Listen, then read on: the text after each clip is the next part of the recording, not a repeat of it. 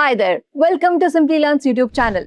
Cloud computing has become the foundation of modern digital transformation, enabling organizations to build scalable applications, store vast amounts of data, automate operations, and even innovate faster than ever before. Among the leading cloud platforms driving this transformation is Microsoft Azure. One of Azure's biggest advantage is its seamless integration with Microsoft ecosystem, including Windows Server, Active Directory, Microsoft 365 Power, Platform, and enterprise business applications. In this complete Azure course, you will learn everything from cloud computing fundamentals to advanced Azure services and cloud architecture concepts. We will start with the basics of Azure and gradually move into compute services, storage, networking, security, databases, monitoring, automation, and cloud-native development. You will also explore modern technologies such as containers, Kubernetes, serverless computing, infrastructure as code, DevOps integration, and AI services available within Azure. By the end of this course, you will have a strong understanding of Microsoft Azure and practical skills required to design, deploy, manage, and optimize cloud solutions. Having said that, let's take a look at the agenda for this course. We will start off with Module 1, which is Introduction to Cloud Computing and Microsoft Azure. Module 2 is Azure Global Infrastructure and Core Services. Module 3 is Azure Identity Access Management and Microsoft Entra ID. Module 4 is Azure Virtual Machines and Compute Services. Module 5 is Azure Storage Services and Data Management. Module 6 is Azure Networking Fundamentals.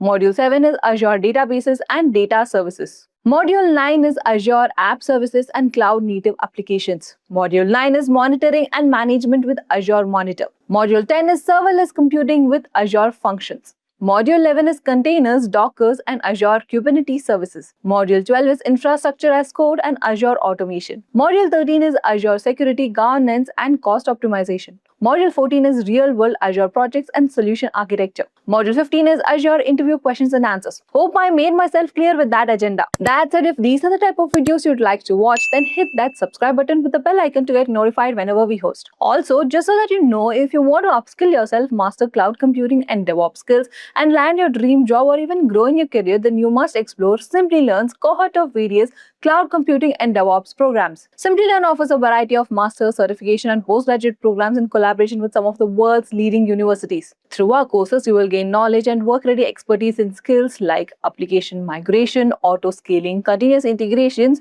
BI, microservices, database management, and over a couple of dozen others. And that's not all. You'll also get the opportunity to work on multiple projects led by industry experts working in top-tier data and product companies. After completing these courses, thousands of learners have transitioned into cloud computing and DevOps role as a fresher or moved on to a higher-paying job and profile. So if you're passionate about making your career in this field, then make sure to check out the link in the pinned comments and in the description box below to find DevOps and cloud computing program that fits your experience and areas of interest. So let's get started with our Azure full course with a small quiz. Which Azure service is commonly used to host virtual machines? Is it Azure Blob Storage, Azure Virtual Machines, Azure Monitors, or is it Azure Functions? Let us know your answers in the comment section below. Now over to our training experts.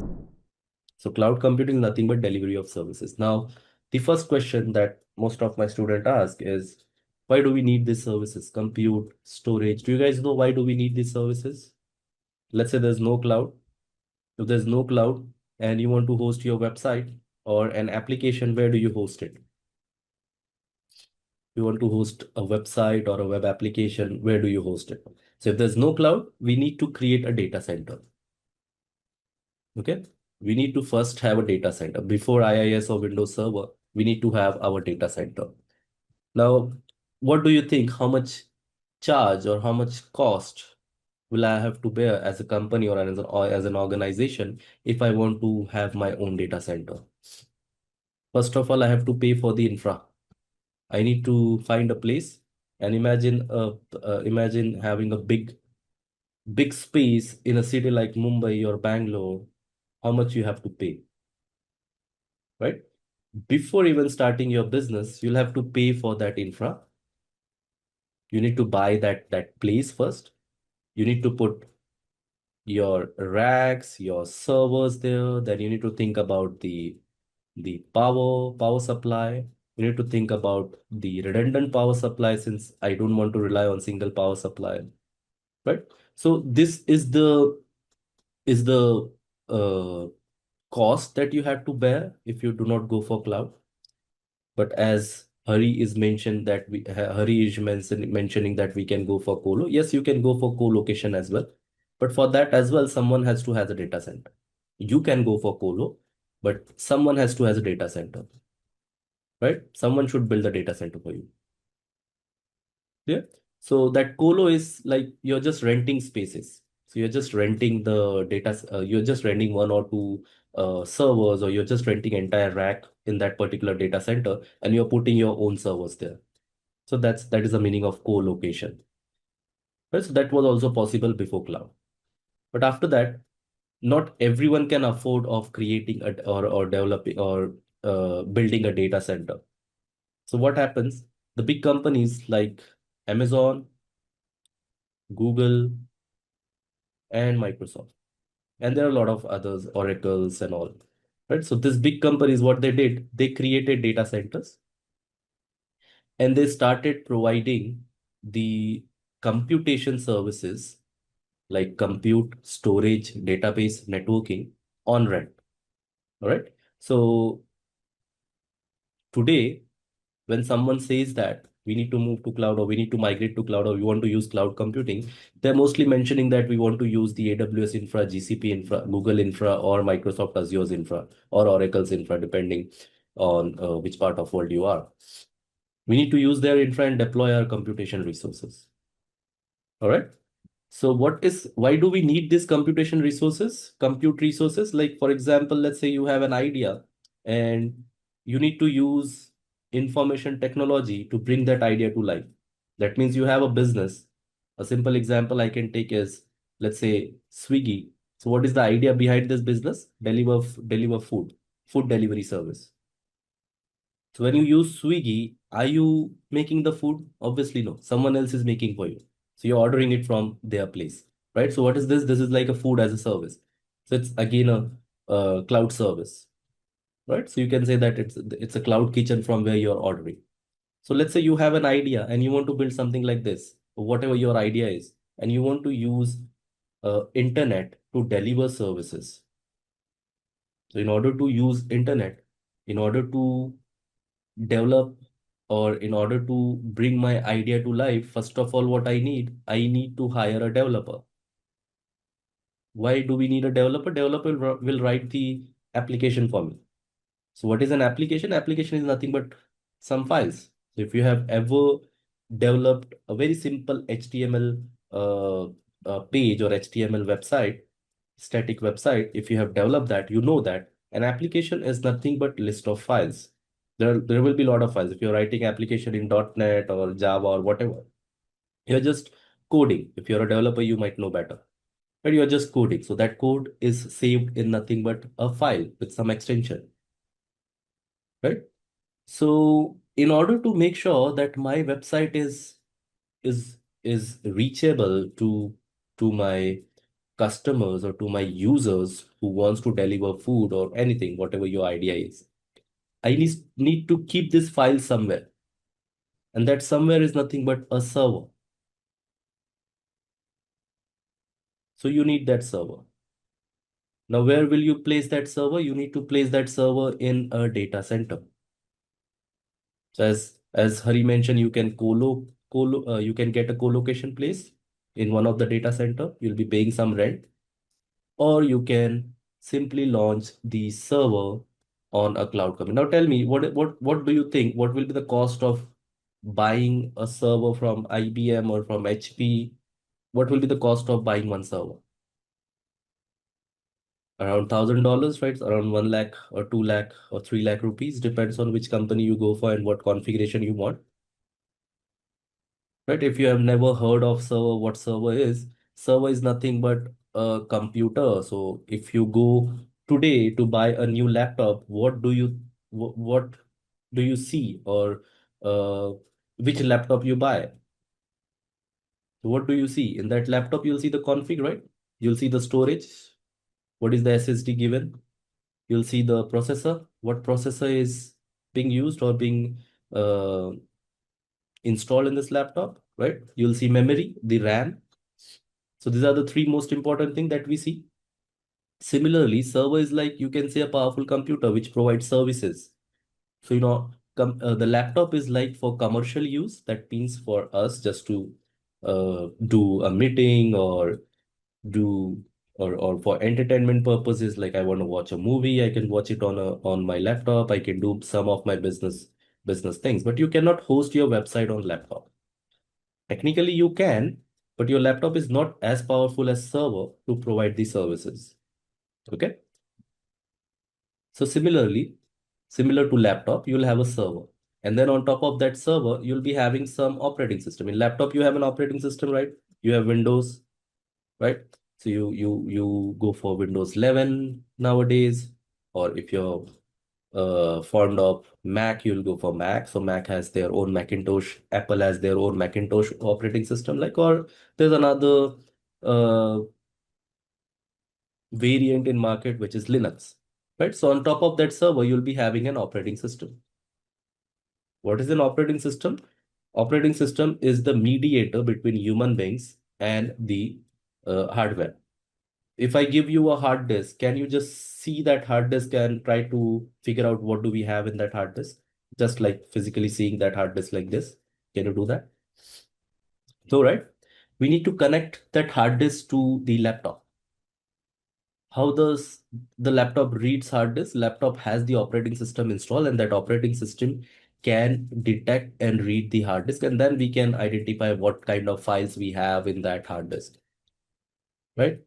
So similarly, here we deploy OS on top of our server, and then we keep our files. Okay. So if I am having an idea like Swiggy, and I also want to come up with a food delivery service, first of all, I need to hire a developer, or if you are a developer, you can write your own code. But in order to host that application, you need to have the server. So using that server, only you can host, right? Now, in order to buy that server, you have to spend a certain amount, let's say $1,000. And that amount is upfront cost. That is an upfront cost. When you say upfront cost, that means I have to pay it now. Even before starting my business, I have to invest like $1,000 for one server. Now tell me, you're buying one server, and if that server goes down, what happens? See, you're buying one server and you're hosting your application on top of that server. If that server goes down, will you be able to reach your application, or will your user will be able to reach the application? Obviously no, right? If Swiggy is down, you won't be able to deliver, or you won't be able to order anything from Swiggy. So I cannot rely on one server. So I need to buy another server as well. Why do I need to buy another server? Just to make sure that if one server goes down, my application is reachable from the second server. So instead of $1,000, I need to spend $2,000 for two servers. So that's an upfront cost. And this upfront cost is nothing but capital expenditure for your business, CapEx. Okay. Now, for an individual user who, or for a startup, investing this amount could be huge. So what they can do, they can simply launch portal.azure.com cloud, create a server, deploy their website, and that's all. Their website is live. So what is cloud computing? If you have a laptop and if you have an internet connection, you can get the server, the storage, the networking through the internet. That's all. That's cloud computing. Cloud computing refers to the delivery of compute services over the internet. What is compute services? Compute services are nothing but you want, in order to host a website, you would need uh, storage, you would need RAM, you would need CPU. So all these services are given to you over the internet. You don't spend this much of amount upfront. So you're saving $2,000. Right now here you deploy two servers, five servers, doesn't matter. On cloud, you deploy two servers, five servers, 10 servers. You're not paying $2,000 upfront. That means right now I'm not paying $2,000. So when I'll be paying as per my use, pay as you go. So this month, if I'm using five servers, I'll have to pay for the five servers.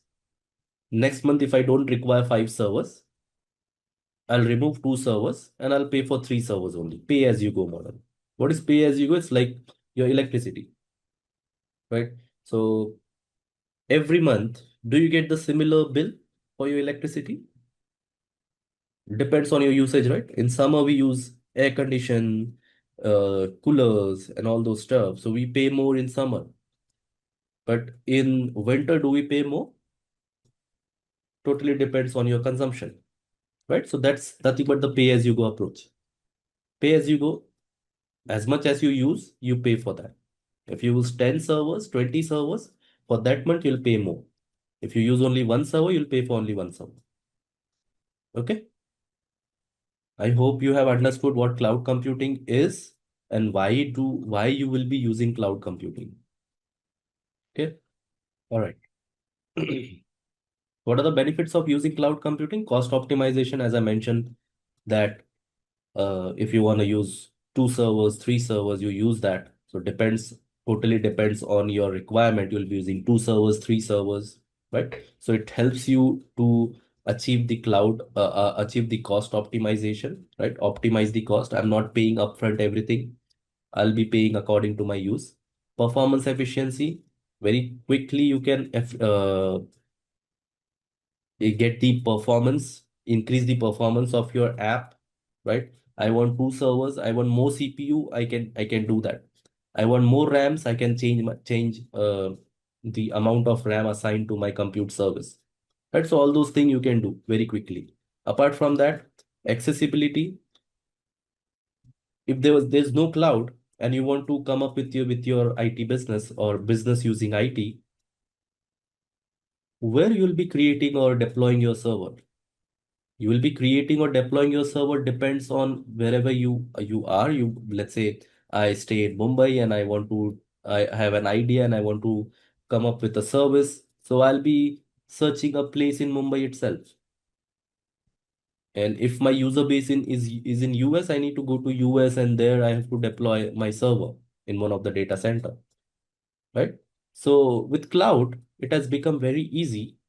I can deploy wherever I want depending on uh, let's say I want to deploy a server. So in cloud, it's known as virtual machine. So I'll click on create virtual machine. And here you see, if you want to deploy it in US, you can select US, East US, West US. If you want to deploy it in Australia, you can select Australia. So accessibility is very easy. What do you need? You just need an internet connection and you can deploy wherever you want, wherever Azure has its presence. Right? I want to deploy in Europe, I can go for Europe. I want to deploy in UK, I can go for UK, right? So these are the different, these are the benefits of using cloud computing. These benefits you cannot get when you're deploying everything on-prem. Okay? Reliability, uh, flexibility. So cloud is reliable. Why it's reliable? Because they by default monitor it. Okay. By default monitoring, as in, it's not like that they will take actions on your behalf. Only if you configure, they can take actions on your behalf. But if you don't configure, they'll not take that action. Right? So cloud is reliable, flexible. You can deploy wherever, similar to accessibility, you can deploy wherever you want, whatever size of server you want. You want more CPU, more RAM, depends totally on your requirement. And security. Whatever data you are keeping on cloud, by default it is secured. You don't need to worry about security. Why? Because what I'm putting in my uh, storage account, in my storage, Microsoft is automatically encrypting that. What is the meaning of encryption? Encryption is like uh, a security algorithm which is making your data unreadable. Okay, sorry. So encrypting is a security algorithm which is making your data, whatever data you're putting on cloud, unreadable. That means when I'm putting a data in your own laptop, where do you add your data? Where do you put or save your data? Where do you store your data? We have hard disk, right? Solid state drive or hard disk. In that hard disk, we keep our data. So if you remove that hard disk from your laptop and attach it to another laptop, can you read the hard disk or no? If I remove the hard disk that I have over here remove it from laptop number 1 and connect it to laptop number 2, will I be able to read my data? Yes, right? I'll be able to read my data. So similarly, when I'm putting data in cloud, what cloud is doing? Cloud is nothing new. Cloud is also using hard disk drive or solid state drive to keep your data. So what happens when you keep your data in cloud? It goes to the cloud data center. Within that data center, they'll be having servers or SAN storage. And in that storage, your data is stored. So if someone goes there who has the physical access to the data center, if someone goes to that hard disk, take out the hard disk, connect it to own laptop, where's the security then? He or she will be able to read the data, right? Similar to this scenario. If someone goes to the cloud, take out the hard disk where your data is stored, connect that hard drive to his own laptop, he'll also be able to read that data, right? So to avoid this situation, what every cloud provider is doing is encrypting your data. What is the meaning of encryption? Whatever you're writing ABC, so that is stored in an encryption format. Okay. So if someone is removing that hard disk and connecting that hard disk to its own laptop, he or she won't be able to read the data unless and until that data is decrypted. Okay. So for this encrypting and decryption, we require the encryption and decryption keys. So Microsoft stores those keys. You have the option to use your own keys as well, right? So this is one of the benefit that we have in the cloud. Even if the device where your data is stored is stolen, the data is secure. No one will be able to read it unless and until they decrypt it. Okay. So by default, your data will be encrypted. Doesn't matter what cloud provider you're using. Okay. Now, what is Microsoft Azure? Microsoft Azure, as you know, is the leading cloud provider from Microsoft. So Microsoft is the owner, and Microsoft has created a lot of data centers, and those services are given to you as a service. Whenever we talk about cloud, you will be hearing something, a term known as a service.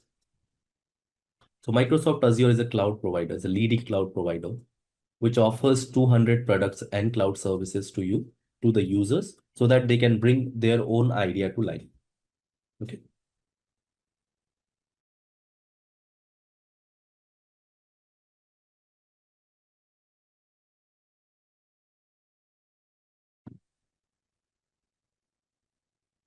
All right. Sorry guys, I'm not feeling well, so you might see me going mute a lot of time. Okay. So just bear with me. Maybe tomorrow I'll feel better. All right. So what is Microsoft Azure? Microsoft Azure is a leading cloud provider available in the market, which offers around 200 products. So this is the second. I mean, if you go 5 years back, Microsoft Azure was the second leading cloud provider. But now if you see, we have like 55-45 ratio in the market. The competitor to Microsoft Azure is AWS.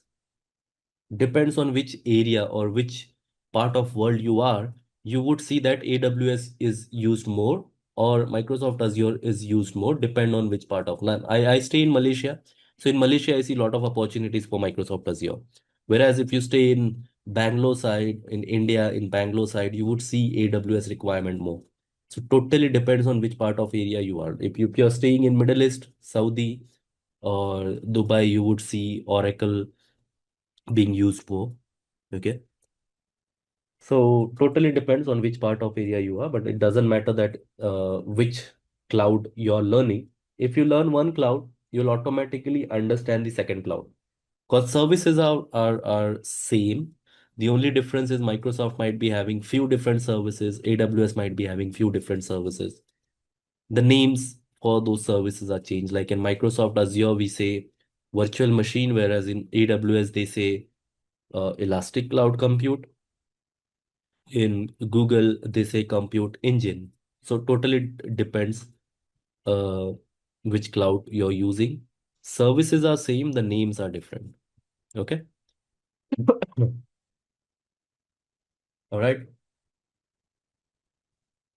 So whatever benefits we have discussed for cloud computing, same benefits applies here. As you can see, security, cost effective, scalability, data recovery, flexibility. So all the benefits you'll get on every cloud. Doesn't matter what cloud you're using. You're using Microsoft Azure, same benefits you have.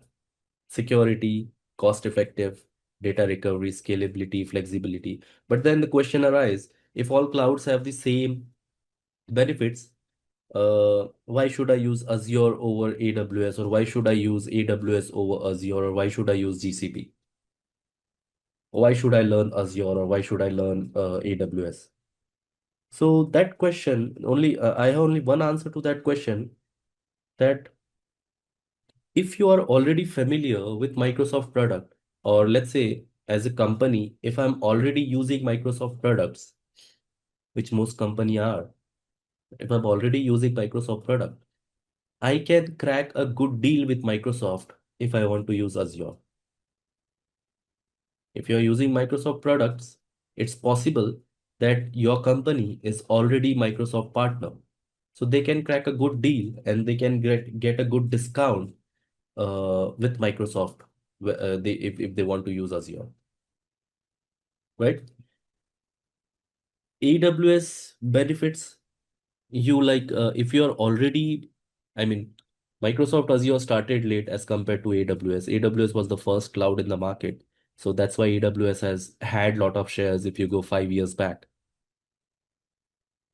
So if you're already with Amazon and if your sales team can crack a good deal with AWS, your company might be using AWS. If your Microsoft partner and your company can crack a good deal with Microsoft Azure, they will be using Microsoft Azure.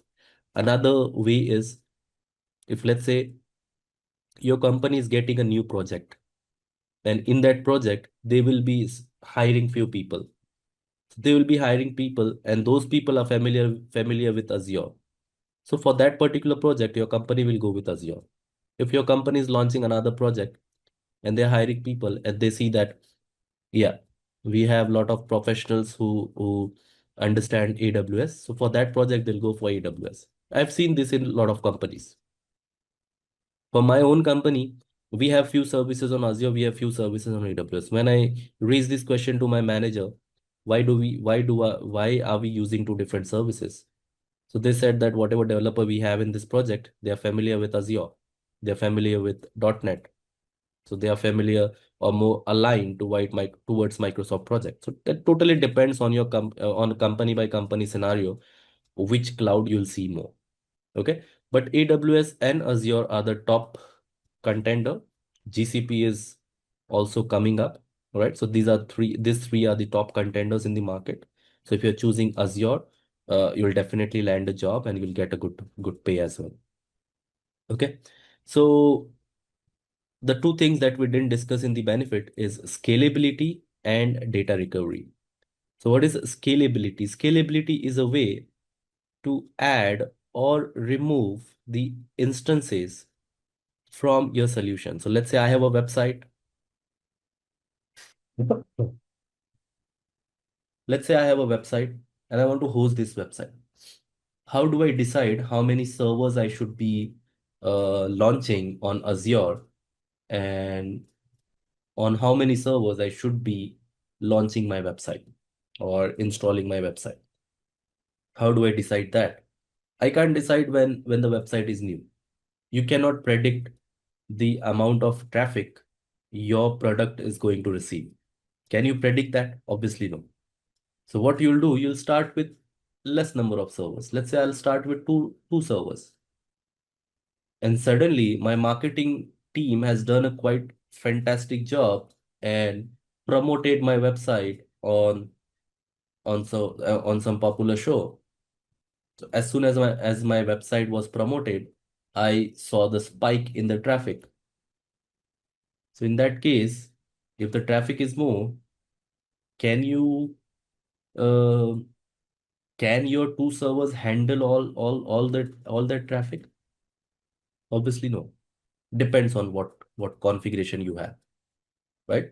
So as soon as the traffic increases, I need to add extra servers. So that adding or removing of extra servers is known as scalability. Either adding the services or removing the services is known as scalability. All right. So there are two types of scalability, horizontal and vertical.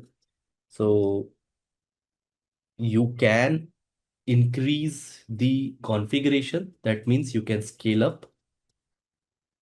Right now, let's say you have 2 GB of RAM and 4 virtual CPUs.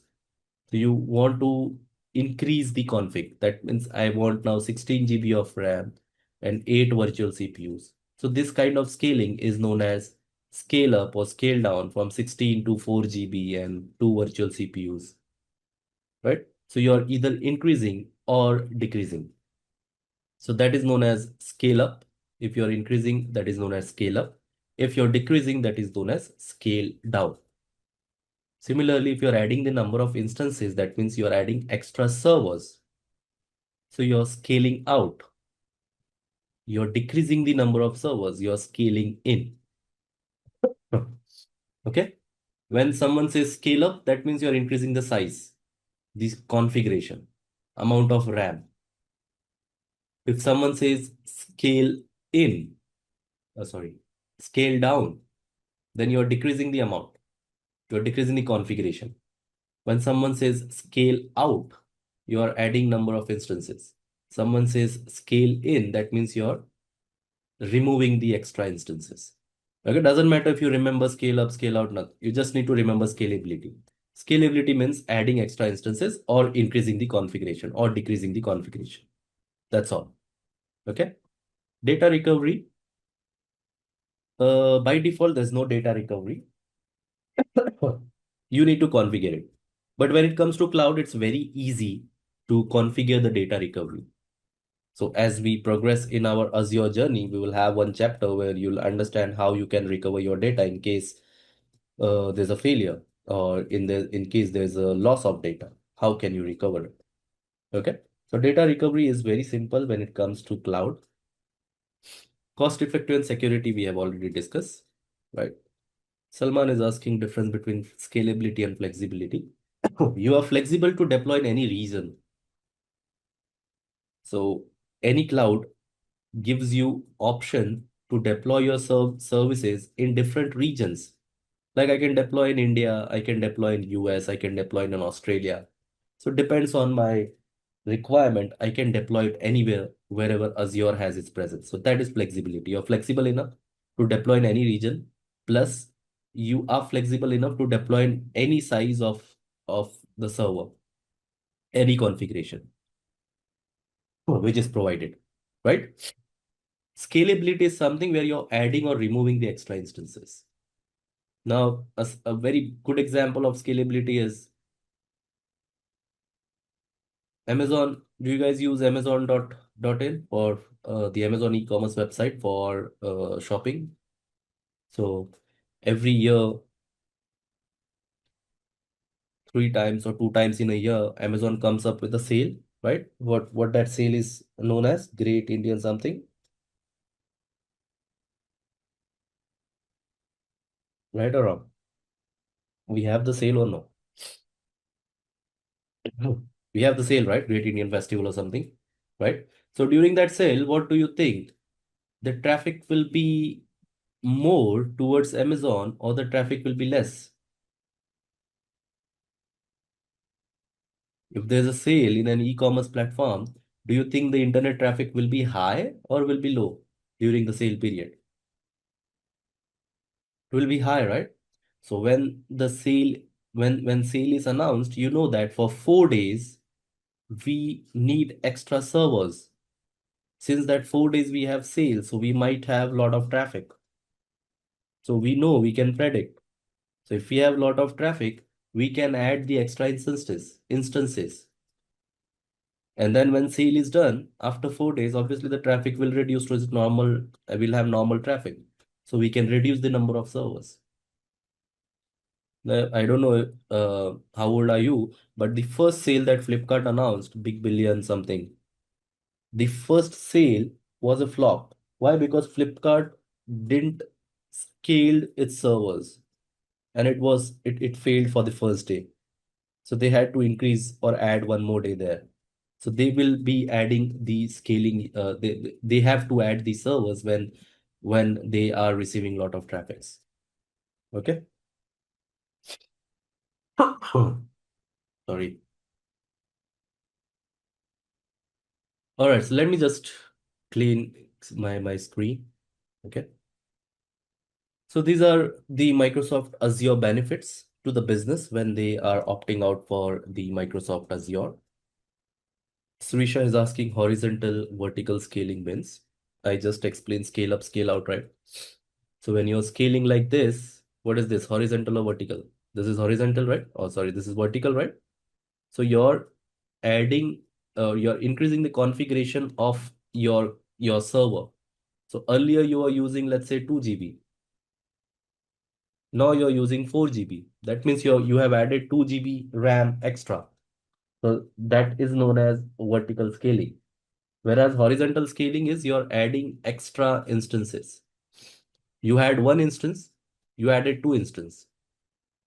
So now you have total three instances. This is known as uh, horizontal scaling. Clear?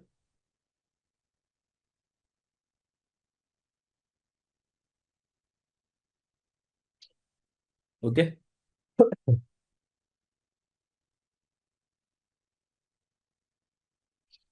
All right.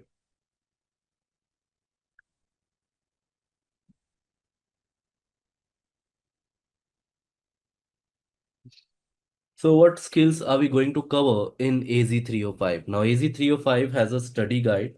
So let me just launch.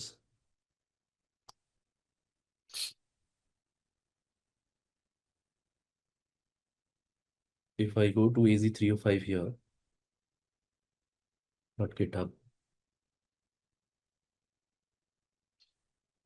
So whatever, if you're preparing for the exam, I would ask you or I would encourage you to please uh, go to this website. Okay, this is the official page from Microsoft. So whenever you are before sitting for the exam, just go to this. Okay, just go to this page. So what this page is having, this page, if you go to this page, you will see the learn path. Okay, what is this learning path? The learning path is the modules, the flow, or the topics that Microsoft expects you to know before sitting for the exam. So what skills are we going to cover? Now I'm not covering the skills from the PPT. What skills I am going to cover? I will be following this Microsoft Learn path since this is up to date as per the current exam. Okay. So what are we going to cover? We are going to cover all these topics, whatever is mentioned. Like if I go for the first module, which is design, identity, governance, and monitor solution, if I click on it, this is what we are going to cover. So everything is mentioned here, topic by topic, what you should be knowing before sitting for the exam. Okay. Now, if I go one page back, and if you see here, somewhere you should see the study guide. So what is the study guide? The study guide is uh, is again a web page where Microsoft has defined what skills will be measured. Compute, network, storage, monitoring, security. If I scroll down, every skills is given certain percentage, like every module is given a certain percentage. So from identity governance and monitoring solutions, you can expect around 30% of questions. From storage, you can expect around 20-25. From business continuity, you can expect around 15 to 20, right? Similarly, from infrastructure solution, you can expect around 35%. So what you should be knowing, you should be knowing some logging solution, like routing logs, where you can keep the logs, what monitoring solutions Azure has to offer, what is an authentication solution, right? So all this topic by topic is provided in this study guide. Now same thing is for any certificate that Microsoft has to offer. So if you see, every certificate is mentioned over here. So whatever certificate you're preparing for, before sitting for an exam, make sure you glance here to see if you know this, if you know this, if you know this, right? If you do not know this, please try to see what this topic is, where you can see it in the learn path, right? All right. So that's what these are the skills that we are going to cover. Okay, everything whatever mentioned is here, we are going to cover. Now, why I ask you to visit here, because if you see, Microsoft keeps on adding or removing something from their exam every 6 months or 1 year, right? So if you read this, this note, if you read, this note says the exam will be updated on April 17, 2026. When was the April 17th? Yesterday. So something is changed. What is changed? In order to see what is changed, you should review this study guide. Okay. So if let's say next time, next year, or after 6 months, if they don't want this particular topic in AZ-305, so they will remove it from the study guide. So you don't need to know that. So whatever Microsoft is making changes, they will put that in the study guide. Okay.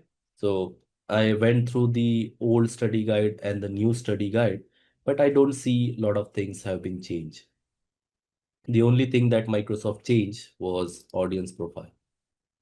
Okay. So it's a minor change.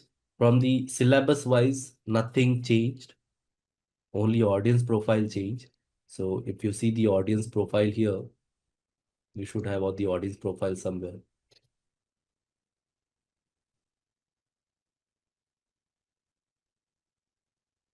Yeah, if you see the audience profile here. So this part is only change. Now what Microsoft added, as far as I know, Microsoft only added this. This wasn't part of the old study guide. Okay, but that's that thing which is added. Course wise, nothing is changed. Your topic wise, I have went through the old and new study guide. Nothing is changed. Everything is same from the course point of view. Okay. There were the link is shared. If you see the chat box, okay, I already shared the link.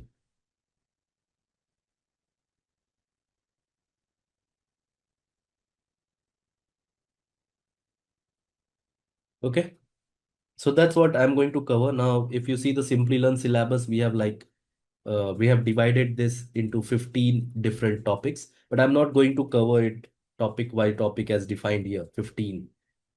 Everything I'll be covering or summarizing in 10 or 11 topics. Okay, whatever is mentioned over here, everything is summarized in 11 topics. Since we have 10 days, so I've summarized everything, whatever we have here, from identity until infra, everything I have summarized into 11 topics. Okay, since we have to do the uh, projects as well, so we need to complete everything in 10 days. Whatever Microsoft is asking me to cover, we will be covering everything which is defined in the study guide. Clear? All right. So what does this course brings to you? The course is bringing you the some projects, some co-signed projects, some assisted practices. So what these assisted practices are, assisted practices is the Word documents that I'll be adding to the LMS. So you will be having access to that. You can download it. It's like a step-by-step guide on how to do the demonstration, on how to do the hands-on. So those assisted practice I'll be adding. We will be having case studies. We will be having course and projects, ebooks. Microsoft has stopped providing ebooks. So your ebook is the Learn Path. So this is your ebook. Okay, the first link that I shared, please follow that link or simply search for AZ-305 in your search engine and you'll be landed to that page. Okay, so here you can find your Learn Path. Now, why I'm stressing on this Learn Path? Because in exam, you have access to the Learn Path. So when you sit for the exam, you can access the Learn Path from there.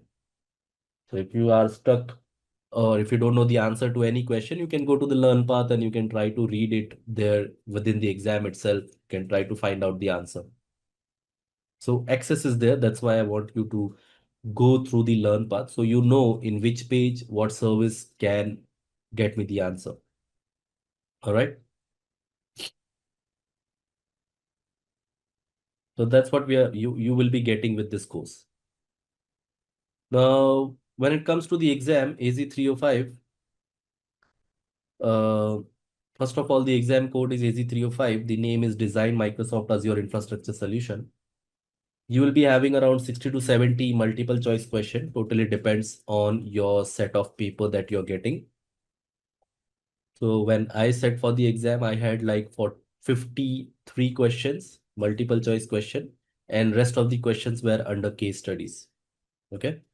So total 60 to 70 questions you'll be having, including case studies. Then the time that you'll be getting is 2 hours. So you'll be getting 120 minutes to complete the exam. And then in order to pass the exam, uh, you'll have to get 700. That means 70% of passing mark. Out of 100, you'll have to get 700.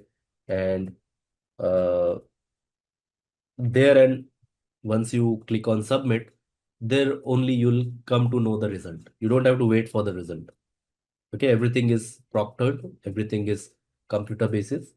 So once you submit, it will calculate, the software will calculate your percentage and you'll have your result there. So in order to pass, you need to have 700. You need to get 700. Clear? The exam is available in different languages, English, Japanese, Chinese. So whichever language you prefer, you can book exam in that language. Now, where to book the exam from? So if you go to the 305 page, from there itself, you have the option to book the exam. Okay. So if you are in India, you select your region wherever you are, then click on schedule exam, and from there it will take you to the Pearson VUE page, and from there you can schedule, you can select the date when you want to sit for the exam. All those stuff you can do in a Pearson VUE site. All right. From Microsoft page itself, you can book the exam. So that's all about the introduction about cloud computing, about Simplilearn, and about AZ-305. Any questions on the basics yet? How many of you know the difference between infrastructure as a service, platform as a service, and software as a service? Now, this is important to understand. It's a basic cloud computing service model. Okay. Um, when you're dealing with different compute services, you'll have to understand the different between IaaS, PaaS, and SaaS. All right. So what is, before going on break, let me answer this quickly. And then if I'm not able to complete this in the next 7 minutes, we'll continue this, since this is important to understand IaaS, PaaS, and SaaS. Now, how do I see this IaaS, PaaS, and SaaS? From For me or for you to understand IaaS, PaaS, and SaaS from AZ-305 point of view. Okay, I'm not going at the AZ-900 level, since this is something which we cover in AZ-900 and AZ-104 as well. I'm not going into that level. So I'm explaining it to you from AZ-305 point of view. Okay. The full form is quite simple: infrastructure as a service, platform as a service, and software as a service. All right. Now, what is infrastructure as a service? So in infrastructure as a service, your responsibility is more. Your, as in you are the customer of Azure or any cloud provider. So your responsibility here is more. In PaaS, your responsibility is less as compared to infrastructure as a service. We are not saying that there's no responsibility. There is responsibility. Okay. So how does this IaaS, PaaS, and SaaS are defined? Is defined in a shared responsibility model. People people think that since we are using cloud, everything is cloud provider's responsibility. That's not correct. We are sharing responsibility with the cloud provider. Okay. So what is our responsibility? What is cloud provider's responsibility? That will be defined depending on the model, depending on the service model you are selecting. Infrastructure as a service, PaaS, platform as a service, software as a service. Now, just to explain this in a simple term, I just gave you an example of Swiggy. Let's say you have a similar idea and you want to use internet for your business. So what you need to do, you need to come up with an application first. What is an application in simple term? Application is nothing but collection of files where your developer, or if you are a developer, you will be developing the application. So how do you write? How do you code an application? You simply open a file. If you are using Visual Studio Code or whatever you are using, you simply start writing your code, and that code is written in a file. So you'll be having multiple files, or you're having single file depending on how big your application is. Now, in order to store this or save these files, I need a server. Okay. So when I'm selecting cloud, within the cloud, I have two options to select from: infrastructure as a service or platform as a service. In infrastructure as a service, the hardware server is cloud provider's responsibility. Okay. If you remember the data center model where you have to spend $1,000 or whatever the server cost is, you have to spend that upfront. We are not using on-prem model, right? So we are not going to spend this upfront. So what we are doing, we are using cloud. So even in cloud, there is a hardware server. Someone has bought the hardware server. Who has bought? In our case, it will be Azure. So if I'm using infrastructure as a service, this hardware server is cloud provider's responsibility. Now within that hardware server, the cloud provider will be deploying their own operating system. So in case of Microsoft Azure, they are deploying Hyper-V. Hyper-V is nothing but an operating system. It's a hypervisor, which allows them to create multiple machines on, or multiple virtual machines on top of this hardware server. Okay. So this Hyper-V is also their responsibility. All right. Now on top of this Hyper-V, I will be creating my virtual server. This is a physical server, which is cloud provider's responsibility. The operating system, which is again cloud provider's responsibility. On top of this Hyper-V, I will be creating my server, my virtual server. Let's call it virtual machine 01. So this virtual machine 01 is my responsibility. Now within this virtual machine 01, I will be deciding whether to go for Windows operating system or Linux operating system. That's, I'll have to decide. As a customer, I have to decide this. Okay. So here what Microsoft what we will do, we will select, let's say we select Windows operating system. Then on top of that Windows operating system, you have to use the runtime or the framework. So when you're writing an application, your developer will write that application in certain code, in some code, right? He might be using Java, he might be using Python, might be using .NET, whatever he's using. You need to ask your developer, or if you're a developer, you should know that there is framework. So I need to use that language.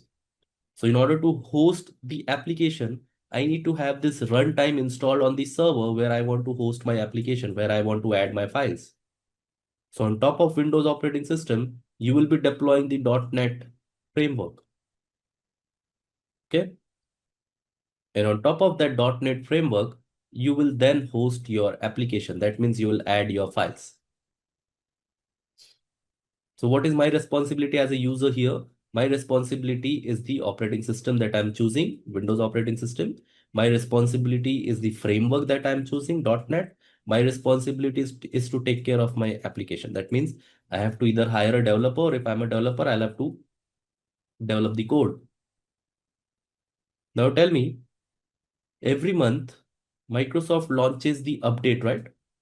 You know the update, patching. If you're using your mobile phone, you receive the update for the applications that you have installed, right? Every month or every week, whatever. So since this is hosted on cloud, the Windows operating system on my virtual machine, who will be responsible to patch that?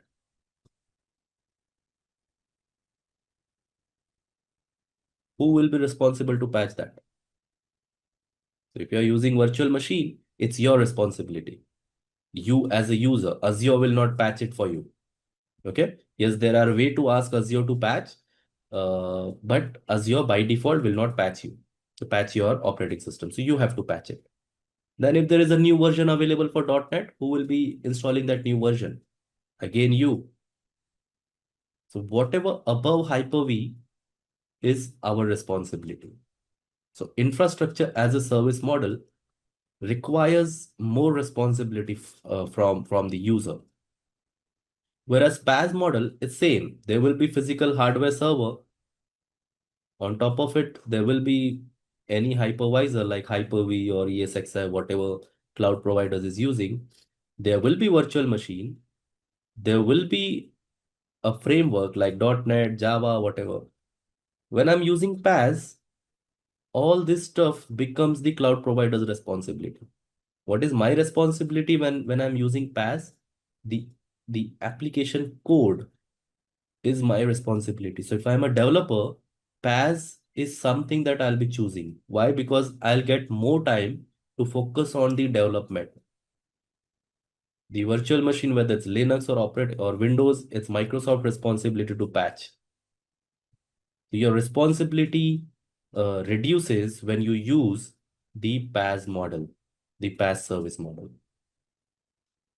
Clear? What is SaaS then? Software as a service. Entire software is given to you as a service, like M365, Microsoft 365. You're using Google Drive. So Google Drive is a software, the storage service given to you. What are your responsibility when you are using Google Drive? What is your responsibility when you're using Google Drive? Just adding data and sharing that data with whoever you want. That's all. That's your responsibility. So you're using that software entirely. Do you know where Google is hosting, where Google is saving, whether it's saving in India, Australia, US, wherever, how Google is storing that? Is that something we need to bother about as a user? Obviously not. So software as a service, what is your responsibility? Reduced, entirely zero. Yeah, you have limitation like if you're using free version, you can store up to 15 GB. If you need more, you just subscribe for a plan. That's all. Software as a service. Netflix, software as a service. Are we paying for each movie separately? No, we are buying a plan. Do we need to keep a CD of all the movies? No. We just subscribe to a plan, we watch our content, right? Software as a service.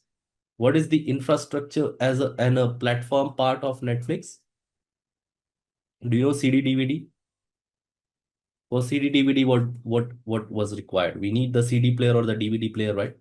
So we need to buy it. So I am responsible for the hardware. I am responsible for bringing the CD or DVD. I'm responsible for placing that CD DVD within the DVD driver, DVD reader, and then I can enjoy my movie. If I don't have a CD of one particular movie, I won't be able to enjoy that because I don't have the CD, right? So CD DVD player becomes the infrastructure as a service part in case of movies and all. What could be the platform as a service part? I cannot think of any here. Okay. Yeah, the responsibility increases when you go for infrastructure as a service model. Who will do the service of CD DVD? Obviously, I have to do as a owner of that, right? In Netflix, however they are hosting it, I don't care. I just pay them. I enjoy their service. That's all. Clear? Any questions on this? We will revisit this when we are on the compute section. Okay. So let's move on to our first topic, which is authentication and authorization. So from the study guide, we are covering this topic. This module, design identity and governance and monitoring solutions. And there we are covering authentication and authorization. These are the topics that we are going to cover. Okay. And from the learn path, this is 900. Okay. So from the learn path, we are covering this one, design identity, governance, and monitor solution. So first three topic will be identity and governance. Monitoring will cover once we have done covering all the services. So at the end of the I mean, at the last day, we will be covering monitor solutions. Right now, we are starting with identity and governance. Okay. Now, before I start, I need an answer from you. How many of you have worked with ADDS, Active Directory Domain Services? Or if you're from the Linux background, how many of you know what LDAP server is? What are these two services? And those who are freshers, please wait. I'll explain what this topic is about. Okay. Okay. So what is ADDS? Those who have worked with Active Directory, what is this?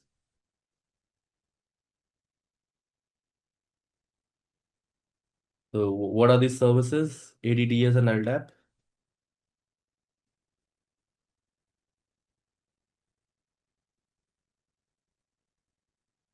Okay, never mind. Those who don't know, please pay attention. Okay.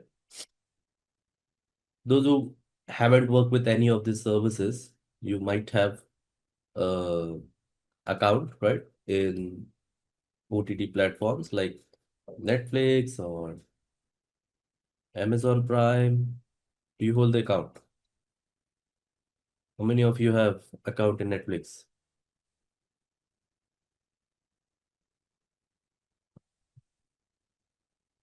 Okay, you have, right? So in order to access or watch any web series or a movie, what do you do first? You go to www.netflix.com, right? If you're using a laptop, you go to this website. What happens? First thing, what it asks? Does it allow directly to watch the movie, or there is something which we need to do? Login, right? So we need to provide our credentials, login. We need to provide our username and password. So what happens when we provide username and password? Netflix service checks your username and password. It checks whether you are providing correct username and password. If you are providing correct username and password, you are allowed.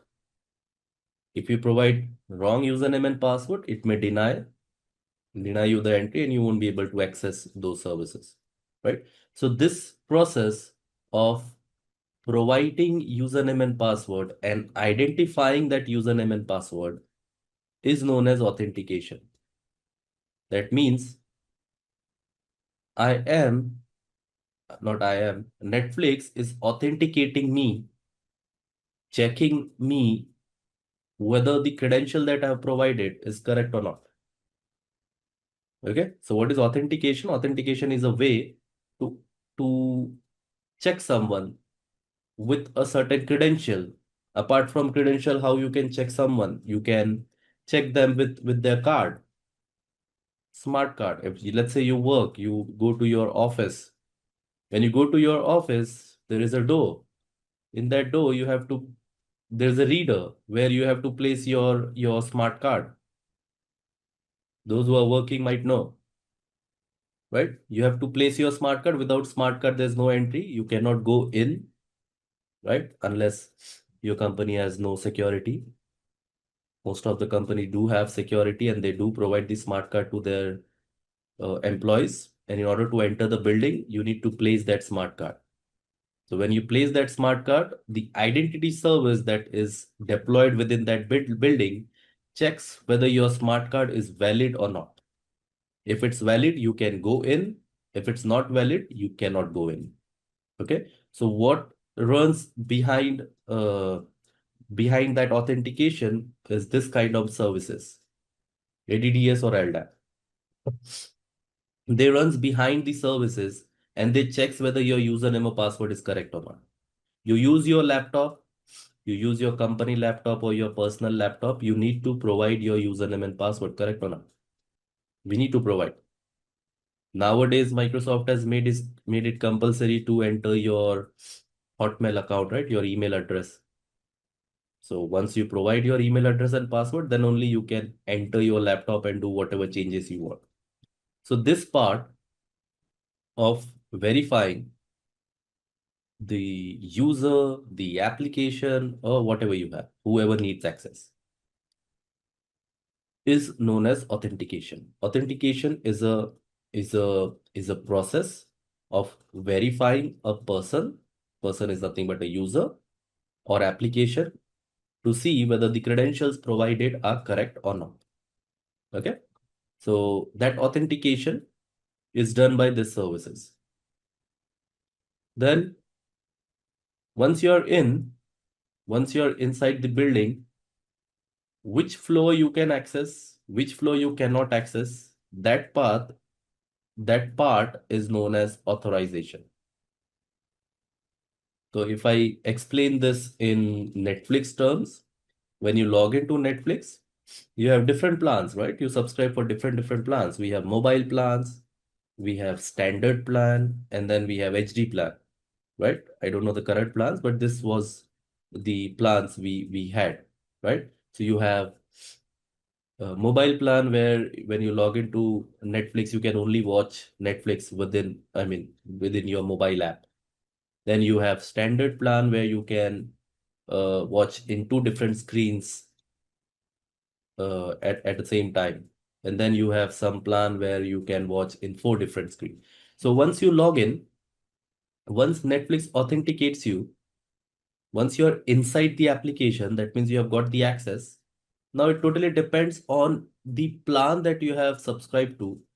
Depends on that, you're authorized to watch either on mobile or on two screens at a time or on four screens at a time.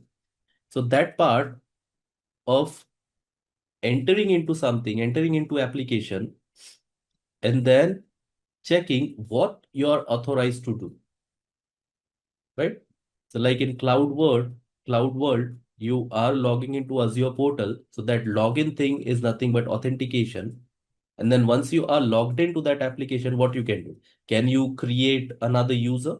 Are you authorized to create another user? Can you delete the existing users? Are you authorized to do that? So to check what you can do, what you cannot do is known as the process of checking what you can do, what you cannot do is authorization. Okay. Oh, clear? What is authentication? What is authorization? Is that clear? Now this is basic of any identity, uh, any identity and access management system. All right. So authentication and authorization, if you want to implement in your organization, you need some kind of identity and access management system. So if I want to implement authentication and authorization in my organization, I need some kind of IAM service. IAM stands for Identity and Access Management. Okay. So if I want to implement that, let's say I'm not using cloud, I'm using on-prem network. So in my on-prem data center, I can either use Active Directory domain services, or if I'm good with Linux, I'll be using LDAP services. How do you use these services? You need to have a server first, hardware server or a virtual server, whatever. If you're using on-prem, obviously you'll be having a hardware server. On top of that hardware server, depends on whether you're using virtualization or directly physical server. You'll have to have Windows OS if you want to use ADDS, or Linux OS if you want to use LDAP. Okay. On top of that, on top of Windows operating system, you'll be deploying the Active Directory domain services role. And then on top of it, you will be promoting this server to domain controller, where you'll be creating your domain. And once it's promoted and your domain is ready, then you can go ahead and create your users, groups, whatever you want. You can add computers and all. All right. So this is all the stuff you need to do when you're doing on-prem. That means your own data center. Everything you need to do. You need to bring a server. You need to install the operating system. Then you need to install the ADDS role on top of that operating system, and then you need to promote it to domain controller. Once everything is done, then only you'll be able to create users and uh, groups and add computers. Okay.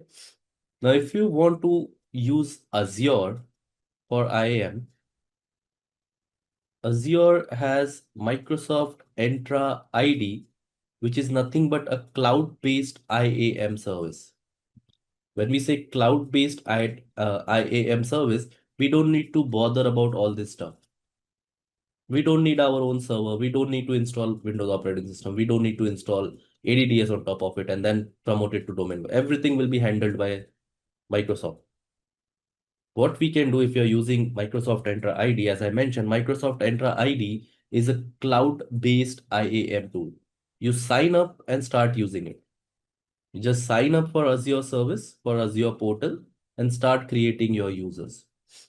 Don't need to bother about all this stuff. Only if you want to do on-prem from scratch, then you are responsible for everything from scratch. If you want to go for cloud, we can sign up and we have access to Microsoft Entra ID. We can start creating users directly. Okay. Is IAM clear? It was just basic, just giving you an overview of IAM.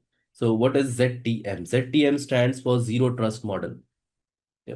Now, Zero Trust Model is not a service. It's not a policy. It's just a framework based on the principle of never trust, always verify. Now, if you go back few years, like before cloud, if you go back 10 years, how do we used to consider the security? If you go back 10 years, if you go 10 years back, at that point in time, we had the perimeter network where you used to keep the firewall, IDS, IPS, all these devices we used to keep in our perimeter network. Before anyone can get into our network, the traffic was verified by these devices. And once the traffic considered as safe, then it can go inside our network. Then it can access our servers, whatever servers we had, right? So this is how we used to keep our network. I'm not saying that we are not using firewall now. We're still using firewall. But back in the days, if the security related decisions were kept in the demilitarized zone, in the perimeter zone here. But now we need to protect our identities, since if everything is cloud now, 90% of the workload is in cloud. Only the banking, the airport, the airline, those mostly are still using on-prem, but 85 to 90% traffic is already in the cloud. Now, if someone logs in and if he is authorized to do something, and if let's say the login credentials are compromised, then we are gone, right? So with the changing pattern, a new model came in, which is known as zero trust model. So what zero trust model does, it's just a framework which based on this principle, never trust, always verify. You have to always verify whatever request is coming in. Okay. So what are the key principles? We need to implement this zero trust model. And in order to implement this zero trust model, you need to have certain IAM service in place in your organization. So zero trust model based on this principles, like verify the request first. So every access request, whatever request is coming in, so if someone is entering your building, you need to verify that. You need to verify him or her. How do we verify? We use smart card, we use biometrics, whatever, right? We need to verify that. Then second principle we have is least privilege. What is least privilege? Now in an organization or in an office building, we have different areas. Like we have common areas like cafeterias, like gaming zone, right? And then we have some sensitive areas. So in IT we have data center, right? In airport, if you go to airport, we have immigration. Then before immigration we have the check-in area. So check-in area is not sensitive area. Anyone can go there and do the check-in. So it's like a common area. So we need to provide the least privilege to the users. Like common areas, everyone can go, but sensitive areas, only authorized person should go.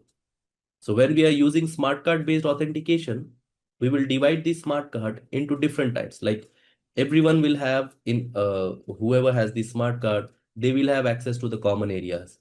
Whereas only authorized people will have access to the sensitive areas like data center building itself, right? Like NOC room.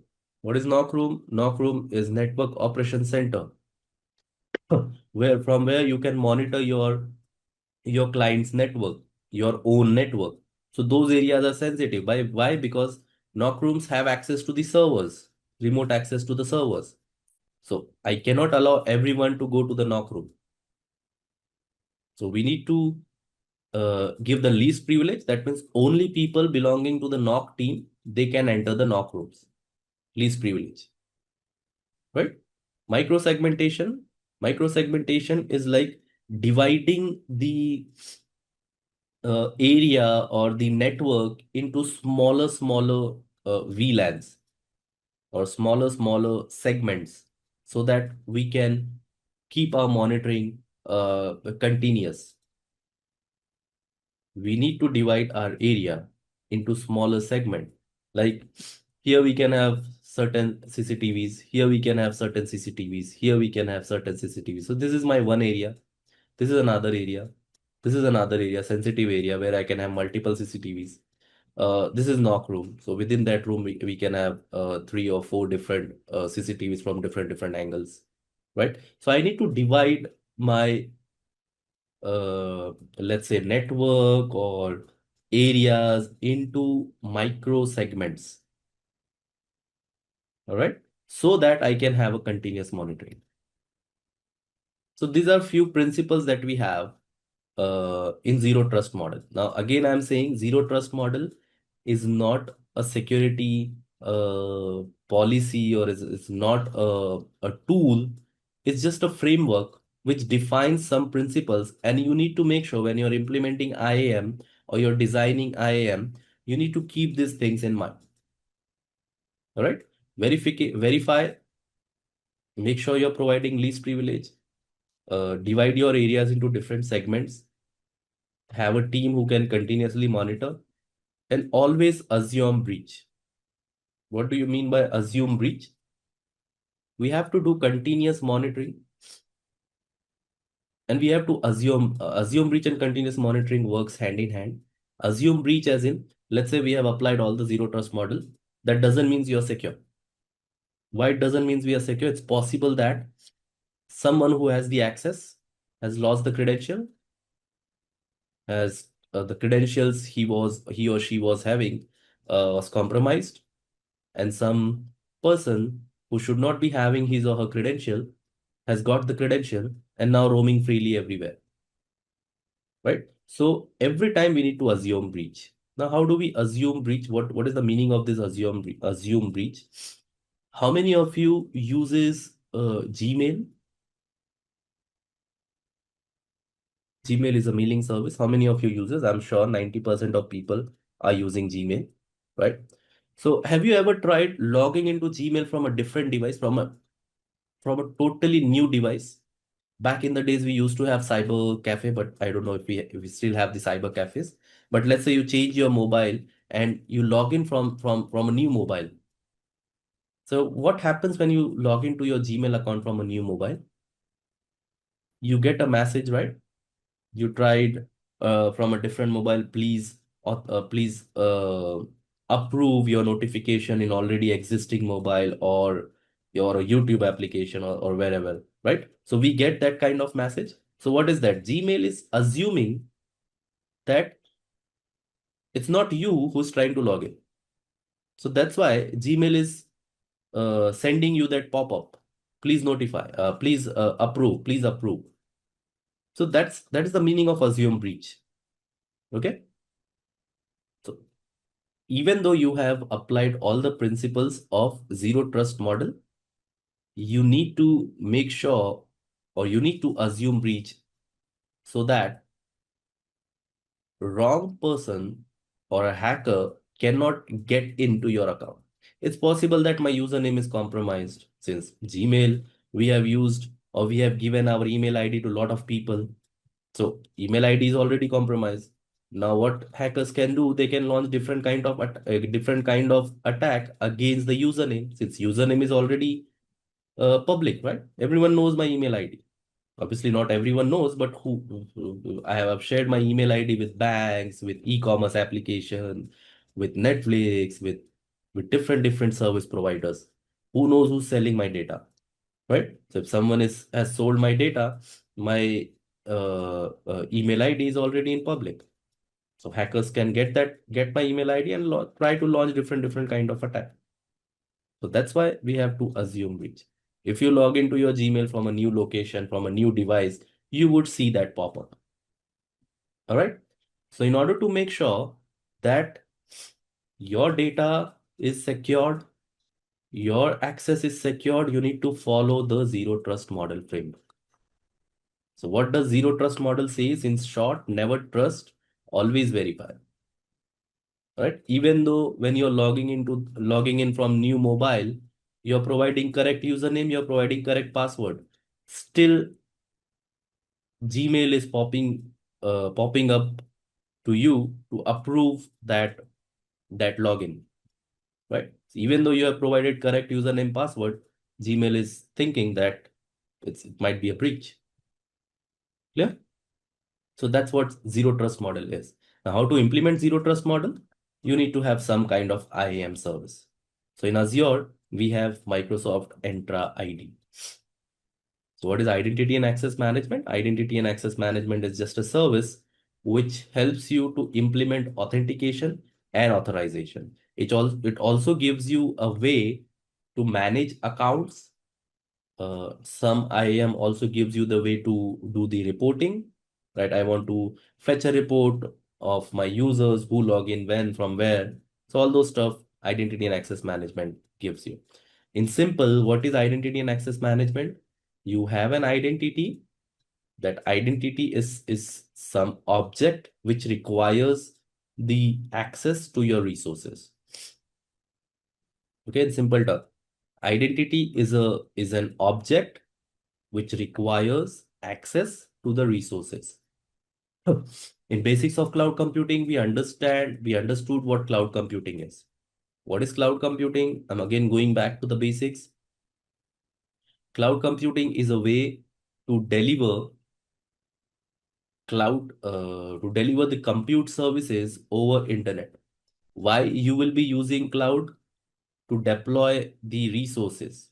What those resources are, you need to deploy server, you need to deploy database, you need to deploy storage. So these are your resources. Now, how are you going to deploy these resources? You are deploying these resources, so you are the object who is deploying these resources. So you are the identity. Whether you can deploy or cannot deploy, we need to first identify this guy who wants to deploy. So he needs to go to portal.azure.com and our IAM service will identify that user, will identify that identity, will identify that object who's trying to coming into our system, right? After identifying, we will authenticate. I mean, not we, the identity and access management service will authenticate that user, whether the username and password provided are correct or not. Okay. Then the authorization kicks in. Once you're inside the cloud, what you can do? Can you deploy server? Can you deploy database? Can you deploy storage? Can you do that? Authorization. Account management. You want to create few new users? You can do that using any IAM service, whatever IAM services you have deployed. Access control. What a user can do, cannot do, you can define that using access control. Okay. And then auditing and reporting. Any IAM service, most of the IAM service gives you the auditing and reporting thing. So what is IAM? Is that clear? Now in Azure, we have Microsoft Entra ID. So Microsoft Entra ID is the service, which is a cloud-based identity service. So as I mentioned earlier, you don't need to deploy a server or anything. You just sign up for Azure and you have your Microsoft Entra ID. We don't need to do anything. We just need to sign up for Azure. That means you need to create your account on Azure. And once you have created your account, you already have Microsoft Entra. So it's a cloud-based identity and access management solution. All right. So it gives you centralized identity management. If you have a single Microsoft Entra tenant, you can simply use that tenant and start creating your users, right? If someone is already using Active Directory domain services, they have an option to synchronize their users with Microsoft Entra ID.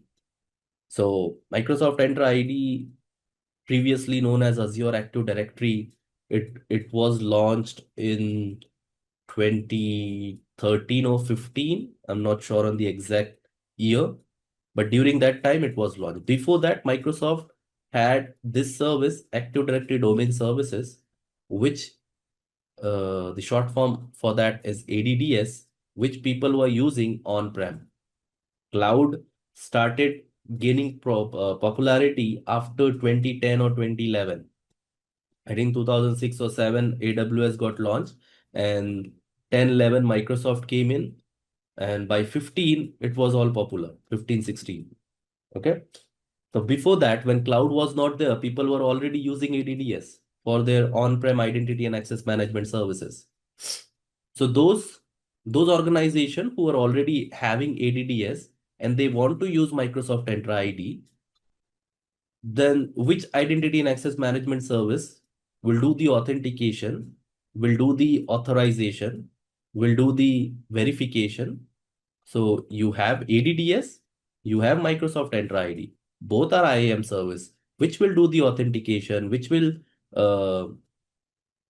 if you're resetting password, which will be considered as the having the highest control. So all those questions were arised if you use two different identity and access management services. So what Microsoft did, Microsoft created Microsoft Entra Connect. So it's a tool which you can install on your on-prem server. And using that, you can synchronize your on-prem users to Microsoft Entra ID. Okay. So if I have hundreds of users on-prem, and if I use Microsoft Entra Connect, all hundreds of users will be synchronized to Microsoft Entra ID. Okay. So whatever user you have over here, all users will be synchronized. Instead of recreating user in Microsoft Entra ID, you use this tool and synchronize your users. That's all. All right. So that option Microsoft gave to the people who were already using Microsoft Active Directory domain services. Microsoft created a tool. You deploy that tool on a server and you start synchronizing your user. If you create a new user, that new user will also get synchronized. All right. So Microsoft Entra ID, in short, is a cloud-based identity and access management solution that you can use once you sign up to the Azure. It's free of cost. Obviously, there are different plans and pricing, but when you start, it's free of cost. Okay. So how to see Microsoft Entra ID in action? If I go to Azure portal, all right. Now in Azure portal, before I show you the Microsoft Entra ID, let me just explain or give you the tour of Azure portal. Okay. So I'll do it from scratch. Let me sign out.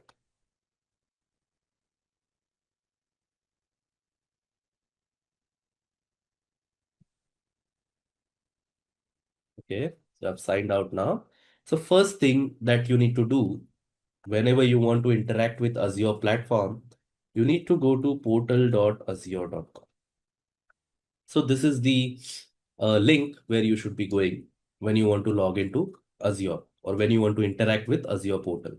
When I click on, when I press enter, first thing that Microsoft Azure portal or Microsoft is doing is what it's asking. What is this process? I went to portal.azure.com and it directed me to this. What it is doing right now? Authentication. Okay. It is asking me to prove my identity. So this step that we are doing right now is authentication. All right. So authentication is the process of verifying and identifying the identities. This is my username. How do we usually authenticate? We ask for the username. So my username is already selected here, already mentioned here. If it's not mentioned, I can simply provide my email ID, whatever my email ID is, right? So this is my email ID, for example. So I'm providing that. I click on next. It will ask me for the password. I provide the password. I click on sign in. Okay. So once I click on sign in, I'm inside. If my username and password are correct, I'll be inside. So I'm in my application. All right. Now this is Azure portal. Now those who do not have access to Azure portal, what you can do is either if you want to use your own account, unrestricted account, you can sign up for free tier. You search for Azure free tier and you will see the Microsoft Azure page. In Google or Bing, you just search for Azure free tier. Go to the first link that Microsoft is providing, and there you will be having a button which says Get Started with Azure. Click on it. Once you click on it, you can click on Try Azure for free. Once you click on Try Azure for free, it will ask your email ID and your password, right? So you need to provide your Microsoft email ID. If you do not have one, you can create one from here. So whatever email ID you have, you provide that. Now, in my case, I've already utilized. So if I enter my email address, it will say that I am not eligible. Why? Because I've already used it. Okay.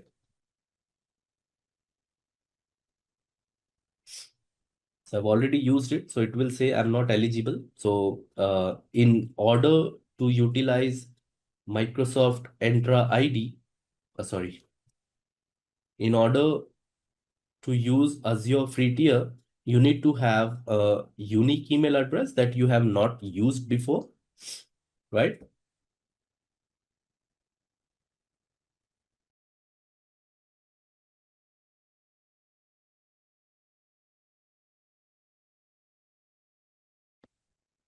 Okay, sorry.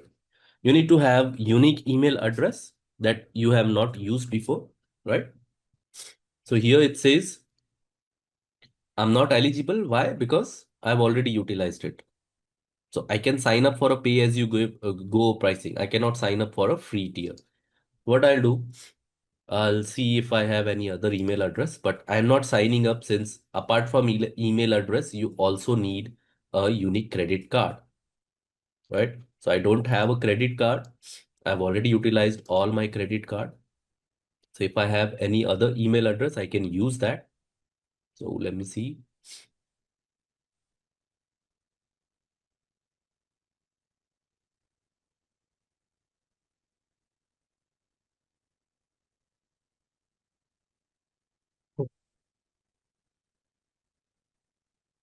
I don't have any email address.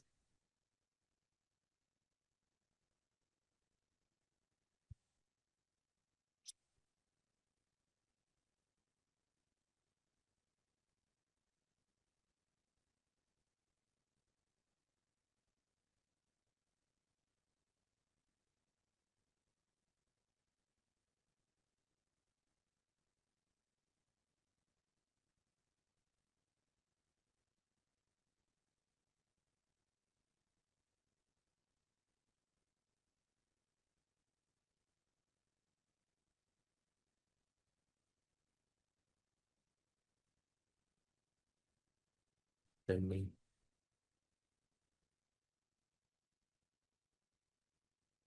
Okay. So I don't have any, so I won't be able to demonstrate how you can come up with but it's very basic. You just provide your email address. Once you provide the email address, you can then provide your details like your mobile number. That should also be unique. Your email address, that should also be the one that you have never used before, and the credit card which you have never used before. So Microsoft Azure has this restriction where you cannot use the same email twice to avail the free services. So you need to use new email every time, but with new email, you need to have a new credit card as well as you need to have uh, a different mobile number that you have never used before. All right. AWS, I think, doesn't have that issue. with AWS, you just need a new email address. You can use the same credit card again. Okay, so that's how you can sign up for a free tier from here. Once you have the free tier, uh, you can then sign into portal.azure.com. So once you get your free tier, you can then sign in by going to portal.azure.com, providing your email address that you use to sign up and your password. That's all. All right. Now let me introduce you or give you a tour to Azure portal. So the first thing that you see on left-hand side here, where you see 9 dots. So this 9 dots is a cloud menu. Okay, what is the cloud menu? This is a uh, a new feature or new option that Microsoft has added where you can launch different Microsoft portal directly from here. So let's say I want to work with GitHub. So I click on GitHub, it will take me to the GitHub. I want to work with Intune. I click on Intune, it will take me to the Intune. Right? So different portals, shortcut to that portal, Microsoft has just added here. Doesn't It is helpful when you want to switch between different portals. If you want to go to GitHub from here or Intune from here, you can simply click on this shortcut and go to that. Right? After the cloud menu, the second thing that you see with the 3 lines is known as portal menu. So if I click on it, you'll see the menu over here from where you can you create any resource. Some shortcuts are given, right? Go to home page, go to dashboard page, go to Microsoft Entra ID, go to monitor services, right? So shortcuts are given. So you can launch whichever service you want. I want to work with virtual machine. I click on this portal menu. I launch the virtual machine and I go to the virtual machine page, right? Similarly, any service that we want to use, we go there and we can use it. Okay. Next, after that, you have this Microsoft Azure mentioned there. It's the brand name. So if you click on it, you'll be landed to the home page. Whatever page you have selected, you'll be landed to there. All right. So it's just a shortcut to go to the home page or to the dashboard, whichever you have selected. Then if you go right hand side, you have the search bar. So if I want to, we will be using this search bar every time we want to work with any service. So this search bar will help me to search for different resources. Like if I just type virtual, it will list out all the services which has virtual in it. Like I want to work with virtual machine, I search for virtual machine is there. I click on virtual machine, it will be landed to the virtual machine page. From here, I can create virtual machine. I can stop existing virtual machine if I want, start, restart, whatever, right? Similarly, if I search for database, so anything related with this particular keyword will be placed over here, right? Database watcher, SAP solution, whatever. I search for SQL, all the SQL related services will be provided, right? So this is just the search bar, a shortcut you can say to search and go to any service that you want. Then if you go on again on right hand side, you have Copilot. What is Copilot, guys? So Copilot is a Gen AI tool from Microsoft, right? So if I click on Copilot within the browser itself, I will get a way to chat with the Copilot. So if I have any issue, like I want uh, Copilot to answer any of the question, like I just added hi, it gave me the response, right? I want Copilot to create an ARM template for me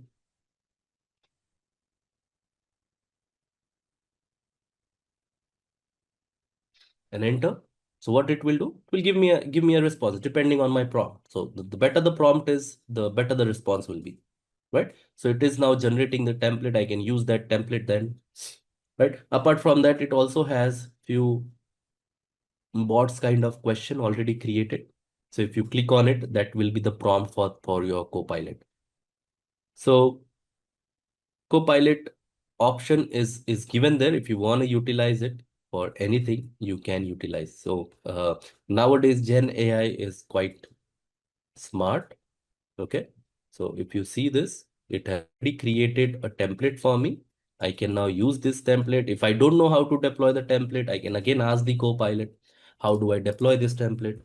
It can help me, right? So anything I need,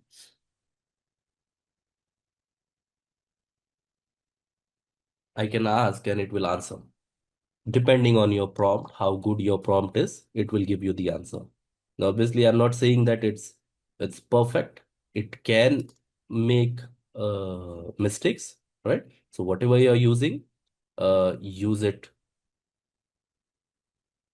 try it, and then if it's wrong, ask the Copilot or the Chat GPT again, right? So you see how to deploy this. It has given you the steps, right? So nowadays it has become very easy to do the hands-on by using Chat GPT or Copilot or whichever Gen AI tool you prefer, right? So it's just a simple way. Instead of launching Copilot in a different tab, Microsoft has given you that option within the portal itself. Then after Copilot, the next option or the next icon that we have is the Cloud Shell. So what is Cloud Shell? So if I click on the Cloud Shell, it will launch the command line interface within the portal itself. So within the graphical portal.azure.com, I have the option to launch the Cloud Shell directly. So what is this Cloud Shell? It will allow me to interact with the Azure platform using the commands. So if I want to interact with Azure virtual machine, I need to use certain command. What that command is, you need to uh, rely on Microsoft documentation to get the command, or you can take help as well, right? So type help to learn more, type AZ to use Azure CLI, right? AZ VM stop, and then the VM name and all. If I give, it will simply stop that VM. So these are the required field if I want to stop a VM. It's just a way to interact with the Azure portal or Azure platform, we can say, using command line. So you can use either the Bash shell, the Linux shell, or if you are familiar with PowerShell, or if you're more comfortable with PowerShell, you can switch to PowerShell as well. Okay, so now if you see, I have clicked on switch to PowerShell, this button. Right now it's showing as switch to Bash, but when you are in Bash, it will show switch to PowerShell. So I clicked on that, and now I am in PowerShell. So I can run the PowerShell commands now to interact with Azure portal. All right. Now, if you want to restart the terminal, I mean the cloud terminal, you can click on restart and it will give you a new terminal, right? As soon as I clicked on restart, it is now requesting a new cloud shell. All right. Then the next option that you have is manage files. So you can upload or download files to Cloud Shell. So if I want to work with file, I can simply click on manage file, upload. And if I want to upload any local file, I can upload it. Like for example, template.json. I want to upload it, it's uploaded. Right? Where it is uploaded to this path. So if I do ls now here, which is list, you see template.json. Right? So this option gives you the way to upload or download.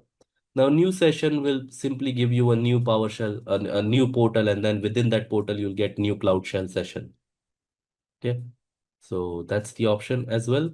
Now, after that, we have a very basic Visual Studio editor. So if I click on editor, a Visual Studio will open. It's a very basic Visual Studio editor. Okay, so file editor. So if I want to edit my files from here, I can do that. I don't need to switch between the desktop and the portal. I can simply, if I have, obviously it's not feature rich. It's a very basic cloud shell that sorry, file editor that you have. If you want to make any changes, you can do from here, right? So if you want to close, you go over here and you can close it. You have the web preview as well. So for web preview, if you, let's say, have deployed any basic application here and you want to see how it will look like when someone launch it from browser, how it will look like, you can simply use the web preview from here. Okay, then the settings, like you just want to change text size, font, or theme. You want dark theme, light theme, so all those things you can change from setting. Then there's help, like I want to see all the PowerShell command, all the CLI commands. So I click on that, it will take me to the Microsoft documentation, and here I see all the CLI related command. Okay, I want to work with virtual machine, so I search for VM, and it should give me the VM related command. So these are the VM related command.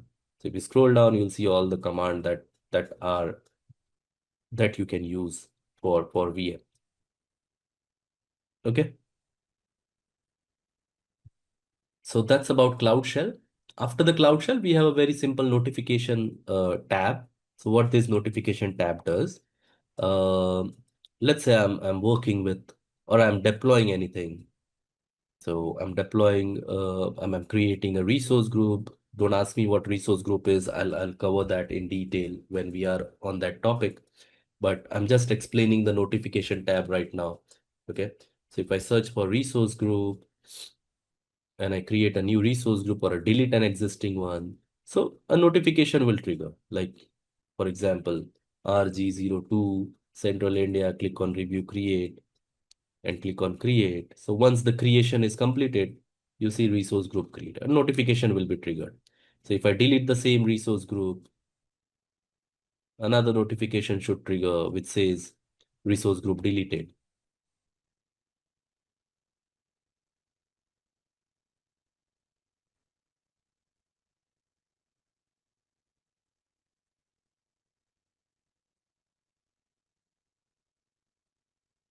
Okay, so another notification should come in. Like right now, it's deleting resource group. Once the deletion is completed, it will trigger delete. So whatever you are doing, uh, and if you want to monitor that, you can come over here and you can see that all the events that whatever you have in, if you have the option to dismiss as well. Also, everything will be cleared. There will be no notification. You cannot see the history. There's no way to see the history. Okay. Then you have settings for the portal itself. If you want to, if you are part of multiple Microsoft Entra ID, you will see all the Microsoft Entra ID over here. If you want to switch between any of the Microsoft Entra ID, you can switch from here. Right now, I'm only part of one. If you're part of multiple, I've seen people who are part of multiple directories. I can show you that in my another account. So if I go to another account and click on settings, you see I'm part of two different tenants, two different Microsoft Entra IDs. So if I want to switch between any of the Microsoft Entra ID, I can do that. How I can do that? I click on settings.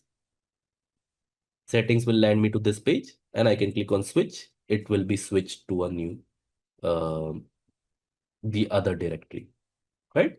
So that you can do from settings. Apart from that, you can change the appearance. Like I want a dark theme, so a dark theme will be applied over here. I want a light theme will be applied. So it's just a normal language and region, like you want English or any other language.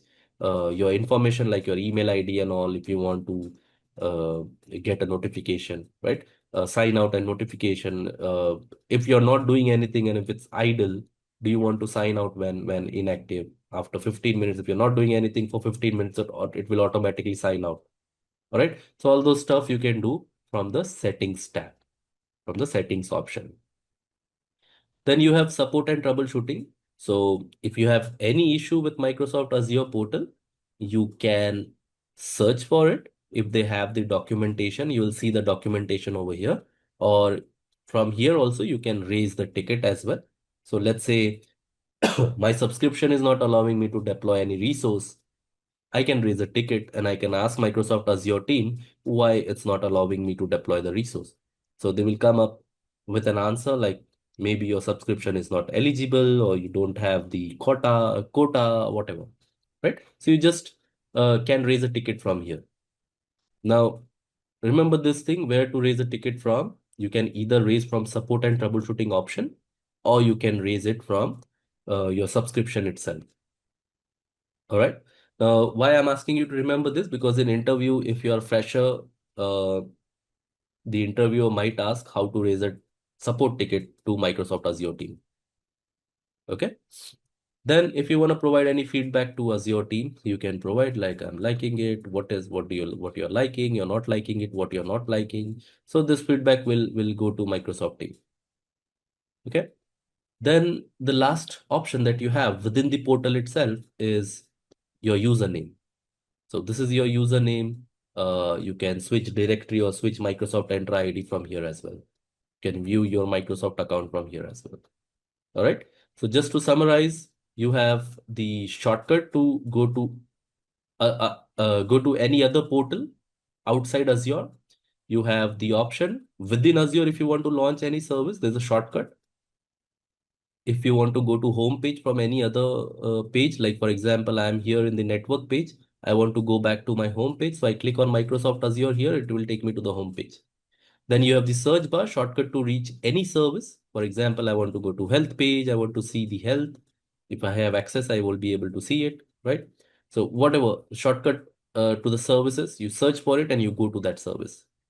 Then you have Copilot, you have Cloud Shell, which is uh, an option to interact with Azure platform using command line. You have notifications, you have settings, your appearance, your language, and all you can select in the settings or you can change in the setting. You have uh, support and troubleshooting from where you can raise tickets related to Azure portal itself. Then you have feedback and then you have your user detail, right? The user that you have logged in from. Right, so just a short tour to Azure portal, how which will help you to navigate from within the Azure portal itself, right? All right. So now where do I see the Microsoft Entra ID? Question for you guys. I want to go to Microsoft Entra ID page. How to go? How do I go to Microsoft Entra ID page? Right? We have the search option. We can search for Microsoft Entra ID from here and go to Microsoft Entra ID. Or you have the portal menu here. From here, you can simply click on Microsoft Entra ID and you can go. Once you sign up for Azure, you have to do nothing. You'll get Microsoft Entra ID for free. You don't have to pay anything. Okay. Microsoft Entra ID is the cloud-based identity and access management system, which is free of cost. If you see here license, I have got the free license. So you have the Microsoft Entra ID free of cost. Uh, Obviously, with free of cost, you'll have less features. There are different licenses available for Microsoft Entra ID. If you're going for free, there is certain limitation. Like I think you can create 500,000 records only. That means 500,000 objects only. If you want more, if you want to go above that, you need to go for Microsoft Entra ID Premium. So if I search for Microsoft Entra ID, pricing and plan, uh, this is the page where Microsoft has mentioned different features available in different plans. So there are like 3 or 4 plans. So if you see, we have Premium P1, we have P2, and then Microsoft Entra Suite. So these are the 3 different plans. By default, it's free. You don't have to pay anything. But if you want to use certain premium plans, then you need to go for P1 or P2 or Suite, depending on what features you want. Now, if I scroll down, here you see if you want Microsoft Entra ID protection, it's available here in P2 or Microsoft Entra ID Suite. It's not available in free tier. All right. So whatever is checked over here is available on on that particular plan, not on free. Okay. So here are the limitation that you see with free tier. Uh, it supports multi-factor authentication. It supports the single sign-on. It supports the basic reporting. You can manage users and groups. It also supports the self-service password reset. It can also allow you to sync your on-prem directory users with Microsoft Entra ID. So this can be done. But if I want, let's say, a verified ID, it's not mentioned here. I won't be able to use that. If I want to use identity protection, it's not mentioned there. I cannot use it with the free tier. Okay, so all these are premium plans. All these are premium features. So if you want to use those features, you need to sign up for a premium tier. All right. So in order to interact with Microsoft Entra ID, I can search for Microsoft Entra ID and I'll be landed to that page. Here, what license I have, whether it's a free license or a premium license, will you mention under your overview page within the license section. Okay, so that's what Microsoft Entra ID is. Now, Microsoft Entra ID comes with two different flavors, B2B and B2C. Now, since it's 10:40 already, I have only 20 minutes. So I'll cover B2B, I'll explain B2B, and then we'll stop for the question and answers. Okay. So what is Microsoft Entra ID B2B? B2B stands for business to business. B2B stands for business to business. Now, what does it mean business to business? You have your Microsoft Entra ID. So once you sign up for Azure, you'll get Microsoft Entra ID. And you have a partner company who will be developing certain products or certain softwares for you. So you have your own Entra ID. So this is your Entra ID. And you have your partner company who will be developing certain products for you. Now, when they are developing certain products, you want them to host those products. When I'm saying products, I mean websites. So when they're developing that website for you, you want them to host that website on your resources. So they will have their developer here. Now tell me, this developer who belongs to the partner company, the user account for their developer will reside where? In our Entra ID or their Entra ID? When you join a company, let's say you join XYZ company, so that XYZ company has its own IAM service, and there's another company, ABC company, they have their own IAM service. So when you are joining XYZ company, your account will be created in XYZ or ABC?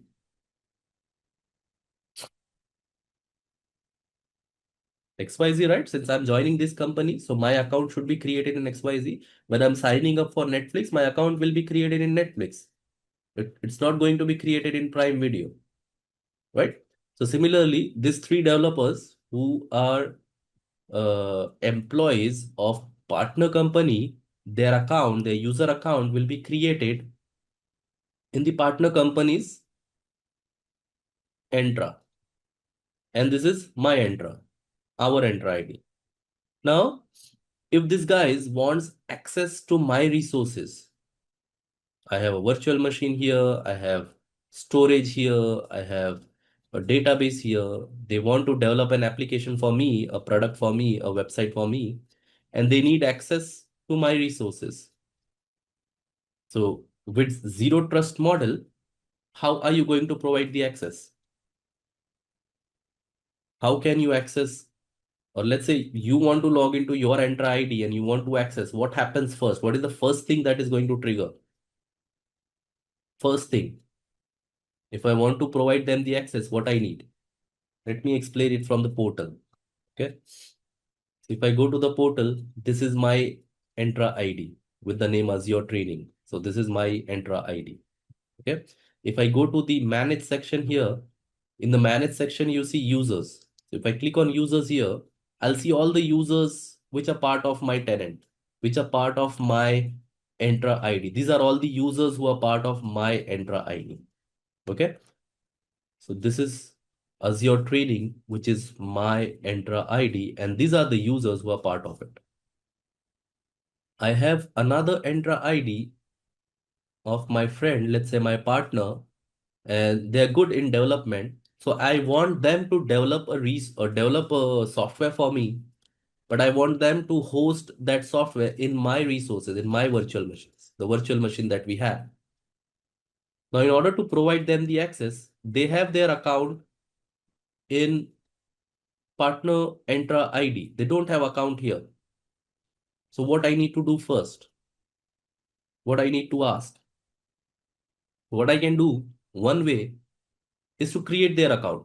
So what I'll do, let's say this is user 1, this is user 2, this is user 3. So I'll come over here, you see new user. I click on new user, I create account user 01, user 02, user 03. So I can create an account for them. That's the one way. But now think from user point of view. Think from the user point of view. If I create additional account for them, what is going to happen? The user needs to remember two different set of credentials. They need to remember these credentials, which they are going to use to access my resources. Plus, they need to uh, remember the credentials for their own Entra ID as well. Now tell me, as a security team member or as an IAM solution or IAM team member, is it good to ask your employees or your users to remember more than one set of credentials? Is it a good idea? Obviously, no. Why no? Because they can forget password. They can forget password, they can forget user ID. Since I might be using a different kind of user ID, like if you see here, I have different kind of user ID. Some company uses first name, last name at the rate their company domain. Some uses first name and then surname and then at the rate their company name. So different companies have different ways of coming up with the user ID, right? So I don't want them to remember two set of credentials. What I can do, I can use B2B. This is my business. This is their business. So I'll use B2B here. What is B2B? Business to business. Microsoft Entra ID business to business. I can invite their user to join my tenant. I can invite their user. If you click on new user here, we have two options. Create new user and invite external user. So this invitation or inviting an external user will create an account here in my tenant. They don't need to remember two set of credentials. They can use the same email ID that they are using, same user ID that they are using in their own tenant. They can use that. And once they use that, they can log into my tenant. How? Well, when I was giving you the tour, I demonstrated this. Directories. Directories are nothing but the Entra ID. You have your one directory here. Apart from that, you can have another directory as well. So once I invite them, they will have the option to switch between the directories. Okay. So what is B2B? B2B is a way,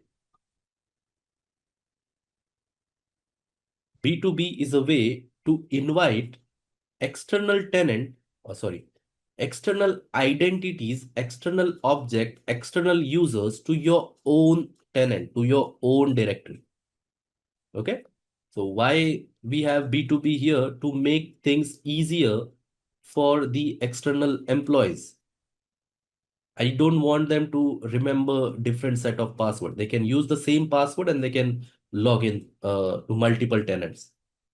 Now it's possible that the partner company is developing software for different clients like TCS. TCS develop, what is TCS? TCS is a consultancy firm, right? So they develop software for multiple partners.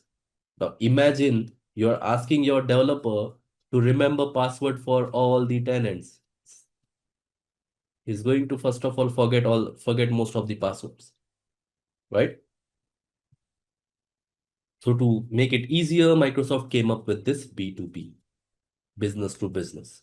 Now, what is business to business? How does it work? We don't have to bother about it.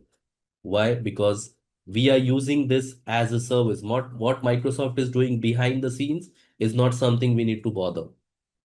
Okay. But yeah, if you want to come up with your own B2B, you don't want to use Microsoft Entra ID, you're using on-prem services, you have Active Directory domain services, you need to create something known as Federation Server. So it works in the same way, but a lot of work is involved. Microsoft has made it quite simple when it comes to Microsoft Entra ID B2B. We just need to click on new user, invite external user, provide proper email address, whatever the email address is.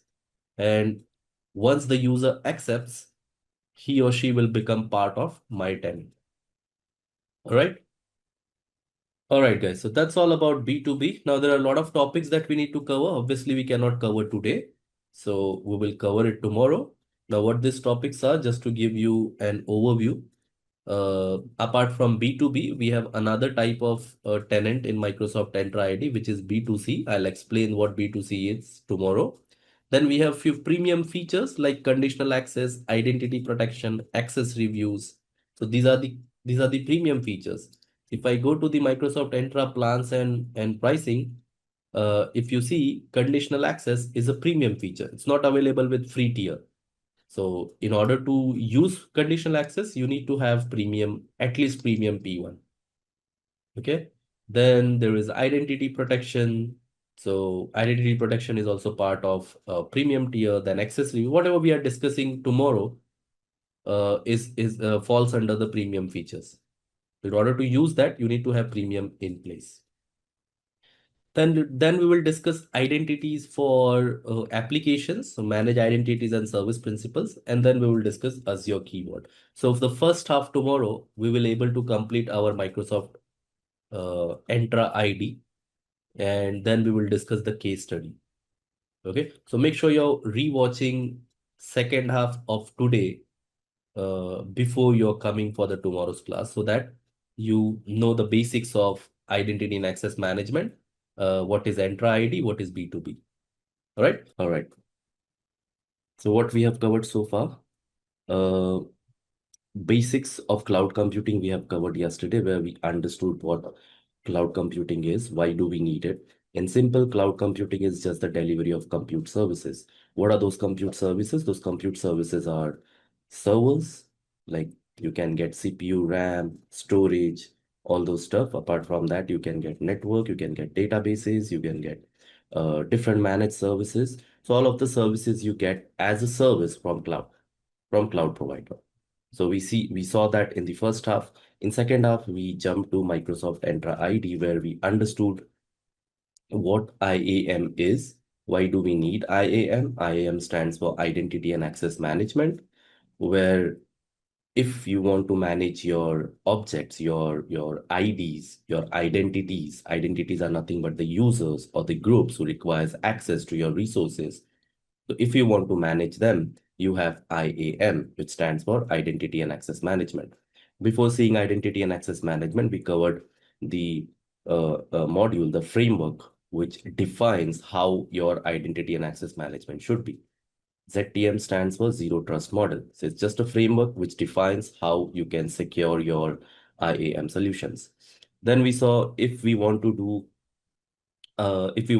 implement identity and access management on cloud, on Azure specifically, what service we have? We have Microsoft Entra ID. So what is Microsoft Entra ID? It's just a cloud-based identity and access management service.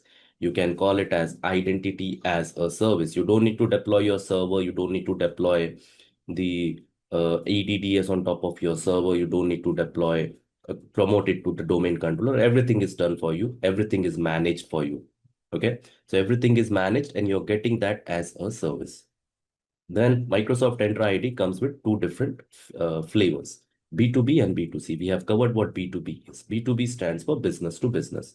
So if I have a company, this is my Microsoft Entra ID tenant, and I want to invite or provide access to a partner company, or let's say I have company A, B, C, and XYZ. So these are the two companies I have. XYZ is my company, whereas I bought or I bought ABC's business. So ABC is also my company. Now I want to provide all the users access to my tenant, so I can use B2B here as well. This is another scenario where I can use B2B. All right. The next thing that we are going to discuss today is B2C. So let's go to the next topic, which is Azure AD B2C. B2C stands for business to consumer. All right. Before doing B2C, let's just see the invitation one that we covered yesterday. Like if I want to invite any user who's not from my tenant, and I want to invite a user who belongs to another company, doesn't matter if that company is using uh, Microsoft Entra ID or any other identity platform. The required thing is their users should have a valid email address. That's all. If they have the valid email address, we can invite them. All right. So how to invite? If I go to Microsoft Entra ID from the start menu, from the portal menu, if I click on Microsoft Entra ID, I'll be landed to this page. This is the home page of Microsoft Entra ID. From here, under manage section, I can see users group. So if I want to manage users, create users, delete users, modify users, I have to go under the manage section. So within that manage section, we have users and groups. All right. So if I click on users here, I'll see I'll get a list of all the users that are already part of my tenant. Okay. Now, this is the user who is an external user, this one. If you see this user, root cloud AZ, this is an external user. Now, you consider the same scenario which we discussed yesterday, that we can invite any user who belongs to any company, doesn't matter whether they are using Entra ID or they are using Google Workspace or they are using AWS IAM services. We can invite anyone as long as they have a valid email. Okay. So to see that in action, what I'll do, I'll simply delete this user. I'll go to the deleted users. Remember, whenever you delete a user from Microsoft Entra ID, the user is there for 30 days. It's not getting deleted permanently. So you have to delete that permanently if you know that you don't need that user account. Okay. In our case right now, this is just a tenant, a test tenant. It's not a production tenant. So I deleted that user. Right. Now I go back to all users, and in order to invite any user, I click on new user here. Under the users section, we have all users. There we have new user. So I click on new user. I click on create new user. If I want to create a user within my tenant, within my Microsoft Entra ID. If I want to any external user from any other organization, I select this option. All right. So I click on invite external users. I just provide the email address. So this is my Gmail account. So I'm providing that email address. Doesn't matter whether it's your company, whether they are using Microsoft Entra ID, Google Workspace, or it's a normal email ID. We can invite them. All right. Once that is done, you click on review create. That's all. Your user will be invited. So you see here notification user invitation in progress. So a mail will be sent to user from your Microsoft Entra ID. Now, if you see here, in some time, if you refresh, you should see that user.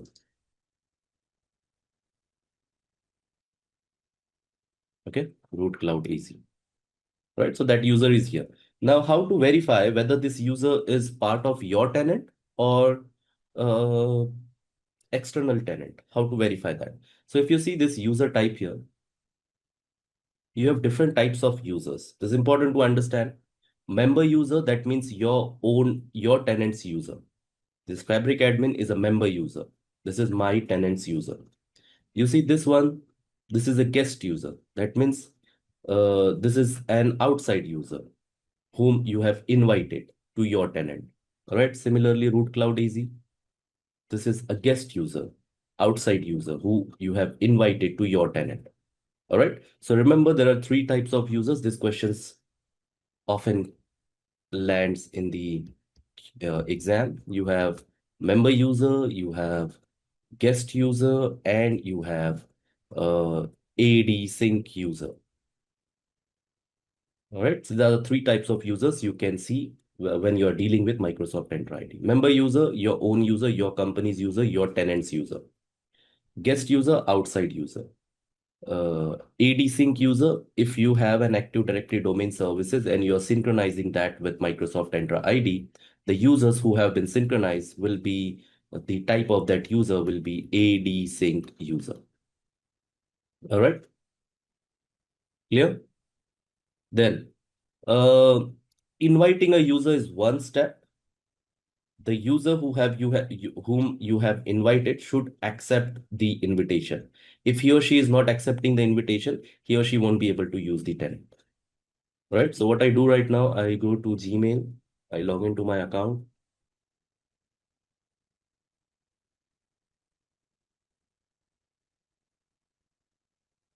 Okay, you see the email received already, Microsoft invitation. So similarly, that user will also receive the invitation and he or she needs to accept that. So if I click on it, I need to accept it. So in order to accept, what I'll do, I'll go to the in private window. I'll copy the link and I'll open it in private window. Now, why I'm doing this in private, so that uh, in the in this session, I've already logged in with the Simplilearn user. Okay, so I don't want to use the same session. So that's why I have triggered or opened the in private window. All right. So it's saying it will send me a code to my email in order to confirm that this is my email ID. So I can click on send code and I'll receive the code in my Gmail account. So this is the sign-in code. It's like an OTP which is coming to, it's like a multi-factor authentication. It's like a confirmation that the person who's trying to log in is the same person. So 583439. So I just go there and enter it, 583439. Okay, that's all. Now I will be logged in to the Microsoft Entra tenant.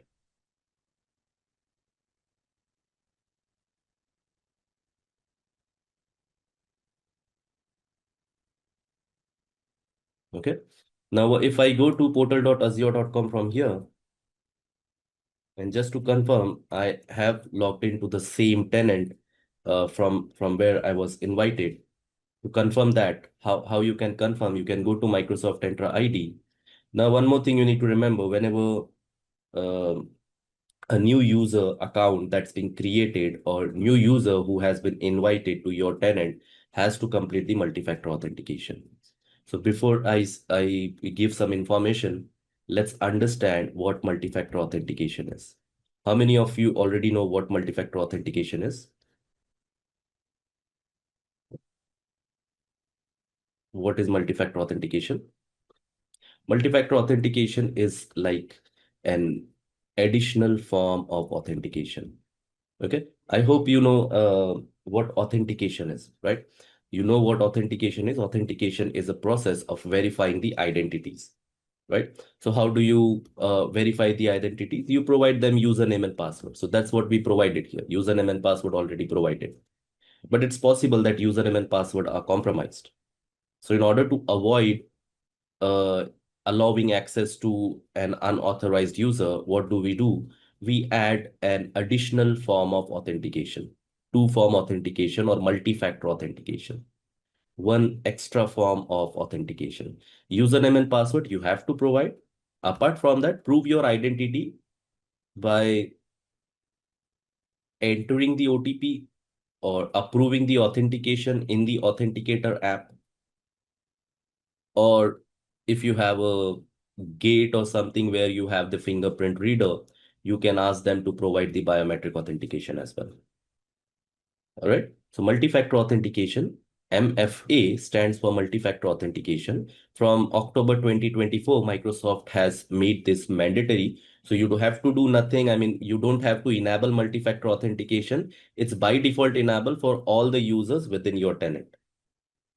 Before October 2024, we had to enable multi-factor authentication for each and every user. After October 2024, it has been made mandatory for all the users. Okay. So whenever user logs in, Microsoft collects some extra information from that user. Most probably it would be adding an account in Microsoft Authenticator or any other authenticator app that you want to use. All right. So whenever I create a new user, I need to do this setup every time whenever I'm logging in from a new user. So I click on next. Oh, let me log in again.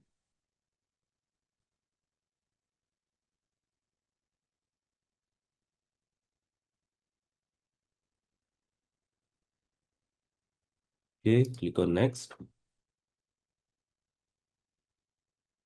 Then it will give me a, a page information that I need to install Microsoft Authenticator. It's not mandatory that you need to use Microsoft Authenticator. You can use another authenticator app as well. There are a lot of authenticator apps available in the market, like Google Authenticator, Okta, LastPass. There are a lot of there, but this is the simplest one since we are using Microsoft product. Let's go with Microsoft Authenticator. Then I click on next here. After clicking on next, I need to go on my phone. Now I cannot share the phone screen here, but in my phone, I should have the Authenticator app and I should be adding the work or school account as mentioned there. If you read, it's quite simple. It's saying if prompted, allow notification, then add an account, work or school, and then scan the QR. When I click on next, it should give me a QR. So I'm scanning that QR in my Authenticator app. And once that is done, I can click on next. It should send me a approval notification or a number that I have to enter within my phone. I don't know if you can see. Okay. So I need to enter that name here, sorry, number here.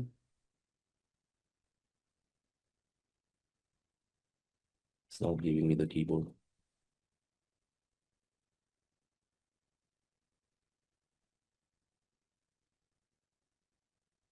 Okay, so I've entered. Once I have entered, it should refresh and it should allow me to log in. Okay, now I'm inside portal.azure.com. So this MFA setup is something that every new user needs to do once when they are logging in. All right.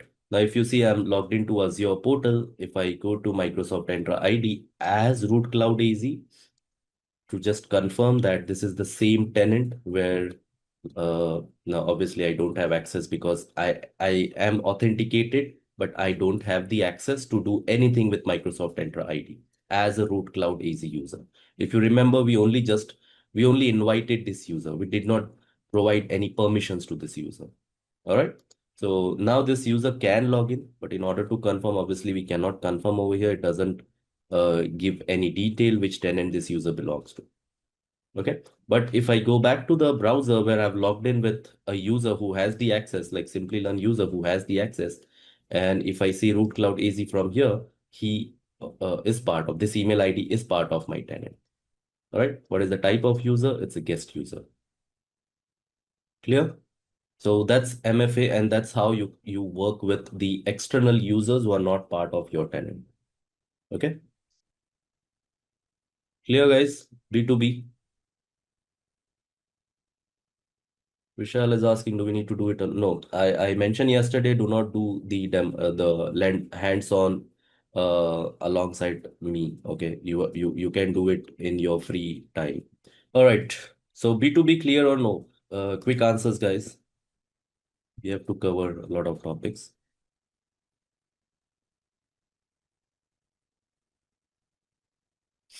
Hari is asking an organization, I assume you use org MFA software. It's not org MFA software. What is IAM? Whatever IAM service you're using, that IAM service. Now, MFA is very basic topic, which is included in all IAM services.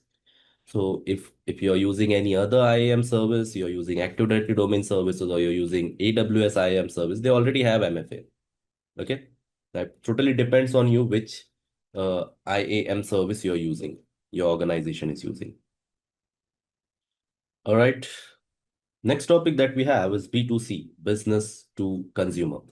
Active Directory, Azure Active Directory, or Microsoft Entra ID, business to consumer.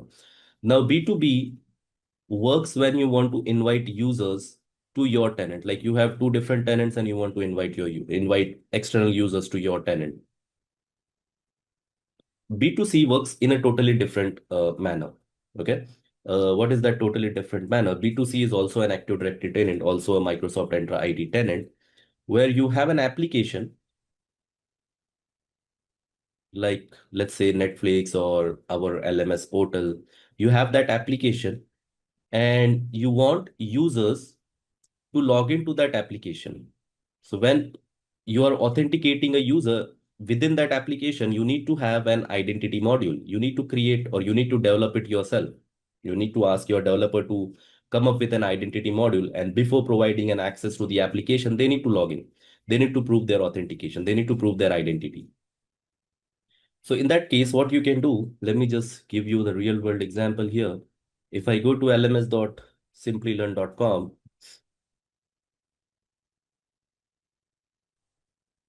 what is the first step that we are asking users to do? We are asking users to authenticate. Here, I need to provide my email address and password, right? I have to enter my email address and password, then only I can log in. Now, this Simplilearn, this is an application, lms.simplilearn.com. This is an application where we are asking the end users to log in. Now, tell me that end user are, I mean, the end users, are they our employee? The end users, like you guys who are accessing our LMS learning platform, you are not Simplilearn's employee, right? So does it make sense for the non-employees to create an account within our tenant? Does it make sense? Let's say we have, like, in one batch we have hundreds of students, hundreds of candidates. It doesn't make sense for me or my IAM administrator to go here and create users for each and every account. We cannot do that, right? I mean, we can do that, but it doesn't make sense to do that. Since in one batch we have hundreds of users, imagine we deliver like parallelly, we deliver like 10 batch a weekend. So 100 into 10 is 1,000 users. I cannot create 1,000 users every month, right? So it doesn't make sense. So we should not be creating their user account, our end users user account within our B2B tenant, within our Microsoft Entra ID tenant. Or what's Microsoft is doing? Microsoft is providing another tenant, which is B2C, business to consumer. So if you have an application and you want to handle identity, that means authentication for that application, then you can rely on Microsoft Entra ID B2C, where you can come up with sign up flows, what information you want to collect from users. Like if you see here, we have given the option to sign up, right? We have the option to sign up. So when you click on sign up, you need to provide your email, what options we have, what things we are collecting. We are collecting first name, last name, email address. So this is known as sign up flow. So you can create sign up flows and all, what information you want to collect. This information will be kept in Azure Active Directory B2C tenant. All right. So for your end users, for your customers, you can use B2C. For your own employees, you can use B2B. Clear? Where you'll be doing B2C and where you'll be doing B2B. Now, how to create a B2C tenant? I'm not going to create B2C tenant. B2C tenant are not free. You'll have to pay, right? But if you want to create in any point in time, you can click, you can see within your Microsoft Entra ID page, you have this manage tenant. So I click on manage tenant and I can click on create a new tenant. And from here, I can select Azure AD B2C. Okay, so this is something that we can use to create a B2C tenant. All right. Now you have to remember one thing, as mentioned here, from May 1, 2025, it's already 1 year, B2C tenants are no longer available for sales. That means if I go ahead and create a new B2C tenant, it won't let me create the B2C tenant. Why? Because it's not there. Okay. So what is another method if I want to use something similar to B2C? You can you can rely on this app registration thing, where it is this one. So this also works in the similar way as B2C. Okay, there you have the option to create sign up flows and all. Okay. Kailashnath is asking who typically uses B2C. I just gave an example. If you have an application, you will be using B2C. Okay. So if I have this application, like we have this application, we are not using B2C, but we can use B2C since we have the application.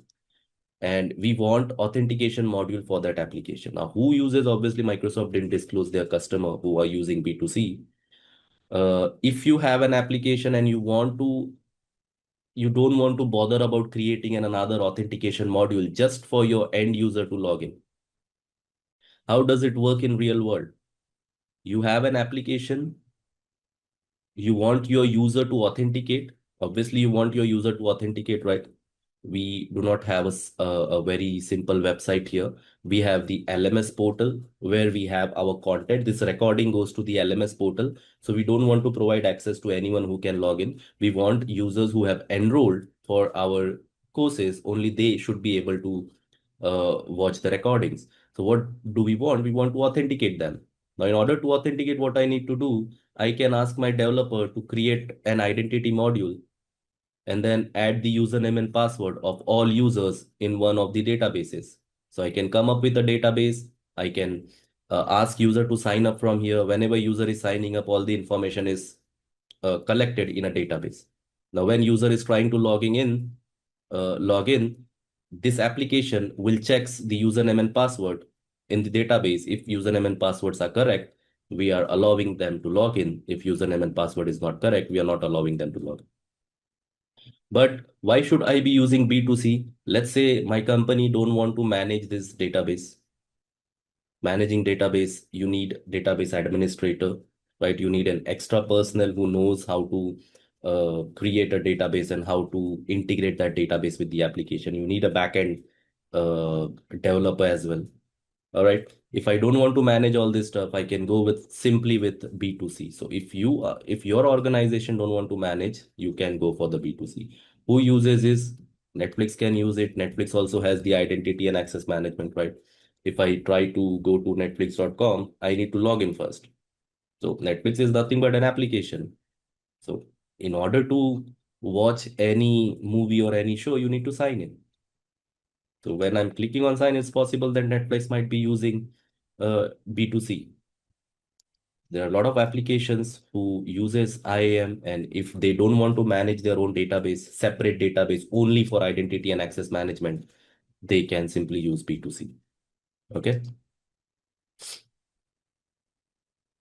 All right.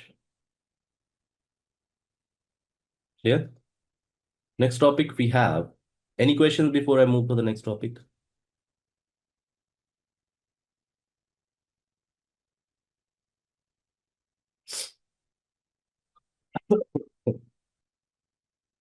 All right, Praveen is asking, but you'll need database for maintain paid subs. Obviously, you need database. Okay. You can rely on the authorization modules as well. Different application have different kind of authorization modules.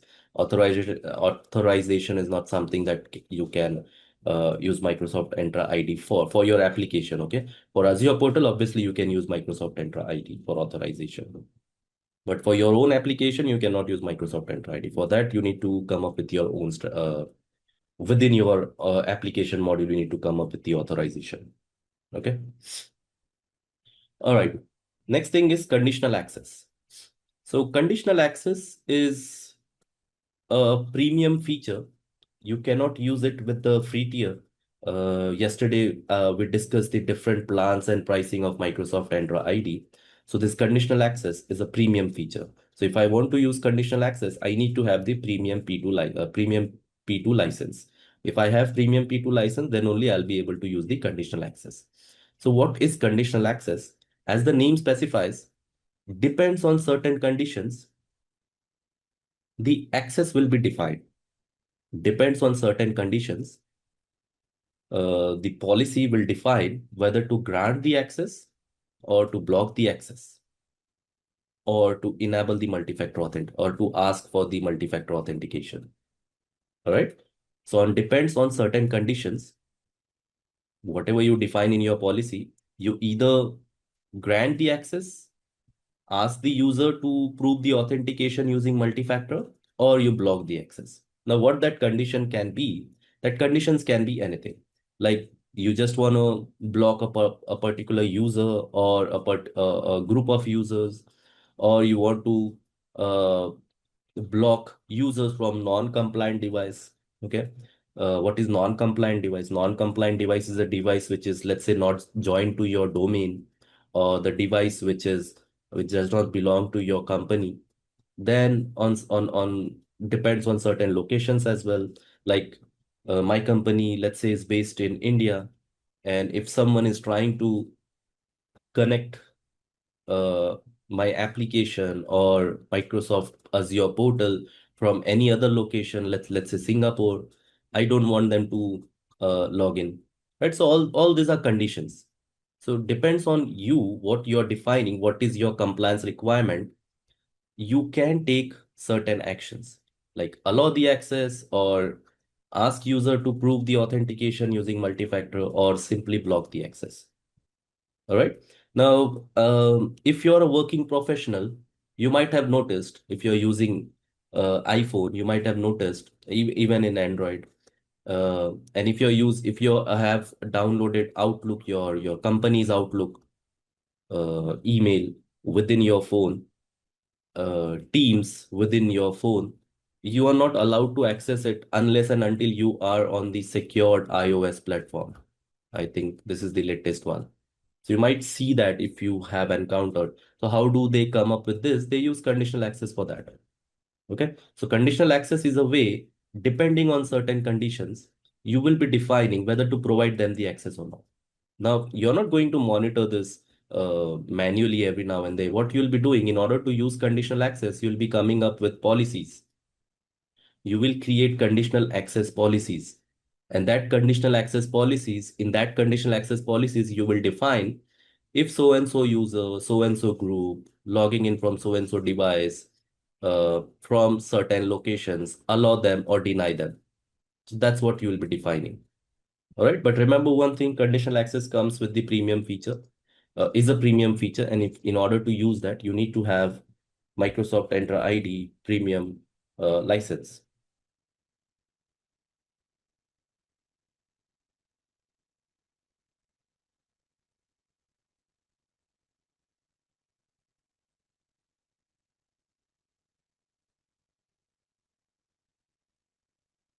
If I go to Microsoft Entra ID plans and pricing, and if I want to see with which tier or which premium license Microsoft conditional access comes with, you can come over here and you can see that conditional access comes with P1. So in order to use conditional access, you need to have at least Microsoft Entra ID P1. If I go back to the portal where I've logged in, what license do I have? I have a free license, so I won't be able to use the conditional access. Now I have another tenant, which is P2. So I can go to that tenant, and in that tenant,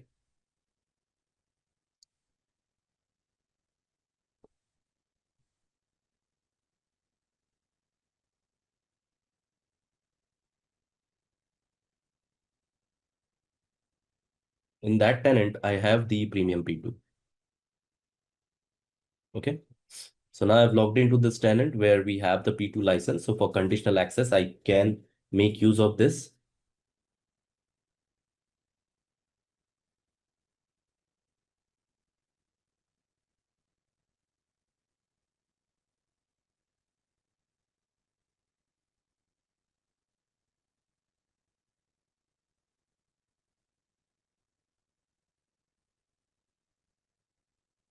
Okay.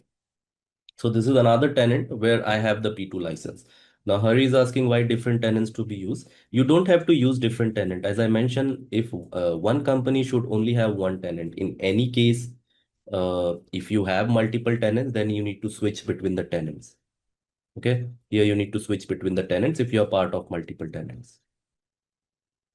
All right. You don't need to have multiple tenant, but most of the uh, companies who did not follow the best practices initially when Azure was new, they might be having more than one tenant. All right. But you should not be having more than one tenant unless and until uh, you're taking over another company. So in that case, obviously you'll be having more than one tenant. So I can switch from here.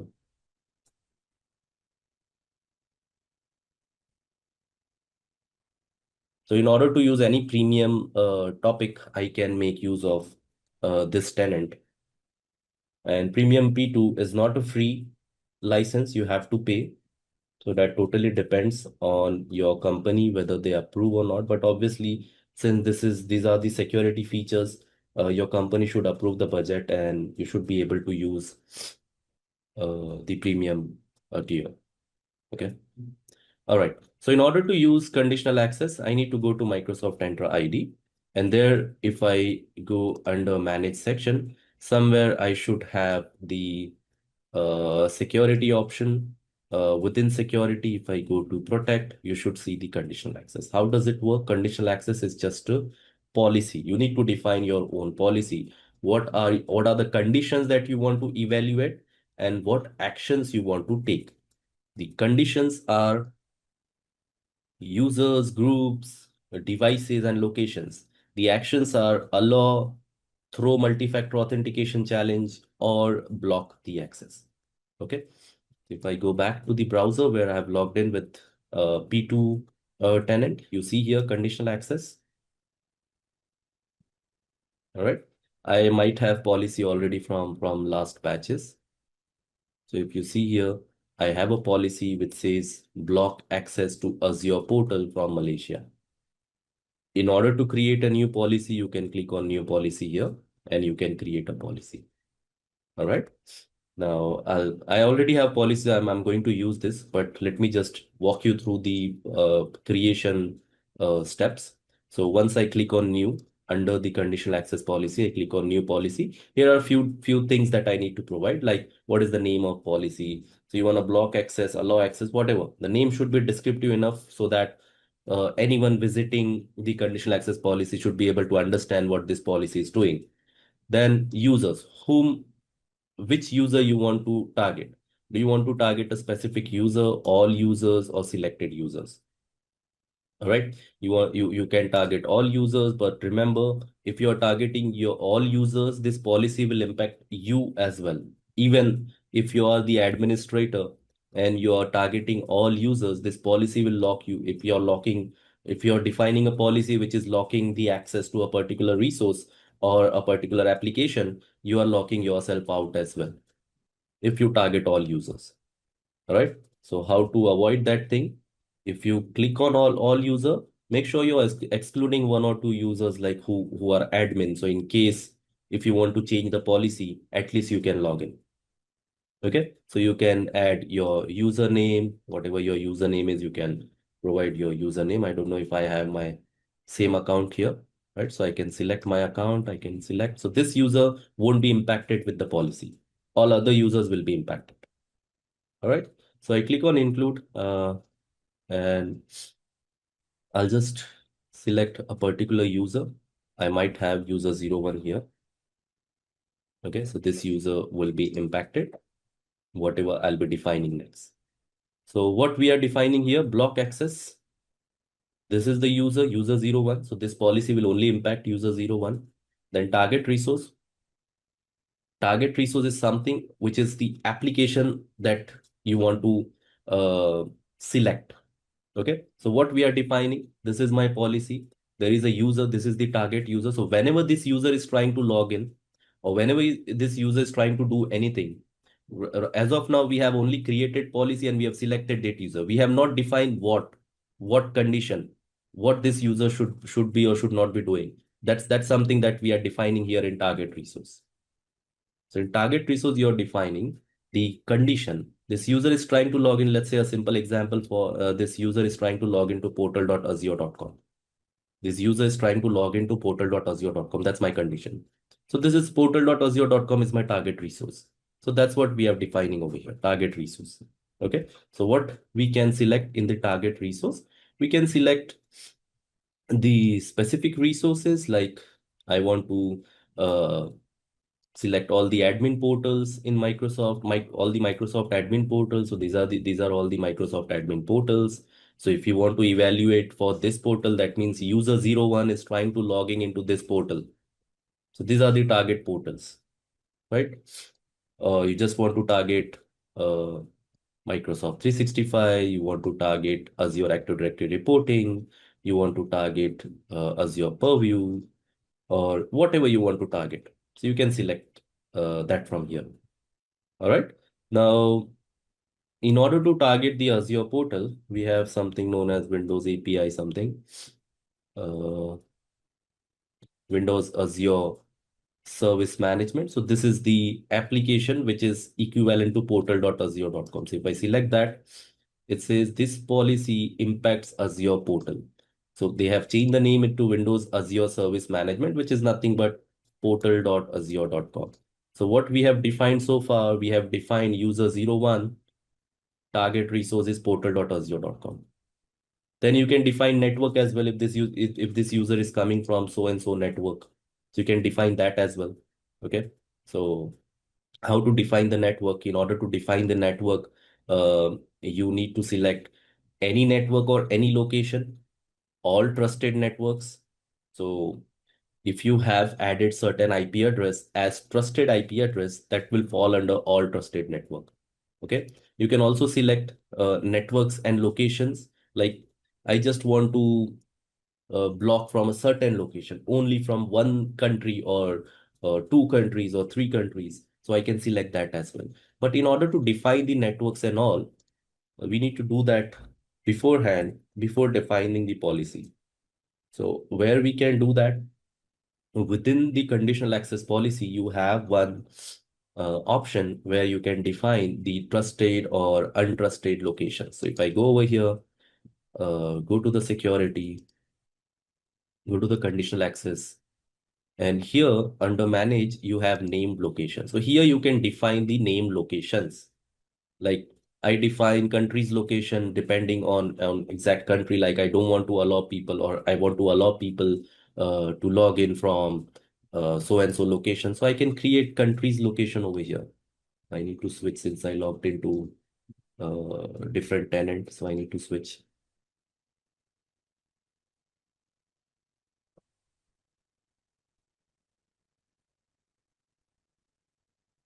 Let me quickly go back.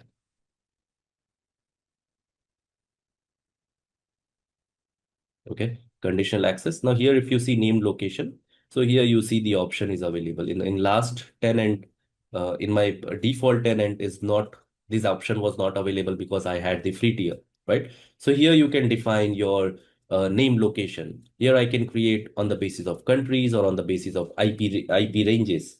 So if I, let's say I have a VPN, I can define, click on IP ranges and provide certain IPs. Like if I click on IP ranges, I can provide IP addresses here.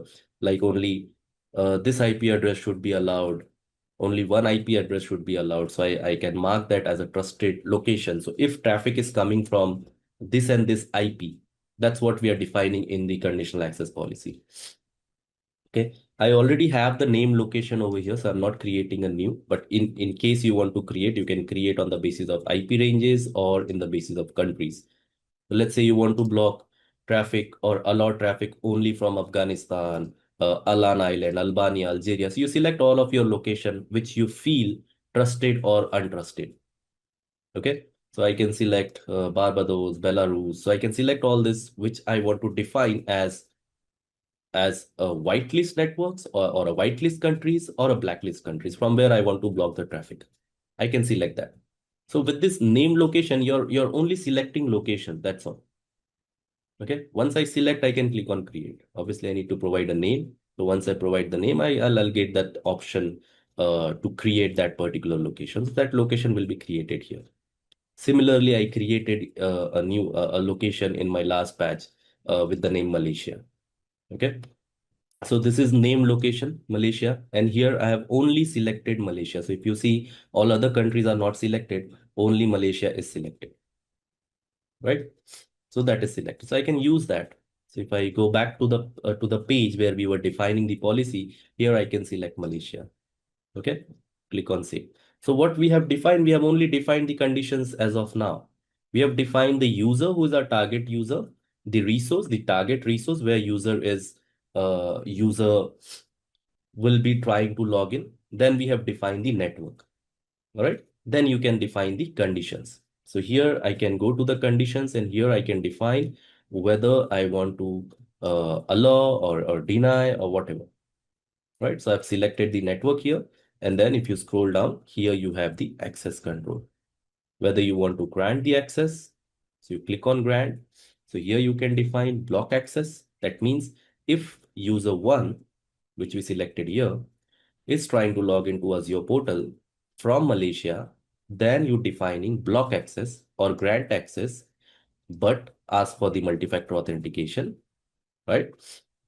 Or grant access and ask user to change the password, or grant access and ask the user to log in from so and so network. You can select login from a compliant device. That means a device which is connected to your, or a device which is provided, which your company has provided to the user, so that device will be marked as a compliant device, right? So whatever you want to select, you can select. Just to keep it simple, I'll do a block access. Okay, before applying the policy, I want to show you that if we do not apply the policy, the user 01 should be able to log in. So before doing anything with the policy, let's go back to the users section and let's confirm that we have user 01. If you see here, we have user 01. Hopefully I know the password. So I copy the user 01's credential. I copy the user 01's user ID. I open an in private window, go to portal.azure.com. And before giving the credentials, I just want to show you uh, what is the location from where this traffic is going. So if I type what is my IP address, I should know what is my location, right? So if I click on what is my IP address, oh, it's this.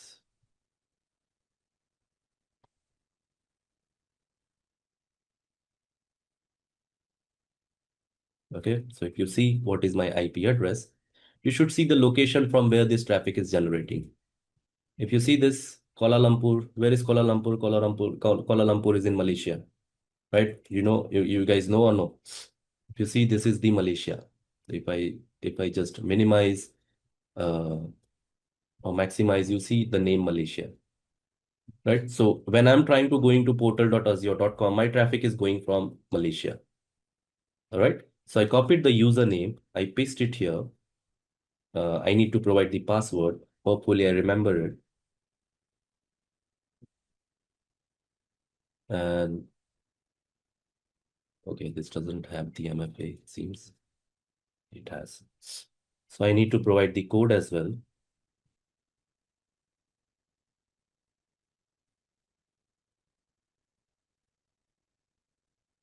Okay. So before doing anything with the policy, if you see, I am able to log in. You see, I was able to log in. And this is the same tenant where, if you see the tenant name is the same tenant as your training premium P2. If I switch to the, uh, if I switch, you see the same tenant as your premium P2.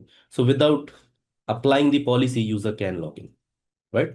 Now let's go back to the page where we are defining the policy. So we have defined user 01, target resources Microsoft Azure portal, network is Malaysia, condition is same network selected, right? And the grant, the access control is block. I select block and then I enforce the policy and I click on create. So a new policy is being created and I'm enabling that policy. Report only will only report when there is such traffic. It won't directly block. Off, you're turning off the policy. That means policy is not in effect. All right.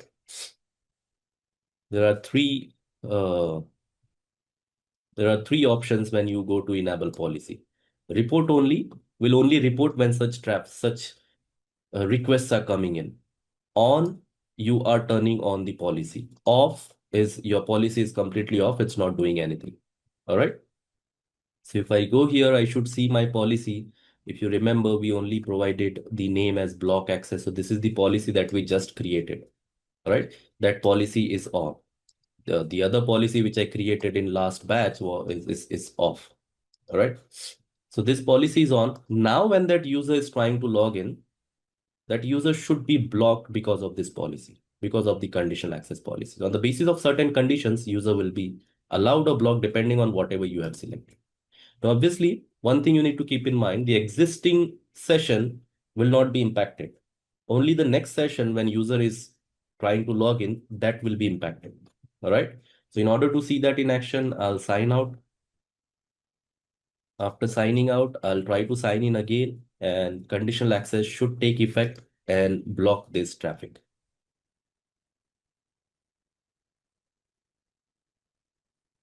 Okay, see, it didn't even trigger the MFA. It's saying your sign-in was successful, but does not meet the criteria to access this resource. What we applied in our conditional access policy, we applied if user 01 is trying into logging into portal.azure.com, block the access from Malaysia. If trying to logging in from portal.azure.com from Malaysia, block the access. That's what is defined in my policy. All right. But if this user tries to logging in from any other location, it should be allowed. Now, I don't have any other location over here. If I have that location, it should allow. All right. So now it's blocked. Now, where you can implement this in real world, uh, tell me how many of you uses Hotstar and Indian Hotstar, okay? In India, we have Geo Hotstar, right? It was Disney Hotstar, but then Geo took over. So now it's Hotstar. Have you ever traveled and tried to access the Hotstar from outside India? Have you ever tried that? Yeah. So I stay in Malaysia, and if you know, IPL is going on, right? And IPL is broadcasted in Hotstar. I cannot watch it. Why? Because Indian content on Jio Hotstar can only be accessible from within India. So if you are in India, then only you can consume the Indian content. If you're outside India, you cannot uh, consume that content. So this is like a conditional access. Now, I'm not saying that Hotstar is using Microsoft Entra ID conditional access, but they might be using similar kind of policies. All right. So that's one. Same goes with any OTT content. Even Prime Video, I cannot watch Indian content from here. Even Netflix, I cannot consume the Indian content. Obviously, Netflix is available here, Hotstar is available here, but the only thing is I cannot consume the Indian content. All right. Now people are asking work with VPN and all. Obviously, it will work with VPN. What VPN does, VPN changes your location, right? So if I use NordVPN or ExpressVPN and connect to any Indian server, technically I'm in India, right? From Malaysia, if I use NordVPN or ExpressVPN, and if I change my location, connect to Indian server, what will be the traffic, the source traffic from where it will be generated? Computer only understand the source IP address, destination IP address, all those stuff, right? So if I launch NordVPN or ExpressVPN and connect to India and then try to access Hotstar or Prime Video, what will the application sees the source as the traffic source? Obviously, the Hotstar will see my source is India. So India, if your source is India, you are allowed to watch, right? So that should be allowed. So VPN is a technology or a network which changes your location, which hides your original location. So if you're connecting any using NordVPN to any part of the world, your source traffic will change to that part. So if I use NordVPN and connect to Australia, my source will be Australia. So my whatever I'm trying to access, the target will identify my source as Australia, not as Malaysia. Okay. So obviously you can bypass this kind of thing using VPN and all, but this is something that you can apply in your corporate network. Now I just gave an example of Hotstar, but that's not uh, like a confidential resource and all, right? But for your corporate network, let's say you work for a finance company. So for corporate network, keeping keeping in compliance makes matter. It matters, right? Like I don't want my people to access my data from so and so location. For this kind of scenario, I can use conditional access. I don't want them to access from Australia. Why? Because my business doesn't, I don't have any business in Australia, and I don't want my people to travel to Australia and during the work time and access my resources. I don't want them to do. So what I can do, I can simply block from Australia. What I can do, I can create another policy and only allow from so and so location. Only from Malaysia you're allowed. Outside Malaysia you're not allowed. So those kind of thing you can do using conditional access.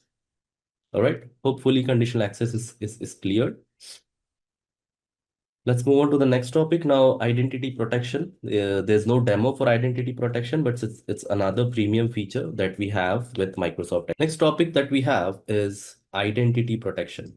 So what is identity protection? It's another premium feature. If I go to the plans and pricing, identity protection again falls under premium feature. Okay. So if you want to use identity protection, you need premium P2. If you do not have premium P2, you won't be able to use identity protection. So what is identity protection? Let's try to understand. As the name specifies, it has something to do with your identity. It's something to do protecting your identities. Okay. Identity protection is again a cloud-based premium service in Microsoft Entra ID, which helps your identities to log in within your system securely. So what it does, it detects the risk detection. It detects whether, or it analyzes when your user is trying to sign in, that sign in is risky or not. Right? You can do the risk-based conditional access. If the user or the sign in is risky, we can apply the conditional access policy over there, right? You can see the risk reports and insight. You can do the automated remediations. You can integrate identity protection with different security solutions. Now, what it does in real world, it only analyzes your users for their risk. What do I mean by risk? If you have used the banking application, you might know if you're using or accessing your banking application from any other location apart from your usual location, uh, either they will send or block your access, right? Either they will allow you the access by only approving or approving MFA. That means they will send a notification to your mobile app and they'll ask you to approve, right? Uh, if they detects that your traffic is coming from anonymous IP, that means a IP which is already blacklisted. And if your traffic is coming from that IP, that is considered as a user at risk, or the sign in that user is trying to do is risky. So identity protection is a tool, is a security feature in Microsoft Entra ID, which detects that risky behaviors involving with your identity. And depending upon the risk criteria, whether that risk is a low, medium, or high, depending on that, whatever you have defined, block or a law, it will take that action. All right. Now, unfortunately, we do not have any demonstration for this since this works automatically. Okay. So what you can do, you can simply set up the identity protection policies. Like if I go back to security over here, you have another tab or another blade here, which says identity protection, right? So when I click on it, you'll see you have three different policies. If I go under protect, you have two different policies: user risk policy, sign in risk policy. All right. You can integrate identity protection with conditional access.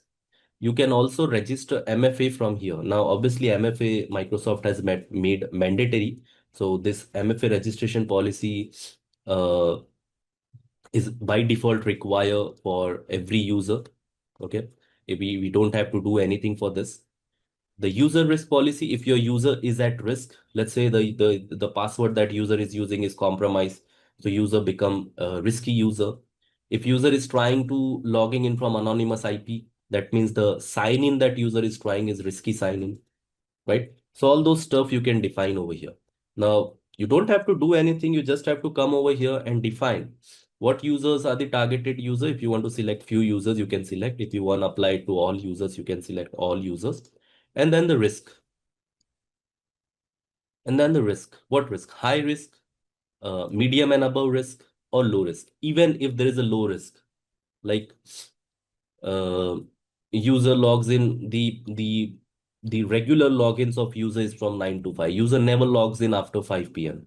But sometimes, let's say, uh, so what this identity protection does, it learns the pattern that user, whatever the usual pattern of user is recorded by Microsoft Entra ID.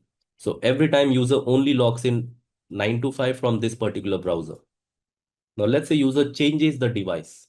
When user is changing the device, again logging into the same time, 9 a.m., but device is changed, the browser is changed. So that is detected as risky. Okay. Why it is risky? Because Microsoft Entra ID never saw this user coming in from this browser, from a new browser. So that can be an unusual location. That can be an unusual login. That can be detected as a low risk or medium risk or high risk. Oh, sorry. Okay. So you just have to come over here and define if you want to block or allow access even for low risk, sorry, for high risk or for medium and above risk. That's all you want to define. Okay. That's all. Now, we cannot see the demo here since this totally works alongside with Microsoft Threat Intelligence. All right. So what they do, they regularly see the threat um, coming in from threat detection. And depending on that, they consider whether the sign in is risky or whether the user is at risk. And depends on that, whatever access you have defined, block access, allow access. So that thing will be considered. And if you have blocked the access, user will be blocked from logging in. If you have allowed the access, user will be allowed. All right. So that's what identity protection is. Clear? Now remember one thing, uh, as the information is mentioned over here. In order to work with identity protections from October 1, 2026, you need to align that with conditional access policies. So if I go back to the conditional access policy, here you have the conditions. Within that conditions, you have the identity protection as well. User risk, sign-in risk, right? So all this stuff are already here. All right, clear?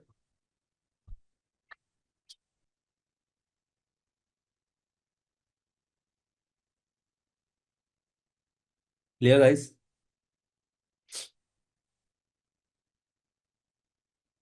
Now you might be asking where in the real world we use identity protection. Every application is using identity protection. I log into Gmail from a new browser.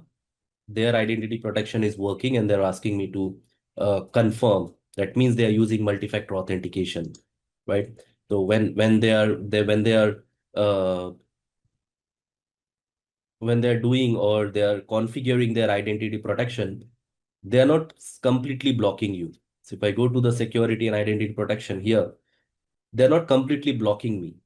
So here you have the control. You have the option to allow the access or the block the access. But when you're allowing the access, you're asking user to change the password or you're asking user to to prove their identity using multi-factor authentication. So when we log into Gmail from a new location, they are doing this thing. When I'm logging from a new location, Gmail obviously tracking my login activity. If I'm using my regular mobile application, they I'm sorry, they will not trigger for MFA. But when I'm using a browser within the same mobile, but browser is a new session, they will detect that as an unusual login, unusual IP address or unusual login.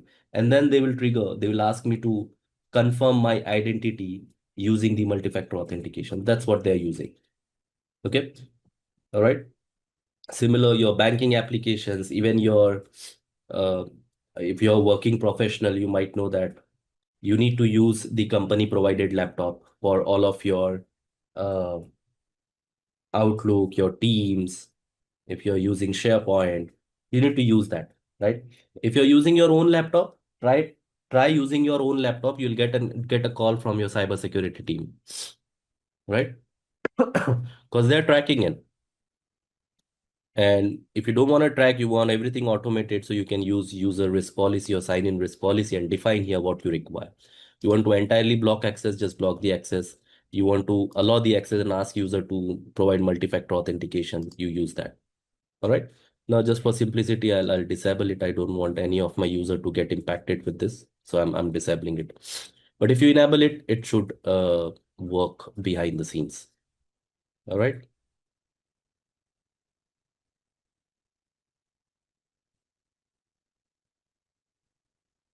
All right. Next topic that we have is access review. What is access reviews? So next topic that we have is managed identities. So what is managed identities? So far, whatever we have discussed, what were mostly related to the user or group-based identities. So you have user and he or she wants access to the resources.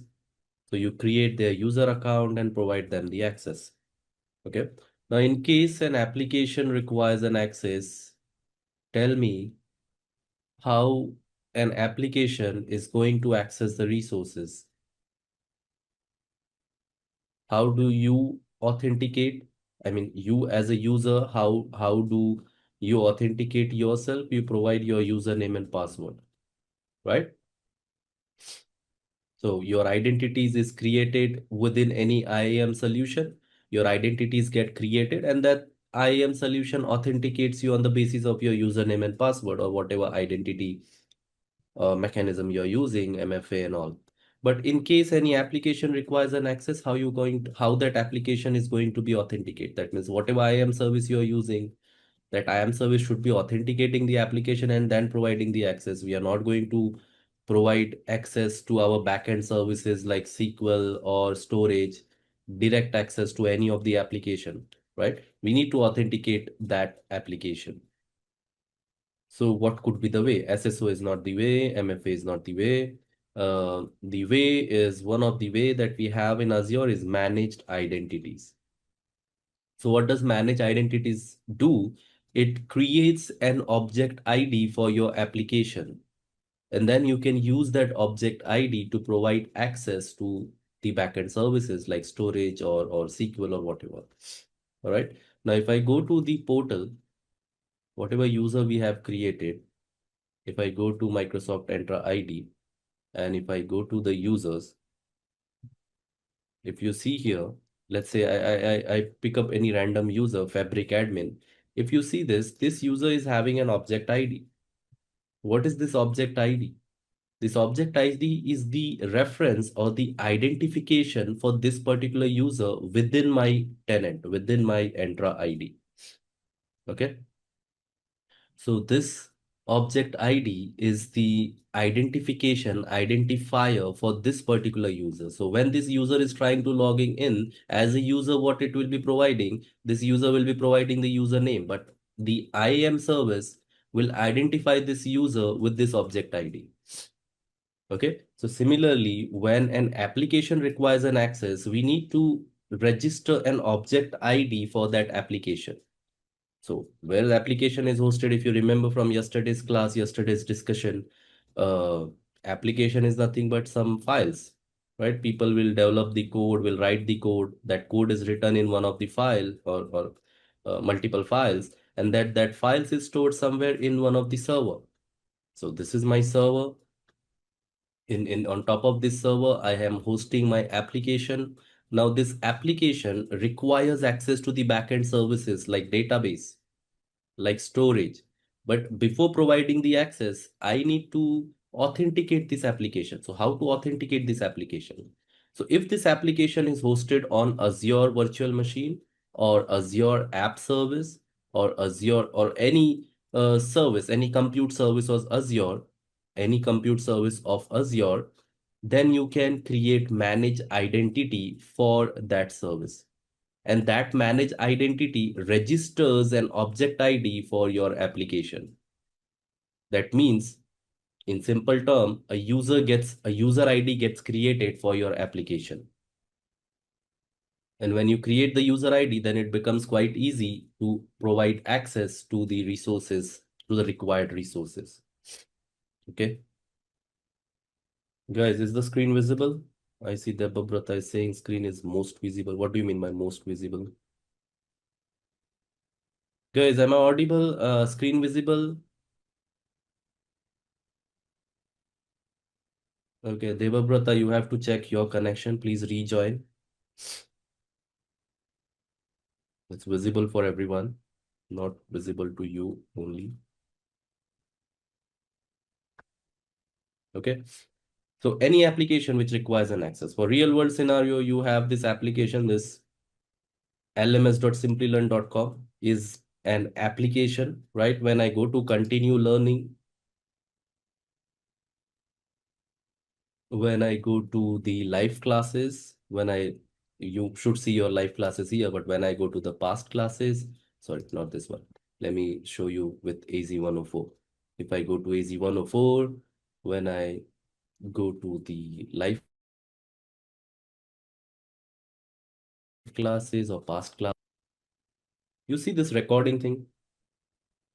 Now this is my application. lms.simplilearn.com is my application. Now tell me, do we keep the assets like videos and images within the same server where our application is hosted?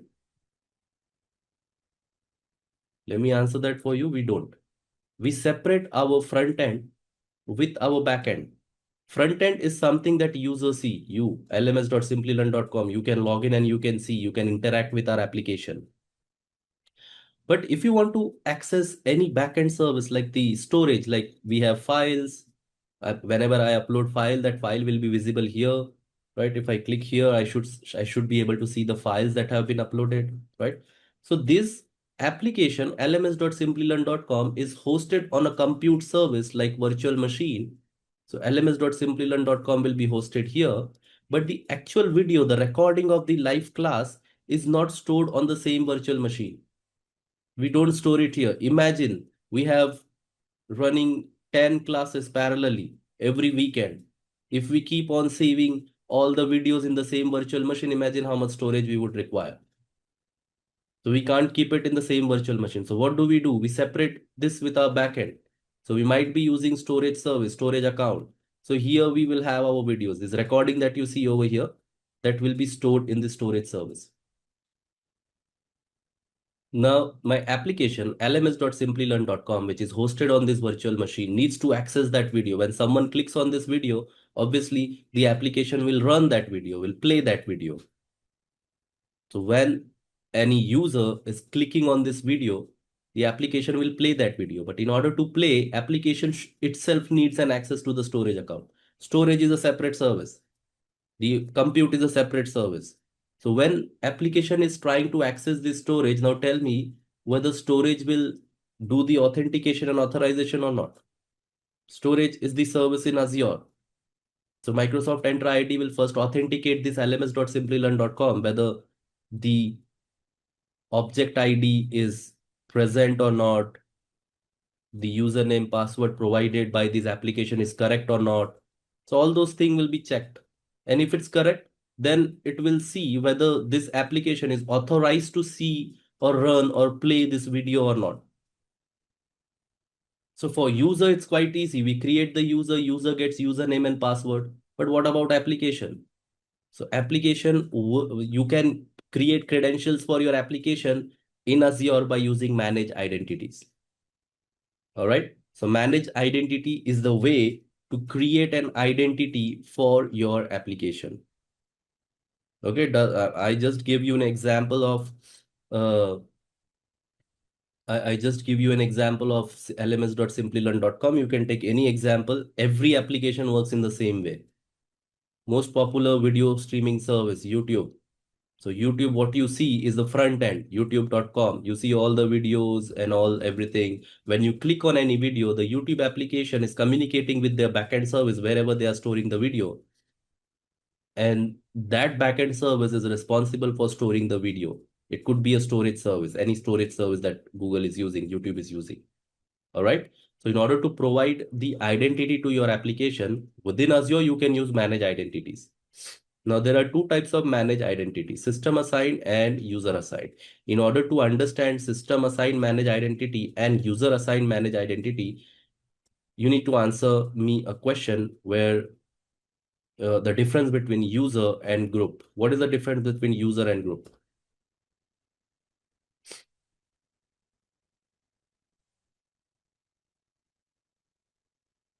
Devabrata, I would ask you to check your connection, please. You need to turn off and rejoin.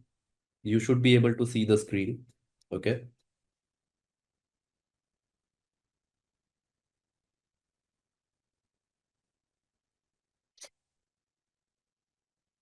Right. Group represents a group of users. So if you have multiple users, you create a group and you put all the users within the group. So system assign and user assign is based on the similar concept.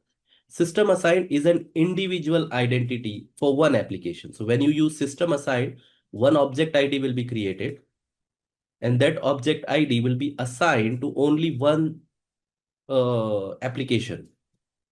Whereas when you create user assigned manage identity, that user assigned manage identity is shared across multiple applications. So if you have, let's say, 10 applications, and all these 10 applications require similar kind of access. So instead of creating 10 different system assigned identity, you create one user assigned manage identity, and then you assign that user assigned manage identity to all other VMs or app service or whatever. Okay, so it's similar to group and individual user. System assign, consider it as an individual user. So when you create system assign manage identity, a single object ID is created and is associated with only one application. Whereas user assigned manage identity is like a shared manage identity, which can be shared with multiple applications. So if I have 5 applications which require similar kind of access, I'll create one user assigned manage identity. I'll associate that one user assigned manage identity with 5 different applications. And then all that 5 different application will have similar access. Okay. So that's the difference. Now where this manage identity we can see, now we don't have any VMs or all, but I have existing VMs. So if I search for the VMs, it's not only for VMs, it's can be for any compute service. So if I have app service, we will have a separate topic module on compute service where you'll get an introduction to all compute services. So whichever compute service you're using, every compute service has a manage identity feature.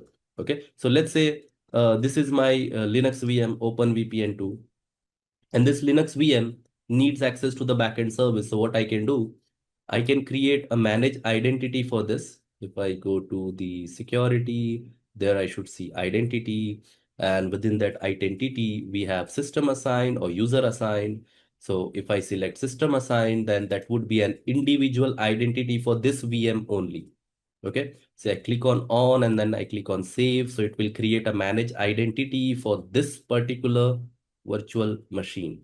That manage identity is not shared across multiple virtual machines. Okay, so as soon as I click on, it should, once it is done, it should create the manage identity. So you see an object ID is created, right? Now you can use this object ID to assign whatever role you want. Like this virtual machine needs an access to storage, so you can use this object ID and assign access to the storage. Okay,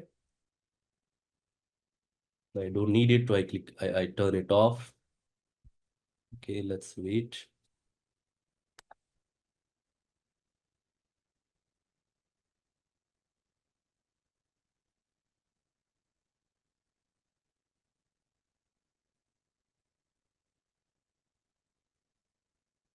Then you have user assigned manage identity. Once this is done, I'll go to that tab.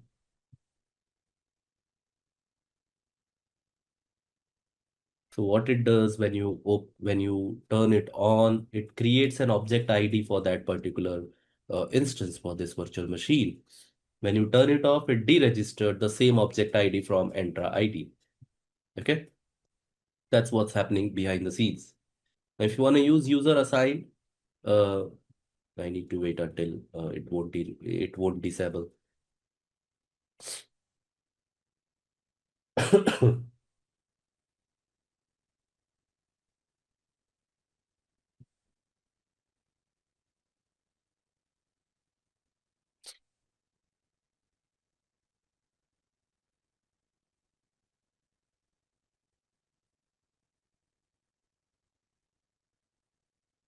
It's taking a lot of time for deregistering.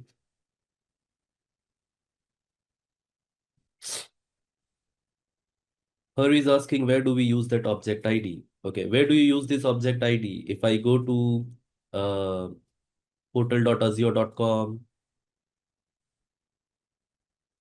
every user is having the object ID. Every user, every group, all of them are having the user ID.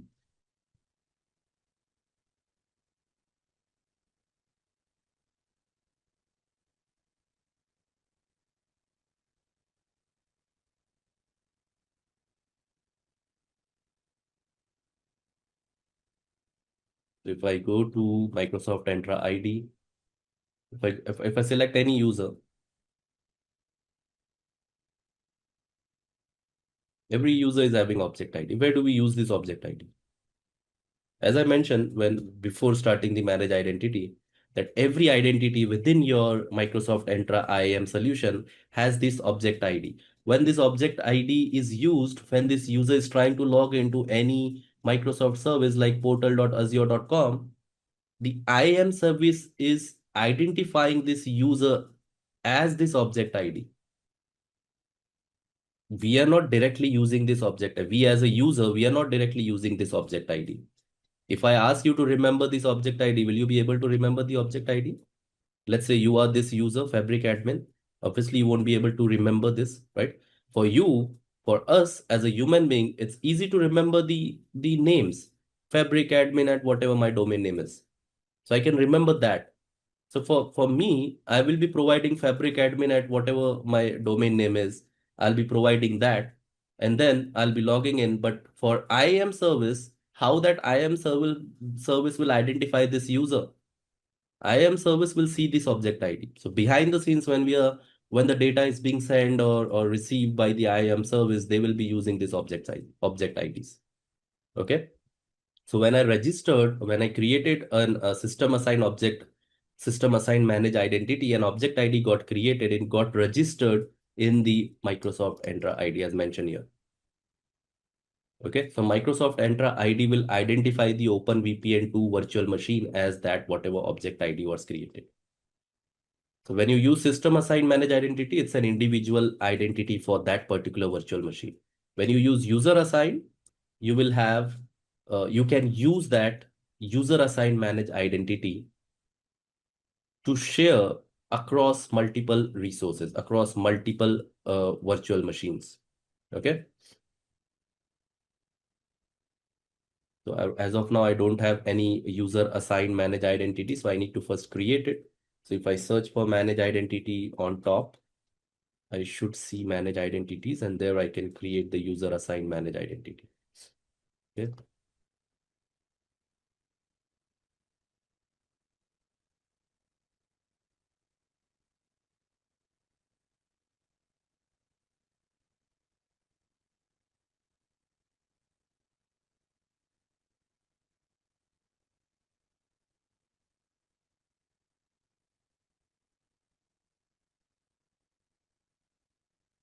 So I created user assigned manage identity.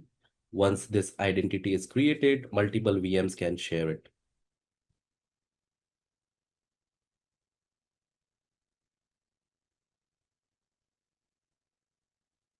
Okay. Now I have this user assigned manage identity. I can associate this identity to the resources. So I go back to the virtual machine. I go back to the identity.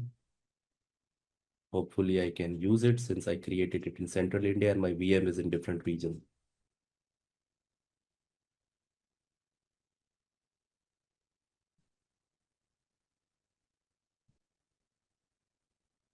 Since my VM is in different region, it's somewhere in US, South Central US, and identity was created in Central India. I am not able to see that identity.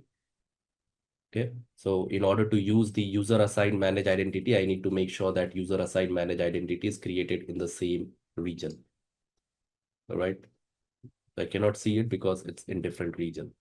If I go back to if I go back to manage identities, I see this shared user manage identity created in Central India. That's why I cannot use it. Okay. If I create it in another manage identity somewhere in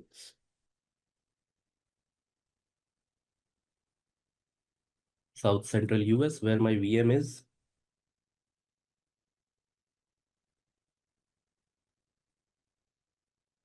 I should be able to use it. So both the identities and the resource who wants to use the identity should be in the same region.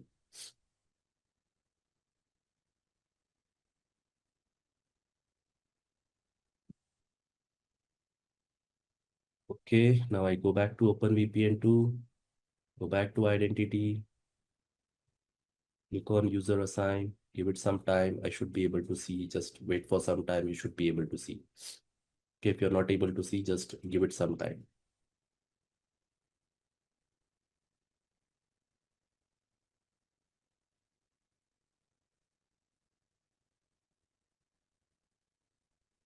Come back after for 10 minutes and we'll see that we should be able to see it. Okay, it's not showing. It takes some time. If we did not receive any error while creating the manage identity and we are not seeing it, just give it some time. Okay, or better we go to the identity and check the type of identity this is.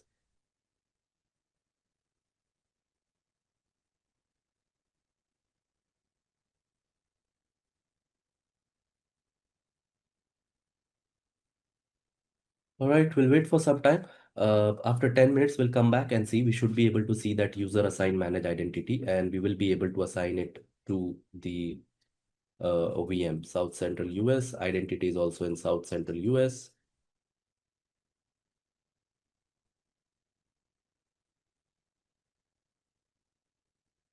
Hopefully it's in the same. Oh, it's not showing.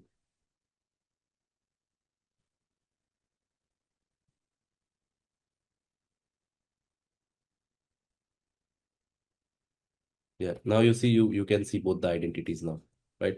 So I can select this shared user 02, which we created in the same region. I click on add, and once I click on add, this open VPN will have that identity with that object ID. Similarly, I can go to another VM in the same region and I can add that as a user identity for that VM. Okay. All right.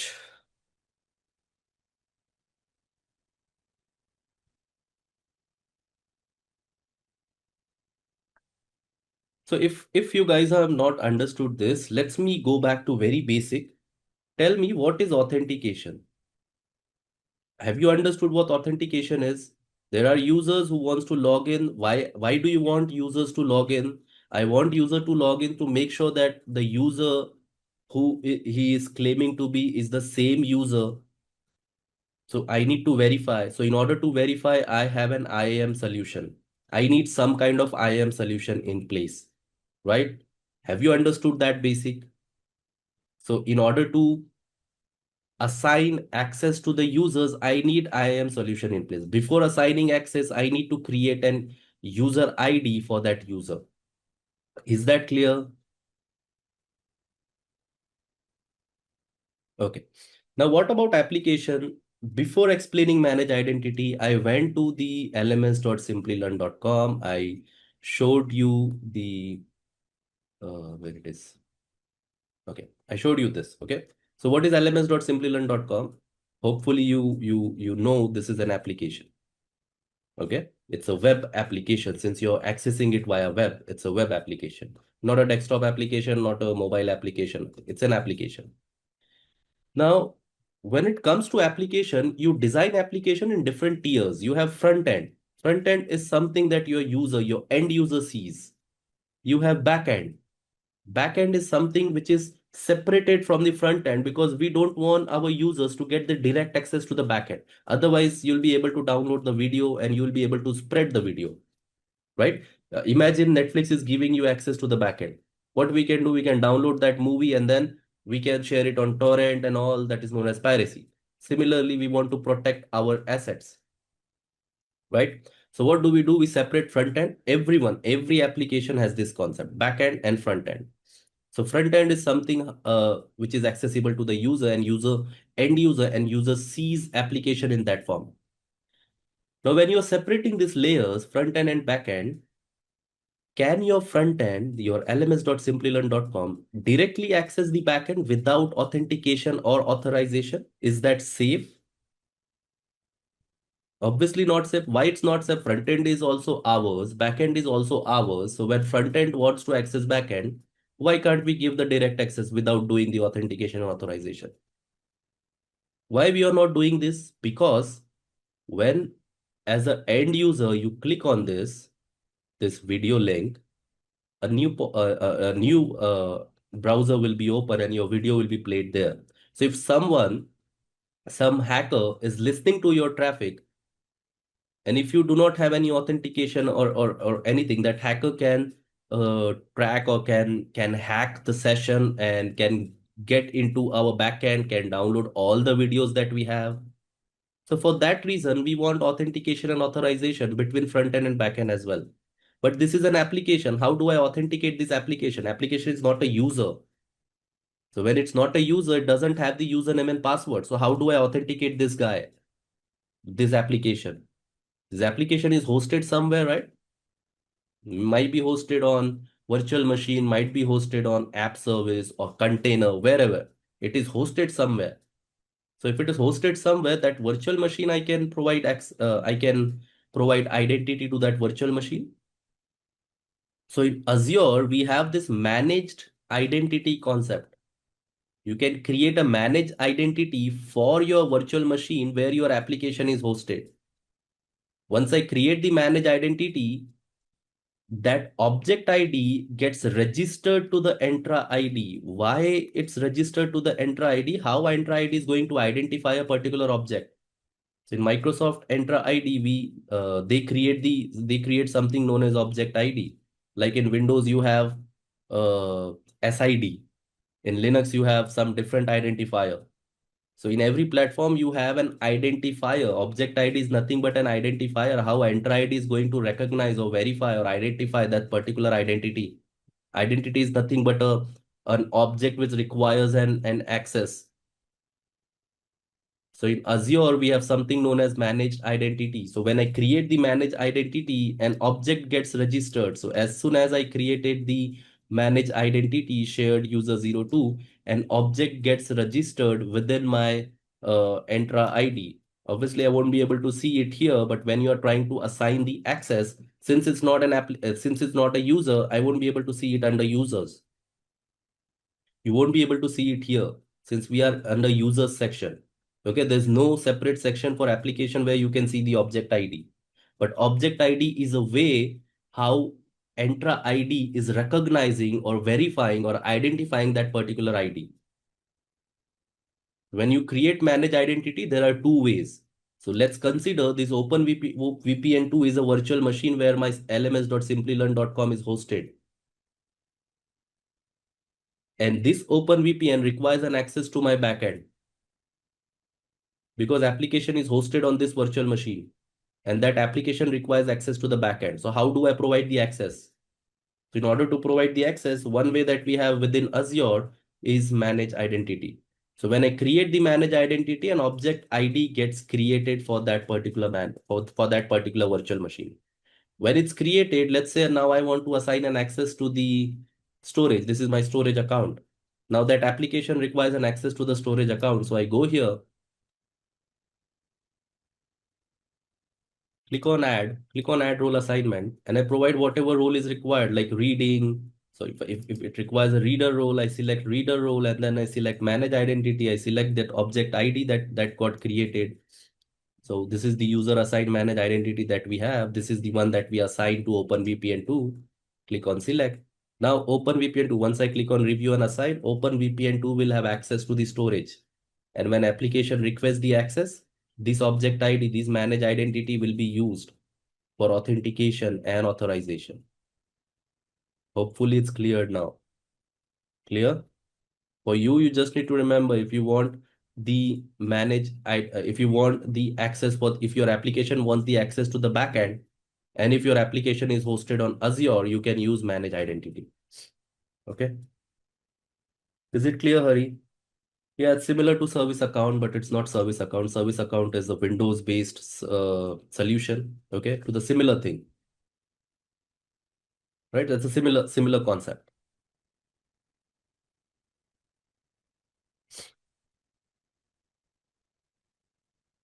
All right. Hopefully it's clear now. Now, manage identity, the limitation is you can only use when it's if when your application is hosted on Azure. If your application is hosted outside Azure, then you cannot use manage identity.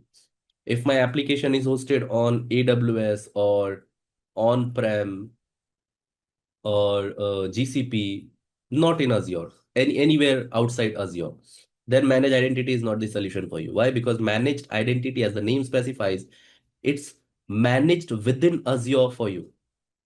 Okay. In that case, if your application is hosted outside Azure, you cannot use managed identity. Then what we can use?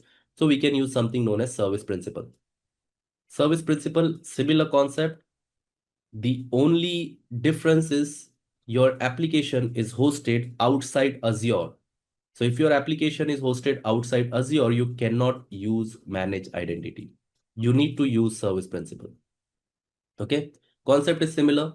Application requires an access to backend services like storage account and SQL. Your backend is still within Azure. You are using Azure storage service. You are using DB, SQL DB in Azure, but your application itself, the front end is hosted somewhere else for any reason. So if that's the case, then I'll be using service principal. Okay. In this case, I'll be using service principal. Service principal will also create an object ID within that Entra ID, and then you can use that object ID to assign whatever access is required. The only difference between manage identity and service principal is in case your application is hosted outside Azure, you will be using service principal. Where do you see service principal? Same. If you go to Entra ID, there you have app registration. Okay. So you register your application here. This name can be anything. Can be anything. Okay. I'm just doing a random name. All right. And then once I click on register, an object will be created. So you see object ID. See, an object got created for this as well. Now I can use the same object to assign whatever access I want. Okay. So I can go back to the storage. I can click on access control IAM. I can click on add role assignment. Now instead of manage identity, I'll select here service principal. Okay. You see the first option, it says user group or service principal. So I use the first option and then I search for the name that I use, www.simplilearn.com. So now this object ID will have access, the reader access to whatever service I'm providing to. Okay. All right. I don't need it, so I'll delete it, or maybe later I'll delete it. Let's proceed. Okay. All right. The next thing, then last topic that we have for today, not for today, I mean this topic is this module is Azure Key Vault. So Azure Key Vault is a service, is a storage service for storing your secrets, keys, and certificates. Okay. What are the secrets, keys, and certificates? Secrets are like password. So if you want to store password or configure connection strings or keys within Azure Key somewhere, then you can make use of Azure Key Vault. So it helps you to store passwords secretly.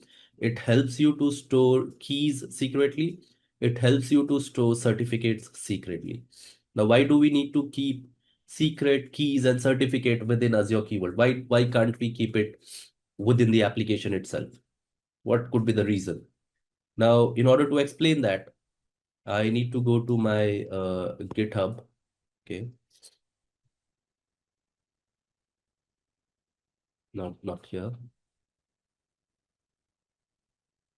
Okay, I need to go to my GitHub. So if I go over here, first of all, answer me. Do you guys know what GitHub is since we have like 40-50% of people who are freshers? Do you know what GitHub is?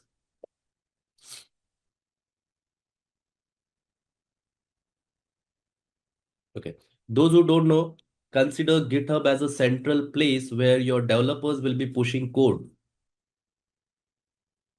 Code is nothing but your application code. Okay, it's a repository or a place where your developers will be pushing the code. So when you push the code, that code is your application code. All right. So if you see here, this is my GitHub. And if I go to the application, and if I go to the application app.py, you see here in my code itself, I have placed the connection string, storage connection string. Now we are going to use this application letter when we are on this particular topic. Okay. But for simplicity, just to help you understand what key vault is and where you use key vault, GitHub is a place where you will be pushing your code. So this is one of my application written in Python. Now this application needs to interact with Azure storage account.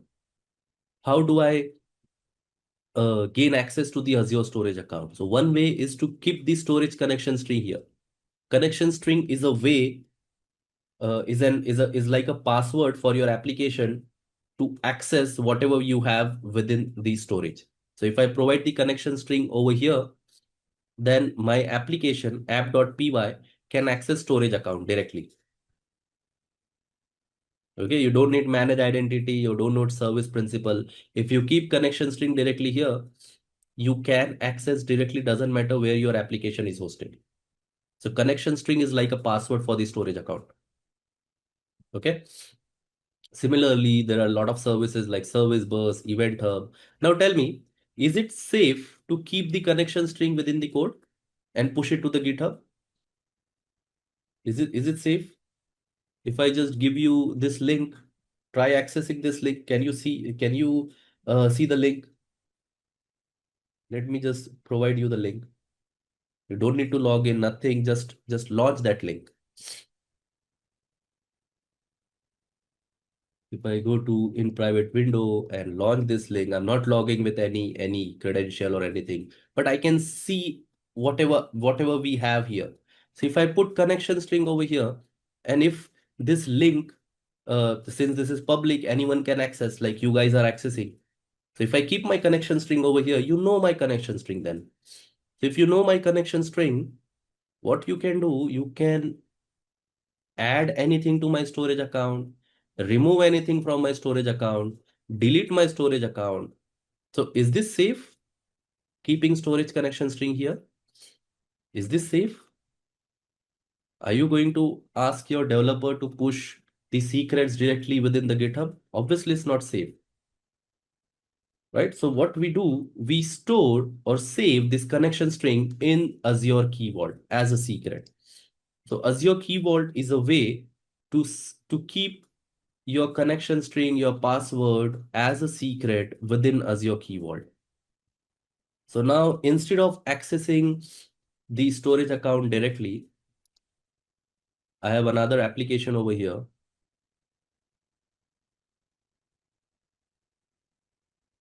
Where is the application? Oh, I didn't push the application, I think.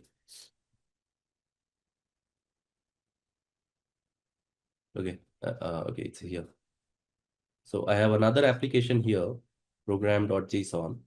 Here, if you see, this application is not written in Python, it's written in C sharp. Okay. Now here, if you see, we are not adding the connection string. If you know how C sharp works or how .NET works, it's very simple. Okay, what it is doing, it is connecting to the key vault. It is connecting to the storage account. Within storage account, you might be having some container. So it's connecting to that container.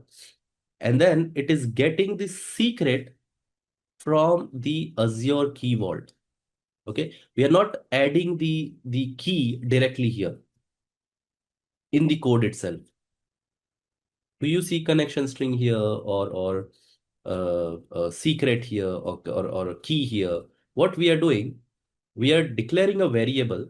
That variable is reading the secret value from the Azure Key Vault. Okay. So instead of keeping everything within the code itself, we separate it, we secure it by putting all of our keys, secrets, and certificates within Azure Key Vault. All right. Any questions on Key Vault?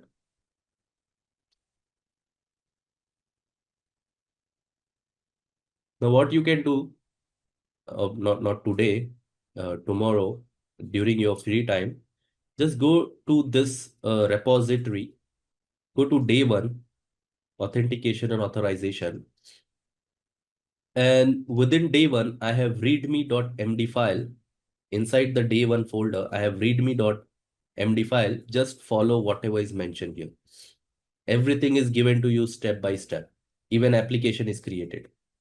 Okay. Just follow this step by step and you'll understand where your key, how key vault works. Okay. So it's very simple demonstration that you can do on your own. You don't need me. Okay. But I have created this, I have developed this application. It's a very simple application, which is demonstrating you how uh, you can interact, how your application can interact with Azure Key Vault. Okay. If you see, we have the templates here, parameter.json, template.json. So how to deploy that is mentioned in the README file. If you have done AZ-104, you should know, you should already know that. If you don't know, the command is given over here, deploy infrastructure. Okay. Then assign permission. So you can assign permission by going to this. All right. And then you can also see the keys by this command, AZ storage account keys list. Now, where to run this command? That's why it was important to give the tour of Microsoft Azure portal. You can run all this command here. You don't need to install anything on your machine. Okay. You choose bash or PowerShell, whatever you want. Select that bash or PowerShell and run your command. Now this here I don't have the subscription. That's why it gave me that error. Okay. Select whatever you want, PowerShell or bash, and run that command. Do not run it on your local machine, since it's possible you might not have things installed in your local machine. So it's better to run directly within the Cloud Shell. All right. And you might get some issues. You might get some issues like something is not installed, right? If you go to the README file, you should see, no, not this one. A lot of tabs are open. Let me close GitHub. If you go to this README file, I have mentioned .NET Run. So .NET Run is something which helps to run the application locally, but you don't need to do this since .NET Run might not run directly on your Cloud Shell. So you can skip step number 6. You can follow step number 7. Okay, this is for local. So if you have .NET installed locally in your machine, then only this particular command will run. All right. So that's all about authentication and authorization. Keys are changed frequently. That's correct. You have to change keys every now and then. That's why you need to keep that in the key vault. So once the keys are changing, you need to go to the key vault and change the key manually. Okay, or you can use PowerShell or Python scripts to change the key as soon as you are changing it in your storage account or database or wherever. Okay. All right. So there are no questions. Let's see the case study.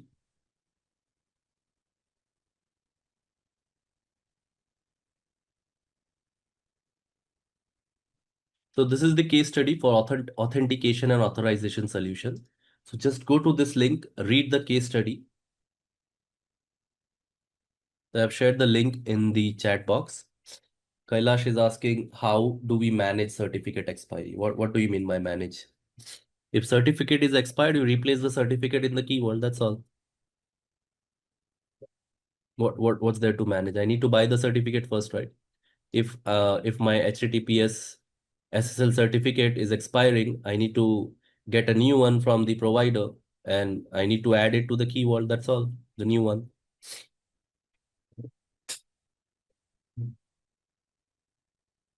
This certificate of GitHub is going to expire on June. So what are they going to do? They're going to buy a new one and then they install on their web server the new one. That's all. Similarly, if you're keeping your certificates in Key Vault, if certificates are expiring, You need to remove the old certificate, add new certificates. Okay. See, Key Vault is just a place where you can keep your certificates. Key Vault is not giving you some kind of automation where you can automatically rotate the keys or automatically change the certificates. For that, you still need to rely on your scripts, so your PowerShell scripts or Python scripts or whatever scripting language you're using or scripting method you're using. It's just a place, it's just a storage service to keep your things secretly. So instead of keeping everything on the code itself, you're keeping it in Key Vault. That's all. Okay. All right, guys. So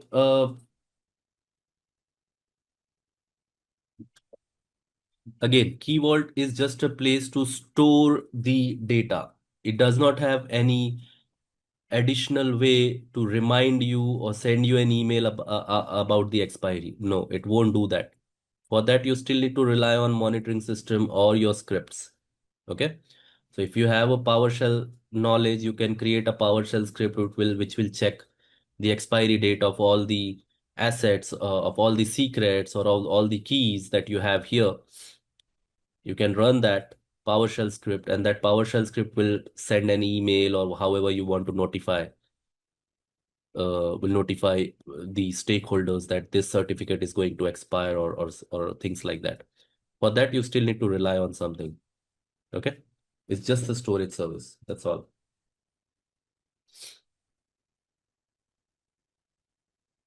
All right, guys, case study. Let's come back to the case study. So I have shared the link of case study. So let's get through it. Design authentication and authorization solution. So this is the requirement. So we have a fictitious company, Tailwind Traders, who wants to expand their workforce.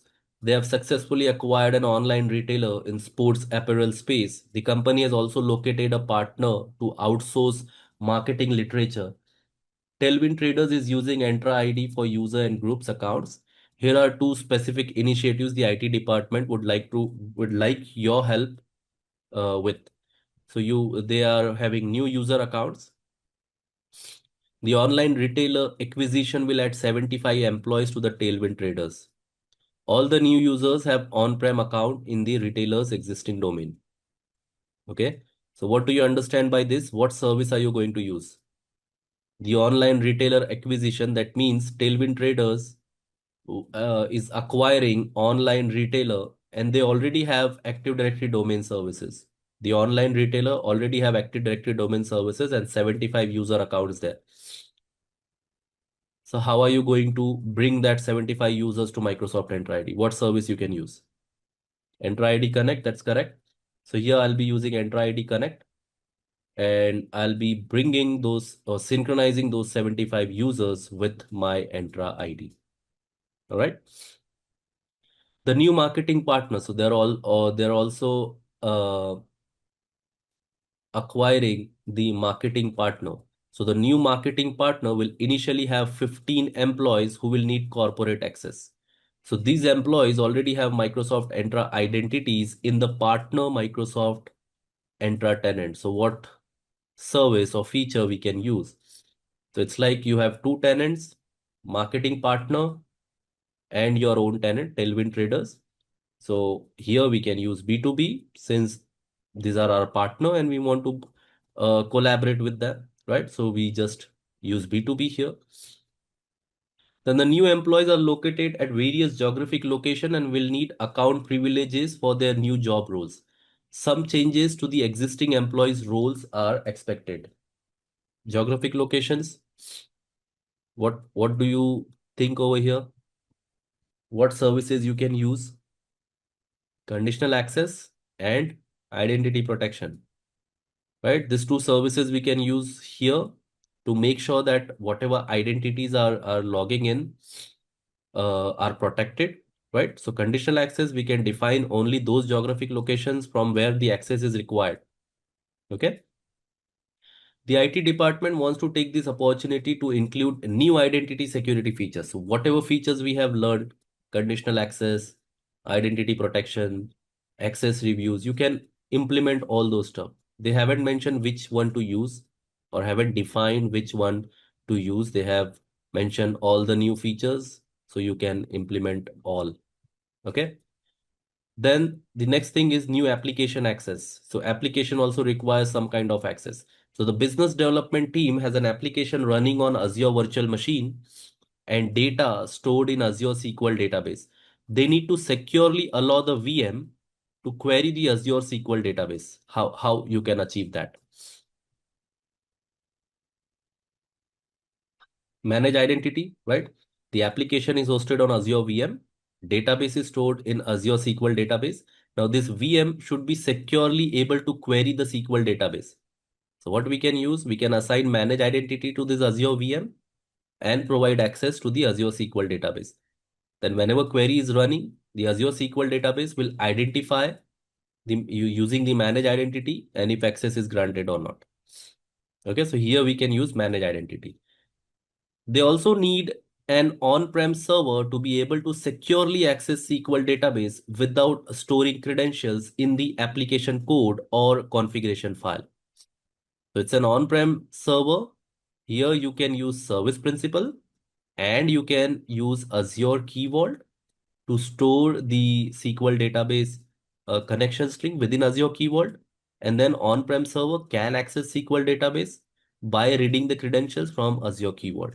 So here we need to use service principal plus Azure Key Vault. All right. Why service principal? Because the server where application is hosted is on-prem. It's not on Azure. If the server would have been on in Azure, it would have been easy just simply use manage identity, right? But it's not on Azure. All right. Then these are the tasks. So we have already covered whatever we need to discuss, but these are the tasks for you guys. So you need to diagram the process. Okay. Like what you need to diagram, use the same tool that I'm using, Draw.io.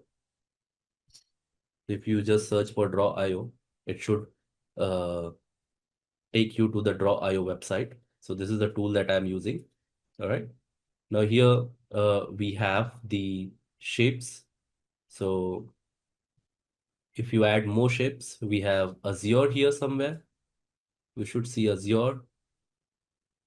All right. Now you need to diagram the diagram, whatever you want to diagram the process of bringing in the acquired user accounts. 75 user accounts were acquired. Okay. So what I do here then, I go to Azure Identity. So this is Azure Identity. Here you should see Active Directory. Now Microsoft Entra ID icon is still not there. So you can use uh, Active Directory, this is like a Microsoft Entra ID 10. The previous name was Azure Active Directory, right? We can add a text here. If I want to add a text, I can add text like this is the Tailwind Traders tenant, right? I can increase the font and all from here. So just so that you can read it. And I just bring it here. So this is Tailwind Traders tenant. They are acquiring 75 users. So they are running on ADDS. So you can search for ADDS here or domain services. So it would give you uh, some server image.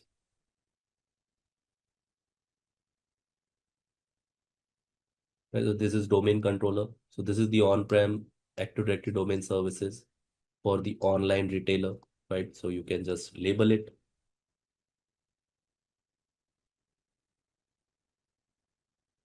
This is online retailer. Now you want to synchronize 75 users. So what you can do here, you can simply use arrows and all. So I just use arrows here. I pull the arrow and then I search for Entra Connect. So somewhere you should see the Entra ID Connect. Again, within the identity, you should see the Entra ID Connect. Okay, so this is Entra ID Connect. So I keep it over here. And then again, I label it 75 users by keeping text a little low. 75 users are synchronized, something like that. Okay, so you need to come up with this this kind of designs, and this is what Microsoft expects you guys to do, to design things. Okay, we can't do that within class. Okay, since I need to cover the theory and then certain demos. So case study is something I leave. We will discuss the case study, but this design thing is on you. All right. So you can use this app.diagrams.net, add Azure as a shape, and you'll get all the Azure shapes. Okay. Then you have marketing retailer, so you can uh, what is mentioned about that marketing retail marketing partner. So they're also using Azure Active Directory or Microsoft Entra ID. So you can copy the same and you can label is at marketing partner, and between the partner and Tailwind traders, what you can do is between the marketing partner and the Tailwind traders, you can create like an arrow, and you can use Azure Active Directory B2B. If you search for B2B, if we have any B2B, uh, icon, you can directly use that, but I don't think so. We have B2B icon. Yeah, B2C is there. B2B is not there, so you cannot use any icon, but you can simply add a label there, B2B, 15 members. Okay, so I want something like this. Once you're done, you can share it with me over my email. So I'm sharing my email ID here. Okay, and then I'll review and give you the reply over the email. Clear, guys? Are you clear how to do the case study? We have only covered authentication and authorization. I was planning to complete the governance as well, but doesn't matter since this is the first weekend. So should be fine for first weekend, but we need to buckle up and speed up the things here. So this is the link, Suresh.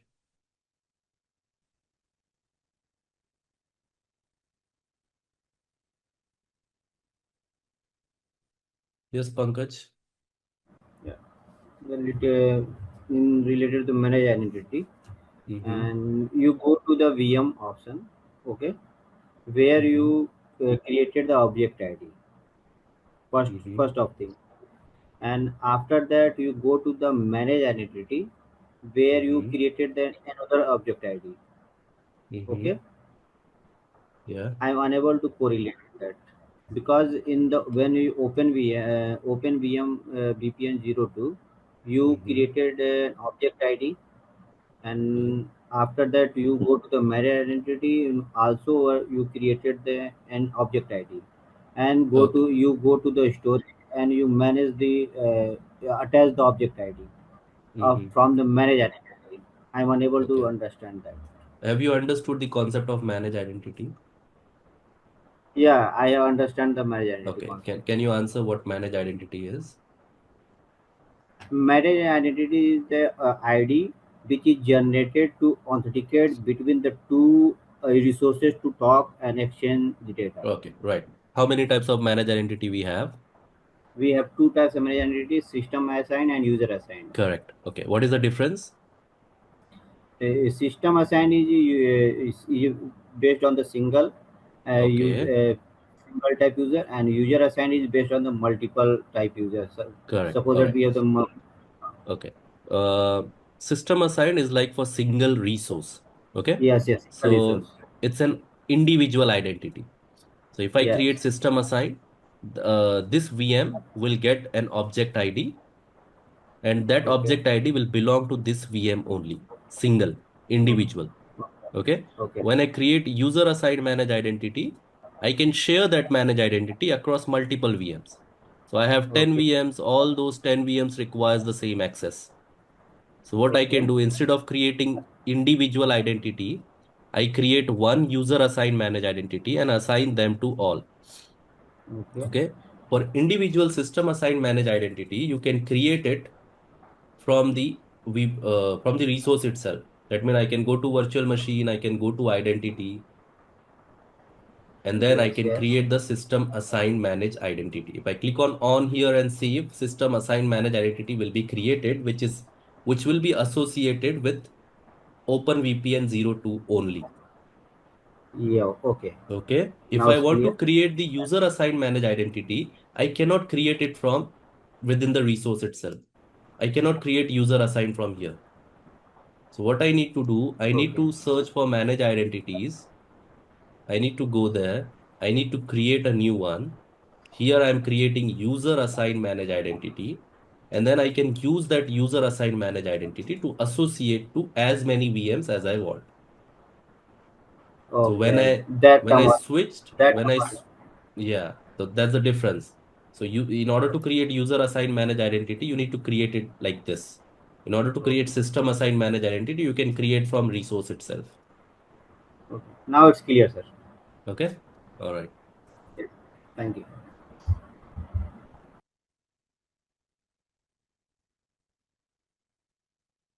All right, so it's 10:34. If there are no questions, let's proceed with the next topic. We'll just cover the basics since it's already 10:34. All right. Those who are leaving, I see people are leaving. I see participants only 50. Before leaving, please make sure you're providing the feedback. All right. Now we are moving on to the second part of authentication and authorization. Moving to the second part of IAM. All right, identity and access management. So far, whatever we have discussed was related to identity. That means we were creating users, we were managing users, we were modifying users, we were creating identity for applications like manage identity or service principal. So we were just creating identity. We were not assigning any role, or we don't know which role to assign, right? We don't know how to manage or how to assign access to the users or resources. So that's something which we will cover in the governance topic. What role we can assign, which role is powerful, which role is not powerful, what is reader role, what is owner role. So all those stuff we will be covering in this topic. Okay. So far, whatever we have discussed is related with the identities creation or management only. We haven't assigned any access to any user yet. We created one user, right? We invited one user in our identity in our Microsoft Entra ID. We invited this root cloud AZ user. Remember at the start of the session today, we invited this user, but we haven't assigned any role to this user. So when I log in with this user cannot do anything. So in order for this user to do something, we need to assign a role. So which role we can assign? That's what we will be discussing in this topic of governance. Okay. So what is governance? Governance is a way to come up with certain control over your system or over your infra, you can say, or platform, you can say. In general term, what is governance? We live in India, let's say, and in India we have certain policies, certain rules, right? Certain laws that we have to abide. So every country will have their own governance policies, their own laws. That is similarly, every companies or organization will have their own governance mechanism or own policies. So governance is just a way which provides a mechanism and process to maintain the access control over your resources, over your applications, over your users in Azure. So how to maintain the control? That's what this topic is about. Okay.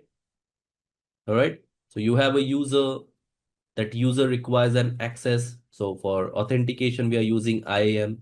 Now, after authentication, what this user can do? Can this user access the virtual machines?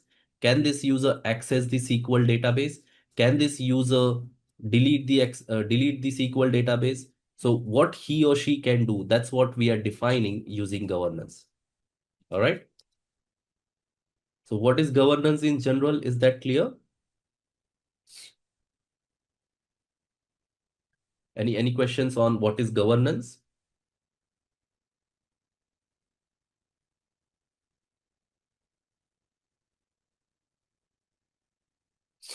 Correct. RBAC access. That's correct. Thing like, is manage identity just to secure authentication of resources or to provide connectivity? Manage identity does not provide the connectivity. That is something network network should be doing. Okay. Manage identity does not provide the connectivity. It does not connect your virtual machine to the storage account. The connectivity is a network part. So you need to define the connectivity. We have fourth chapter where we'll be discussing network. Okay. So manage identity is just for authentication. Whatever we have discussed so far is related to authentication. All right. So what is governance? Governance is just a mechanism where you can define certain policies, you can define access control, which user or which application can access what, right? Now, how to achieve that in Azure, that's what we are going to discuss in this chapter. Now, this thing, hierarchy, is important to understand when it comes to Azure. Okay, so Azure has this hierarchy. Now, what is this hierarchy? This hierarchy is nothing but a scope where you can define the access control. All right. Hierarchy is nothing but the scope, the level where you can define the access control, or you can define the policy, or you can define the tagging. All right. So in Azure, we have this hierarchy. What is this hierarchy? At the top of the hierarchy, you have a management group, tenant root management group. Then within that tenant root management group, you can keep different management group within the tenant root management group. Then management group is like a container, logical container where you can keep your subscriptions. Subscription again is a billing boundary. Okay. So using the subscription, Azure will charge you. Subscription, within subscription, after the subscription, the scope that we have, the level that we have is resource groups. So resource group is again a logical container where you can keep your actual resources. Okay, so this is the hierarchy. Now I'm not explaining each in detail because if you see, we have a separate slide for that. All right. For now, for this slide, you need to remember the hierarchy. What is the hierarchy? At top of the hierarchy, we have the first group, which is the default group. So even if you're not creating the management group, Azure will create one for you by default. And that group is known as tenant root group. Now, what is a management group? Management group is a way to manage your subscriptions. So within your management group, you can keep your as many subscriptions as you want. What is a subscription? It's a billing boundary. For now, you just remember it's a billing boundary. Then within the subscription, you will be creating resource groups. So resource group is a way to keep, in Azure, it's mandatory to create resource group. Without creating resource group, you cannot keep your resources. So resource group is a way to organize your resources. Now tell me, when you buy a laptop, within the laptop, we have certain components, right? We have a LAN card. You know what LAN card is? The network interface card where you connect your LAN cable, right? Then we have hard disk. Nowadays, we have solid state drive. We have processor, right? So a lot of things you when you buy a laptop, lot of components you get. Obviously, you don't see it, but those components are there within the laptop. Similarly, when I create a virtual machine, so it's not a physical machine, it's a virtual machine. You can't touch it. So in Azure, when you want to create a server, you create a virtual machine. With the virtual machine, you get the virtual disk, a disk get created, a virtual NIC gets created, network interface card, the LAN card. Okay. If you have assigned IP address, so public IP gets created. So all this stuff get created with the virtual machine itself. So where if you scatter this in different groups, it will be very hard for you to come up with an inventory and all those stuff. So what do we do? Whenever Azure is creating, whenever we are creating virtual machine, Azure keeps all these resources in one resource group. So that within that resource group, you can see all of your resources. If I show you the resource group in action, if I go to the resource group, any resource group where I have my VM, this is one of the resource group that I have. And if you see, my Windows 11 VM has the disk, has the public IP, has the virtual NIC. So whenever I create a VM, all this gets created with the VM itself. So if you see the resource type over here on second row, if you see the resource type, It's a virtual machine, it's a disk, it's a public IP, it's a network interface. So when we create a virtual machine, everything gets created. So you can keep them in same resource group. So we'll keep them in the same resource group. Why do you want to keep them in the same resource group? Because these resources are related resources. So what I can do, I can create multiple resource groups like prod resource group, dev resource group, UAT resource group, and keep all the resources belonging to that particular environment in each resource group. So it will be easier for me to manage. Okay. So resource group is one of the level in the hierarchy in Azure. The main way is it's a logical container where you contain, which contains your resources. That's all. Subscription is a billing boundary. Without subscription, you cannot create or deploy resources in Azure. Okay. And then the management group is a way to organize your subscriptions. So it's bound to happen that you will be having more than one subscription within your tenant. Why? Because every subscription comes up with certain limits. So within a subscription, there might be limit that I can deploy only 25,000 VMs. So if I need more than 25,000 VMs, what do I do? So I buy another subscription then. Okay. So what is a subscription? It's a billing boundary. In Netflix, when you sign up for Netflix, you need to subscribe to their plan, right? Without subscribing to their plan, will you be able to watch any movie or any web series? No, right? We need to subscribe. So similarly in Azure, we have subscriptions. We need to buy subscription. If you do not have subscription, you cannot deploy the resource. Okay. Let me give you the demonstration very quickly here. So if I go here and I have logged in with this user, if you see the name, Simplilearn at whatever the domain name is. If I search for virtual machine, I am landed to this page and I have the option to create, and I can click on create virtual machine, and I'm landed to the create virtual machine page. Once I provide all this detail, virtual machine will be created. Okay. But if I log in with another user, like root cloud AZ or something, if I the user that we invited, if I log in with that user,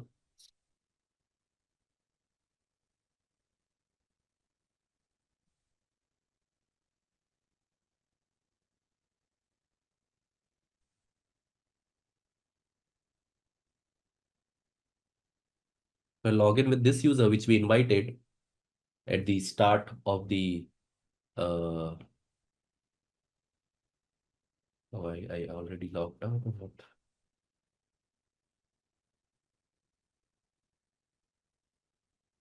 Okay, so I've got this code 114774.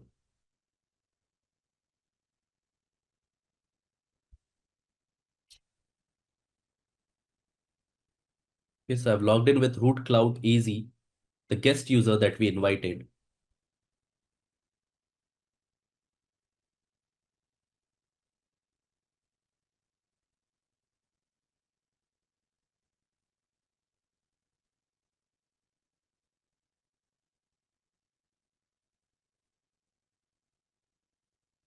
And if you see this user after logging in, if I search for virtual machine,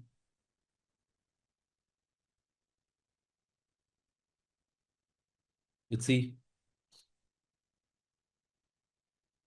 let's see what it is saying. Can I create a virtual machine?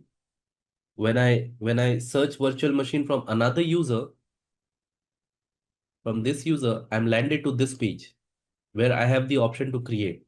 I can click on create and I can click on virtual machine, and then I'm going to the create virtual machine page.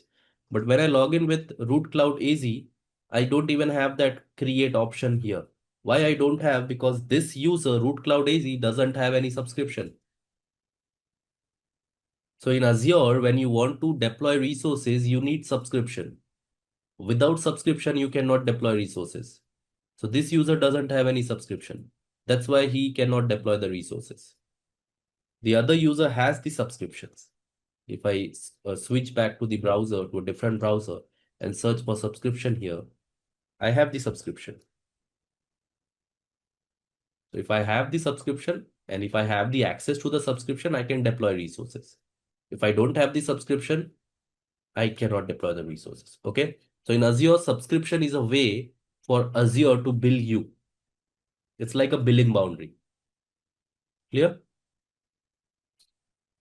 Any question, guys?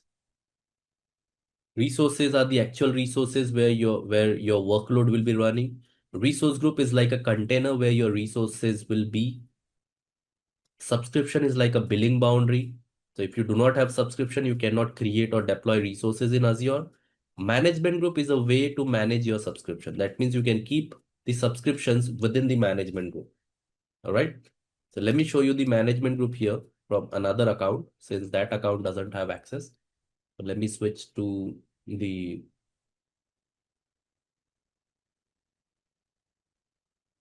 So once I switch and I search for management group, I should be seeing all the management group that I have within my tenant. Okay. So these are all the management group that I have. So if you see, the first management group that we have is tenant root group. This is by default. This is created by Azure, Microsoft Azure. As soon as you sign up for Microsoft Azure, you will see tenant root group. Okay. This is the top level in hierarchy. You can create as many management group as you want. Like I have created MG01, MG003. And within this management group, you can keep your subscription. Right now, both of my subscriptions are within tenant root group. If you see the hierarchy is like this. You have top management group. Then you can create MG003, MG002, MG001, whatever, right?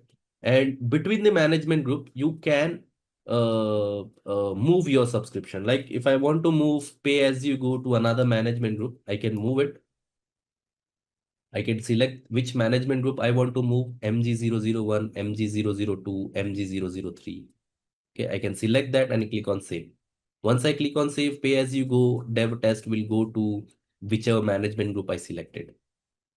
Okay. So if you see now, if you refresh, everything is okay. You don't receive any error. You should see your subscription within MG003. All right. So if I expand MG003 now, pay as you go is within MG003. Okay. So you have tenant root group, then you will be having as many management group as you want, and then you will be having your subscriptions. Okay. The question may arise, like I see one question by Praveen, that why do we need so many management group? What is a management group? Management group is, as the name specified, is used to manage something, right? When I started the governance topic, why do we need governance? To put certain policies, to put certain control, right? Now in Azure, we have this hierarchy. So at the top of the hierarchy, you have tenant root group. So if I assign any access here to any user, let's say this is the user, I assign a full access to this user at tenant root group. This user will have full access over the entire hierarchy. If I assign this user full access at subscription number 1, then this user will have full access only at the resources which is within subscription 1. He won't be able to access the resources at subscription 2. But if I assign full access at the tenant root group, he will have full access over whatever subscription you have within the tenant root group. Let me explain it from here, from the portal itself. If anyone is having whatever access at tenant root group, that access will be inherited downwards. So if I have, let's say this user Imran Khetani at hotmail.com has complete access over tenant root group, then that user will have complete access over Azure training subscription, complete access over MG003, complete access over pay as you go, complete access over MG01. But if I change my access from tenant root group to only MG01, so whatever I have inside MG01, I will only be able to manage those resources which I have within MG01. So in this particular scenario, there's no subscription within MG01. So if there's no subscription, I won't be able to deploy resources. Why? Because I don't have access here on the top hierarchy. I only have access here at MG01. So why do we need so many management group? Is to control the access. You have dev, you have test, you have UAT environment, you have QA, you have staging environment. You'll be having multiple environments. So to divide the access, you can create as many management group as you want and you keep your resources there. Or if you want to go with single management group, that is also fine. Totally up to you. How do you want to come up with your own hierarchy? It's not mandatory to have multiple management group. Only if you have number of subscription, then management group makes sense. If you have only one subscription, then having multiple management group does not make sense. All right. So, and if you are working from enterprise, a large scale organization, you are going to have lots of subscription. In my previous company, we used to have one subscription per client. So imagine we had 1,000 clients. So we had 1,000 subscriptions. So how to divide, how to manage the access control within the 1,000 subscriptions? Are you going to provide access to all of your users at each subscription? If I create a new subscription and my team is having access over this subscription, and if I create a new subscription, I need to go to this subscription and assign the access. Then if I create another subscription, I need to assign an access. I create another subscription, I need to assign an access. Imagine how much time you'll be wasting just for assigning the access. So what's the better way? Create a management group, put your subscriptions there, and assign access at the management group level. So whatever access you have at the management group level, and if you have thousands of subscriptions within that management group level, that access will be inherited. Okay, clear? Let's proceed with our topic, governance. Before that, I'll just do a 5 minutes or 10 minutes of quick recap what we have covered so far. Okay. So what we have covered so far, we started with basics of cloud computing, where we understood what cloud computing is. Why do we need cloud computing in today's world? And then we moved on to our first topic of AZ-305, which was IAM. IAM stands for Identity and Access Management, where we discussed about if we need a service, if we want to implement IAM in our organization or our projects, then do we have any service in Azure? So we have Microsoft Entra ID as the service in Azure, which helps you to manage or implement IAM in your own organization. Now, Microsoft Entra ID comes with two different flavors, B2B and B2C. B2B stands for business to business. So if you have a partner company or any other collaborators who want to collaborate with your company and they want to build something for your company, or you have hired someone to build, but it's generally a contractor, let's say, not a permanent employee of your company, and you don't want to create account for them. So B2B is something that you can make use of. As long as the collaborator has a valid email address, you can invite them directly to your tenant, to your directory, to your Microsoft Entra ID, and then you can give them whatever access is required to accomplish their role or their job. Then another flavor of Microsoft Entra ID is B2C. B2C stands for business to consumer. So when you have an application, let's say this is your company's application, and this application is open for your, let's say, end users or maybe your employees, and you want to manage a separate authentication module for this application. So in this scenario, you can make use of B2C, business to customers, business to client. Okay. Then we saw a few premium features in Microsoft Entra ID, like conditional access. On the basis of certain conditions, you will provide access or you'll throw a multi-factor authentication challenge. Conditions can be anything like traffic is coming from a certain IP, whether should allow that traffic, should deny that traffic. You will define everything in that conditional access policy. If you allow, the access will be granted. If you deny, the access will be denied. If you ask for multi-factor authentication, a pop-up will be sent to their authenticator. After conditional access policies, we went to identity protection. So in identity protection, you have like 3 different policies that you can set up. You have user risk policy, you have sign-in risk policy, and you have multi-factor authentication registration policy.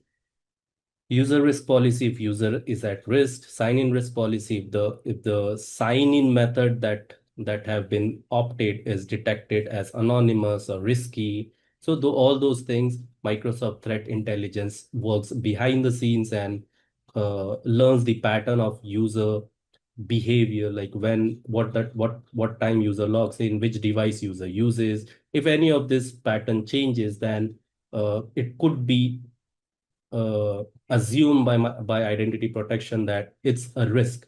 And whenever that risk is detected, depending on your policy, whether you have blocked it, whether you have asked for user uh, to prove the identity, prove the authentication using multi-factor. So that will be triggered. So depend on how you have what you have configured in your policy, that action will be taken by identity protection. When it comes to identity protection, you don't do much as a user, as an administrator. I don't do much. I just define whether I want to allow, I want to throw a multi-factor authentication, or I want to deny the access. That's all. So those are the three radio buttons that one of the radio buttons I have to select. After IDP, we went on to access reviews. Before starting of this demo, uh, Pankaj asked for that, and I've explained it, right? So what is access review in simple? Access review is just a way to review, as the name specifies, to review the accesses that you have given to your users, right? So whenever user joins a company, you add them to group, and then that group will be having access to certain resources, and then after every 3 months, 6 months, depending on whatever policy you have with your security team, you will be running that access reviews, and then the manager of that group or whoever is the reviewer of that group will decide whether the user will have a continued access or the access will be revoked for that user for those particular resources. Then after access review, we moved on to two types of identities that is required for that we can use for application, like manage identity and service principal. When an application requires an access to the backend resources like storage, SQL, whatever, so you create a manage identity for that application. Manage identity is something that you can use and assign. It creates an object ID. Object ID is nothing but the way how Microsoft Entra ID recognizes or verifies a particular object or particular identity. So that object ID gets assigned to that resource where your application is hosted. And then you can use that object ID to assign access to whatever resources you want. But manage identity, the limitation of manage identity is if your application is hosted on Azure, then only you'll be able to use manage identity. If application is hosted outside Azure, then obviously manage identity is not the option for you. So what you can do, then you can make use of service principal. Concept is same. The only difference is in service principal, the application is hosted outside Azure. It might be hosted on-prem, might be hosted in some other cloud provider, but they need access to Azure resources. So in that case, we can make use of service principal. Then we saw one resource in Azure, which is Azure Key Vault. So Azure Key Vault is a storage service which we use to store our secrets. Secrets can be passwords or can be connection strings. We can generate or import the keys, the cryptographic keys in Azure Key Vault. And we can also make use of certificates. So we can keep keys, certificates, and secret in Azure Key Vault so that our application can securely access the secrets or the passwords or the connection strings directly from Azure Key Vault. It's not a good idea to store the passwords, secrets, connection strings, or access keys directly on the application code. It's not a good idea. That's why you can move that to a separate vault, and from there your application can read it. All right. So that's what we have seen so far. After that, we moved on to the next topic, which is governance. So what is the governance? Governance is nothing but a set of processes, policies, access control that you can apply on within your organization, right? And within that governance topic, we saw the hierarchy. So this is important to understand from Azure point of view. We have a hierarchy. Microsoft Azure has created this hierarchy. Why this hierarchy is created? So that you can manage access policies, access control policies at any of the scope that is feasible for your company, for your organization, depending on the requirement of your organization. Now, what is this hierarchy? In this hierarchy, you have 5 different scopes, 5 different levels. Okay. Now, if you see, I've only mentioned 4, 1, 2, 3, 4, but in actual, you have 5, right? So what is that 5th level? The first scope in the hierarchy is the tenant root group, which is present by default. When you sign up for Azure, you should be having tenant root group, even when you don't create it. So tenant root group is the top level, is this top in the hierarchy. Within that tenant root group, you can create as many management group as you want. Okay, so tenant root group is also a management group. Then within that tenant root group, you can create as many management group as you want. So what is this management group?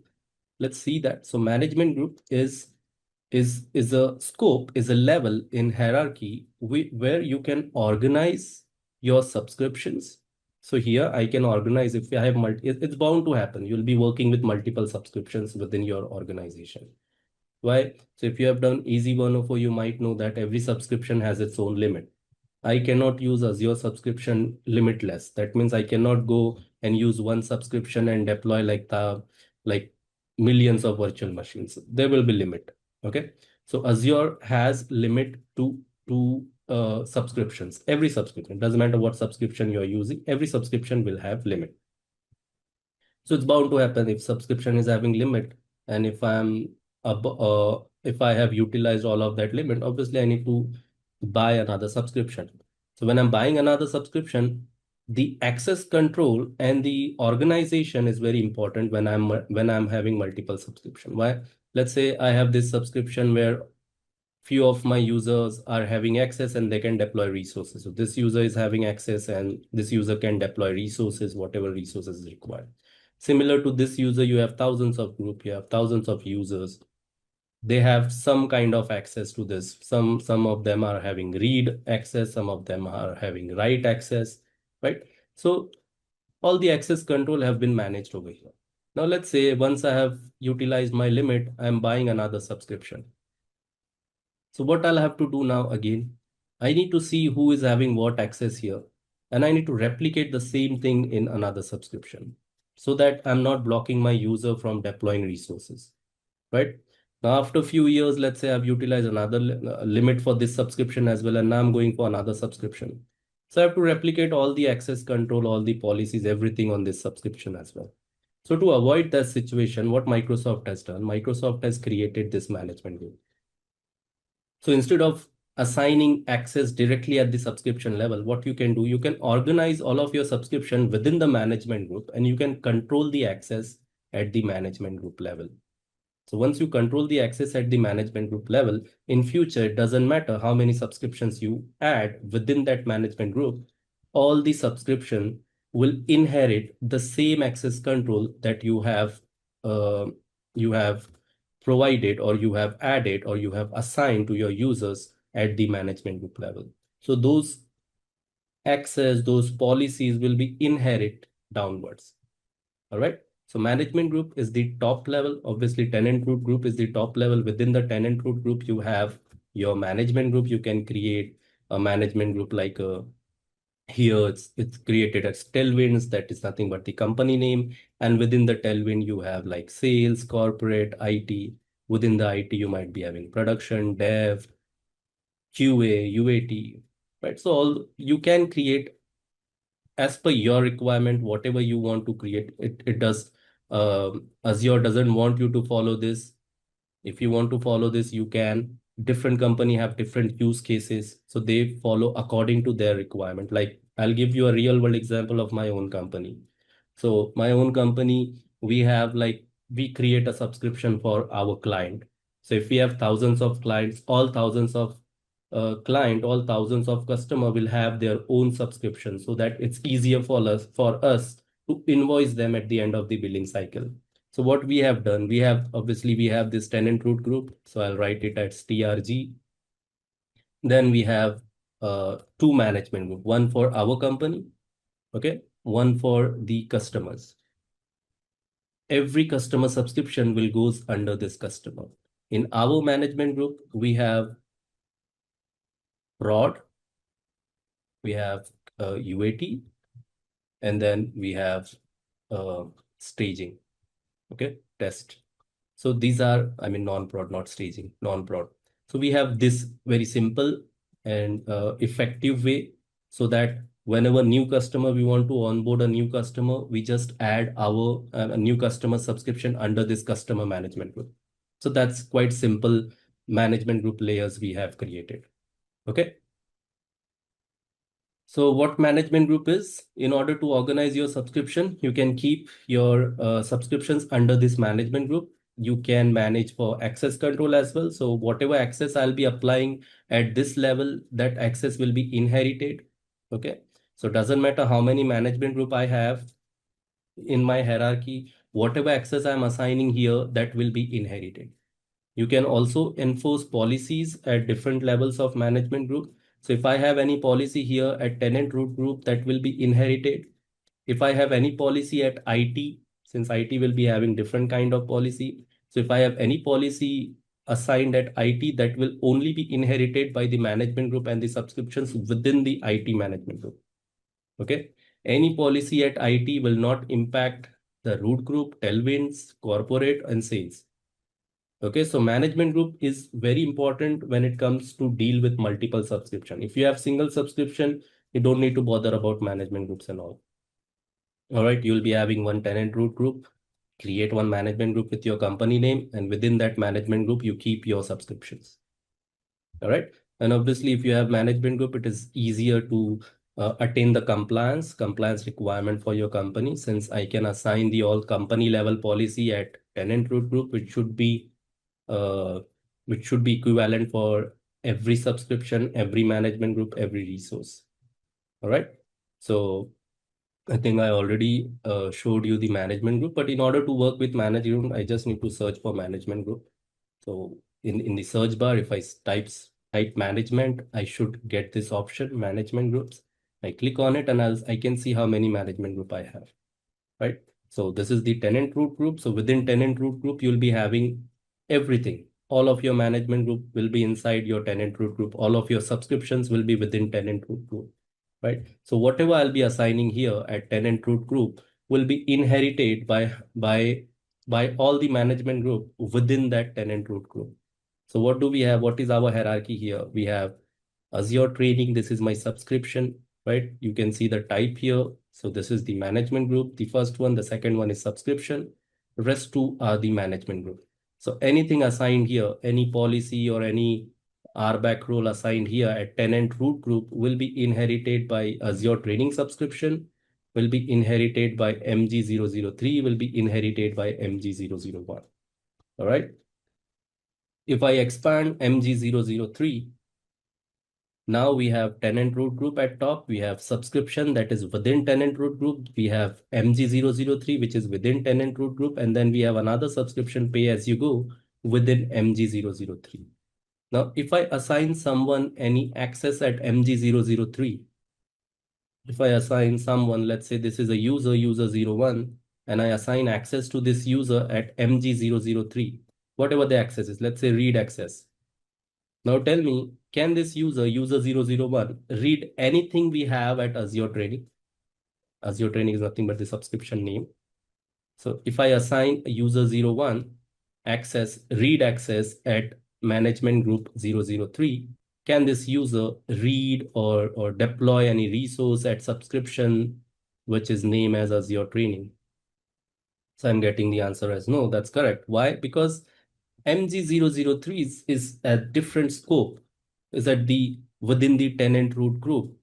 And this subscription, Azure Training, is within tenant root group. So anyone in my company wants to work with Azure Training, I need to assign access at the subscription level, Azure Training level, or at the tenant root group level.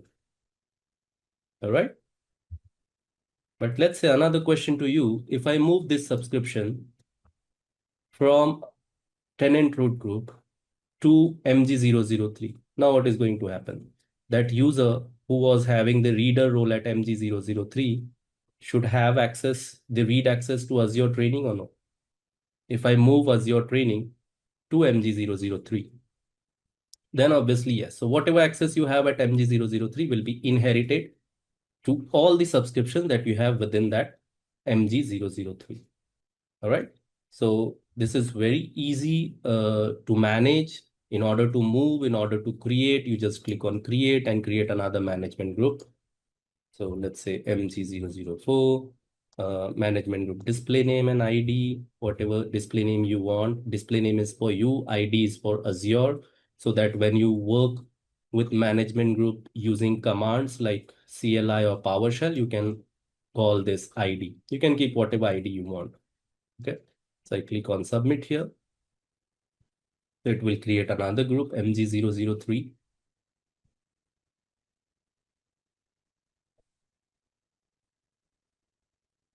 Okay, what is the best practice here?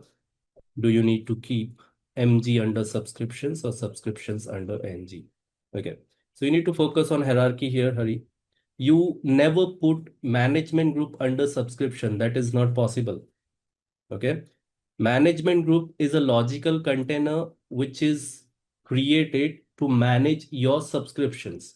So always subscriptions will go under management group, not vice versa. I cannot put I cannot put subscriptions. I cannot put management group under subscriptions. That's not possible. Okay. So always your subscriptions will go under management group. So if you see the portal here, this subscription, Azure Training, MG003, MG004, MG01 are all in the same line, are all in the same hierarchy. That means they are within tenant root group.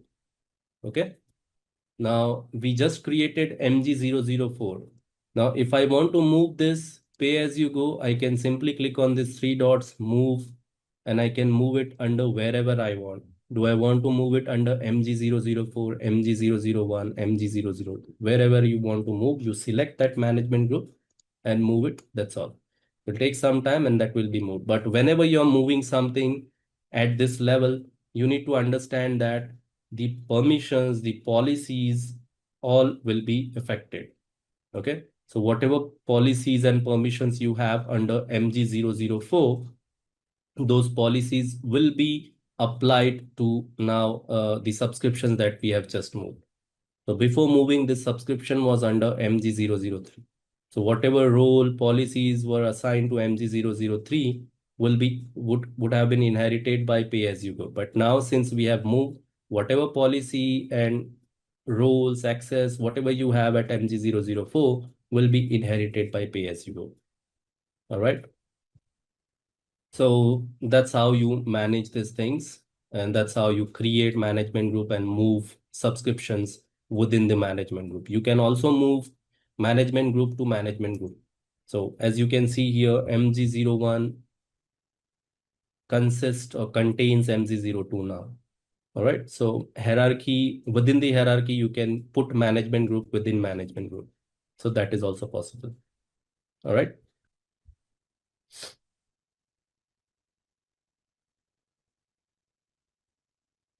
All right. So next topic that we have is subscription. I'll answer, Pankaj, just wait. Okay. So I have read your question. I'll answer. So what is a subscription? Subscription gives you access to Azure services.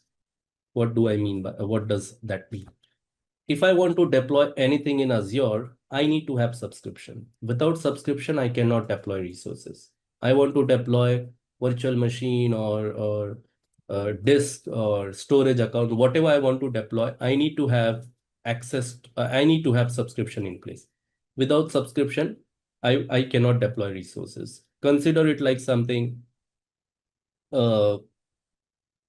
Netflix. Okay, so in Netflix, I can create the account without providing nowadays you need to provide the payment details and all, but I can keep my account, I can sign up, I can provide the payment details and then remove my credit card. I'll still have my account there. My account will still be there, but I won't be able to enjoy the movies or the web series or whatever Netflix has to provide, right? So in order to watch movies, web series, what I need to do, I need to subscribe to a certain plan in Netflix. Whatever plan they have to provide, I have to subscribe to that plan. Similarly, you can create Azure account without subscription. You can have account without subscription, but it does not make sense. That means you won't have the option to deploy the services. That means deploy the resources. I won't be able to deploy the resources in Azure. If I don't have the subscription, I won't be able to deploy the resources. So what is subscription? Again, subscription is a logical container for management and billing. So Azure will charge you by looking at your subscription, by looking at your usage. So if I want to deploy resources, I need to have subscription in place. I need to buy a subscription. I need to get a subscription from somewhere. All right. So subscription is a billing boundary. It's your isolation with other customers. So whatever resources you're deploying will be billed or charged to your subscription. All right. Again, this is a level at hierarchy, so you can manage your resources and your access control at this level as well, at subscription level as well. So if we go back to the hierarchy here, subscription is at the third level. First, you have tenant root group, then you will be having or not having management groups, and then you'll be having subscription. So mostly it will be sitting at the third level. So this at this level as well, you can manage the access control or the policies that you want to implement. In simple, subscription is a billing boundary. If I want to deploy resources, I need to have subscription in place. If there's no subscription, I won't be able to deploy resources. All right. So I think we created one user, right? Last time, user 01. So let me just go to the user section. I'm just demonstrating you what I explained just now, that subscription is a billing boundary. So if you see this user 02, okay, user 02, let's log in with that user. So I'll just copy the username and hopefully I remember the password. I open the in private window. I go to portal.azure.com and log in with this user.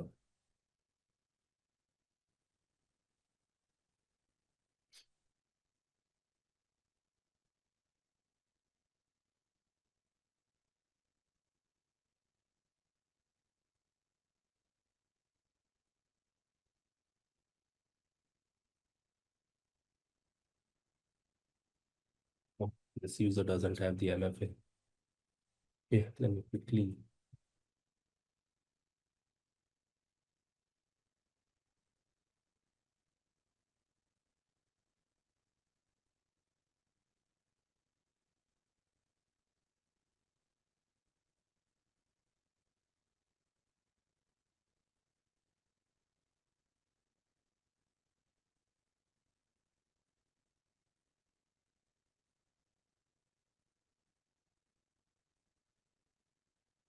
Okay, so now this user is logged in.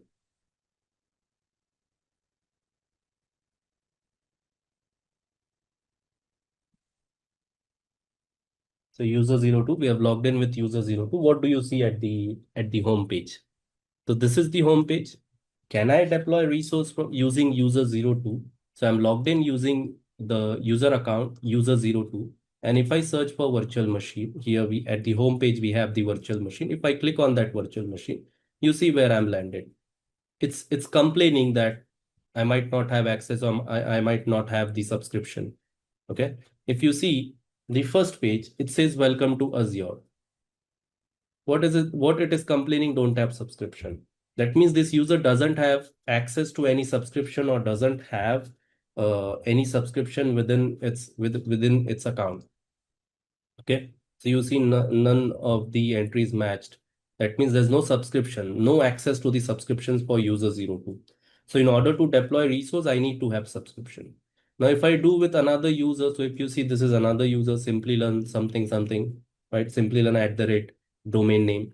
So this user, if I search for virtual machine, see where I'm landed, on which page I'm landed. At least I can see the virtual machine here. I have the create option. That means I have some access to the subscription, obviously a write access with this user account, so that this user, Simplilearn whatever it is, can create the virtual machines. Apart from virtual machines, can create other resources as well. So in order to deploy resources, you need to have subscription. Azure will bill you according to your usage, whatever you have deployed within your subscription. All right. Once again, if I go to the in private window, where I have logged in with user 02, just focus on the screen, user 02, and you see when I search for virtual machine, I'm landed to this page. where I cannot see any virtual machine, and I'm getting this screen which says welcome to Azure. Why this screen I'm seeing? Because I don't have access to the subscription. So next topic that we have is policy. Now we have done the hierarchy, and while explaining the hierarchy, sorry.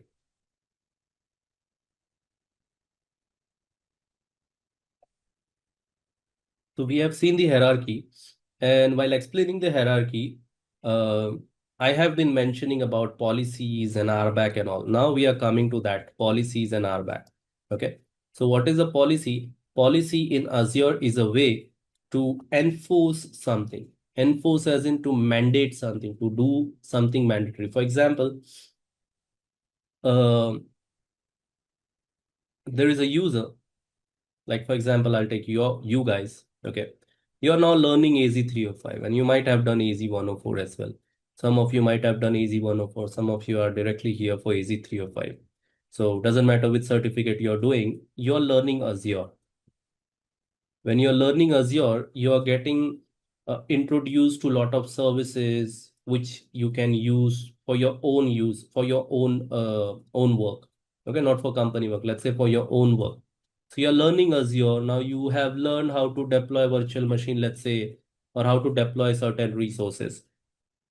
So when you have learned that, you have you're working professional, let's say, and you have access to your company's Azure subscription. So you're learning Azure and you have access to your company's Azure subscription. So in order to just to understand Azure, what you will be doing, you have the access to your company's Azure subscription. You can use it to deploy resources, right? What you'll be doing, let's say just for understanding or just for learning, you deploy a virtual machine which is having 64 GB of RAM, 8 virtual CPUs, and so storage. So you deployed this virtual machine. Now tell me, this virtual machine, the configuration is hefty or not? Is it a minimal configuration or it's a hefty configuration? 64 GB of RAM.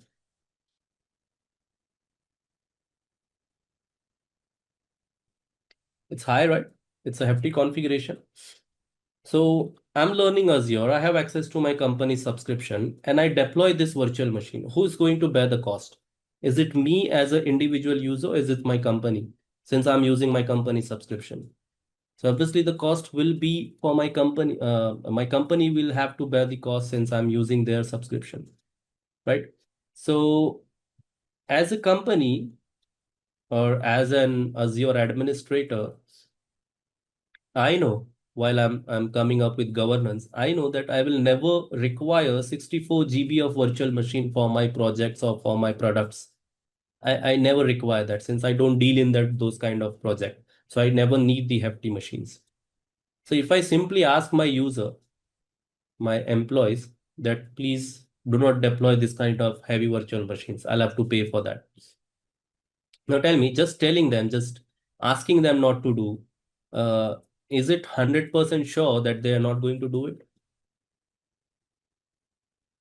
I'm just asking them as a company owner or as a Azure architect that please do not deploy hefty virtual machines.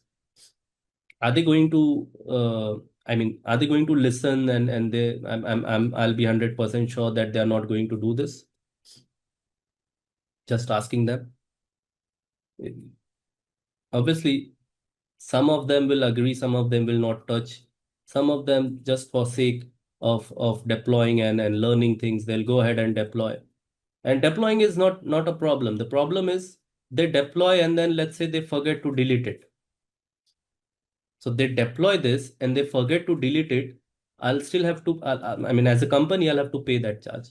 So how to restrict our employees from doing such things?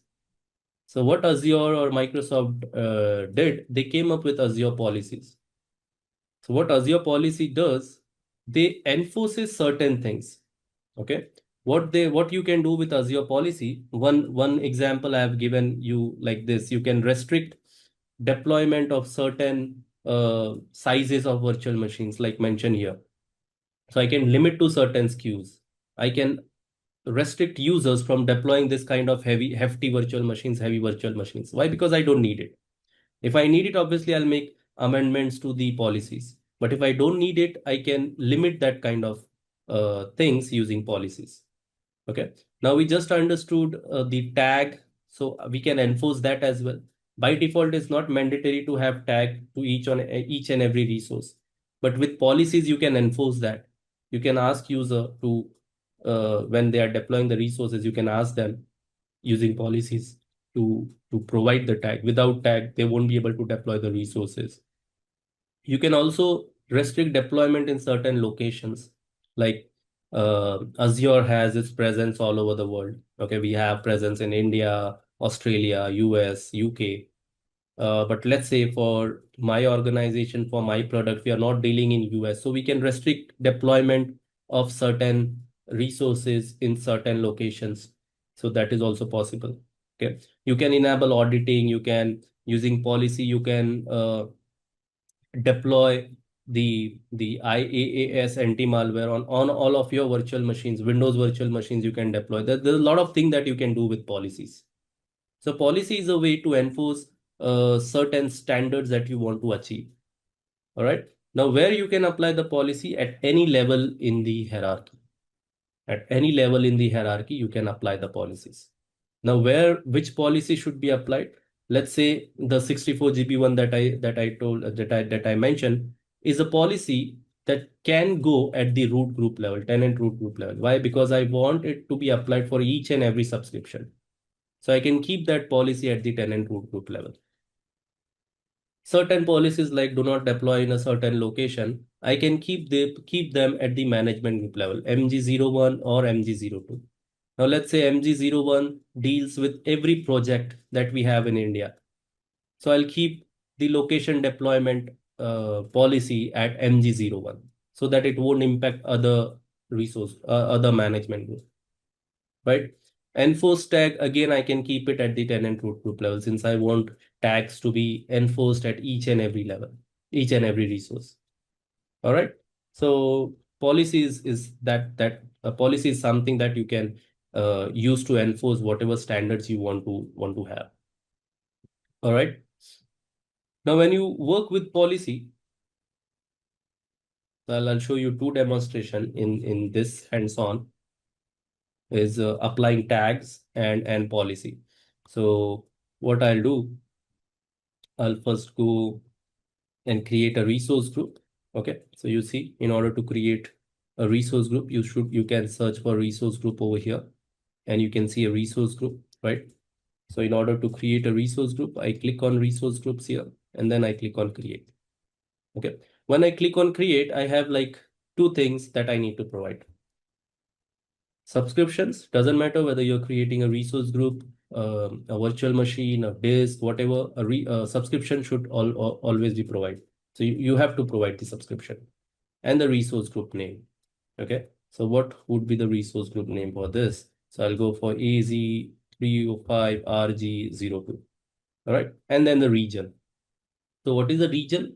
Region is the physical location where your resource will be deployed. So if you see the drop down, Azure has its presence in all of these regions like South Africa, Australia, India, East Asia, Indonesia, Japan East, West, Korea, Malaysia. So we have all these locations, all these Azure has its presence in all of these regions. The physical location, the physical data center is present in all of these locations. So you can select whatever you want. Okay, unless you have a policy which is restricting you to deploy resources from so and so location. Now I select Central India over here. Mostly I'll be using Central India to deploy resources. Okay, so I select Central India over here. Now what we have provided subscription, we have provided resource group, we have provided region. Remember the region is Central India. Okay, then the next tab that you see is tags. So here you can provide the tags. So what is tag? Tag is just an extra metadata. Okay, you can provide anything like uh, environment, prod, okay, owner, whoever is deploying Imran, right? So you can provide whatever you want. It's totally up to you. One resource can have like 50 tags. So this one resource can have like 50 tags. So you can provide around 50 tags to one resource. Okay. But for now, let's not provide the tag. So even if I don't provide the tag, I can click on review create and I can click on create. Remember, I created resource group with the name AZ-305 RG01. So you should see the resource group in some time here.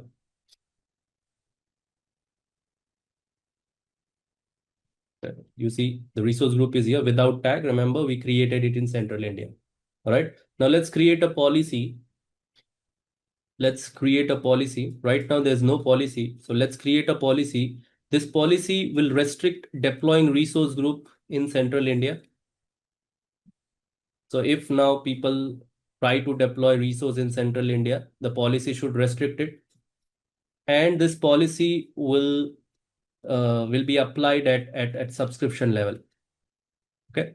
So let's see how we can use policy. Now, I just demonstrated that I was able to create the resource group and that resource group was created in Central India. Okay. Now using policy will restrict that.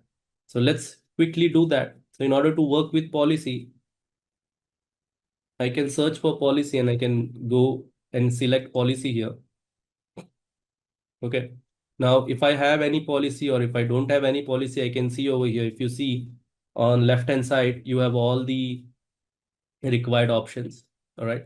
So you see here under assignments, you can see all the policy which are currently assigned to your to at any scope if you have any policy which is assigned. So right now it's 0. That means no policy is assigned.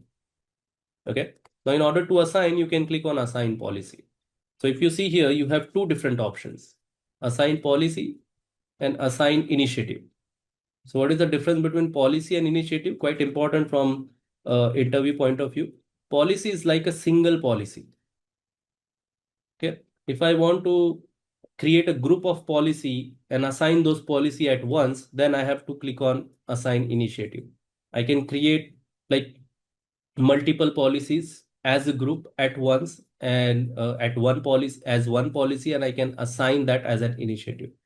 Okay. So if I click on assign initiative, you'll see all the initiatives. Sorry. If I go back over here and if I go to the definitions and if I click on, if you see here, these are all the policies that we have available as of now. Okay. These are all the inbuilt policy that Microsoft has created and kept that. But if you see here, the type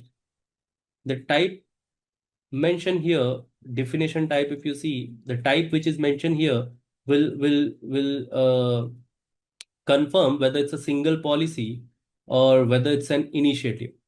Right now, whatever you see is a single policy, but if you scroll down, you see there are multiple pages that you can go. And if we go to the last page, if you go through each page, one of the type should be initiative. You can see that initiative as well.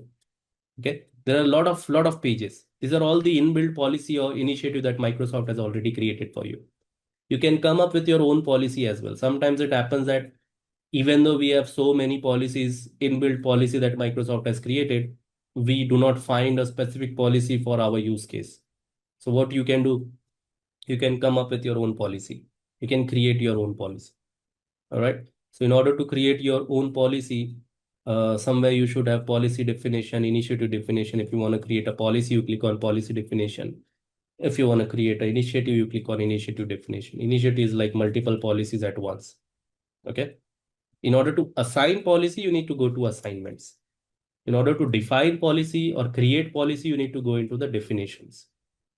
All right. So in order to create policies, obviously you need to be well versed with JSON and you need to understand the different services that Azure provides, right? For example, this is the virtual machine related thing. So this policy can audit all the virtual machines which does not have the disaster recovery configured. So you can use that policy and you can see how this policy is defined. So this policy is defined like this. As I mentioned that in order to work with policy or anything in cloud, specifically any cloud, you need to be well versed with JSON. Okay. So whatever Azure or any other cloud provider will be mentioning will be mentioned as a JSON format. Okay. So what we are going to do, let's go back to our topic where we have to deploy a policy which will restrict the deployment of resource group in central India. That means nobody should be able to deploy a resource or a resource group in central India. Okay. So let's go to the assignment. Let's click on assign policy. And here, the first thing that you need to define is scope. The scope is the hierarchy that we discussed. So any scope, at any scope, you can apply the policy, provided you have the access. Okay. So if you see here at the scope on these three dots, if I click on these three dots, I can select the subscription. I can select the resource group. Now you might ask the question why I can't see the management group here. So remember, I've logged in as Simplilearn user. It's possible that this Simplilearn user doesn't have access to the management group. So I don't see the management group here.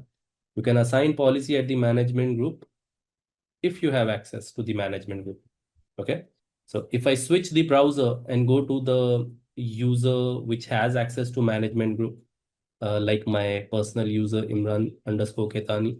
So if I search for policies here, if I click on assignments, and if I click on assign policy, just to see the scope, if I click on scope here, you see I can see the management group. So if you have access, you'll be seeing the scope as management group. If you do not have access, you won't be seeing it. All right. Now, how to assign the access and how to see this is something we will discuss in the next topic, which is RBAC. So right now we are on policy. So let's complete the policy first. Now I'm switching back to the browser where I've logged in with Simplilearn user who doesn't have access to management group. Okay. So here we'll keep the scope as subscription, and I'm not selecting any resource group. I'm just selecting subscription. That's all. All right. And I click on select. So whatever now we are going to define within this policy will be impacting this subscription only. And within this subscription, whatever resource group you will be creating, whatever resources you'll be deploying, only those resource or resource group will be impacted. So let me just explain this again. So if you see this hierarchy, let's consider this is the subscription Azure training, and we are applying policy at this level now. Okay. So if you go ahead and create a resource group within this policy, then only the policy that within this subscription, then only that policy which you are applying will be evaluated. If you're creating resource group within another subscription, then that policy will have no impact. Okay. That's why understanding hierarchy is important in Azure. Okay. Let's go back to the browser. Within this subscription, if you want to exclude anything, you can exclude that. So let's say I just want to exclude 2 or more resource group, which is for R&D purposes. So if I want to exclude, I can exclude. Okay, that option is given. Then here you can select the policy definition. So I click on these 3 dots, and there are a lot of policies. So if you see, there are like thousands of policies that Microsoft has already created. You need to select your own your policies according to your categories. Like I only want to work with virtual machines, so I select, let's say, compute. So I select compute, and all the compute related policies will be filtered out. So I'll see only the compute related policies. Okay. You see the VMs, all the VM related policies will be shown. Okay. Now, what we are interested is restriction of location. So I randomly search for location, or maybe allowed location. Okay.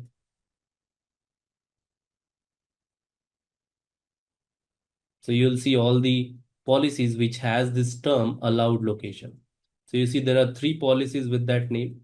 The first policy is specific to Cosmos DB. So Cosmos DB is a resource in Azure, a database in Azure.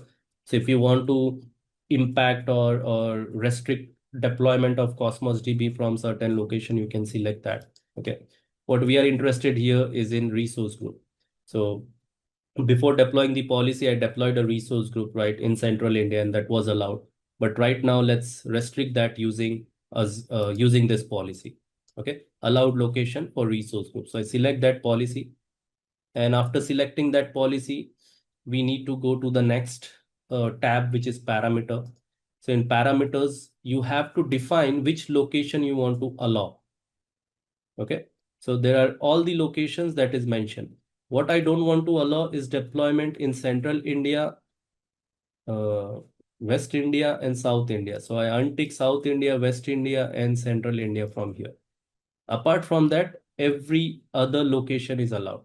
So let's say that's my scenario, that's my requirement. So only Central India, West India, and South India is unticked. Apart from that, all other locations are allowed. Now, next remediation is something which we don't require for this policy, but let me explain what the remediation is. What is a remediation?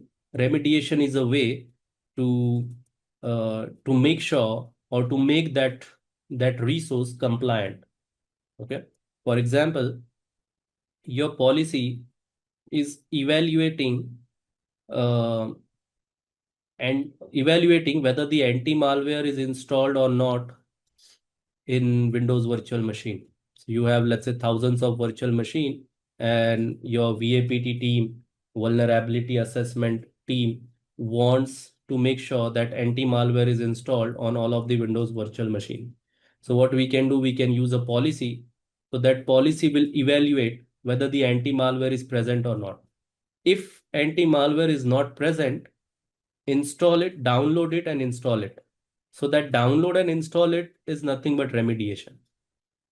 Something is not present, you're asking policy to deploy it. So when your policy is deploying it, that process of deploying things is known as remediation. We are remediating which is not present there. All right. So obviously this policy doesn't require remediation, but there are some policies which might have this option of remediation. So you can enable it. Okay. Then when you are remediating things, you need, now I have a question. What is the meaning of remediation? The remediation is something which will make sure deploy if not exist. You see this word deploy if not exist. So if something is not deployed, like for example, anti-malware or any other software that you're evaluating, if that is not deployed, deploy it. If it's not exist, deploy it.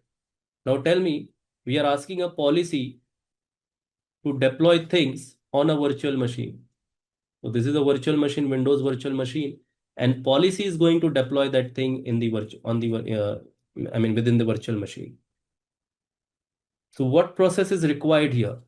Is the virtual machine automatically will allow the policy to deploy the things? This is the question I have.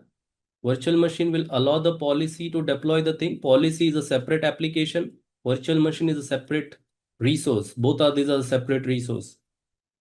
Now policy is trying to make some changes within the virtual machine, install a software. Tell me, is the virtual machine going to allow the policy to install the software? Or what, as an engineer or administrator, what we need to do?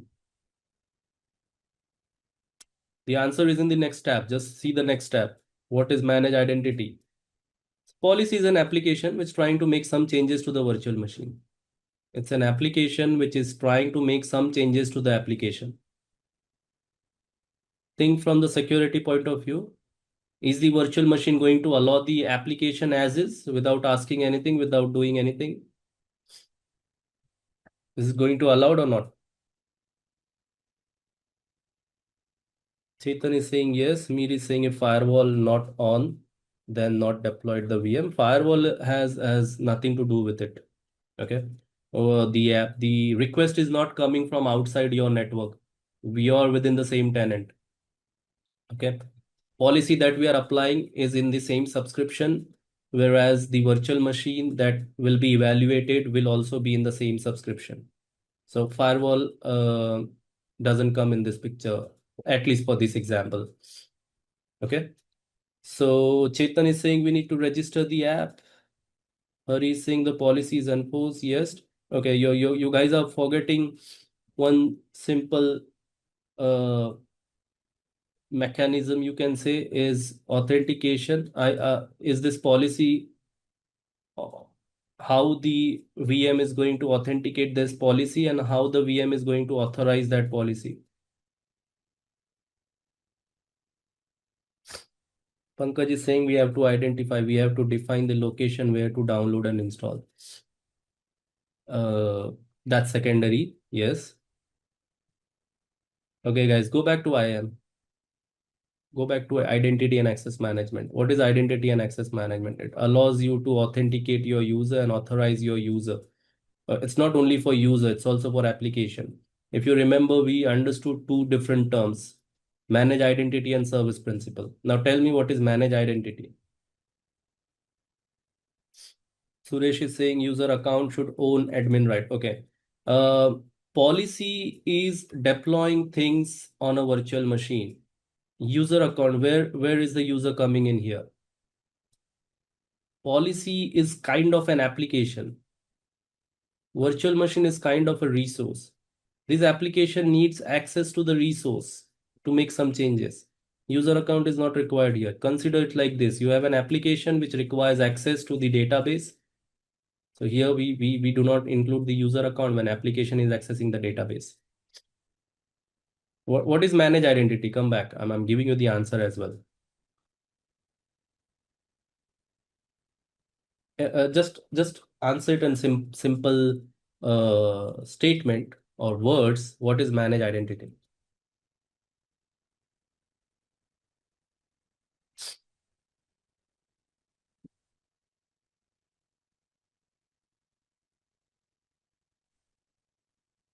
Okay, no problem. So I would encourage you to please rewatch the IAM section. All right. Now let's come back to the policy here. Now just answer yes or no. Is the basic step clear? In basic step, you're just defining your scope where you want to apply the policy, and then you're selecting the policy definition which you want to apply. In our example, we selected allowed location for resource group. And then in the parameters section, we selected which location to allow, which location not to allow. So we allowed free location, we unticked few location where which will be denied. All right. Now for our policy, we don't require remediation, but I explain what remediation is. Now answer, do you understand what remediation is? Do you understand what remediation is? Okay. So remediation is something where if something is not present, it will deploy. So in our policy, it doesn't make sense to enable remediation. All right. Now my question is, if we are using any policy where remediation is required, one policy that I provided is example I provided is anti-malware, which is not installed in a policy, will evaluate all the virtual machines. You have thousands of virtual machines. Okay. You have thousands of virtual machines. Policy will evaluate all the Windows virtual machine and see whether the anti-malware is installed or not. If it is not installed, then using the remediation option, we will install it. We'll ask policy to install it. We as a user are not going to install it. That's why this policy is in place. Policy will automate things for you. Okay. So it will install on your behalf. So you don't require a user account here. It will not ask me for the user account or anything. So with remediation, what I can do, I can install this software. Anti-malware is what? It's nothing but a software, right? So I can install this software. I can ask my policy to install the software if it is not present. All right. Now policy is behaving as an authoritative application which will deploy something, which will install a software inside a virtual machine. So in order to install that software, virtual machine should be authenticating the policy, right? It's possible that someone outside of my network triggered a script targeting this virtual machine, triggered a script installing a software. So this virtual machine will allow that person, that script to install the software. Obviously, that virtual machine will have to authenticate this traffic, where it is coming from, whether this traffic is authenticate to install, whether this traffic is authorized to install certain software or not. obviously this virtual machine will authenticate and authorized, right? So same goes for policy as well. Although this is coming from the same cloud, same account, but virtual machine have to authenticate and authorize to check whether this policy is authorized to deploy anti-malware or not. Understood or not? So in order to authorize, what we are going to do in the next step is create a manage identity for the policy. Clear or not? What I explained when we were discussing about manage identity. Manage identity is an object ID, is an identity for your application. When that application requires an access, we create manage identity for that application. And then when that application requires access to the database or the storage, the database or storage will authenticate that application using that manage identity. If it's authenticated, yes. If it's authorized, yes, allowed. If it's not authenticated, do not provide the access. Similarly, for this policy, the policy that requires the remediation, you need to create the manage identity as well. For our policy, we don't need it. For a certain policy where you need to remediate certain things, in that case, you need to create the manage identity as well. All right. I hope what I was trying to explain is clear. Okay. In basic step, you just selected the policy and the scope. So this is the scope I selected, my subscription, and then the policy definition that I selected, allowed location for resource group. That's all. In parameters tab, we selected what should be allowed, which location should be allowed, which location should not be allowed. In remediation, for our policy, it doesn't require, but for certain policy, if require, you can enable this. Okay. When you're working with remediation, you can create manage identity as well. Without manage identity, remediation will not work. Okay. Your remediation will fail. So once the manage identity is created, you can also provide the permissions to the policy as well. All right. And then next, non-compliance message. So in our policy, we need to add a non-compliance message like, please deploy in any other region apart from India. So what this non-compliance message will do, it will help user. Whenever user is trying to deploy the resource group and if that resource group is failing, it will help user to understand why the deployment is failing. All right. Please deploy in any other region apart from India. And then that's all. Once that is done, you can click on review create, and then you can click on create. So now your policy is in place. Now remember, before applying the policy, I deployed the resource group in India. Remember, right? Now let's try again. Now before trying, obviously, it's better to sign out and sign in again to take the token or the new token or the new policy. By default, it should be in effect as soon as you apply, but sometimes it doesn't work. So it's better to re-log in. Okay, so I logged out and then log in again.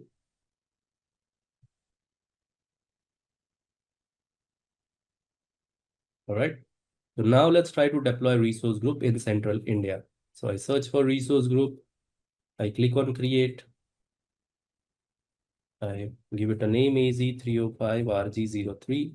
And then central India is by default selected. But if you see, there is the non-compliance message that you added in the policy is popped up. Please deploy in any other region apart from India. So this is affected by the policy. Policy will not allow the deployment of this resource group in central India.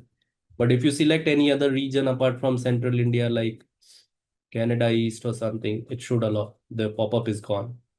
Okay, so now it's confirmed that using policy, we can enforce certain requirement that is required by our company. So we can implement or enforce those kind of requirement. Next topic that we have is RBAC. Now this is important topic to understand. Okay, so far we were discussing about the hierarchy, and I mentioned that we have different scopes in the hierarchy. Within that scope, you can apply the access control or you can apply the policies. Policy, we have already seen how to apply, and we selected subscription as one of the scopes. Similarly, RBAC is something which will allow your user to give them certain rights. Rights like reader rights, so they can read something, contributor rights, so they can contribute something to your subscription, or owner rights. Owner is like a full right. Okay. Uh, then you have, there are different roles available, built-in roles available in Azure that you can use to provide certain access. In simple terms, RBAC stands for role-based access control. So as from the ZTM, you need to make sure that least privilege access should be assigned to whoever wants the access. All right. So for that, you need to understand RBAC. RBAC is role-based access control.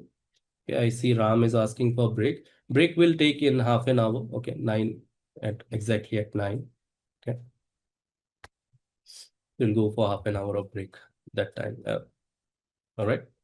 Or you guys tell me, do you all agree for break right now or later?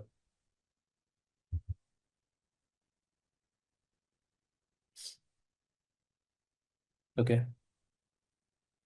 So RBAC stands for role-based access control. So far, what we have seen the hierarchy. Here also it's mentioned, right? You have management group, subscription, resource group, resource. So this is the hierarchy.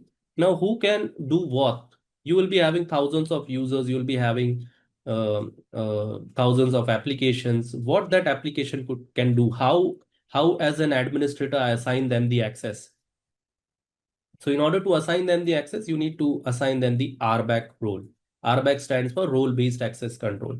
So you'll be having roles, different roles, depending on what they want to do. Assignments can be at any scope. So you need to assign those roles at any scope, whatever scope is preferred for you. Okay, you want some companies like to manage the access control at subscription level. Some companies like to manage at the management group level. If you want low management overhead, you go with management group. If you want more management overhead, that means every time there's a new subscription, you assign the same role to same set of groups and things, then you go at the subscription level. Okay. So different scopes, at different scopes, you'll be assigning different roles, and you can come up similar to policies. You can come up with different custom roles as well. There are a lot of built-in roles by Microsoft Azure. They have already created a lot of built-in roles, but at certain point in time, you feel that built-in roles are not enough. So you can create your own custom roles as well. In AZ-104, we have one practical as well where we show how to create a custom role. Okay. So what is RBAC? RBAC stands for role-based access control. So in order to see RBAC, you can go to any scope, management group, subscription, resource group. So I'll show you that at the resource group level. So I'm at the resource group level. If you see, any point in time, if you want to see at which level I am, so you can see that here. Okay, it says resource group. If I go to the subscription, you see subscription. So just right before the name of the resource or subscription, you can see at what level you are. So you are at subscription level. So at any level, RBAC can be assigned. That's why we have the hierarchy. Okay. So in order to see where I can assign the RBAC or who is currently having what role, you see this blade, access control IAM. This blade is present at almost all resources, all resource groups, all subscriptions, all management group. So whichever resource management group you are at, you can see this blade, access control IAM. From here, you can manage the access control. All right. Now, if I go back to any resource group as well, you should see the same access control IAM. If you go to management group, you will see the same. So it doesn't matter from where you want to control. I would prefer, for my company, we prefer management group. Why? Because we have a lot of subscription. We don't want to keep doing the same thing over and over again. Assign once at management group level and you're free. Okay. Then doesn't matter how many subscription you add there, all subscription will inherit those particular roles. So best way and the best practice that Microsoft also recommends is to manage the access control at the management group level. Okay, that would be easiest. But doesn't matter at what level you are, you should see this access control, and there you should see all the access. Now let's come back to access control IAM, and here you can see the role assignments. So this role assignment tabs provides you the current access that users are having. All right, all the users who has access to what access, what level at this particular resource group level. So if you see, I'm at role assignment here. My Hotmail account is having the owner role. And if you see the scope here, if you see the scope here, what it is saying, it says subscription inherited. What does it mean? What is the meaning of inherited? What level I am? At what level I am? I am at the resource group level. I'll explain the role, please hold on. What I'm trying to explain, plus see that. Okay, I'll explain the role as well, don't worry.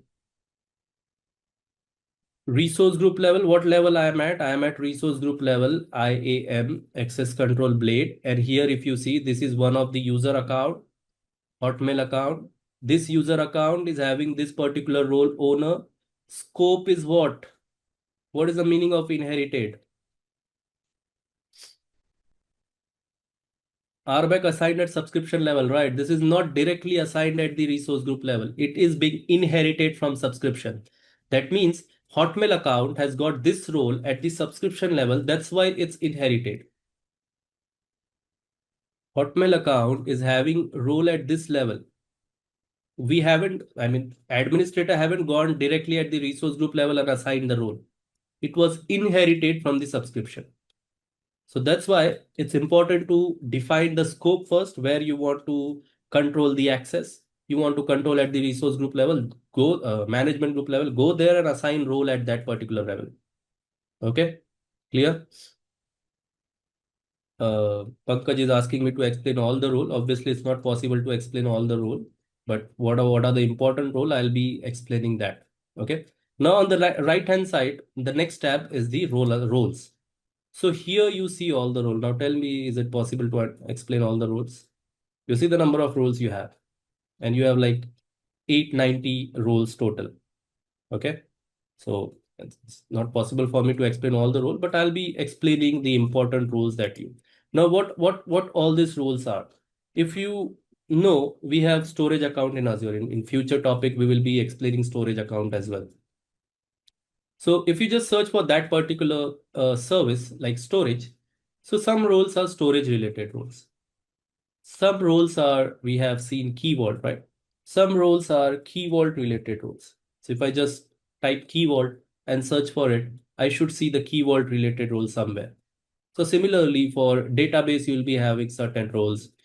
For virtual machines, you'll be having certain roles. So you'll be having different roles depending on that particular service. Now, which roles are important for you to understand from the exam point of view and from the interview point of view are these roles? Owner, contributor, reader, and there's one more role with the name user administrator or user access administrator. Okay, so let me just search for that.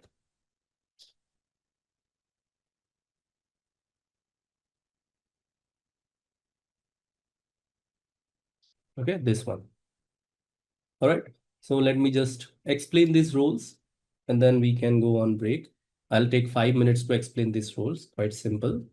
Owner, as the name specifies, you can do whatever you want. So if someone is having owner role, that means he or she can do whatever he or she want to do with that particular subscription or that particular management group. So understand, if I give someone the owner role at the management group level, he can do whatever he wants at all the subscription within that management group. So if you have thousands of subscriptions within this particular management group and you give someone owner role, he gets the owner role of on all that 1,000 subscription, at the end on all the resource group, at the end on all the resources. So owner is like administrator in Windows. Say he or she can do whatever they want. Okay. If any point in time you don't understand what this particular role is doing, you can read the description here. So what this description says, grants full access to manage all resources. So he or she can do whatever they want, right? Next, contributor. So what is contributor? It is also similar to owner if you see. Grants full access to manage all resources, but does not allow you to assign roles in Azure RBAC. What does it mean? So let's take an example here. You have user 01, you have user 02. User 01 is owner and user 02 is contributor. Okay, now there is another user coming in, joining in today. Now this user needs an access to virtual machine or resource group, whatever. So owner can assign access to this user 03 to any resources he wants. Whereas contributor cannot do that. So that's the only difference. Owner, full access, can assign or invite any other user as well. Not invite, but can assign access to other users as well to any of the resources. Whereas contributor can do everything, can delete resource, can manage resource, can create resource. The uh, only thing that contributor cannot do is assign access to other resource, other users. That's the only difference. All right. Next, reader, quite simple as the name specifies. If user 03 is a reader, he can read everything, but cannot modify, cannot delete, cannot do anything else. Okay. The last role that I mentioned was user access administrator. So if someone is having user access administrator, he or she can assign access to any other user. So if I am UAA, user access administrator, I can assign any role to third user, any role, whatever role they need. So tell me now, if someone is having contributor and user access administrator both, what is going to happen? He will become owner, right? He is contributor. He can do anything, whatever he wants to do. Plus, he's getting another role, user access administrator. That means user access administrator gives the ability to this user to assign any role to any other user. Okay, so these are the 4 roles that you should be aware of and quite important from the exam point of view, from the interview point of view. And any confusion on these roles, you just need to remember 4 roles as of now: owner, contributor, reader, and user access administrator. Owner, like administrator, can do whatever he wants. Contributor, like similar to owner, but doesn't have the ability to assign access to other users. Reader, as the name specifies, can read whatever he or she wants to read. User access administrator has the ability to assign access to other users. So if I am user access administrator, I can assign any role to any other user, whatever role he or she wants. Like he wants to manage virtual machine, so I can provide virtual machine administrator role to this user if I am a user access administrator. All right, clear? Clear, guys? But if someone is having contributor and user access administrator, that's like equivalent to owner. Okay. All right. Now tell me, I have a question. I get an owner role. Can I create a new user in Microsoft Entra ID? I got an owner role. See, if I go back to the role assignments here, my account, Hotmail account got the owner role. Can I create a user account when I have the Hotmail account? I mean, if I have the owner role, can I create the user account? People are saying yes. Okay, now here it comes. Here you need to understand in Microsoft Azure, there are 2 types of roles. Okay, RBAC roles. So whatever we have discussed so far, owner, contributor, user access administrator, reader, these are related to RBAC. Okay, RBAC is mostly for managing the resources. So I can only manage the resource if I have the RBAC role. I cannot manage the Microsoft Entra ID. Remember this thing. Okay. Microsoft Entra ID. User creation, user deletion is part of which? Is part of governance, or is it part of IAM, Entra ID? It's part of Entra ID. Okay. So there are two types of roles in Azure: RBAC role and the Microsoft Entra ID role. So in order to work with Microsoft Entra ID, I need to go to Microsoft Entra ID. And here also, if you see, there are roles and administrators tab. If I want to work with Microsoft Entra ID, there are separate roles. If I want to work with resources, there are separate roles. Okay. So which role is important in Microsoft Entra ID? Similar to RBAC role, there are a lot of roles again available here. Okay. It's not possible to go through each and every role, but which roles are important for you to understand is global administrator. So global administrator is like full access at your Microsoft Entra ID. So if you have global administrator role, that means you can do whatever you want to do. Okay. If you have the global reader role, you can read whatever you want, but you cannot modify anything. So if you get global administrator plus owner, then you have full access at the tenant plus at the governance level. Okay, at the RBAC level. So you can manage resources, you can do whatever you want. Similarly, if you're a global administrator, you can do whatever you want at the tenant level, at the Microsoft Entra ID level. Okay. Apart from that, there are a few roles that you should know is password reset administrator. So if you see somewhere you have password administrator, which gives you access to reset password. So if there is a help desk team who just need to reset the password, then you can provide this role to them, help desk team, right? Then there is user administrator role, similar to user access administrator. So if you want someone to manage the assignment of user roles in Microsoft Entra ID, then this role is something that you can assign. Okay. Just remember there are two roles in Azure: RBAC role and Microsoft Entra ID roles. Four roles, four important roles that you should know from RBAC side: owner, contributor, user access administrator, and reader. Main roles in Microsoft Entra ID is global administrator. It's like full role, full access at Entra ID level. Global reader, full reading capabilities. User administrator, similar to user access administrator, but at the Entra side level, at the Entra tenant level. That means if I have user administrator role, I can assign whatever role I want at the tenant level.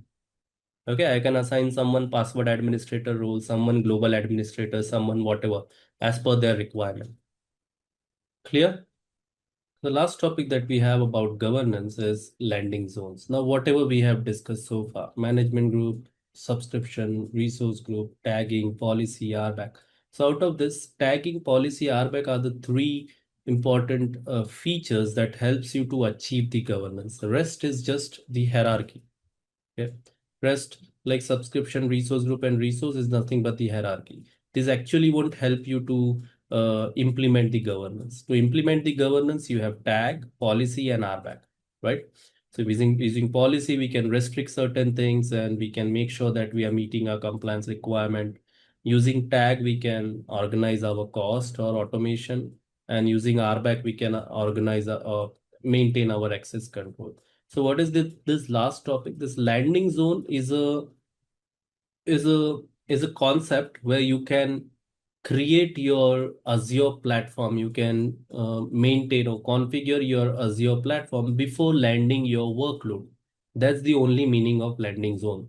Okay, like for example, I want to land a airplane in my city, so I need to build a airport first. So that airport, within that airport, we have runway. So runway is nothing but the landing zone for that airplane, right? Similarly, if I want to, let's say, uh, have a shop in my mall, So I need to first build entire mall, and then within that mall, we will have different area, square feet of shops, and according to the requirement of the users or of the shop owner, they will buy their own shop. So in order to make sure that shop is available, we need to first build entire mall first. Similarly, in the airport terminology, we need to make sure the runway is there so that my plane can land. Similarly, in Azure, we have a landing zone concept where you can define all of your policies, define all of your RBAC rules, define your ARM template, define everything, and then deploy your application. Then bring your application. Okay.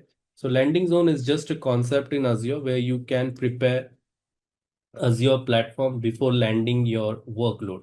So how to prepare? Obviously, you need to define the policies that you want to come up with. You need to define who will have what roles. You need to define if you want to use tags and all, right? So in Azure, a simple everything is blended into this, and you can create your own landing zone. So in Azure, we call this as blueprints. So if I go to blueprints, and there you can see uh, you can create a blueprint, and there you can see all the landing zones. Okay, you can start scratch and you can define your own policies, or Azure has given you some samples like foundational landing zone, migration landing zone, okay, common policies that it's like a best practice policies that you should be using. If your company wants to be ISO 2000 27001 compliance, then you can use this landing zone. If your company wants to be have a shared services, right? If you want to create resource group with certain RBAC, so you can create this kind of landing zone. So if I select the foundation one, I'm just showing you this is nothing but the best practice landing zone that Azure has created. So you just have to give it a name, like for example, foundation landing zone. Okay. And then where you want this location to be. So you can select management group or subscription. So I'll select subscription here. Okay. I don't see management group since this Simplilearn user doesn't have access to that. Next, in the artifact tab, you can define all of the policies. So within subscription, if you expand, you see this policies, append cost center tag. So tag will be mandatory. Tag will be mandatory for resource group. You're enabling monitoring. You will define allowed locations for your resources. You will define allowed locations for resource groups. So these are nothing but all the policies. So what landing zone is? Come up with whatever policy you want. If you want to add any policy letter, you can add that as well. Like click on add artifact, select artifact type policy, then select what policy you want to add, whatever you want to do. Okay, so that policy is added. So what we are doing with landing zone, we are making sure that we are compliant. Since we are asking people to add tags, so whenever people are creating resources, they will make sure that tag is assigned, since this policy will make it mandatory. Then we are enabling monitoring for all of our resources. We are defining which location to deploy the resources in. So these are all the policies. You can add as many policies as you want. Apart from that, you're creating a resource group for shared services. So a resource group will be created where Key Vault will be deployed, log analytics will be deployed, right? Another resource group will be created where all of your virtual networks will be deployed. Another resource group where you will be having identity service. So if you have a domain controller or any other identity service, you can deploy it there. And then when everything is deployed, there is an additional resource group where you'll be deploying your first application. All right. So landing zone is just a way or a way where you're blending or adding all of the stuff that we have learned today. Like we are creating resource groups, we are making the tag mandatory, we are applying certain policies that require for our compliance, then we are providing the RBAC role. So landing zone is just a logical, you can say a logical way of making sure that your infrastructure is ready, your platform is ready before you start adding the application. All right, if I want to provide any RBAC role at any point at, let's say, this resource group, so I can select the artifact type role assignment, and I can provide owner role to any user or any group, or I can add it later as well once the resource group is created. All right. So that's something that you can define beforehand before bringing your application. Now, initially, when people started using Azure, this concept was not there, but uh, Microsoft introduced it very in a year or so when Azure was there. So initially, people were not aware of this landing zone thing, so they started deploying resources without considering the compliance and all. So blueprint is a way where you can define your landing zone first. And once you have defined your landing zone, you can bring your application. Remember, landing zone is to be done before bringing your workload. Once you have deployed your workload, after that, if you are bringing the landing zone, you can still bring it, but that's not how it should be working. All right, landing zone should be created first. It's like, just consider it's like your plane. In order to land the airplane, you first need to have runway. If you do not have runway, you cannot land your plane. Right. So similarly, landing zone is something that you should be creating first, or deploying, or making sure it's ready first before you bring your resources. All right. So that's about a landing zone. Yeah, you can create custom landing zone, whatever you want whatever you want. So you just need to go to blueprint, and there you need to click on create. Okay. Here you can define whatever you want. I selected the foundation one. You have the option to start with the blank. Okay. Just name it, provide the location, the definition location, and start adding your artifacts. So I'll add what I want. I want policy, I want role, I want ARM template, or I want resource group, whatever I want. So if I want policy, I select policy from here. Add, then again add artifact policy, then I add again another policy, whatever I want. Okay. So you can select your own blueprint, your own landing zone as well. Debapratha is asking, what is the use of landing zone in real scenario? Okay. Have you understood what landing zone is? Forget about what is the use as of now. Have you understood what landing zone is? All right. So what we are doing in landing zone, we are just defining the policies. We are just defining the RBAC. Have you understood what is the requirement or use case of policy RBAC in real world? To meet compliance, you need to meet compliance. What landing zone is giving, landing zone, what we are doing in landing zone, we are just comprising or blending all this thing into one thing. Instead of doing this separately every now and then, what we are doing, we are creating a landing zone, and we are adding all this stuff at once.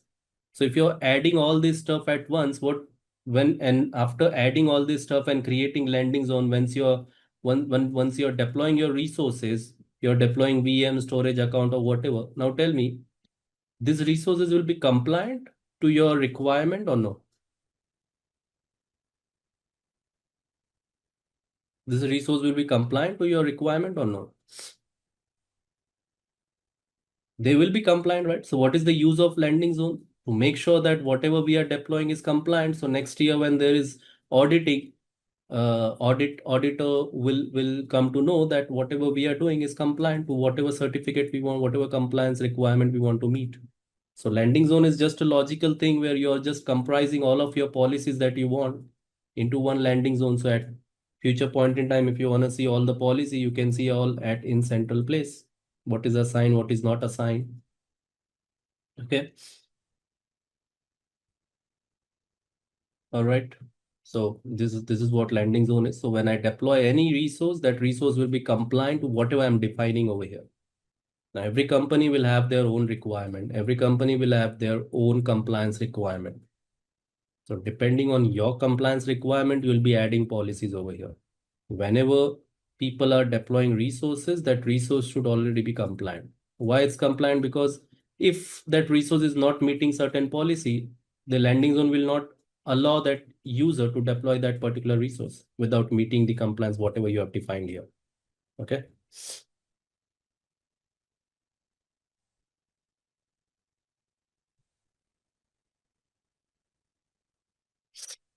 Mustaq is asking this foundation landing zone. Foundation landing zone is just for you to understand what landing zone is. I'm not saying that you need to apply the foundation landing zone at your organization. Okay. You need to understand first what landing zone is.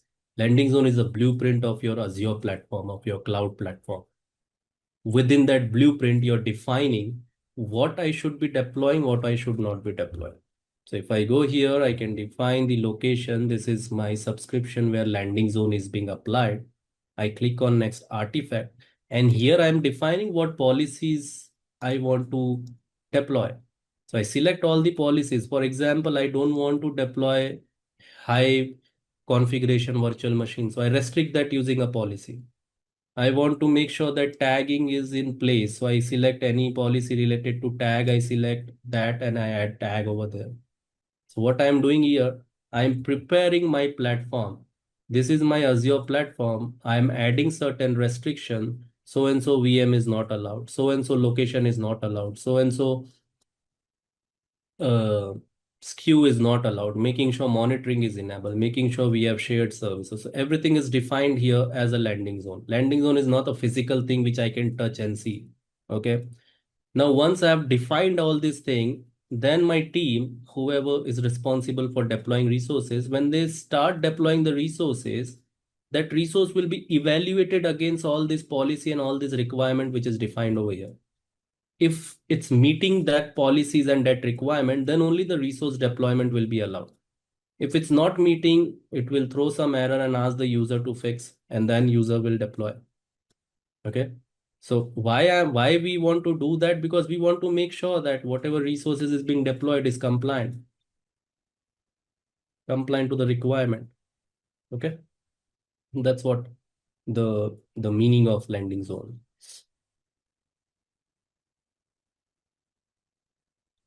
Foundation landing zone is not to start a project. It's just an example how you can use landing zones in real world.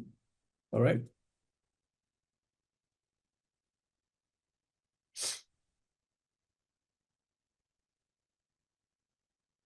Harry is asking, is not it where the traffic enters? See, traffic is a network part, right? Landing zone is just definition of policies and all where you're defining everything.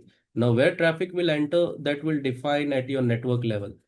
These are not the network related policy. These are the governance related policies. Okay. Suresh is saying, okay, you means to say if I select 27,001, the compliance will meet according to 27,001, or else it won't allow us to create as we like. In 27,001, what is defined? What is required to meet that particular certificate, that particular ISO certificate? So if I select that, there will be certain policy which Microsoft has already defined. Okay. So first I select the resource name and the subscription. And when I go to the artifacts, what Microsoft has done, Microsoft has added certain policy which will make sure you're meeting ISO 27001. So whatever is defined in that policy, when you're deploying your resource, if that meeting that criteria, you're allowed to deploy. If it's not meeting that criteria, it won't be allowed. So if the resource is not deployed, obviously the auditing is not in the question here. Okay. If resource is deployed and it's not meeting certain criteria, then you're not compliant. Your whatever you're doing is non-compliant. And when ISO team comes to audit your organization or your platform, they'll see that you're not compliant. So if you're using this, then it will make sure this landing zone will make sure that whatever resource you're using is compliant to this particular policy, whatever is defined in that policy. Okay.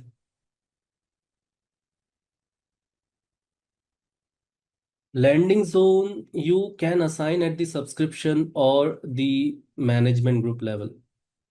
So it's nothing but policies, RBAC and everything. It's not something fancy or something new or something a physical resource that you're deploying. It's not a physical resource, a logical thing. Okay. So if you see the definition location here, this is nothing but the scope. You can keep it at management group, at subscription, at resource group. Okay, mostly you'll be keeping it at management group and subscription, not at the resource group. Okay. It's similar to what you do with policy. With policy, what you're doing, where you can apply your policy at management group or at subscription. Same thing with the blueprint. Same thing with the landing zone. Okay.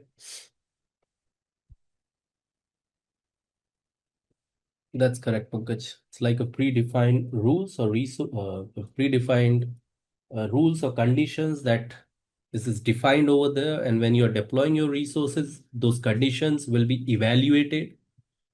If your resources are meeting those conditions, resources will be allowed to deploy. If not, resources won't be deployed.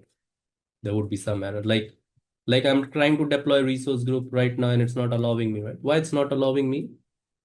If I click on create resource group and I put it in central India, it's not allowing me to deploy. Why? What is the reason? Why it's not allowing me? Because what I'm trying to do is non-compliant to my organization.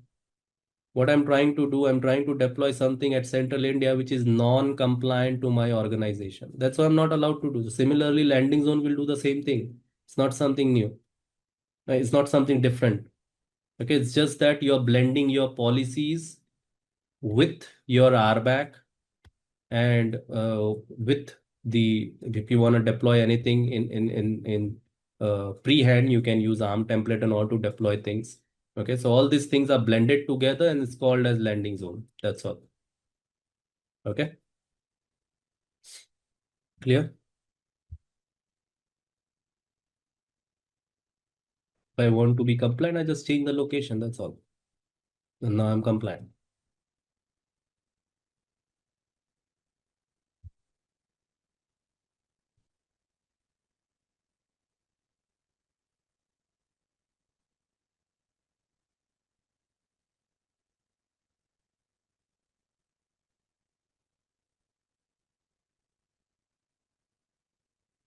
Okay, so case study is very simple for this. So if you can open this and go to governance. So here we have the case study.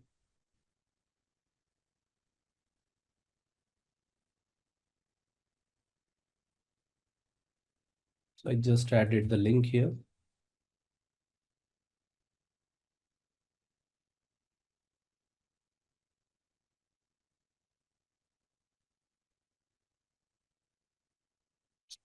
Okay, so what this case study is doing, I know this case study is asking you to design a governance solution for your company. So let's read through it.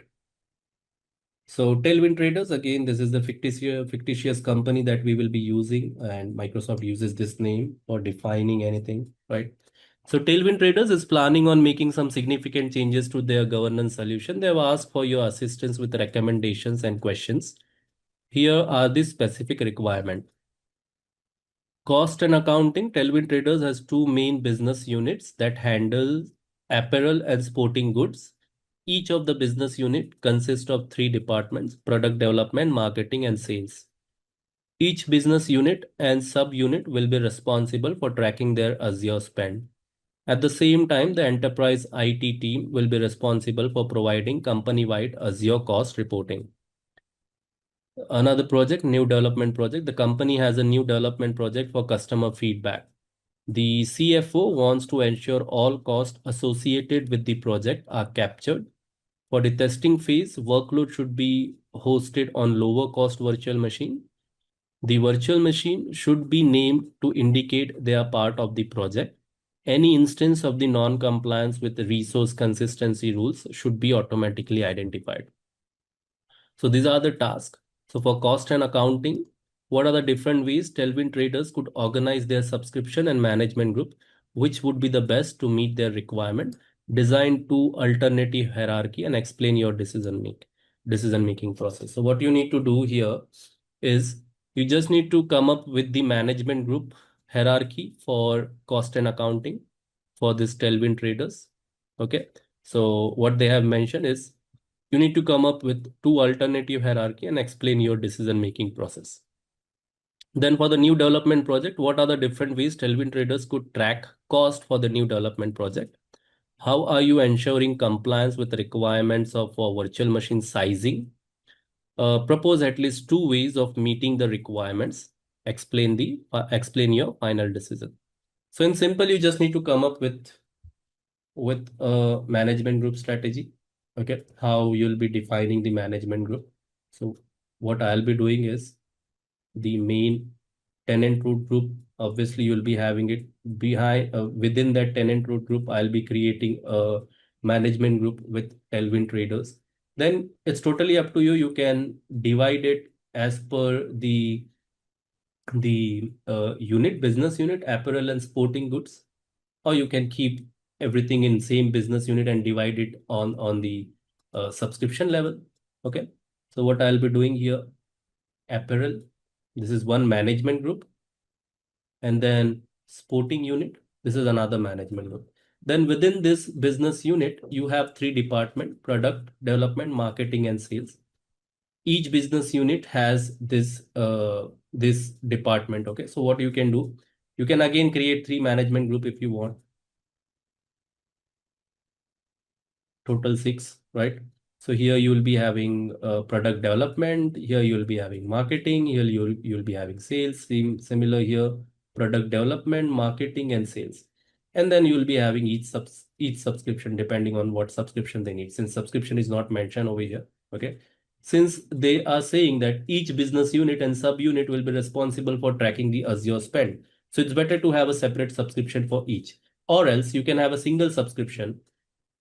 And if you are having single subscription, you don't need to have three different management groups over here. So another strategy could be like this: tenant root group, Tailwind traders, and then two business unit, apparel and sporting, apparel and sporting, and then you can have one subscription each. Okay, within each subscription, in order to track the cost, you can use tags and all. Okay, in order to separate the top. If you're going with single subscription, but here they mention that each subunit will be responsible for tracking their Azure spend. So it's better to divide them into three different subscription, which will be easier for you. Why it will be easier? Because one subscription will have cost and you can simply put that in their cost center, right? So I can have three subscription, like this is for product development, this is for marketing, this is for sales. Similarly, in a sporting unit, I'll have three different subscriptions. So either you can divide them in three different management group, then have one subscription each, or you can simply put subscription within the main management group. All right. So these are the two different hierarchy you can come up with. That's totally up to you which you want to go. Okay. Now, in new development project, what are different ways Tailwind traders could track the cost? So again, you can have a new management group here for new development project. I'll mention that as NDP. Okay. How are you going to ensure the compliance? Obviously, we need to use policy. So you can just mention here Azure policy. Okay. And if you have any other way, you can come up with that way as well. Like you can put management group and then subscription, or directly subscription. Totally up to you. All right, just go through this subscription case study and come up with a solution. And I did not get any solution from you guys for the last case study. So you need to go to Draw.io and come up with a solution and send me that solution over the email, over my personal email. All right, like this. So you did not came up with any solution. So now here also you just need to create management group. Same thing what I explained. Okay.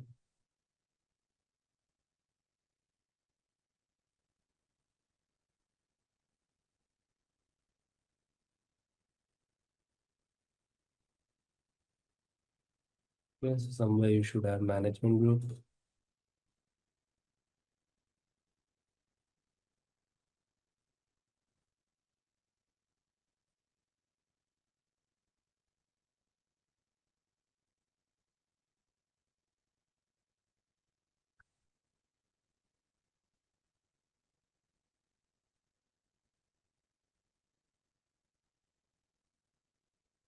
This is management group. This could be main management group. You can add a tagging or something. So you can add a text over here. So this is, let's say, my tenant root group. Obviously, I can increase the font and all that I leave to you. Okay, this is my tenant root group. Then I can copy paste to have the same thing here. This is my Tailwind traders, just rename. Then I can have additional management group. So just similar to what you're seeing over here, what we discussed right now. You need to come up with that solution. Okay.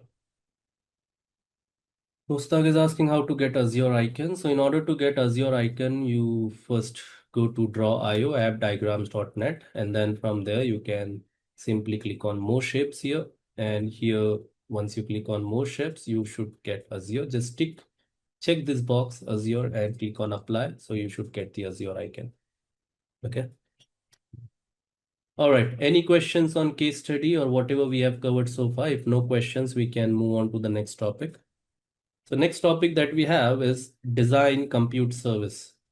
Okay. So if you go to AZ-305 study guide or AZ-305 learn path, this is the topic that we are covering right now. So we have completed this except monitoring. So monitoring will be doing later once we have covered everything. So we have covered governance, we have covered authentication and authorization. Monitoring is pending, which we will cover at the end once we have done with all the solutions.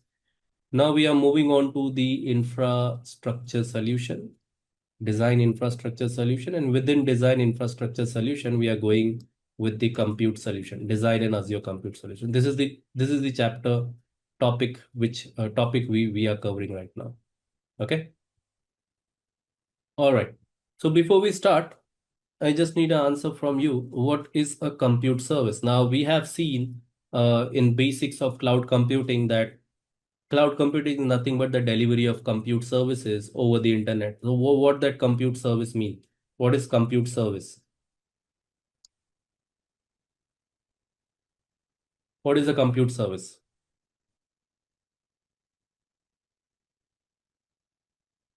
VM, that's correct. Apart from VM, what only VM is compute service? What is that compute service?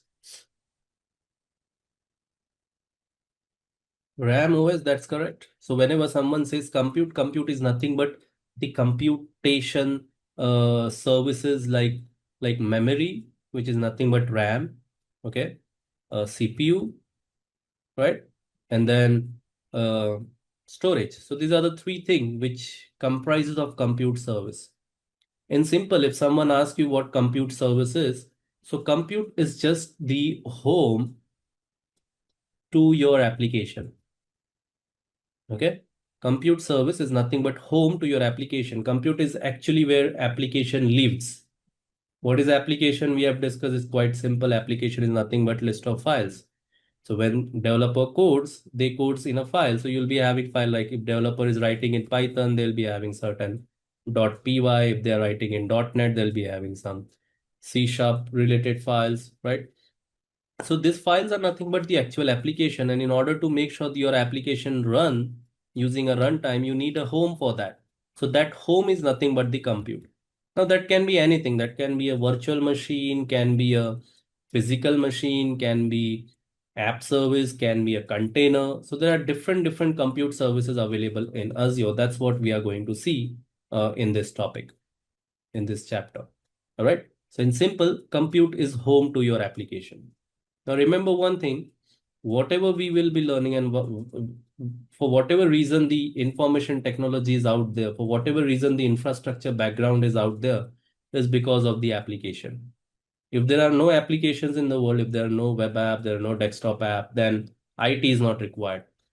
Okay, business can happen physically by making a physical, building a physical shop and asking customer to come physically there, right? If there's no app, we are not required. Cloud is not required, on-prem infra is not required. So whatever we are doing is for the app. All right. So application, in order to make sure your application can live, you need to have a compute service in place. And in Azure, what compute services we have, that's what this topic is about. We have a lot of compute services. So just to describe or make you introduce to the compute services, these are all the compute services we have in Azure. Virtual machine, app service, Kubernetes service, Azure function, Azure batch, logic app. One is missing, which is Azure container instance, right? ACI. So if you see, every compute has its own dedicated section. So I'm not explaining each and every service here. I'll keep it to its own dedicated slide. All right. For this slide, is it clear what compute service is? For me to keep an application, for me to make sure that my application uh, can be accessed by the people, or my application actually can run, I need to have compute service in place. All right. So in that compute service, which is nothing but home to my application, I'll keep my application. An application, nothing but files. Is that clear, guys, what compute is? All right. So let's see each compute service. Now, out of all this compute service, not all compute service are meant to keep the application. Okay. Not all compute service are meant to host the application. Like out of this 6 services, the first 3 services, Azure Virtual Machine, Azure App Service, and Kubernetes Service, are the services where you'll actually deploy your application. Okay. Rest are different. They're not mean to host the application. Okay, so we'll see what is the difference and what each compute service is used for. So which compute service to choose from? There's a long or a big you can see a flow chart that Azure has created. Now, which one to choose at what point in time? This flow chart will help you to decide. But apart from that, if you sit until the end of this compute, obviously today I don't think so we'll be able to complete or cover all the services. But tomorrow we will be done with this compute section. So tomorrow, once we are done with the compute section, you'll be able to identify or define or uh, take a decision on which compute service to use for your work or for your use case. All right. But let's go through this flow chart and see which compute service to choose at what point in time. So from here you are starting. All right. The first question is, are you migrating from on-prem, or I mean from anywhere, not only on-prem, or you're building new? Okay. So if you're migrating, go this way. If you're building new, go this way. All right. So let's say we are migrating. Since when I started my Azure career, most of the customers were migrating, and I helped my second or third company to migrate. We had the uh, everything in data center in Australia. So we migrated it to Azure since we were going global. So if you're migrating, these are your options. Okay. So let's come over here and see. Now, once you say, yes, we want to migrate. So this way you need to go left side. And here, are you doing a lift and shift, or you are doing cloud optimize? Lift and shift is like whatever your application's condition today is, you're just using as is and you're just shifting it to Azure. That's all. You're not changing anything. Okay. You're just lifting your application from on-prem, AWS, wherever it is. However it is, it's written in old format or old framework. You're just using that framework and shifting it to Azure. That's all. Okay. So if your answer to lift and shift is yes, you'll go this way. If your answer to cloud optimize is yes, you'll go this way. Okay. So let's consider lift and shift. So I'll go this way. Now, once you're using lift and shift. Is your container using, is your application containerized? That means, are you using container platform? So if you're using container platform, you go this way. If you're not using container platform, you go this way. So let's say we are not using container platform. So if you're not using container platform, we have 2 options to choose from. Azure App Service or Azure Virtual Machine. Okay. Now, when this yes and no is happened is whether your application is web app or API. So if your application is just a API or web-based, you can go to app service. If it's not, you can go to virtual machine. If your application is containerized, you again have 2 or 3 options. You can go for Kubernetes services. You can go for Azure App Service again with container option, or you can go for Azure Container Instance, which is not mentioned here. Okay, it's mentioned here somewhere here. All right, so these are the 3 options you have when your application is containerized. Okay, so we have covered this. When you're migrating, you have these options. When you're migrating your application to Azure, you have these options. You can make use of virtual machine. You can make use of Azure App Service. You can make use of Kubernetes service, or you can make use of Azure App Service with container. These two options are only valid when you are doing containerized application. That means you're using a Docker or any other container platform, and you have containerized your application and you're deploying it as a container. So either you can use EKS, Azure Kubernetes Service, or Azure App Service. If it's not containerized, then you have left with virtual machine or Azure App Service. Okay. Now let's say you're not migrating, you're building new. So if you're building new, obviously you have all the options. Now, which option to choose when? Do you need full control? Do you need a full control on operating system? Do you want to control your operating system like every month you have patching? So if you're using Windows operating system, you have to patch it. Even Linux, you have to patch it. So do you want those kind of full control?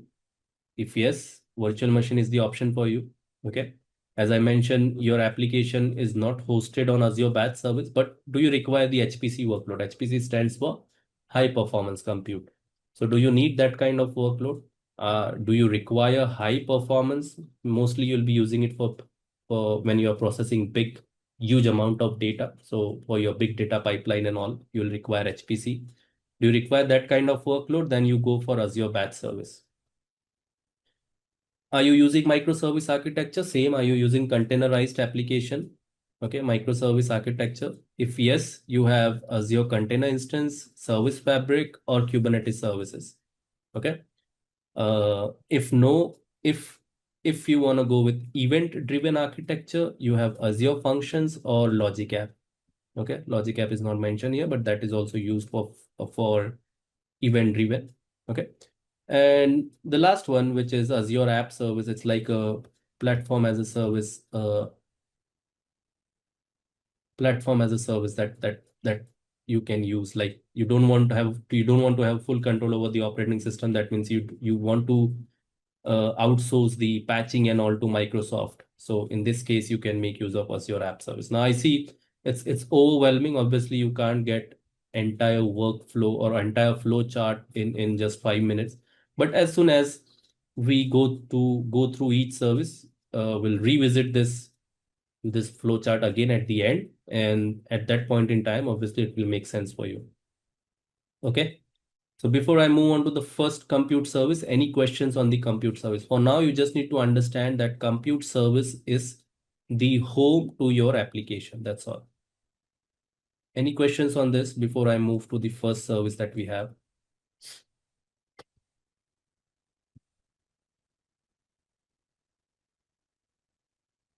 Mustaq is asking storage also. What do you mean by storage also? See, we are not understanding storage as of now. We're just understanding the compute. That means where my application will be running or hosting. Okay. We're not migrating. If your question is related to migrate, we are not migrating storage as of now. Okay. For storage, we have a dedicated chapter. Your questions will be cleared there. How storage is handled when it comes to hosting an application. Okay.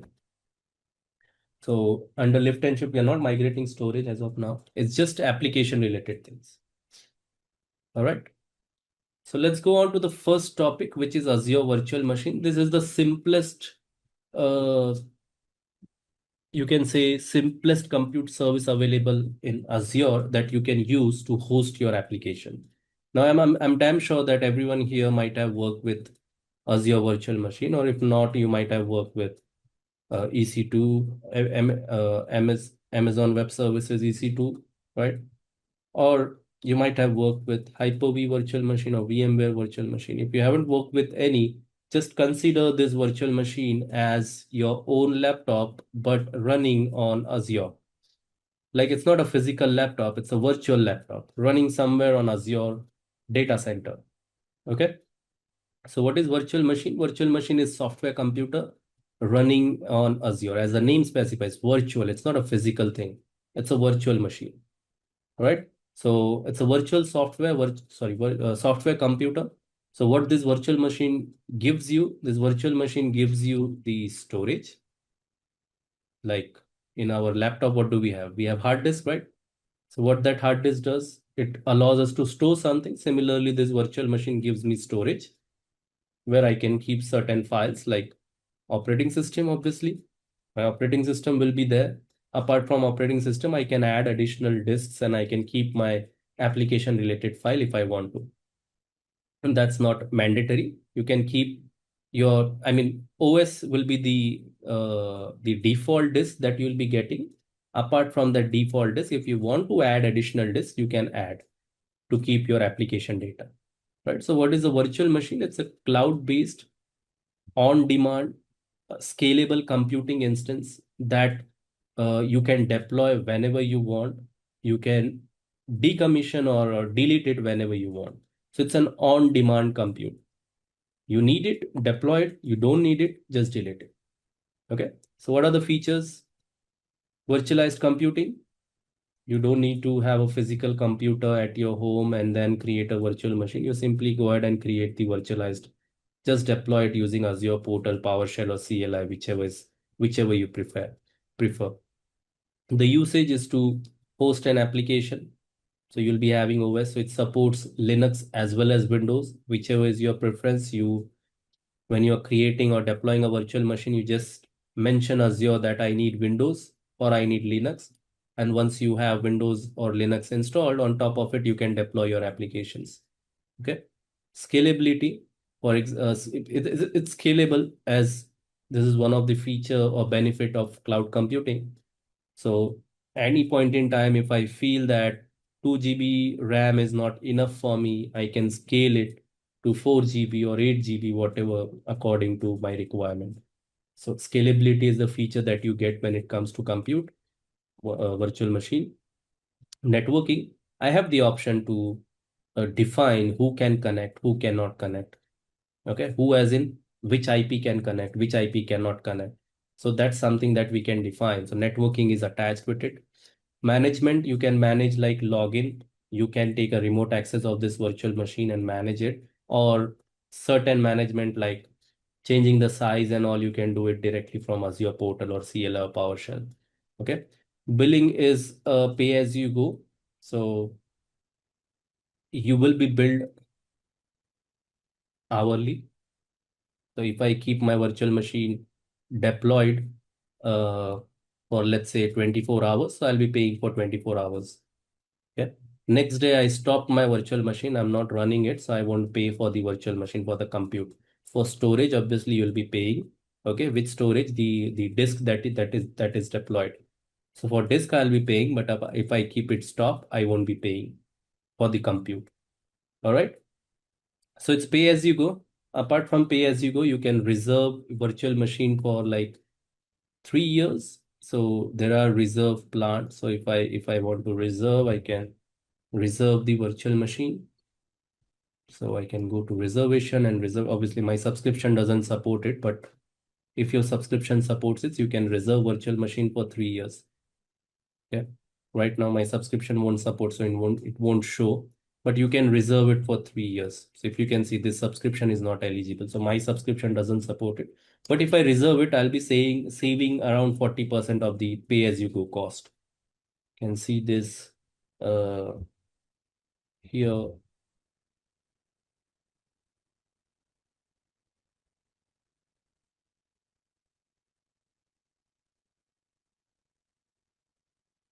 You can see the pricing table. And if you see here, if you go for reserve plan, so everything is mentioned here depending on the size, which size you're choosing. If you go for 1 GB RAM, this is the normal cost. This is the saving plan. This is again 3-year saving plan. So if you go with 3-year saving plan, you'll be having around 54% of savings. Okay.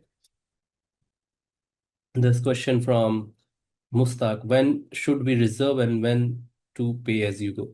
Okay. Do you want to save money for your company?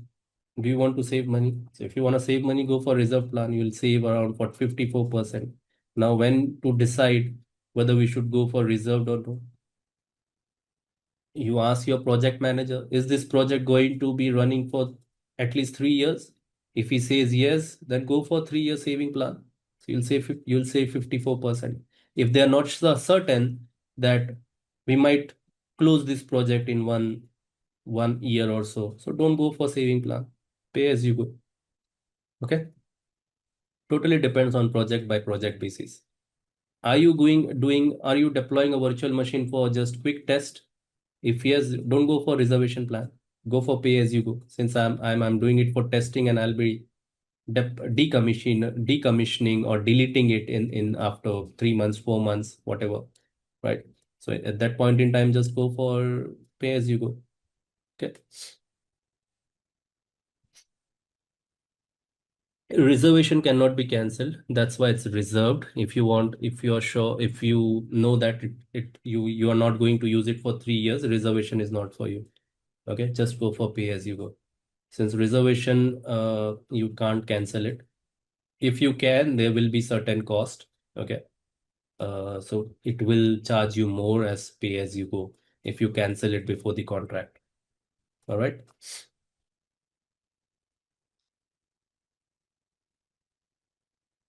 Okay, so coming back to the topic, I'll take the questions later.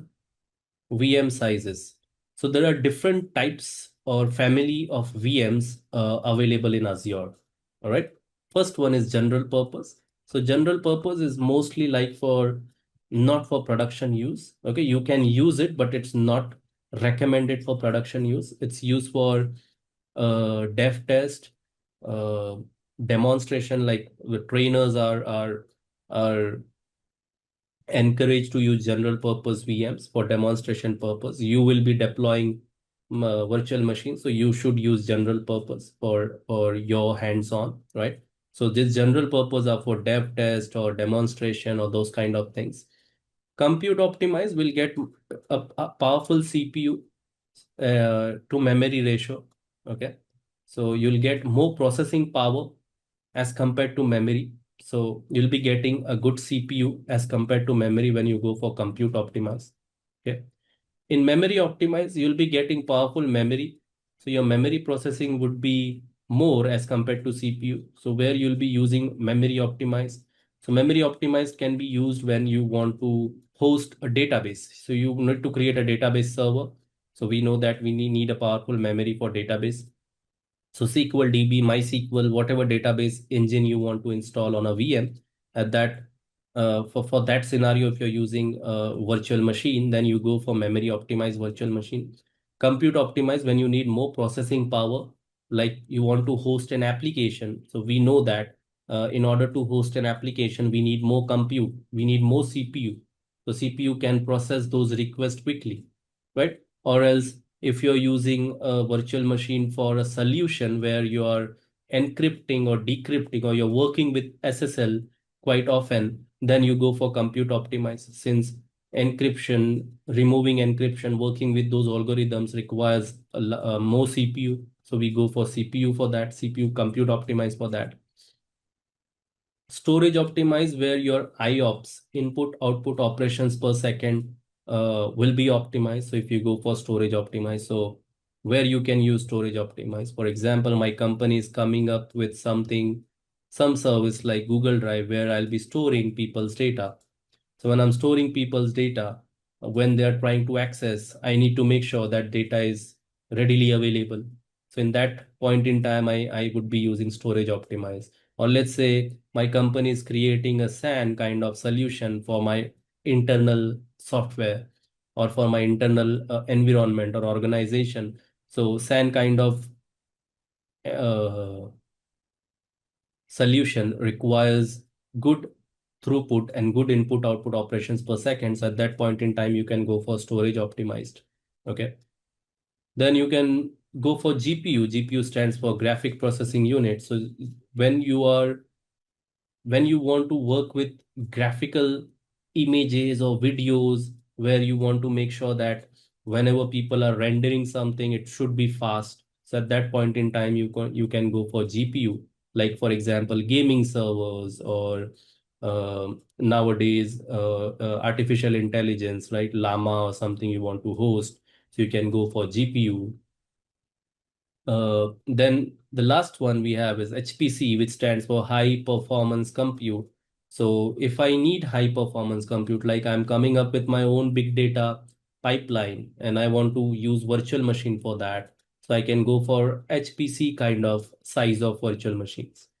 Apart from that, there are a lot of other sizes available in the in the Azure portal or in the Azure platform, but these are some sizes that you should know. Okay. Once again, you have general purpose, which is for dev test kind of environment, not meant for production. Compute optimized, where you need high CPU, right? I need more CPU power. For example, I'm hosting my application and that application is working with something known as encryption, decryption, and application want to process that very quickly. So I need high CPU there. Memory optimized, when you need more memory. Okay, I mean powerful memory, not more memory, powerful memory. So if you're hosting a database kind of thing, where you require more memory, then you can go for memory optimized. Storage optimized, where you need good storage, like for example, you're coming up with SAN storage kind of thing, or OneDrive kind of thing, or Google Drive kind of thing, where people are storing and you need a quick read write access to that, to that data which is written over there. So you can go for storage optimized. GPU, graphic processing unit, where you need more graphics like gaming servers, AI, rendering, marketing materials. HPC, high performance compute, where you want to come up with your big data pipeline and all kind of things, and you want compute for that, you can go for HPC type of Azure virtual machine. Okay. Then if you want to create clusters of virtual machine, then in Azure, we have something known as virtual machine scale sets. So virtual machine scale sets are like deploying virtual machines as a group of virtual machine, like a cluster. So you'll be deploying more than one instance.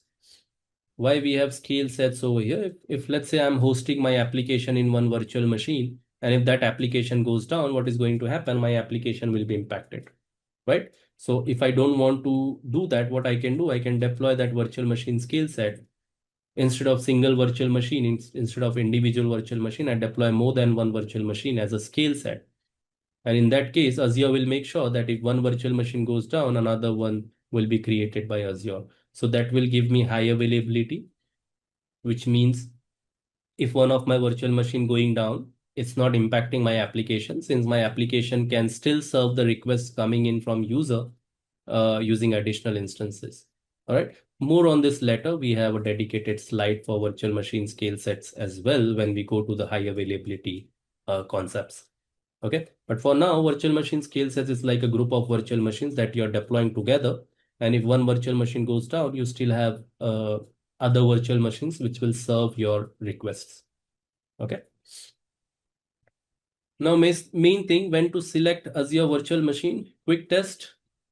You want to do a very quick test of your application, whether it will be running or not, what issue you can have, right? HPC kind of workload. So if you want high performance compute, then obviously you cannot go for other compute instances. Obviously, batch solution supports it. Apart from batch solution, other will not be able to support it. So you can go for a virtual machine. Legacy app. Legacy app is old applications which are not supported in, which are not cloud native or cloud optimized. So you can go for virtual machine in that case, and you need a full control over operating system. So when you deploy a virtual machine, you can log into the virtual machine and you can install whatever software you want. So you have full control over the operating system. Okay. Now this is the excerpt from that flow chart. So when you will be using virtual machine, when you're building a new application or you're migrating and using lift and shift. So if you're building a new application, if you require full control, go for virtual machine. When you're migrating and using lift and shift, can you containerize it? If no, can you use web app or API app? If no, then you go for virtual machines. Okay, this is the same excerpt from this flowchart. All right. So before I go to the portal, any questions on this?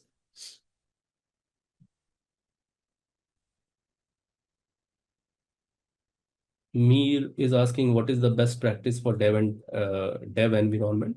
So dev environment, you go for virtual machine. general purpose virtual machine, which will cost you less, and make sure you're shutting it down during non-business hours, so which will save money for you. Okay, if you keep virtual machine, doesn't matter whether it's general purpose or any other family size, uh, any other VM family. If you keep it running for 24/7, you'll pay extra even when you're not using it. So it's better for dev test environment.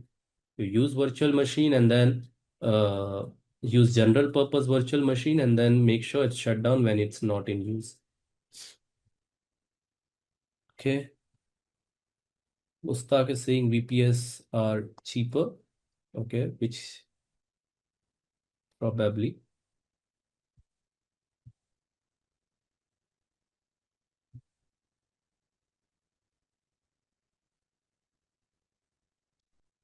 Pankaj is asking what other applications installed in VM after OS in real environment. That's up to you. What applications you want to install. By default, there won't be any. By default, when you create a VM, when I'm creating a VM, only OS will be installed. That's all. Apart from OS, nothing else will be installed. So what application you need, you can deploy. That is the meaning of full control. Okay. So when you go for virtual machine, you have full control. You can deploy whatever you want. All right. So by default, there won't be anything. So if I select Windows OS, only Windows operating system will be installed. Softwares will not be installed. If I need additional softwares, I can install it afterwards once I have access to the VM. Okay. Any questions before I move on to the portal?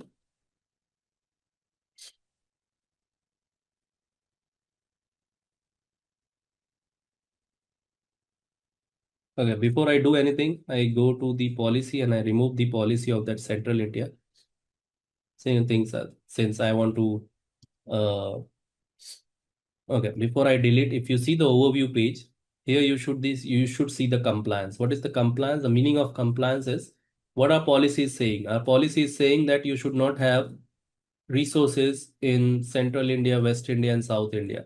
But if you see the policy compliance, I have 3 resources, out of which 2 are compliant, 1 is non-compliant. That means 1 is still in Central India. So that's the kind of audit or compliance report you get when you use policy. Now, since we only have 1 policy, I see this kind of compliance. You'll be having multiple policies, so you'll be seeing percentage kind of thing. Like for example, here, 14%. All right. So this is where the policy comes in place to define or to see your compliance level before the audit, obviously. So you can make sure that you are 100% compliance to whatever requirement your company or your clients are giving to you.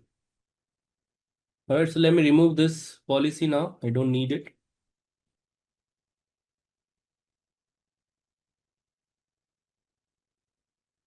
This policy is removed now. You won't have any compliance. In some time, this compliance will go away since you don't have policy. Okay. All right. Now let's see our first demo of compute section. So here what I'll be doing, I'll be deploying a virtual machine. And within that virtual machine, we'll deploy a very simple application. It's not an application, it's a simple static website. So I'll be deploying that. So let's see that. And I'll be using same static website to deploy it in all compute services, whatever we are going to cover, whatever demo we are going to see. Okay. So let's see that quickly. So what I'll be doing, in order to create a virtual machine, you need to search for virtual machine and then click on virtual machine and then click on create. Okay. So as usual, with any resource, the first 2 things will be common and mandatory.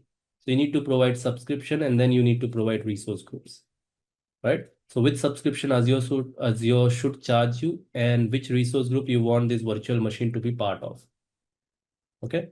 So I'll be selecting Azure training subscription and that's the subscription I have access to. And resource group, I can create new if I don't have one. But if you remember, we created a resource group with the name AZ-305 RG02. So I'll be selecting that resource group. Okay. You can select whatever resource group you want. But remember one thing, when you deploy a virtual machine, everything will be deployed under this resource group. Now with the laptop, when you buy a laptop, what do you get? When I buy a laptop, with this laptop, within this laptop, we have a keyboard here. We have a CPU installed on the motherboard, right? We have the storage, so we have some SSD or HDD, and then we have physical NIC as well, the network card. So network interface card is also added to the keyboard. So similar to laptop, here also you will see the disk is getting created. With disk, you will be having virtual NIC. Since this is a virtual machine, you'll be having virtual network interface card, right? And then CPU will also be allocated. The virtual CPU will also be allocated to this virtual machine. So all those stuff will be in the same resource group. The next thing you need to provide is the virtual machine name. So I'll go with a simple name. So let's consider this is my web server. So I'll give it a web server 01. This is the name I'm going with. In real world, what name you'll be giving totally depends on your naming convention, your company's naming convention. What I have seen in the real world is people use the environment, prod, what this server is. This server is web server, so they use web SRV. And then what is the number of this web server? 10. Some people add the region as well. Like for example, this is deployed in central India, so CI gets added, and then the number 01. So that's how the naming convention would be. Totally depends on company to company basis. So someone can have like this prod server, prod web server, Central India 01, right? So some have this, some have just prod web server. Totally depends. So we will keep it simple and we'll go with web server 01 or web server. All right, then region. What is a region? Region is a physical location where you are deploying the virtual machine. Now you're using Azure portal. So this is the cloud portal which we are using to deploy our virtual machine. But this virtual machine is not sitting in my home, sitting at my home. What we are doing, we're deploying it somewhere on Azure data center. Okay, it's cloud. What is cloud computing? Your data on someone else's data center, your data on someone else's computer. So we are deploying this virtual machine in Azure's data center. So Azure has data center all over the world. So Central India is one of the region in Azure. So that's what we are selecting here. Okay. Then availability option. I'm not selecting one and I'm not explaining right now since we have the high availability uh, topic later when we do the network thing. Okay, so we have that topic, so we'll cover it there. But you can understand that availability is like high availability. If I want to deploy more than one virtual machine of the same thing, then I can make use of these availability options. All right. Security type, if you want to make uh, you want to have basic security, you want to have like TPM is used for BitLocker, you want to have secure boot, right? You want to have more security against the type of attack that's being launched against the cloud virtual machine. So if you want Azure to protect it against those kind of attack, you can go for trusted. Or you want to have totally confidential virtual machine, you can go with this as well. Okay. Now, for our use case, we can go for trusted launch. And in real world as well, you can go for trusted launch since that's quite secure. And trusted launch gives you the option to encrypt the disks, the virtual disk that you're going to get. Okay. Then image. So this image will help you define whether you want the Windows operating system virtual machine or Linux operating system. Now, there are a lot of images. Like if you see, we have Windows Server, we have Ubuntu, we have SQL Server, we have again 2022 Windows Server. Okay.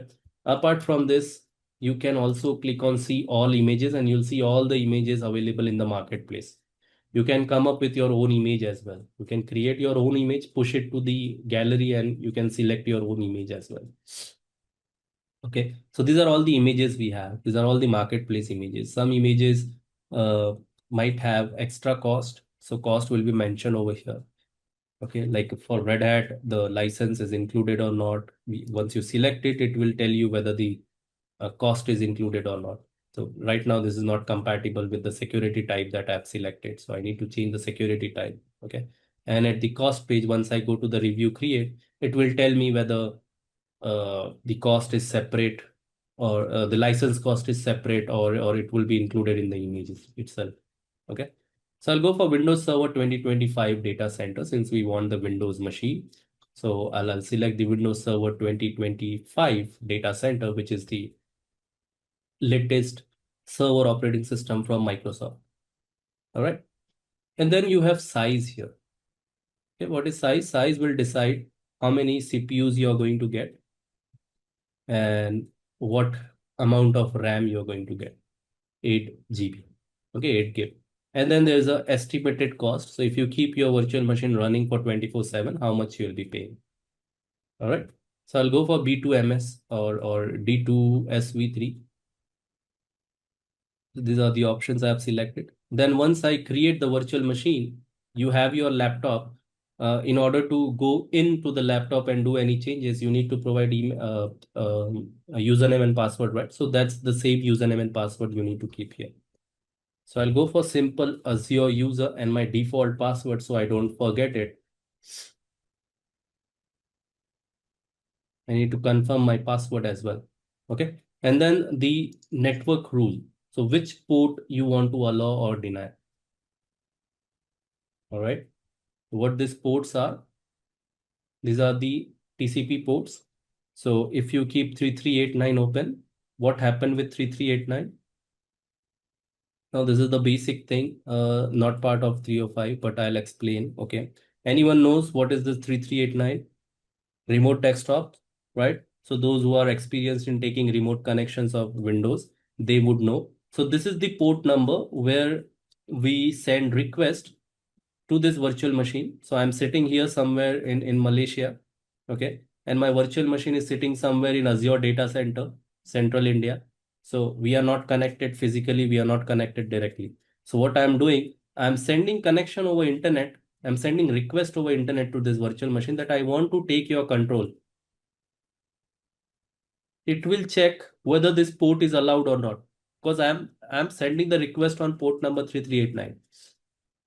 So it will check whether the port number is allowed or not. So if you don't allow the port number here, if I just go ahead and untick this, I won't be able to take the control. So I just want to take the control. That's why you need to keep 3389 open. Okay, so this will allow your virtual machine to accept your request. And then next you have disks. So here you can define the disks. So if you're using Simplilearn subscription, make sure you're changing this disk to standard HDD. Okay, so if you're using Simplilearn subscription, make sure you change it, otherwise your VM deployment will fail. So if you're not changing this to standard HDD, your deployment will fail because of our policy, the Simplilearn policy, which is in place. Clear? Now, since I'm not using Simplilearn policy, I'll go with premium SSD. It doesn't, it should not restrict me from deploying. Next, quite understandable. So if you see the networking topic, do you want to have a public IP? Do you want to create another virtual network? Do you want to have subnet? We have a network topic, but obviously we're not going to discuss everything in deep. We will be discussing it from AZ-305 point of view. But what this is doing, when you're creating a virtual machine, a new network is also getting created. Okay, so if you see the new word here in the bracket, that means a new virtual network will be created. Within that virtual network, a new subnet will be created and a new public IP will be created. Similarly, new network security group will be created and ports will be allowed. The port that we have defined there, 3389, will be allowed. Okay, so we have a network topic where most of the things will get clear. For now, just know that whenever you are creating a virtual machine, a network is also getting created. All right, that's all. Once that is done, then you have the management section where you can define whether you want to assign manage identity to this virtual machine or no, whether you want to log in using Microsoft Entra ID or no, whether you want to auto shut down your virtual machine. So if you're using dev and test, if you're using it for dev and test, it's better to keep auto shutdown on. So automatically VM will be shut down at so and so point in time whenever you want. 7 p.m. UTC or 7 p.m. IST, whatever. Okay. Then monitoring. So if you want to enable monitoring, you can have, we have a dedicated chapter for monitoring. So we are not doing any changes here. Then in advance, if you want to run any script after the VM is getting deployed, so you can give that script here and Azure will execute your script once the VM is deployed. Okay. Then tags and review create. So if you want to have tags for your virtual machine like environment, prod, you can add the tag and then review create. Okay. Now, Kailash is asking what happens if we select Entra ID login. It doesn't join domain. You don't have a domain yet. When you create Entra ID, you're not creating domain. Okay. So if you select Microsoft Entra ID, this will give you the option. When you select this, it will allow you to use your Entra ID credentials to log into this virtual machine. So this Entra ID credentials. So anyone having the so-called role like virtual machine administrator login role or virtual machine user login role from the RBAC to this virtual machine, they will be able to log in using their Entra ID credentials. It's not joining domain, it's not creating domain. Okay.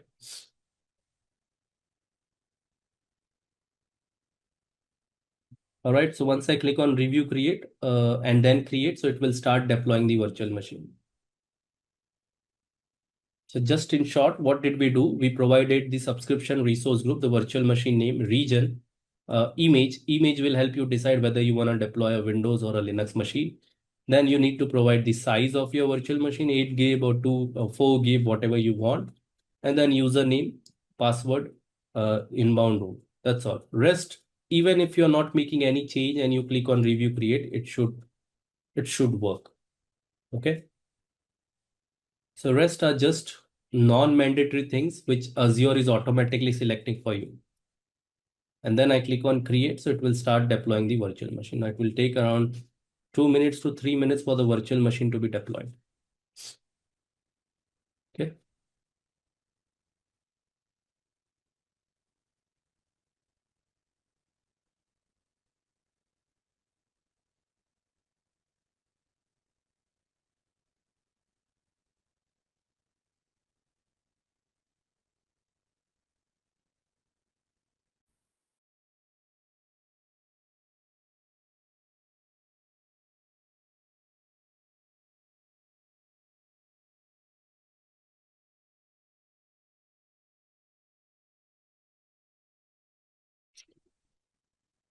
Okay, so as you can see now, virtual machine is deployed.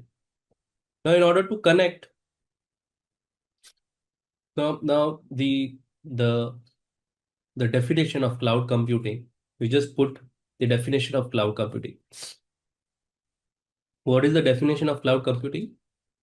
Delivery of compute services over internet. Now my question is, where is this virtual machine sitting? You have all the information in front of you. Where is this virtual machine deployed or sitting? Central India. And where I am in Malaysia. Or even if I'm in India, I'm not sitting or I'm not inside the Azure data center. Okay. So this is sitting in Central India. Central India is not Nagpur, Hari. Central India is Pune for Azure. Okay. For us, it's Nagpur, but it's the data center is actually in Pune. Okay. So I'm sitting in Malaysia. Now, delivery of compute services over internet. So if I want to connect to this web server machine, what I need, I just need an access to internet. That's all. And the IP address and the credential of this virtual machine. Okay. So let's connect. In order to take a remote access of this virtual machine, what I'll be doing, I'll be right click. I'll do a right click on my start button of my laptop. So if you see, I'll do right click and then I go to run. And after run, I'll do MSTSC. Okay. What is MSTSC? MSTSC is a shortcut to open the remote desktop connection wizard. And here you need to provide the IP address, the public IP address, which is mentioned here in the on the screen. You see the public IP address here. So I just copy this public IP and I paste the public IP here. And then I click on connect. So once I click on connect, it asks me the credentials. So I provide the credentials. The credentials that we provided at the first page when we were creating the virtual machine. then click on yes, and it will give me access. Now I'm inside my virtual machine. So whatever software or installation I'll be doing, that will be impacting my virtual machine, not my laptop.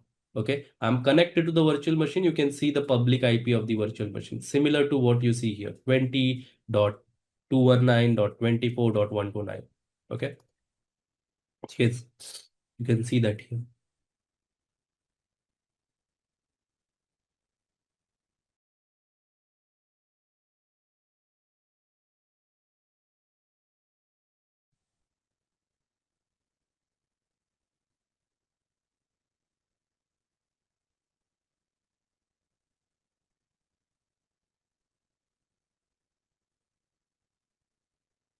So this is Windows Server 2025.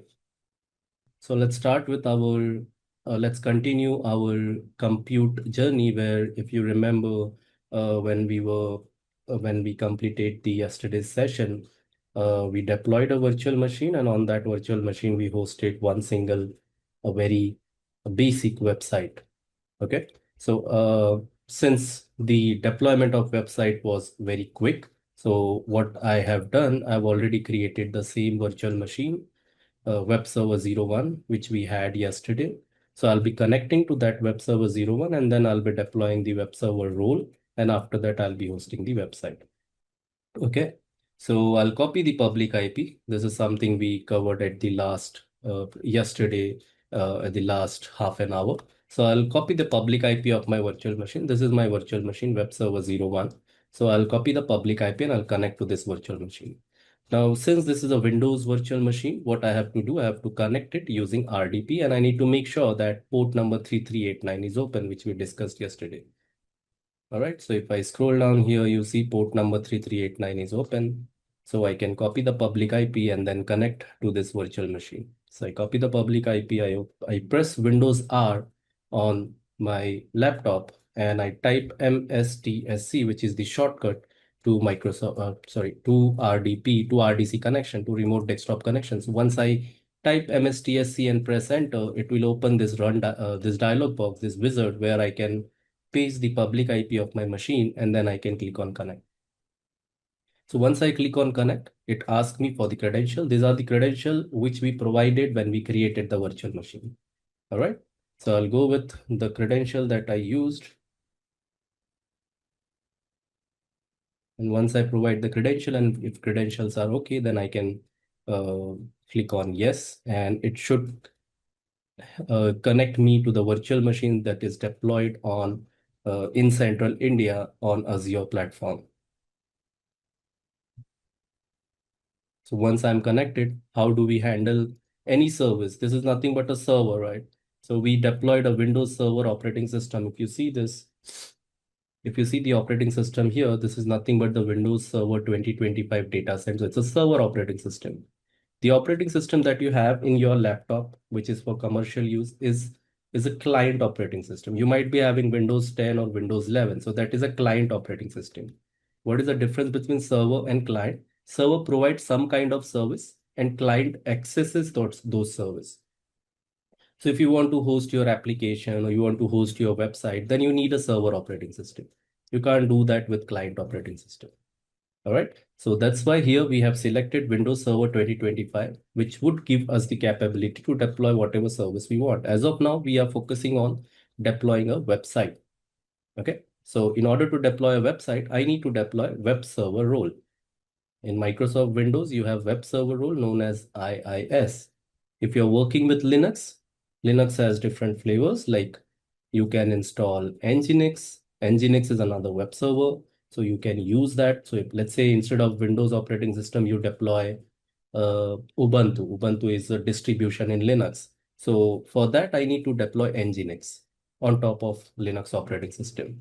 Or you can make use of HTTPD, also known as Apache. We can use Apache as well. So Apache is another web server that you can deploy on top of Linux operating system. But as of now, we have deployed Windows Server operating system. So we will we will install the IIS role.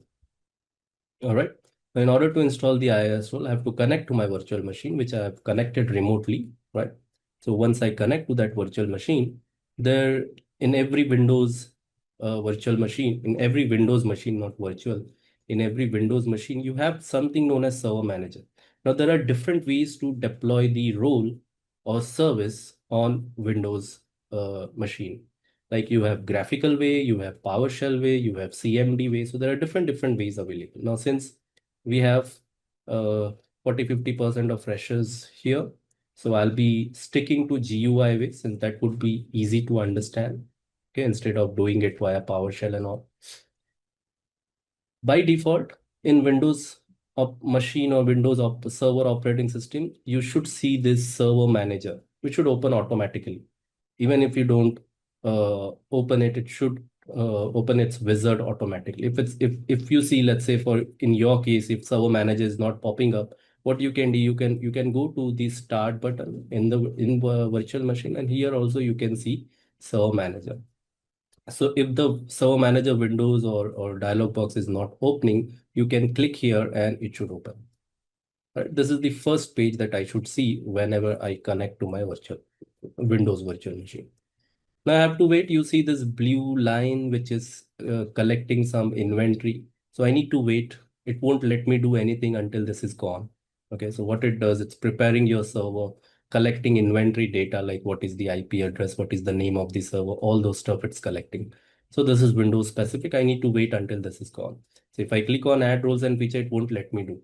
Okay, so it's letting me do. That means it has already collected the data. You see now that blue line, which was traveling, is gone.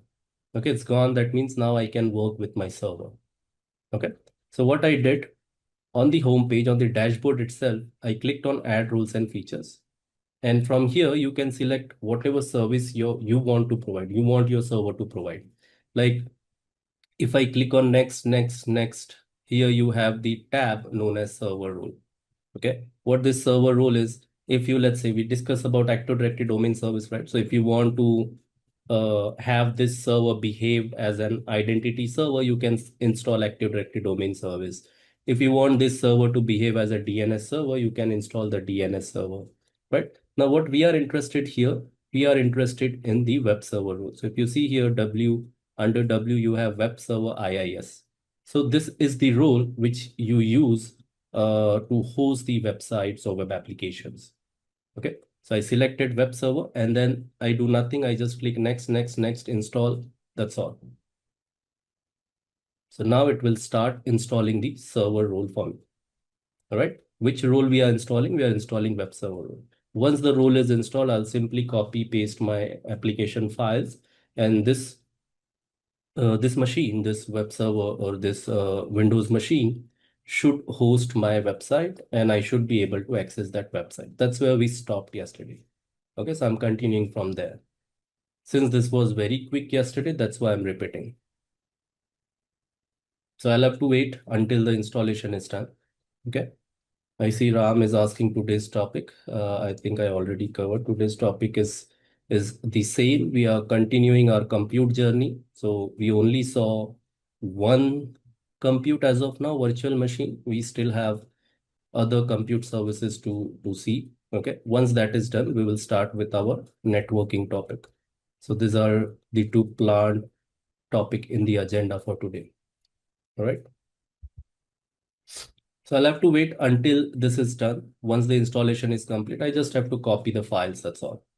Where I'll be copying the files, since this is Windows machine, I have a file system here where I can navigate to C, inetpub, and here you have www. So this is the folder where your application lives. All right. So I select www. These are the default files. So if I don't change anything, a default website would be loaded. To wait until the installation is done and then only copy.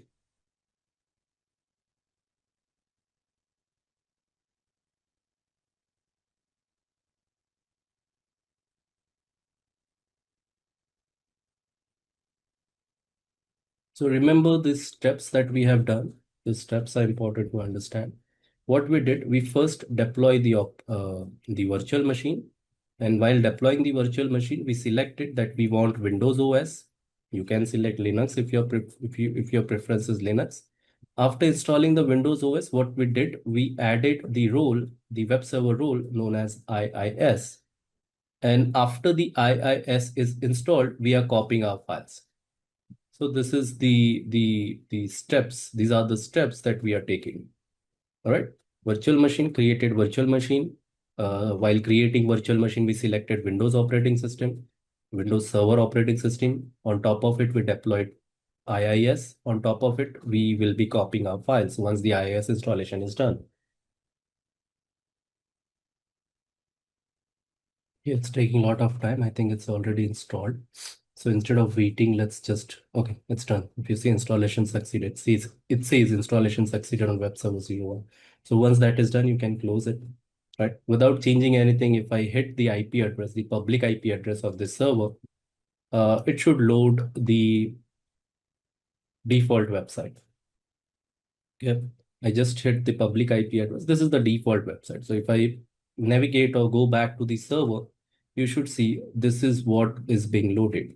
So if you open this with Paint or something, if you open this with Paint, this is what is being loaded. So if I replace this with my own website, I should be able to see my own website. Okay, so I made some changes, click on save, and then minimize the virtual machine and refresh the page. So you see the changes are reflected instantly, right? So now if I copy my simple app, so if I go to downloads and copy whatever I have with my website. So I copy all this file, go to the same location where the default website is located. Remember the location, the path is c-inetperf www. Okay, so I delete this thing, the default one, and I copy, I paste all the files that I have for my website. Okay, now if I minimize the virtual machine and refresh the browser, now it should load my website. All right. So it's that simple. But if you want to learn more on how it's not this much on web server. There's a lot that you can do with web server. Okay. Now since we just want to understand how compute works, so we are doing this. All right. Now you can just go to the public IP of this machine and you should be able to see the same website. Okay. Debabrata is asking to repeat. From which step you want me to repeat? What we did is we installed or we created a virtual machine. We deployed a virtual machine. We selected Windows OS and then we installed IIS. This is clear. Okay. So the address where you make changes is within the virtual machine. C inetperf. This is C drive inetperf www. So this is the folder where you have your website. Okay. All right.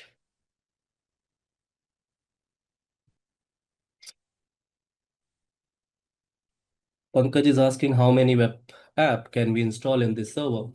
This is not something at AZ-305 level. You can install as many as you want. Depends on the configuration that you have selected. Okay. So I have selected for 8 GB virtual, 8 GB memory. Okay. So if my web app is lightweight web app, light traffic is coming in, I can install as many as my server can support.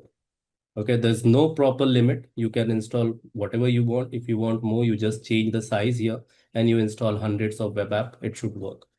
Okay. All right.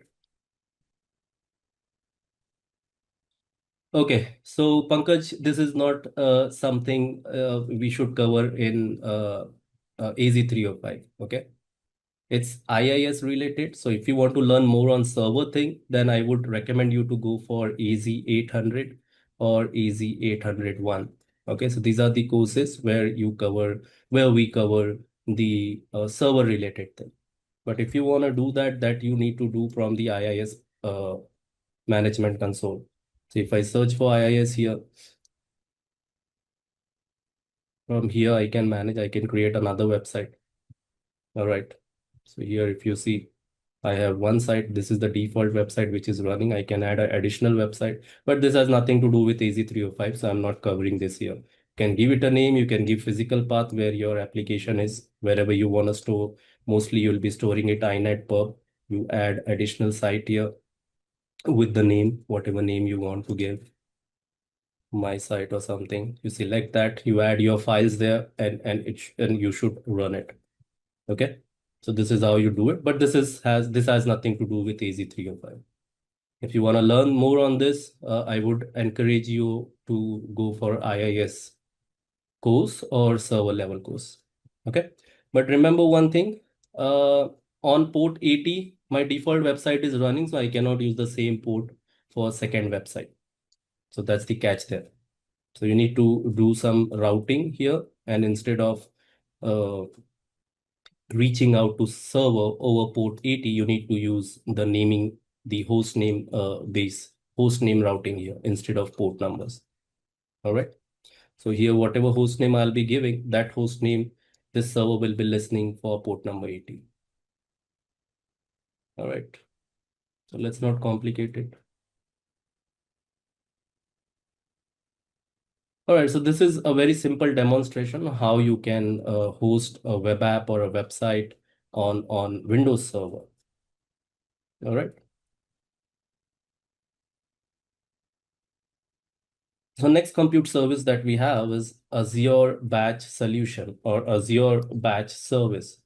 Now, Azure Batch Service is not something similar to what we just saw. It's not a virtual machine where you can host your application. It's a totally different compute service where you can run large scale batch processing. What is the meaning of batch processing? When you want to process multiple files parallelly, okay, many files parallelly at once. So if you have that kind of requirement, then Azure Batch Solution is the service for you, which you can use to run multiple processes or multiple files. You want to process a lot of files at once parallelly. So if you want to process that kind of thing, you need large compute, heavy compute. So Azure Batch Solution is for you. Okay. Now, what is the advantage of using Azure Batch Service? As I just mentioned, batch processing. If you have anything where you require HPC, HPC stands for high performance compute. You want to do distributed computing. Okay. I want to process certain files for in 2 virtual machines and certain files in 3 virtual machines. So I can do that kind of thing. It also helps you to do the orchestration. You can optimize cost by combining different sizes of virtual machine in one pool, and then obviously you can integrate it with any other Azure service. Now, where in real world it's being used. Okay, so I give a very simple example of YouTube. Okay, so what is YouTube?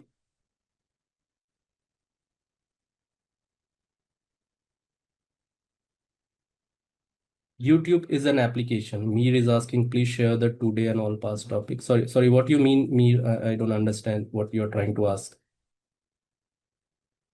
Okay. So I'm trying to explain batch solution, so please focus here. All right, so I'm explaining batch solution here. What is batch solution? Batch solution is a service in Azure. It's again a compute service in Azure, which helps you to do a batch processing. So let's take an example of YouTube. What is a YouTube service, guys? YouTube is a service where you can stream videos, right? You can stream videos. So what I can do, I can stream videos. It's a video service, it's a video streaming service. Apart from video streaming service, what you can do with YouTube? You can create your own channel, right? You can create your YouTube channel and you can upload videos. Anyone here who is a YouTuber, or I'm damn sure that 50% of people might have tried YouTube and they might have their own channel there and they might be uploading videos as well. So anyone here who knows how YouTube works. So what you do, you create a channel and then you upload your videos. Now tell me, are you the only person in the world who has the channel and who is uploading the video? At this point in time, what do you think? How many videos are being uploaded on YouTube? At this point in time, 7:26 p.m. today. What do you think? How many videos are being uploaded? Come on, quick. Just take a guess. How many videos? In 1 second, how many videos are getting uploaded to YouTube? Billions of videos, right? There's no count. Millions of videos are being uploaded. Now, when you upload a video to YouTube, what YouTube does? YouTube processes your video, right? If I go to YouTube, I upload my video if I have a channel. If you see YouTube here, if you play one video, you have different options to play. Like you can play that in 1K, 2K, 4K, right? So 1080 pixels. So there are different once anyone is uploading the video, YouTube is processing that video and making sure it's available in different resolutions, right? It's not loading. I don't know why, but let's come back to the topic. So when someone is uploading at any point in time, thousands or millions of people are uploading videos. So millions of videos are getting uploaded to YouTube. Now tell me, when YouTube is processing, YouTube has certain kind of application which is processing this video. So thousands or millions of videos are being uploaded, and YouTube needs some service which can process this millions of videos parallelly at the same time. Now imagine you are uploading the video and your video is in queue. After the million videos, only your video will be processed. So how much time it will take for that video to be available on your channel, right? So I need some kind of service as a YouTube. I need some kind of service which can process this millions of videos parallelly and quickly. So Azure Batch Solution is the service which can helps you to achieve this kind of thing. So if you have any application where you require batch processing, then Azure Batch Solution is the service for you. Another example, you have your marketing team in your company. What does marketing team do? They come up with videos. Has anyone here worked with editing or anything? So when you edit a video, what do we do? When we are editing a video, what do? We cut our, uh, we record a raw footage first. Once you record a raw footage, you then take that footage, put it in any of the editing tool, and then you cut the unwanted footage. So when you cut unwanted footage, that means you just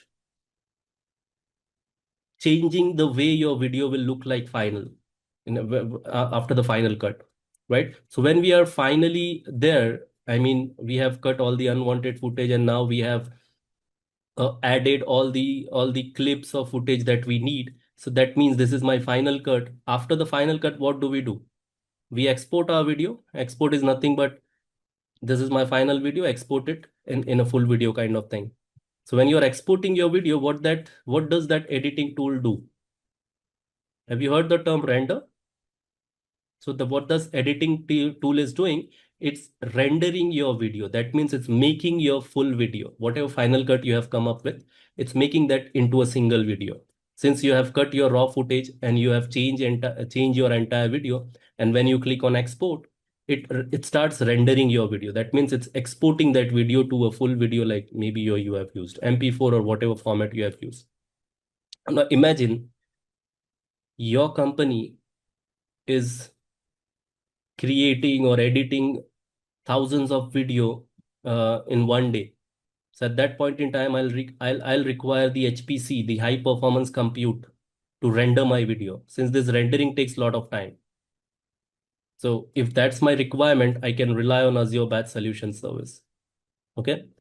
So these are the two examples from the real world that I can came up with. All right. I don't have any demonstration for Azure Batch Solution, since I don't have any application which can do this kind of stuff. Okay.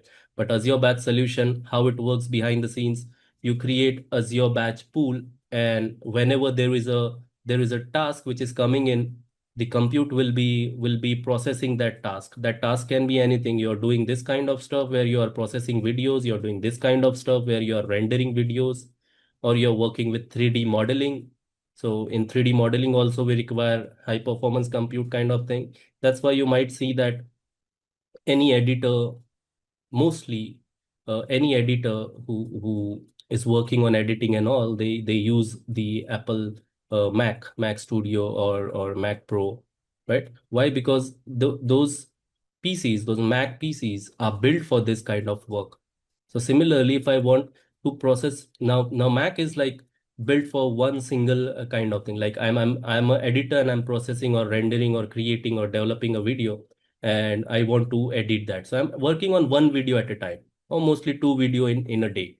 So I'm doing that. So for that kind of work, Mac is okay. But if you want to do in batches, that means multiple or many videos at in a single day or in a single minute.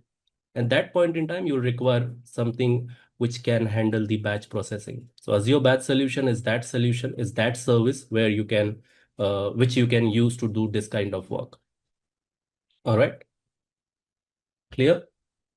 Any questions on batch processing or sorry, Azure Batch Solution?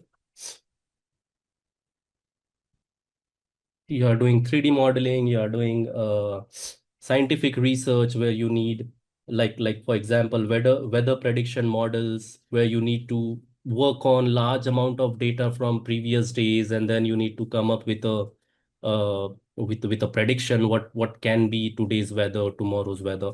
So that's where Azure Batch Solution perfectly fits. Okay.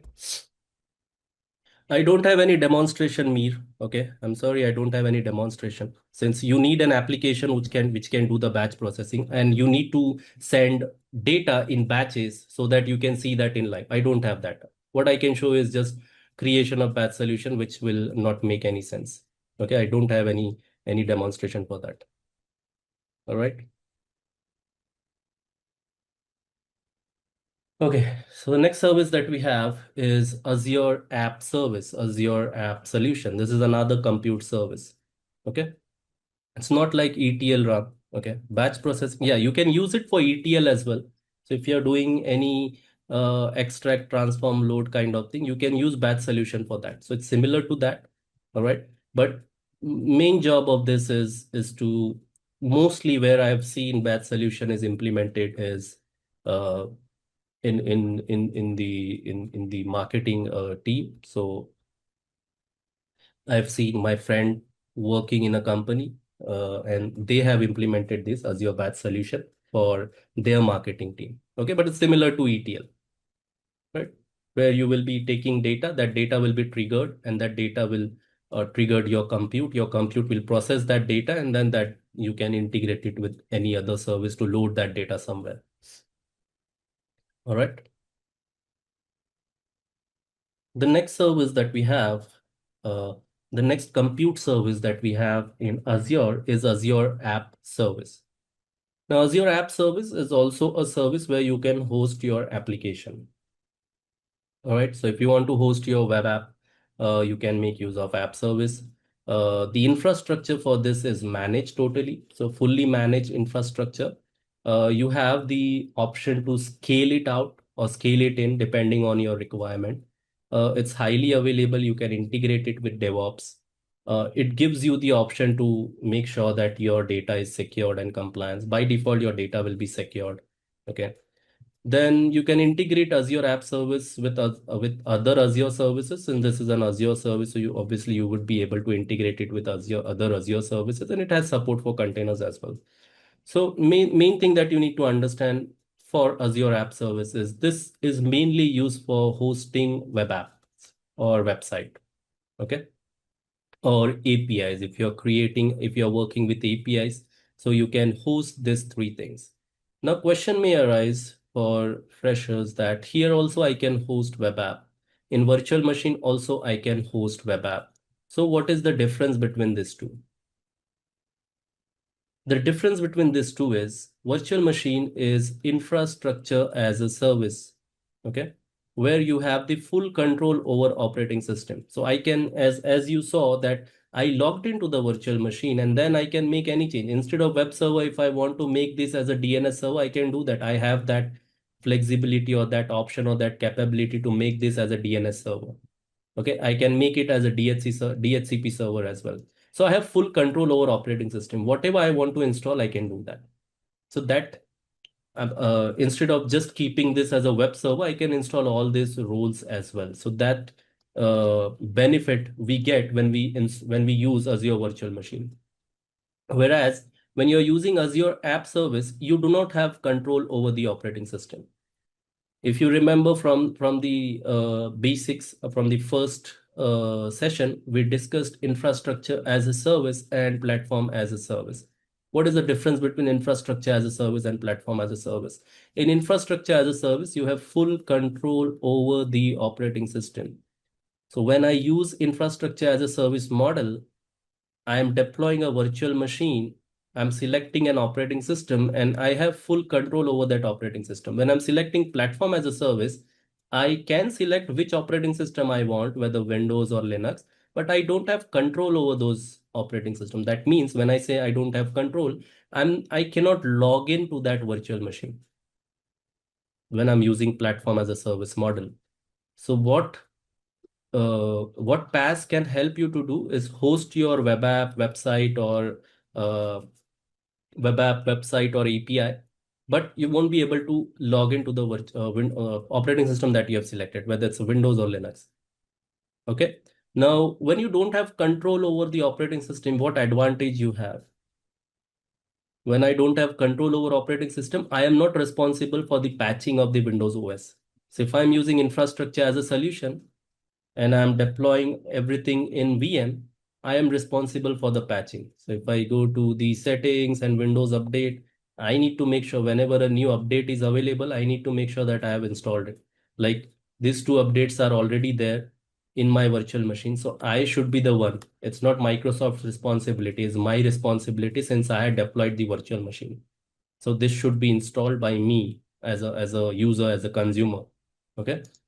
Whereas in patch service, in Azure App Service, this is not your responsibility. So underlying virtual machine will be patched by Microsoft. All right.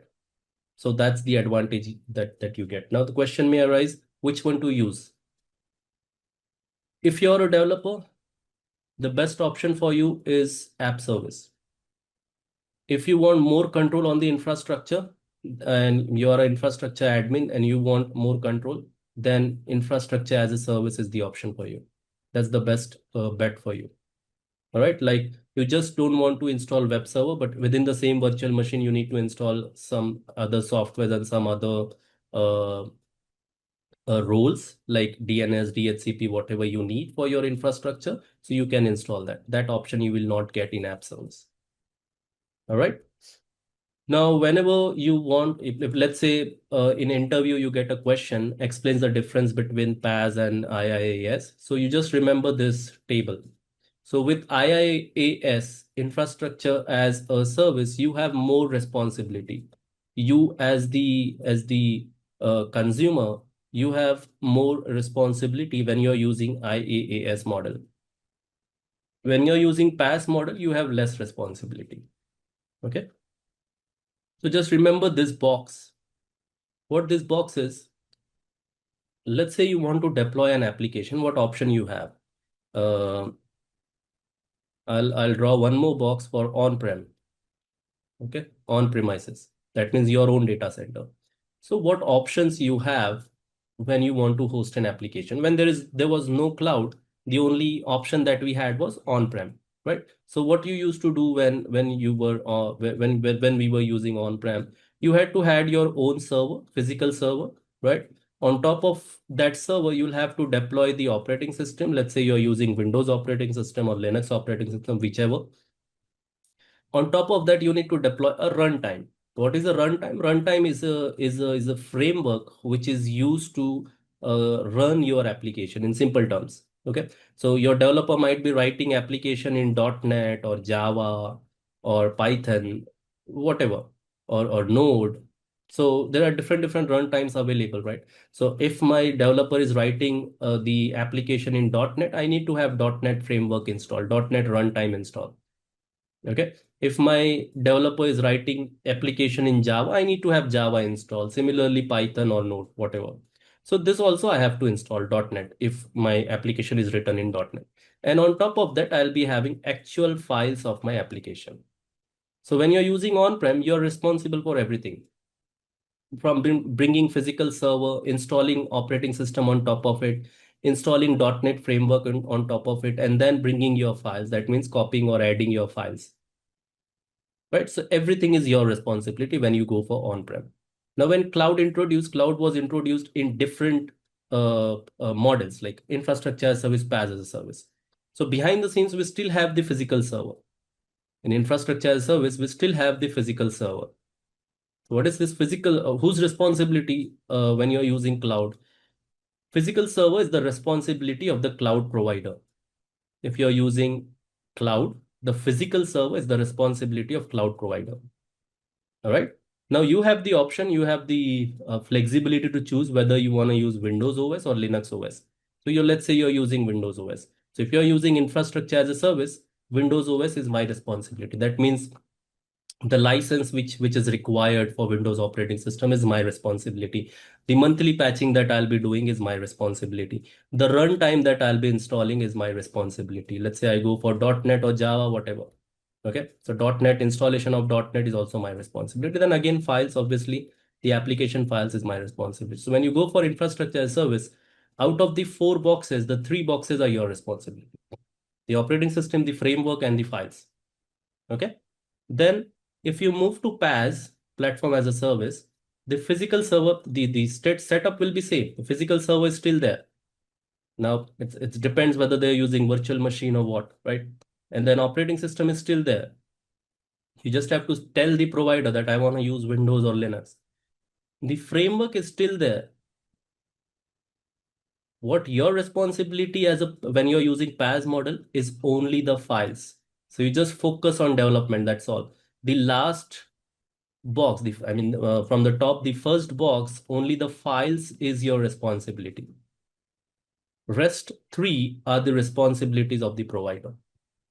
So when you use on-prem, everything is your responsibility from scratch. When you're using cloud or within the cloud, if you're using infrastructure as a service, the physical server becomes the provider's responsibility. The operating system is your responsibility. The framework that you want to choose is your responsibility. The files that you want to install on top of files are nothing but the application. The application that you want to install or deploy on top of that Windows operating system or Linux operating system is your responsibility. In PaaS, you are only responsible for development. The infrastructure, the entire infrastructure, the platform is the provider's responsibility. Okay. So that's the difference between virtual machine and app service. App service is a PaaS service. So what we are responsible for is the files that we need to deploy. That's all. You create a PaaS service, you create an Azure app service, and then just push your files into that app service. All right. Pankaj is saying, please explain runtime. Runtime is the framework, Pankaj. Okay, so runtime is the framework, as I mentioned here, .NET, Java, Python, Node.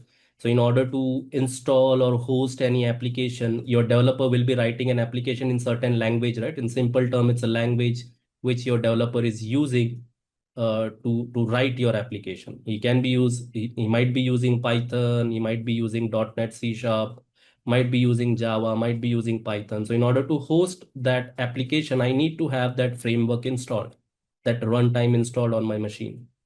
And if I install that runtime is like a run time, which helps your application to run. All right. Clear?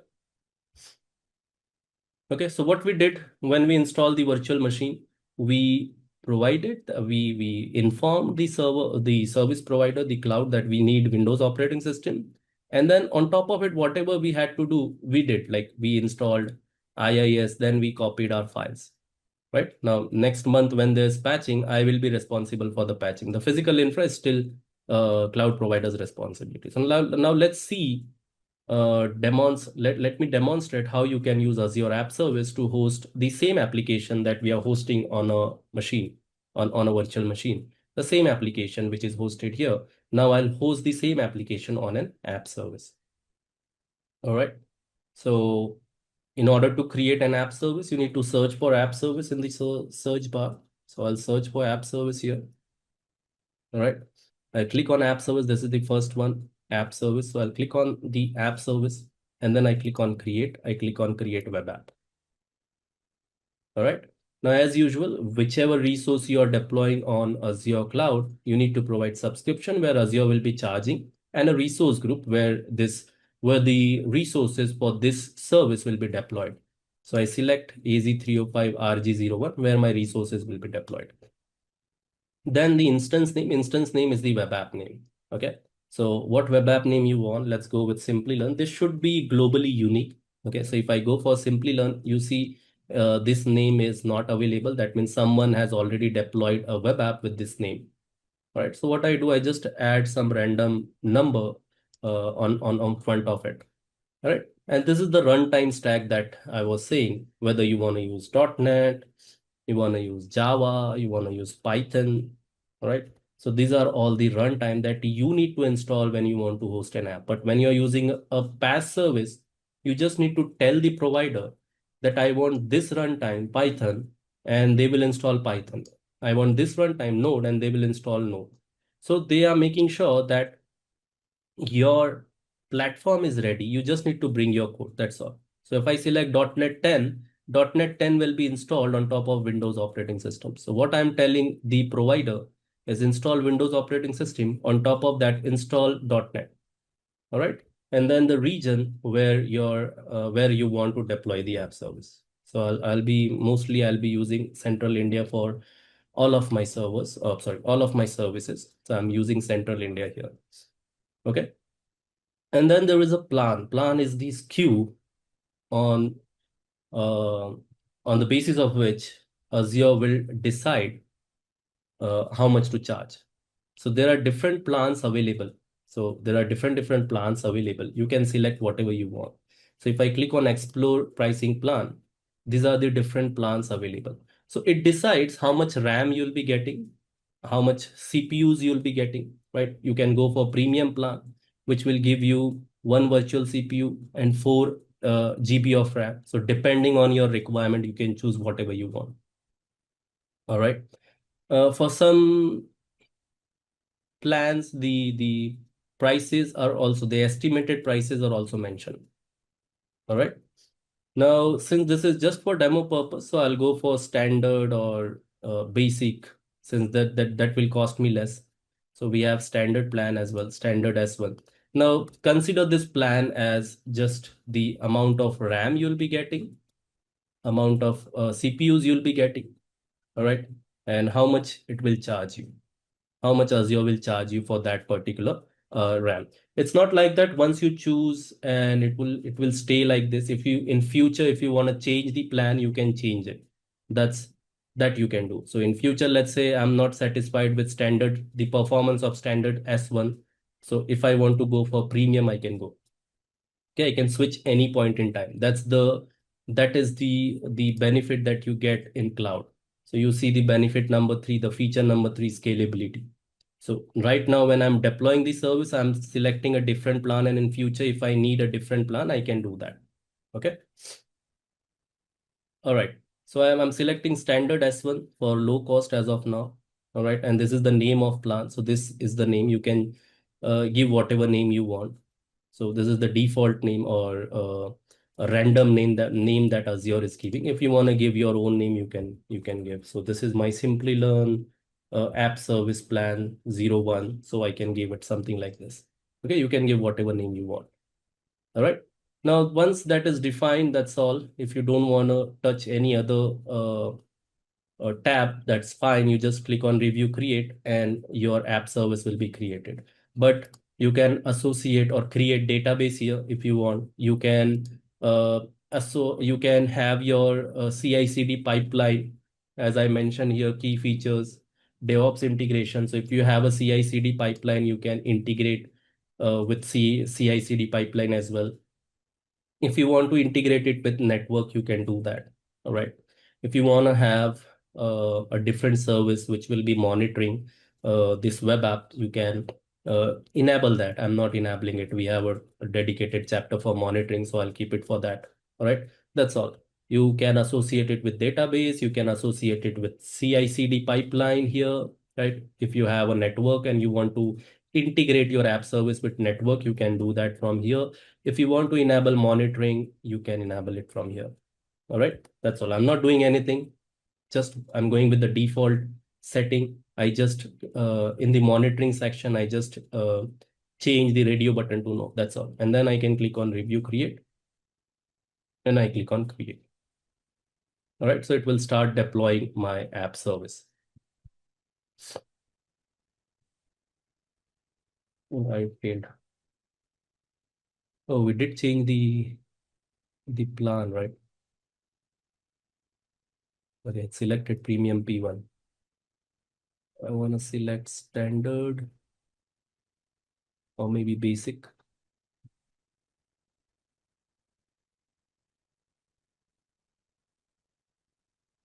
Yeah, so I selected basic instead of standard now, and it's now going to the deployment page. In 5 minutes, your app service will be up and ready. All right. So I can browse my app service from here. As an end user, if you want to go to YouTube, how do you go? You type www.youtube.com on your browser, right? So this is the address where YouTube lives. Similarly, for your app, you have an address where your application is living. Here you can see the domain. So this is the address where your application is living. Simplilearn5689.azureWebsites.net. So here we have our app running. Okay. And sometime you should see your app. Now, what we have done, we have just made sure that platform is ready. We still haven't pushed our code. We have not added our code. What did we do when we worked with virtual machine? We deployed the virtual machine, right? On top of it, we deployed the IIS role, and then we copied our file. So far in app service, what we have done this part. We still have not copied our files. So we need to copy that. All right, we need to copy that. So you see, when I browse that endpoint, that URL, it says my web app is running, but waiting for the content. So I still haven't published my content yet. Now for web app, there are different ways to publish the content. One way is to use the DevOps way of publishing the content. Another way is to use the CLI to publish the content. So there are different ways to publish the content. But for our use case, uh, it's a simple website which we are using. So what we can do, we can use the graphical way, app service editor. I can open the editor. So it gives me the uh, access to the file system where I can simply upload my files. Remember what we did with virtual machine? We deployed the IIS and then we copied our files. So we have to do the same thing with the app service as well. So I need to copy that file. So in order to copy what Azure has done, Azure has given you the access to the file system. So under the development tools, you have app service editor, and from here you can open the editor and uh, you can copy and paste your files here. Okay.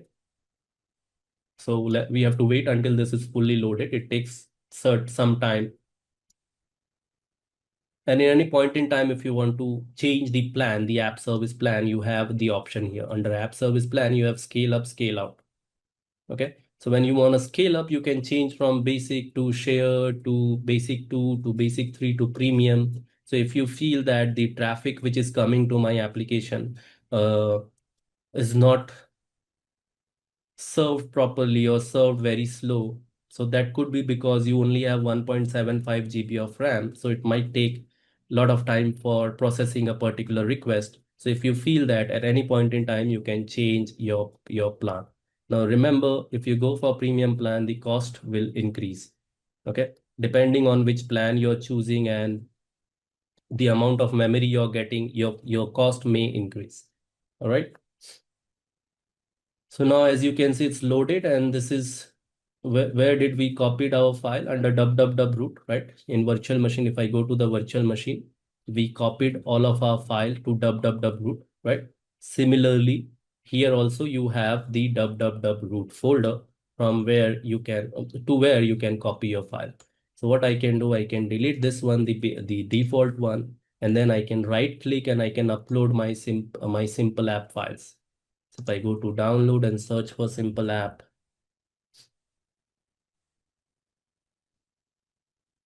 and then I copy all the files and open it.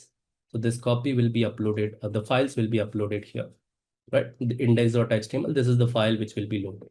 Now, if I refresh my endpoint, I should see the similar application here. Okay, same website which is being loaded from virtual machine. Now it's being loaded from the app service as well. Clear? You can also try to browse this. and you should see the same website being loaded. What is the advantage of using app service? If you see here, I'm getting the SSL certificate free of cost. I mean, the cost, it's included in the app service plan. You see HTTPS, which I need to buy separately if I'm using virtual machine. So I need to buy. My virtual machine traffic is not secure. In order to secure that, I need to buy a SSL certificate. And obviously, I need to buy a domain name as well, since I'm directly hitting that at the IP address, right? That thing is benefit when you're using PaaS service. You already have HTTPS plus you have a domain name. You're not hitting the website on a particular IP address. You're getting a domain name separately, free of cost. Okay. All right. So for deploying the code, it's very simple. You can go and you can place since my website is quite basic, so I can do that from the app service editor. But if you want to deploy an entire code, in that case, you can make use of AZ web app command from where you can deploy the code. So AZ web app deploy or AZ web app uh, deploy is the command that you can use. So this is the command that can be used in order to deploy entire source code. Okay. So your source code can be in jar file or in zip file, and you can deploy your source code. The example is also given over here, right? If you want to deploy a war file, this is the command. If you want to deploy a zip file, this is the command, right? So there are different ways to deploy the code. If you want to use uh, the command line way, then this is the command that you have. Okay. Apart from command line, you can also deploy using something known as Visual Studio Code. So from here also you can deploy the source code. Apart from Visual Studio Code, there is another software from another IDE from Microsoft, which is Visual Studio. From there also you can deploy. So there are different ways to deploy the source code. Since our application is quite simple, it's just a website, so I deployed using the graphical way, which will be easier for freshers to understand. All right. In future, we have advanced topic as well. So once we are done with database, once we are done with the app service architecture, in the app service architecture, we are going to deploy a fully looking application. Okay. So that's where you will understand how to deploy an entire source code or entire application directly on a virtual machine. The same application which is hosted here. Now I'll host the same application on an app service. All right. So in order to create an app service, you need to search for app service in the search bar. So I'll search for app service here. All right. I click on app service. This is the first one, app service. So I'll click on the app service and then I click on create. I click on create web app. All right. Now, as usual, whichever resource you are deploying on Azure cloud, you need to provide subscription where Azure will be charging, and a resource group where the resources for this service will be deployed. So I select AZ-305 RG01 where my resources will be deployed. Then the instance name is the web app name. Okay. So what web app name you want? Let's go with Simplilearn. This should be globally unique. Okay. So if I go for Simplilearn, you see this name is not available. That means someone has already deployed a web app with this name. All right. So what I do, I just add some random number on front of it. All right. And this is the runtime stack that I was saying, whether you want to use .NET, you want to use Java, you want to use Python. All right. So these are all the runtime that you need to install when you want to host an app. But when you're using a PaaS service, you just need to tell the provider that I want this runtime Python and they will install Python. I want this runtime Node and they will install Node. So they are making sure that your platform is ready. You just need to bring your code. That's all. So if I select .NET 10, .NET 10 will be installed on top of Windows operating system. So what I'm telling the provider is install Windows operating system on top of that install .NET. All right. And then the region where where you want to deploy the app service. So I'll be using Central India for all of my servers. All of my services. So I'm using Central India here. Okay. And then there is a plan. Plan is this queue on on the basis of which Azure will decide how much to charge. So there are different plans available. So there are different plans available. You can select whatever you want. So if I click on explore pricing plan, these are the different plans available. So it decides how much RAM you'll be getting, how much CPUs you'll be getting, right? You can go for premium plan, which will give you one virtual CPU and 4 GB of RAM. So depending on your requirement, you can choose whatever you want. All right. For some plans, the prices are also, the estimated prices are also mentioned. All right. Now, since this is just for demo purpose, so I'll go for standard or basic, since that will cost me less. So we have standard plan as well, standard as well. Now consider this plan as just the amount of RAM you'll be getting, amount of CPUs you'll be getting, all right, and how much it will charge you, how much Azure will charge you for that particular RAM. It's not like that once you choose and it will stay like this. If you in future, if you want to change the plan, you can change it. That's that you can do. So in future, let's say I'm not satisfied with standard, the performance of standard S1. So if I want to go for premium, I can go. Okay, I can switch any point in time. That is the benefit that you get in cloud. So you see the benefit number 3, the feature number 3, scalability. So right now when I'm deploying the service, I'm selecting a different plan, and in future, if I need a different plan, I can do that. Okay. All right. So I'm selecting standard S1 for low cost as of now. All right. And this is the name of plan. So this is the name. You can give whatever name you want. So this is the default name or a random name that Azure is giving. If you want to give your own name, you can give. So this is my Simplilearn app service plan 01. So I can give it something like this. Okay, you can give whatever name you want. All right. Now, once that is defined, that's all. If you don't want to touch any other tab, that's fine. You just click on review create and your app service will be created.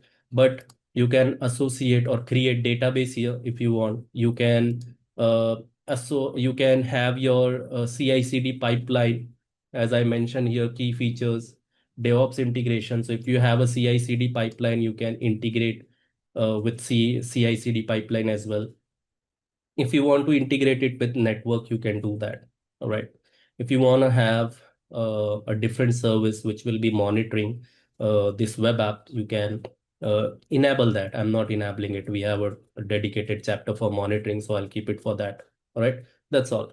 You can associate it with database. You can associate it with CI/CD pipeline here, right? If you have a network and you want to integrate your app service with network, you can do that from here.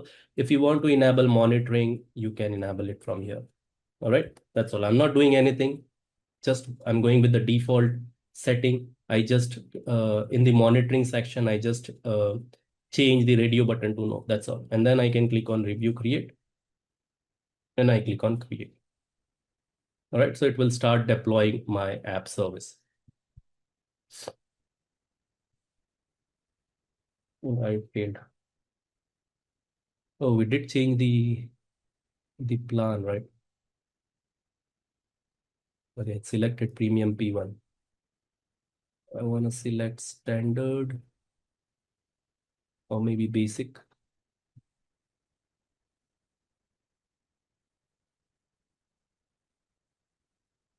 Yeah, so I selected basic instead of standard now, and it's now going to the deployment page. In 5 minutes, your app service will be up and ready. All right. So I can browse my app service from here. As an end user, if you want to go to YouTube, how do you go? You type www.youtube.com on your browser, right?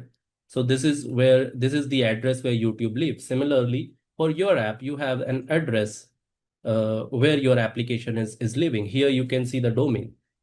So this is the address where your application is living. Simplilearn5689.azureWebsites.net. So here we have our app running.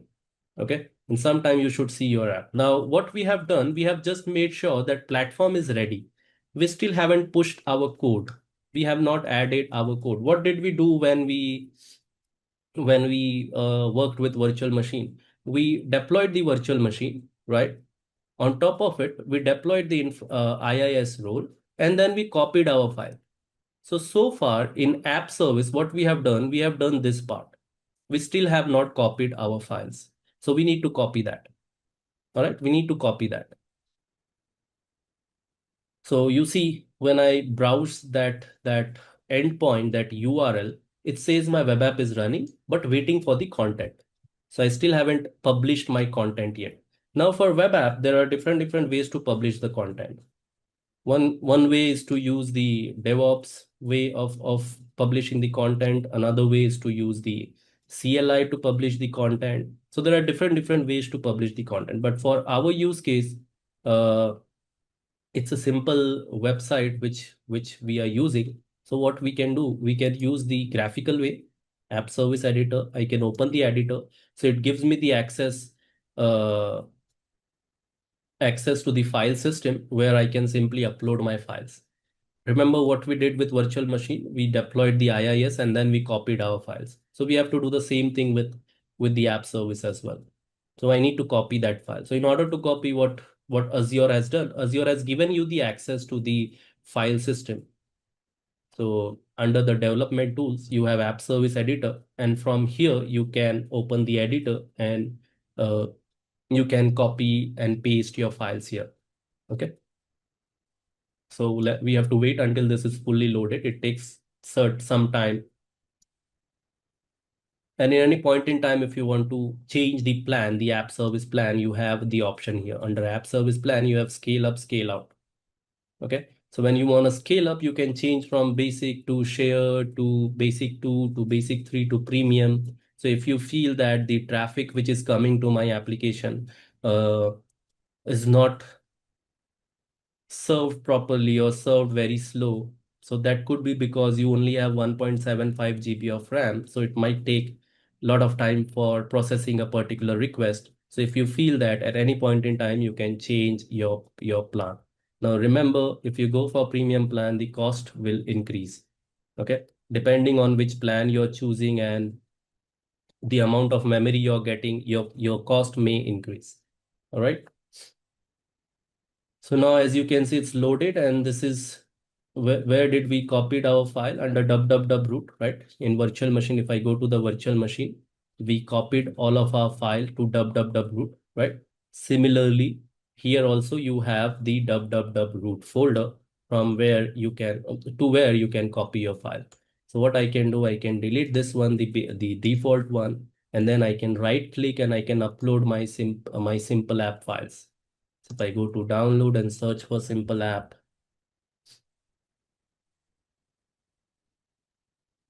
and then I copy all the files and open it.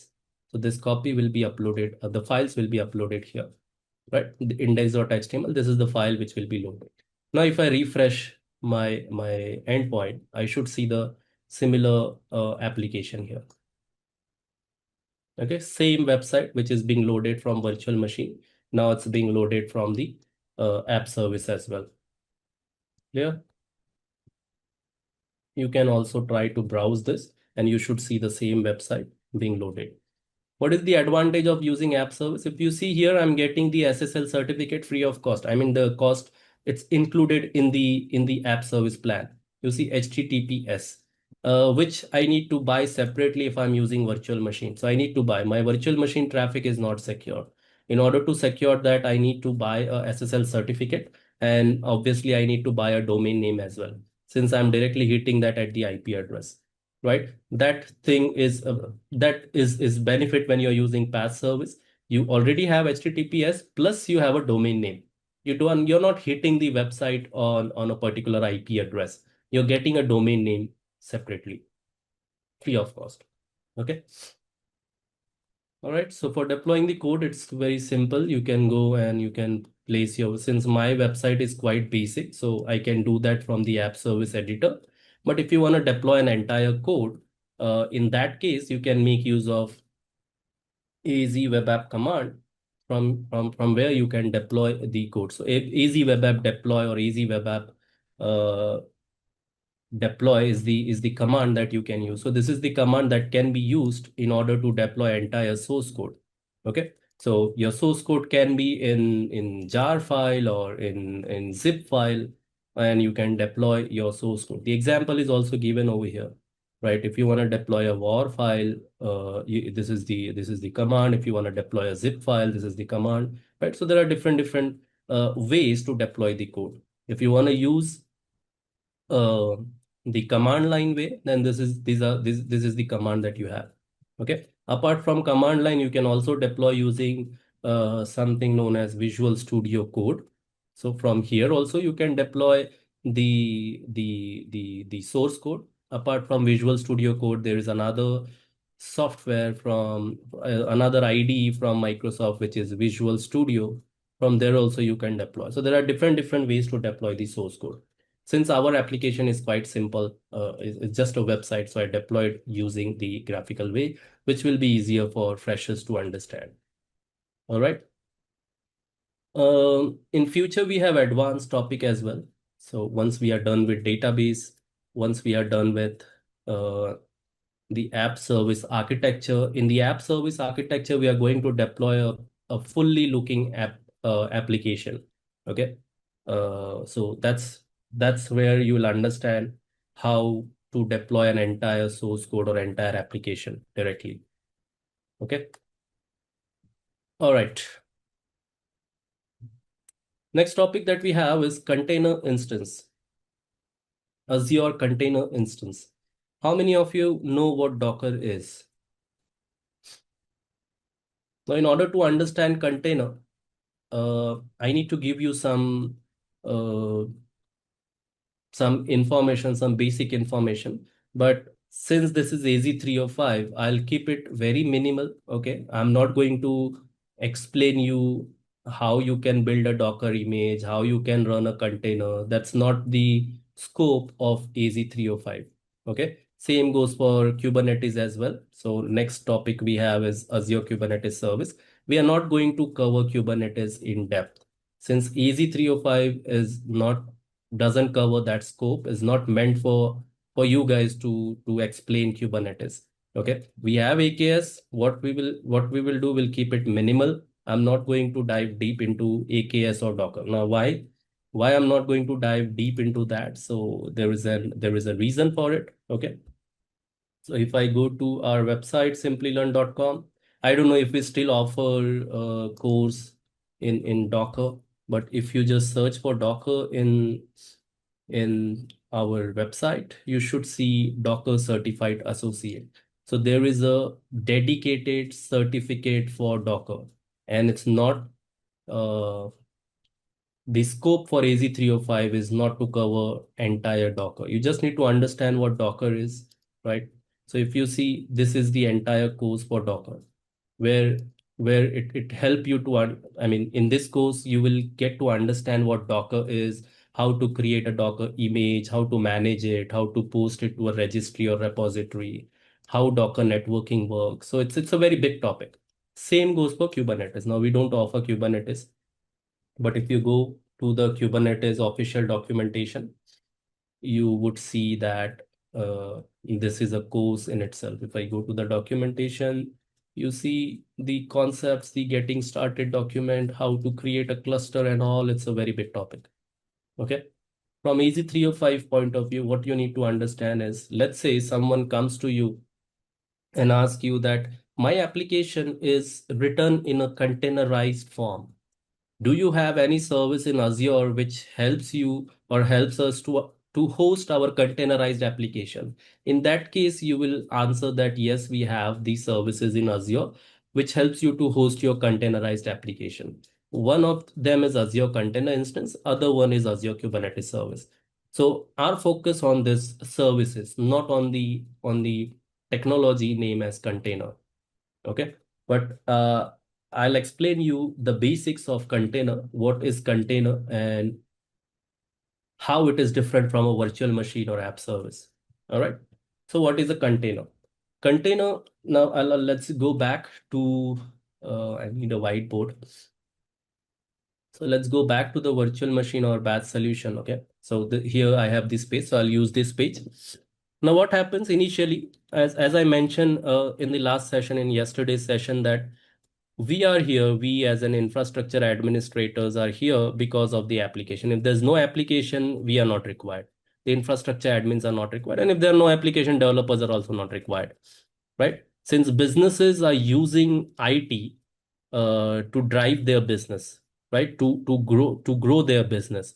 That's why they are asking the developers to develop application, and that's why we are there to host the application, right? That's our main, like you're a system admin or a DevOps admin, your main work is to make sure that application is up and running, right?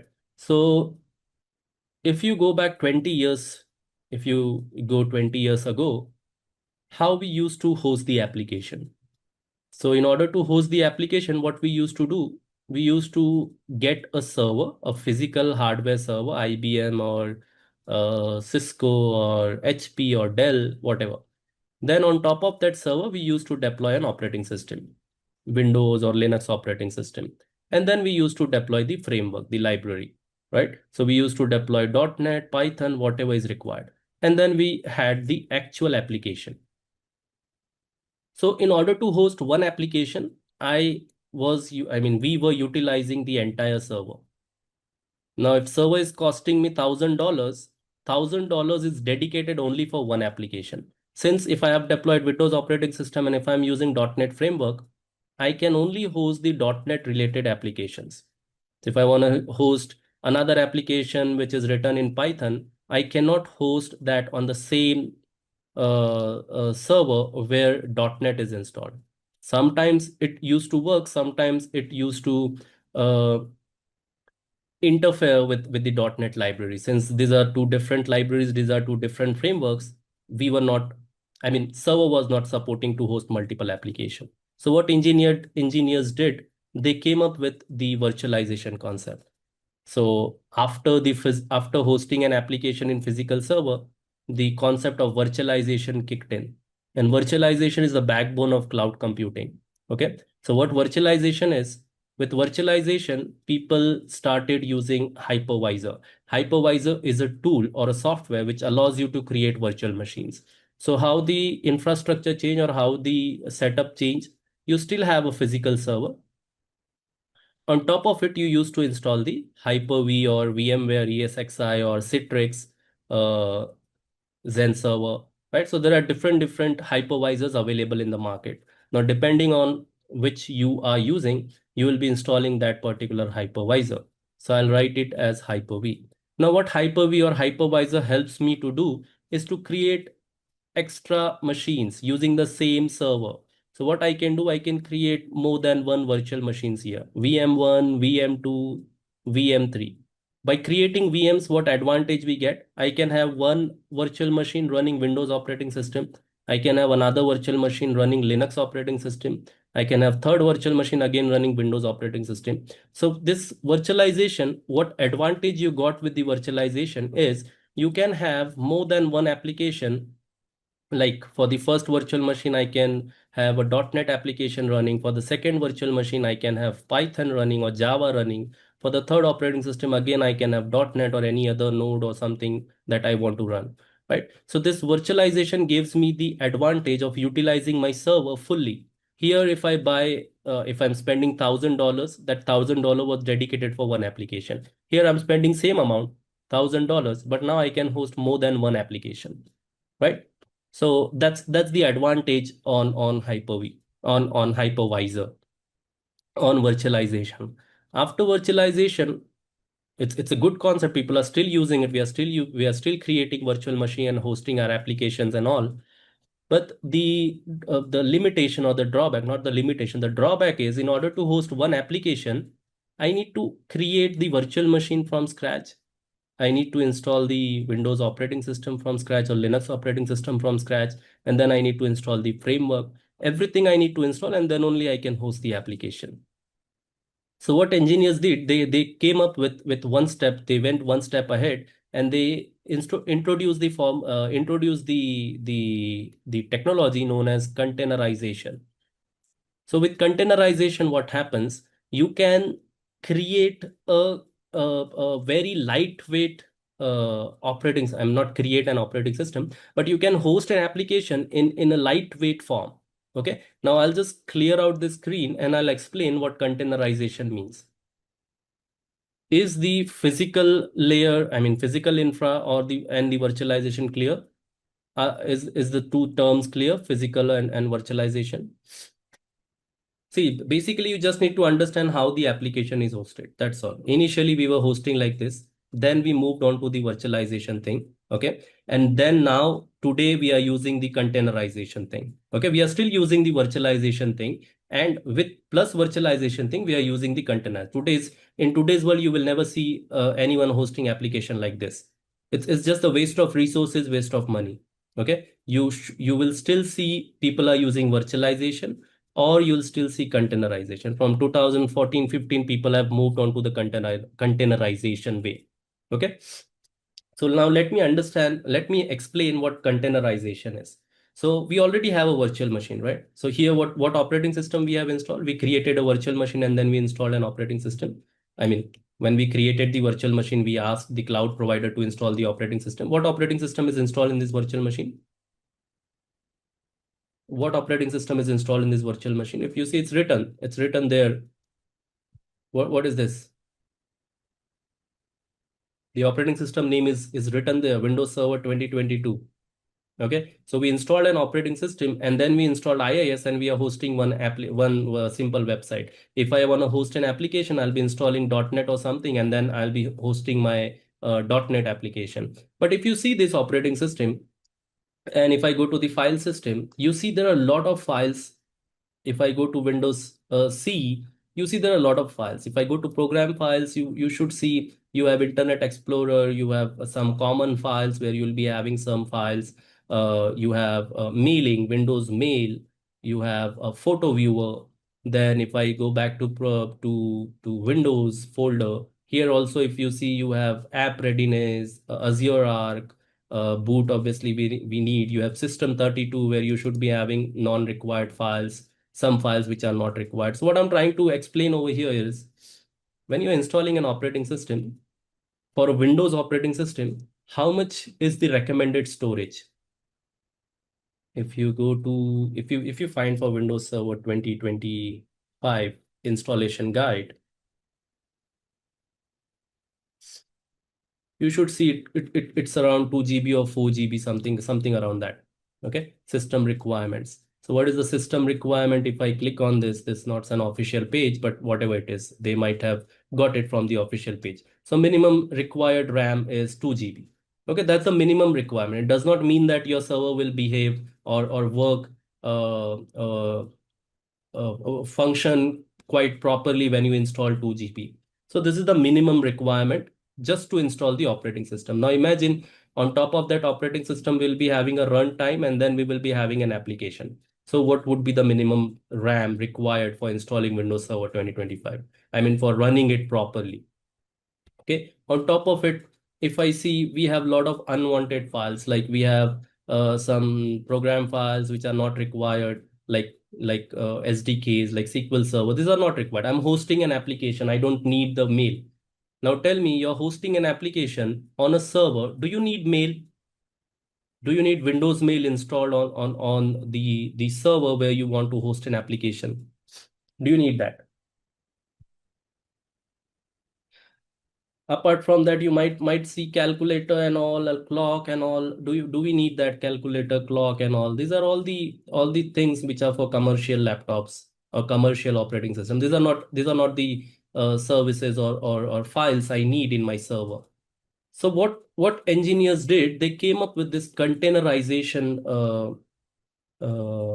technology. And using containerization, what you do, you just install the required files which are enough to run an operating system. All the unwanted files are removed. Only files which are required to run or boot an operating system, those files are installed. All the other files are removed. With removing those unwanted files, what advantage you'll be getting? You'll be saving some storage space, right? So let's say for Ubuntu server operating system, if I require 4 GB of space, with removing all the unwanted file, I might require only 1 GB. So I'm saving space over there. And by saving space, the amount of memory the RAM that is required to run the operating system will also reduce drastically. So if the minimum requirement is 1 GB of RAM, by removing all the unwanted space and unwanted file, it might go to 512 or maybe 216. Okay, 256. All right. So with this, you'll get speed, you'll get space. And now on top of it, if you install .NET or .NET Core or Python, and then you can install your application files. So only the library, only the required libraries will be installed. Only the required files in operating system will be installed. You convert this entire thing into a image. We call that as a container image. And then you can use this image wherever you have the containerization platform. So it's that portable. All right. Now, once I create an image, a container image, I can run the same image on AWS, on Azure, on Google, on DigitalOcean, on Oracle, wherever I want to run. I can even run that in my Kubernetes platform on-prem. Okay. So what is an image? Image is nothing but the collection of your operating system, your framework, the runtime that you want to use, .NET, Java, Python, whatever, and your application files. So you ship them, you create an image, and you ship it somewhere. That somewhere is nothing but the registry or repository, mostly a registry.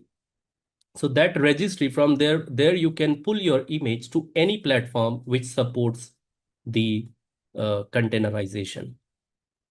All right. So what is containerization? It's the lightweight application, you can say, lightweight way of running an application. So in Azure, if you want to host a container, then Azure gives you this service, Azure Container Instance, which offers you a fast and simple way to run container in Azure. Okay. So what are the key features of this container instance?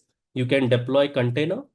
Doesn't matter where you are hosting your container, where in which registry you have your container. You get a serverless experience. That means I don't need to deploy an entire virtual machine. Now, see the cost of virtual machine, okay? If I go here and if I deploy a virtual machine, if I click on create virtual machine, and if I scroll down and go to the size of virtual machine, you see how much it is costing me a month. This is the monthly estimated cost, 6,376 Indian rupees. Okay. If I install if I install my application using a container, how much it will charge me? If I go to create and if I see the size somewhere, if you see the size here, the price is not mentioned here, but if you see the pricing, it's more less, I mean, way less as compared to the virtual machine. Maybe we need to go to the pricing calculator.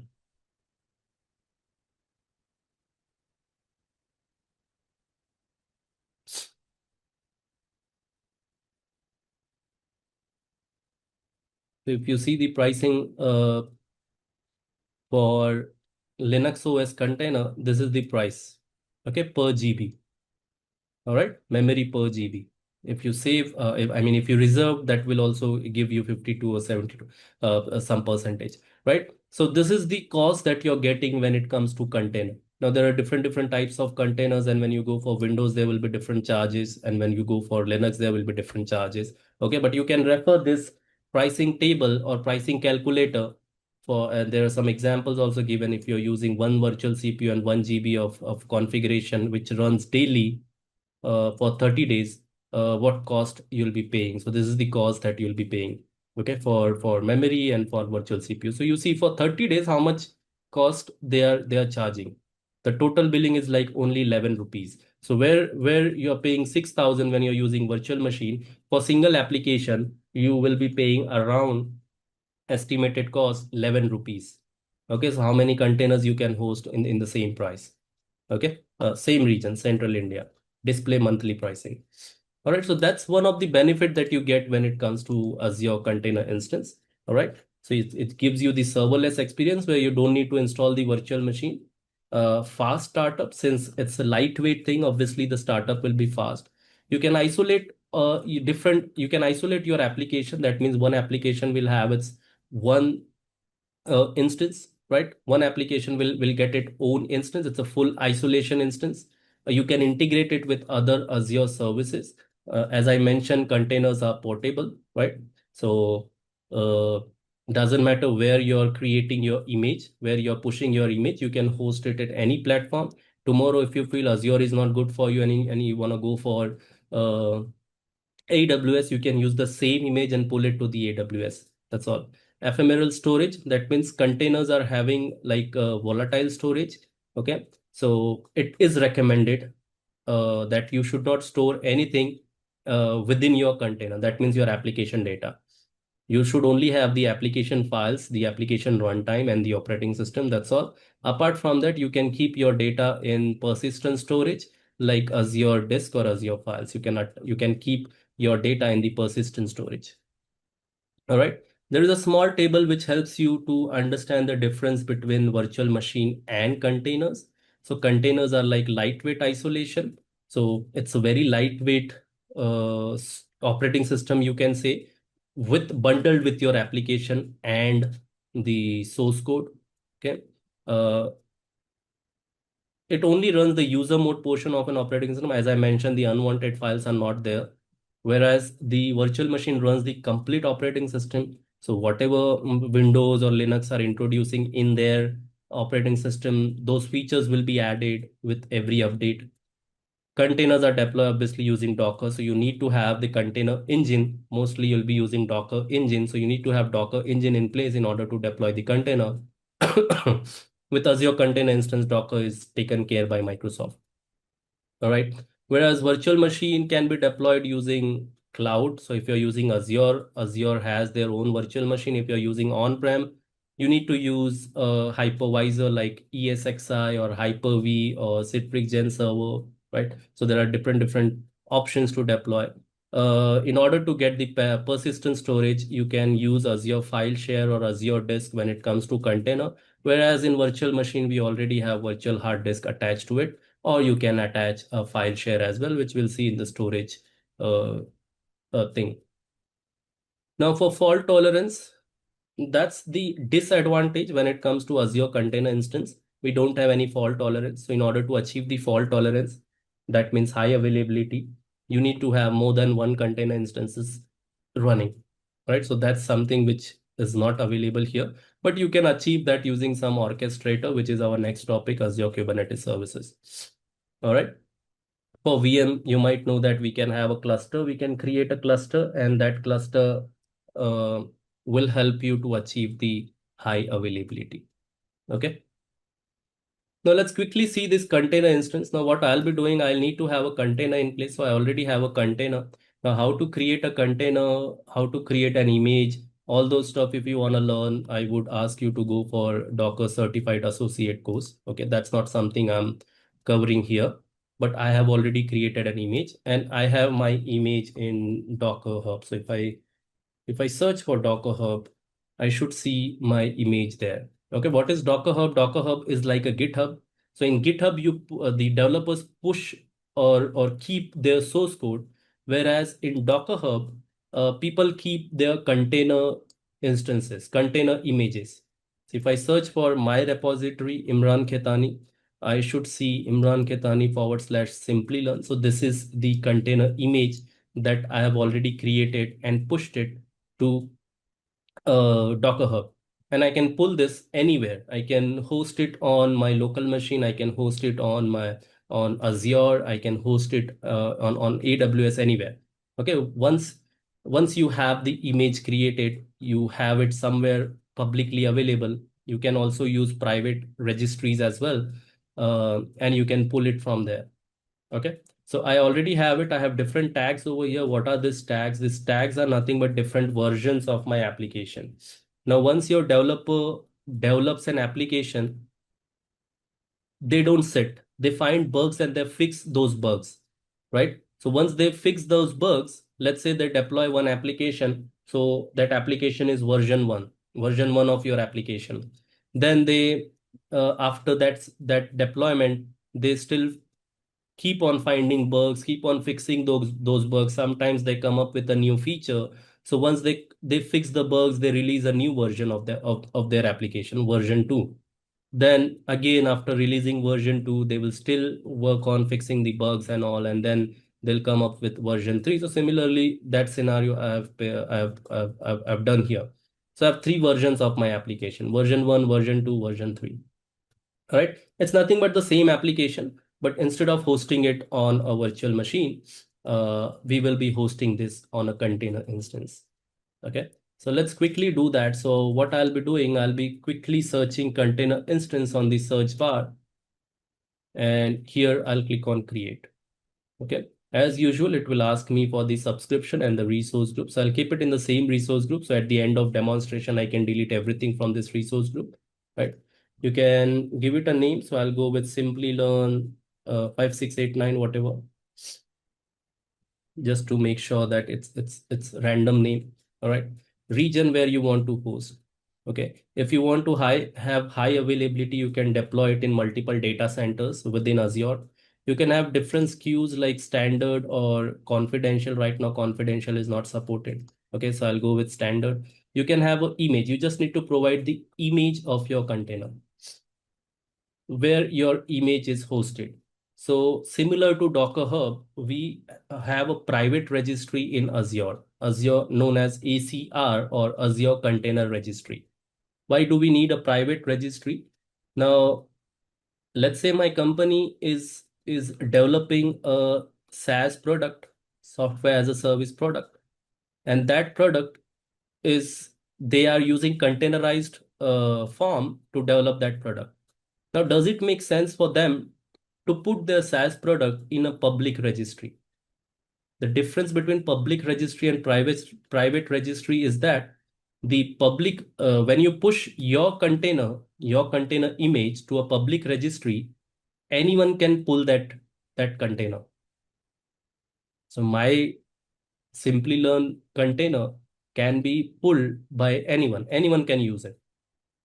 So if my company is developing a proprietary product, does it make sense for them to keep it in the public registry? Obviously not. Why? Because anyone will be able to pull it and they can work on it and bring or they can sell it or use it on their own name. So it doesn't make sense for my company to put that software or that product in a public registry. So what my company will be doing, they will be creating a private registry, ACR, Azure Container Registry or AWS registry, or even in Docker Hub, you have the option to create a private registry. So they will create their own private registry and pull all their container images there so that public will not have access to the container.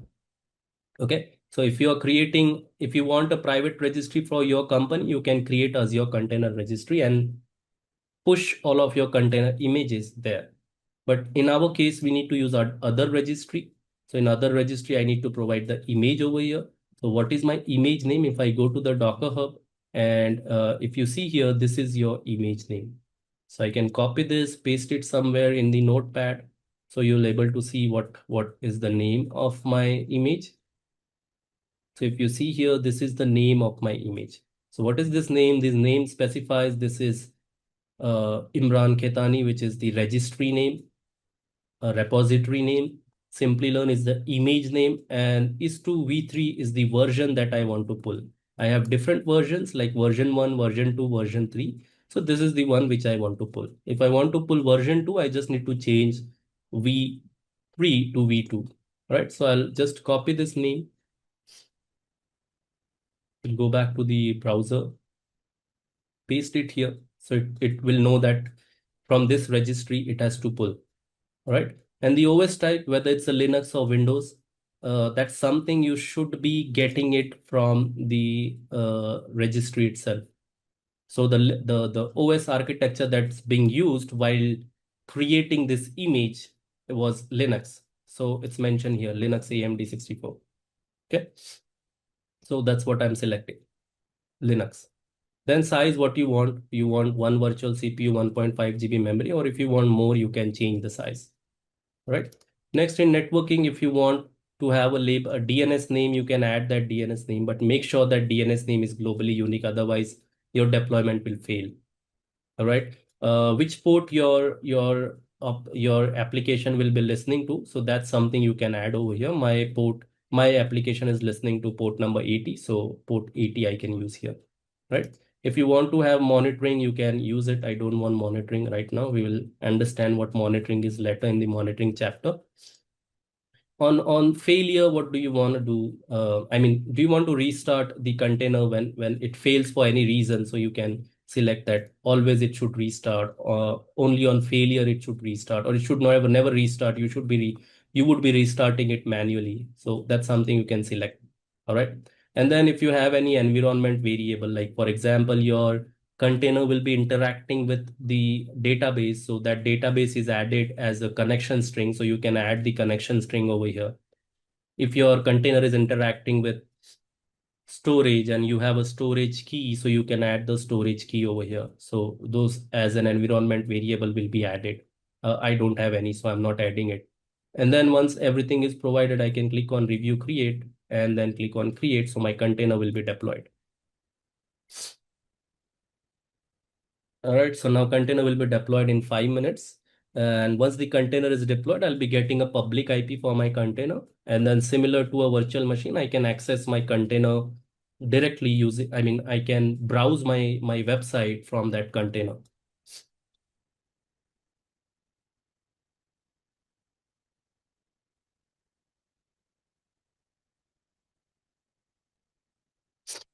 Kailash is asking, apart from cost, what else should be considered when choosing containers over VM? So we have this entire table which I gone through, right?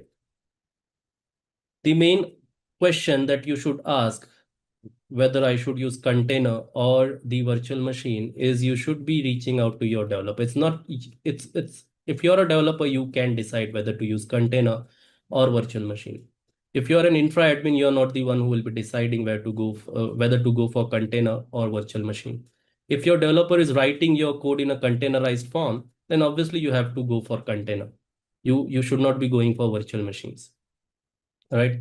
Now, what are the advantage? I already shown cost is the one advantage that you get. Apart from that, it's a managed service, it's a PaaS service, platform as a service. So I don't need to bother about the virtual machine where this is hosted. It's Azure's responsibility to make sure that my container is up and running. You get a very fast startup, even if you're using virtual machine. Nowadays, the boot is quite fast. With Windows 8, Windows 8, Windows 10, Windows 11, the booting is quite fast. So Windows Server 2025 is also boots quite fast. But obviously after booting, it takes time to bring up all the services and all, where container doesn't have that problem. Your application is entirely isolated. You don't have to worry about your .NET or any runtime that you're using, any framework that you're using. The main advantage that you get when you use container is portability. Okay. Once you create a virtual machine, you need to make sure that you're backing up your virtual machine properly and all those stuff. With container, the backup is not a problem. Why? Because we are relying on images. So once you have your image pushed somewhere, then you can pull it anywhere in any platform which supports container. If I want to, let's say I'm using virtual machines and now suddenly I want to change my platform from Azure to AWS. What I need to do, I need to make sure that everything is backed up properly. All virtual machines, all applications, whatever I have in Azure platform is backed up properly so that I can restore it in AWS. Right. So that's another limitation, you can say. It's not a disadvantage on using virtual machine. Now, question may arise that if container is so powerful, why people are still using virtual machine? Why don't they go for container? See, using virtual machine, I can host multiple containers. If I don't want to use Azure container instance, I can I can deploy my own virtual machine, deploy Docker on that virtual machine and run multiple containers there. So that's one way I can use. With virtual machine, I can host multiple website. If I deploy IIS, I can host multiple web app. If I deploy Apache or Nginx, I can host multiple web app. With container, I can host a single web app. Okay, so that's the disadvantage. If I want to host another web app, I need to create another container. All right. So that totally depends on how your company is deploying web apps and all. Depends on that, you can decide whether to use virtual machine or whether to use container. All right. So this is the public IP of my container. Once I go to that public IP, if my image is correct, I should see my application up and running. All right, so I pasted my IP address of the container.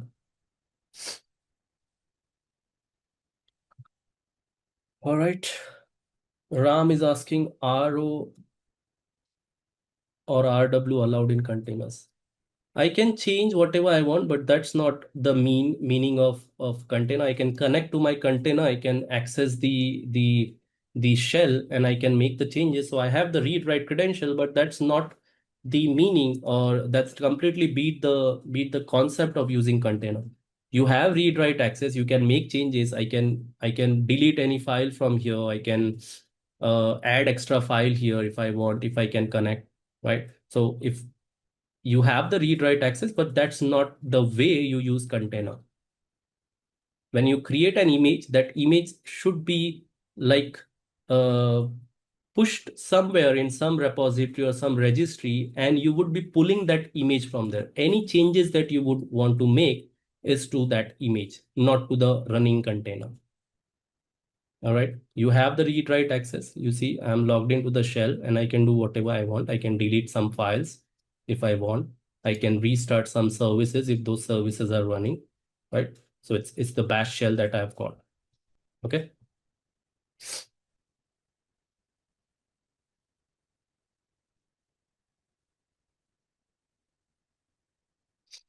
See, even if you're using SQL Server containers, you're not keeping data in the container. As I mentioned that the containers have ephemeral storage. I will not be keeping my data. The container will only be used to running the database engine. That's all. The data will not be stored in that data in the container itself. All right. Data won't be stored in the container. Container will only host the database engine. Clear?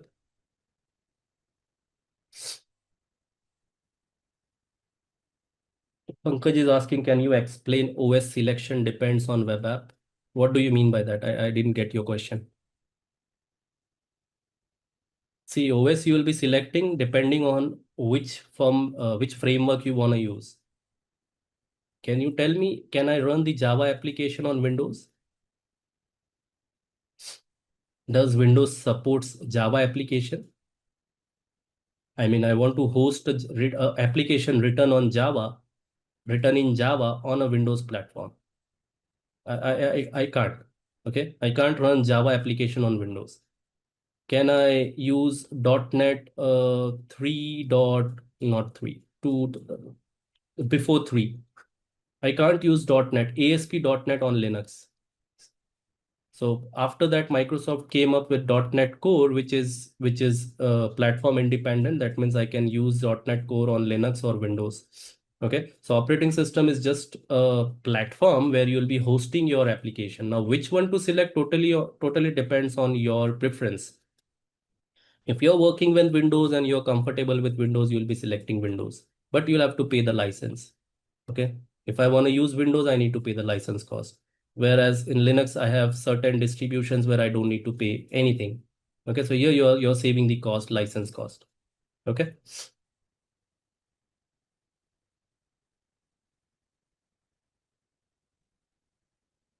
Yeah, so when I'm creating Azure container, which operating system to select, that depends on which operating system your developer used to develop or to come up with the container.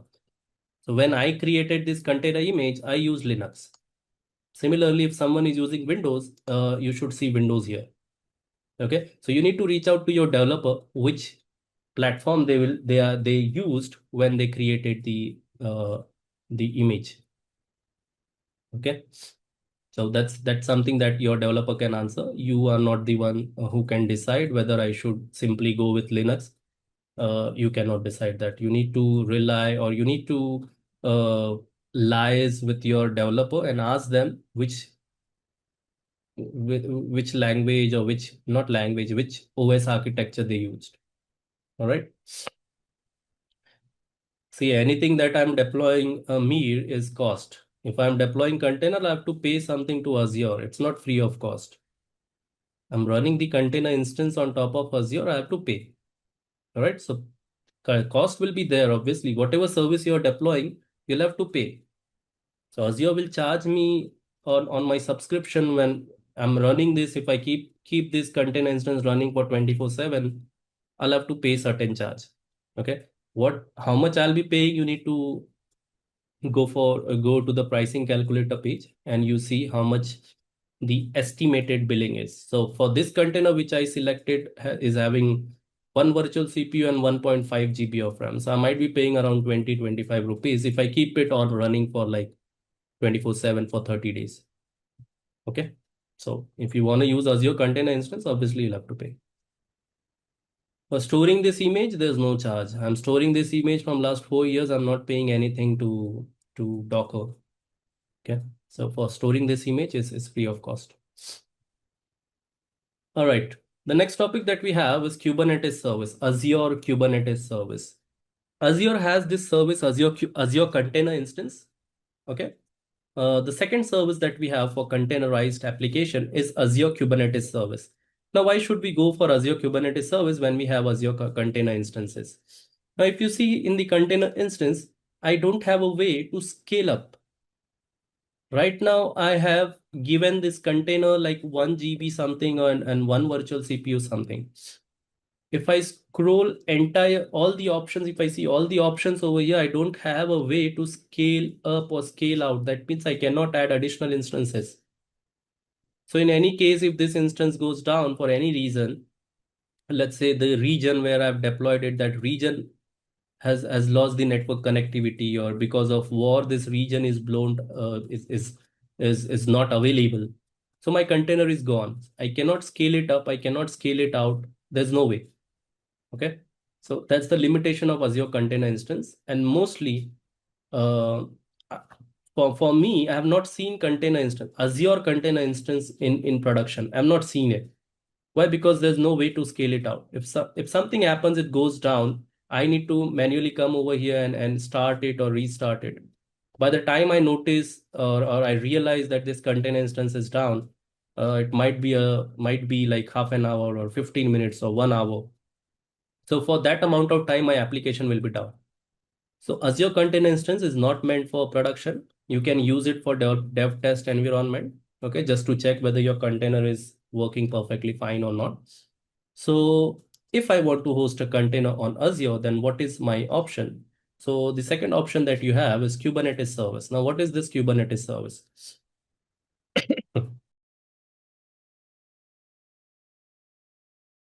The second service that you have is Azure Kubernetes service. Now, Azure Kubernetes service is nothing. It's just a managed Kubernetes cluster. Okay. Now, what is a Kubernetes cluster? So if I go to the Kubernetes documentation, and if you see the Kubernetes cluster somewhere, if you see the installation of Kubernetes cluster, if I scroll down, there are a lot of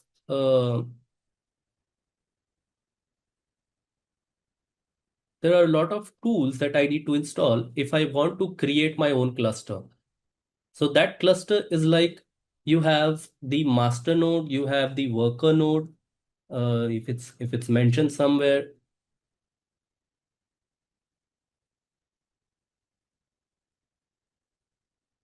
if I go to the concept, I might see, yeah, the cluster architecture. So if I go to the cluster architecture nodes, you might see that here somewhere you have like master node and the worker nodes. I don't know if they have moved it somewhere, but let me just explain it in a whiteboard, since I don't see that in the documentation. But obviously, if you want to learn Kubernetes, this is the official documentation that you can learn, that you can go through. Okay. So yeah, here it is. So if you see, you have different components, you can say, or the objects, you can say, in Kubernetes cluster. You have control plane, and then you have data plane. Okay. Another term for control plane and data plane is master node and worker nodes. Okay, what is this? What is the difference between master node and worker node? I'm not explaining you AZ-305. I'm not explaining you Azure Kubernetes service. I'm explaining you basic Kubernetes. Okay. So what is a Kubernetes cluster? Kubernetes is an orchestration tool. Now I just demonstrate you the deployment of ACI, Azure Container Instance, and then I explain you the limitation of Azure Container Instance. What is the limitation? I cannot scale it out. I cannot scale it up. So if my container instance is down for any reason, my application will be impacted, right? So we need some kind of orchestrator which can make sure that my container never goes down. So that orchestrator is nothing but Kubernetes. So Kubernetes makes sure that your application is up and running in any point in time. Okay, that application is deployed in Kubernetes. We call that as a pod. So that application is deployed in a pod. Pod, you can say that pod is nothing but a container. Okay, just to understand. All right. So what is the Kubernetes cluster architecture? Kubernetes cluster architecture is divided into two parts: master node and worker node, control plane and the data plane. So in control plane, you have some components like database, etcd, you have API server, kube API, you have scheduler, you have controller manager, you have cloud controller manager. So these are all the components that you have within a Kubernetes cluster. Now, with what each component does is something I'll leave for you guys to figure out if you are interested in learning Kubernetes. I'll leave that for you guys to go for a Kubernetes course if you want to become a DevOps engineer and understand all this concept. But in simple, etcd is the database. Scheduler is the component which is responsible for scheduling your application. Like in the worker node, you might have one node or two nodes. Nodes are nothing but virtual machines. Okay. So in those virtual machines, you'll be having like your application running. So I'm running my application, let's say, as a 2 container instance. So if one container instance goes down, my application is still up and running. So my actual workload, my actual application will be running in the worker node. Okay. Now in which worker node my application will be running will be decided by the scheduler. All right. The API is responsible for communication between the control plane and the data plane and the worker node. All right. Controller manager is obviously, as the name specifies, is responsible for managing things. The cloud controller manager is responsible if you're using Azure or you're using AWS, then this component is useful. So if you're coming up with your own Kubernetes services, your own Kubernetes cluster, if you have your own cloud, you can develop this CCM according to your cloud platform. Okay, that's not something for the normal user. It's something for the cloud provider. All right. So these are all the components you have from AZ-305 point of view. If you don't know all these components, that's perfectly fine. Now, for AZ-305 point of view, what you need to know is that we have two planes in a Kubernetes cluster: control plane and the data plane. Is that clear? Control plane, as the name specifies, it's responsible for controlling things like where to place the application, how the scheduler will define where to place the application. Or it's possible that this node is full, there's no resources left in this node. So scheduler will place the application in this node, right? If this node is going down, so scheduler will transfer all the application containers or all the application pods in the node which is healthy. So that's the scheduler's work. All right. So what you need to understand is data plane and control plane. Is that clear? If you want to clear your own cluster, own Kubernetes cluster, you need to deploy the control plane as well as the data plane. This is clear. Is this clear that what is a Kubernetes cluster? It's of two different planes, control plane and data plane. Control plane is responsible for deploying things, whereas data plane is responsible for hosting things. Clear? Or any question? No need to understand what CM is, what API is, what scheduler is, what etcd is, what CCM is. No need to understand as of now. Okay, I just gave you the overview. Any question on the Kubernetes cluster? There are two components. There are two planes: control plane, data plane, master node, worker node. Clear? Guys, answer. Master node, worker node. Okay. Now, what is AKS? AKS is a managed Kubernetes cluster for you, for customers. Managed Kubernetes cluster. That means whatever you're seeing over here, you can see that it's very complicated. Okay. So as a company, as an organization, if I want to use Kubernetes, I need to hire people who understand Kubernetes. I need to hire the people who have experience with Kubernetes, who have deployed the cluster from scratch. I need to hire those kind of people. So what cloud providers did, they came up with their own managed service, AKS. Okay, you don't know Kubernetes? Fine. You use our managed service, Azure Kubernetes service. Everything will be managed for you. You just have to deploy the Azure Kubernetes server. That means this cluster will be deployed for you by Azure. All right. Now, what is the advantage of using AKS over ACI? ACI is Azure Container Instance. What is the advantage? As you can see, as I say, the limitation in ACI is you cannot scale it up. With Kubernetes, you get this advantage. Self-healing. What is the meaning of self-healing? For any reason, if your if your Kubernetes, if your pod, that means your container is going down, Kubernetes will bring another container. So for any reason, if your container is going down, Kubernetes will bring another container so that your application is not impacted. That is the meaning of self-healing. Automatically, a new container will be created for you. Dynamic scaling, you can scale your container dynamically. That means automatically. In case there is a high usage, okay, so we can configure Kubernetes in such a way that it will automatically add extra instances depending on the depending on the traffic. Dynamic scaling. Okay, if traffic is moved, it will remove the extra instances. Rolling updates. With Kubernetes, we get the option to update. To do the rolling update. What is the meaning of rolling update? You have version 1 of your application running in 3 instances, 3 pods, 3 containers. Okay. Now version 2 is ready.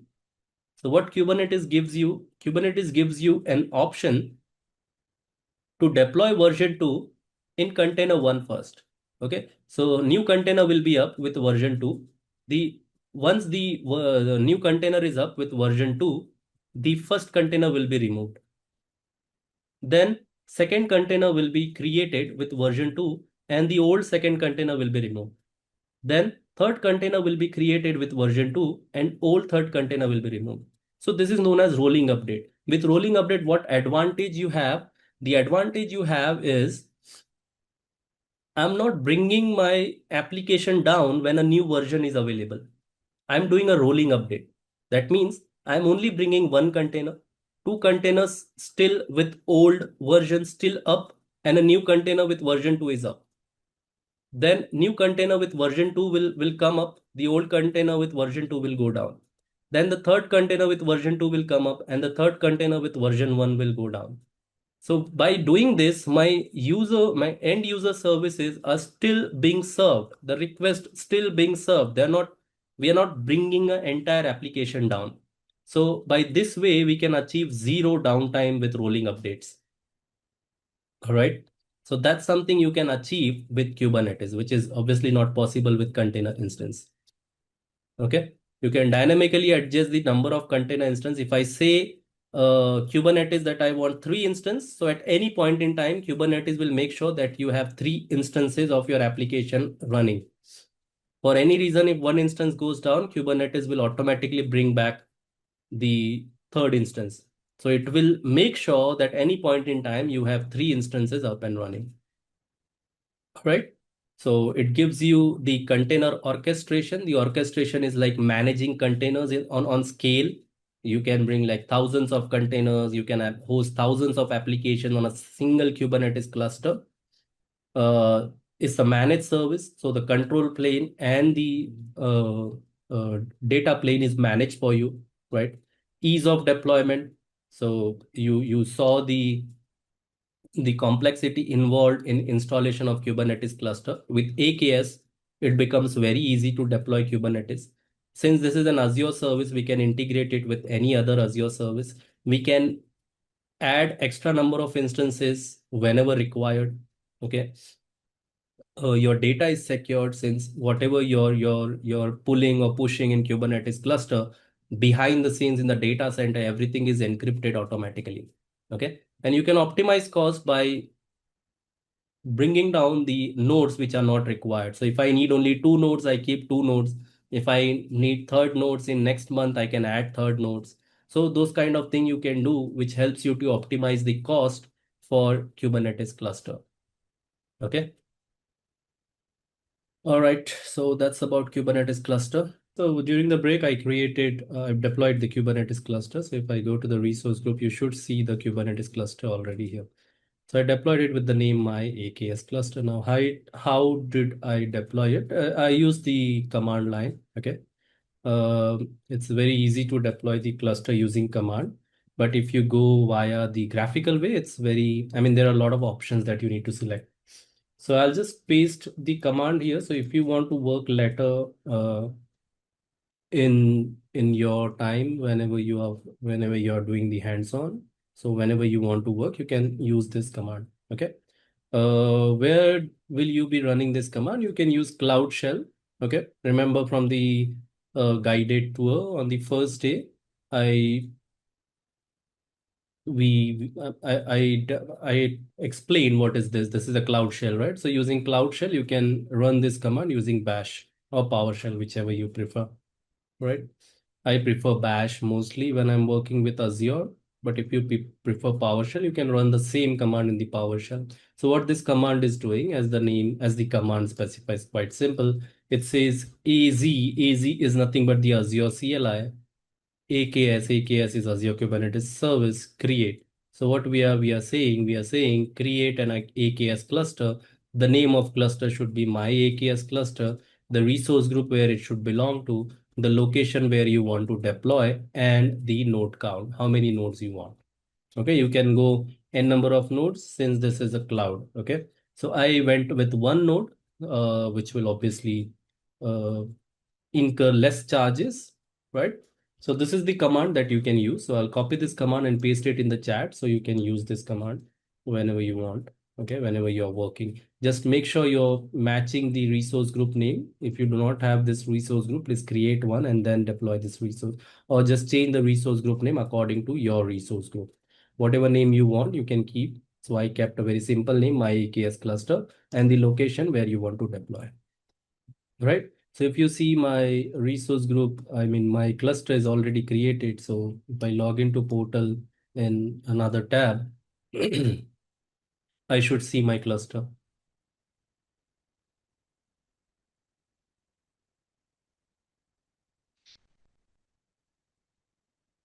When you create a cluster yourself, that means not on cloud, you create yourself on prem. You need to do all this stuff that I mentioned earlier using Kubernetes documentation, right? So we don't need to do that. Just run this command and cluster is ready. So this is my cluster. Now using this cluster, I can host my application on this cluster, Azure Kubernetes service. All right. Now how to host the name? How to host the application? Now, in order to host the application in Kubernetes, we have like different workloads. Okay. Now, again, from AZ-305 point of view, you don't need to know all the workload. You just need to know that there is a service in Azure which helps you to host host the workload in Kubernetes using Azure Kubernetes service. So if I go to Kubernetes documentation, if you see the workload type, you see, go to the concept, there you should have workload. So there are these different workload that we have, like pods, you have deployment, you have services like load balancers and all. So in order to host an application, you need to host that in a pod. Pod is the smallest unit in Kubernetes. Doesn't matter where your Kubernetes is running, whether it's running on-prem, whether it's running on AWS, on GCE, concept is same. Once you understand Kubernetes, anywhere you can work with Kubernetes, doesn't matter where it is hosted. Okay, so the important thing to understand is Kubernetes first in order to work with AKS, EKS, or GKE. So what is pod? Pod is the smallest unit in Kubernetes where your application is actually hosted. If I want to host an application, I need to host that in a pod. Okay. So how do I run a pod? So if you see here in the Kubernetes cluster, you have the workloads here. Under Kubernetes resources, you have the workload. So if I see the workload, the existing workload will be visible. Now, what these existing workloads are? These existing workloads are the components of Kubernetes cluster. Now, this is where Azure is managing your Kubernetes cluster. So it has already deployed some components which has nothing to do with your application that you're going to host. So if you see on top, you have different types of workload which is mentioned there. Okay, in order to host an application, you can host that as a pod or as a deployment. So what is the difference between pod and deployment? Pod is like a single instance, like a container. You're running container. So it doesn't give you benefit over Azure container instance. When you want to run your application in multiple instances, then you need to run that as a deployment. Okay, I'll show you both. Now, in order to run or deploy anything with Kubernetes, there are two ways. So if you go to the workload, they should mention somewhere how to deploy a pod. So if I scroll down somewhere, we should have a YAML file. So in order to work with Kubernetes, you have two ways. Either work like this, I mean, define everything in a YAML. YAML is a way, it's like a JSON, but it's not JSON. It's another markup language where you can deploy your application. I mean, you can define your configuration, not application. So what we are deploying, it's mentioned here, kind pod. If I want to deploy a deployment set, I will change that as a deployment set. Okay. The name of the pod will be web server. If you see, there is an image. So here you need to put your image. All right, what image you want to use. So this is one way of deploying the workload on Kubernetes. But since this is quite complicated for freshers and all, I'll give you single command. So you can use a single command as well, but in order to work with command, we need to use the Cloud Shell. Okay. Now, in order to work with a Kubernetes cluster, the first thing that we need to do is authentication. So I need to authenticate, even though I am logged in using the same Cloud Shell, using the same user, and I'm this user, using this user have deployed the Kubernetes cluster. I need to connect to the cluster, and while connecting to the cluster, it will authenticate me. So in order to get the credentials of the cluster, you can go to the overview page, and here you have the connect option. You can click on the connect option, and this is the command that you need to run.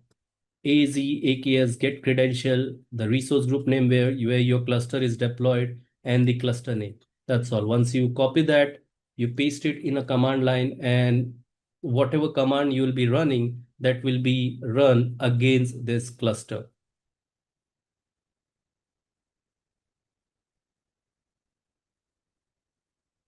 Okay, it's not giving me the access.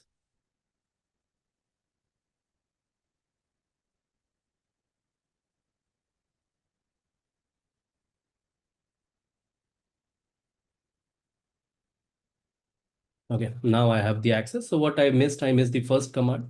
So I copied this command as well. I thought this command is not required, but this is also required since it's possible that I might not have access. So I need to set the subscription first, and then I need to download the cluster credentials. Once I download the cluster credential, I should be able to communicate with the cluster. Now in Kubernetes, if you want to interact with the kube cluster, you need to use this command kubectl. So if you go for kubectl cheat sheet, Kubernetes team has created a document where you can get a cheat sheet of kubectl, how to interact and all those stuff. Okay, how to interact with cluster, how to create a pod and all those stuff. So you see here, everything is mentioned over here. So any command that you don't understand, just every time visit here. It's possible that with every version they might change, right? So what command I'm going to use? I'm going to use this kubectl run command. So what this run command will run a pod, or will run a pod consisting your container image. Okay. So what command I'll be using? Kubectl run. Then there is a name. So name is your pod name, what you want as a name, and then you need to provide an image. So this is the command I need to use in order to make sure that my cluster is running. Not cluster, my application is running. Kubectl run, then name of pod, okay, and then the image. So this is our image where our application is running. So we just copy that image and paste it over here. That's all. So I copy this command, I go back to the command line, and I paste this. Okay. Before running that, if you see kubectl get pods, you should see there is 0 pod. There is no pod running. But after running that command, I should be and after running this kubectl run command, if I run kubectl get pods, I should be seeing this pod. Okay, so you see pod Simplilearn created. Now, if I do the get pod again, you see Simplilearn pod is running. All right, so it's that simple. You can also see that graphically within the workload itself. So if you see the pods here, you should see somewhere Simplilearn. So that is also that is another way to see whether our service or whether our pod is running or not. Now this pod is running within the cluster. How do I access it? That means when we hosted a website in a virtual machine, we had the public IP to access that. Here, I don't see a public IP assigned to the Kubernetes pod. You see anywhere? It's not assigned. So in order to get the public IP, you need to deploy a load balancer within Kubernetes. Okay, so that should be under services. So we need to expose the pod. So if I go back to the documentation, here somewhere I should see services or expose. So you see the expose over here. So if I click on the expose, this is the command that I need to run. Okay, kubectl expose, and then the service name, and then your pod name on what port you want to expose, and what is your target port. But what we will be using load balancer over here. So I need to search a command which helps me to expose my pod using a load balancer. Okay, so I have the command here.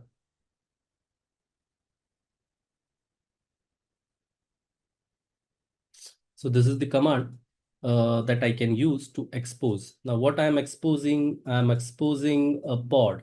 So instead of deployment, I need to write here pod, kubectl expose pod. What is the name of your pod?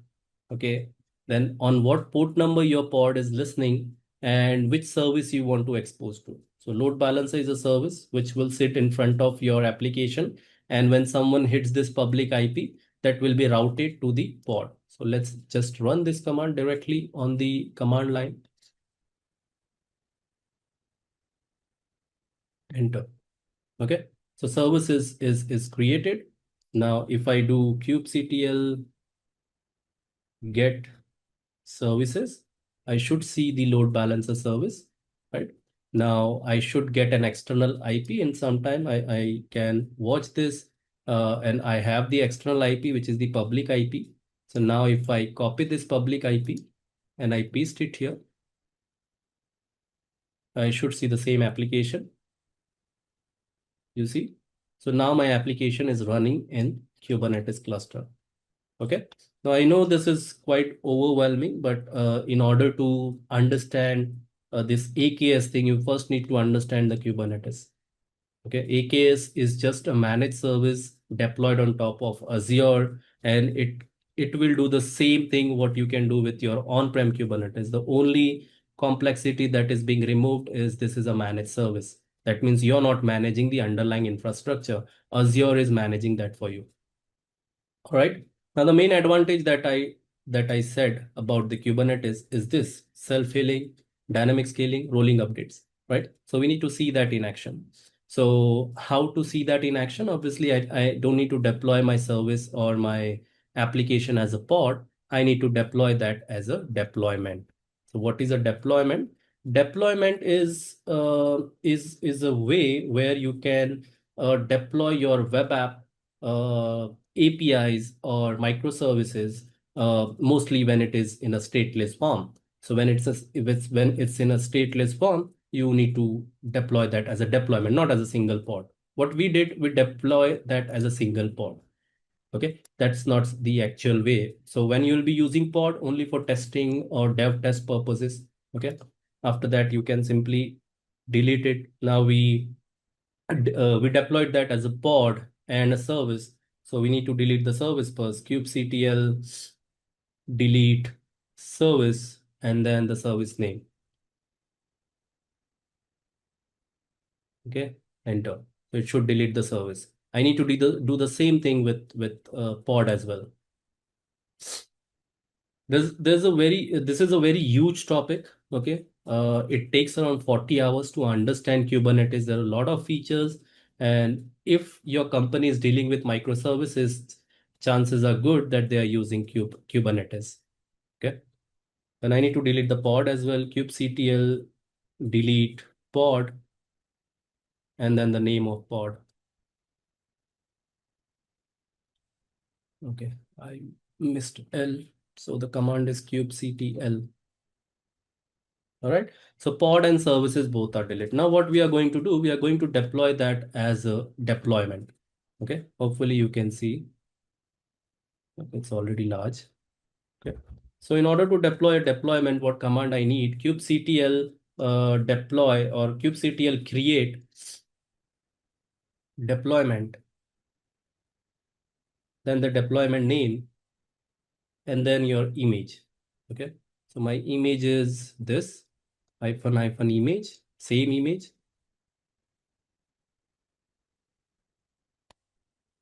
So it should create a deployment for me. Okay, the deployment is created. Now, same thing, I need to expose this deployment, but before exposing, let me just show you the deployment. So if you go to the workload and if you go to the deployments, you should see Simplilearn deployment. And same thing you should see under pods as well. The pod name should be something like Simplilearn and then random number. So your pod is still running. Okay, your pod is still running. I mean, not the old pod, the new pod which you deployed using Kubernetes. But how many pods do we have? We only have a single pod. Okay, we can scale it. We can scale it to, let's say, 10 pods or 20 pods. So if I do kubectl get pods, you should see the pods as from command line as well. If I do kubectl get pods, you should see the pods here as well. How many pods are running? As of now, only one pod is running. Okay. Now first expose this. So let's expose this kubectl expose means assigning a public IP to your service so that uh, you can access this from web. Okay. kubectl expose deployment, then the deployment name, port, on what port your service is listening, and the type of service that you want to use. There are different types of services available in Kubernetes, but mostly I am using load balancer since that's the easiest one to show. And I press enter. So now if I do kubectl get service, I should see the external IP is pending, and in some time I should get the IP address. Okay, 20.207.105.60. So this is the new IP that I've got. So if I go and access that IP, browse that IP using browser, I'll get the similar application. Okay. Now, how many pods are running for our application? So if I clear the screen and do kubectl get pods, how many pods are running? Single pod is running, right? Now let's scale it out to 10 pods, 10 pods. Okay. So how to scale it out? kubectl scale. I think scale is the command. So if I just search it somewhere,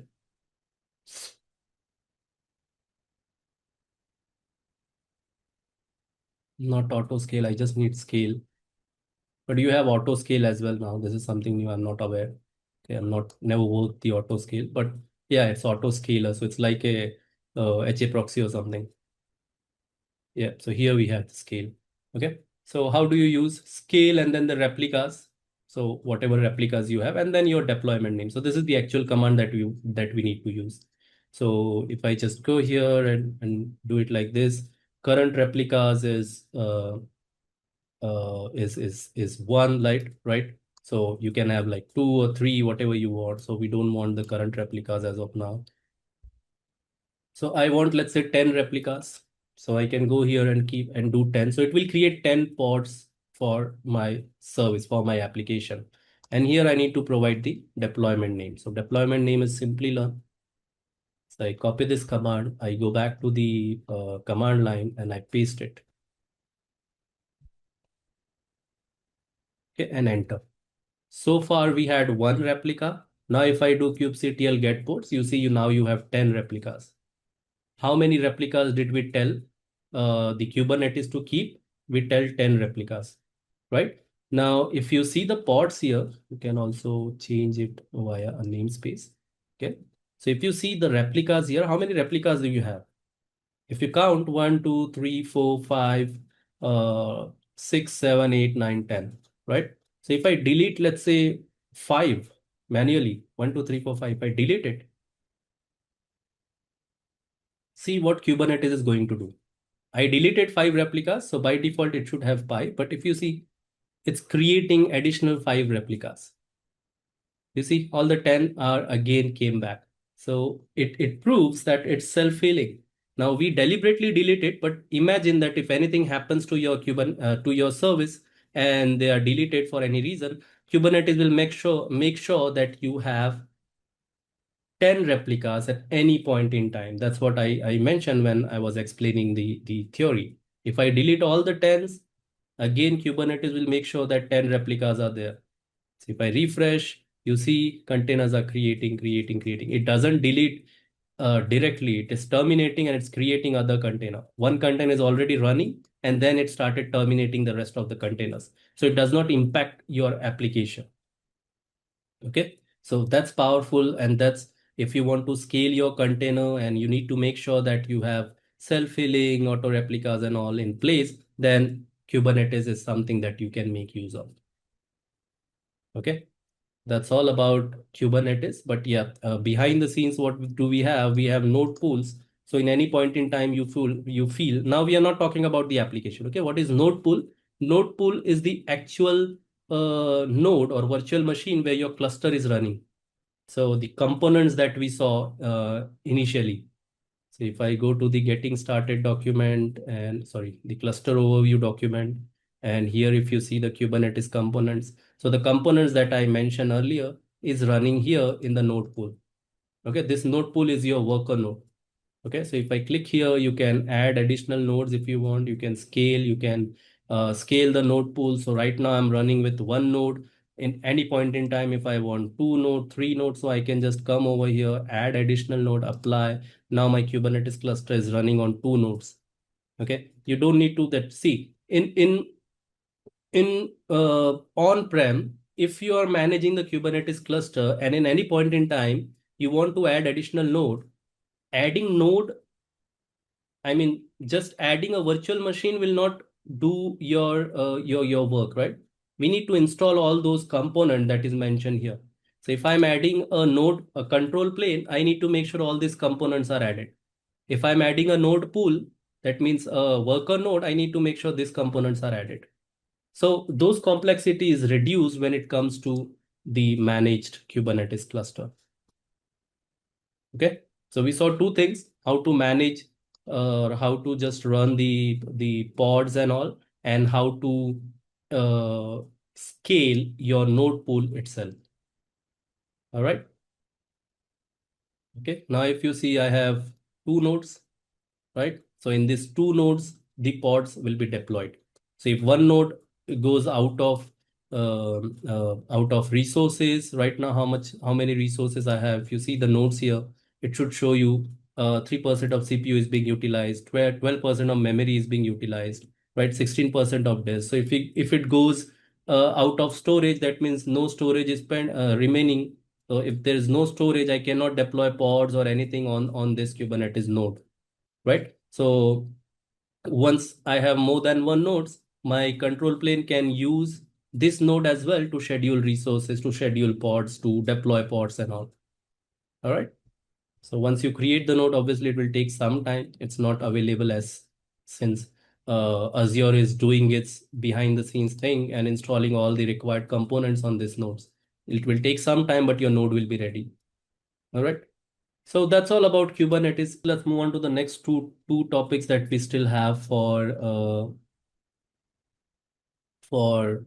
compute services. Now, for this two topic, I don't have demonstration. I have demonstration, but this is not eligible, or we don't need to do demonstration for these two services as of now, since these are event-driven services, and we have a chapter like app service architecture where I will be involving these two services. So we'll just understand theoretically what this compute services are. Now, these compute services are not for hosting an application. These are the event-driven compute service. Now, what do I mean by event-driven? So event-driven means you will be having some kind of trigger, and on the basis of that trigger, some action you'll have to take. Okay. Now, this is a very small, I mean, let's say there is some trigger and I need to take some action. That's the only purpose of particular application. So it doesn't make sense to host that particular application in an app service or in a virtual machine. Why it doesn't make sense? Because this trigger an action. For example, let's say e-commerce application. So in e-commerce application, what happens when you use Amazon or when you use Flipkart, you place an order. As soon as you place an order, you receive a SMS or you receive an email confirmation, right? So I just want to trigger an SMS or I just want to trigger an email. What do you think? How much lines of code I need for this activity, for this trigger an action? 10 lines, 20 lines, 100 lines, right? Maximum 100 lines of code will be required. So I need a PowerShell or a Python or a .NET or whatever language I want to use, whatever scripting language or whatever development language I want to use. I will need 100 lines of code just to trigger an SMS or just to trigger an email. Now for this 100 lines of code, if I dedicate a virtual machine and host this application and this application is running 24/7, does it make sense to pay like whatever the cost is, 500, 5,000 something for a month? Does it make sense just to execute? And when this will be executed, this is not like your web app, which needs to be online 24/7. It will only be used when someone places an order. So we need to send an email. That's all. So the purpose of this code is to send an email or SMS. That's the only purpose. And this does not lead to this particular application does not have to be live 24/7. Only when some trigger happens, someone places an order, an action will be taken. Action is sending an SMS. So with this kind of workload, what you can do, you can host this 100 lines of code in something known as Azure Functions. So Azure Functions is a serverless application where you don't need a virtual machine. Microsoft Azure will take care of that. And whenever there will be a trigger, your code will be executed and you will be paying only for the number of executions you're doing. If thousand calls have been made to that function, you'll be paying for this number of execution that you're executing. You're not paying for the compute, the underlying compute, which is hosting that function. That means I'm not paying for the virtual machine. What I'm paying for is the number of calls which is being made to the function. All right. And I think first million call is free for Azure function. So if I go to the Azure functions official documentation, not overview, I think they won't mention this here. If I search for Azure function pricing, so I know that there are like first million calls are free. Somewhere they should mention this. Okay. So they have reduced this from 1 million to 250,000. So initially we were having like 1 million calls free. But if they still have it, you can go through this pricing table and you can see how many calls are free per month. Okay. So the use of Azure function is whenever you have an event-driven requirement, you can go ahead and use Azure function. All right. So the key features, whenever there is some trigger happening, you want to do you want to take some action, you can make use of Azure function. It's serverless. You don't need to host a virtual machine in order to host the code which you want to execute for a short amount of time. There are different language support, like you can write functions in Python, in PowerShell, in .NET, PHP. Okay. Scalability, let's say you don't want to host this in a serverless manner, you can scale it out on Azure App Service as well. I mean, App Service Plan as well. So that is also a possibility. You can integrate it with different Azure services. Since this is an Azure service, integration is quite possible. And we can use the DevOps CI/CD pipeline as well with the function. You can use triggers and bindings, like you can bind it to Azure storage account. And let's say as soon as some calls are being made to Azure function and you want to have a record on Azure blob storage, you can do that by binding it. Okay. You have different hosting plans. So flexible hosting plans are available. Like you don't want to go for serverless, you want to have a dedicated plan. So you can create an app service plan and deploy this Azure function on that app service plan.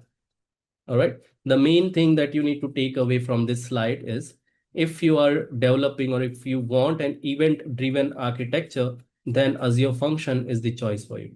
You don't need to go for app service. You don't need to go for virtual machine. If you want to just have a piece of code which will be executed on certain trigger, and then upon a trigger, an action should be taken. So you can go for Azure function in that case. All right. Now we have similar compute resource, same whatever we discuss in Azure function, same thing is applicable for Azure Logic App as well. So Logic App is also an event-driven compute solution. There is some trigger, you need to take some action on the basis of that trigger. Okay. Trigger can be anything, action can be anything. Like someone uploaded a video on YouTube, someone as in your channel, you uploaded a video and you want to email your subscribers. So trigger is the video upload. Action is sending an email to the subscribers. All right. Same thing. The only difference between functions and Logic App is in functions, you need to code thing. I need to come up with a code. That means I need to develop a code. I need to write a code. In Logic App, it's a workflow basis. Workflow as in there will be some connectors. So using that connectors, I can define my workflow. What would be my trigger? Depends on connectors. What will be my action? I'll be defining using the connectors. So it's like a visual designer. You don't need to write a code. It's like a low code, no code platform. I don't need to code anything when it comes to Logic App. Whereas in function, I need to code everything. What is my trigger? I need to code. What is my action? I need to code. Here I will be doing that using the workflow, using the connectors. All right. Now you can monitor this within the same Logic App. We have a demo for Logic App, but not today, not on this chapter.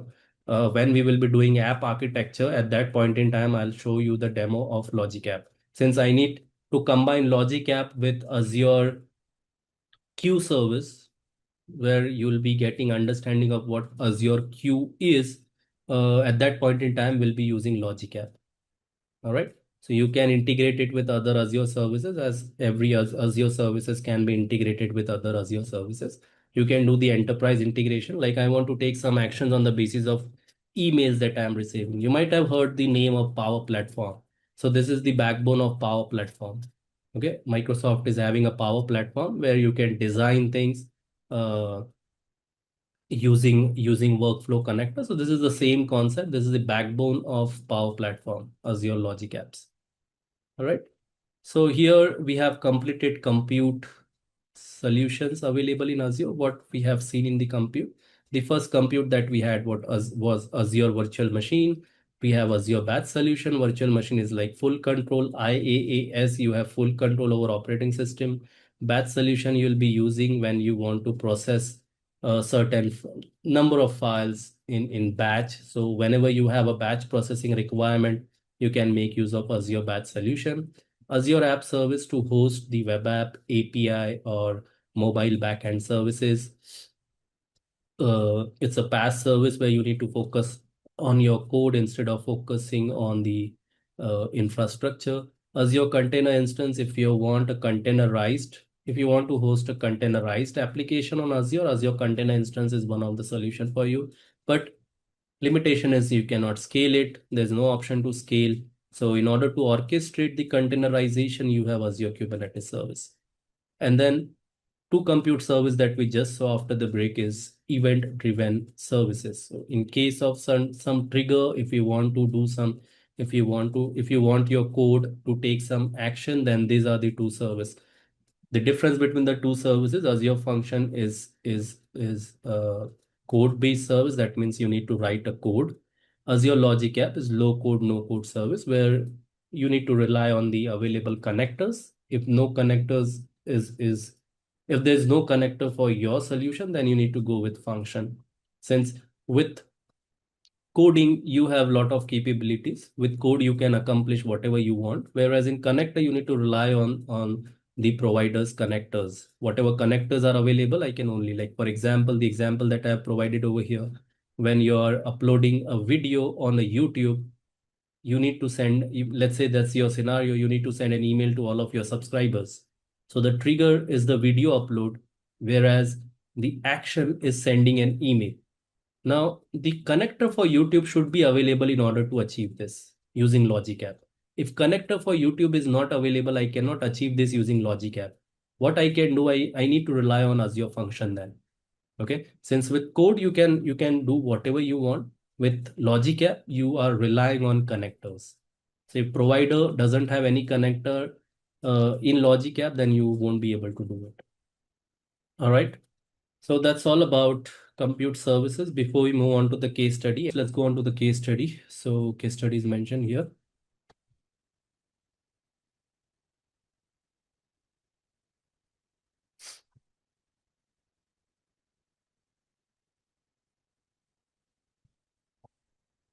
Mir is asking to see the Azure portal. What do you want to see on Azure portal? This is Azure portal.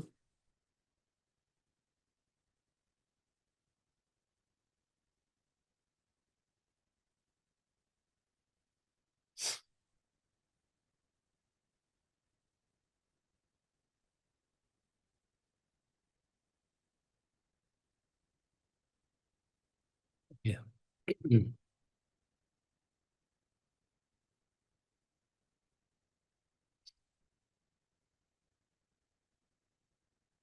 All right. So the case study for compute section is here. Okay. Same case study I've added in the slides as well. Hopefully you can read it. If you cannot, please go to this link.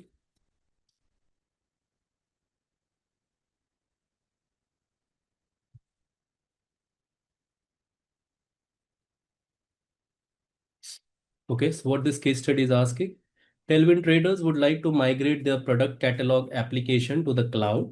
This application has a traditional three-tier configuration using SQL Server as the data store. The IT team hopes you can help modernize the application. They have provided this diagram and several areas that could be improved. So they have IIS web servers, which is having heavy demand. Servers reach their performance limits during the day. Server sits idle during off hours. Then they have some business logic written in .NET framework. So it's a REST API call from their front end tier. Request demand changes from day to day. So it depends on the daytime. The demand can change. Then they have SQL Server running on enterprise SAN storage, okay, which is running on always on availability group. So that's the same thing is mentioned over here, what they have. So what task we have is, let's say they want to migrate to Azure. So which Azure compute service would you as a solution architect recommend for the front end tier? Explain why you decided on that solution. Okay. Middle tier, which Azure compute service would you recommend for the middle tier? Explain why you decided on that solution. Okay. So there are two tasks. So you need to give a solution for front-end tier and middle tier. So front-end tier is this IIS web server, whereas middle tier is this .NET framework business logic. And remember, both is having the request demand that is coming in to both of the tiers is changing from day to day. So it's not a constant request where you can have a constant service. Like we need to scale, we need to think of scaling. Okay. So which service do you think? Which Azure compute service you think for front end? What service you think for front end? Please use the chat box to answer.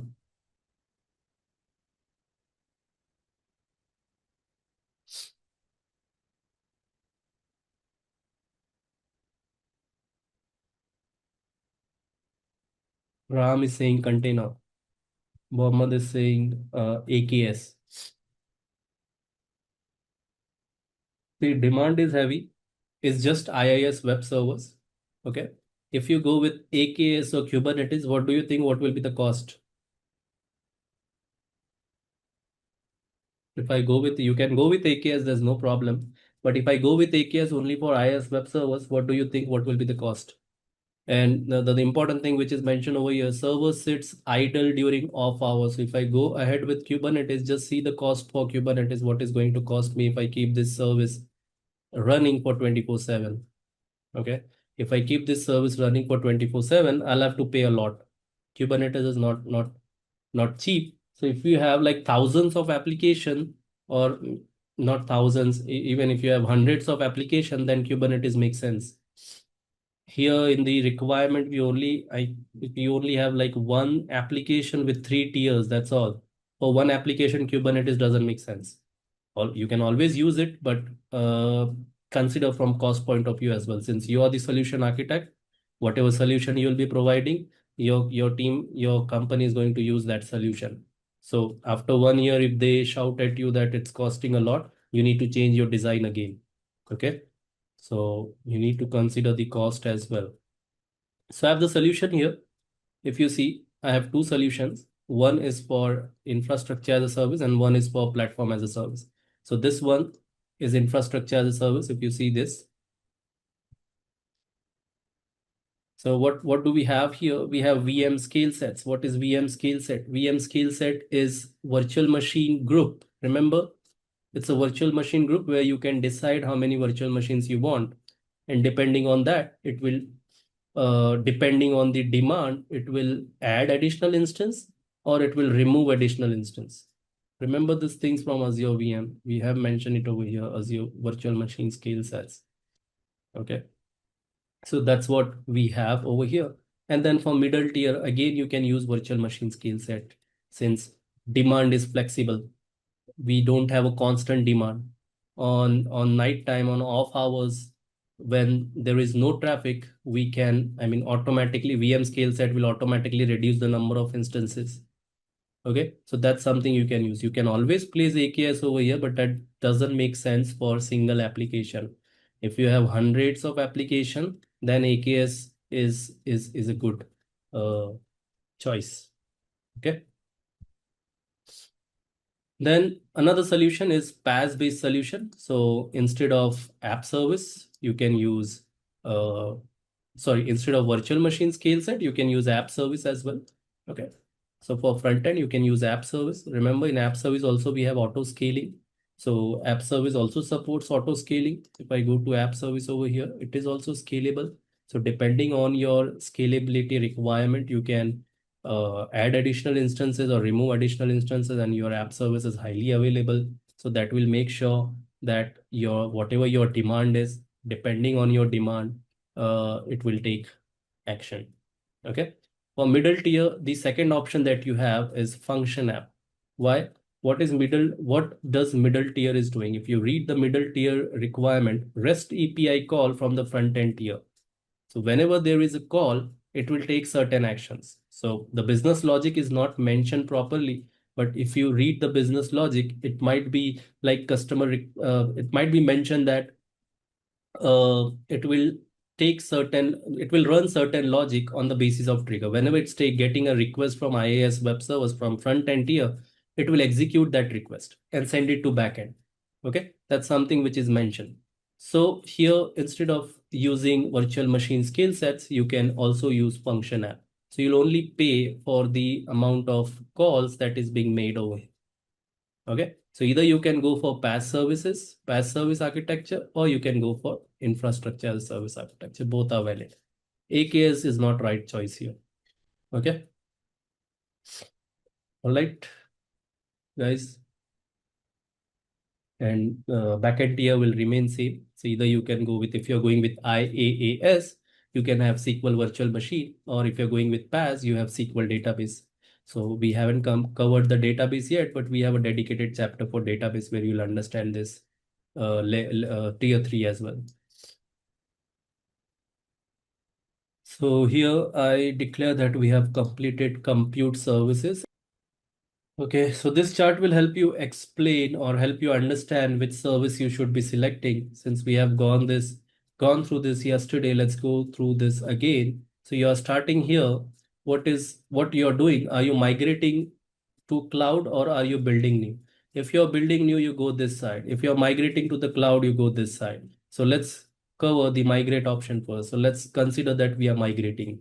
So are you migrating, you're using lift and shift or you're using cloud optimized? Lift and shift is like lift your application as is and shift it to cloud. We are not optimizing it's for cloud. So if you're lifting and shifting, go this way. So if you're if you are lifting and shifting your application, is your application containerized? If yes, you go this way. If no, you go this way. So if your application is not containerized, you have two options: virtual machine or Azure App Service. If your application is containerized, you have two options: Azure Kubernetes Service or Azure App Service with the container option. All right. If you're building new, you have all the options. If you're building new, you can select whatever you want.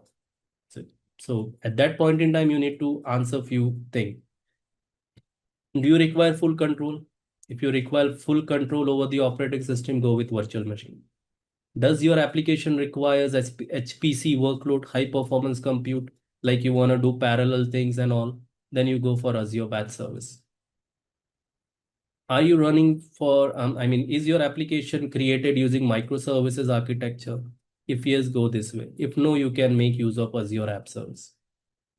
Are you developing an event-driven workload or a workload which runs when there is a trigger, short-lived processes? If yes, you can use Azure Functions. If no, do you want a full-fledged orchestration?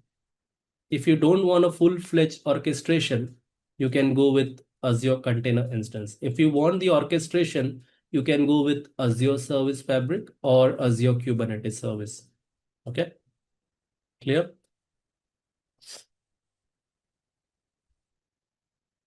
Here. So the name of the flowchart is choose the compute solution. It just help you to decide which compute service you should be selecting for your work case workload. Okay.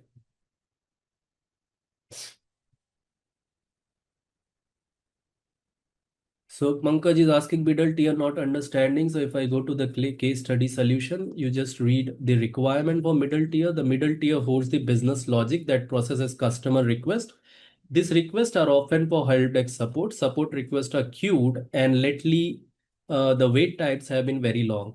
So customers are offered email rather than wait for the representative. But many customers seems frustrated and are disconnecting rather than wait. Customers' requests are 75 to 125 per hour.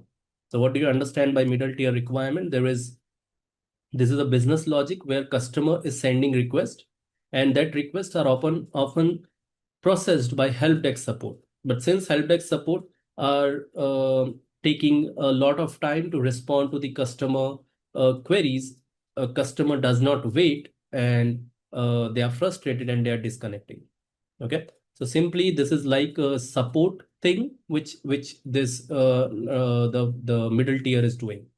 So you can either use virtual machines to host that business logic, whatever that business logic is doing, or if you are going for the PaaS service, you can even use function app. Now you're asking why function app doesn't make sense. Did you understand what is function app?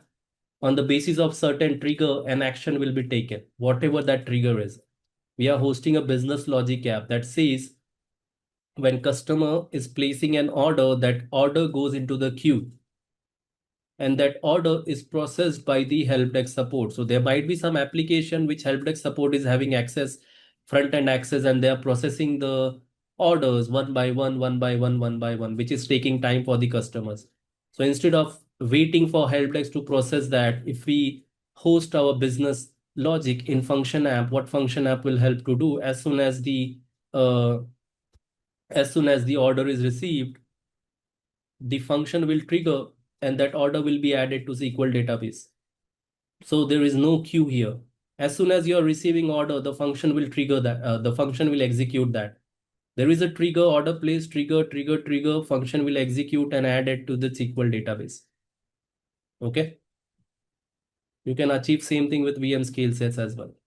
Right now, this is after migration. Right now, it's being processed by the help desk support as mentioned in the requirement.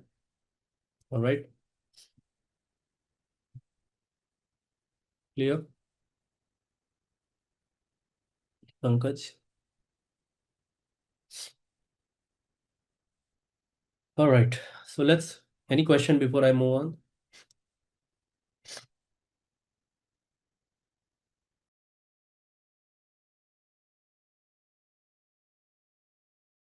All right. So the next topic that we have is design for Azure Virtual Network. So this is this topic from AZ-305. So we are still on Azure Infrastructure Solution, design infrastructure solution, and within design infrastructure solution, we have done with compute services. Now we are moving on to the network solution. So this is the topic that we will be covering now, design network solutions. Okay. Before I start this topic, do you guys know what network is? Just give me a basic definition of what network is and why do we need network in today's world? What is a network? If someone asks you to define a network, how do you define a network?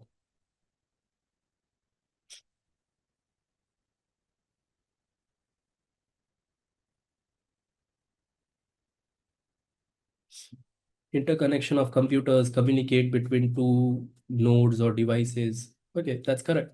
So when I want to make sure that my resources, that resource can be anything, it's computer, smartphone, smart devices, they want to send or receive data with they should be able to send or receive data. So I need to make sure that they are in the same network. Okay, or they are somehow connected in a network.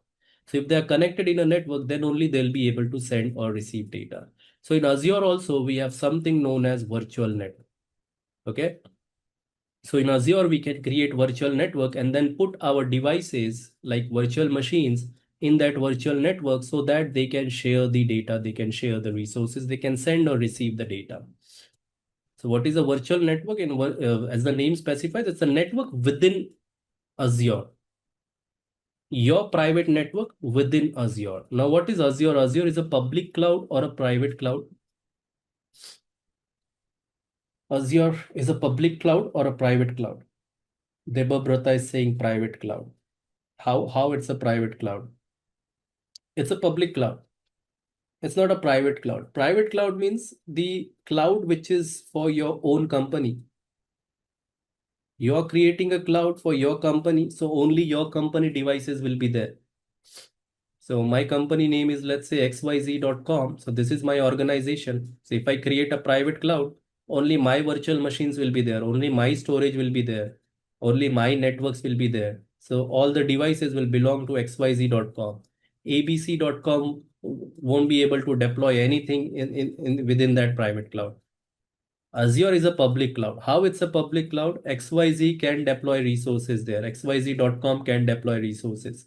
ABC.com can also deploy their resources. I, as an individual, Imran, can also deploy resources in Azure cloud. Anyone sitting anywhere having an access to internet can go ahead, buy a subscription and start deploying resources on Azure cloud. That means anyone in the public internet can come to Azure and start deploying the resources. That's the meaning of public cloud. So remember this thing, Azure is not a private cloud, Azure is a public cloud. Okay. Now the question arises here, if Azure is a public cloud, how my data is secured? I am deploying resources on Azure. I as a xyz.com, I am deploying my resources on Azure. ABC also deploying their resources on Azure.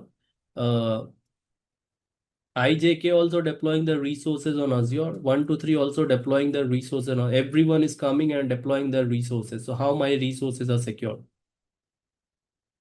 What they did, Azure, they came up with this concept of virtual network.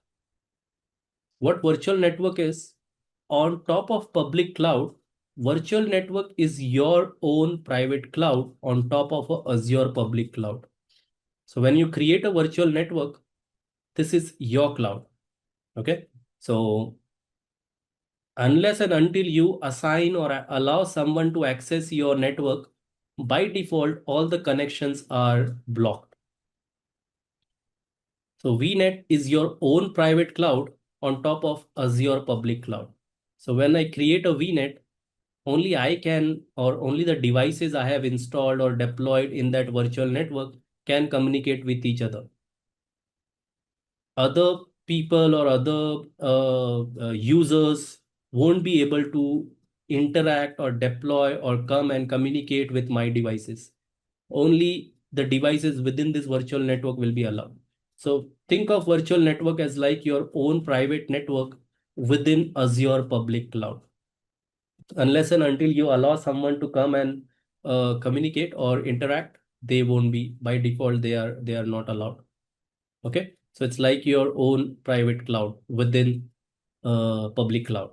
So when you're creating or deploying a virtual network, you need to consider some things like what naming convention, what name you want to assign to your virtual network. Like here in this example, I'm using virtual network 01. Okay. Where do you want to deploy your virtual network? So here I have selected Central India. Okay. Now, which region you should be selecting, that totally depends on where your user base is. If my user base is in Central India, so I'll be deploying my resources in Central India. If my user base is in US, I'll be deploying my resources in US. Okay. Subscriptions, how many subscriptions you should be having and which subscription should be having the virtual network deployed. So when I'm deploying a virtual network, I need to consider these things which I mentioned over here.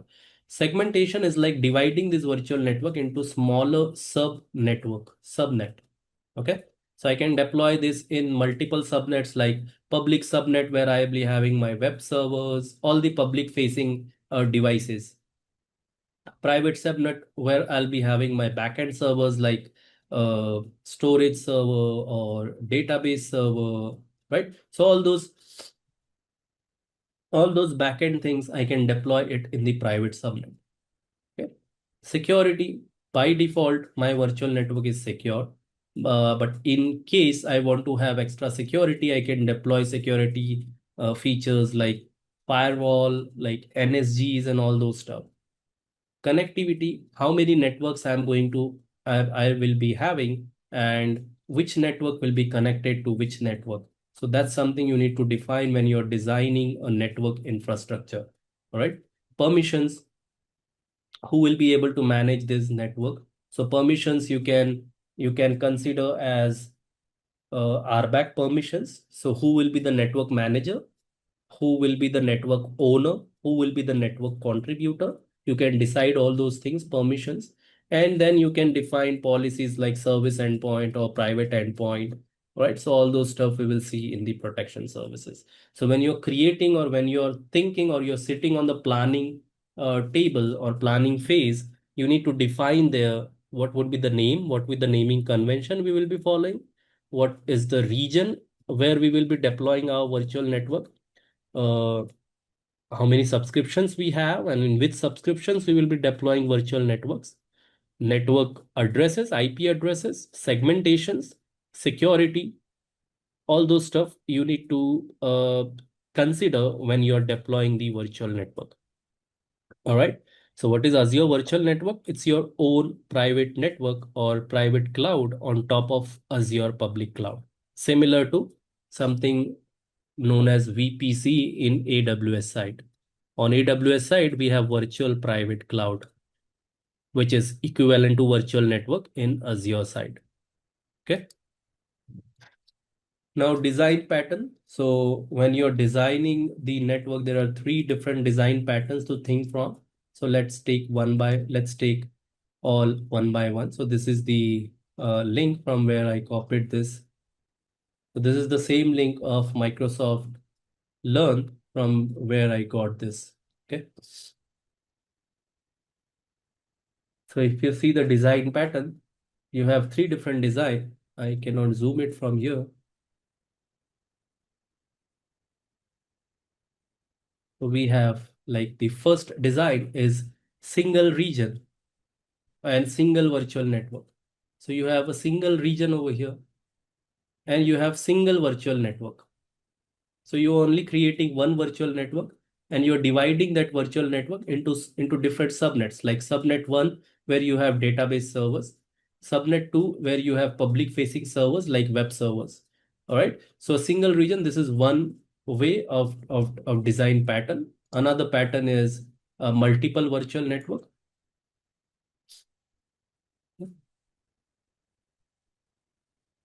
Multiple virtual network where you have network in different regions as well, right? This is region 1. Okay, maybe this is central India. This is region 2, maybe let's say East US or any other region. All right. So in central India, you have two virtual networks.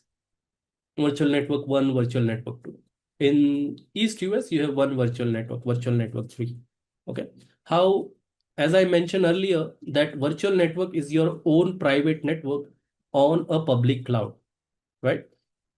So this virtual network 1, by default, it cannot send or receive data from other virtual network, even though virtual network 2 is also your virtual network. For security reasons, by default, none of the networks can communicate with each other by default. Okay. So if you're designing multiple virtual network, you need to think of the connectivity as well. How I'm going to connect this multiple virtual networks. So by default, the data or the services within one virtual network can communicate with each other. But outside virtual network, like virtual network 1 and virtual network 2, by default, there will be no connectivity. Similarly, virtual network 1 and virtual network 3 will have no connectivity. Same goes for virtual network 2 and virtual network 3. So by default, there will be no connectivity, even though those virtual networks are within your subscriptions. So how to resolve this? Then you might have heard about network peering. Okay. So you need to do the peering. If you do the peering, then the connectivity will be enabled.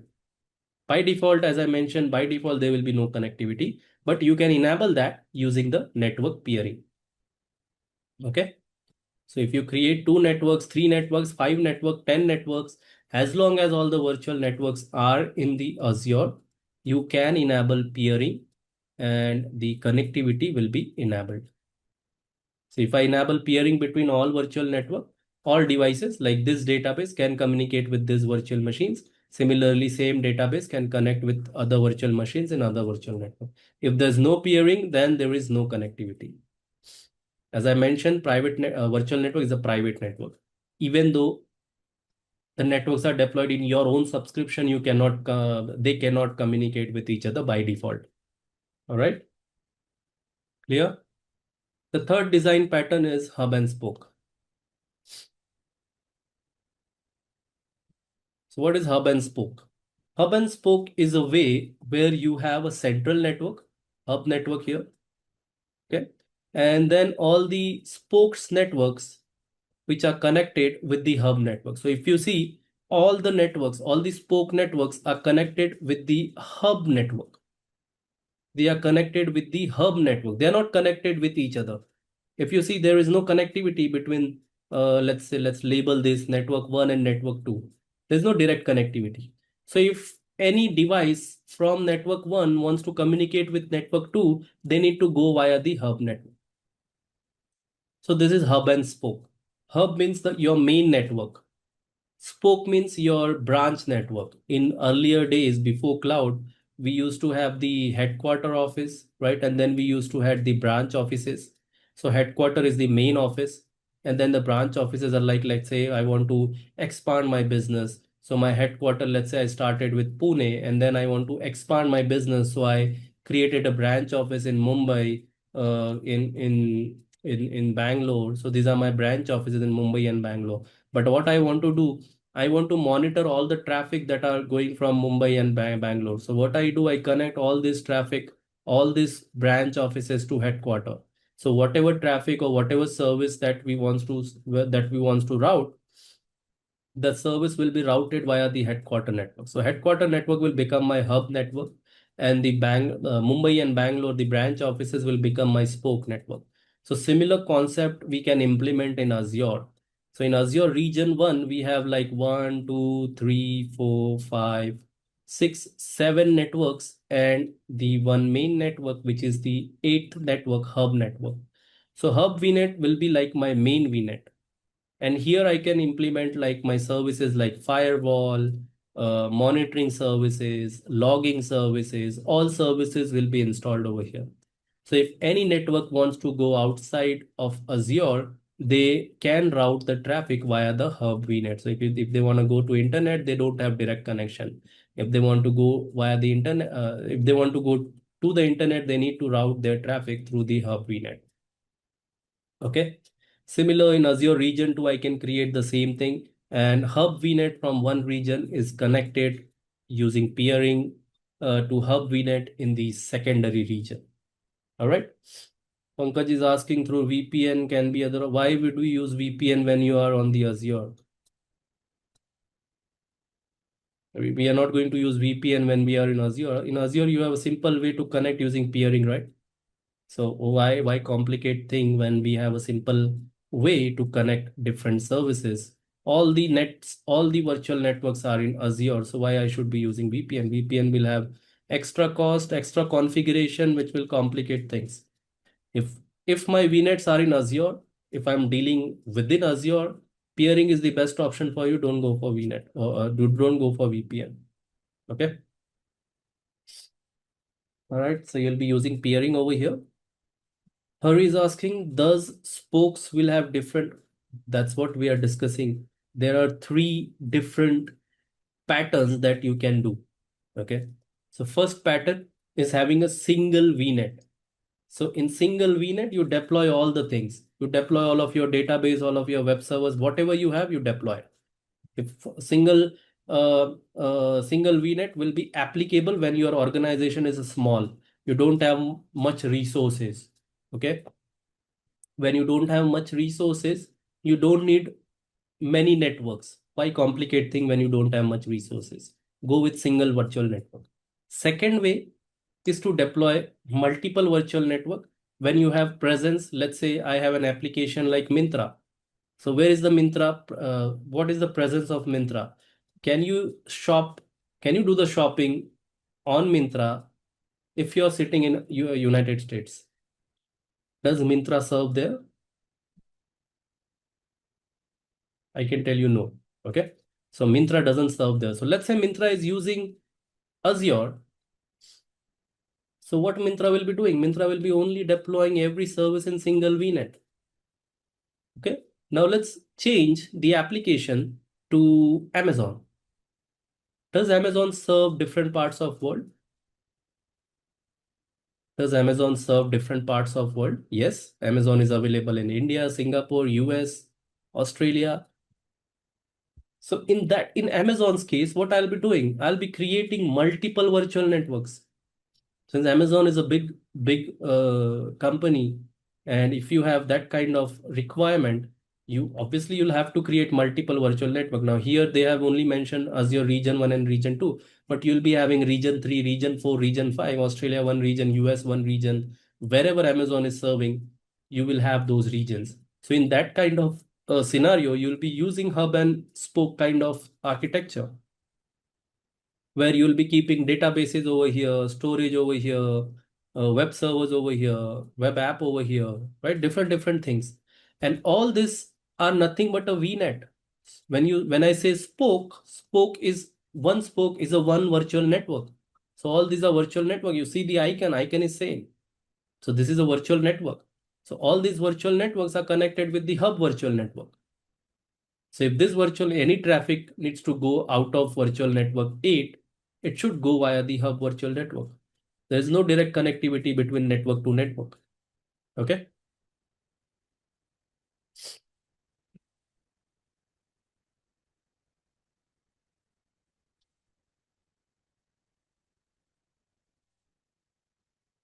By default, within virtual network, you don't need to do anything.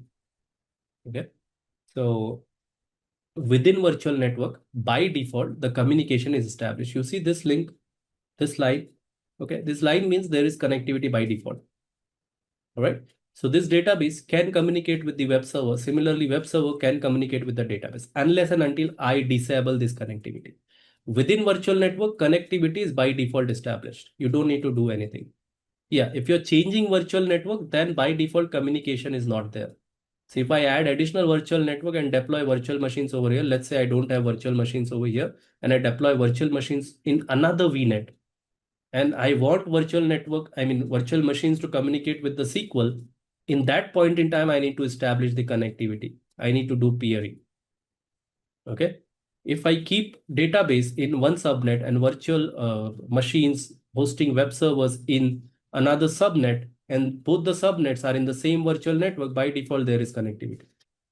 No need to do anything. Okay. Even though they are in different subnets, they have the connectivity. They can send or receive data with and from each other. All right. So there are 3 different patterns that you can choose from. Depends on uh, the the scale of your company, whether you're large scale, medium scale, or small scale. Depends on that, you'll be having different ways to select. You can go for hub and spoke, you can go for multi networks in multi region, or you can go for single virtual network in single region. If you create if you create multiple virtual network within single region, then also you need to establish connectivity using peering. Okay.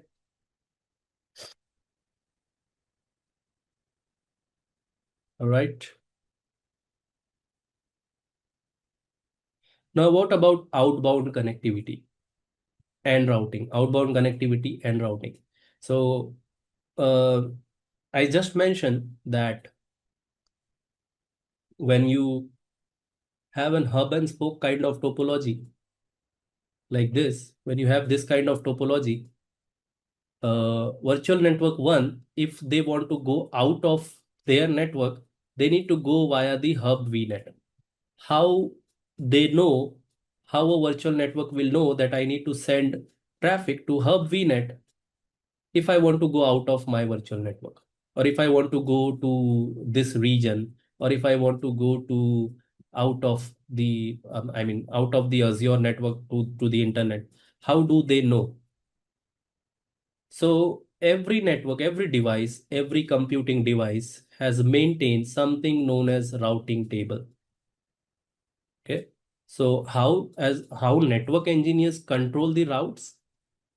They use something known as routing.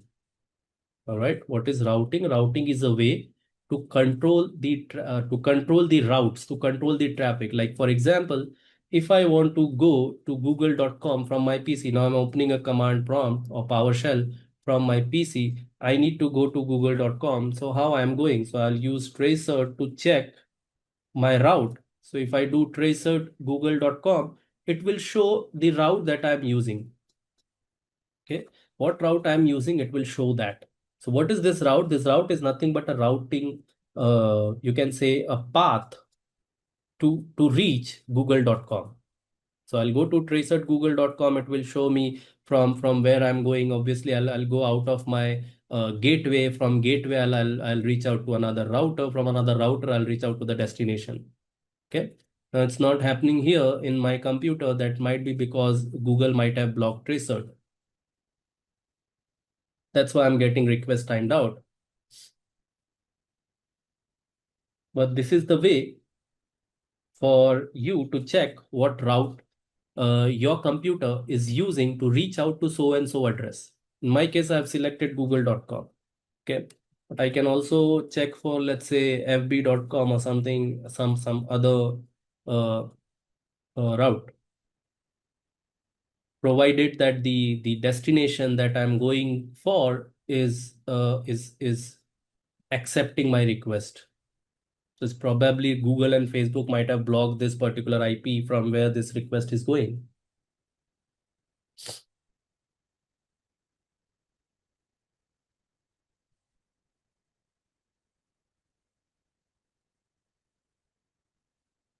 Okay, so Facebook is also blocked. Never mind. So what I'm trying to explain here is, I mentioned this, that you can create hub and spoke kind of topology where you can create one hub virtual network and all the virtual network within the same region is connected to that hub virtual network. So that hub virtual network will send traffic, the spoke virtual network will send traffic to the hub virtual network, and then hub virtual network will take it out of their own region. How do I control this? In order to control this, I need to make adjustment to the routing. So routing is a way where you can control the path, how your data will flow, how your request will flow from source to destination. So in Azure, when you're dealing with network, Azure has given you the option to control your path using routes. Okay.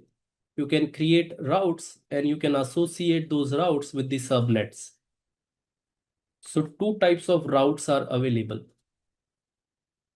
System route. System route is something which Azure creates. As the name specifies, system routes. So it's created by Azure. Another route that you if you as a user you are creating, that route is known as user defined route, since we are defining that route. Okay. So you can create your own routes. You can associate that route with any subnet. And when you are creating the route, those routes uh, will be termed as user defined routes. Okay. Now let me show you. We already have a virtual machine, right? So this is my virtual machine that is deployed in one of the virtual network. So if I open terminal from here, and if I do traceroute maybe from here, not from my laptop.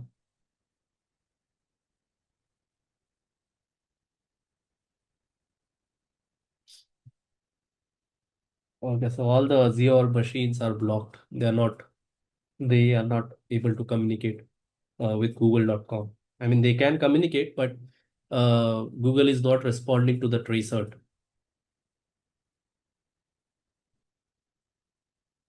Okay, never mind. Let me explain it from this way.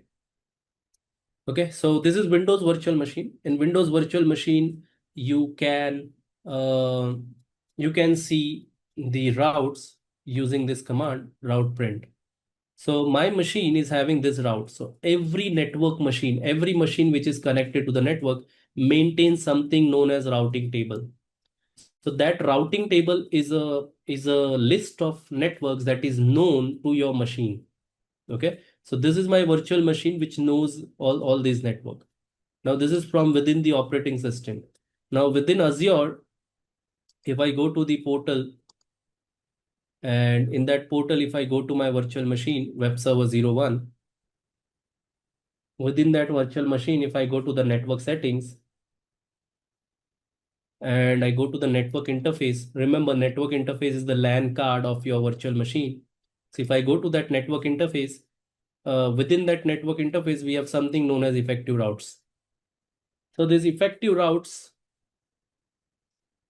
is the routing table of your virtual machine. So what is this effective routes? Effective routes is the way which shows what network is known to your virtual machine. Okay. So we have 10.0.0.0/16, which is my virtual network. So I can communicate with my virtual network 0.0.0.0, which is internet. So I can go out of my network to the internet. Okay, you can see this is my virtual machine. If I open the browser,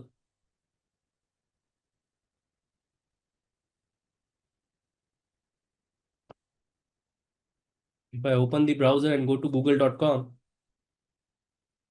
I am able to go to google.com. Why? Because that is added in my routing table. I can go to facebook.com because that is added in my routing table. Okay. Why? I mean, Facebook IPs is not added. Google's IP is not added, but this IP is added, which represents all the IPs in the world. So if I'm typing google.com or facebook.com, my computer knows how to go to that particular address. Okay, how to go? You just send the packet to the internet. Once you send the packet to the internet, you will be reached. So I can control this. I can restrict access to the internet using routing table. So that's what the routing table means. Okay. How do I restrict that? I need to create a routing table. So Azure has given me the option to create the route tables. So I can create route tables over here. I can name it block internet access, whatever. I keep it in AZ-305.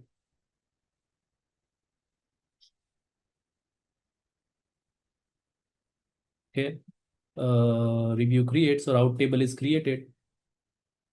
Once the route table is created, I'll have to add routes over there.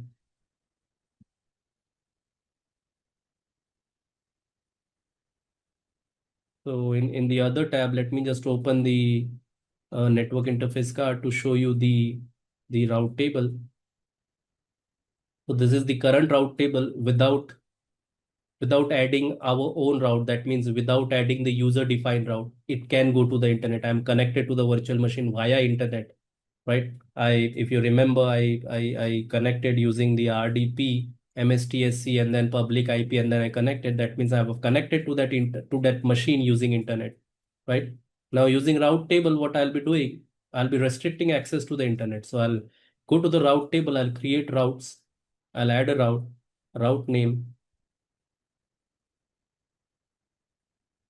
destination address, IP address is 0.0.0.0/0. Okay. Next hop type, none. So when I do none, the packet will be dropped and click on add. What I'm doing with this route table, I'm adding a route. I'm saying if the traffic wants to go to 0.0.0.0, that means all IP address in the world, just drop the packet. Once I have defined the route, what I can do, I can associate it with the subnet. So I'll go to the associate. I'll select the VNet and the subnet, and I click on OK. As soon as I associate, just see what is going to happen to I'm connected to the virtual machine, right? As soon as I associate, this was the default, uh, this was the, sorry, this was the routing table before associating user defined route. Now, if I see that, if I go back I mean, I opened the network interface using another tab just to see the route, the present route. This was the old routes. Okay. Now I'm seeing the present route. So if you see the present route, you have associated route table block internet access. So this was the old route where the associate route table is not mentioned. Why? Because there was no route table was associated. Now, after associating a route table, you see the 0000 became invalid. Okay. In the old route table, the 0000 was active. Now, if I refresh, obviously you'll see the latest, but I'm not refreshing. I'm doing a comparison using a different tab. If I scroll down, you should see a user defined route. What route is this? This route is user defined route. You have system routes, which is mentioned as default, and you have user defined route. So if you as a user are defining any routes and associating that routes, you should see that here as mentioned as user defined route. Okay. Now this should block an access. If you see the virtual machine, I've already lost an access. You see it's trying to connect. Why? Because now this virtual machine doesn't have an access to the internet. We have blocked that using a routing table. So routes are important to control the traffic within Azure. Not only in Azure, even in general network, routing is the important thing or important feature which helps you to control the routing of your network.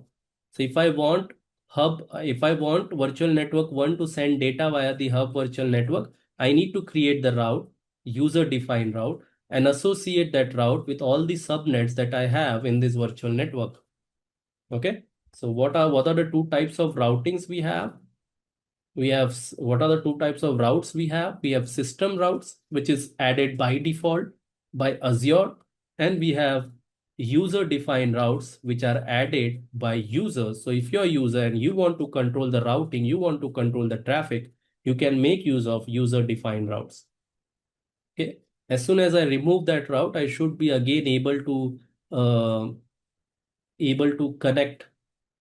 If I go to the subnets and if I disassociate this, I should be able to connect to that VM again. Right now, I might have lost the access. Okay. So it's trying to connect again. Connection attempt 5 by 5. As soon as I drop the access, as soon as I drop the routing table, you see I'm connected again. Okay. So that's how you can control the traffic using Video, we'll go through Azure Machine Learning in detail, including its capabilities, the Azure ecosystem that supports machine learning, and the various ways we train and build models, starting with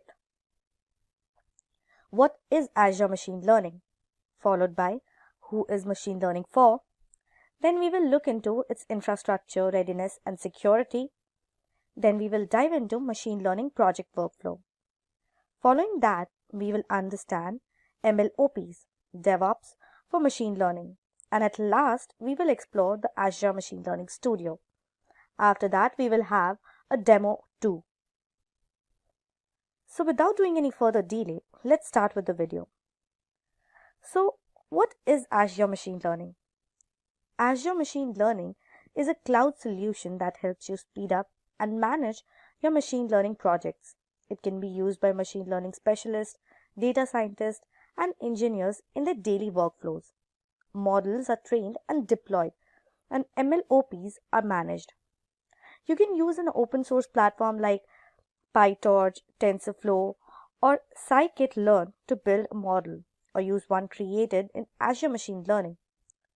Model monitoring, retraining, and redeployment are all made easier using these tools.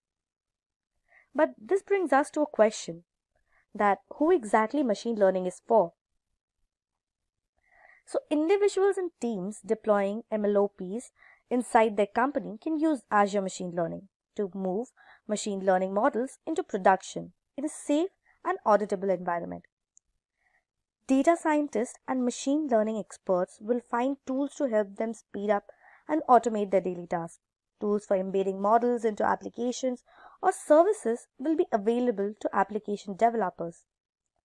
Platform developers will find a strong set of tools for constructing advanced ML technology underpinned by resilient Azure Resource Manager APIs. Now that we know the basics of Azure ML, let's have a look at its infrastructure readiness and security. So Azure Machine Learning is an Azure cloud platform that adds security to machine learning projects. So integrations for security include the following: network security groups in Azure Virtual Networks. Azure Key Vault is a vault where you may store security secrets like storage account access details, and set up an Azure Container Registry behind a VNet. So now let's dive down deep and explore its project workflow. Models are usually created as a part of project with a specific goal and objective. Multiple people are usually involved in these projects. Iterative development is used while experimenting with data, algorithms, and models. Now coming to the project life cycle, while the project lifespan will differ depending on the project, it will typically look like this. A workspace organizes a project and facilitates collaboration among multiple users who are all working toward the same goal. Users in a workspace may easily share the result of the experiments through the studio user interface, or they can use versioned assets for jobs like environments and storage references. So users' work can be automated in a machine learning pipeline and activated on a timetable or HTTPs request when a project is ready for operation.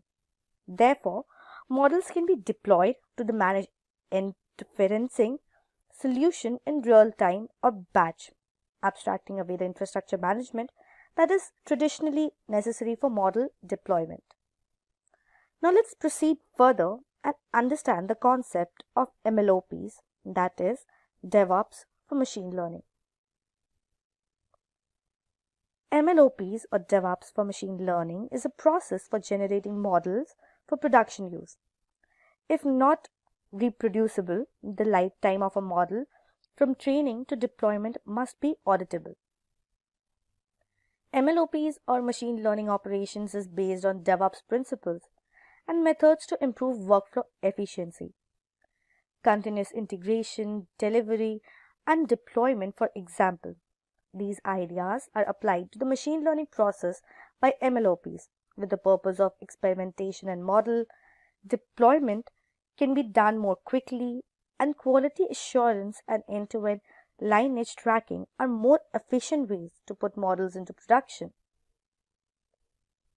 Now, let's explore what is Azure ML Studio. So, Azure Machine Learning Studio is an online service that includes low-code and no-code alternatives for project development and asset management in Azure Machine Learning. Basically, it is a workspace where you can create, build, train the machine learning models. For an inclusive data science platform, the studio integrates no-code and code-first experience. So now that we have covered all the important concepts of Azure Machine Learning, let's have a demo for a better understanding of how machine learning is used in Azure.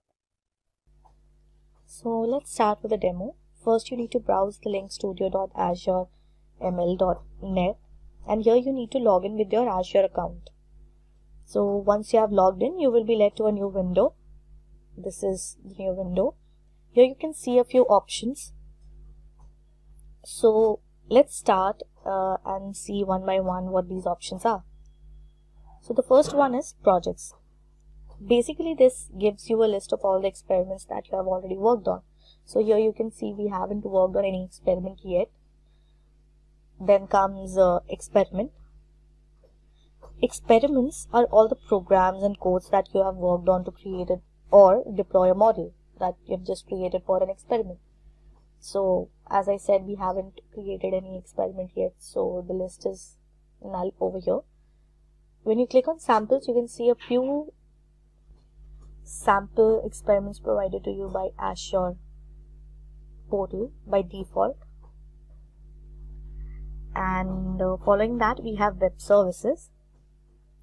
So we all know, since Azure is a cloud computing platform, so all the data gathered from our experiments needs to be uploaded to the cloud. So web services gives you a list of all the experiments that you have in the cloud, so you can access them from anywhere. So when you create an experiment and work on it, when you add it to the cloud, that data is stored here. So then comes datasets. It gives you all the datasets you have in your Azure portal. When you click on the samples option, again you can see all the datasets provided to you by default in your Azure portal. Then comes train models. So while working on an experiment, you will come across a point where you need to train your model. So basically, this gives you a list of all the models that you have trained in your experiments or Azure programs. And in the last comes settings. Any changes that you want to make to your workspace is done under settings. Here you can see this is your workspace name, workspace description, which is by default, and all the details is provided here only. So whatever changes you want to make to your workspace, you will be doing this over here. So now let's start with a demo. So down below you can see the add or new option here. So click on it, and then you can see there are a few templates provided to you by Azure itself. So we'll click on blank experiment. Once you click on the blank experiments, you'll be guided to a new experiment window. So this is the new window, and this window is divided into 3 parts. These are the components where you will plan your model. This is the canvas to design your model, and then the properties of the model. In the components section, you can see samples already present there. So you can select any one of them according to your requirement. So here when I'm typing samples, I'll work on airport codes datasets. So I just need to drag this option over here. But before starting with our experiment, let's change the name. So here I'm changing it to airport codes demo model. So now you can see the name of the experiment is changed. Now when you click on it and select visualize, just a second, you can see the number of rows and columns provided to it, the data which is required for its dataset to be created and for its model to be created. So the 4 columns are airport ID, city, state and name. Now we will move towards the part where we define the field we need to make our predictions for. So type columns in the search bar.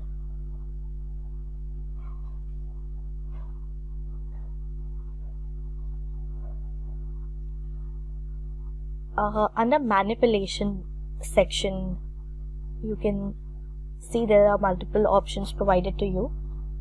So here we will select columns and data sets, as we are working on data sets.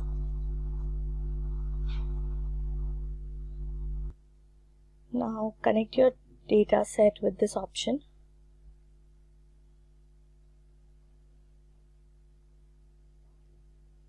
So you can see a red alert over here. So when you click on it, you can see it is asking for values in your data set. So to add values, click on the launch column selector under properties section.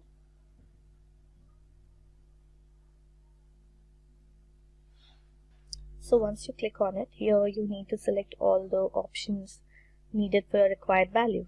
So for my experiment model, I need all these data sets. So I'll add all of these and then click on the save option. So let me just add these.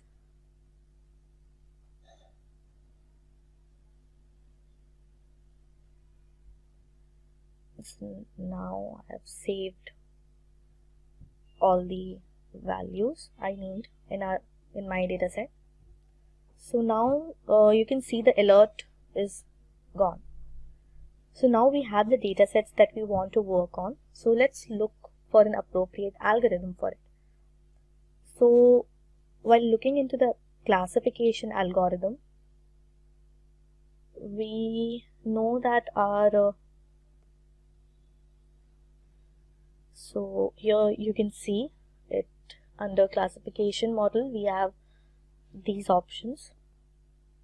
So we know that our target value is divided into 2 classifications. So the algorithm we will be using is a 2 class. So we will be using 2 class booster decision tree because it calculates the accuracy for every node, and once the calculated accuracy is more than our required accuracy, then only it moves to the next node. So basically this gives you a prediction value close to the accurate value of the model. So we will just drag this option over here.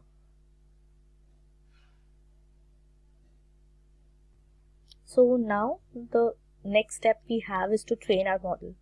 So we just need to type train over here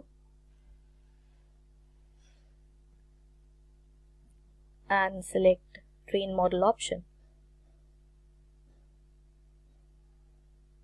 Yeah. So just drag it to the canvas. Now connect the two boosted decision tree to the train model.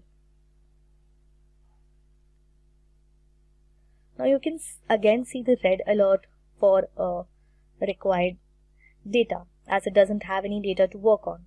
So our next step is to split the data. So we'll type split and drag the split data option on our canvas. As you can see, this is also saying it needs an input port data set. So we'll connect our data set with it so that it is provided with the data. So when you click on it, you can see it is asking for a split percentage. So you split the data into training and testing, where 80% goes to training and 20% to testing. So we will mention 0.08 over here, and so now we will just connect the 80% data to the train model. As we said, the 80% goes for training. But you can still see the alert in the train model because it is not aware of the column it needs to train on. So we will click on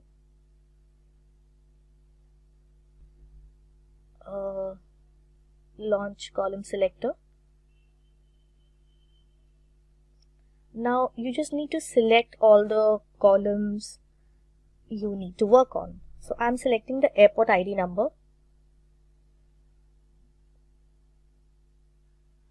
Now you can see once I save it that the alert is gone. Now our next step is to find the score of our model. So let's type score in our search bar and drag the score model over here. Let me just reduce the size of the canvas. Yeah.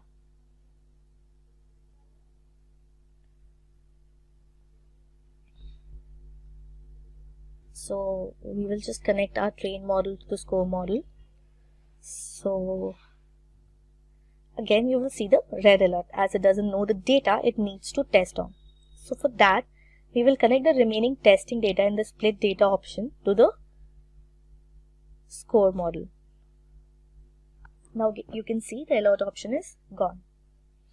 Now coming to the final step, that is evaluation of the model. So let's type evaluation, and here you can see the evaluate model option. We just need to drag it to the canvas. Yeah. So let's connect it with our score model. Now your model for the airport code dataset is complete. So this is the whole model. Now you need to save the model and then click on run option.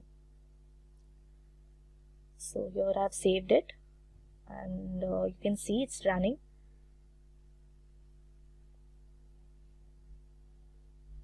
You can see the model running and going through every node. As you can see the green mark, as it's verifying through every node.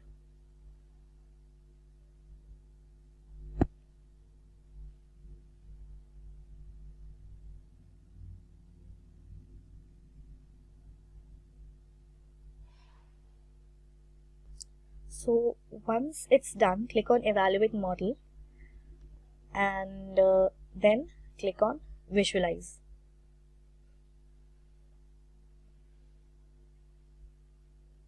Now you can see the accuracy is 98. Here you can see the accuracy is 98, which is almost the prediction value. Now you can see the positive and negative labels as well.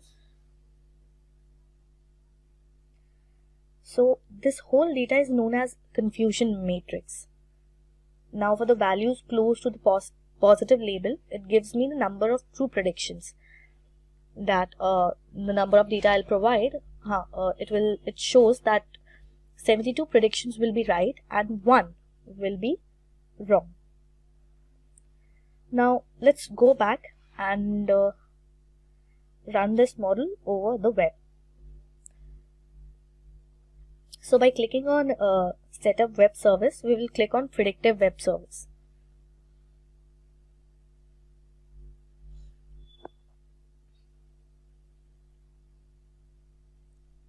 Now we will just connect web service input to the score model.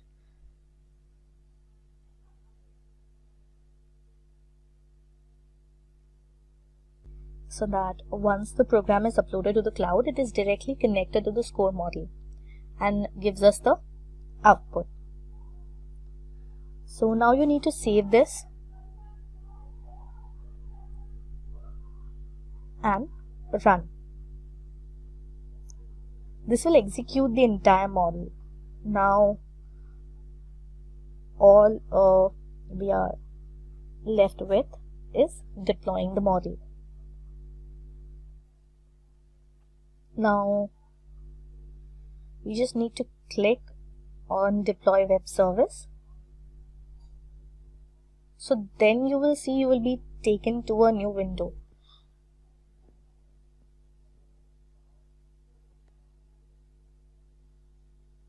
Here you can see the response page where it's showing the test option. You need to click on it. So here you can see a new window has popped up.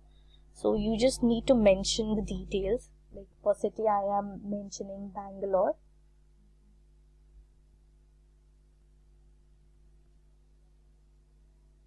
For state I am mentioning Karnataka. And name of the airport is Kempegowda.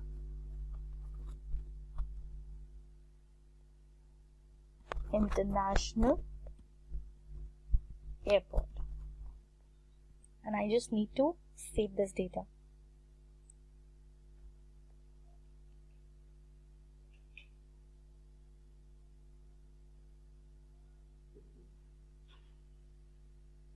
So now down below you can see it gives me predictive values, and this is the airport ID for my mentioned details. So the accuracy of this ID will be 0.98, which is 98%, which is almost accurate to the 100%. So this was our experiment, and this is how we can use ML in Azure. And they are definitely using Azure for a reason, like Pixar, Boeing, Samsung, EasyJet, Xerox, BMW, 3M. They are major multinational, multi-billion companies. They rely, run, operate their IT in Azure. And this CEO has a thought that his IT person is still not very convinced unless and until he shows him a visual of how easy things are in Azure. So he goes on and explains about a practical application of Azure, which is what exactly I'm going to show you as well. All right, a quick project on building an Azure app using or building a .NET application in Azure Web App and making it connect to an SQL database will solidify all the knowledge that we have gained so far. So this is what we're going to do. I have an Azure account open, as you see, logged in, and everything is fresh here. Let me go to resource group. There's nothing in there. It's kind of fresh. All right, I'm logged in, and this is what we're going to do. So we're going to create an application like this, which is nothing but an to-do application, a to-do list application, which is going to run from the web app, get information from us, and save it in the database that's connected to it. So you can already see it's a two-tier application, web and DB. All right. So let me go back to my Azure account, the first thing is to create an resource group. Let's give it a meaningful name. Let's call it Azure Simplilearn, right? And it's going to be a free trial, and the location, pick one that's nearest to you, or wherever you want to launch your application. Now for this use case, I'm going to pick Central US and create. It's going to take a while to get created. There you go. It's created. It's called Azure Simplilearn. Now, what do we need? We need an web app and a separate SQL database. Let's first get our web app running. So go to App Services and then click on Add. It's not the web app plus SQL that we want. We want web app alone for this example. So let's create an web app. Give it a quick name. Let's call it Azure Simplilearn. The subscription is free trial, and I'm going to use my existing resource group, a resource group that we created some time back. It's going to run out of Windows, and we're going to publish the code. All set, we can create it. All right, while this is running, let me create my database. All right, SQL database, create a database. Give it a name. Let's call it Azure Simplilearn DB. Put it in our existing resource group that we created. It's going to be a blank database, right? And it's going to require some settings like the name of the server and the admin login, the password that goes along, and in which location this is going to be created. The server name is going to be Azure Simplilearn DB. That's the server name. And the admin login can be, what can be the admin login name? Let's see. So let's call it Simplilearn. That's my admin login name. And let me pick a password. Click on create. So what have we done so far? We have created an web app, and we have created a database in the resource group that we have created. So if I go to resource group, it's going to take some time before things show up. So if I go to my resource group, I only have one resource group as of now, Azure Simplilearn, and there I have a bunch of resources being created. It's still being created. Right. In the meantime, I have my application right here that's running out of or that's in Visual Studio as of now. Right. So once the infrastructure is set and ready in the Azure console, we're going to go back to Visual Studio, feed these inputs in the Visual Studio, so the code knows what the database is, the credentials to log into the database, stuff like that. So we're going to feed those information in Visual Studio. By that, we're actually feeding it into the application, and then we're going to run it from there. Deploying this application takes quite a while. We really got to be patient. Right, now we have all the resources that we need for the application to run. Here's my database, and here's my app service. There's one more thing we need to do, that is create an firewall exception rule. So one more thing needed is to create an firewall exception rule, right? So the application is going to run from my local desktop, and it's going to connect to the database, right? So let's add an exception rule by simply adding the client IP. It's going to pick my IP, the IP of the laptop I'm using as of now, and it's going to create an exception to access the database. So that's done. Now we can go back to our Visual Studio. I already have a couple of apps running, or a couple of configurations pushed from Visual Studio. I'm going to clean that up. If you're doing it for the first time, you may not need to do this. Alright, so let's start from the scratch. This is very similar to how you would be doing in your environment. Alright, so we're going to select an existing Azure app service. Now before that, I have logged in. As you can see, I have logged in with my credentials. So it's going to pull few things automatically from my Azure account. So in this case, I'm going to use an existing Azure app. So select existing and then click on publish.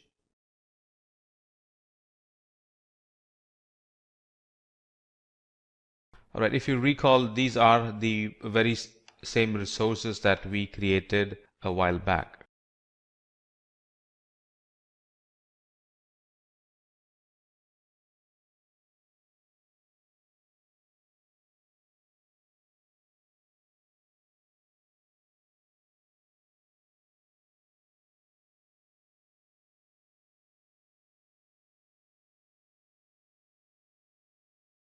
All right, we have clicked on save and it's running, kind of validating the code, and it's going to come up with an URL. Now, initially the URL is not going to work because we haven't mapped the application to the database. So that would be the next thing.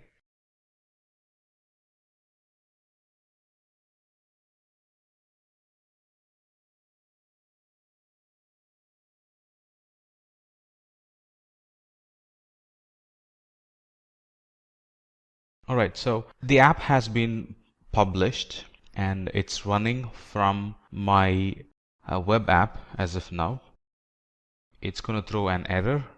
Like you see, it's throwing an error. That's because we haven't mapped the app and the DB together. So let's do that. All right, let's do that. So let's go to Server Explorer. This is where we're going to see our databases that we have created. Now let's quickly verify that. Go back to the resource group, right? Appropriate resource group, which is right here.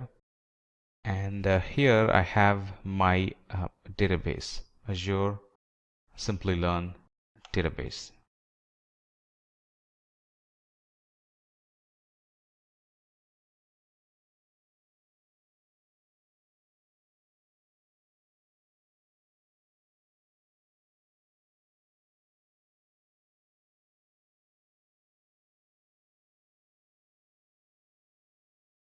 Right, it has some issues connecting to my database. Give me a quick moment. Let's fix it.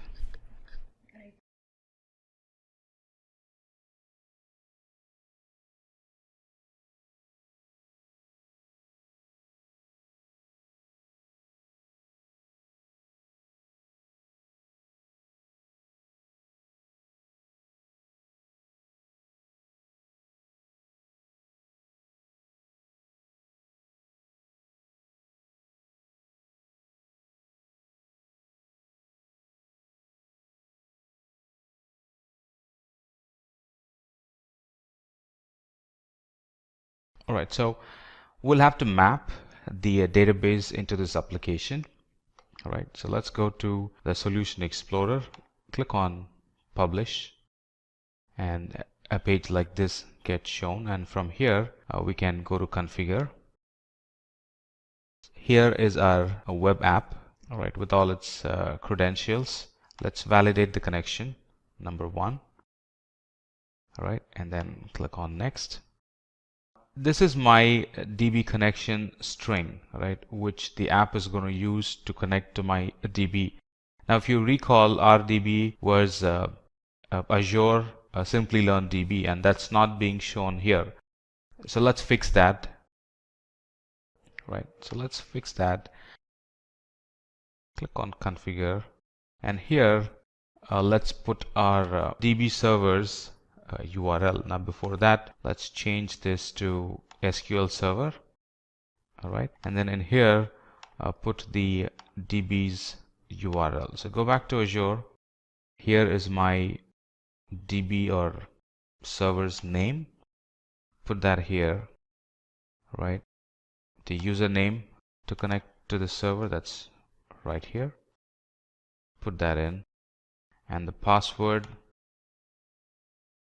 to connect to the server, let's put that in. All right, it's trying to connect to our Azure portal or the Azure infrastructure, and here is my database. If you recall, it's Azure SLDB. That's the name of the database. Let's test the connection. Connection is good. Click on OK. So now it's showing up correctly, Azure Simplilearn DB. That's the name of the database. that we created. Now it's configured.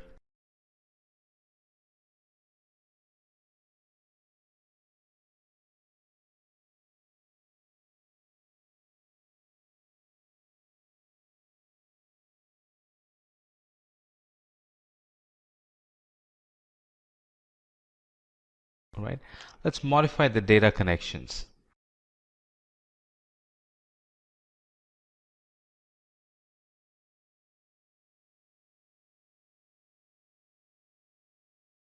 Right, let's map it to the appropriate database again. All right, so our name of the database is Azure Simplilearn DB, and then it's going to be SQL Server. That's the data source. The username is Simplilearn, and the password is what we have given in the beginning. All right, let's validate the connection. It's good. Click OK. Now we're all set and ready to publish our application again. Now the application knows how to connect to the database. We have educated it with the correct connection strings, the DNS name, the username, and the password for the application to connect to the database. So Visual Studio is building this project, and once it is up and running, we'll be prompted with an URL to connect, and anytime we put or we give inputs to the URL, that's going to receive the input and save it in the database.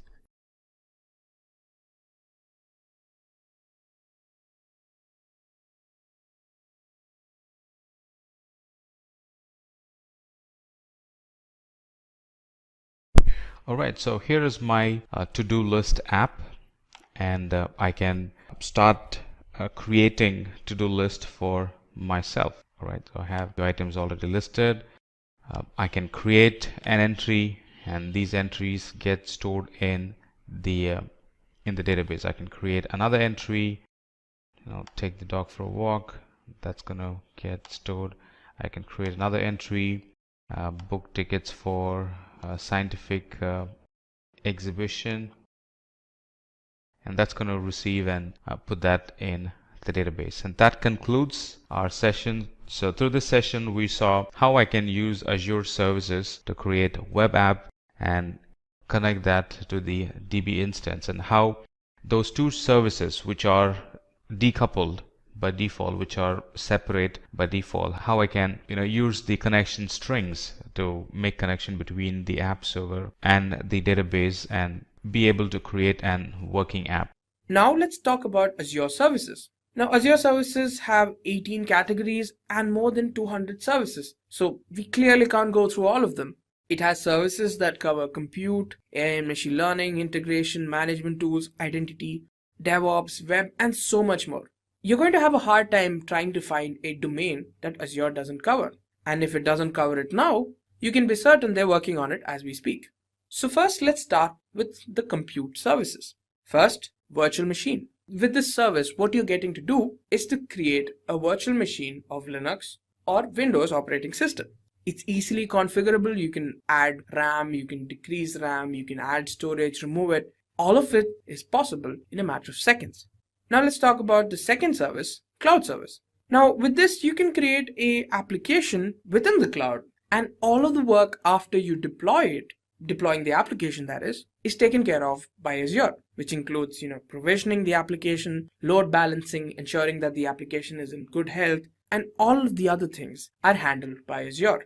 Next up, let's talk about Service Fabric. Now with Service Fabric, the process of developing a microservice is greatly simplified. So you might be wondering, what exactly is a microservice? Now a microservice is basically an application that consists of smaller applications coupled together. Next up, functions. Now with functions, you can create applications in any programming language that you want.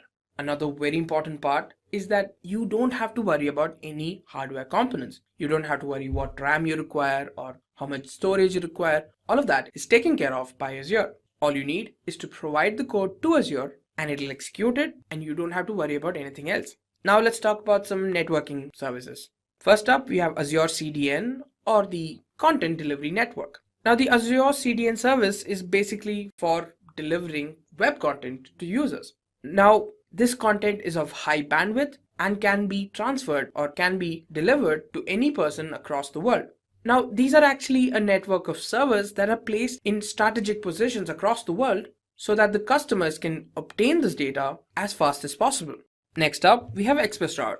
Now with this, you can actually connect your on-premise network onto the Microsoft cloud or any of the services that you want through a private connection. So the only communication that happens is between your on-premise network and the service that you want. Then you have virtual network. Now with virtual network, you can have any of the Azure services communicate with each other in a secure manner, in a private manner. Next, we have Azure DNS. So Azure DNS is a hosting service which allows you to host their DNS or domain name system domains in Azure. So you can host your application using Azure DNS. Now for the storage services. First up, we have disk storage. With disk storage, you're given a cost-effective option of choosing HDD or solid-state drives to go along with your virtual machines based on your requirements. Then you have blob storage. Now, this is actually optimized to ensure that they can store massive amounts of unstructured data, which can include text data or even binary data. Next, you have file storage, which is a managed file storage and can be accessible via the SMB protocol or the server message block protocol. And finally, you have queue storage. Now with queue storage, you can provide durable message queuing for an extremely large workload. And the most important part is that this can be accessed from anywhere in the world. Now, let's talk about how Azure can be used. Firstly, for application development. It could be any application, mostly web applications. Then you can test the application, see how well it works. You can host the application on the internet. You can create virtual machines like I mentioned before. With the service, you can create these virtual machines of any size or RAM that you want. You can integrate and sync features. You can collect and store matrices. For example, how the data works, how the current data is, how you can improve upon it. All of that is possible with these services. And you have virtual hard drives, which is an extension of the virtual machines where these services are able to provide you a large amount of storage where data can be stored. So the wide variety of services available on Azure includes artificial intelligence plus machine learning plus analytic services to get to give us a good visual of how the data or how the application is performing or the type of the category of data stored, and to read from the logs, and variety of compute services, different VMs with different size and different operating systems, different containers available, different type of databases available, a lot of developer tools that are available for us, and identity service to manage our users in the Azure cloud. And those users can be integrated or federated with, let's say, Google, Facebook, LinkedIn. So there are some external federation services. They can be used to integrate with our identity system. IoT services, IoT tools and technologies available, and management tools to manage the users. Creating identity is one, and then managing them on top of it is a totally different thing. And we have tools, technologies to manage the users. Cool services for data migration. Data migration is now made simple. Tools and technologies available for mobile application development, and I can plan my own network in the cloud with the networking services. I can implement my own security, both Azure provided and third-party security services on Azure cloud. That's now possible, and a lot of storage options available in the cloud. So these are just a glimpse of the big list of services available in Azure cloud. So that was a glimpse of what's available in the cloud. Let's talk about the services in specific. Let's take compute for example. Whenever we're building a new application or deploying existing ones, the Azure Compute Service provides the infrastructure we need to run and maintain our application. We can easily tap in the capacity that Azure Cloud Service has, and we can scale our compute requirement on demand. We can also containerize our application. We have the option of choosing Windows or Linux VM machine and take the advantage of the flexible options Azure provides for us to migrate our VMs to Azure and a lot more. And these compute services also include a full-fledged identity solution, meaning integration with Active Directory in the cloud or on-premises, and a lot more. Let's look at some of the services that this compute domain provides. Some of the services the compute domain provides are virtual machines. And this Azure Virtual Machines gives us the ability to develop and manage a virtual computer environment or a virtualized environment inside Azure's cloud environment, that too in a virtual private network. Now we will talk about virtual private network at a later point, but as of now just know that there are a lot of services available in Azure Compute Service that we can get benefited from. We can always choose from a very wide range of compute options. For example, we have an option to choose the operating system. We have the option to choose whether the system should be in on-premises or in the cloud, or do we want to maintain the environment both in on-premises and in the cloud. We have the option of choosing the operating system, whether we want to use our own operating system with some software attached to it, or do we want to go and buy the operating system from the cloud, from Azure Marketplace. And these are just a few of the options available for us when we want to buy the compute environment. And these compute environments are easily scalable, meaning we can easily scale our VM instances from one instance to thousands of virtual machines in a matter of minutes, or simply put, in a couple of button clicks. And all these services are available on a pay for what we use model, meaning there is no upfront cost. We use the service and then pay for the services that we have used. There is no literal long-term commitment when it comes to using virtual machines in the cloud. And most of the services are built on a pay-per-minute billing basis. Alright, and at no point, because of the pay-per-minute billing model, at no point we will be overpaying for any of the services. That's attractive, isn't it?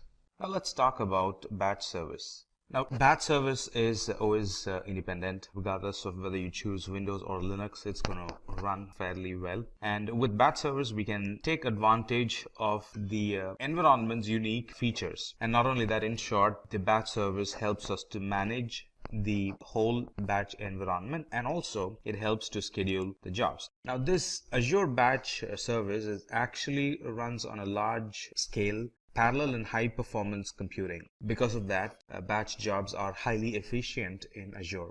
And when we run batch services, this Azure batch creates a pool of computer nodes and installs the needed applications that we want to run, and then it schedules jobs to those individual nodes in those pools. As a customer, there is no need for us to install a cluster, or there is no need for us to install a software that actually schedules the jobs, or even to manage or even to scale those infrastructure or the software, because everything is managed by Azure. And this batch service is a platform as a service. There is no additional charge for using this batch service, except for, the only charges that we'll be paying is for the virtual machines that the service uses, and the storage that we will be using, of course, and the networking services that we will be using for this batch service. Let's summarize. This batch service, we have a choice of operating system that we can pick and use, and it scales by itself. Now the alternative for the batch would be queues, but in queues we'll have to pre-provision and pay for the infrastructure even if we're not using it. But with a batch, we only pay for what we use. And this batch service helps us to manage the application, manage the scheduling as a whole, as if they are just one thing. As next thing in the compute domain, let's talk about this Fabric service. Now this Fabric service is actually a distributed system platform that helps us to package, deploy, and manage a scalable and a very reliable microservice and containers. And what does it help? This Azure Fabric service helps us or it helps the developers and administrators so they can avoid the complex infrastructure problems, and they can focus only on implementing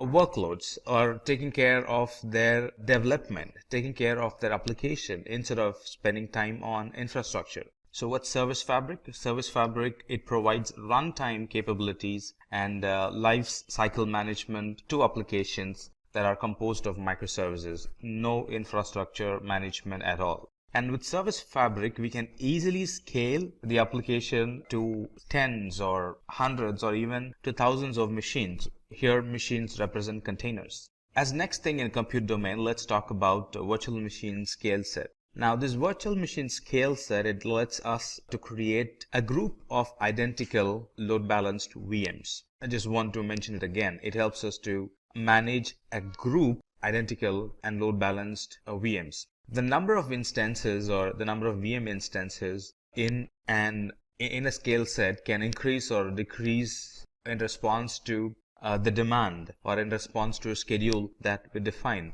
The resources needed on a Monday morning is not the same as that would be required on a Saturday or a Sunday morning. All right. And even within the day, the resources that would be needed in the beginning of the business hour is not the resources that would be needed at noon or, after 8 or 9 in the evening. So the demands could actually vary in the environment, and this scale set helps us to take care of the varying demand or take care of the different infrastructure requirement at a different schedule throughout the day, throughout the week, throughout the month, or could be throughout the year as well. The scale set also allows us to provide high availability to our applications, and it helps us to centrally manage, configure, and update a large number of VMs as if they are just one thing. Now you might ask, well, virtual machines are enough. Why would we need a virtual machine scale set? Just like I said, this virtual machine scale set helps us with a greater redundancy and improved performance for our applications. And those applications can be accessed through a load balancer that actually distributes the requests to the application instances. So in a nutshell, this virtual machine scale set, it helps us to create a large number of identical virtual machines, number one. And with scale set, we can increase or decrease the virtual machines. With virtual machine scale set, we can centrally manage and configure and update a big group of VMs. And it's a great use case when it comes to big data or container workloads. As next thing in compute domain, let's talk about cloud services. Now this Azure Cloud Service is actually a platform as a service, and it's very friendly. In fact, it is designed for applications that support scalability or an application that requires scalability or reliability, and on top of it, you want them to be very inexpensive to operate. So Azure Cloud Service provides all these. So where would this cloud service run? Well, it runs on a VM, but it's a platform as a service. VMs are infrastructure as a service, and when we run applications on VM through cloud service, it becomes platform as a service. So here is how you got to be thinking. With infrastructure as a service like VMs, we first create and configure the environment, and then we run applications on top of it. Let's look at the responsibility. The responsibility for us in VM is that we manage everything end to end, like deploying new patches, picking the versions of the operating system, and making sure they are intact and all that stuff. It's all managed by us. But on the contrary, with platform as a service, it's as if the environment is already ready. All that you have to do is deploy your application in it and manage the platform. Manage the platform not as an administrator, because all the administration is taken care by Azure, like deploying new versions of the operating system. It's all handled by the Azure. So we deploy the application and we manage the application. That's it. Infrastructure management is handled by Azure. So what does cloud service provide? This cloud service provides a platform where we can write the application code, and we don't have to worry about hardware. Simply hand over the code and cloud service takes care of it.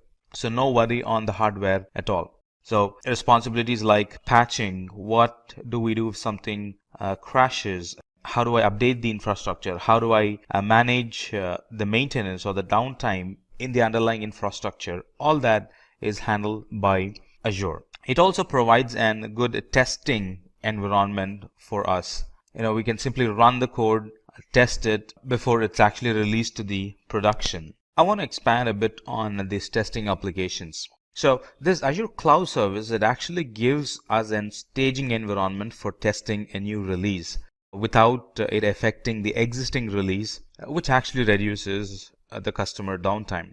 So we can run the application, test it, and anytime that's ready for production, all that's needed for us to do to move it to production is simply to swap the staging environment into the production environment, and the old production environment will now become the new staging environment where we can add more to it and then swap it back at a later point. So it kind of gives us a swappable environment for testing our applications. And not only that, it gives us health monitoring alerts. It helps us to monitor the health and availability of our application. There is a dashboard we can benefit from when we use Azure Cloud Services, and that shows the key statistics all in one place. And we can also set up real-time alerts to warn when a service availability or a certain metrics that we are concerned about degrades. As next thing in compute domain, let's talk about functions. Now, functions are serverless computing. Many times if you've heard about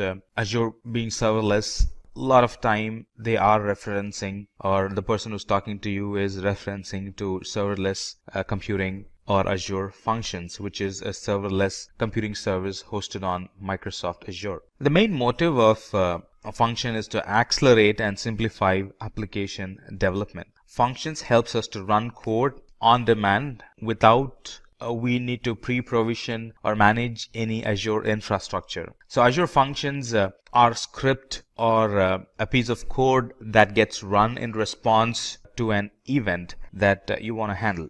So in short, we can just write a code that you need for a problem at hand without actually worrying about the whole application or the infrastructure that will be running that code. And the best of all the best is when we use functions, we only pay for the time that our code runs. So what does functions provide, or what does Azure Functions provide? Azure Functions allow users to build applications using serverless simple functions with a programming language of our choice. So the current programming languages that are supported is C#, F#, Node.js, Java, and PHP. So here we really don't have to worry about provisioning or maintaining servers. If a code requires more resource, yes, Azure Functions handles or it provides the additional resources needed by the code. And the best part is we only pay for the amount of time the functions are running, not the resources, but the amount of time the function is running. As next thing, and moving to the new domain, let's talk about the container domain in Azure. Now the container domain or the container service, it allows us to quickly deploy a production ready Kubernetes or a Docker Swarm cluster. Now what's a container? A container is a standard unit of software that packages of code and all its dependencies so the applications run quickly and reliably from one computing environment to another. It could be testing to staging to development environment to staging to production, or from one production to another production, or on-premises to cloud, or one cloud to another cloud, vice versa. Now imagine we had an option not to worry about the VM and just focus on the application. Well, that's exactly what containers helps us achieve. So these container instances enable us to focus on applications and not worrying about managing VMs or not worrying about learning the new tools required to manage the VMs or even the deployment. And our applications that we create, they run in a container. And running in a container is what helps us to achieve all these, not being able to manage or not needing to manage the virtual machines. So these containers, they can be deployed into the cloud using a single command if you're using a command line interface, and a couple of button clicks if we are using the Azure portal. And these containers are kept lightweight, but they are equally secure as virtual machines. Let's talk about container service as next thing.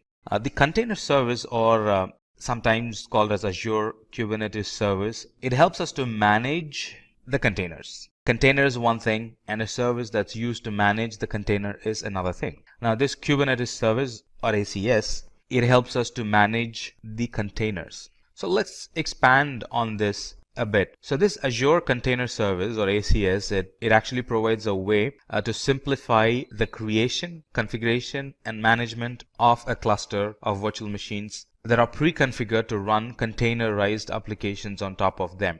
Deploying these containers might take like 15 to 20 minutes, or deploying the virtual machines that run containers in it might take 15 to 20 minutes. And once they are provisioned, we can actually manage them by using simple SSH tunnel into them. And this ACS, when it runs applications from Docker images. What does that mean?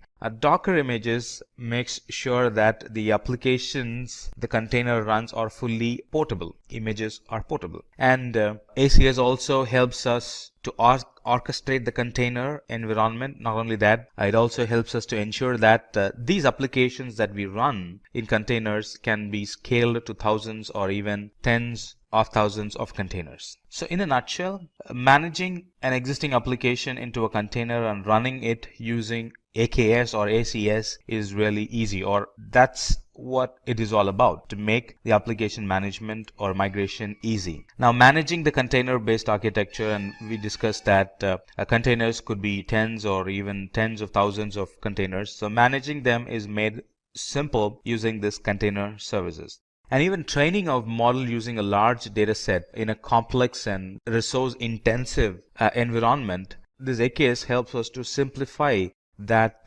environment. All right, as next thing in container domain, let's talk about container registry. We spoke about registry a little bit when we spoke about Docker images. So container registry is a single place where we can store our images, which are Docker images. When we use containers, it's Docker images that we use for our image purposes. So these container images are a central registry that can be used to ease container development by easing the storage and management of container images. So there we can store all kind of images like Docker Swarm, or the images used in Docker Swarm are in Kubernetes. Everything can be stored in container registry in Azure. Now, anytime we store a container image, it provides us an option for geo replication. What that means is that we can efficiently manage a single registry replicated across multiple regions. Now, these geo replication, it actually enables us to manage global deployments, assuming we are having an environment that requires a global deployment.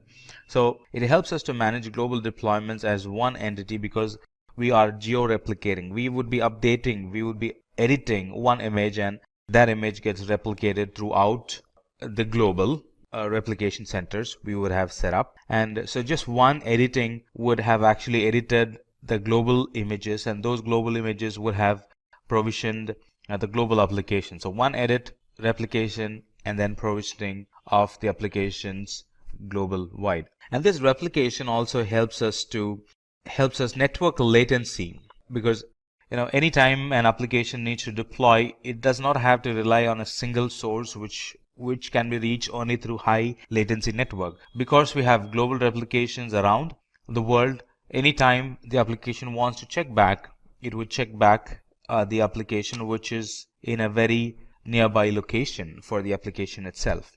Global replication means that we are managing it as a single entity that's being replicated across the multiple regions in the globe.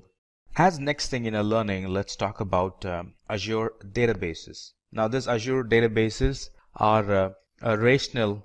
In fact, they have many flavors in them. We're going to look at different flavors, SQL, NoSQL, cache type of database that Azure offers. So we're going to learn one at a time, or we're going to learn one by one. So this Azure SQL database is a relational database. In fact, it's a relational database as a service.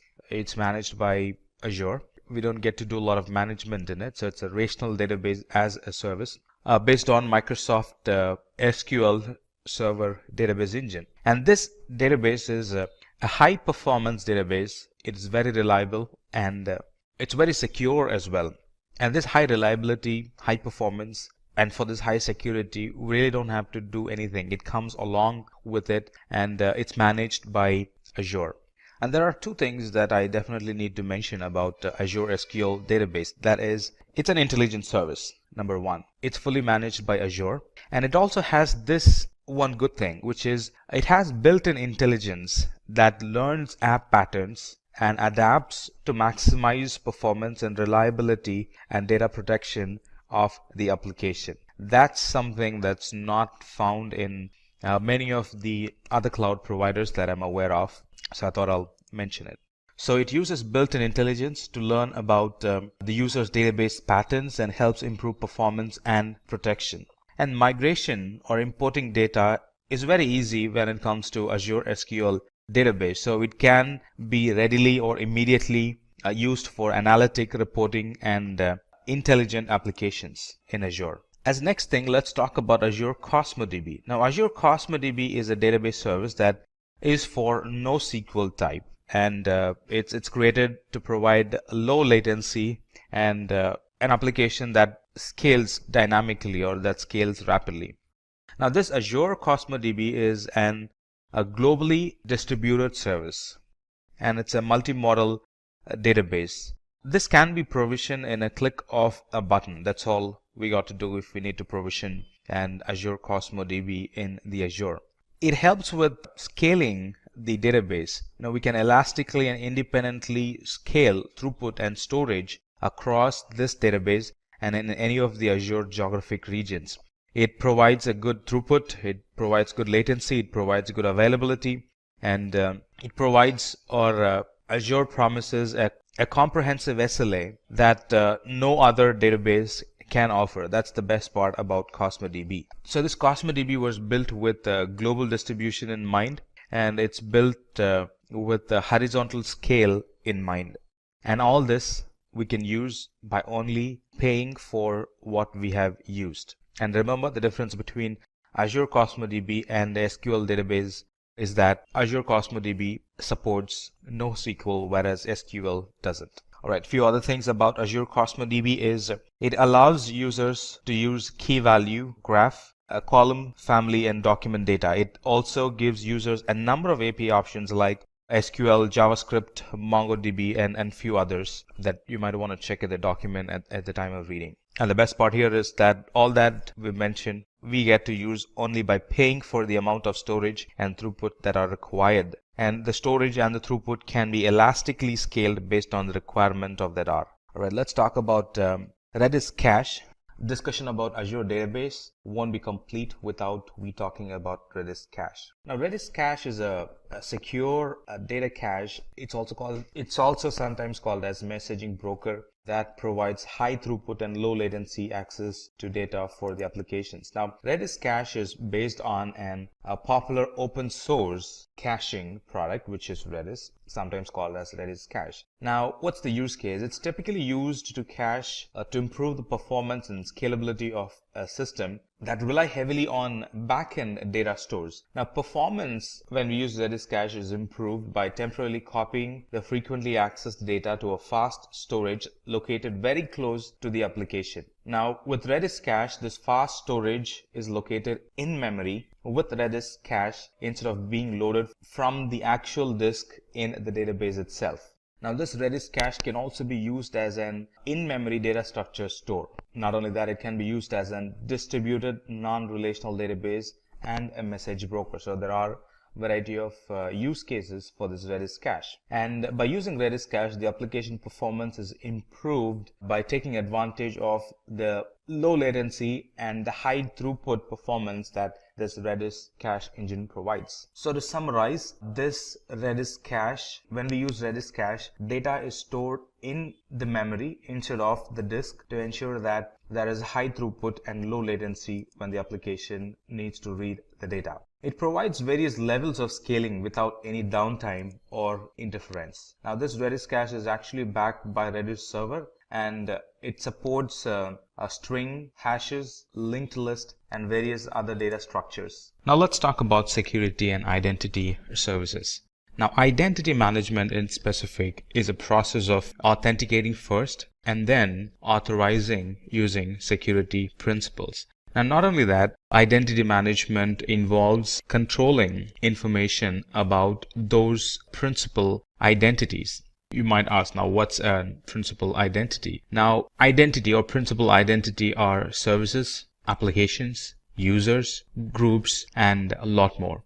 The speciality about this identity management is that it not only helps authenticate and authorize principals in cloud, it also helps authenticate and authorize principals or resources on premises, especially when you run an hybrid cloud environment. So all these services and features that this identity management helps us to get additional level of validation, like identity management can provide multi-factor authentication. It can provide access policies based on condition, permit or deny based on condition. It can also monitor suspicious activity, and not only that, it can also report it. It can also help generate alerts for potential security issues, and in a way to mitigate it, can send us an alert so we can get involved and prevent a security accident from happening. So let's talk more about identity management. So some of the services under security and identity management are Azure Security Center. Now this Azure Security Center provides security management and threat protection across the workloads in both cloud and in the hybrid environment. It helps control user access and application control to stop any malicious activity if present. It helps us to find and fix vulnerabilities before they can be even exploited. It integrates very well with analytic methods that helps us to identify, or it gives us the intelligence to identify or detect attacks and prevent them before it can actually happen. And it also works seamlessly with hybrid environments. So you don't have to have one policy for on-premises and one policy for the cloud. It's now a unified service, both for on-premises and the cloud. The next service in security and identity would be Key Vault. Now, a Key Vault is a service or a feature that helps safeguard the cryptographic keys and any other secrets used by the cloud applications and the services. In other words, this Azure Key Vault is a tool for securely storing and accessing the secrets of the environment, the secret keys. Now, a secret is anything that you really want to have a very tight control access, like the certificates, like the passwords, stuff like that. Now, if I tell you what Key Vault actually solves, that would actually explain what Key Vault is. Now, Key Vault is used in secrets management. It's helped in securely storing the tokens, the passwords, the certificates. It helps in key management. It really helps in creating and controlling the encryption keys that we would use to encrypt data. It helps in certificate management. Talking about certification management, it helps us to easily provision, manage, and deploy public and private SSL, TLS certificates in Azure, and a lot more. So in a nutshell, this Key Vault, it provides users the ability to provision new vaults and keys in just a matter of minutes, all that in a single command, or all that in a couple of button clicks. It also helps users to centrally manage their keys, secrets, and policies. Next in the list, let's talk about Azure Active Directory. Now, Azure Active Directory, it helps us to create intelligent-driven access policies to limit resource usage and manage user identities. What does that mean? Now, this Azure Active Directory is a cloud-based Active Directory and identity management service. Now, Azure Active Directory combines, it's actually a combination of the core directory services plus application access management plus identity protection. And one good thing about this Azure, in fact, there are a lot of good things, but especially when you're running hybrid environments, you might wonder, well, how this Azure Active Directory is going to behave. Now, this Azure Active Directory is built to work on-premises and cloud environment as well. Not only that, it also works seamlessly with mobile applications as well. So in a nutshell, this Azure Active Directory, it acts as an central point of identity and access management for our cloud environment. It also provides good security solutions that protect against unauthorized access of our app and the data. Now that we've discussed about security and identity, let's talk about the management tools that Azure has to offer. Azure provides built-in management and account governance tools that helps administrators and developers, that helps them to keep their resources secure and very compliant. And again, it helps both in on-premises and in the cloud environment. And these management tools help us to monitor the infrastructure, monitor the applications. It also helps in provisioning and configuring resources. It also helps in updating apps. It helps in analyzing threats, taking backup of the resources, build disaster recoveries. It also helps in applying policies and conditions to automate our environment. We use Azure management tools, and it's also used in cost control methods. So this Azure management plays a wide role across the Azure services. And in the management tools, first comes the Azure Advisor. Now this Azure Advisor, it acts as a guide to educate us about Azure best practices. It throws recommendations that we can select on the basis of the category of service, and it also provides the impact it can have, or the impact that would happen in our environment if we follow the recommendations given. And recommendations are, first one is the recommendations are kind of templatized, and it throws the templatized recommendations. Not only that, it also provides customized recommendations on the basis of the configuration, on the basis of our usage patterns. And these recommendations are not hard. It's not like something that it recommends and then just leaves us hanging there. These recommendations provided are very easy to follow, very easy to implement and see results. You can think of Azure Advisor as a very personalized cloud consultant that helps you to follow best practices to optimize our deployments. It kind of analyzes our resources, our configurations, our usage, and then it recommends a solution for us that really helps in improving the cost effectiveness, improving the performance, improving high availability, and improving security in our Azure environment. So with this Azure Advisor, we can get a proactive, actionable, and personalized best practice recommendations. Now, you don't have to be an expert. Just follow the Azure Advisor and your environment is going to be good. It also helps in improve the performance, security, high availability of our environment. And also it helps in bringing down the overall Azure spend. And the best part is it's a free service that analyzes our Azure usage and provides recommendations, how we can optimize our Azure resource to reduce cost. And reduce cost at the same time boost the performance, helps in strengthening the security and improve the overall reliability of our environment. And next in the list would be Network Watcher. Now this Network Watcher helps users identify and gain insights in the overall network performance and the health of the overall environment. Now these Azure Watchers provides enough tools to monitor, to diagnose, to view the metrics, and to enable or disable logs, which means generate and collect the logs for resources in the Azure Virtual Network. So with Network Watcher, you can monitor and diagnose issues in networking without even logging into the virtual machines. With just the logs, which are real-time, we can actually come to a conclusion what could be wrong in a certain resource, in a VM or in a database, by just looking at the logs. And not only that, it's used for analytic or to gain some intelligence of what's happening in our network. We can gain a lot of insight to the current network traffic pattern using the security group flow logs that this Network Watcher offers.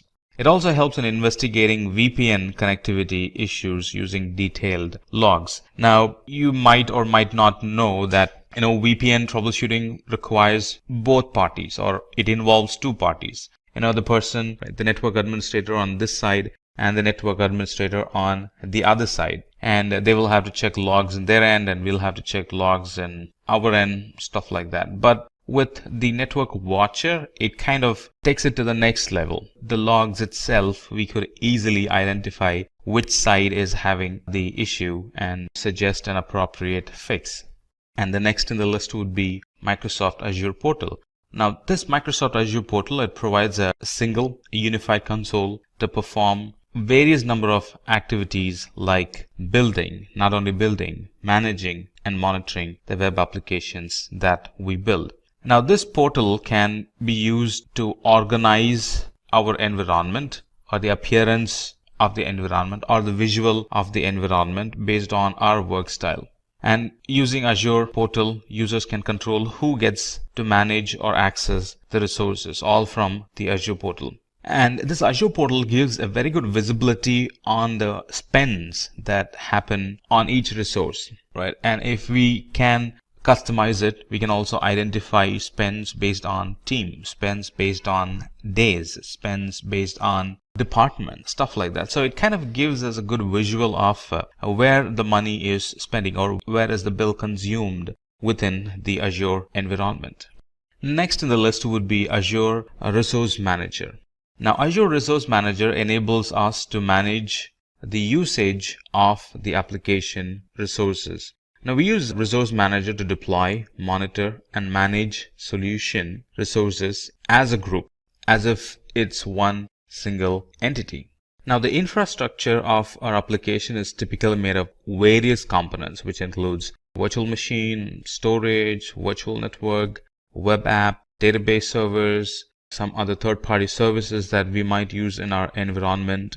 And they are by nature separate services. But with Azure Resource Manager, we don't see them as different components or different entities. Instead, we see them as related services in a group that supports an application. Now, we kind of get the relation between them. Instead of, letting them spread, Azure Resource Manager identifies the relation between them and helps us to visually see them all as one or single entity.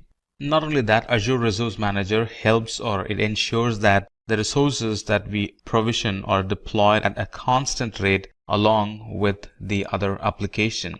It also helps users to visually see their resources and how they are connected, and that helps in managing the resources a lot better. Resource group also is used to control who can access the resources within the user's organization. Kind of gives you the fine-grained control over who gets to access and who does not get access. And the last one in the management tools would be automation. And this automation gives us the ability to automate, configure, and install upgrades across hybrid environments. It provides a cloud-based automation and configuration service. Not only that, this can be applied for non-Azure environments as well, which is on-premises. So some of the automation we could do is process automation, update management automation, configuration features automation, stuff like that. And this Azure automation provides complete control during the deployment, operation, and also during the decommissioning of the workloads and resources.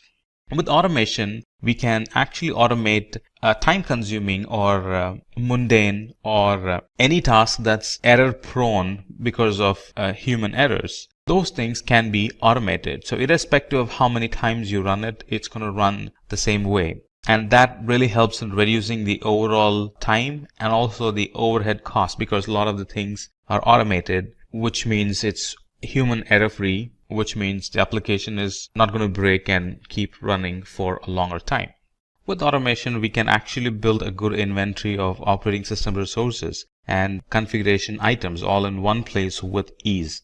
And this really helps in tracking the changes and investigating the issue. Let's say something happened. Because we have automation, because it's logging the configuration changes, it's easy to track, easy to identify what has changed lately that has broken the environment, go back and fix it or kind of roll it back. That solves the problem.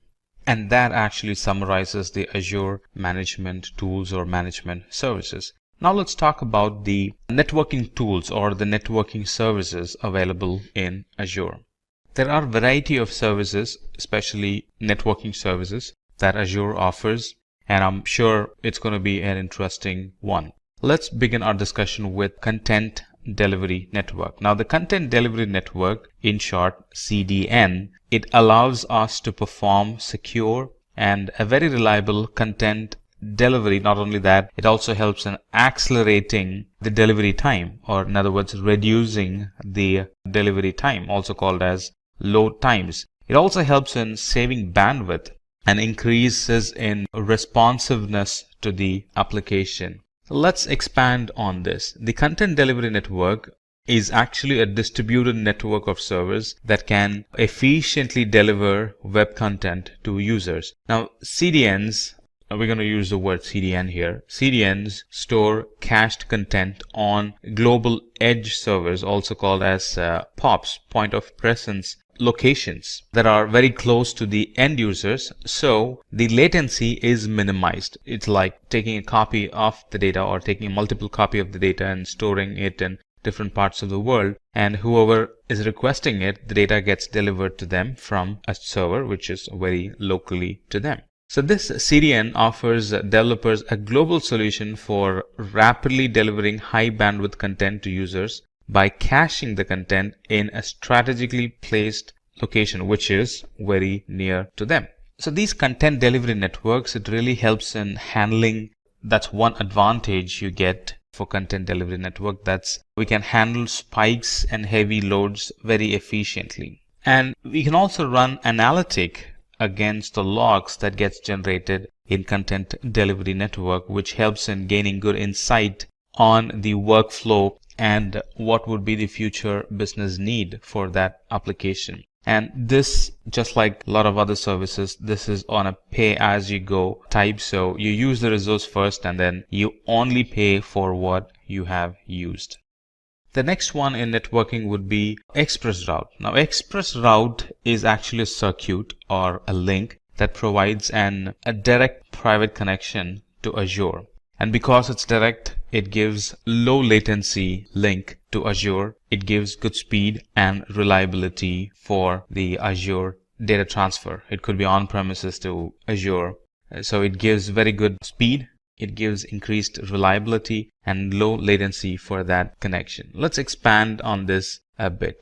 Now, this ExpressRoute is a service that actually provides a private connection between Microsoft data center and infrastructure in our premises or in a different co-location facility that we might have.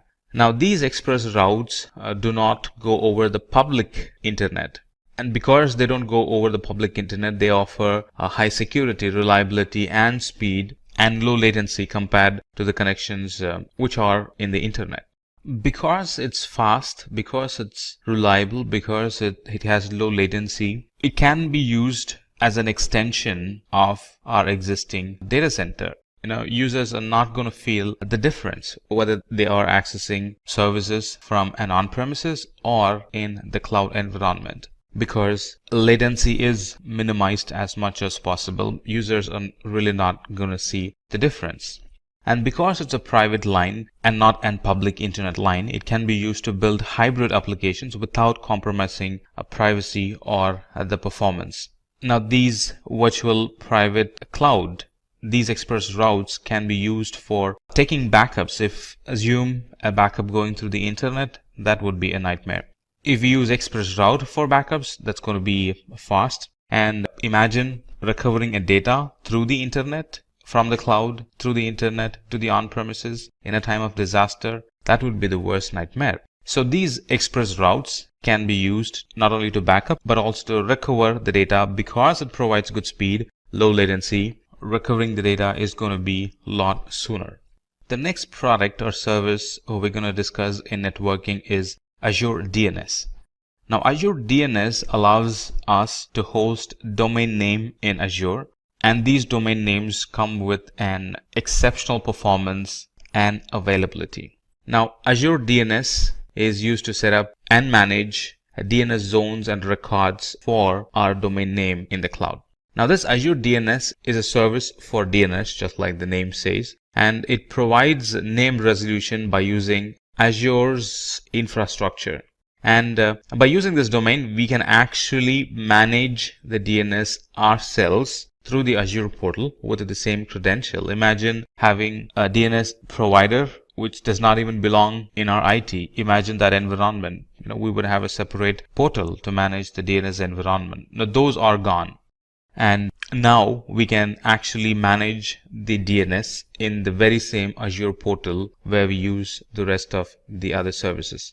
And this Azure DNS very much integrates with other DNS service providers. It uses a global network of name servers to provide fast response to DNS queries. And these domains are having additional availability compared to the other domain service providers' availability promises. These are going to have more availability than the rest because most of the servers are maintained by Microsoft, and it helps resolve sooner. It helps resyncing. Let's say a server fails, it kind of helps resyncing with the rest of the servers. So all the Microsoft's environment, all the Microsoft's global network of name servers kind of ensures that our domain names are resolved properly, not only properly, but also are available most of the time. Right, next in the list in networking services is virtual network. I'm sure this is going to be very interesting and I'm sure you're going to like it. So this networking or virtual networking in Azure, it actually allows us to set up our own private cloud in the public cloud. It gives us an isolated and highly secure environment for our application. Let's expand on this. So this Azure Virtual Network helps us to provision Azure virtual machines, and it helps us to securely communicate with other on-premises and internet networks. It also helps in controlling the traffic that flows through or flows in and out of this virtual network to other virtual networks and to the internet. Now this Azure virtual network, sometimes called as VNet, is actually a representation of our own network in the cloud. It's actually a logical isolation of the Azure cloud dedicated to our subscription. All our environments are provisioned in a VNet that is separate from another customer's VNets. That way we have that logical separation there. So this virtual network can also be used to provision VPNs in the cloud, so we can connect the cloud and the on-premises infrastructure and a lot more, especially in an environment where we have hybrid environment. Surely we will be using virtual network because that's going to require a VPN for secure data transfer in and out of the cloud and in and out of the on-premises environment. Alright, so it kind of gives us a boundary for all the resources. So all the traffic between the Azure resources, they kind of logically stay in between or logically stay within the Azure virtual network. And here we can design the network. It's given over to us. You can pick the IP, you can pick the routing, you can pick the subnet.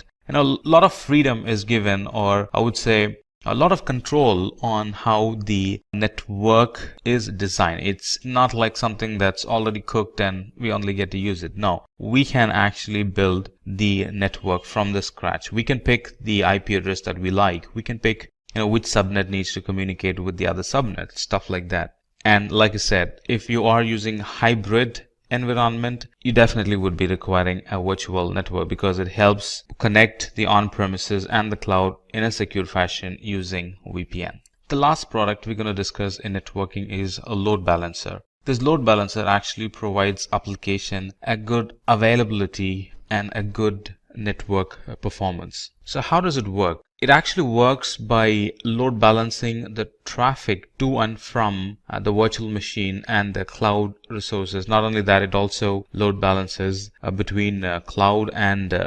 cross-premises virtual networks. With Azure Load Balancer, we can actually scale our application and create high availability for our services, which means our application will be available most of the time. If any of the server goes dead, the server does not get traffic. What happens if the server gets traffic? User is going to experience downtime. What happens if the server does not get traffic? User won't experience any downtime. The connection is shifted to an healthy service, so the user experiences uptime all the time. So this load balancer supports inbound and outbound scenarios, and it provides low latency. It gives high throughput of the data transfer, and we can actually scale up the flow of the TCP and UDP connections from hundreds to thousands to even millions, because we have a load balancer now in between the user and the application. So how does it operate? This load balancer actually receives the traffic, and it load balances the traffic to the backend pool of instances connected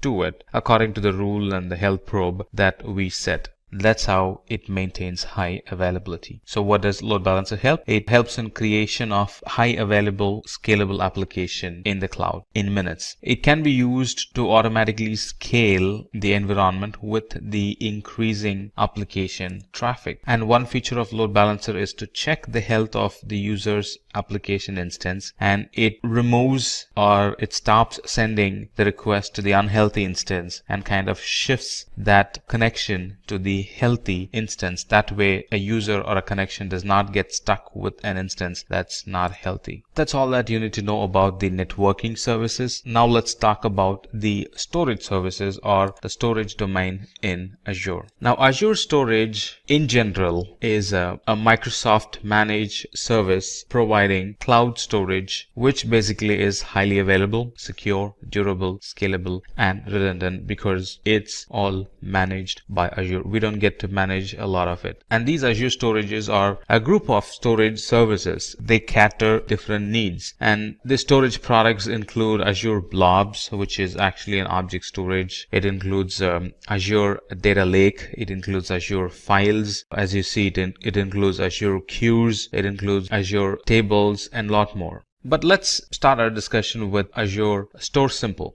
Azure Store Simple is an hybrid cloud storage solution that actually lowers the cost of storage to nearly 60% of how much you would be actually spending without using it. So Azure Simple Storage or Store Simple is an integrated storage solution that manages the storage task between on-premises and the cloud storage. What I really like about Azure is that it's built around a hybrid environment in mind. There are a lot of other cloud providers that are there where running an hybrid environment is a big challenge. You know, it has some compatibility. You won't be able to find an hybrid or a on-premises and cloud solution for your need, stuff like that. But with Azure, especially when it comes to storage, a lot of the things that we're going to see, it clearly is designed with hybrid environment in mind. All right, so let's come back and talk about Store Simple. So Store Simple is a very efficient, cost-effective, and a very easily manageable SAN, storage area networking solution in the cloud. I thought I'll throw in this information. The reason why it got Store Simple is really because it uses Store Simple 8000 series devices which are used in Azure Data Center. And this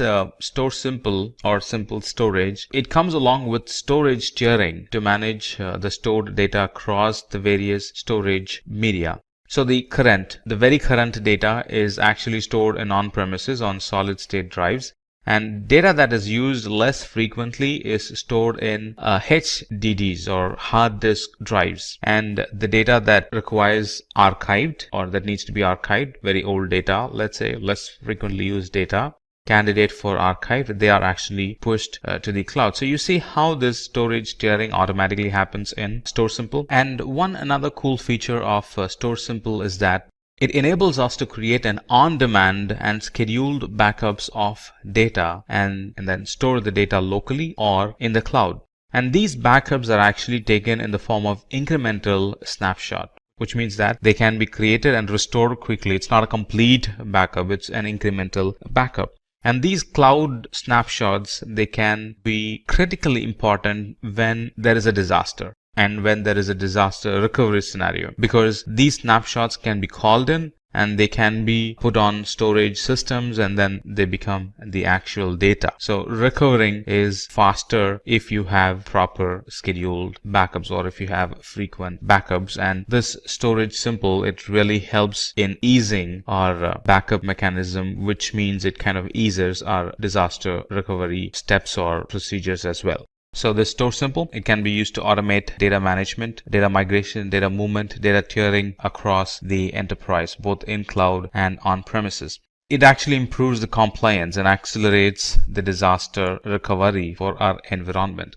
And if there is one thing that's increasing every new day in our environment, that would be storage. And this Store Simple addresses that need, and we really don't have to pre-plan or think in deep for having a proper storage, because now we have a simple storage available in the cloud, and moreover it's on a pay-as-you-go type. So not much pre-planning on storage is needed. Yes, there will be a need, but not as much as I would without the cloud or without the simple storage. And the next service under storage that we would like to discuss is the data lake store. This data lake store or storage, it's a cost-effective solution for big data analytics in specific. So let's expand this. So this data lake storage is an enterprise-wide repository for big data analytic workload. Now that's the major service that's dependent on this data lake store. And this data lake enables us to capture data of any size, of any type, and of any ingestion speed, and it kind of collects them in one single space or in one single place for operational efficiency.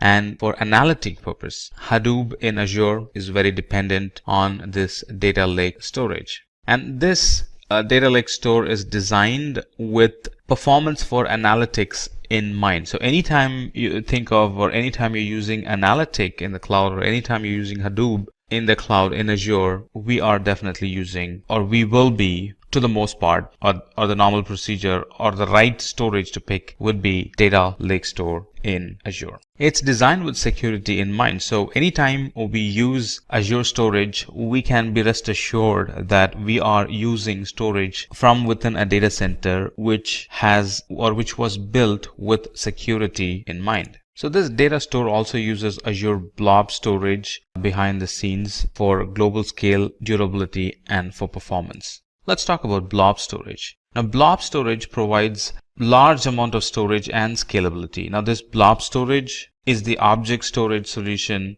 for Azure Cloud. Let's expand a bit on blob storage. Azure Blob Storage is Microsoft offering for object storage. Now, this blob storage is optimized for storing massive amount of unstructured data, which could be text or binary data. It's designed and it's optimized for rapid reads. If I explain to you on what scenarios we would be using blob storage, that might help you get a good understanding of what blob storage is. So it's designed, as of now it's being used in many IT environments to serve images or documents directly to the browser. It helps in storing files for distributed access. A lot of fetchers can fetch data from Azure Blob Storage. And it's currently helping users stream video and audio. It's currently being used for writing log files. It's currently being used to store data as backup and restore at a later point in times of disaster recovery. It also is used as an archiving storage in a lot of cloud IT environments. It's widely used in storing analytic data, not only storing but also running analytic query against the data stored in it. So that's a wide use case for blob storage. Not only that, in addition to all that we mentioned, it also supports versioning. So anytime somebody updates an data, a new version gets created, which means at any point I can roll back as and when needed. And it provides a lot of flexibility on optimizing the user's storage need. It also supports tiering of the data. So based on need, when I actually explore, I would find a lot of options I can pick from that suits to my unique storage environment or unique storage need. And like I said, it stores unstructured data, and this unstructured data is available for customers through REST-based object storage environment. The next product and storage service would be queue storage. Now, queue storage provides durable queues for large volume cloud services. It's a very simple and a cost-effective, durable messaging queue for large workloads. Let's expand this queue storage for a moment. Now, this queue storage is a service for storing large amount of messages that can be accessed from anywhere in the world through HTTP and HTTPS calls. a single queue or a single queue message can be up to like 24 KB in size, and a single queue can contain millions of such 24 KB in size messages. And how much can it hold? It can hold up to the total capacity of the storage account itself. So that's kind of easy to translate. How much would it hold? And this Azure Queue Storage, it provides an messaging solution between applications and components in the cloud. What does it help? It helps in designing an application for scale. It helps in decoupling the application, so it's not very dependent, or sometimes it's not at all dependent on the other application, because now we have a queue in between which kind of translates, or which kind of connects, or which kind of decouples both the environment. Now we have a queue in between, both the environment can scale up or scale down independently. The next in the storage service would be file storage. Let's talk about file storage. Now, these Azure files provide secure, simple, and managed cloud file shares. Now, with file share in the cloud, it actually extends the user server's on-premises performance and capacity. And a lot of familiar tools for the cloud file share management can be used along with the file storage that we're talking about. So let's expand a bit on file storage. Now, this Azure Files or Azure File Storage offers a fully managed file shares in the cloud that can be accessed via the SMB protocol, Server Message Block Protocol. Now, this Azure file shares can be mounted concurrently by cloud or in on-premises deployments. A lot of operating systems are compatible with it. Windows are compatible, Linux is compatible, Mac OS is compatible. In addition to all this being able to run on-premises and on the cloud, or being able to access from on-premises and on the cloud, it can also offer cache for caching the data and keeping it locally, so it's immediately available when needed. So that's some additional feature, I would say that's some advanced feature that it offers compared to the other file shares available in the market. Let's talk about table storage. Let's talk about table storage. Now, table storage is a NoSQL key value pair storage for quick deployments with large semi-structured data sets. The difference between one important thing to note with table storage is that it has a flexible data schema, and also it's highly available. Let's expand a bit on table storage. So anytime you want to pick a schema-less, a NoSQL type table storage is the one we'll end up picking. It provides an key pair attribute storage with a schema-less design. This table storage is very fast and very cost effective for many of the applications, and for the same amount of data, it's a lot cheaper when you compare it with the traditional SQL data or data storage. So some of the things that we can store in the table storage are, of course, they're going to be flexible data sheets, such as user data for web application, address books, device information, and other types of metadata for our service requirements. And it can have any number of tables up to the capacity limit of the storage account. Now, this is not possible with SQL. This is only possible with NoSQL, especially with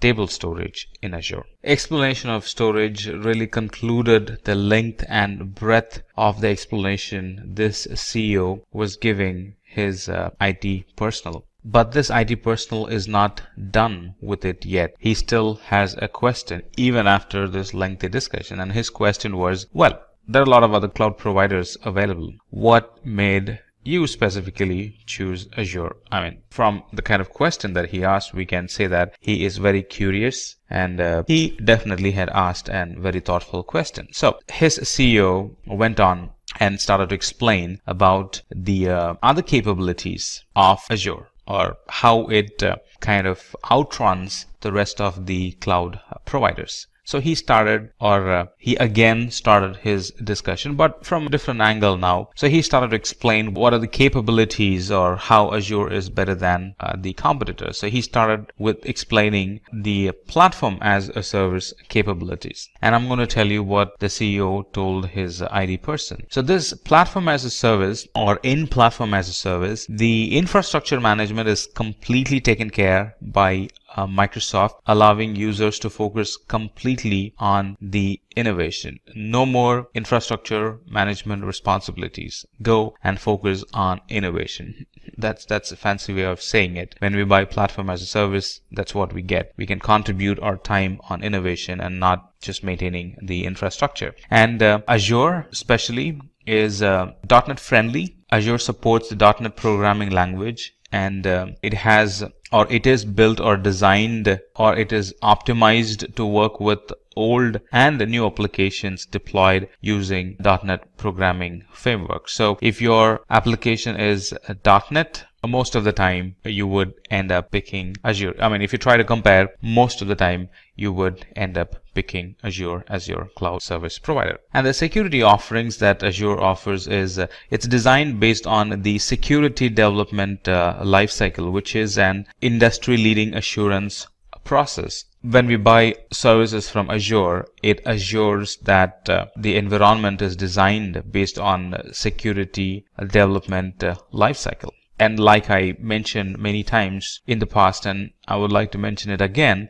Azure has well thought about the hybrid environments, which a lot of other cloud providers have failed. So it's very easy to set up an hybrid environment, to migrate the data or not to migrate the data and still run a hybrid environment. They work seamlessly with Azure, because Azure provides seamless connection across on-premises data centers and the public cloud. It also has a very gentle learning curve. If you look at the documentation, it's picture rich, and the documentations are neat and clear. It would encourage you to learn more. It would encourage you to think and imagine and try easily get a grasp of how services work. So it has a very gentle learning curve. Azure allows the utilization of technologies that several businesses have used for years. So there is a big history behind it. It has a very gentle learning curve. The certifications, the documentations, the stage-by-stage certification levels, it's all very gentle learning curve, which is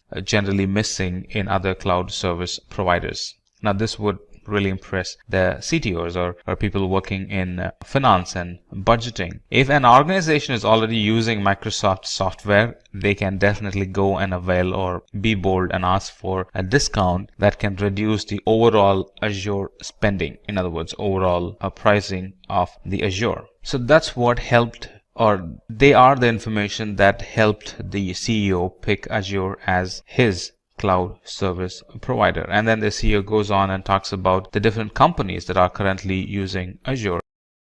So now the next thing which I'm going to discuss is regarding the Microsoft Azure platform as such. We have seen that one slide where it was depicted all the services prominently categorized by the role which they will play.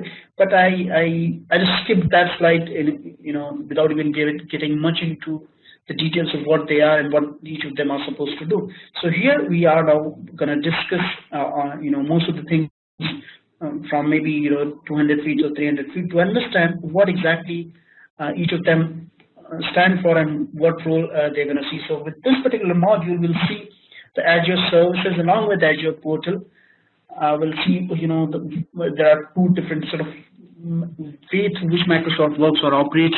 We'll try to differentiate both of them and see what is the reasoning behind Microsoft putting so much money and effort to go for this particular model instead of just the one which they had already, which was working model. Instead of making use of that, they invested so heavily on a new way of working. We'll try to understand that with this tale of two portals, or the definition of two portals. That is something which is for the later stages of today. But before that, we'll see the overview of services. So we'll see the definition of services based on the role which they play. So in terms of roles, when I say we'll discuss about from compute point of view. So compute is kind of, think of it as a platform on which you can host your web application, your platforms, your database, or your storage environment, and provision that to facilitate or to do certain jobs. Now that is what the compute can do. So in terms of compute, we'll see the multiple offerings which Microsoft Azure has, how they can offer you compute in terms of virtual machine or even websites or cloud services. From that, we'll also understand a little bit on storage, little bit on SQL as a database service, virtual network as well. So how we can isolate or design our networking architecture in a way where we can protect our services, which is going to be part of that virtual network. We'll also see a little bit on app services. What are the options we have when we are prominently building our application, or for somebody who's coming from development background, what are the options he has pertaining to his expertise and where an Azure can pitch in. Now, along with that, we'll also see certain other things, from grid computing to IoT to data services. We'll see certain things from overview point of view, and that is what the design goal of, or probably the goal of this particular session is all about, where we are trying to prepare the groundwork so that we know a little bit of most of the services, and then maybe from tomorrow onwards we'll start digging deep into each and every one of them to understand the details or the nitty-gritties of them, which can help us making decisions efficiently. All right. So as I said, Microsoft Azure is a collection of services, and services are actually kind of a product of Microsoft Azure. And when we talk about services in Azure as such, we will talk about communication with infrastructure and how we can make use of storage and stream that data. So in terms of what I'm trying to tell you here is that because it's over, kind of a deck, we'll understand how Microsoft Azure can be used to make that communication happen between that infrastructure or even outside that infrastructure. Along with that, we'll also see how we can make use of those data platforms on which we can host our data, and if at all the application requires, we can stream that data into as a input for some other data source which can be fed with that data and do something else. We'll also see how we can host our web application along with mobility connectivity, because of late Microsoft has started putting too much effort on mobile development, and how you can have mobile, not only mobile development as a backend, but also how you can have a hybrid connectivity as such, with different platforms. Now here are a few URLs which is worth looking at. So there's something called Azure speedtest.azurewebsite.net that gives you a kind of performance experience of how a particular site is performing from Azure point of view. Sometimes people use it when they design the solution to see the performance of one particular geographical location, or multiple geographical locations, to decide on where they have to host their application. Because we will see, like, Microsoft has their presence across the globe. So now Azure is not restricted to one particular location. So if my understanding is correct, at the moment they have their presence on 30 different locations geographically.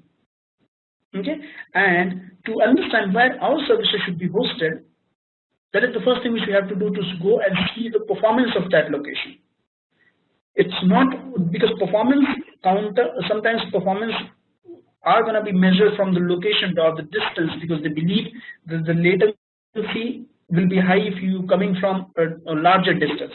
But sometimes the location as such hasn't been provisioned for those services. So we have to be very clear while choosing which location is good for us by making use of those services. Now, as I said, Azure has their presence on 31 locations. They have probably hundreds of services, but that doesn't mean all regions will have all the services. So we have to understand which region is having which services, and the URL to go to for that is azure.microsoft.com/regions. So if you go there, it will give you all the regions which is available on Azure where they have their presence.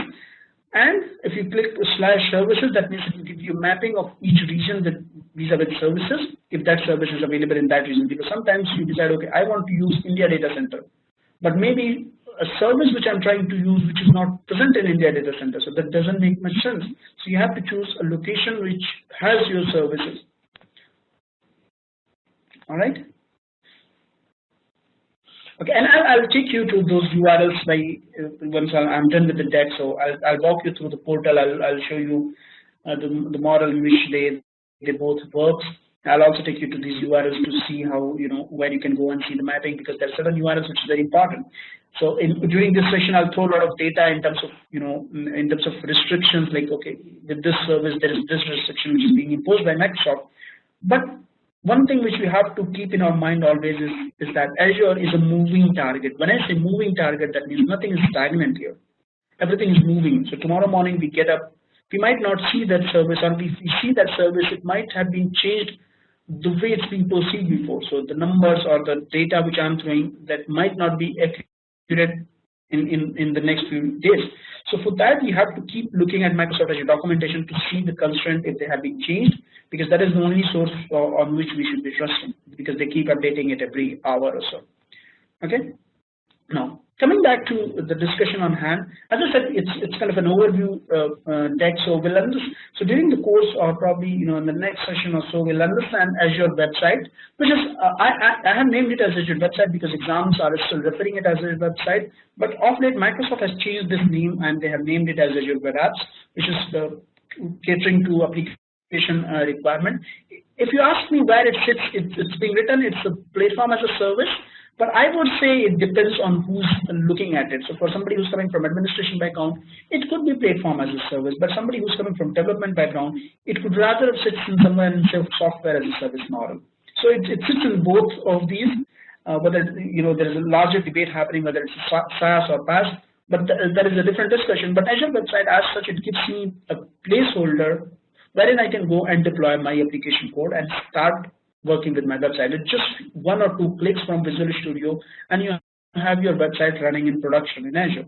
And that is what we'll see. It will also give me that option in which I can plan different environments in my Azure websites. So I can firstly deploy to the test and then I can promote that test to staging and do the production seamlessly. In a matter of seconds. It's not that you have a staging environment and you want to promote that staging to production. In case of Azure website, it won't take more than 2-3 seconds. And that is what the beauty of cloud is all about. And along with that, the benefit of this is whatever you're going to expect in production, you can have the same thing in staging environment. So it's not what we do mostly where we provision a deprecated version or lower version of the production as a staging, and then certain times that our application code works in staging environment, but the moment it goes to production, it fails. So we won't have that kind of glitch or that problems while working with Azure website, because it gives me that different slotting or different environment which are replica of each other. So in that sense, we'll see that benefit going forward. It's a Microsoft managed services. So whenever we talk about PaaS or SaaS offerings, they are all Microsoft managed services. So most of the stuff will be taken care by Microsoft. We'll see how seamlessly it can scale based on the demand. So if at all we feel like okay, we need not to provision the way. If you remember the initial talks or initial slides when we were discussing regarding that environment being rigid, in the sense we have to plan for worst case scenario, and there is no way we can get rid of it. And here we have Azure Web Apps, where we can plan for optimum, and it has, because it's managed by Microsoft, it has this beautiful feature through which it can scale itself up if demand needed, and it can scale itself down if there's not much traffic which is coming. All these seamlessly without any human interaction. So you can just write certain conditions, and the moment that conditions will met, it will trigger that scaling up or scaling down event. And in that sense, it's being taken care by Microsoft now. Not only that, the backup features, the availability of these services, we can plan, okay, whether I want these applications to be up and running for 24/7.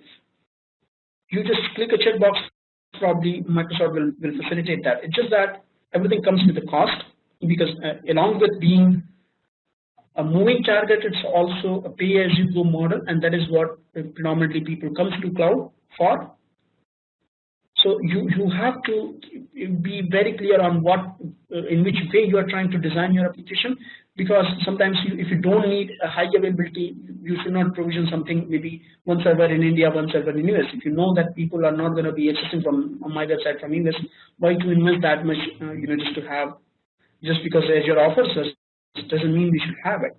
We should know our requirement, and based on that we can map the services, and we can map the offerings of Azure regarding those services. All right. So we'll also see how many ways through which Microsoft offers. They have some predefined templates on their galleries, and you can make use of that. Okay, I think some problem with the muting.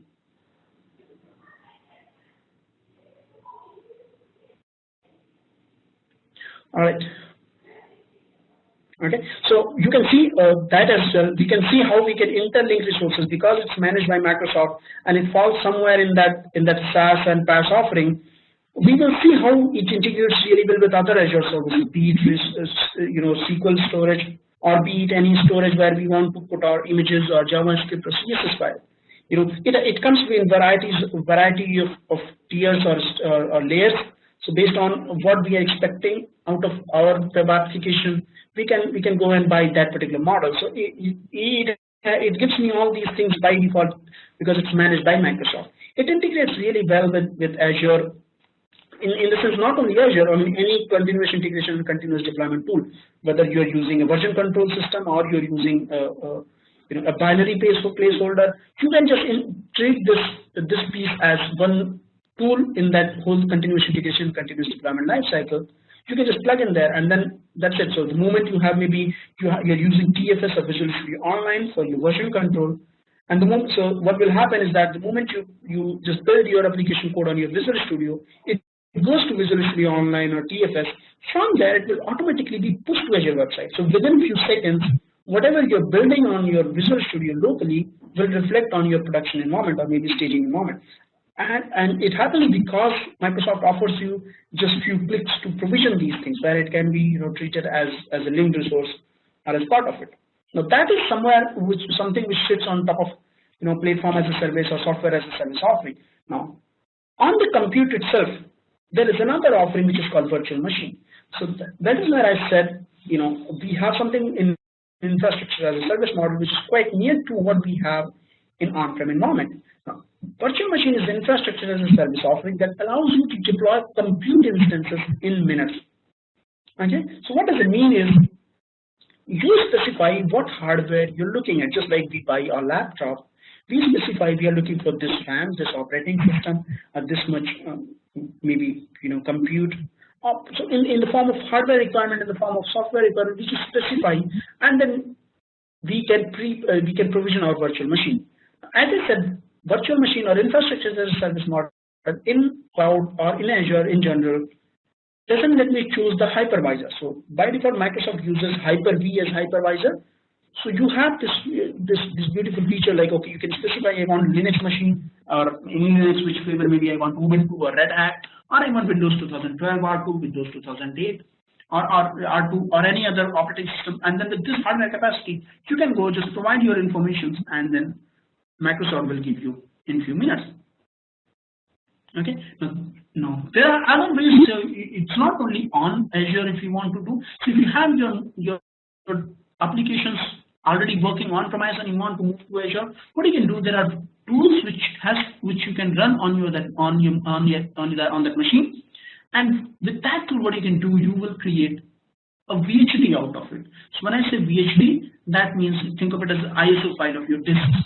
Because end of the day, when we create virtual machine, it's all disk C drive, which is coming with operating system disk, or D drive or E drive. Those are data disks. So, all those disks has to be plugged in while creating the virtual machine.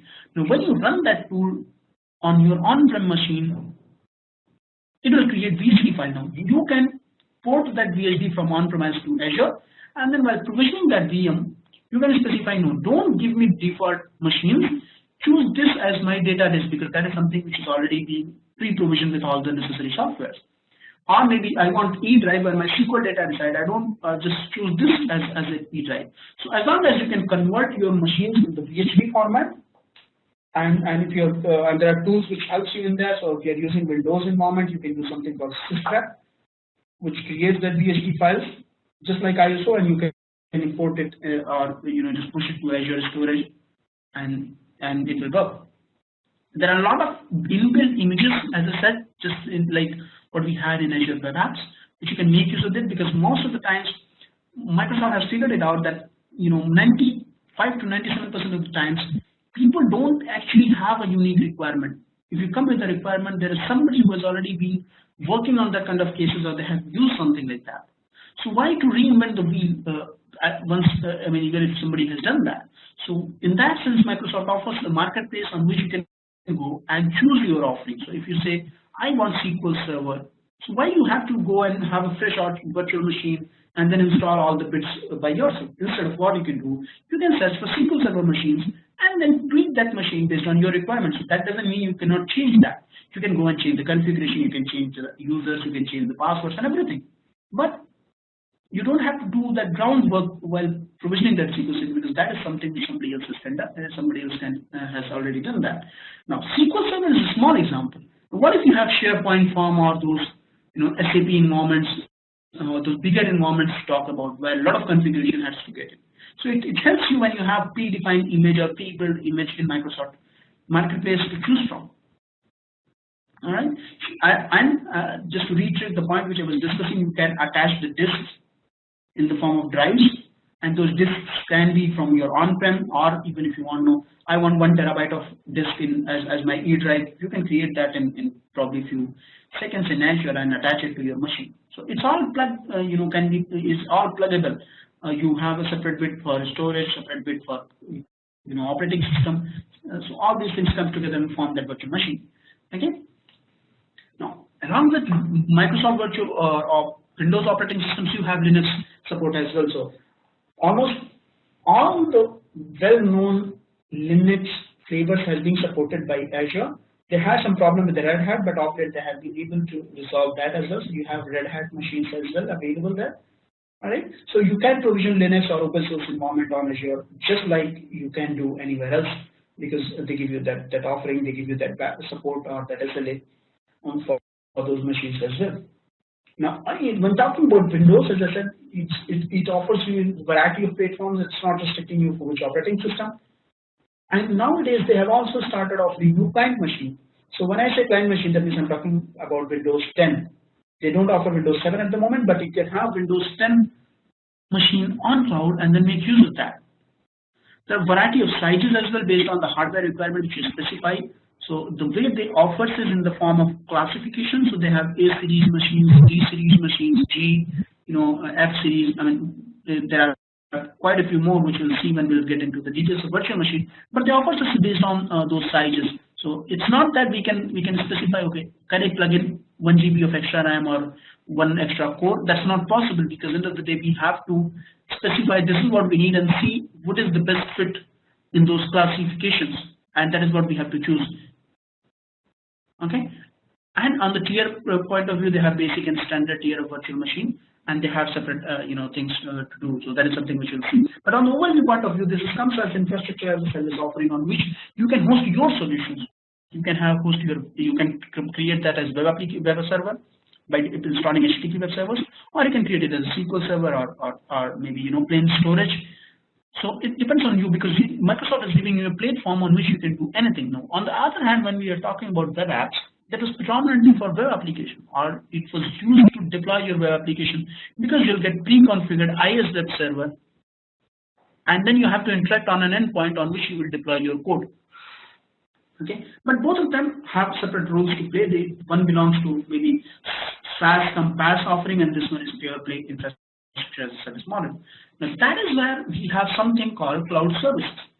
Okay, cloud services is something which sits in between Azure, VMs and Azure Web Apps. Why it sits in between? Because it gives you that, as I said, it's a PaaS offering, pure play PaaS offering. And because it's PaaS offering, it gives me that freedom along with that control. So it lets me select which operating system I want, which tier I want. But still, from management point of view, most of the things will be managed by Azure. You're not responsible for anything, so you cannot go and select or make use of all the tiers which is available in Azure Virtual Machine. But you do have choices to select which operating system you're looking for. Okay, so in that sense, what will happen? You say, okay, I want 5 machines for my web services or web server. So you specify there's something called Azure Web Roles. So that in that sense, in cloud services, Azure Microsoft will go and we will provision 5 machines, 5 Windows machines for you with IS web server installed on that. So you can also go and say, I want 2 processing servers, background servers, which will just do the processing job. So think of it like image processing system, where on the web role you will interact with, let user interact that and upload their images. But in the background you have another server which is just processing that image and maybe converting a thumbnail out of it. or rendering it in different formats. And for that, you need 2 more servers. So you go to cloud service and say, no, I want 2 worker role as well. So that is where we'll see the concept of web role and worker role. And worker role and are nothing, but just those Windows machines without IaaS. So we'll see how it sits in between there, where it gives me all the benefit of whatever most of the things which we are seeing on Azure infrastructure as a service, but also because it's managed by Microsoft, it gives me those scaling options or availability by default which Microsoft offers. But now I'm not responsible for managing my security patches, my operating system patches, because that is something which is managed by Microsoft. But now still I have control over RDPing into or logging into that machine, which was not there with Azure Web App. So we will see in greater length on these 3 offerings, what they do, where they fit in, when we will go into the details of it. So I'm just giving you a brief of all these services, what they do, and what roles they will play in the larger schema of Azure ecosystem. Now, the 4th thing which I'm going to talk about, now we've come out of compute model of Azure, and then we're going to discuss about storage. What are the options we have in terms of storage? So now, Microsoft has a kind of a reliable and scalable storage services, because at the end of the day, I would say, storage is one of the fundamental things when you're working in Azure, because whatever you upload, whether it's web application, whether it's virtual machine, or whether it's any other SaaS or PaaS service that you'll learn in the future, the backbone of that is storage, because it needs a platform on which it can get and on which it can be stored. And that is what Azure Storage will provide. So we'll see Microsoft has built a variety of abstractions by making use of those storages, where there will be certain abstraction which is optimized for maybe just for VM disk, say E drive or D drive kind of scenarios. But there will be another set of storage which is optimized for those images, those PDFs, doc files, or MP4 videos or MP3 audios, those sort of files, and they are optimized for those workloads as well. There will be another set of storage which is just optimized for file share. So we will see variety of that. And because Microsoft has, as I said, end of the day, it all translates to on-prem stuff. So storage is on-prem, but Microsoft, on the other hand, has gone ahead of that storage and created those abstractions based on the requirement which we have. So if we are looking for maybe, say something like kind of IO intensive applications or random IO optimized things, where just like VM disks, where you don't know which portion will be hit, you can choose for that offering. Or if you know a linear way, whether okay, it's a video where every screen will be watched by another one, or it's, you were just going through the PDF, where page 2 will come only after page 1. There is another optimization which has taken place. So those are the things which you'll see in terms of storage. On availability point of view, we will see how many offerings Microsoft Azure has, where it tries to immune that storage from failure. So failure could be a planned one or unplanned one, or even on those segments, how much immunity you are looking for. Are you looking for maybe, if whole continent goes down, I should not lose my data. So those sort of scenarios are also possible there, and that is what we'll see when we will get into the details or in depth on Azure storage, on what are the things which they can do. Okay. The next thing which where we'll also discuss is about SQL databases. Okay. Now SQL databases as such by Microsoft again is being offered in 2 different flavors. Now, the one is just like we have seen in the virtual machine. We can provision a virtual machine and go ahead and install our SQL database, which is like a normal SQL server in there. On the other hand, Microsoft has also one PaaS offering of SQL, which is called Azure SQL, where we specify the requirement based on how much performance we are looking at, and the way we monitor the performance is in terms of, we'll specify how many IOPS we are looking at from that disk or that SQL server, input-output operations per second, and then we'll choose that tier. And Microsoft will provision those SQL for us, where they will be managing everything. All we have to interact with is an endpoint on a particular port, and then I can go and store my database there. So it seamlessly, in a sense, everything is being abstracted from me. We will also see how we can manage that environment, how we can bring the security on top of it, so that even because most of the times people do have this concern, especially on database, they go, if I go for PaaS offering, how am I going to be secure?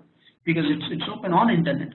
So we will see what are the ways in which Microsoft allows me to protect my environment, especially with SQL, whether it's SQL Azure or Azure on SQL on the virtual machine. And we'll also see how we can access those databases by making use of SQL Server Management Studio, or is there any way through which we can integrate that SQL data to maybe something like Power BI or those sort of high data lake solutions. Okay. Now, when we will see all this, we'll also try to understand or get into the details of how we can protect those environments. So we will provision the environments, but the people comes and ask, no, you have provisioned that environment, that's fine, because everything is being managed by Microsoft, it's available, it's elastic, everything is there. But how about security? Because maybe somebody's coming with a banking solution or BFSI segment company which has some compliance issues. They cannot put their data in public for everybody, and that is where this virtual network will come in. So in Azure, this virtual network is named as VNet, and we'll see how it has evolved over the times, and now it gives me that fine-grained control access where I can go and protect my workloads at each layer. So when I say layer, that means there will be certain portion where we can make use of restriction in subnet or VNet itself, or even at the endpoints or the ports which will open. So we'll see all that, how Microsoft has made use of their own SDN, that is software defined network, because these networks are physically available somewhere, but end of the day Microsoft has written a beautiful software on top of that where they can make these virtual networks available. And then the restriction in terms of endpoints or network security groups or ACLs, access control list, we'll see how at each and every place you can put the restriction, because by default, for me as an architect, I have to design a solution where everybody should be blocked, where by default everybody should be blocked. I should decide at each layer who's allowed.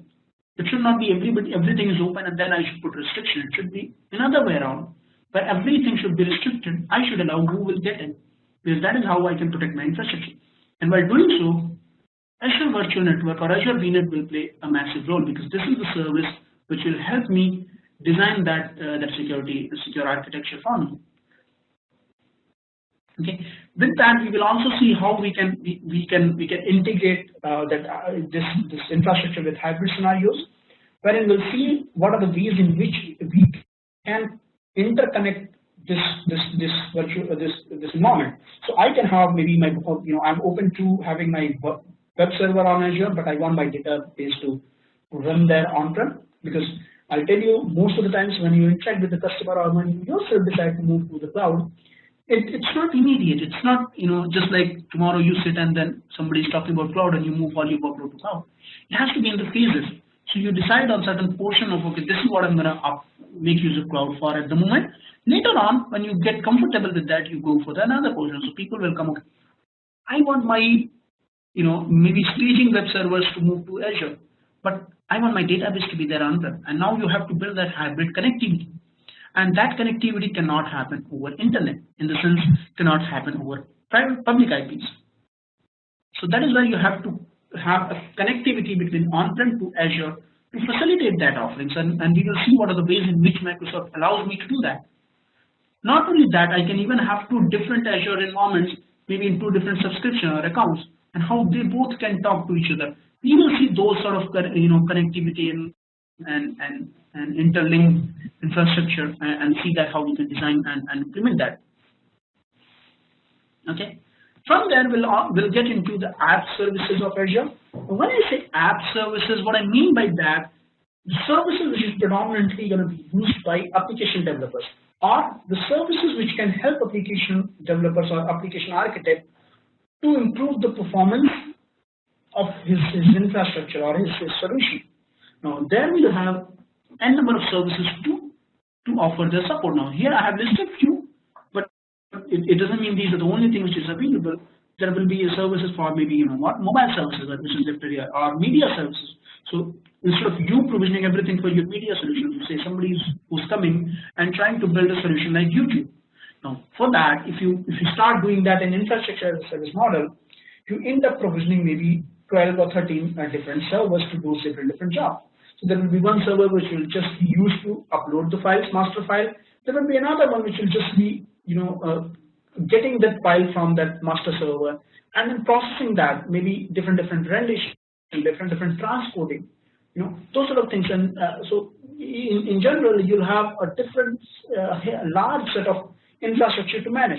Now Microsoft has understood that requirement, and they have this something called Azure Media Services, where you just specify the source of that file and then configure that what are the options you're looking at, and then you just Microsoft will by default will go and will do that for you.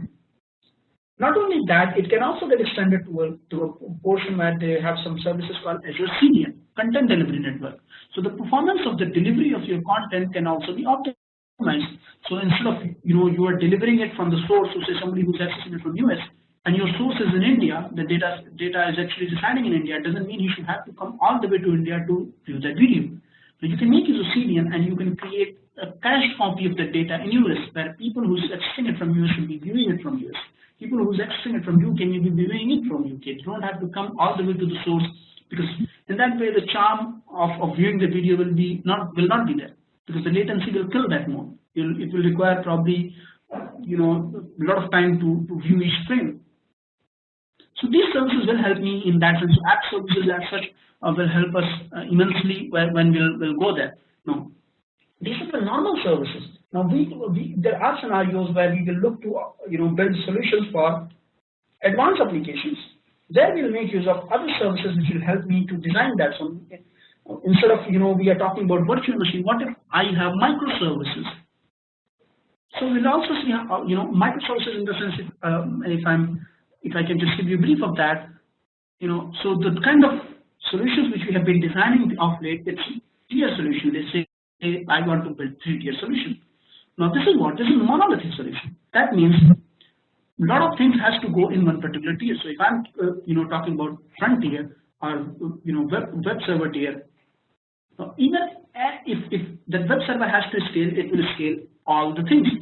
Now with microservices, if you can disintegrate your web application or web server into multiple chunks, so there will be maybe some endpoint server which is just responsible for hitting the endpoints, and then you have something which is processing only. One is which is rendering the HTML. If you can divide those into multiple things, then you can scale them individually. So if you feel, okay, I need scaling at not all the web server layer, but I just need scaling on rendering, and you can go and provision maybe 5 more servers which is just doing the processing of rendering. That is called microservices, which is not monolithic in nature, which are not integrated or glued together. And once you need that Azure microservices, you need a platform to run that, because you can't just directly provision a VM and say I have one application which is coming with maybe 20 microservices. You can't run that in that way. So you need that platform, and that is where we will see Azure containers.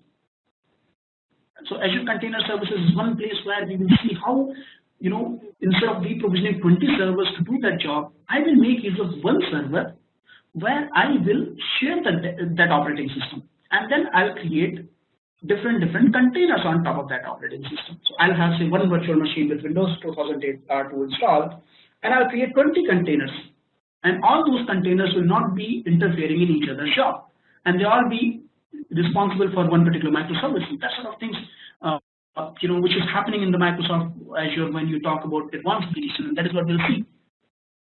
Not only that, Microsoft has an inbuilt offering called Azure Service Fabric. Azure Service Fabric is predominantly an extension to Azure app service which we saw.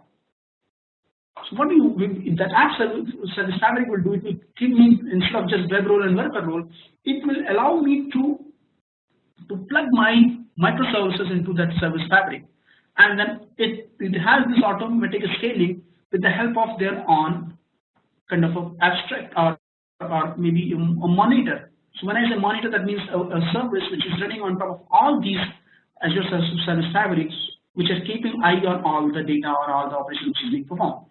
So they can see, okay, if this server is down now, it should understand now that this is down now, I have to provision a new one to replace this, or all the services should not go there. So that sort of things which is happening, and we'll see the roles of microservices, the roles of Azure Service Fabric, the roles of Azure containers, or to go a layer deeper, we'll also see Azure Batch, how we can make use of grid computing.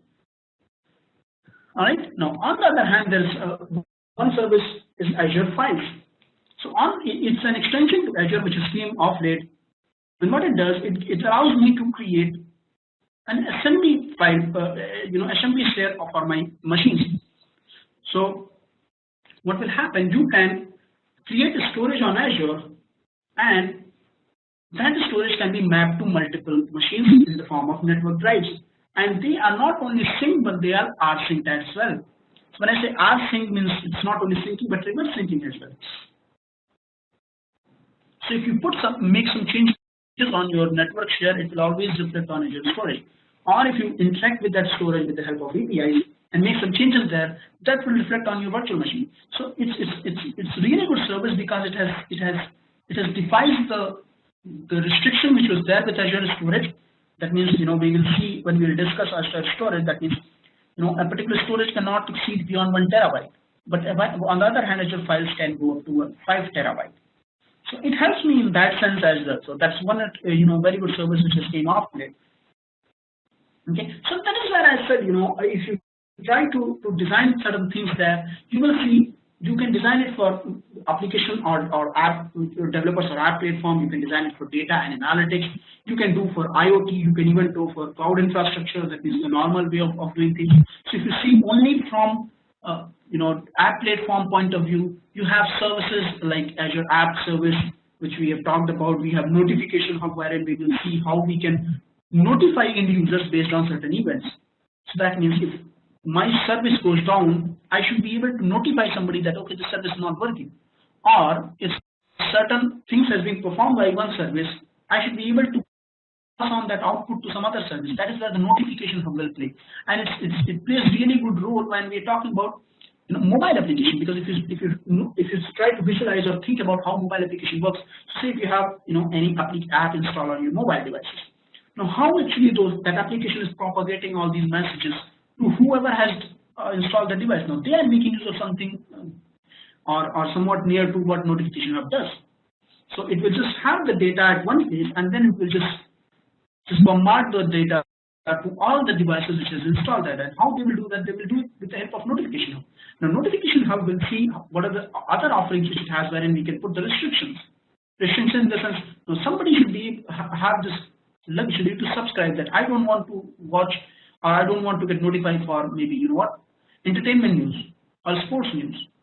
So that sort of things where it knows the concept of tagging, where it goes and filter things out. You'll see that on notification. There is API management, which is predominantly for web APIs or those services which we talk about. Service Fabric, on the other hand, is just what we discuss on Azure Service Fabric. It gives me that placeholder on which I can run my microservices. Cloud service is just like web app and web role and worker role which we talked about. So there are quite a few things which you can do from app platform itself. And then I haven't mentioned those microservices and all, which you can also be put under these app platform services or maybe advanced services architecture. Okay. Not only that, once you have that app development, you need certain integration. Now integration could be in the form of I have 3-tier architecture. So for 3-tier architecture to work, from one tier to another tier, you need a platform where that message can be kept. You can't just pass it on internet, because after some time it will just die, or you can't keep idle message for 20 minutes. Or if you have, say, take an example of our application of scale of Amazon or Flipkart. No, if a lot of people are trying to process the checkout, you can't just sending it over internet. What you need a platform on which you can store each user's data, and then on the background you can keep processing. That is where we need those messaging platforms, where we will see how Azure Service Bus helps us with their queues, or maybe not only queues, they'll have other offerings in which you have bi-directional communication and channels as well. You'll see hybrid connectivity from on-prem to Azure.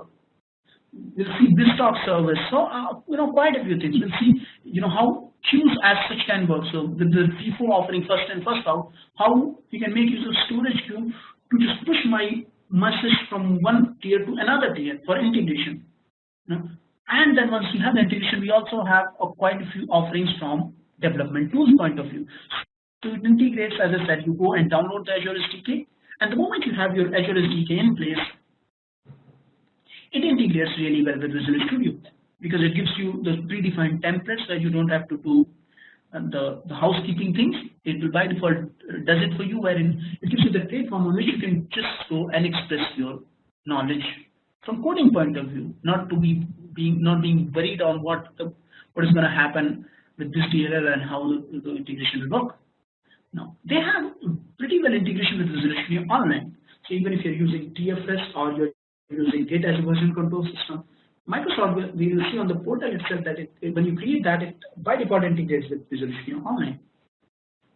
Not only that, if you want to see a 360-degree holistic view of your application performance, they have one service called Application Insight that will give me all the data or all the metrics of my application and how it's performing in the form of a different portal altogether, and we can integrate that and see how my application is performing with the help of Application Insight.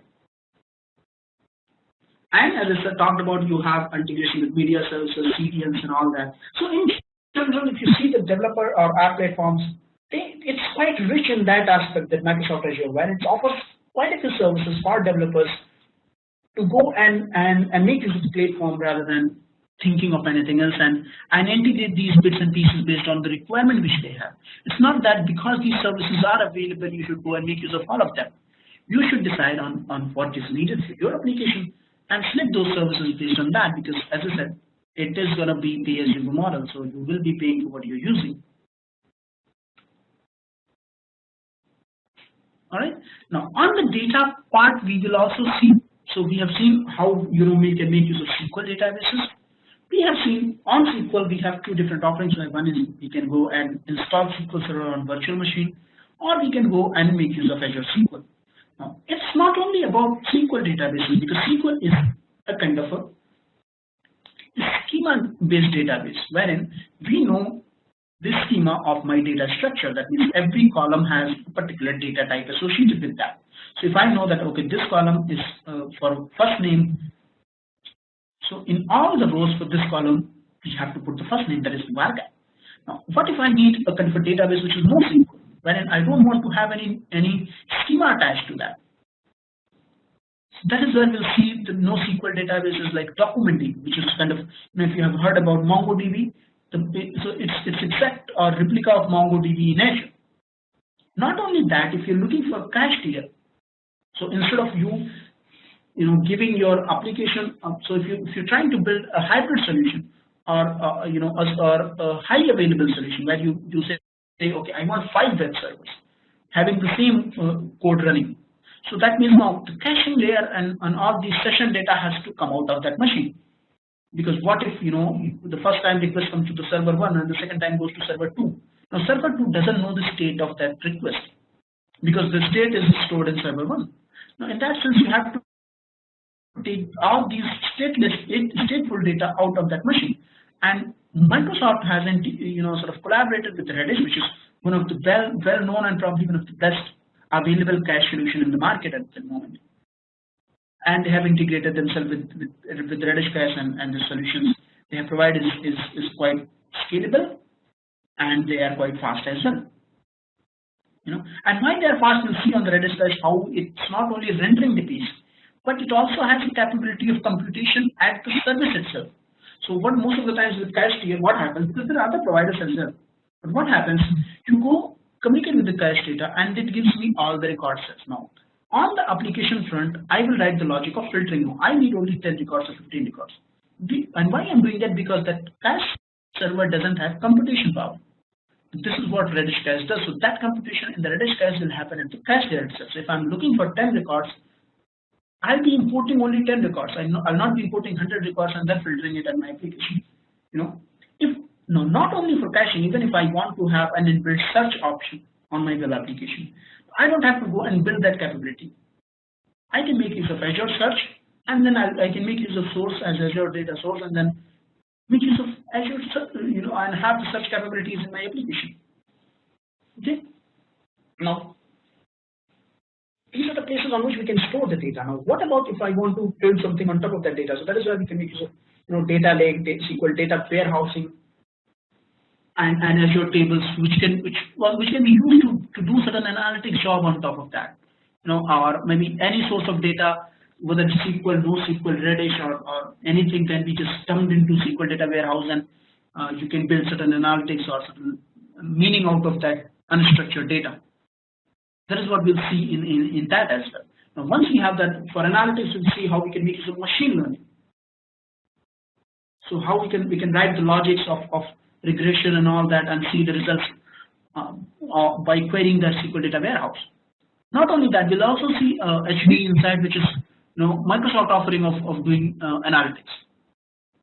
So there are quite a few services which we'll see over the next few days to see where we stand in terms of Azure as a platform, and how we can make use of Azure from designing or architecting point of view by making use of these services. Okay, so this is a kind of an example where you can push the data from different sources, and then the moment you push it, you can push it to Power BI or machine learning or warehouse or data lake, stream analytics, data factory, event hub. I mean, any number of services are available which can do something on top of the data. So you have source of data which could be NoSQL, SQL, Azure table, and then put it in the storage, which is big data storage, and then allow the machine learning platforms to work on that, and then you can build analytics on top of that. So that's a common workflow which can work on the data. Okay. Now, on the other hand, when we talk about normal app service and SQL platform, that is what you have in that case, where you have an application, and then that application has integrated with SQL database, normal 2-tier or 3-tier architecture. That is how we work. Now, the moment the data is there on the SQL server, you can't just let that data be idle, especially in the current day and age, where you want certain meaning to come out of the data, maybe for predictive analysis. So what you will do, you will store that data in the SQL data warehouse, and then once you have all the data in the SQL data warehouse, you want to build something on top of that, or some solution. That is where the Hadoop thing comes in. So Microsoft has their own offering of Hadoop that is called HD Insight. We'll see how it works with SQL data warehouse and build analytics on top of that. Now, SQL is one form of source which can be ported to Azure. Now here you see you have Microsoft on-premise, SAP, Oracle, Dynamics. All these things can be used to push the data to SQL data warehouse. Now, to make meaning out of all these data, you need those machine learning, those Hadoop clustering to facilitate that. And then once you have all these solutions, you can visualize the data in the form of matrix, or maybe you can present it to somebody in a beautiful way, like, okay, by making some sense out of this unstructured data. Right? You can import it, you can do machine learning on that, and then you can, based on the machine learning, that means the predictive analysis, wherein you have analysis and you've done analysis, you can put that intelligent action into app service again. So if you see these days, a lot of places this is happening. So because if you see the Flipkarts or Amazon.com, they know your preferences, they know what you're buying, what you're selling. And based on that, they have this logic because they have a source on which they are recording each click which you're making, and then they are making use of Azure these machine learning solutions to build that analysis. And they have these graphs on which they can show, okay, this particular user is looking for this option. So maybe next time when you log in, they will by default show you those options. So this is what the next gen systems are all about, or the advanced application, which you'll see how we can make use of this. But not only that, we will also see the connected device kind of concept, how we can make use of those IoT hubs.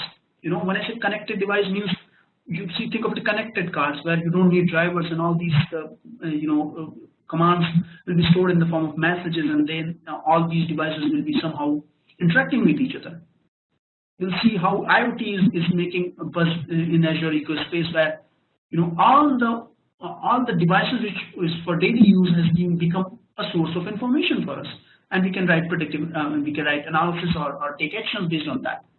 Maybe from AC to the bulb to refrigerator, everything is being taught into that IT segment, where every click of or every gate opening of your door is some event, and then you're making certain decisions on top of that. So we'll see how we can make use of those things by Azure services when we will get into those services, whether it's IoT hub, we'll see stream analytics. We'll also see logic apps like how we can make workflows out of it. So maybe say take an example. Okay, somebody who's tweeting based on hashtag Azure.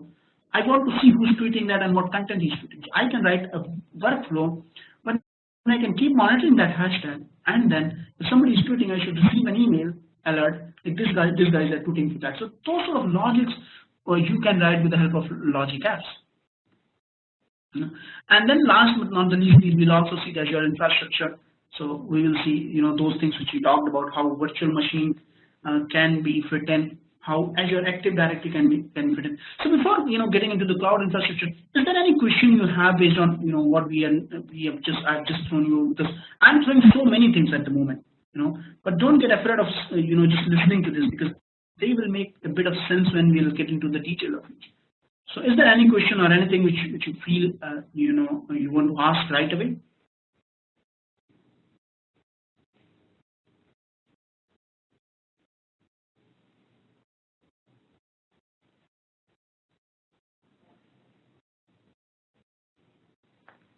All right, excellent. So there's I don't think so I'm getting no.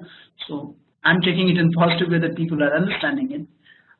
All right. So as I said, don't get that feeling that okay, there are too much which we have to learn, because these things I'm just giving you the ideas in which or what we can do there. But we will also see these services in action when we'll go through each of them, and then these slides will make a lot of sense, because we will know the definition. Okay, this is something which we learned or heard during the first session, and that is what we are trying to achieve with that. So it will help us moving forward when we will design our solutions. All right. Now the last bit which we will see on Azure is Azure Cloud Infrastructure as such. When we talk about cloud infrastructure, that means now we are not talking about the by default services which is offered by Azure for solutioning. Now we'll talk about what? We'll talk about virtual machines. That means the platforms on which these things either can be integrated or can even be provisioned if we are not looking for only Azure offerings. So if we are not looking for maybe say Azure Service Fabric, then what I can use to run my microservices. So you will see, okay, you can use containers. Okay, now that is what we will see on the infrastructure part. We'll see virtual machine, we'll see containers, we'll also see something called batch. So when we'll see batch, we'll see about grid computing.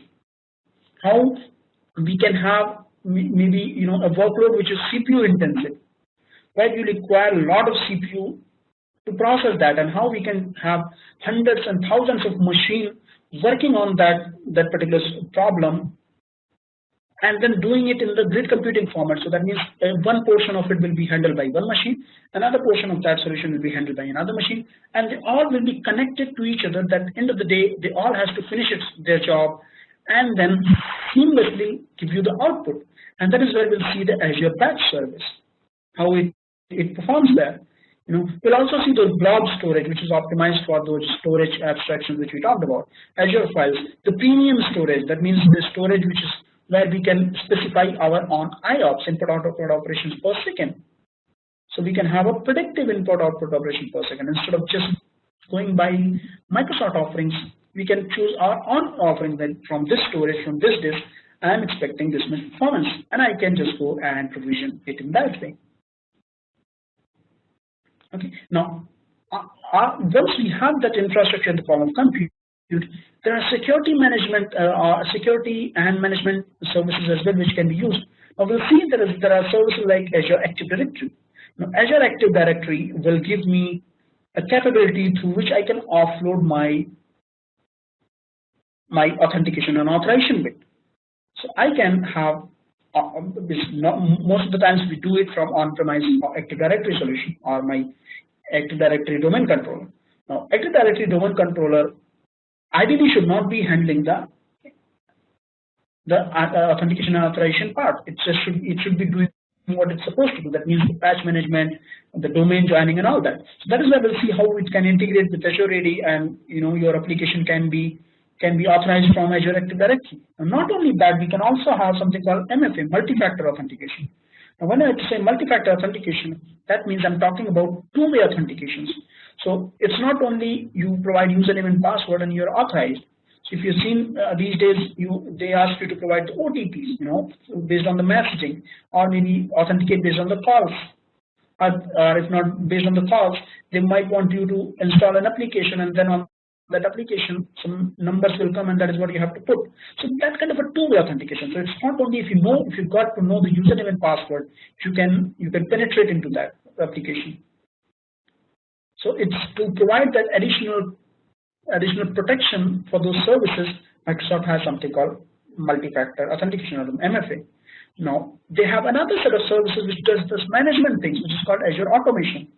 We will also see how we can build a beautiful automation solution based on the services which is available. So we'll see how we can hook, certain PowerShell script and see, okay, if this is happening, do this. Okay, so we'll see how we can make use of that with the help of Azure, Azure webhooks, with the help of event hubs and all that. How we can do or achieve those things. Now a lot of times when we work with Azure or any cloud platform as such, we have to provide username and password, or the maybe SSH keys and everything. Now you don't want to let anybody get access to that keys, not only to Microsoft. Now how you will protect that? For that they have something called Azure Keyword.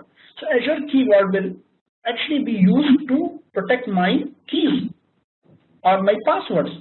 Now you will say no, because that is a Microsoft services, how it's protected from Microsoft even. So Microsoft data centers which is used for Azure is not the same which is used for Keyword. So what happens when you try to authenticate, you will first go and query the keyword.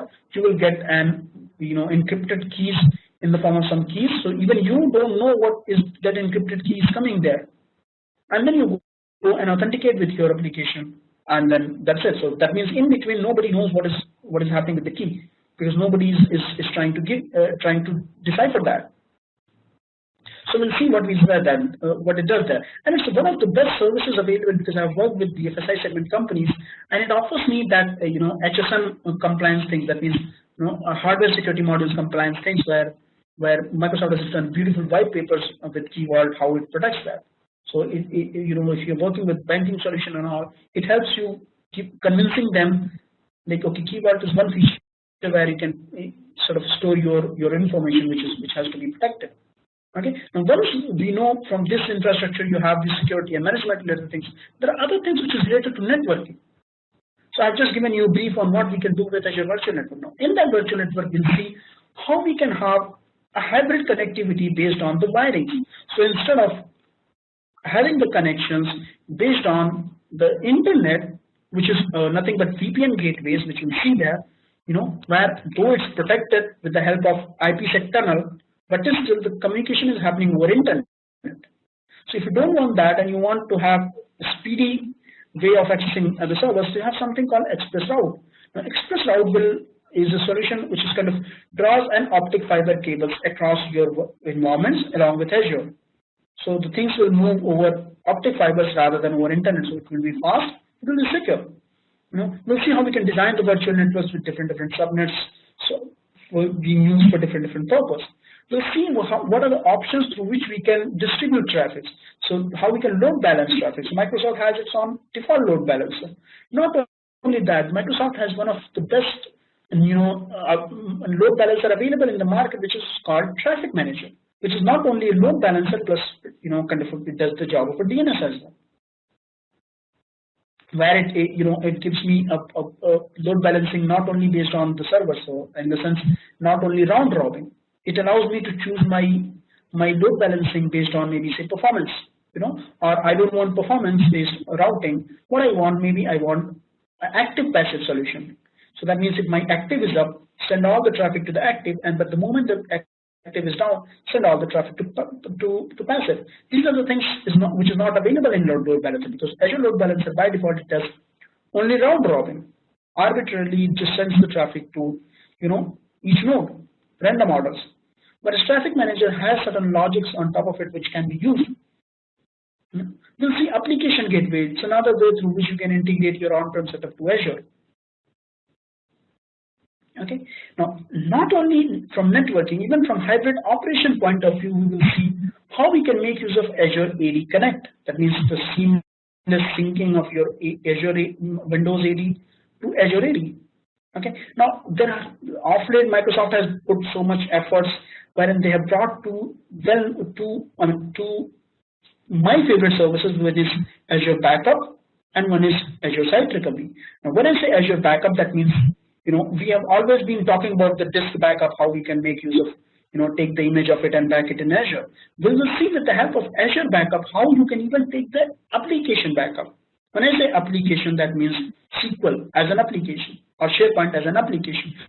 So if you integrate that, it just takes the backup from that file and move it to Azure storage. And how it does that, it will run an agent which will just encrypt it at the base itself. So even when it goes to the Azure storage, that means the data in transit is being encrypted. And the way it's stored in Azure is also encrypted. So that means there's no way people can decipher what is being written on that data. So Azure Backup Service is one of the very good services which can be integrated with our application when we are talking about backing up the solution. So that is one bit of backing up. Now, what we are looking for at disaster recovery. Now, if in normal cases we are looking for disaster recovery, we have to go or choose certain offerings. Now, we have to decide whether we are looking for hot DR.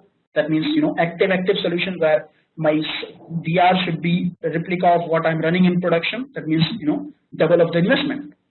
Or we are looking for warm DR. That means a smaller or deprecated version of what we are running in production should go to my DR side. Again, some investment.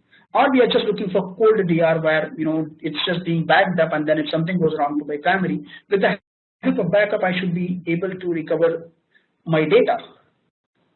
Now, that is not what the case with ASR. ASR is one company which was actually being, which were doing site recovery for on-prem setup for decades. Microsoft integrated with them, and what they do, they have come up with a solution where you will be only paying for storage. So they will be periodically taking the backup of your machines in the form of those encryption technologies which I talked about, which they use for backup solution. And they will have certain, broader configurations and multiple servers to facilitate that communication and then use that much, that data or back that data to Azure storage. And they will also have, some service called mobility services through which they just monitor that primary. And if something goes wrong to the primary, automatically they will trigger an event with which they will just start provisioning the servers by itself from the backup which is available on Azure. So it just seamlessly gives me that DR. So it becomes like a DR solution wherein I'm just paying for my storage. And mind you, storage is one of the cheapest services available on Azure. So in the sense, we will see how we can make use of Azure, ASR, and does beautiful jobs with that. We'll also see that the services called import export. That means if you don't want to port your data over internet, you can ask Microsoft to, that I want to send my data or I want to provision my 10 terabyte of, store my 10 terabyte of data on Azure. They will send you an encrypted hard disk. You can put your data in there and then send it to Microsoft Azure. And it's not only that. Tomorrow, if you want to come out of Azure and you are asking Microsoft, sir, can you give me my data back? They will again send you back the disk in encrypted format, and you can get it, and you can download the data on-prem. So that means your data is not moving over internet, and if you have larger data, sometimes the bandwidth is a problem when you move that or download it from there. So they have solutions for everything. It's just that as an architect, we have to understand what we are looking at and how we can solve the problems. And that is what we're going to learn and we're going to see in this particular course of Azure Architect exam. About Google Cloud Platform, and here we will learn about cloud computing. What is cloud computing? What is GCP? That is your Google Cloud Platform.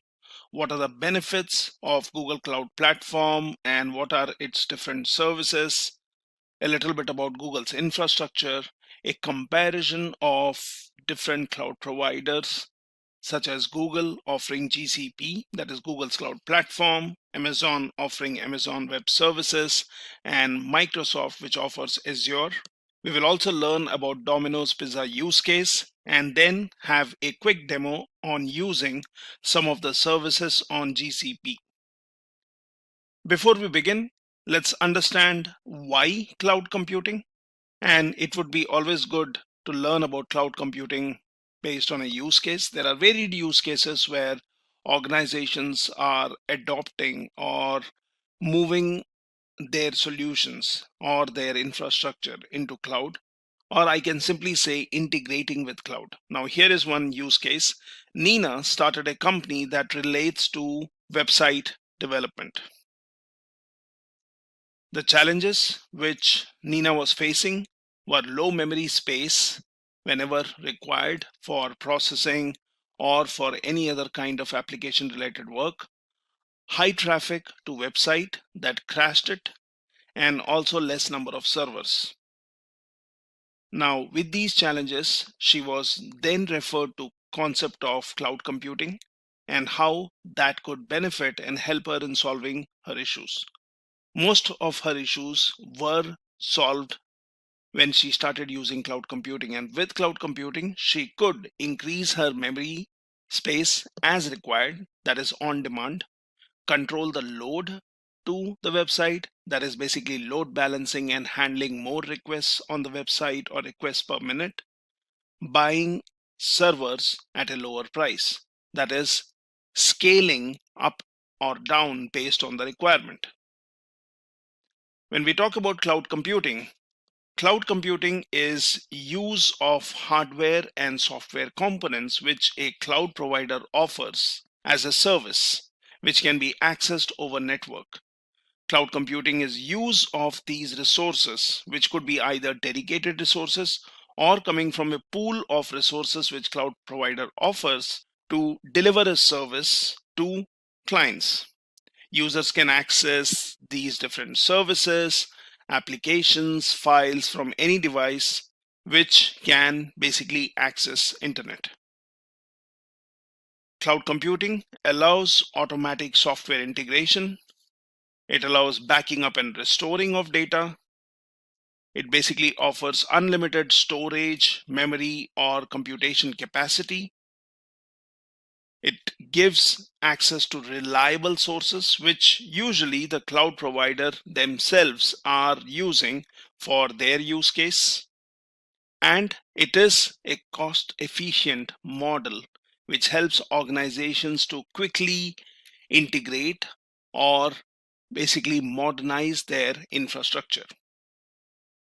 Cloud computing is usually used with IT or within IT space, wherein there are 5 traits.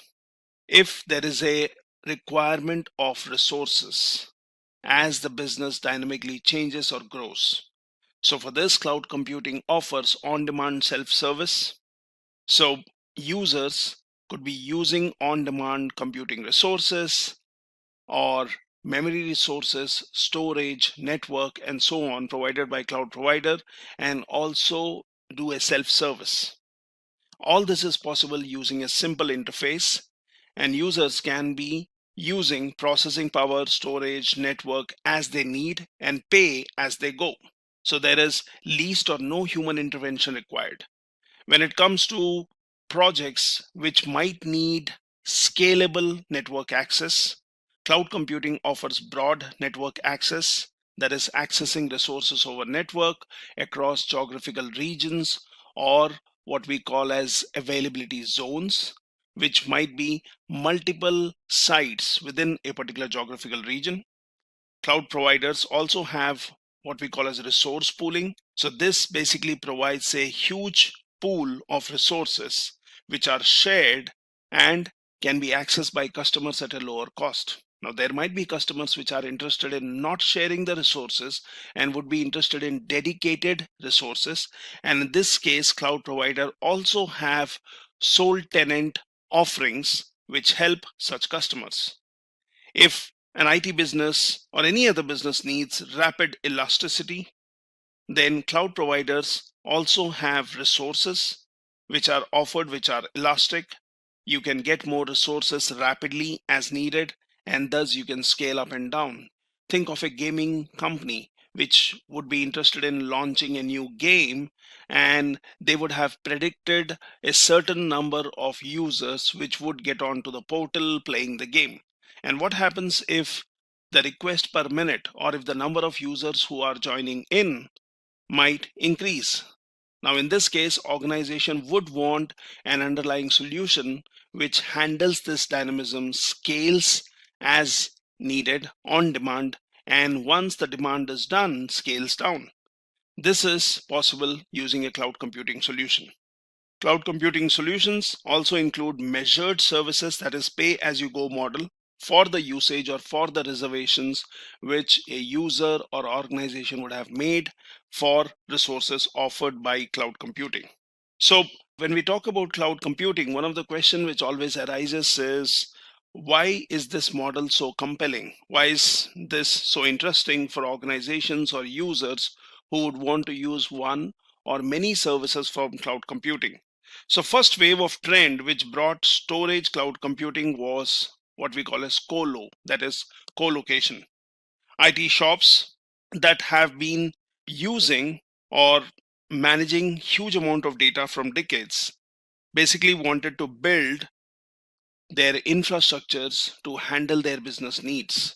Now, instead of building costlier data centers, they would rent space or share facilities, and this was being done by organizations even in past. Thus, they would free up the capital for other use cases. Now, this was more of user configured, managed, and maintained by them. Later, organizations started thinking of virtualization. So that was again user configured, but provider managed and maintained. So components of a virtualized data center matched that of a physical data center, and organizations would have virtual devices separately managed from underlying devices. Then later came container-based architectures, or basically automated services.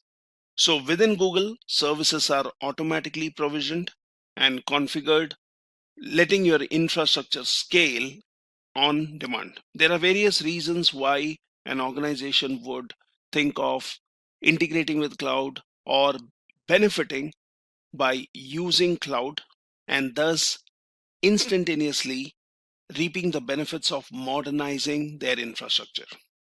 Now, few famous cloud providers are here. So you have Amazon, which offers Amazon Web Services and a huge list of services which come in with this. You have Microsoft's Azure, you have Oracle's cloud, you have SAP's cloud solutions, GCP, which is offered by Google, Salesforce, and so on. There are many other small players which are also providing different services which are cloud-based, or organizations which are partnering with these main cloud providers, thus offering cloud services to their customers. When we talk about why Google Cloud Platform, there are various reasons why someone would choose Google Cloud Platform. GCP has better pricing compared to its competitors. When it comes to speed and performance, it is very fast and increases the performance of the project. Live migration of apps, and there are huge number of solutions which I will show you further in further screens, which help an organization to adopt to a cloud platform and integrate with cloud platform, or even completely migrate into a cloud platform. None of Google's competitors provide live migration of apps. When we talk about big data, AI, machine learning kind of solutions, GCP provides a lot of innovative solutions in comparison to other cloud providers such as AWS, Azure, and so on. So what is Google Cloud Platform? It is a set of cloud computing services provided by Google that runs on the same infrastructure that Google uses to and for its end user products like YouTube, Gmail, and so on. Let's learn about benefits of Google Cloud Platform, such as high productivity, working from anywhere, quick collaboration, high security, fewer data stored on vulnerable devices, reliable resources which can be used across organization, across geographical regions, across countries, very flexible, which allows organizations to scale up and down as the demand rises or as the demand declines, and cost-effective solutions for various use cases. These are some of the benefits.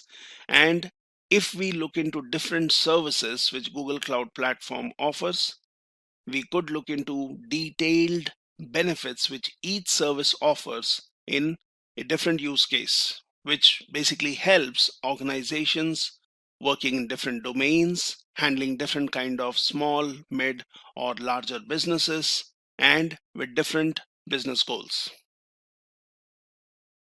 When we talk about Google Cloud Platform services, here is a list of services, or I could say high-level domains or categories of services.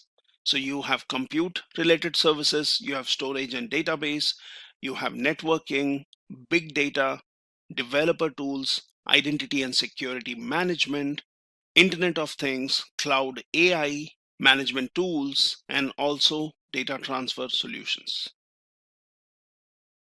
When we talk about Google's infrastructure, Google has one of the most powerful infrastructure in the world.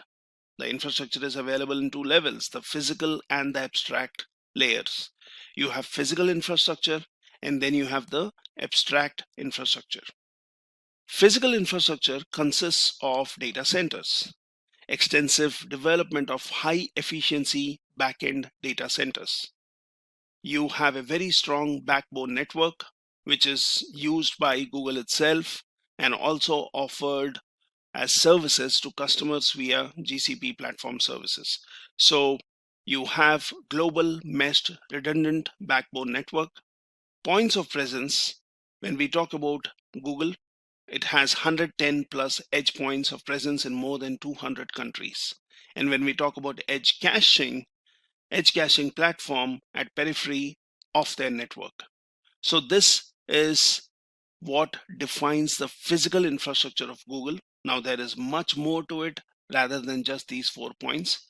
When we talk about abstract infrastructure, that is divided in global, regions, and zones. When we talk about zone, a zone is roughly equivalent to a data center and a single point of failure. So you could have your compute engine, which is within a zone, or you could say compute engine is a zonal resource. You have regions, which are geographical areas which contain multiple zones. So you could have a region for US Central or Europe Central, Europe West, and so on. And within a region, you would have one or multiple zones, and zones basically would allow high availability of resources. So you have cloud load balancer as an example, which is regional resource. Then you have global resources, and they are available and shared across the planet. So you have various global resources such as network, which could be even your IP addresses and so on. Now let's do a quick comparison of AWS vs Azure vs GCP, and let's look at what each cloud provider offers. Later we will also look into different services in detail when it comes to Google Cloud Platform, what each service does, what you can benefit from, which service should you use in what case. We will learn about those in later slides. If I compare your different cloud providers, when we talk about Amazon and its cloud offerings, that is Amazon Web Services or AWS as we well know it, Amazon Web Services has 69 availability zones within 22 geographical locations, and soon it will have 12 more in future. So this number keeps growing based on the spread of the services which a particular cloud provider offers. Here we are talking about availability zone specific information. When we talk about Microsoft's Azure, it has 54 regions worldwide and is available in 140 countries across the globe. When we talk about Google Cloud Platform is available in 200 plus countries across the globe. When we talk about virtual servers, Amazon's EC2, that is Elastic Compute Cloud, it is a web service which basically helps to resize your compute capacity where you can run your application programs on a virtual machine. So using EC2 service, you could launch virtual instances that could have any distribution of Linux, Windows, You could have different specifications when it comes to RAM or CPU cores or disk. You could also decide on what kind of storage a particular instance should use, whether the storage should be local to the instance or whether that should be an elastic file system or even an object storage. When it comes to Azure or Microsoft's offering, Azure Virtual Machine, that is infrastructure as a service, gives a user the ability to deploy and manage a virtual environment inside a virtual network on the cloud. And this virtual network on the cloud would be managed by cloud provider. Google Cloud, or the offerings from Google Cloud Platform, that is GCP VM instances, enables users to build, deploy, and manage virtual machines in order to run different kind of workloads on the cloud. Now, when we talk about compute engine, here it would be good to discuss a little bit more about compute engine and what are the different options which Google Cloud offers. So when you talk about your compute engine, you have scalable, high-performance virtual machines. Compute Engine delivers configurable virtual machines which run in Google's data center with access to high-performance networking infrastructure and block storage. And you could select VMs for your needs. That could be general purpose or workload optimized. And when we talk about workload optimized, you have predefined machines or you have custom machine sizes. You can integrate compute with other Google Cloud services such as AI or ML and go for your data analytics. You have, when we talk about your GCP VM instances, just to expand on that, you have general purpose instances, which we call as N2, which provide a balance between price and performance, and they are well suited for most workloads, including line of business applications, web servers, and databases. Google Cloud also offers compute optimized instances, which we call as C2 instances, which offer consistent high-end virtual CPU performance, which are good for AAA gaming, EDA, HPC, and other applications. Now, when we talk about compute optimized or general purpose, how would we leave memory optimized instances? Those are M2 machines, which Google offers. So these offer highest amount of memory. These VMs are well suited for in-memory databases such as SAP HANA, real-time analytics, and in-memory caches. So if I would summarize this, when we talk about different instances, AWS also offers different kind of instances which are memory or compute or disk optimized. You have general purpose, and each category of machines has a different pricing model. You can always go to an AWS website, look for the pricing models, and that will give you an idea of on-demand instances or dedicated instances, reserved instances, and so on. Similarly, if you talk about Google Cloud also has instances with various options, which become the key features of why customers would choose Google Cloud Platform, such as live migration for VMs.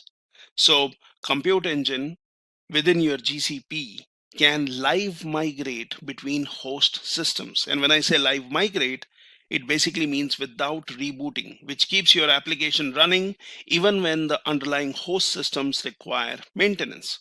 You also have preemptible virtual machines, wherein you can run batch jobs and fault-tolerant workloads on preemptible VMs to reduce your virtual CPU and memory cost by up to 80% while getting the same performance. So these are your preemptive or preemptible virtual machines. The only demerit is these can give you a really cost-efficient resource usage, however, can be taken off the shelf anytime. And that's why we call them preemptible virtual machines. You also have sole tenant nodes, which are physical compute engine servers dedicated explicitly or exclusively for users' use case. And when we talk about sole tenant nodes, these are usually good when you are dealing with or when you're working with your applications, which we call as bring your own license applications. So sole tenant nodes give you access to same machine types and virtual machine config options as regular compute instances. So there are different options which Google Cloud offers when it comes to these instances which we are talking about, and it takes care of different use cases in comparison to other cloud providers which are also offering these services, such as you can have predefined machine types, you can have custom machine types, preemptible VMs, as I said, live migration of VMs. You can use persistent disks, which could give you durable high performance block storage. You have local SSDs. You also have GPU accelerators, which can be added to accelerate computational intensive workloads such as machine learning, simulation, medical analysis, and so on. And you have features such as global load balancing, which makes Google Cloud a unique choice. When we talk about platform as a service, Amazon has platform as a service offering, which we call as Elastic Beanstalk. Among one of its services, it's an orchestration service for deploying applications and helping in maintaining these applications. Azure Cloud Service provides a platform to write the user application code without worrying about the hardware resources. Google App Engine is a service used by developers for building and hosting applications on Google's data centers. When we talk about serverless computing, so Amazon's AWS Lambda is a serverless compute service. It is used to execute backend code and scales automatically when required. When we talk about Azure, you have something called as functions, which allow users to build applications using serverless simple functions with a programming language of their choice. When we talk about Google Cloud, GCP has cloud functions, which is easiest way to run your code in the cloud, and it is highly available and fault tolerant. So in these days, when we are talking about microservices architecture, which organizations are preferring, when we are talking about organizations which can scale, which can dynamically change their underlying architecture, organizations would be interested in serverless computing, where they do not have to have a infrastructure set up, planned in advance before going for their use case. And this is where monolithic applications are really not a preferred choice. A lot of organizations are decomposing their applications into microservices based on business capability or decomposing based on subdomains. We can learn about microservices architecture later, but just to know that serverless computing, which basically helps any organization, if, for example, if you have a web application that receives non-linear traffic and you cannot keep an eye on your server always, it would be good to have someone to auto scale your application. Serverless is basically a computing model where cloud service provider is responsible for managing the piece of code without the developer having to bother about infrastructure setup, management, maintenance, and so on. Now, when we talk about applications being serverless or benefiting from serverless computing, one of the key things would be zero administration, so deploying application without any provisioning and management. Auto scaling capability, that is, let the service provider worry about scaling the application up and down. You have pay per use model, which any customer would want to benefit from, that is, pay only for the resources that you have used or that you are continuing to use, right? Shorten the time between idea implementation and deployment, and this is something which any organization would want, that you would want a faster bring to the market solution timeline in comparison to getting entangled with deployment, management, and maintenance of your underlying infrastructure when your applications are facing a high demand. So when we talk about serverless, it is a function as a service, because each part of your application is divided as functions and can be hosted over multiple service providers. You have serverless apps, which are usually divided as separate units or functions based on functionalities or domains and so on. So serverless computing is gaining quite popularity these days in comparison to the traditional three-tier architecture, where you had a presentation layer, you had an application layer, you had a database layer. Now that kind of infrastructure is not really preferred in today's modern times when organizations are working on different kind of newer applications. When we talk about object storage, Amazon has simple storage service, that is S3. It provides object storage, which is built for storing and recovering information or data from anywhere over the internet. Azure comes up with blob storage, that is binary large objects storage, offers large amount of storage and scalability. It stores the object in the tiers and depending on how often the data is being accessed. Now same thing applies to even S3, which is from Amazon. So S3 also has different kind of storage classes which can be selected when a user or an organization intends to use a storage service. And when I speak about storage classes, it basically means having a frequent access storage or a infrequent access storage, or what we call as just an archival solution. Google Cloud has cloud storage and it provides unified object storage for live or archived data. This service is used to store and access data on GCP infrastructure. When it comes to advantages, Amazon Web Services has enterprise-friendly services, easy access to resources, increase in speed and agility, and that too on demand, and takes care of your security and reliability of resources which are offered. When it comes to Azure, it has better development operations, strong security profile, provides a lot of cost-effective solutions, and operation execution friendly. When we talk about Google Cloud, one of the key features here is better pricing than competitors, live migration of virtual machines, which really interests a lot of organizations would want to modernize their infrastructure without having any kind of disruption in their existing services, improved performance, redundant backups, and so on. When it comes to disadvantages, in AWS, you have limitations when it comes to EC2 service. Well, there are different options in the kind of machines which you can choose, which you can work on. You have a technical support fee, which is incurred, network connectivity, and then also downtime, which might be in case when you're migrating. Azure, it has different code base for cloud and premise. Platform as a service ecosystem is not really as efficient as infrastructure as a service. Poor management of GUI and tools, integrated backup. When we talk about Google Cloud, support fee is quite hefty. It depends on what kind of solution or support you would or organization would be interested in. It has a complex pricing schema, although it has different use cases for which any user or any organization can benefit from. Downloading data from Google Cloud Services is an expensive option.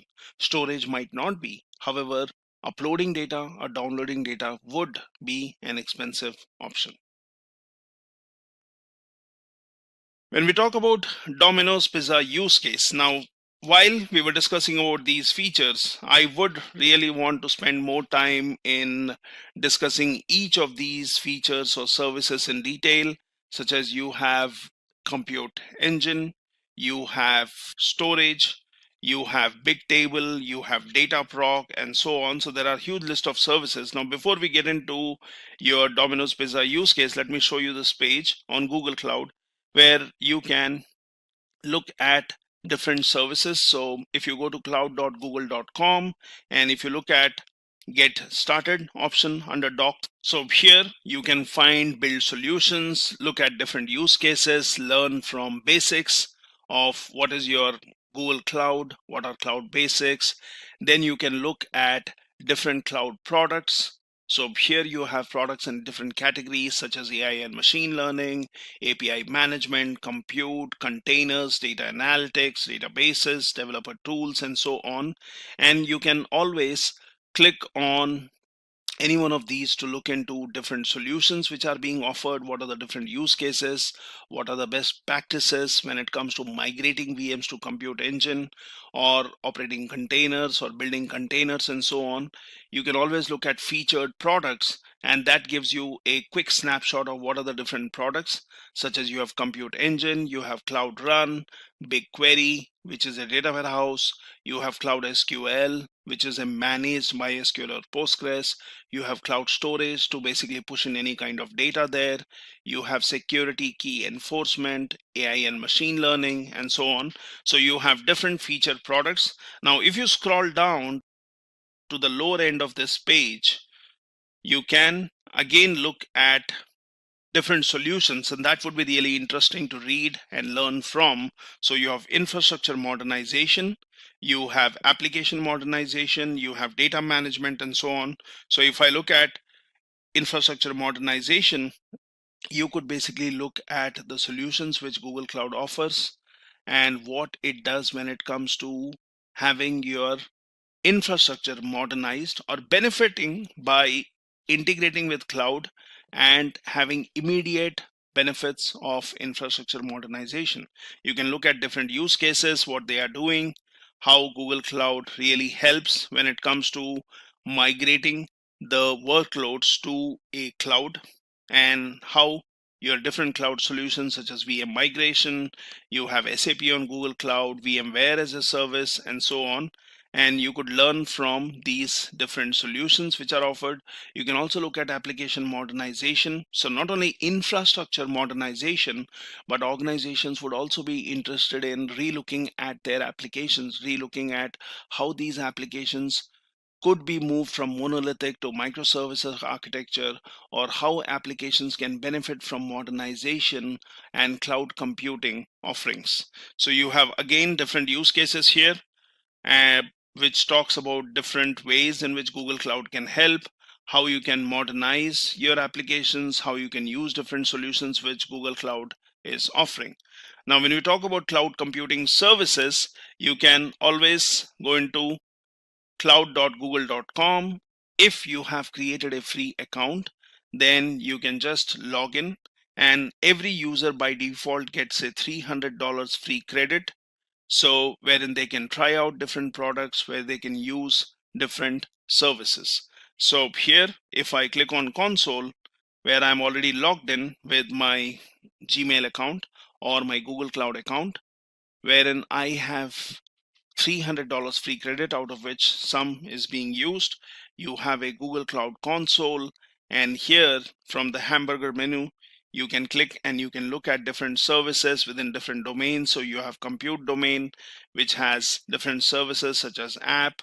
You have compute engine, and that basically allows you to use your VM instances, which we were talking about previous slides, different instance groups, create your templates, use sole tenant nodes, create snapshots or backup of your data, use different zones. You can go for Kubernetes, which is containerized based engine. You have cloud functions, you have cloud run, and then you have storage related different options such as Bigtable, you have data store, Firestore, file store, storage, and so on.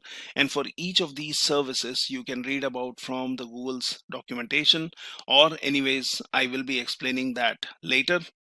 You can also look at networking related, operation related, and other tools which are offered by Google Cloud. So these are huge list of services which Google Cloud Platform offers in different ways for different use cases.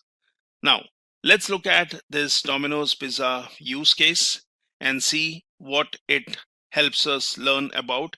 So you can always access this page by going to this link which talks about customers, and then which shows you different use cases. So Domino's increasing monthly revenue by 6% with Google Analytics Premium, Google Tag Manager, and Google BigQuery. So this is basically when Domino's started using GCP and what was the result of that. Now let's look further into this. So we all know that Domino is most popular pizza delivery chain operating across the globe. But how was that possible? Let's take a look. So the challenges were they wanted to integrate marketing measurement across various devices, connecting CRM and digital data to create a clear view of customer behavior, to make cross-channel marketing performance analysis easy and efficient. Now, for these challenges which Domino's was facing, the solution was using Google Analytics Premium, Google Tag Manager, and BigQuery, which were used to integrate digital data sources and CRM data. Reporting was made easier and more efficient by implementing Google Analytics Premium because it had the ability to access a single Google Analytics account to evaluate web and app performance. By using the new Google Tag Manager implementation, Domino's were able to act fast. They were able to connect CRM data with digital analytics, which basically provided Domino with greater visibility on customer behavior. What was the result? There was an immediate 6% increase in monthly revenue, 80% of costs in ad serving and operations were saved, increases agility with streamlined tag management.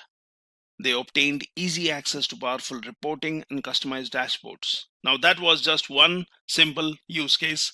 Before we go on to hands-on, we can also talk a little bit back about the services which Google Cloud offers, as we discussed, and some of these services which can really make you think, why not Google Cloud Platform?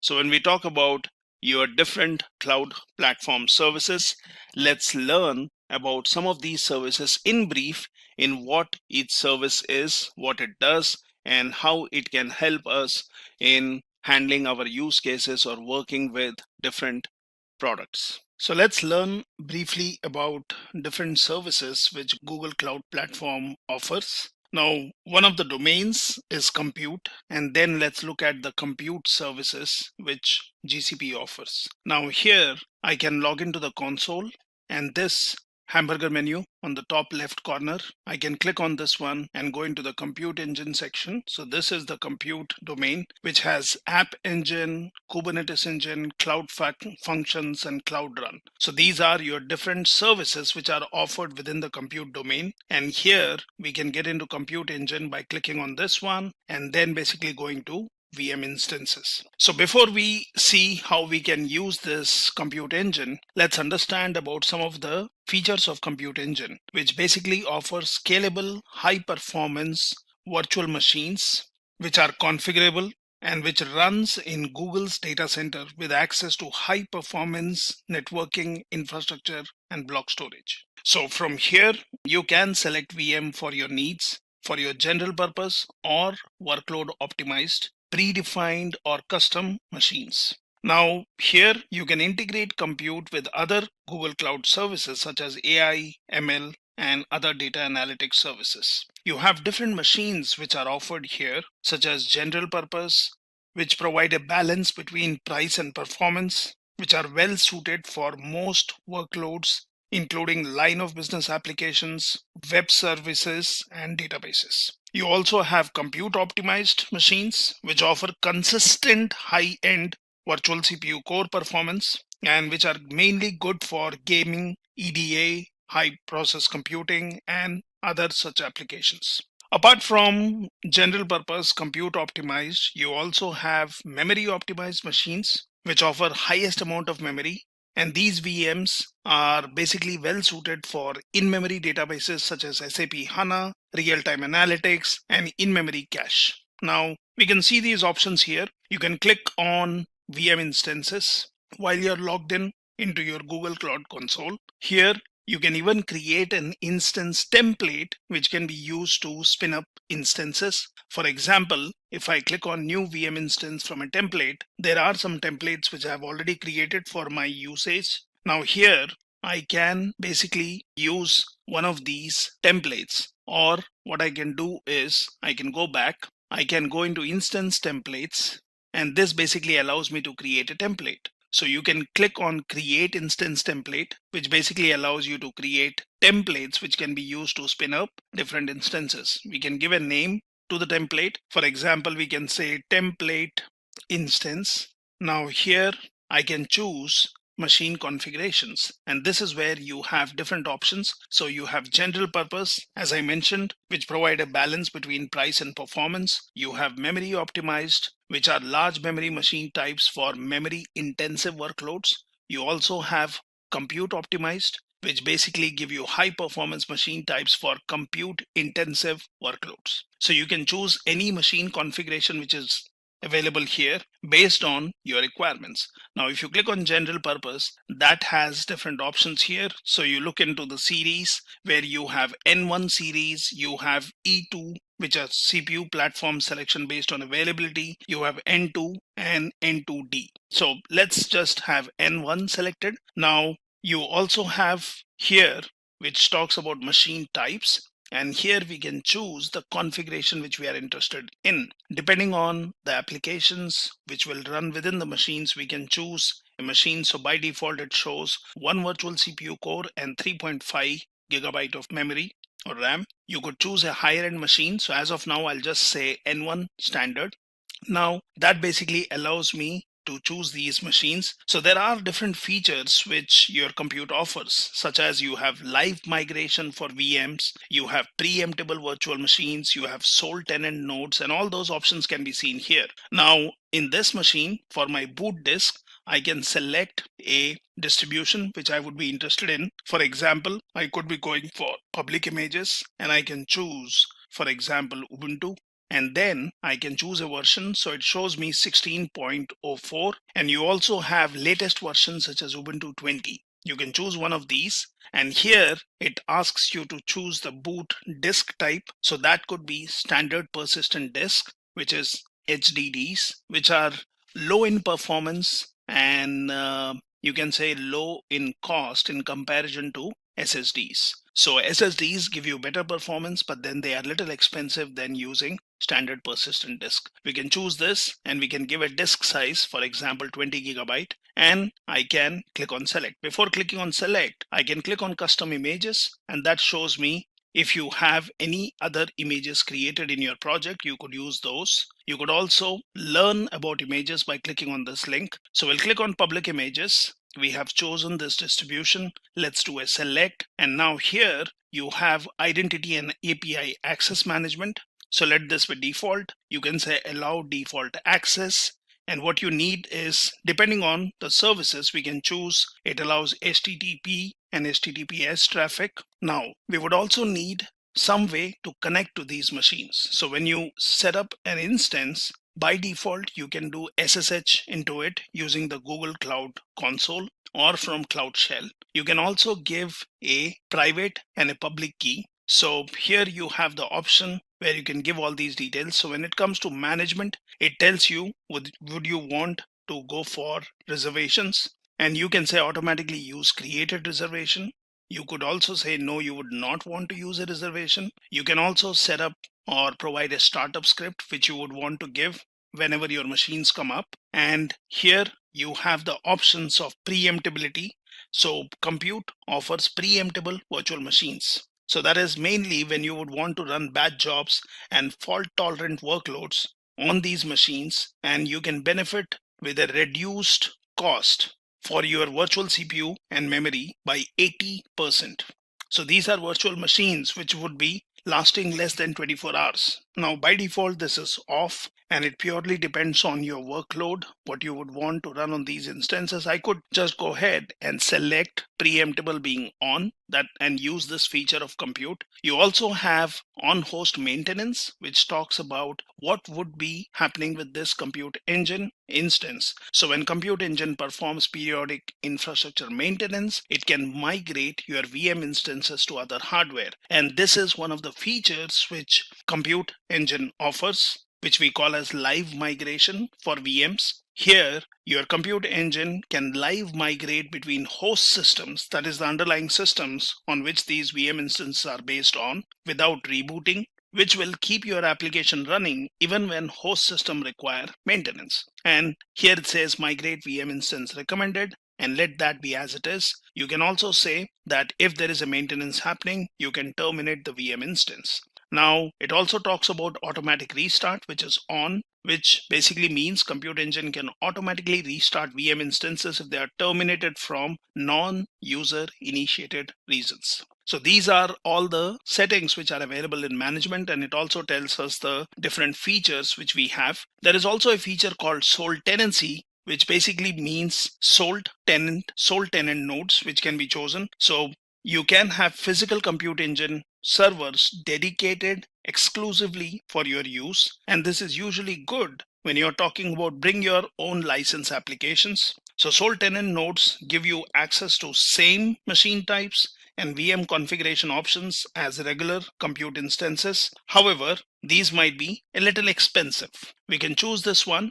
We can also look into networking, which basically shows the default setup, which goes for auto subnet. You can also choose a particular IP if that is required, but that would cost more. You can click on disks, which talk about what do you want to do with the boot disk when the instance is deleted, what is the encryption mechanism you would want to use. And here, finally, you have security. So basically, as I said, you can SSH into instance using the Cloud Console option, and you can also provide a public SSH key. So one way of doing that, if you intend to use an external SSH client such as PuTTY to connect, you can create a key.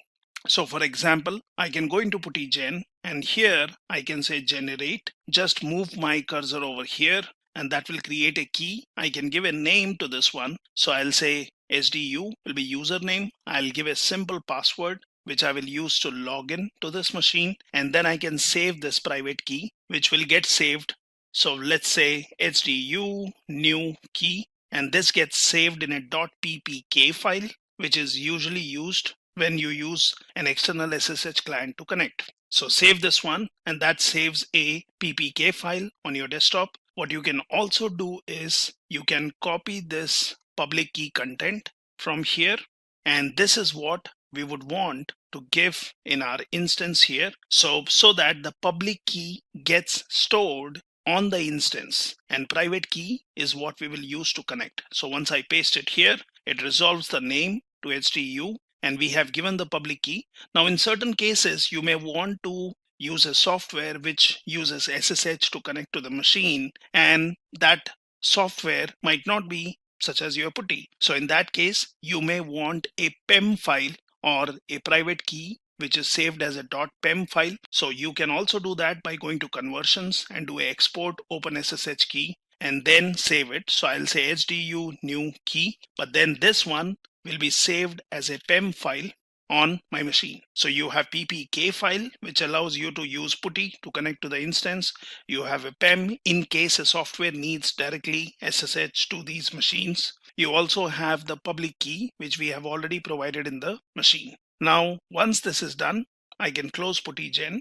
I can go back to this page where I'm creating an instance template, and then I can just click on create. So this has created an instance template, which I can use to spin up my instances, any number of instances using the same template. Only thing which I would have to do is change the region where I would want the instance to run. So now that we have created instance, and that's this one, the third option, I can go back to VM instances. Now I can click on create, and here I can either create an instance from scratch by giving all the details again, or I can just use my template. So I can click on new VM instance from a template, choose my template, click on continue. And once this is done, I can give my instance name. So let's say C1. I can choose the region. So I will choose Frankfurt, and then rest everything is auto populated based on the template what you have given, and you click on create. Now this basically allows you to spin up an instance, and you can create any number of instances using your template. You could have already created a new instance right from scratch. Now once the instance is created, this has a public IP and a private IP. Private IP will not change unless you would want to set up a new machine, but public IP will change every time you stop and start the machine. Now this is what we need to connect to this machine. I can also do a SSH from here by doing this and open in a browser window. Let's click on this. So this is an internal way of connecting to your instance using SSH. Let's wait, because it would be transferring the SSH keys to the VM. it establishes a connection and I'm connected to my machine. What we can easily do is to confirm if we are in the right machine. We can just do a ls to look at the file system. What we can also do is we can basically log in as root by doing a sudo su, and that allows you to get into the machine as root. And from here, I can switch to HDU user, which will have a .ssh directory in home, and that basically has authorized keys. And if we would want to see if this one contains my public key, I can just do a cat .ssh and then look into authorized keys, and this shows me the public key which we had initially added to our instance. So this confirms that we are logged into the machine which we created. Now I can close this, and what I can also do is I can copy this public IP. So let's do a copy to clipboard.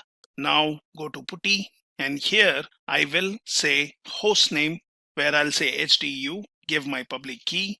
I'll click on SSH, and in SSH I'll go to authentication. Now here we need to give our PPK file. So the PPK file was HDU new key. Select this one, come back here, come to the session, give it a name, for example C1, save it, and then you can just say open and say yes, and you are logged in to your machine. Now once you're logged in, you can always do a -SSH, and that shows you the file. So this is how you have just used the compute engine to spin up an instance, but we used a template which basically allowed me to create this instance, and then I can connect to this instance, and then I can start working on this. So when we talk about features of compute engine, it has predefined machine types as we saw.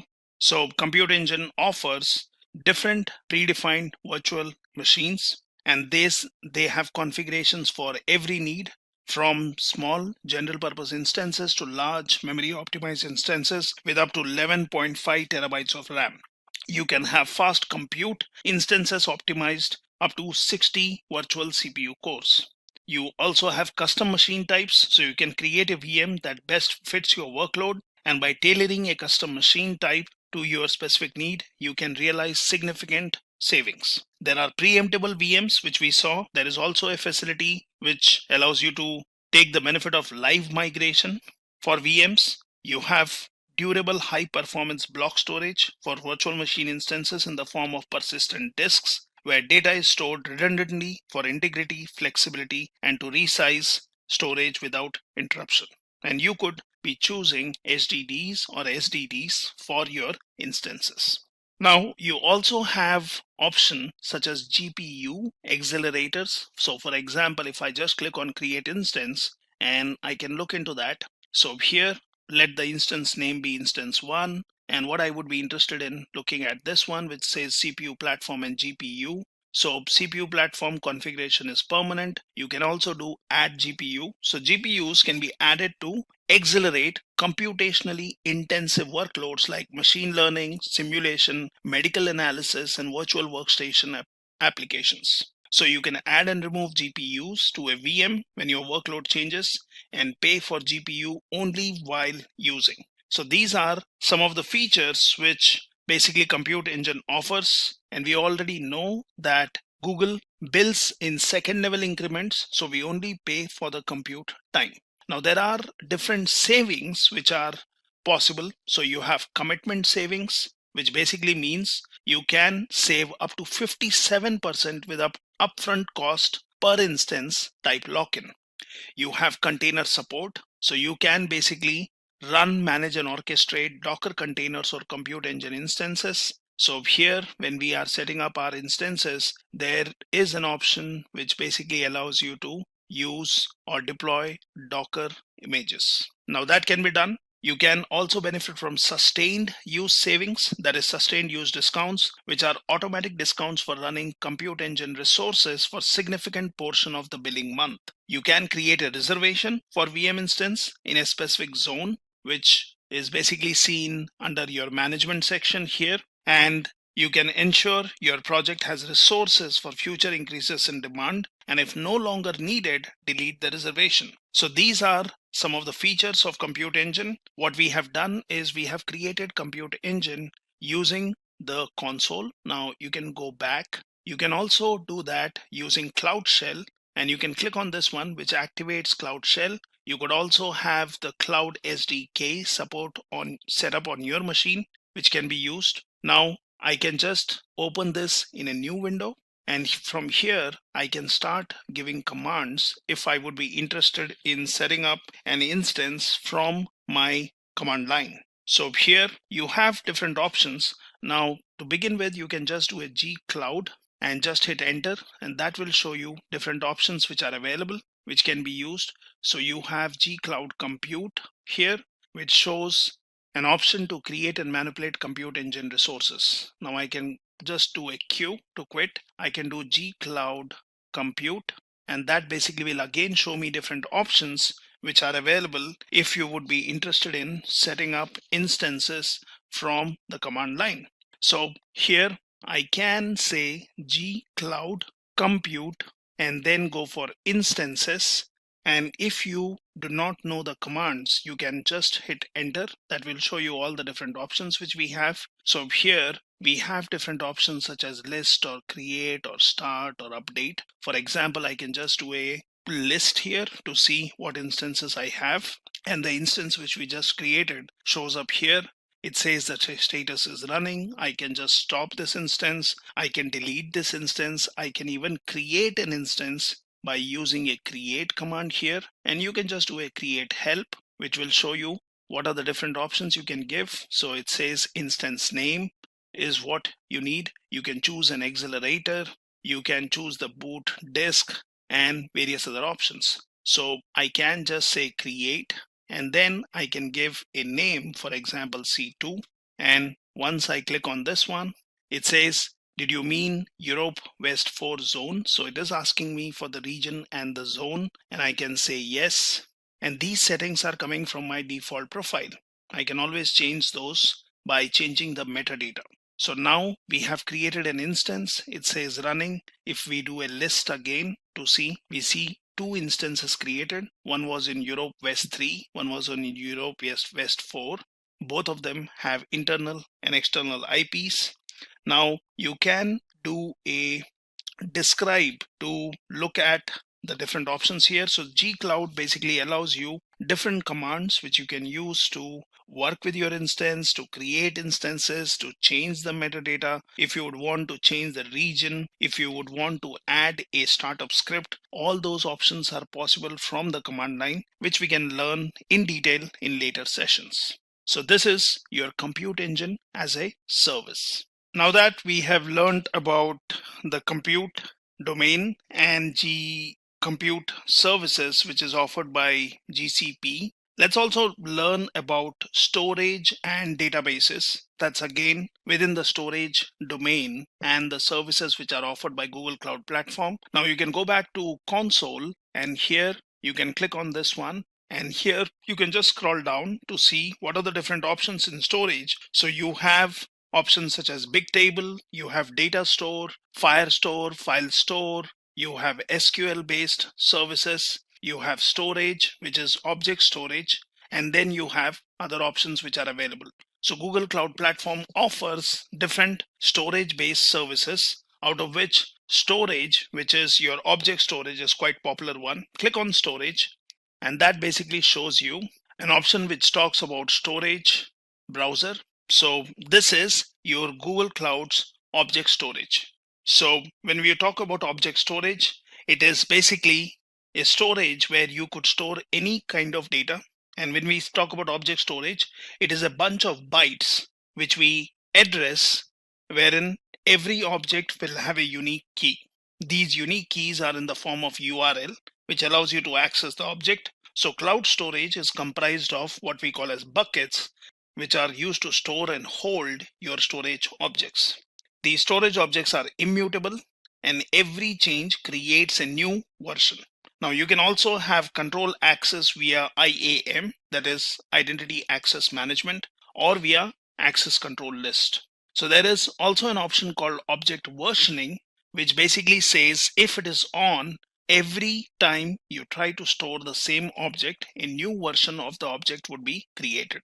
Otherwise, newer option will override old one, as we cannot archive the old version. So let's see how we work with this object storage. So here you can click on create bucket. Now once you click on create bucket, it needs a name. So let's say test bucket. And here I can just give say number 1. So that says this is the name of my bucket. Now I can directly click on continue, or it would be good to look at different options which are available here. So when you click on choose where to store your data, so it already gives me an option. It says the bucket name is already taken. So let me give it a unique name. So let's say test buck, and let's call it AUA. So that should be unique. Now here it says choose where to store your data. So this one gives you location type. So you can have region specific buckets which give you lowest latency, that is fastest response time within a single region. However, it does not make your storage highly available.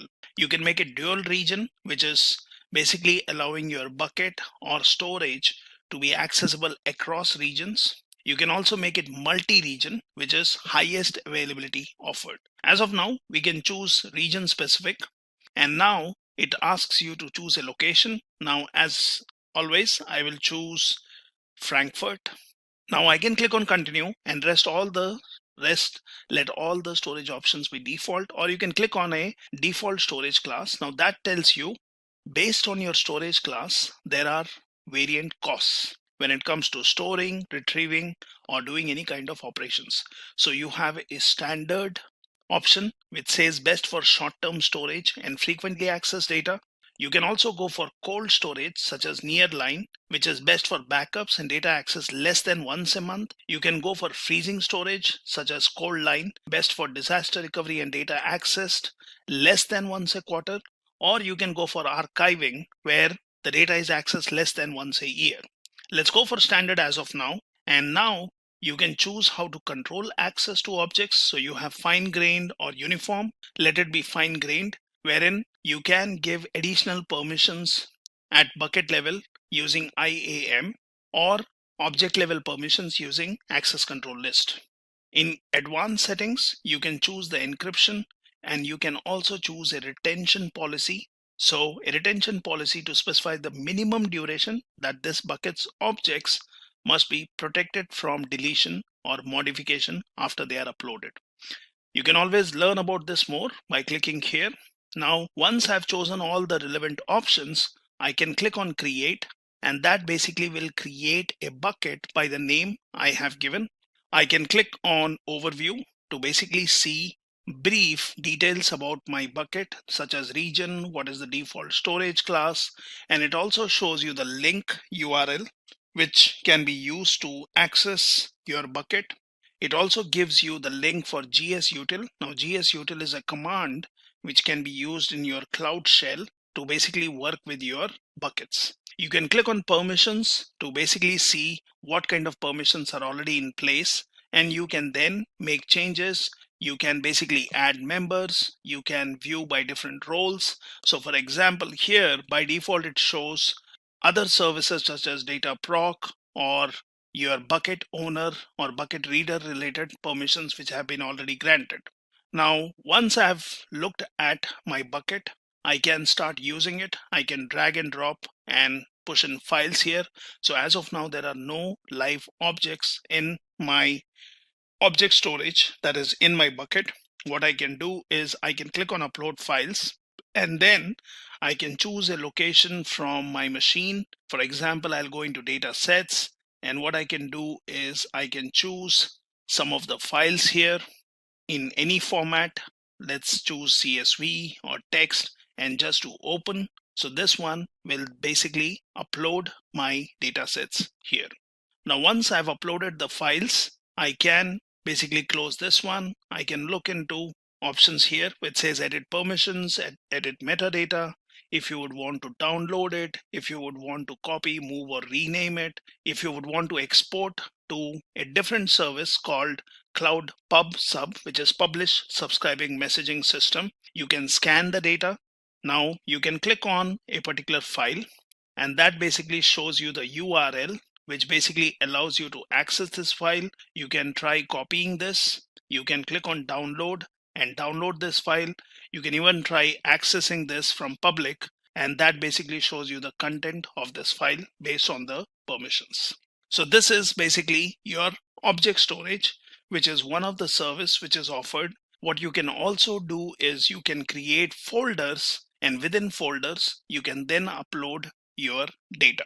So this is your Google Cloud storage option, which is for your object storage. That is, you can add different items, you can give different permissions, and you can use this Google Cloud Platform's storage service offering. Now you also have other options such as Bigtable, and we can go into that by clicking here and click on Bigtable.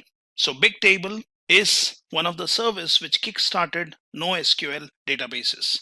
Today in market, we see different NoSQL databases such as Cassandra, HBase, MongoDB, CouchDB, Neo4j, and many others. So you can basically use Bigtable, which was the pioneer when it comes to your NoSQL databases, or not only SQL databases. So the problem initially faced by Google was that the web indexes behind search engine were taking too long to build. So company wanted to build database that would provide real-time access to petabytes of data. And that's where Bigtable began.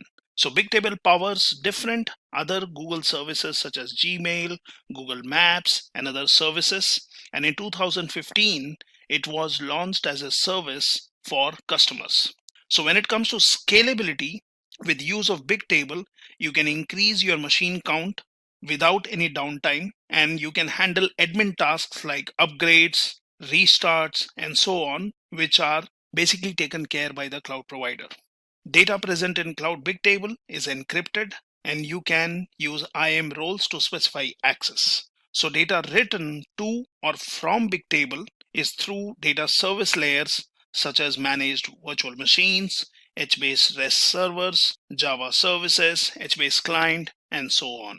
Here, if I would want to use Bigtable, I can click on Create Instance, and that basically tells me Cloud Bigtable Instance is a container for your clusters. Now here you can give an instance name. So for example, I will say AUA and then say, for example, test, and let's say Bigtable. So that will be the name of instance. This will be permanent. You can choose the storage type. Again, you can go for lower latency, more rows read per second, typically used for real-time serving use cases, or you can go for SDDs, which have higher latency for random reads, good performance on scans, and typically used for batch analytics. So let's go for SSDs as of now. Here you have cluster ID, which is auto-populated.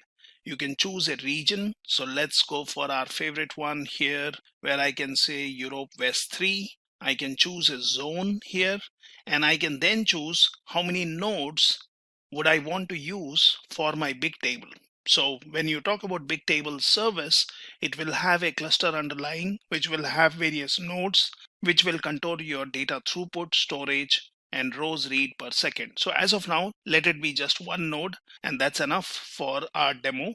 When we talk about performance, it basically tells you based on the current node and storage type, it tells you how many reads can happen at milliseconds. So it says 10,000 rows per second at 6 milliseconds.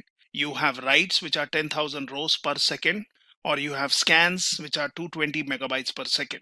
Storage, which is taken care here, would be 2.5 terabytes, and I can then basically click on create. Now there is also some option called replication guidance, which basically says replication for Cloud Table Bigtable copies your data across multiple regions, enabling you to isolate workload and increase the availability and durability of your data. Depending on your use case, you can have Bigtable, which can be used to have your data across regions. Now you can click on create with all your specifications chosen, and that's going to set up a cluster, or you can say a fully managed NoSQL database, which will give you low latency and replication for high availability. Now, once we have a new instance, you can connect to it with the CBT command line tool. And for instructions, you can click on learn more here. You can just click on this instance ID to see the details again if you would want to look into your Bigtable setup. So it tells me here that we have one instance, what is the CPU utilization time, how many rows were read or written, what is the throughput, and this is auto-populated based on your usage. You can click on monitoring, and that basically will give you different widgets which will display information for your CPU utilization, what is your hottest node, depending on how many nodes you have, system errors, automatic failovers, storage utilization, and so on. You can click on Key Visualizer, which will allow you to look into your table if you have already created some data here, and you can click on tables to see how many tables you have added here. So that's in brief about your big tables, which is one thing which we need to remember is it's not good for all use cases. So should be used for low latency access, that is fast access, and good if at least data is greater than 1 terabyte. For smaller amount of data, the overhead is too high. So big tables performance will suffer if you store individual elements larger than 10 megabytes. If you want to store bigger objects such as images, video files, then go for object storage, and that would be a better option. So always remember, Bigtable is not a relational database. It's a NoSQL database. And when you talk about multi-row transactions or online transaction processing, Bigtable is not the right choice. So it can be used for wide range of applications, especially when you talk about your OLAP, that is online analytical processing. So it is designed to store key value pairs, and there can be different use cases. So for example, if you're using something like Cloud Data Flow or Cloud Data Proc, where you would want MapReduce kind of operations, Bigtable can act as a good storage because it has very high throughput and scalability. And the best thing is that it supports HBase API, thus allowing easy integration with Apache, Hadoop, and Spark clusters, which you can bring up using one more service which Google Cloud Platform offers, which is called Cloud Data Proc. So Bigtable is good for real-time analytics.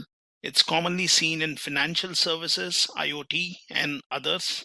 And if you are thinking of running interactive SQL, then Bigtable would not be the right choice, but the other choice would be BigQuery. You should also remember that this has a cluster running, and you would be charged if this cluster kept on running. So you have to be very careful in your free account when you're using such services. Now we have clicked on this one, so I can select this one, and basically I can look at the permissions, I can look at the labels, I can look at inherited permissions here. I can also click on my instance which we created, and either you can edit or you can just do a delete. So as of now, we will just delete this, which needs you to give in the name. So we'll say AUA test BT and then click on delete. So whenever you're trying out different services, the first approach should be setting up these different services, seeing how they work, basically trying connecting to them. And once you are satisfied with the initial test, then you can plan your actions and come back and use the service for a longer duration. Now that's your Bigtable, which is one of the offerings. We can go back into storage, and here you have other options which are available. So for example, we were in Bigtable. You also have an option such as Cloud Data Store. Now that's one more service which is offered by Google Cloud Platform when it comes to storage domain. So Google added software on top of Bigtable, which supports more than simple key value pairs. When you talk about secondary indexes, instead of just having one primary index, when you talk about asset properties for reliable transactions such as SQL query like language, so these features or these services were added to or on top of your Bigtable, which gave birth to a new service which was released as Cloud Data Store.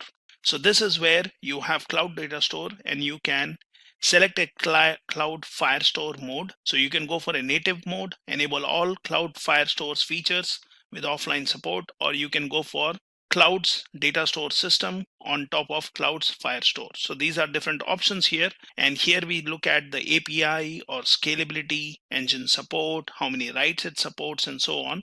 You can choose one of these. and then you can choose where to store your data. So for example, if I click on this one, then it asks me to choose a location. So it says the location of your database affect its cost, availability, and durability. Choose a regional location, lower write latency, lower cost, or multi-region location. Here I can basically choose, for example, Europe, and then I can go ahead and create a database.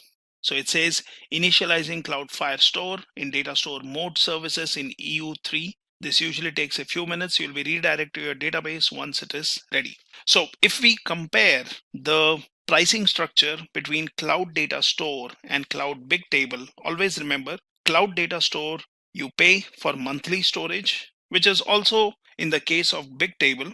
However, here you are paying for monthly storage for reads and writes.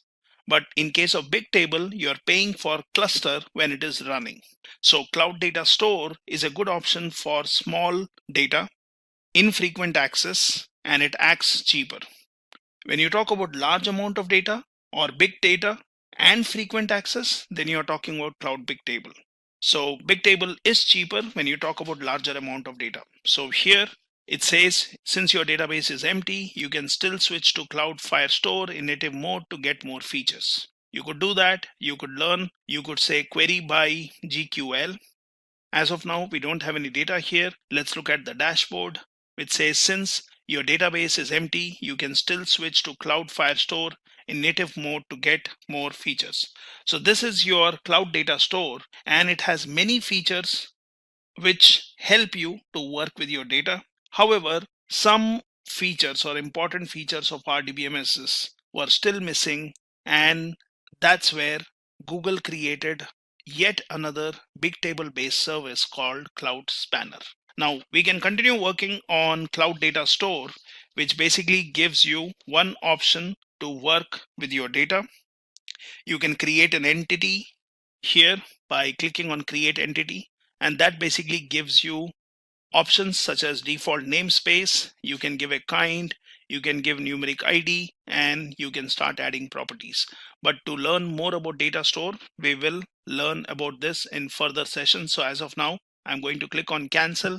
I'm going to go back to my data store, and this basically, let's go to data store option, or I can go into admin here, which basically says if you have entities, you can import or export them. So let's go back and let's again look into storage options. So as of now, we were in data store. Let's click on this one. So as I mentioned, your Cloud Data Store, which basically gives you some additional features on top of your Bigtable. But what Google also did was it realized that there was a need for RDBMS feature support. That is, there were a lot of features. Now here we have created a data store, and it says your database is ready to go. Just add data. You can create entities, start putting in data, and then you can go ahead and query this.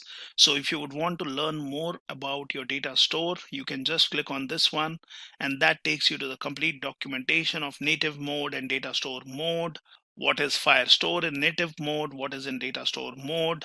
What are pricing and locations? How you choose a database mode? What are the feature comparisons, what you can do, what you are allowed to do here, what programming languages can be used, different regions, pricing, and so on. As of now, we'll click on this one, and let's look at one advanced service which Google Cloud came up with when it comes to your additional features of RDBMS. So Google created yet another Bigtable based service called Cloud Spanner. Now that you might not see here, but if you scroll down, you should be able to see your Cloud Spanner in the options here. Or did we miss it on the top? So let's again look here. Yeah, so it is here, and you can click on Spanner. So Cloud Spanner was released in 2017. It basically supports relational schema. So it offers strong consistency for all queries, which can be SQL based. You can have multi-region deployment.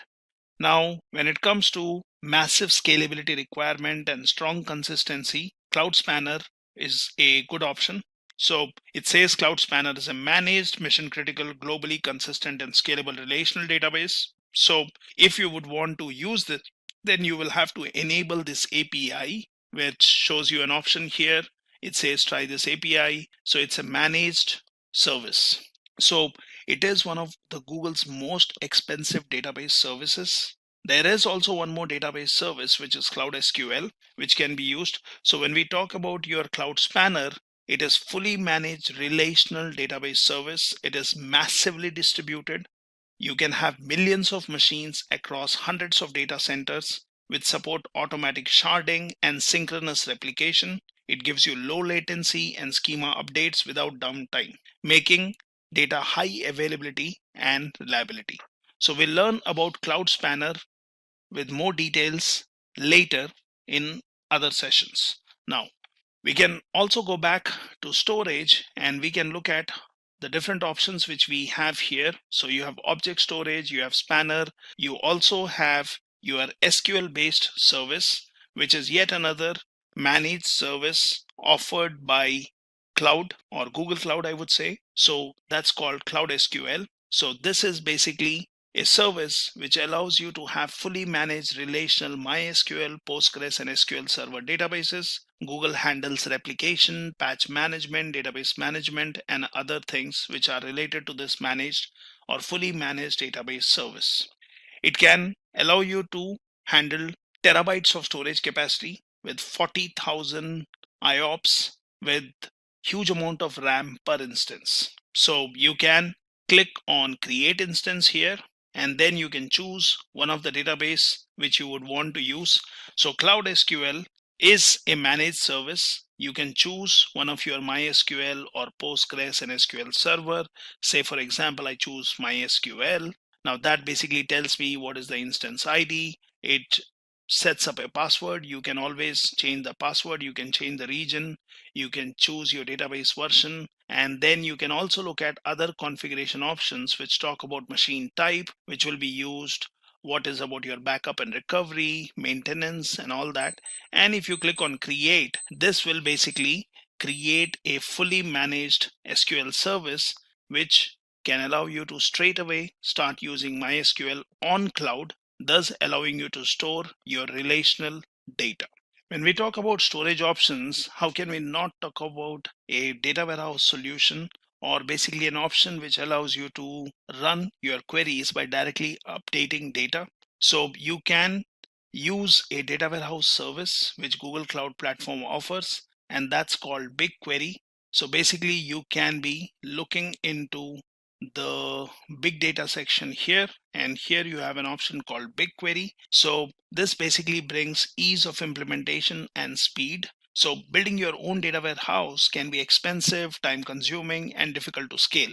So with BigQuery, you just load data and pay only for what you use. So when it comes to features, you have features such as capability to process billions of rows in seconds. And if you would want to do real-time analysis of streaming data, that is also possible here. So here we have clicked on BigQuery, which basically shows you the option where you can start typing your query and test your data access. For example, if I have uploaded some data, so it shows me there are some queries which are saved here. Now I can schedule a query. I can basically choose the format of a particular query by clicking on this more. Here I have an option which says add data. So I can pin it to a particular project. I can explore public data sets. I can create a connection. So if I click on explore public data sets, then it takes me to a page from where you can get different kind of data sets which are already available, which you can put into your BigQuery and start querying your data. By default, it shows that it is aligned to my project and I don't need to worry about it. I can look at saved queries if I have already saved a particular query. I can look at job history. I can look at transfers, scheduled queries, and reservations. So BigQuery basically initially had its own version of SQL, which was slightly different from standard SQL. But in 2016, BigQuery 2 was released that supports SQL 2011 standard. You can always select standard SQL. Now BigQuery, when it comes to pricing, we need to remember that the storage cost is very less here, approximately 0.02 cents per GB per month. It is almost similar to Nearline, where you can also have low cost, that is 0.01 cents per gigabyte per month. There is no charge for reading data from storage. When it comes to querying, and that's where the cost is incurred. So 1 terabyte per month is free, and after that it costs few cents per gigabyte. So this is mainly for high volume customers. There is a flat rate by pricing which can be used. So when you talk about querying, you can save your query results. You can create data set to store the results. Now results are put in a temp table in cache. And after you're done with that, you can delete data set and delete all the data. So when you talk about loading data into BigQuery, you can get the data from cloud storage, Google Drive, Cloud Data Store, Stack Driver, Stack Driver, other options. You have Cloud Bigtable or other web interfaces. So you can download from URL such as CSV, JSON, Avro. You can create dataset, create table, and create from source by doing a file upload. So 10 megabyte or less files can be uploaded using web interface. As an option, you can also use command line, and then you can start working with your BigQuery. So here you can also work with streaming data by basically pushing in streaming data into your BigQuery, which allows you to add one record at a time. Now you could use something like Cloud Data Flow, which allows you to use a particular pipeline. About Cloud Data Flow, we will learn later. So you can benefit from different features of BigQuery and thus use Google's offering to work on your structured data, or I would say data which suits well in data warehouses. Now, these are some of the storage related services which Google Cloud offers. Although we will learn about using BigQuery and running or uploading some data by creating add data set here, by say creating connection or using a public data set. So as of now, I have this. You can also access the command line to work with this, but we will learn in detail about BigQuery in later sessions. Now here you can scroll down and you also have an option within big data space, and that is your data proc. So when you talk about data proc, this is again a managed service which allows you to run Spark or Hadoop jobs. So especially if you are interested in big data workload.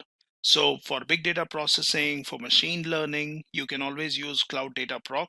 This uses compute engine instances under the hood, but takes care of management of these instances. So it's a layer on top to spin up clusters. It's a managed service. It's cheaper, pay when the jobs are running only.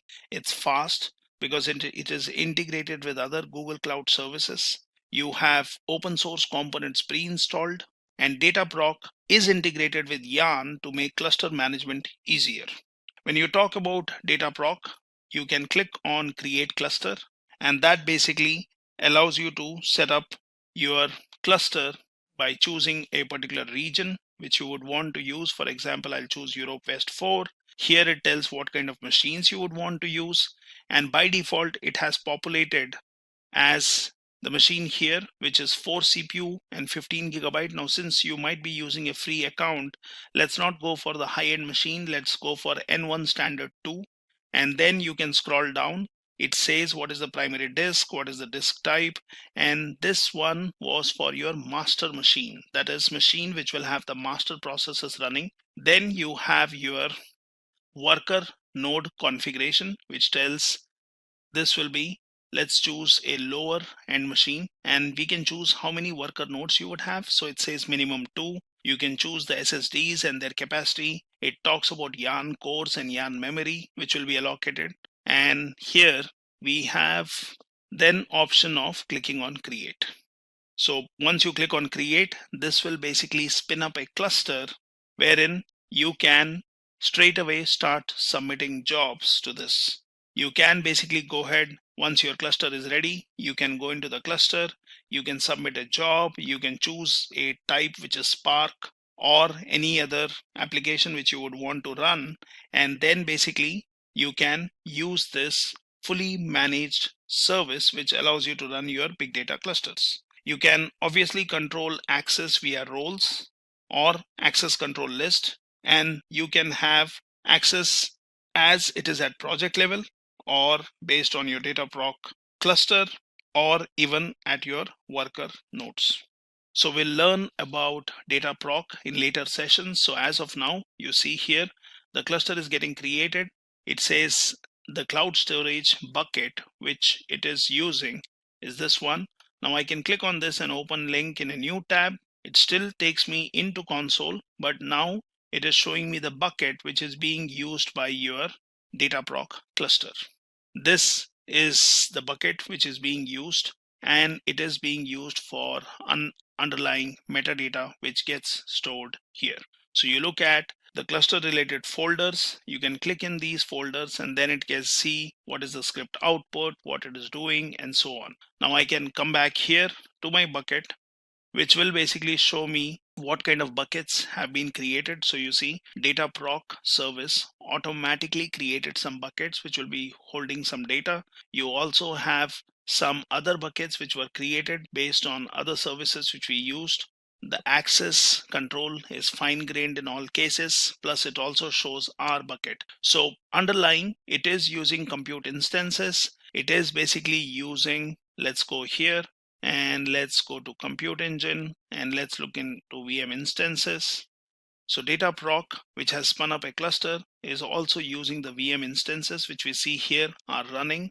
It is using the buckets and it has made a cluster ready to use. So you can click on this cluster and that shows me my cluster related details, if there are any jobs running, what are VM instances, what kind of configurations it has used, and you can look at different details here.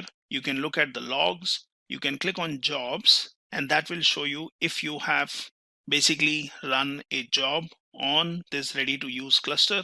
So it says there is this particular job which was run, which was a Spark job. You can click on submit, and this one tells you what is the job ID, what is the region you would choose. For example, we will again choose, for example, Europe West 4.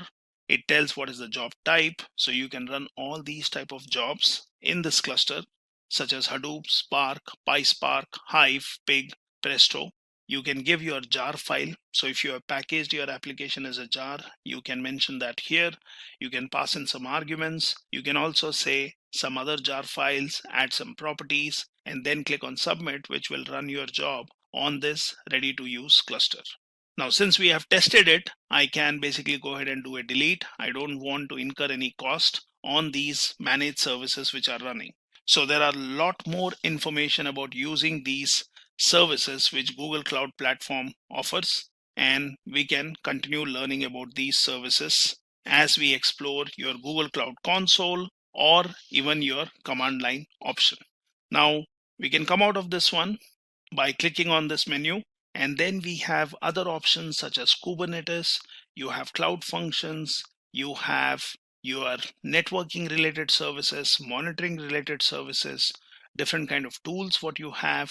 You have other big data specific services which you can learn about. And for each of these services, Google has a very good documentation available. For example, when you talk about publish subscribe messaging system, it is a real-time managed service, which basically is a pioneer which was used. And now you have a famous service such as Kafka, which is being used for your publish subscribing or messaging system kind of requirements.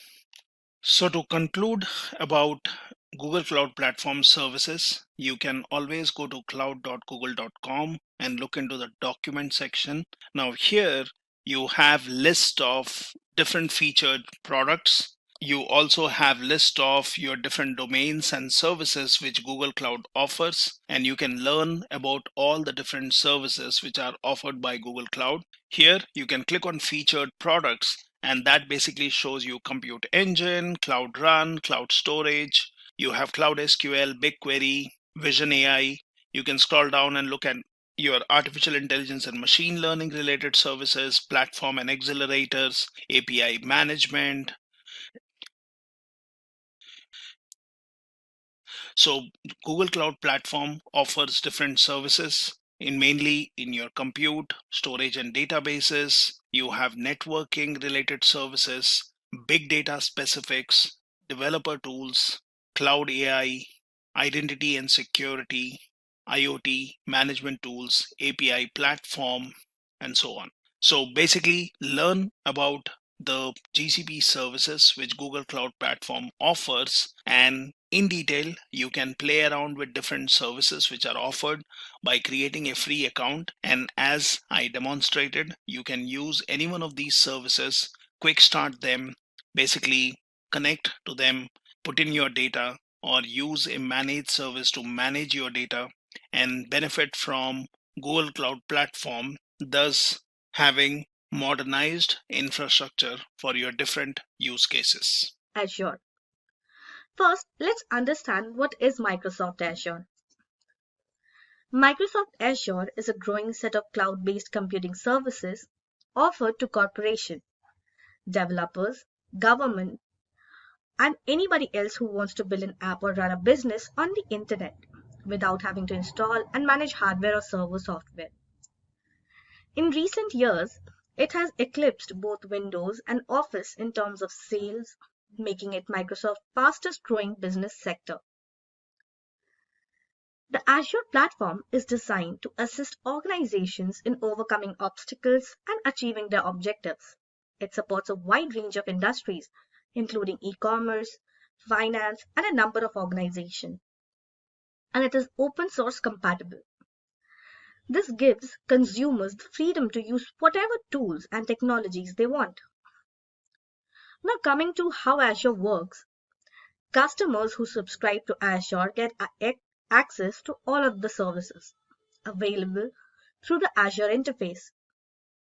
These services allow subscribers to create cloud-based resources such as virtual machines and databases. Azure comes with 5 different customer support solutions from Microsoft: Basic, Developer, Standard, Professional Direct, and Premier. The scope and cost of these customer assistance programs vary. All Azure accounts get basic assistance for free. However, Microsoft charges a premium for the other support options. Developer support is $29 per month, $100 per month for standard assistance, and $1,000 per month for professional direct support. Microsoft does not provide pricing information for Premier support. Now that we have covered the basics of Microsoft Azure, let's dive down and explore the services offered by Azure. Well, there are multiple services offered by Azure, like machine learning, analytics, containers, compute, databases, developer tools, DevOps, hybrid, and multi-cloud, identity, integration, Internet of Things, management, media, migration, mobile, networking, security, storage, web, and virtual desktop. But among these, we will be discussing only a few which are widely used by organizations and individuals around the world, and we will be vividly discussing these features in depth.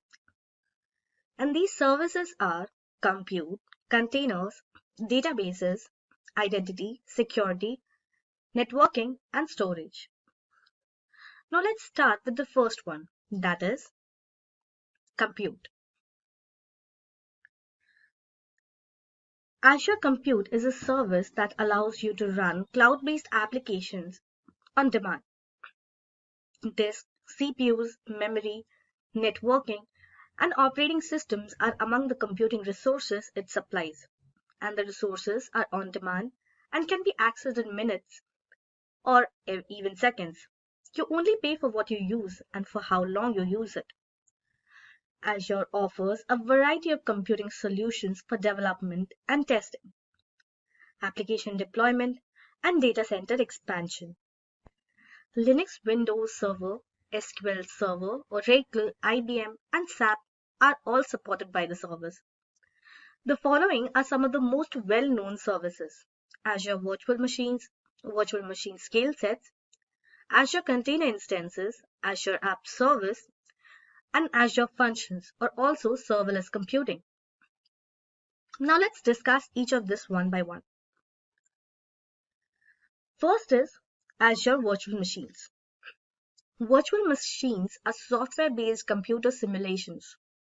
A virtual processor, memory, storage, and networking resources are among the resources available. Virtual machines, or VMs, run on operating system and allow you to install and run software much like a regular computer. You can use and operate the virtual machine as if you were sitting in front of it by utilizing a remote desktop client. Azure Virtual Machines allow you to construct and operate virtual machines in the cloud. Infrastructure as a service is provided through virtual machines, and they can be used in a variety of ways. Virtual machines are an excellent solution when you need complete control over an operating system and its surroundings. All of the software running on the VM can be customized just as on a real machine. Also, when you're running custom software or hosting arrangements, this capability comes in handy. Now coming on to the next one, that is virtual machine scale sets. Scale sets are an Azure compute resource that may be used to deploy and manage a group of identical virtual machines. Virtual machine scale sets are meant to provide real autoscale when all VMs are set up the same. Virtual machines do not need to be pre-provisioned. As a result, developing large-scale services for big computing, big data, and containerized workloads is easy. More VM instances can be added as demand grows. VM instances can be withdrawn when demand decreases. The procedure might be human, automated, or a hybrid of the two. Now moving on to the next one, that is Azure Container Instances. Container instances are Azure compute resources for managing and deploying containers. Containers are virtualized application environments that are lightweight. They're built to be dynamically formed, scaled, and stopped. On a single host machine, you can run many instances of a containerized application. Then comes Azure App Services. You can create, deploy, and scale enterprise-grade web, mobile, and API apps on any platform with Azure App Services. While employing a fully managed platform to handle infrastructure maintenance, you can meet stringent performance, scalability, security, and compliance requirements. A platform as a service solution is App Service. And following that, we have Azure Functions. When you simply care about the code that runs your service and not the underlying platform or infrastructure, functions are great. They are frequently used when you need to respond to an event, typically via REST request, a timer, or a message from another Azure service, and the job can be accomplished rapidly in seconds or less. Now that we have completed all the services offered by compute, let's proceed to the next one, that is containers. Containers are a type of virtualization system. You can run several containers on a single physical or virtual host, in the same way that you can run numerous virtual machines on a single physical host. Unlike virtual machines, you don't have control over a container's operating system. Containers are lightweight and designed to be built, scaled out, and stopped dynamically, whereas virtual machines appear to be instances of an operating system that you can connect to and administer. Containers are built to help you to react to changes on the go. Containers allow you to swiftly resume in the event of a crash of hardware failure. Docker is one of the most popular container engines, and Azure supports it. Containers offer these particular services: container instances, Azure Container Services, and Container Registry. Container instances are the quickest and easiest method to operate a container in the Azure without needing to manage virtual machines or use any extra services. It's a PaaS service that lets you upload your containers and have them run for you. Moving on to the next one are Azure Container Services. Azure Container Services or Azure Kubernetes Services allows users to manage, deploy, and control operations of a Kubernetes container. Orchestration is a term used to describe the process of automating, managing, and interacting with a large number of containers. Azure Kubernetes Service is a comprehensive container orchestration service for distributed architectures and high volumes of containers. And then comes Container Registry. A container registry is used to ease container development by easing storage and management of container images. Now that we have covered containers and the services offered, let's move on to the next Azure service, that is databases. Azure Database is a fully managed platform as a service database engine that automates the majority of database management tasks, such as updating, patching, backups, and monitoring. Microsoft has released a managed instance aimed at on-premises clients. So if we have any SQL databases on-premises that we want to migrate to Azure without any complex configuration or ambiguity, we can use managed instances. The most prominent services under database service are Azure Cosmos DB, Azure SQL Database, and Azure PostgreSQL. Now coming to the Azure Cosmos DB. Azure Cosmos DB is a multi-model globally distributed database service. You may increase throughput and storage across any number of Azure locations around the world in an elastic and independent manner. You can use any way of several common APIs to get single-digit millisecond data access. Throughput, latency, availability, and consistency assurances are all covered by Azure Cosmos DB's service level agreements. Now, Azure Cosmos DB enables schema-less data, allowing you to create extremely responsive and always-on apps that can handle constantly changing data. This functionality can be used to store data that has been updated and maintained by users all around the world. So next comes Azure SQL Database. Azure SQL Database is a relational database based on the Microsoft SQL Server database engine's most recent stable version. SQL Database is a fast, dependable, well-managed, and secure database. You may use it to create data-driven applications and websites in your preferred programming language without having to worry about infrastructure. So SQL Database's past capabilities allows you to concentrate on the domain-specific database administration and optimization tasks that are vital to your business. SQL Database is a fully managed service with high availability backups and other typical maintenance features built in. Microsoft is in charge of SQL and operating system code changes. You don't have to worry about the infrastructure. Coming to the next one, the Azure PostgreSQL. Now, Azure Database and PostgreSQL is a cloud-based relational database solution. The server software is based on the open source PostgreSQL database engines community. When you use Azure Database for a PostgreSQL, your experience with tools and knowledge comes in handy.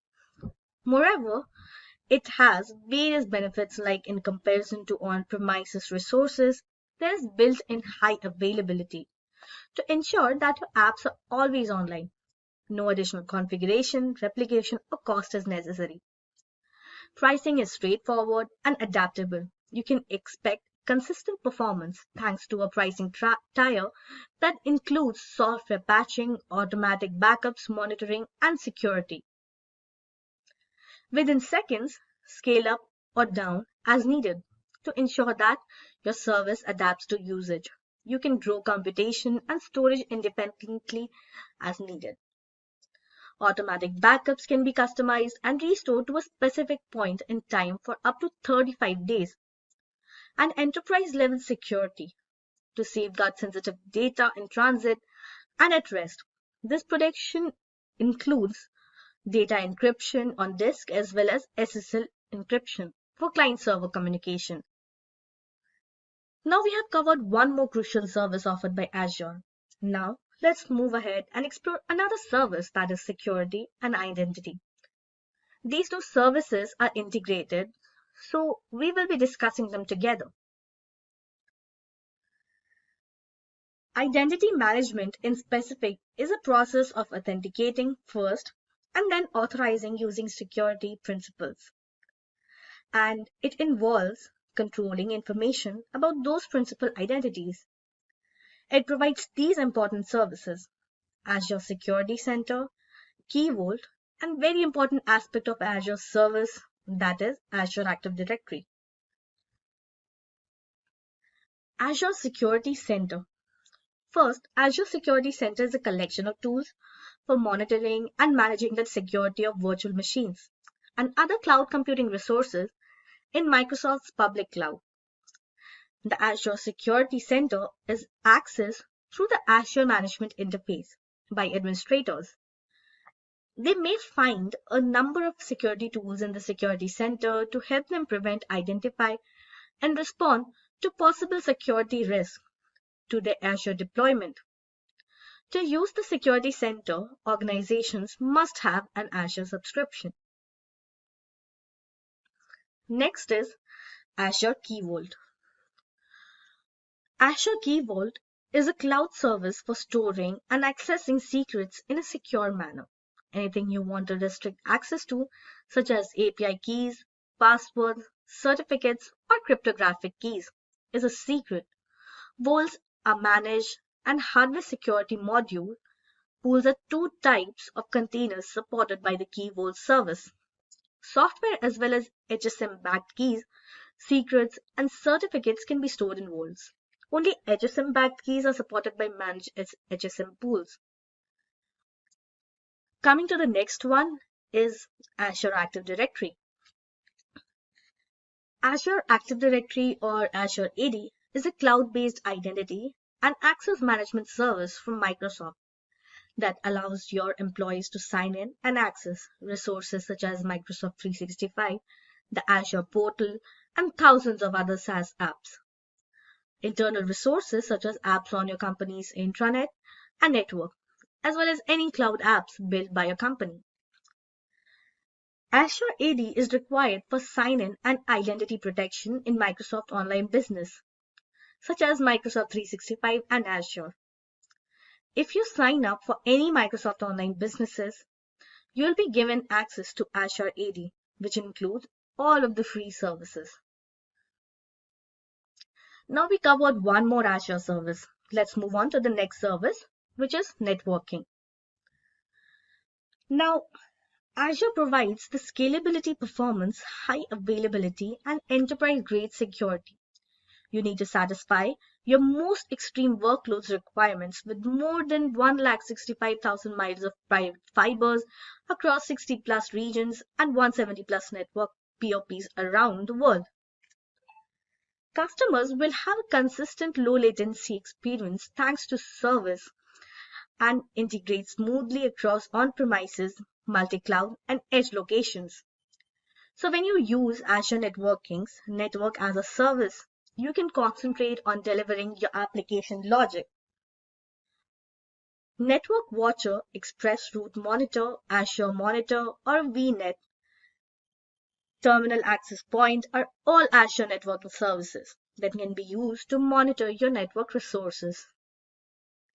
So the first one we will talk about are virtual network.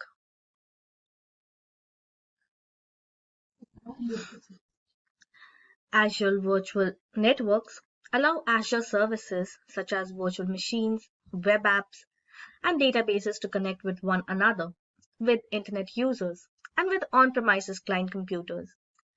An Azure network is a collection of resources that connects other Azure resources, isolation and segmentation.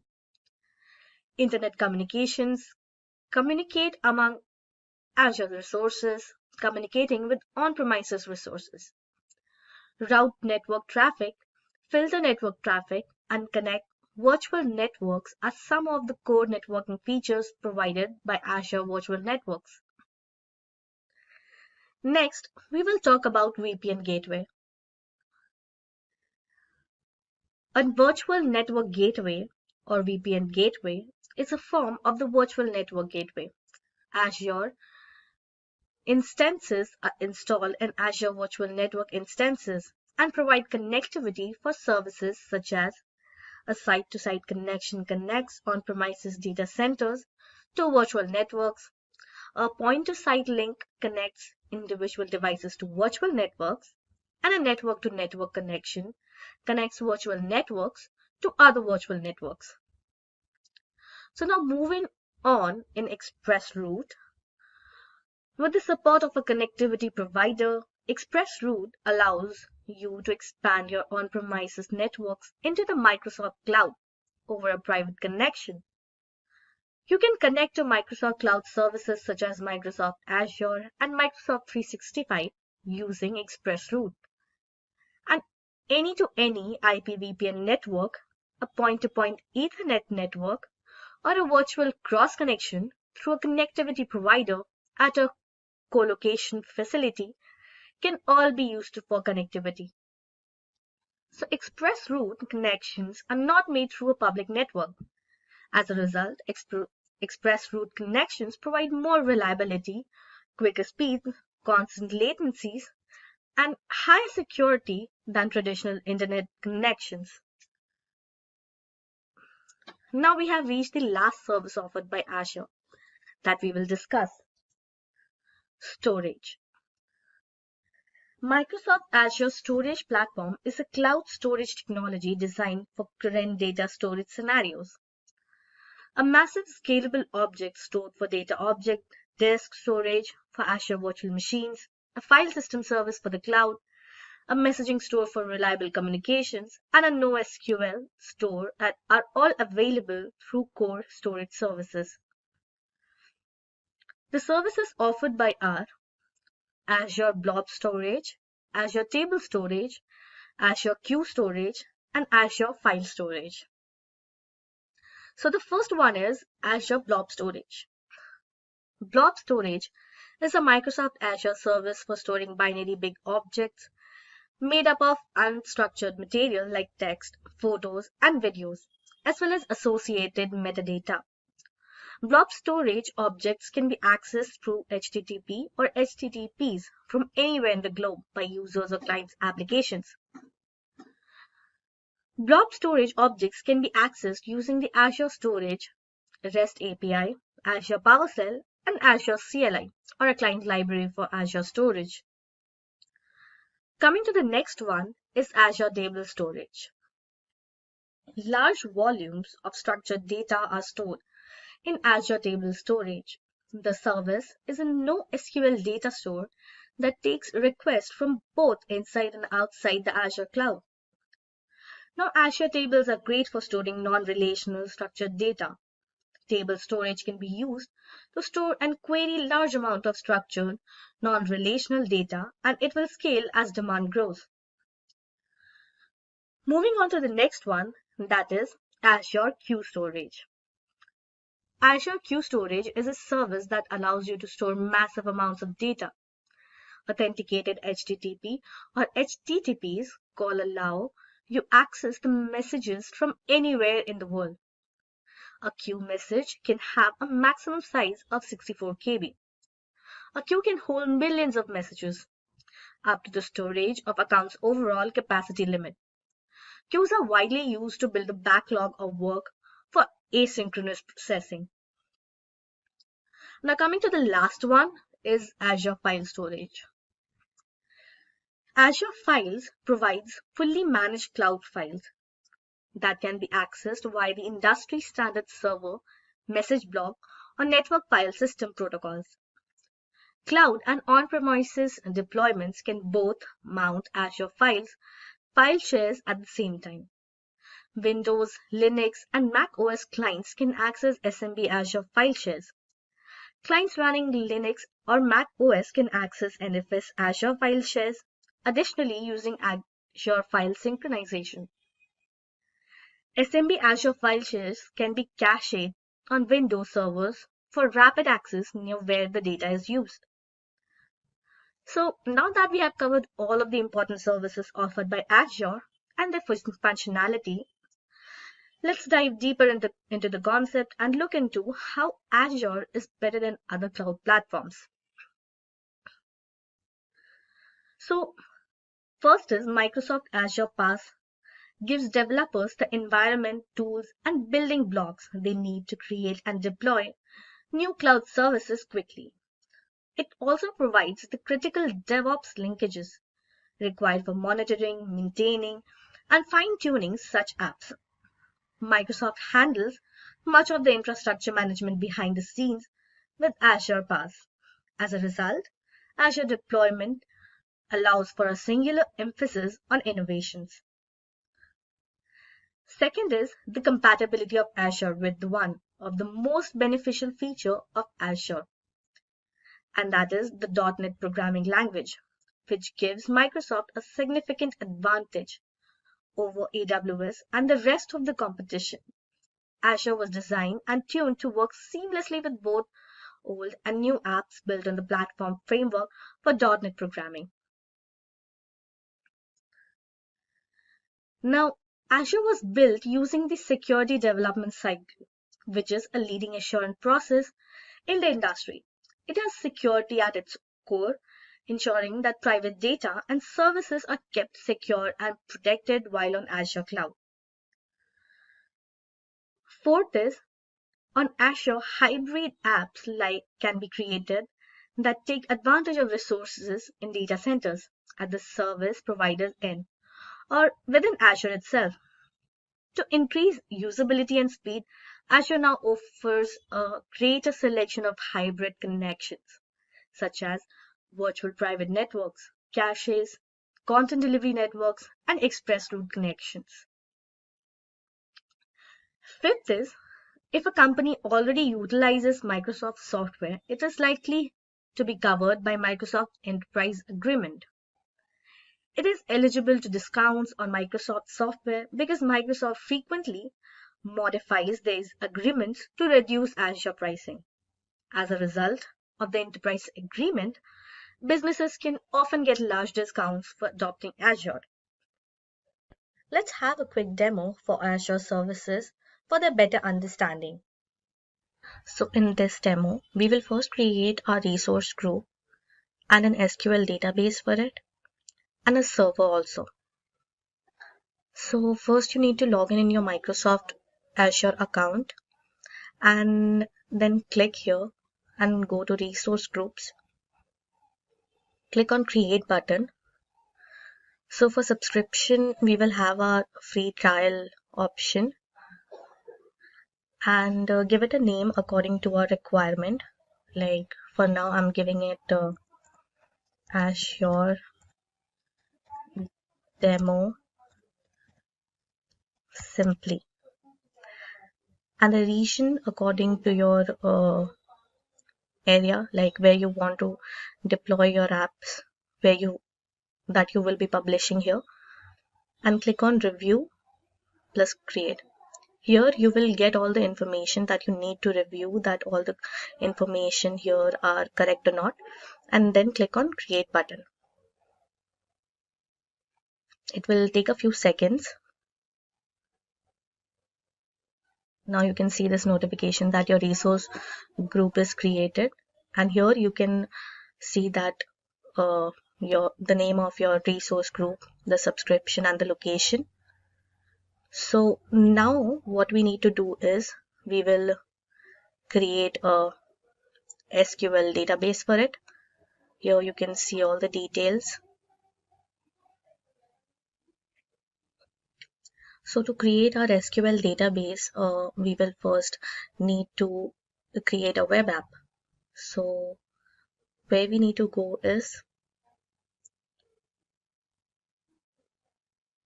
we will go to app services, and here we will click on create button. And again, we need to give it a first we need to select our resource group. So we will click on the resource group we just created, and we will give it a name. So here I'm giving it Azure Demo Simply Web App, and click on code, so that while publishing we can upload our code. And runtime stack, we can select the language we have created our application in, again the region, and click on review plus create. So here you can just review all the details you just mentioned. It's taking a while. Yeah, so here you can see subscription resource group which you just created, name you gave, and the publishing runtime stack. Now all you need to do is click on create. You can see it's initializing deployment.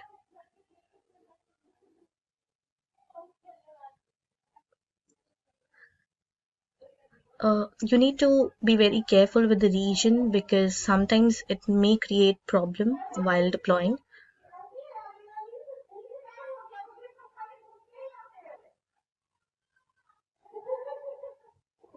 You can see deployment is in progress.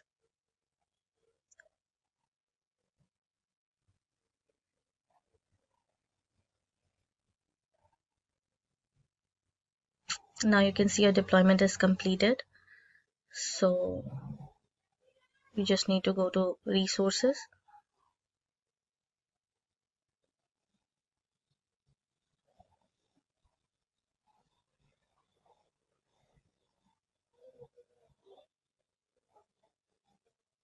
Coming back to the page, you can see the name of your application you just created.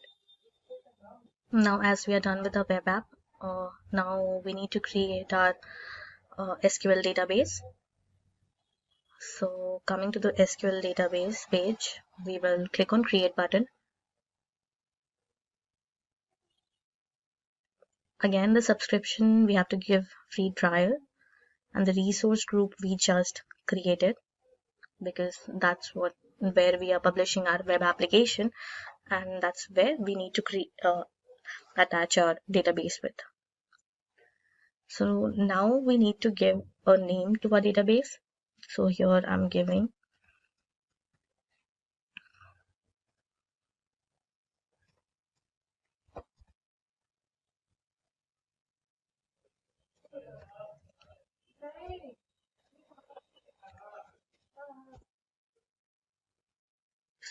it Azure Demo SQL DB.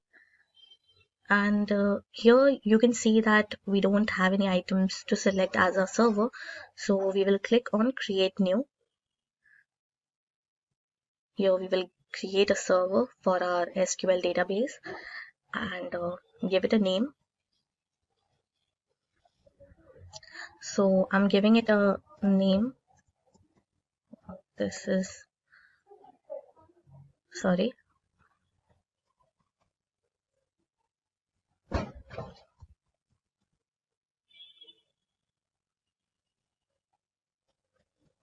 I'm giving it a name Azure Simply Server. As you can see, it's already taken, so I need to change it. So let's take Azure Demo Server. Yeah. So now we are done with the name. Again, for location, we need to mention the region. So here you can see I've selected.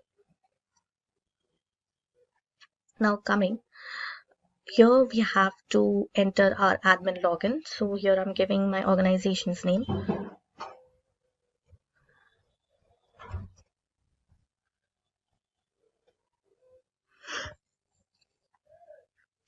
I need to give it a password.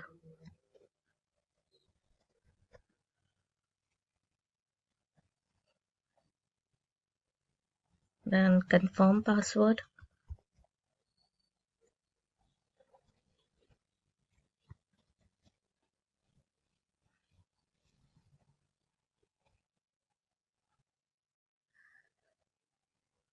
and click on OK.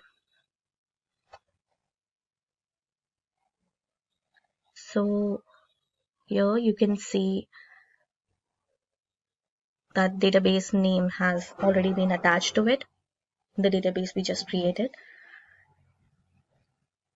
For Elastic Pool, we will go for no option only, and then again we will click on review plus create. So here you can see all of the information that you just mentioned, whatever privileges you will have with your SQL database, and click on create.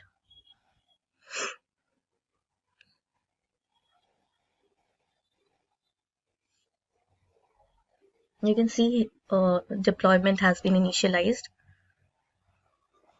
It's gonna take a while. You can see the status constantly and track them.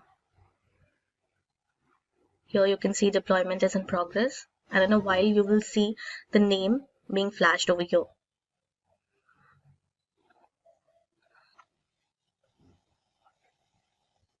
Now you can see your deployment is completed, and in deployment details you can see your database being created and the demo server you just created.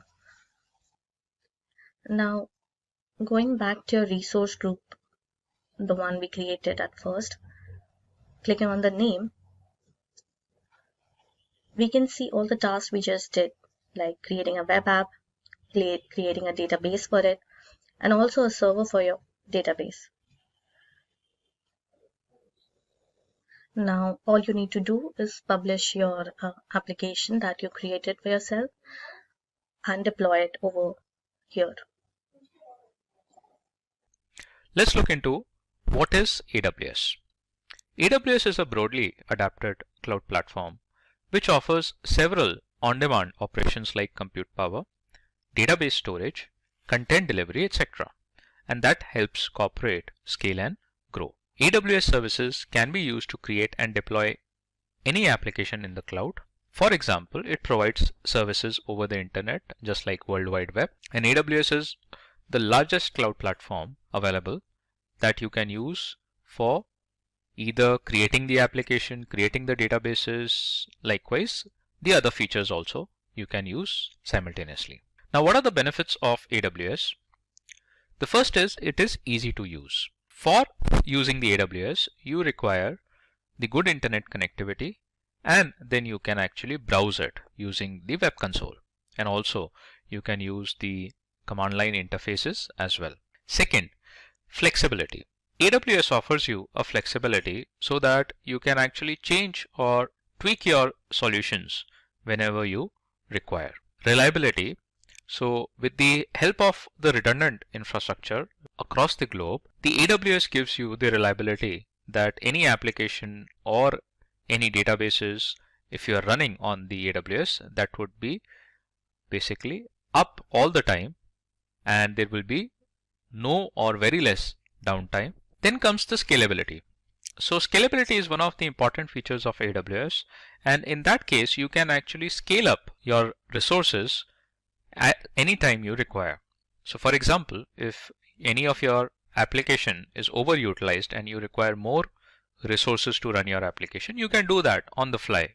Then comes cost effectiveness. So AWS is a very cost effective platform because here whatever the service that you use, that is charged on a per hour usage only. So you don't have to pay the complete cost like you do when you procure the infrastructure in the data centers. You don't have to basically pay for the complete package or usage of the service. You just have to pay for whatever time duration that you have actually used that service and the associated charges with it. And that makes the AWS a very cost-effective solution. Then comes the security.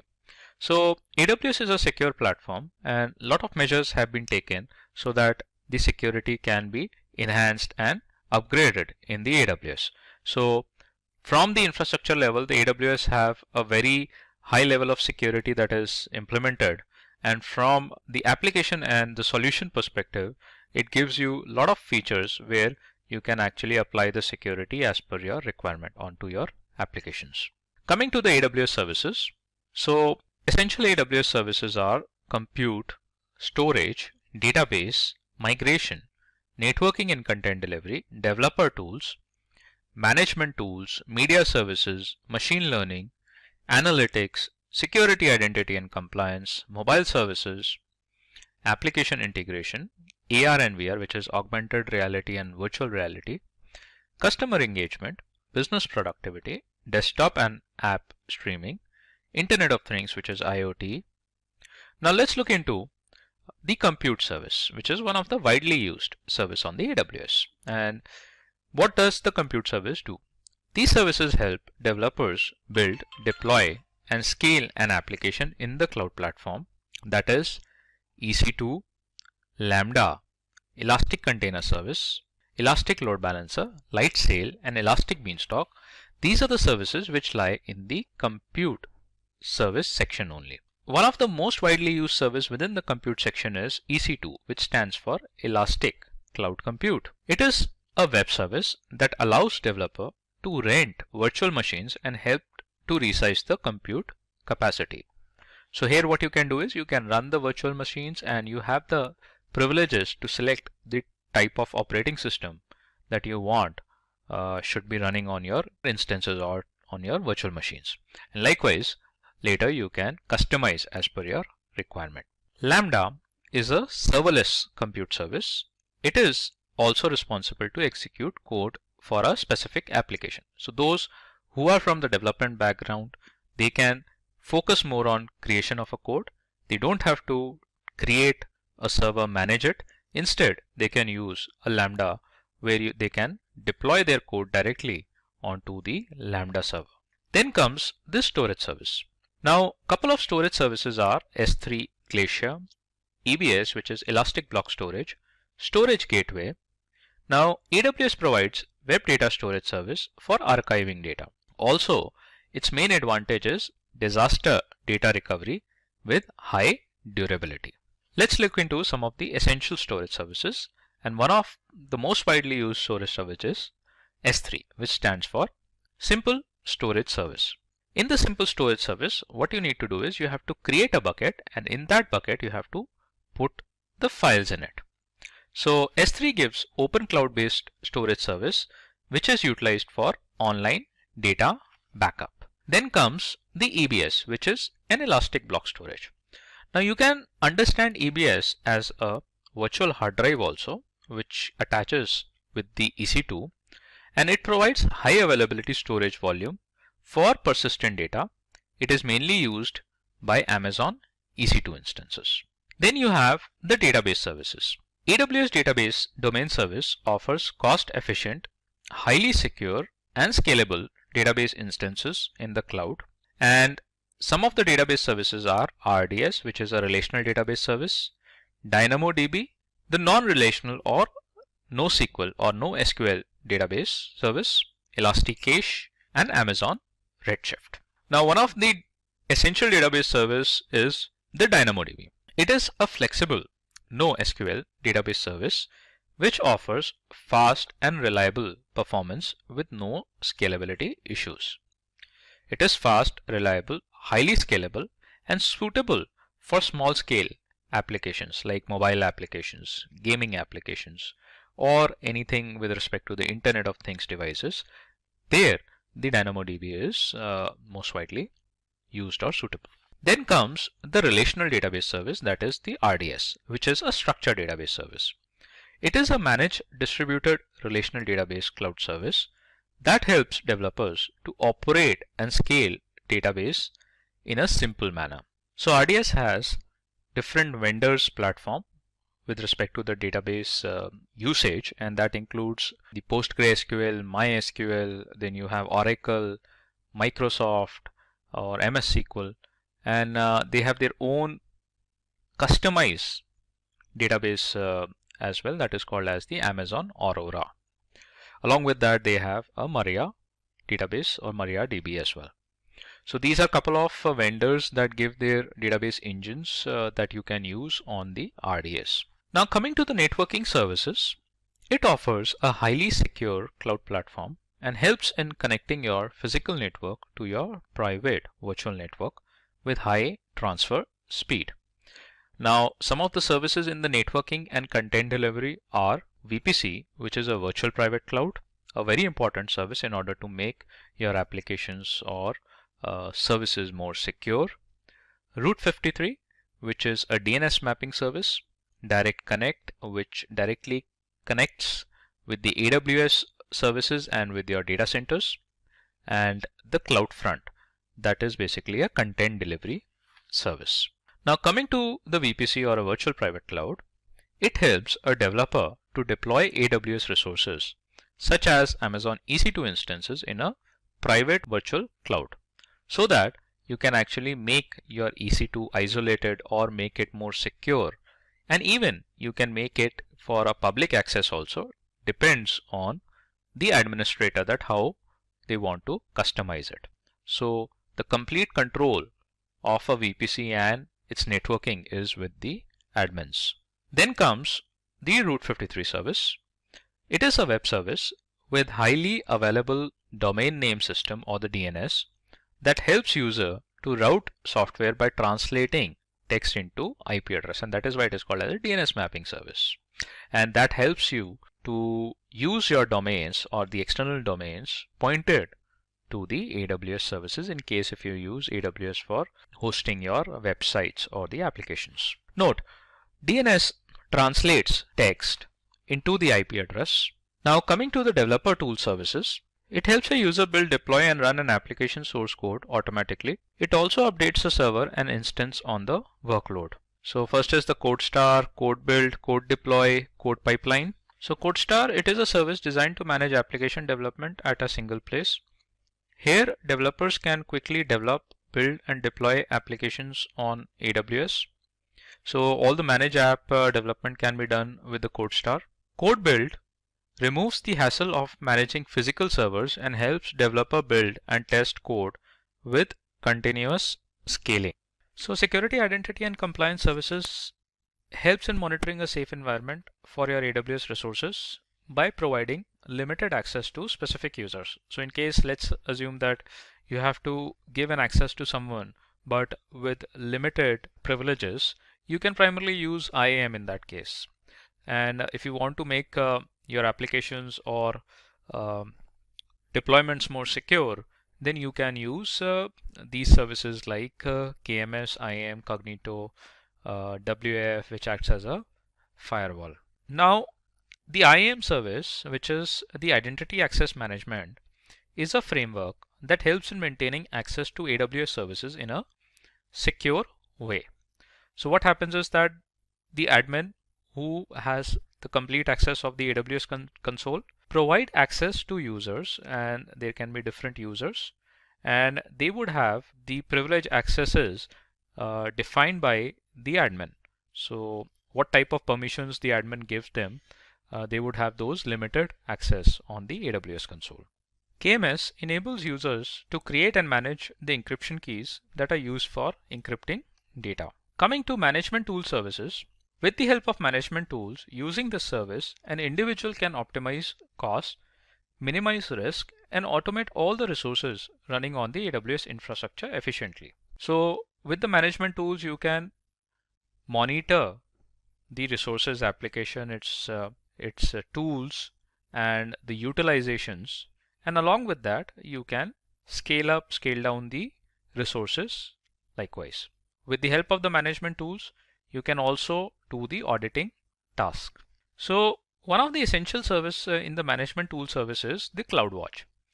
It is a monitoring tool for AWS resources and customer applications running on AWS platform. So let's assume that you have used EC2, DynamoDB, S3, RDS, and you want to monitor those resources.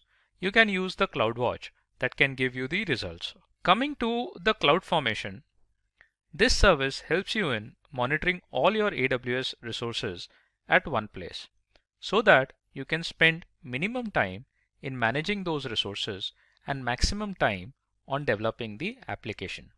So with the help of the CloudFormation, you can deploy the entire solution with the help of creation of a template. You just need to create one template, and you have to deploy it. The rest of the things will be done by the AWS, and hence it is a kind of an automation task only. Now let's look into the demo of some of the essential services. So we'll start with the EC2, and I have already logged in into my AWS account. So where exactly you can find the EC2? Just click on the services. Under the compute section, you can find the EC2. EC2 stands for Elastic Cloud Compute Service, primarily used for creating the virtual machines. So I'll click on this service, and quickly I'll show you how the virtual machine is created and how we can basically access it. So I would be creating one virtual machine or an instance with the Windows operating system. So here you can see there are 3 instances which are already running. Let me create another one.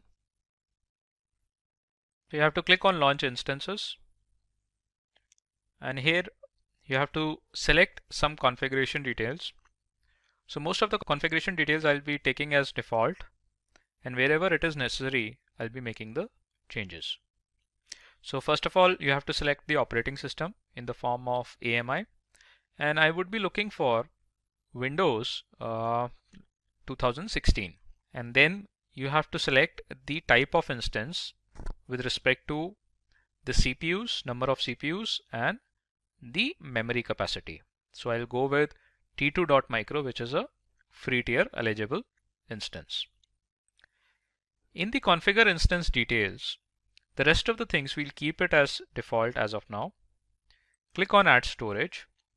This is basically the virtual hard drive, or the EBS, the Elastic Block Storage, that is attached with the EC2 instance. So primarily it is giving us 30 GB of space without any additional cost. We can leave the tags as blank. Click on Configure Security Groups, and here you can see that the RDP port is by default open, which will actually allow us to RDP, or to have a remote connectivity of our instance. Click on Review and Launch. Now to give an authentication, or to provide an authentication, we should have a key pair with us so that the AWS can understand or can tally the key pair and give us the access. So I already have a key pair created. What I'll do is I'll create a new key pair for this instance and put a random name. Let's say I put it something like demo. Download the key pair and make sure that you keep your key pair in a safe and secure place. Click on Launch Instances. Now you will see that there is an instance ID that has been created, which is a number, alphanumeric number, that is randomly given by the AWS. You can name your instances. So let's say we name our instance as Windows 2016.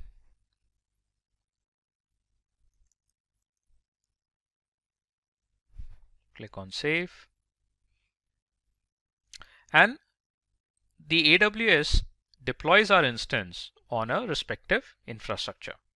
It gives us the IP addresses, the public IP and the private IP, which is an internal IP, and we have to access the instance from the public IP only. So now to access that instance, we have to open up the RDP, put the public IP, click on Connect, and when it asks you for the authentication, you put a username as administrator, and the password you have to generate by providing the key. So click on Connect, and then you have to click on RDP client. Here you have to get a password. So click on Get Password, browse, and when you click on browse, you have to provide demo.pem file. So it should be in the download section here itself. Just provide that key pair and it is going to give you the password in the encrypted format. Decrypt your password, copy that, and then provide those details to the RDP client. Click on OK, and now it should allow you to log into the instance. Let's wait for the windows to appear. So here you can see that we have logged in into the Windows instance. The Windows 2016 screen is available in front of us. If getting your learning started is half the battle, what if you could do that for free? Visit SkillUp by Simplilearn. Click on the link in the description to know more. In this particular demonstration, I would be explaining you about how to use a storage service, specifically the S3 service, which is most widely used service under the storage section. Now the S3 stands for Simple Storage Service, primarily used for storing the objects and the files. And what we need to do is we just have to click on the S3 service under the storage section. So when you click on S3 service, you have to create the buckets inside the S3. And the buckets are the places where you keep your folders or you upload the files that are available on your systems. So here, if you'll notice that the S3 service is a global service. That means it is irrespective of the region. And the buckets, when you create, they are created in a specific region. Now, what is the benefit? The benefit is that if you create a bucket in different regions, all those buckets in different regions can be viewed from a single dashboard. And you don't have to change the region again and again to view the S3 buckets. So what you need to do is you have to click on Create Bucket, and here you have to specify the name of the bucket. So let's say I put something like Demo AWS, and that's the bucket name I am going to select. Now make sure that the bucket name starts with a lowercase and it should be always unique. Now why it should be unique? Because since S3 is a global service, so it may be that somebody else could be using the name that you have provided. So it should be always unique, otherwise it will not be allocated. Now you have to select a region, and that would be, let's say I go with the Ohio region. And in the bucket settings, you can basically change and configure these settings according to your requirement. By default, when you create a bucket, it blocks all the public access from the bucket. So when you have all public access blocked, no object can be viewed from the S3 bucket from a public network or by anyone else. And hence, in order to view the objects or the files in the bucket, you have to unblock or uncheck this option, so that first of all you make the bucket accessible from the public network. Likewise, you can customize as per the requirement, and then click on acknowledgement. The rest of the things we'll keep it as default, and click on create bucket. Now it says that the bucket with the same name already exists. So that means it is not a unique name. Somebody else might have been using this name. So I'll try to keep it more unique, and I'll try to assign some number. So let's say I put something like 987, and it says it is already existed. Let's say 9876, and then click on create bucket. Now if it creates a bucket, that means we have been allocated with that bucket name.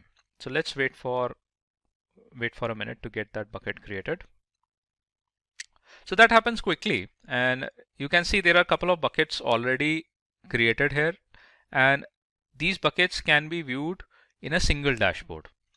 So some of the buckets are in Mumbai region, some of the buckets are in Ohio region, but they are available in the same or a single dashboard.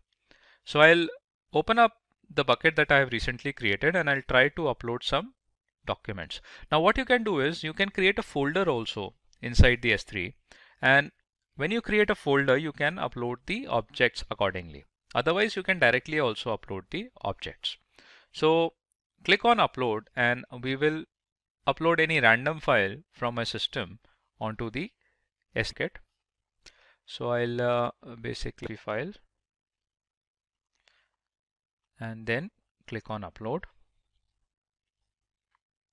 Now it is uploading my object from my system onto the S3 bucket,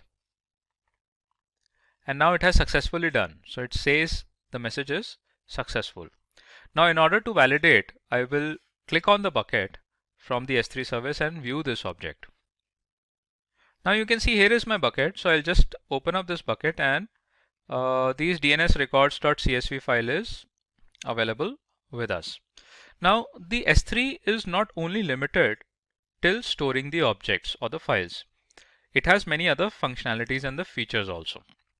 Like you can enable versioning, you can host a static website on the S3. Along with that, you can have a cross-region replication enabled so that you can have high availability of your objects, or you can have a redundancy of your critical objects in different regions. So likewise, there are more features that would be covered up in the detail section of an S3 service. Now coming to another section of the essential services, that is the database. Now here you can see I have a database section in the AWS and it has multiple services within it. The RDS is there, DynamoDB is there, Elasticache and the other database services are there. So I would be showing a demo on the DynamoDB, which is a NoSQL database. Now, when we say it is a NoSQL database, that means it is a non-relational database service where we can create a database table directly from the web console. We don't require a separate database engine like in the case of RDS. And in the tables, you can insert the values and view those values directly from the AWS dashboard itself. So it says Amazon DynamoDB is a fast and flexible NoSQL database service primarily suitable for IoT and web gaming and other mobile applications. So what you need to do is, it is a straightforward database service which can be accessed while creating a table itself, and it's a compute based database service. That is the reason that it is more fast. So click on create table. And what you need to do is you just have to put a table name. So I'll just put something like test. And in the partition key, so these partition keys are unique entities. So what you need to do is you have to specify a partition key. So I'll put something like ID. And the string, instead of string, I'll use a number. Likewise, I can add sort keys also. Let's say I put a name and the name should be in the string format. Now these are the unique entries. These are the fixed entries in the table. And after that, we are going to put the attributes, and in the attributes, the data will be inserted. So what you need to do is, rest of the things we'll keep it as default as of now. Click on create.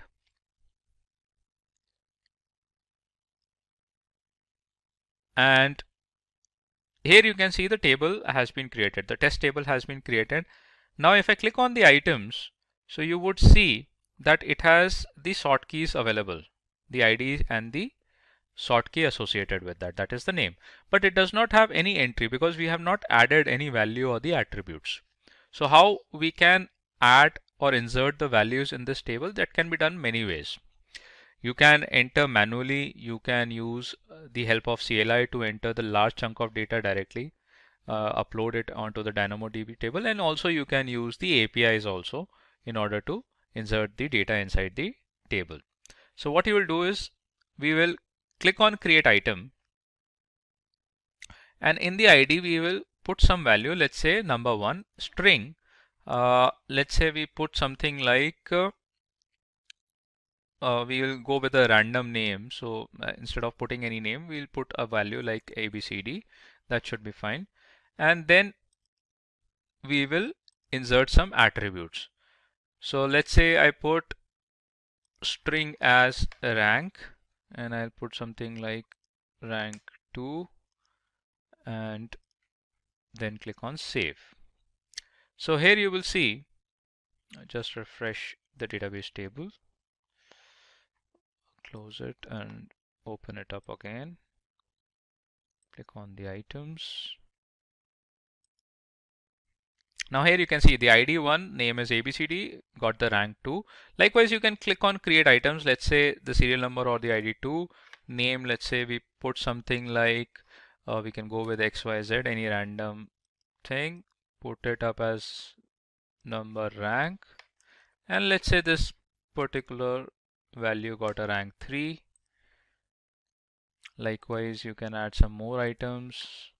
string, let's say you put something like HJK, and you put a rank, let's say it's a rank number 1 holder, rank 1 holder, right? So likewise, this is just an example. Likewise, you can add the attributes as per your need, and the table can be filtered out based on the attributes also. So if you have to search some values in the DynamoDB table, so you can always use filters to basically search the values inside the table. Apart from that, the DynamoDB table has a lot of other functionalities. It can be basically, you can have a backup of a table created in the DynamoDB table, in the Dynamo database, and then you can retrieve or recover the data by restoring the backups from the DynamoDB. This database can be created in the cluster format also. So these are a couple of features that you can use with the DynamoDB. Now let's move into the next section. Now coming to the networking services, so there are some of the networking services which are very useful, and that includes the VPC, which is a virtual private cloud, CloudFront, Route 53, API gateway, etc. Now I will basically demonstrate about the Route 53 service in this demo. So in the Route 53 is basically a DNS mapping service. So what you can do is, let's assume that you are hosting any web application on the server and you want to route the domain traffic onto those servers. You need to have the help of Route 53 to do that. So what you need to do is, you just have to click on Route 53 service. And from this service you can register your domains also. Otherwise, if you have domains purchased from any external site, you can point them to the Route 53 name servers also. So first of all, in the Route 53 you have to create a hosted zone. So there is already one hosted zone all created. Now when you create a hosted zone, you have to specify the domain name. So let me show you. I have one dummy domain. This is the domain that has been defined. So what you have to do is, when you click on create hosted zone, you have to put a domain. Here you can see example.com. Likewise, you have to put your own domain and click on the public hosted zone, click on create hosted zone, and it is going to give you 4 name servers. Now those 4 name servers have to be updated on the platform from where you have purchased the domain. So that is mandatory in order to route the traffic to the Route 53 service, right? So here you can see I already have a hosted zone created for a domain, and it has given me 4 name servers. These are the name servers, and these name servers have been updated in a record set from where the domain has been purchased, right? Once it is done, then you have to route the domain traffic to a server. So what you have to do is, you have to click on create record, and in the create record you have to specify the IP address, or you can use the alias also, where the traffic should be routed to, where your application is hosted at. So ideally it is the server details, and it exists with certain policies also. So you can see some view existing records. So here you can see this particular domain is routed to a DNS value which is hosted in the Elastic Beanstalk. Instead of that, you can put an IP address of the EC2 instance also. You can use the S3 URL also. You can use the CloudFront URL also. So likewise, what would happen is that the domain traffic will be routed to the server where actually the application or a web application is hosted at. Now I'm using a routing policy as simple routing policy. That means all the traffic should be routed to that particular domain. Whereas there are other routing policies also in the Route 53 that includes the weighted routing policy, which acts as a kind of a load balancing, geolocation routing policy, multi-value answer routing policy, and then you have a redundancy based routing policy, which is a failover one.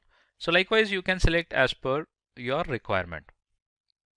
So what you need to do is, you just have to click on create records. You have to specify, you have the domain, so you have to specify any particular info you want to put before the domain. Otherwise you can leave it as blank. And in the record type, let's assume that you are using an IP address of a server where your web application is hosted at. So you can basically use A routes traffic to an IPv4 address and put an IP address. Make sure that you put a public IP address or the elastic IP address attached to your instance. In case if you are not using any particular IP address or the URL, you can use the alias also. So likewise, the records can be created. Along with that, the Route 53 service is used for domain verifications also.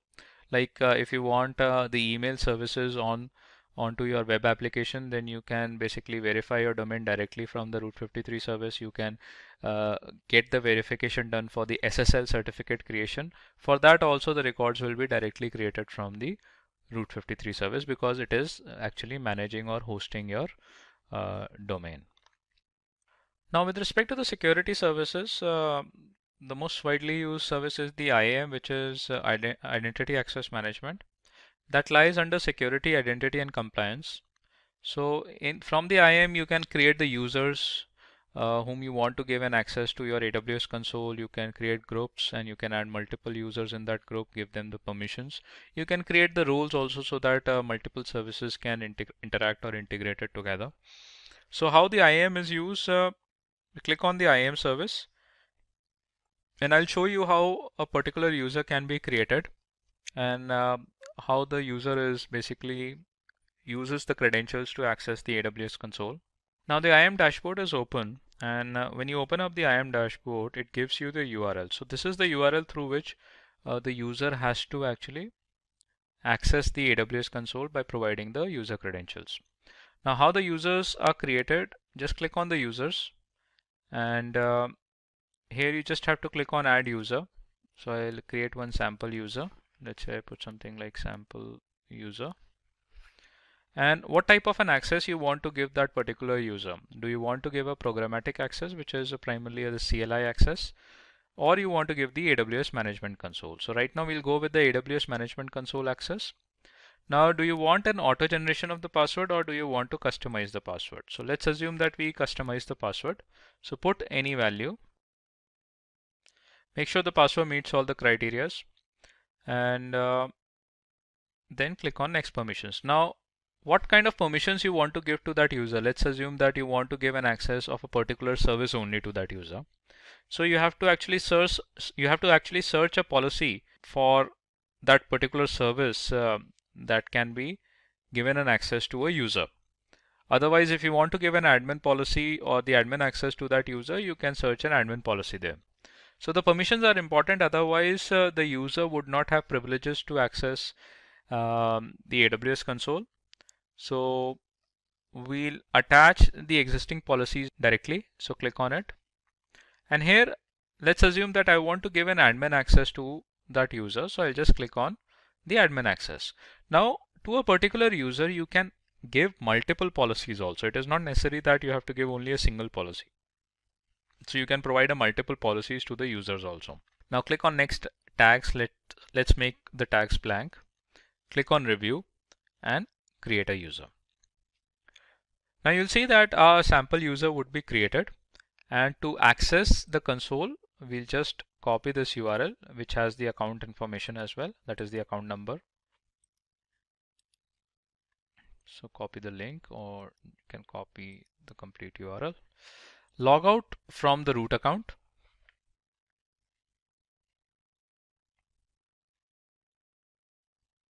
And then paste the URL that was copied from the console. And then we have to give the user credentials.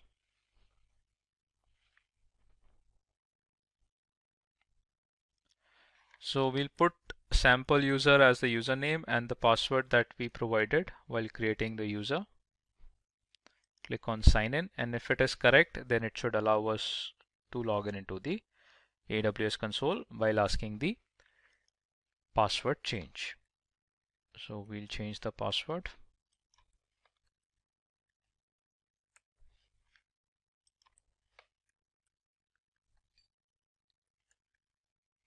Confirm password change. And now it should allow us to log in into the root accounts AWS console with the admin privileges. Now the next service is the monitoring services, and under the monitoring services, primarily the CloudWatch, the CloudTrail, the CloudFormation, these are some of the services that are most widely used. Now the CloudWatch is a service which is primarily used for monitoring the metrics, primarily of the servers. Like for example, if you create an EC2 instance and you want to basically watch out for the metrics associated with the CPU utilization or the storage utilization, the network in, network out, all those information you can get it from the CloudWatch. Now CloudWatch is not only related to monitoring the metrics, it can generate the alarms also, and here you can get the events also generated, which or the events that can be created which can trigger the Lambda function as well.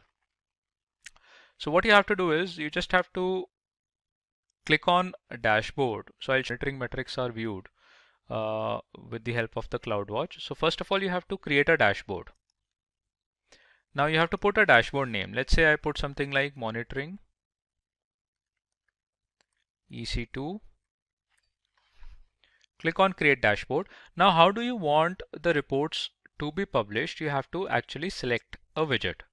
I want that, okay, the report should be visible in the numeric form. So I'll select a number.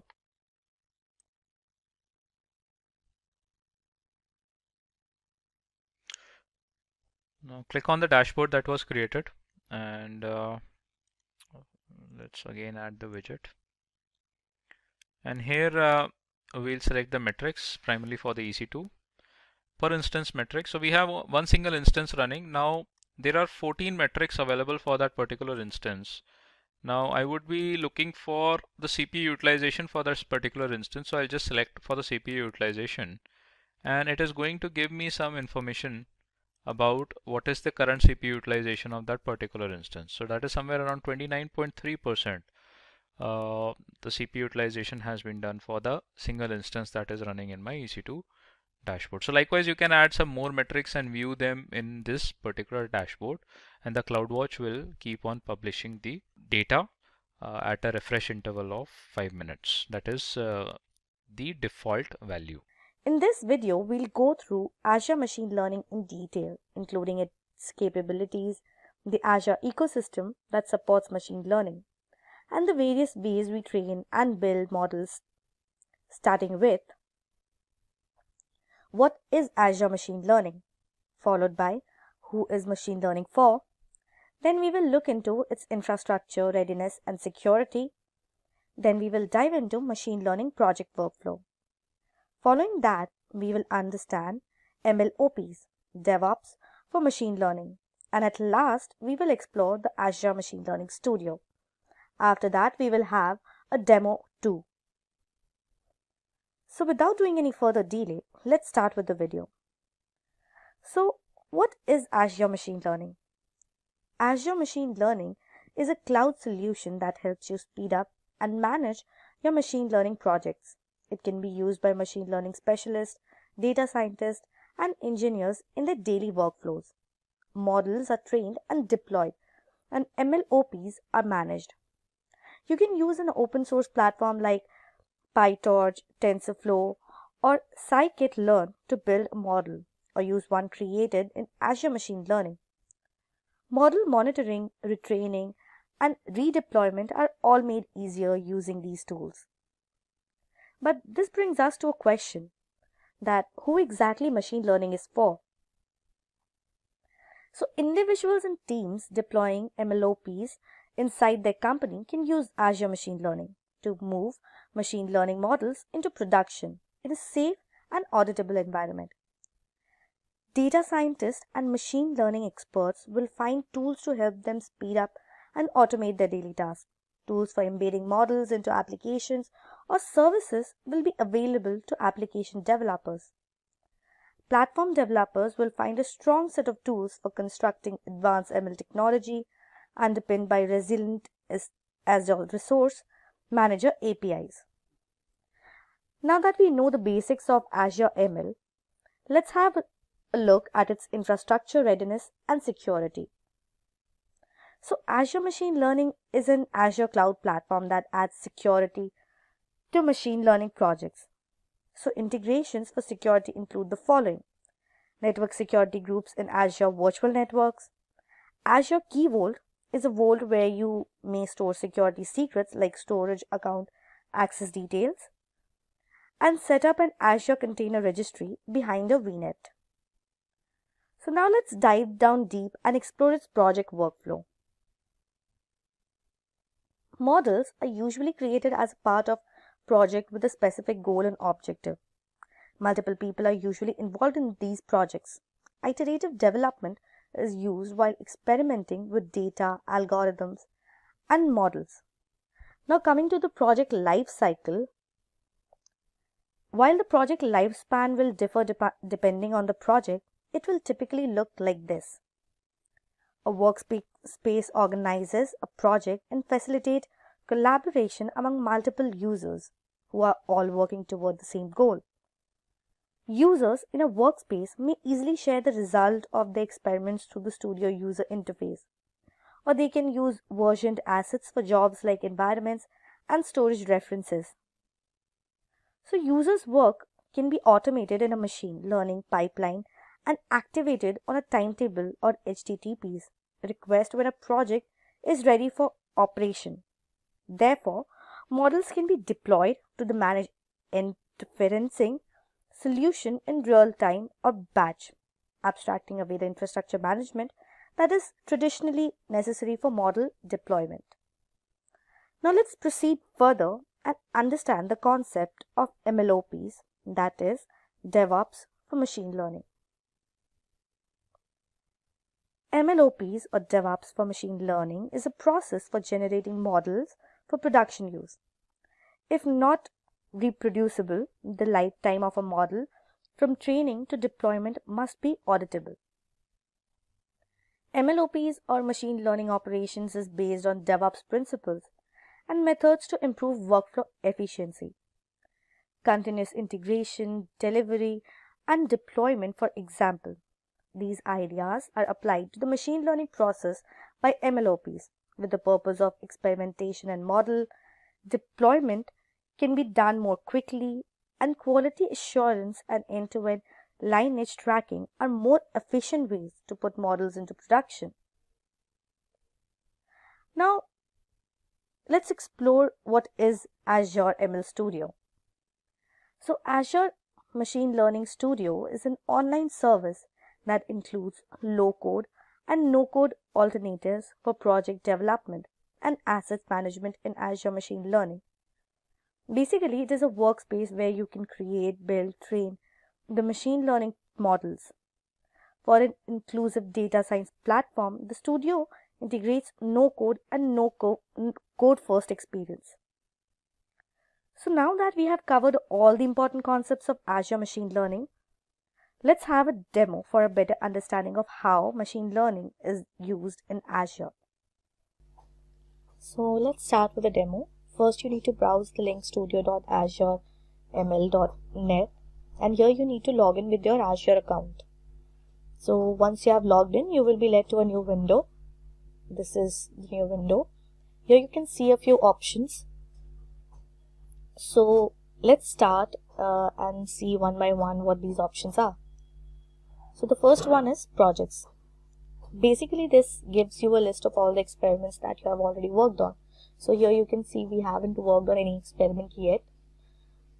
Then comes experiment. Experiments are all the programs and codes that you have worked on to create it or deploy a model that you have just created for an experiment. So as I said, we haven't created any experiment yet, so the list is null over here. When you click on samples, you can see a few sample experiments provided to you by Azure portal by default. And following that, we have web services. So we all know, since Azure is a cloud computing platform, so all the data gathered from our experiments needs to be uploaded to the cloud. So web services gives you a list of all the experiments that you have in the cloud, so you can access them from anywhere. So when you create an experiment and work on it, when you add it to the cloud, that data is stored here. So then comes data sets. It gives you all the data sets you have in your Azure portal. When you click on the samples option, again you can see all the data sets provided to you by default in your Azure portal. Then comes train models. So while working on an experiment, you will come across a point where you need to train your model. So basically, this gives you a list of all the models that you have trained in your experiments or Azure programs. And in the last comes settings. Any changes that you want to make to your workspace is done under settings. Here you can see this is your workspace name, workspace description, which is by default, and all the details is provided here only. So whatever changes you want to make to your workspace, you will be doing this over here. So now let's start with a demo. So down below you can see the add or new option here. So click on it, and then you can see there are a few templates provided to you by Azure itself. So we'll click on blank experiment. Once you click on the blank experiments, you'll be guided to a new experiment window. So this is the new window, and this window is divided into 3 parts. These are the components where you will plan your model. This is the canvas to design your model, and then the properties of the model. In the components section, you can see samples already present there. So you can select any one of them according to your requirement. So here when I'm typing samples, I'll work on airport codes datasets. So I just need to drag this option over here. But before starting with our experiment, let's change the name. So here I'm changing it to airport codes demo model. So now you can see the name of the experiment is changed. Now when you click on it and select visualize, just a second, you can see the number of rows and columns provided to it, the data which is required for its dataset to be created and for its model to be created. So the 4 columns are airport ID, city, state and name. Now we will move towards the part where we define the field we need to make our predictions for. So type columns in the search bar.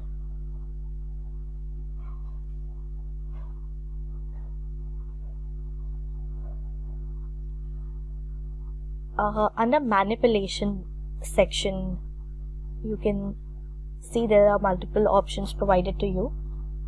So here we will select columns and data sets, as we are working on data sets.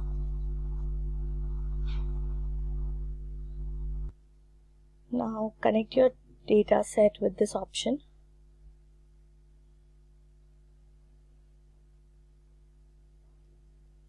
So you can see a red alert over here. So when you click on it, you can see it is asking for values in your data set. So to add values, click on the launch column selector under properties section.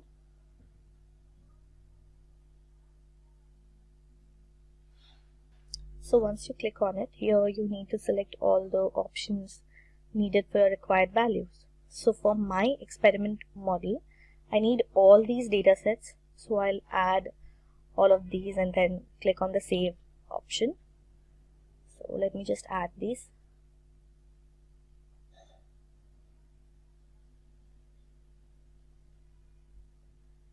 So now I have saved all the values I need in my data set. So now you can see the alert is gone. So now we have the data sets that we want to work on. So let's look for an appropriate algorithm for it. So while looking into the classification algorithm, we know that our so here you can see it under classification model, we have these options. So we know that our target value is divided into two classifications. So the algorithm we will be using is a 2-class. So we will be using 2-class booster decision tree because it calculates the accuracy for every node, and once the calculated accuracy is more than our required accuracy, then only it moves to the next node. So basically this gives you a prediction value close to the accurate value of the model. So we will just drag this option over here.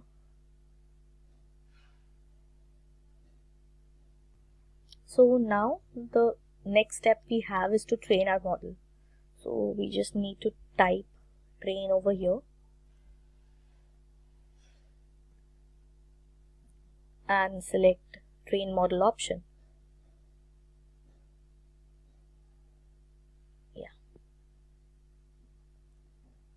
So just drag it to the canvas.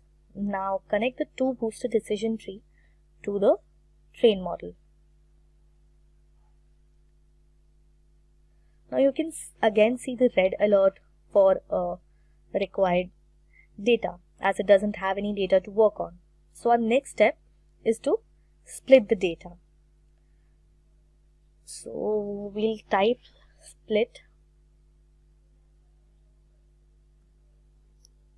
and drag the split data option on our canvas. As you can see, this is also saying it needs an input port data set. So we'll connect our data set with it so that it is provided with the data. So when you click on it, you can see it is asking for a split percentage. So you split the data into training and testing, where 80% goes to training and 20% to testing. So we will mention 0.08 over here, and so now we will just connect the 80% data to the train model. As we said, the 80% goes for training. But you can still see the alert in the train model because it is not aware of the column it needs to train on. So we will click on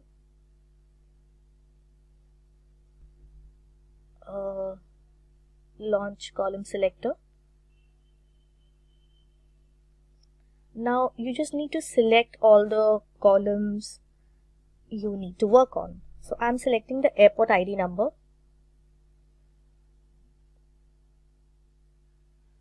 Now you can see once I save it that the alert is gone.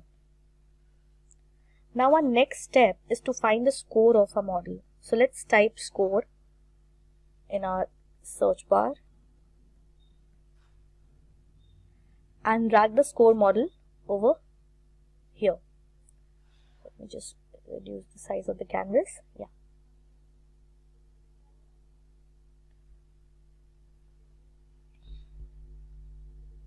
So we will just connect our train model to the score model. So again you will see the red alert as it doesn't know the data it needs to test on. So for that we will connect the remaining testing data in the split data option to the score model. Now you can see the alert option is gone. Now coming to the final step, that is evaluation of the model. So let's type evaluation. And here you can see the evaluate model option. We just need to drag it to the canvas. Yeah. So let's connect it with our score model.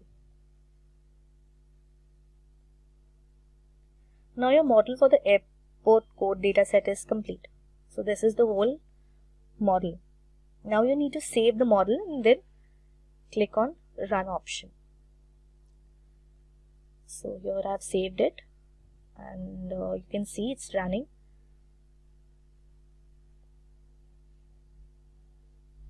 You can see the model running and going through every node.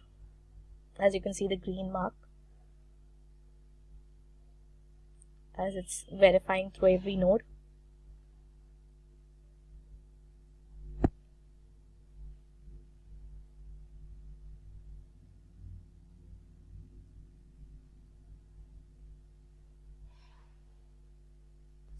So once it's done, click on evaluate model and then click on visualize.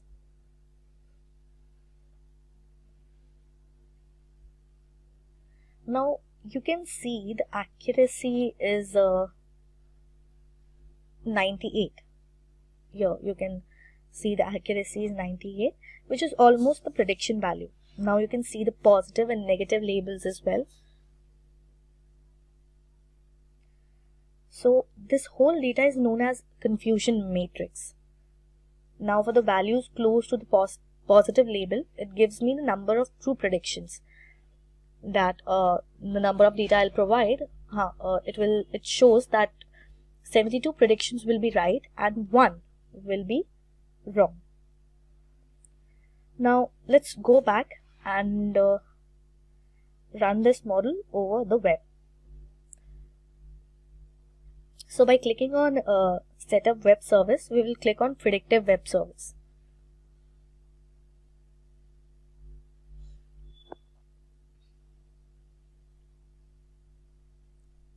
Now we will just connect web service input to the score model.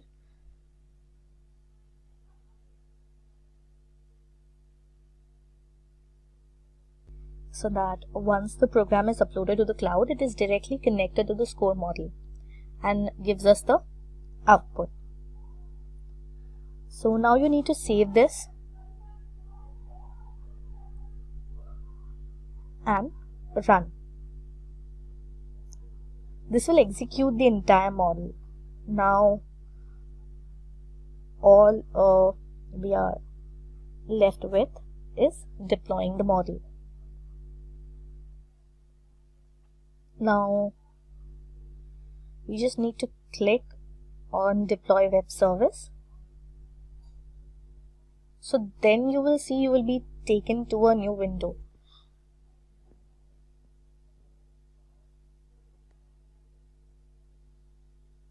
Here you can see the response page where it's showing the test option.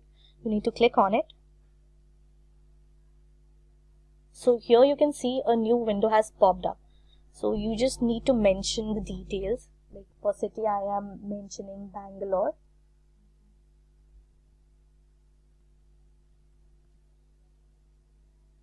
For state I am mentioning Karnataka. And name of the airport is Kempagoda.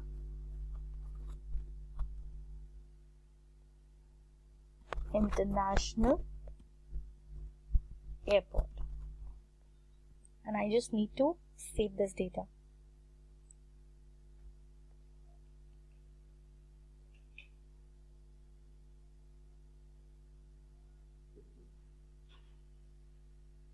So now down below you can see it gives me predictive values, and this is the airport ID for my mentioned details. So the accuracy of this ID will be 0.98, which is 98%, which is almost accurate to the 100%. So this was our experiment, and this is how we can use ML in Azure. What is Azure Active Directory? Now, here we are in a situation where we have two colleagues having a conversation with each other. So one of them complains that he is finding a hard time managing multiple user logins at the same time. His friend suggests that he has a solution, that the company start using Azure Active Directory. He says that with Azure AD, they'll be able to handle multiple user logins without any issue. So just like the question in all our minds, the friend asks, how is Azure Active Directory going to help us? So to help you understand, let's think about a scenario. Now you're an employee working for an organization and you want to use a particular service, in this case SQL database. So you're assigned a set of username and password. Then you want to use another service, a machine learning service. Again, you're assigned a different username and password. And likewise for any number of services that you want to use. So for every service that you're going to choose, you need to be assigned a new username and password. But this becomes a huge issue for the administrator as they have to handle a large number of username and passwords. Now, if you think about a large organization where there's more than 1,000 people working, you can understand how much of a hassle it's going to be for the administrator. At the same time, it's also a really difficult thing for you to remember that many numbers of username and passwords. It's difficult on the user as well. And that's where Azure Active Directory helps. Now, here's a scenario where we're applying Azure Active Directory. Now, you're an employee, you want to use a particular service, and you're assigned a single username and password. And with this username and password, you can access all the services that you want. So there's only one set of username and passwords that you need to remember. You can use any of the services that you want as long as the administrator has given you access to it. So what is Azure Active Directory? Now, Azure Active Directory is a service that falls under the identity domain. It allows multiple users and is a cloud-based directory and identity management service. Now, here's an ideal scenario. You're joining an office newly. The admin helps you sign up to whatever services you want, and you can access these services anywhere over the cloud. So now let's talk about something different, Windows AD and Azure AD. Now, Windows AD was the previous version of Azure AD. So now we'll talk about why we needed to change from Windows Active Directory to Azure Active Directory. So what is Windows Active Directory? Now, it's an OS directory service which allows you to work with multiple systems, multiple network resources in a unified manner. Now, the biggest draw when it came to Windows AD was that it had many layers. Now, different layers that did different bits of work. So now let's talk about each of these layers. The first layer is ADDS, or the Windows Active Directory Domain Services. Now, each layer, as I said before, has a different role to perform. ADDS allows admin to manage information relating to user logins and other details like when they signed up, how much they're using, and things like that. The next layer is ADLS, or the Azure Data Lake Storage Services. This layer is for allowing you to store any amounts of data of any type or size. Then you have the ADFS, or the Active Directory Federation Services, where you're given a single option for sign up with which you get access to all systems and applications. Then we have the fourth layer, the ADCS, or the Active Directory and Certification Services. This enables administrators to customize services and then be able to manage and issue public certificates. And the final layer is ADRMS, or the Active Directory Rights Management Service. And this is used for data protection. Now, here's where Azure Active Directory changed the whole game. This means that there's a large number of layers that administrators need to take care of. Now, how about there was a solution for this? And Azure AD is that solution. Azure Active Directory integrates all these 5 layers into 2. And these are the Windows Azure Active Directory, or the WAAD, where it combines all the problems when it comes to identification management, which is almost all 5 layers taken into one. And the Windows Azure Access Control Service enables the federation or the division of all these services of an organization. And by division, I mean assigning each of these services to these users. So that is taken care of by the Windows Azure Access Control Service. Hence, Azure Active Directory is able to simplify a lot of the problems that Windows Azure Active Directory had. For example, the application Office 365 uses Azure Active Directory to manage user identities. Here's how. Now, you're an employee who wants to access one of the Office 365 services, which could be Excel, PowerPoint, Microsoft Word, or something like that. So you go talk to the administrator and he gives you access to these services with the help of a single username and password. Now, as long as you have this username and password and the administrator has given you access to it, you can use any of these services. So who's the service audience? Who is using the Active Directory service? Now, there are 3 types of audience when it comes to Azure Active Directory. The first one is IT administrator, the second one application developers, and online customers. So the IT administrators, their main emphasis is to ensure that the sign-in takes place. They take care of all the sign-in procedures. They also solve issues when it comes to authentication. For example, to authenticate a particular user, the problem is solved by the IT administrators. Then you have application developers who use these services to develop applications. And with this, they have an easier time developing applications as all these resources are easily available. You have online customers who make use of services like Office 365 and other CRM services and have all their demands catered immediately. So now let's have a look at how we can use Azure Active Directory to provide access to a particular individual. So if you log into the Azure account, this is what you see, or you go into Active Directory, a list of all the people who are using or have been given permission to use resources from Azure. Okay, now we're going to create a profile. We need to set up his name, which is John, and second name, Jacob. Now for properties, we need to determine the source of authority, which is already the Active Directory, so that's fine. We can select a group or add them to a particular group if we feel like it. Now, if we add them to a particular group, it means that they have access to all the resources that everyone in the group has access to earlier. So we'll do that later.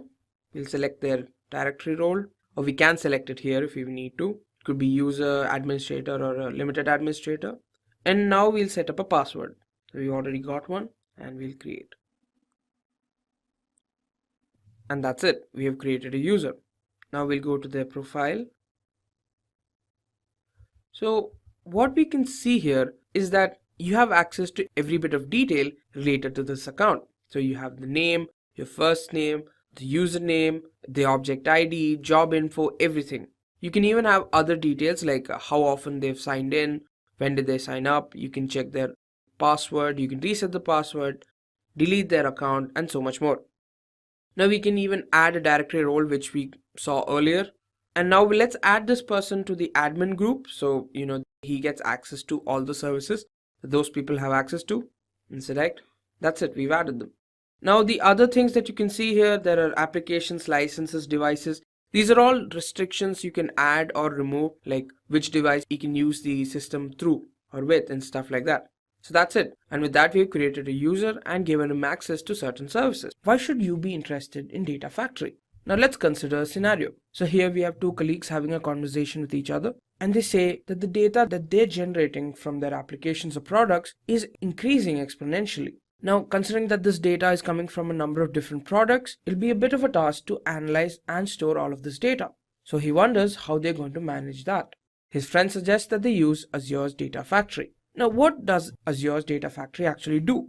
First, it stores data with the help of the data lake storage. Now, any kind of data can be stored in the data lake storage. Then you can analyze the data, you can transform the data with the help of pipelines, and you can publish the organized data. You can visualize the data with third-party applications like Apache Spark or Hadoop as well. Now, what exactly is Data Factory? So now let's have a look at what exactly is Data Factory. Now, Data Factory falls under the identity domain of services in the Azure catalog and is a cloud-based integration service. Basically, what it does is it works on your data, it stores your data, it orchestrates and automates the movement or transformation of data. It works heavily on the data that you store.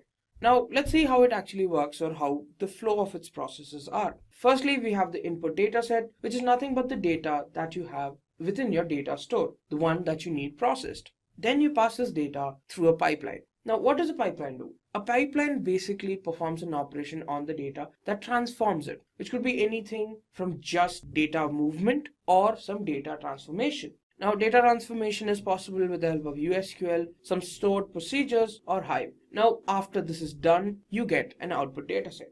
Now, this output dataset will contain data that is in a structured form because it's already been transformed and made structured in the pipeline stage. Then it is given into linked services like Azure Data Lake, block storage, or SQL. Now, what it does is these store information that is very important when it comes to connecting to an external source. Now, this is, if you wanted an example, how in an SQL server you need to mention the source and destination of your data. Now, for example, consider an SQL server. So you need a connection string so that you can connect to an external device. You need to mention the source and the destination of your data. This is how the link services work. And finally, you need a gateway. Now, a gateway basically connects your on-premises data to the cloud.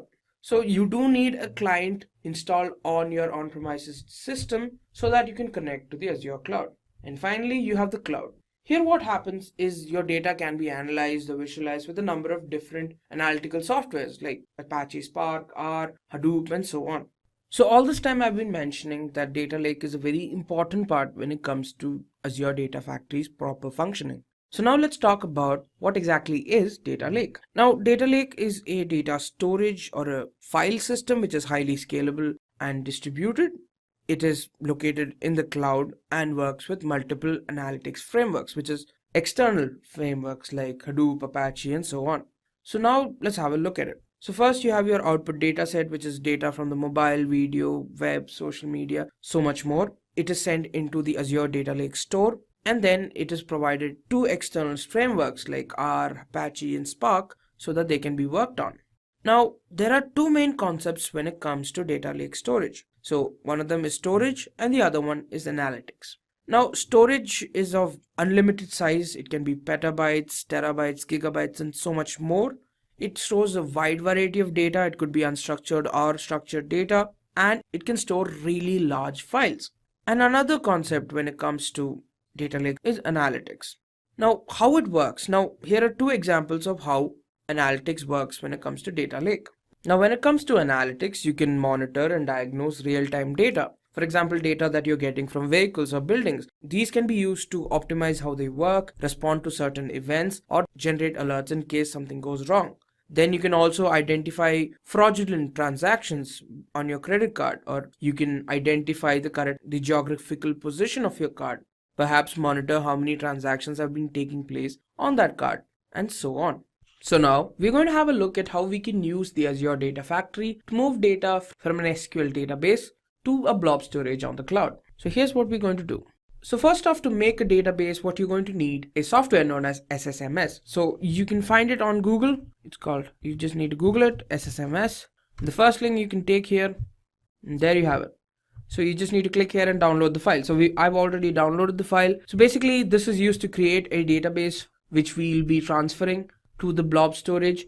So this will take about, depending on your computer speed, pretty long or little to no time. I've already downloaded it. The process is very simple. Just directly go on saying yes, yes. And finally, once the installation is done, here's what we're going to do. We should go into the dashboard of Microsoft Azure. We need to create a data warehouse. So we'll go into all resources, create resource, go to database, and select SQL data warehouse. There we have it. Now, it's very important that you remember the names of the service of everything that you're going to write here, because each of these become very important later on. So I've already set up a possible set of names. YouTube, it's free trial. The resource is already created.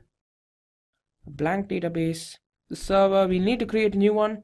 So we'll name it as YouTube server. YouTube admin as the server admin login, the password as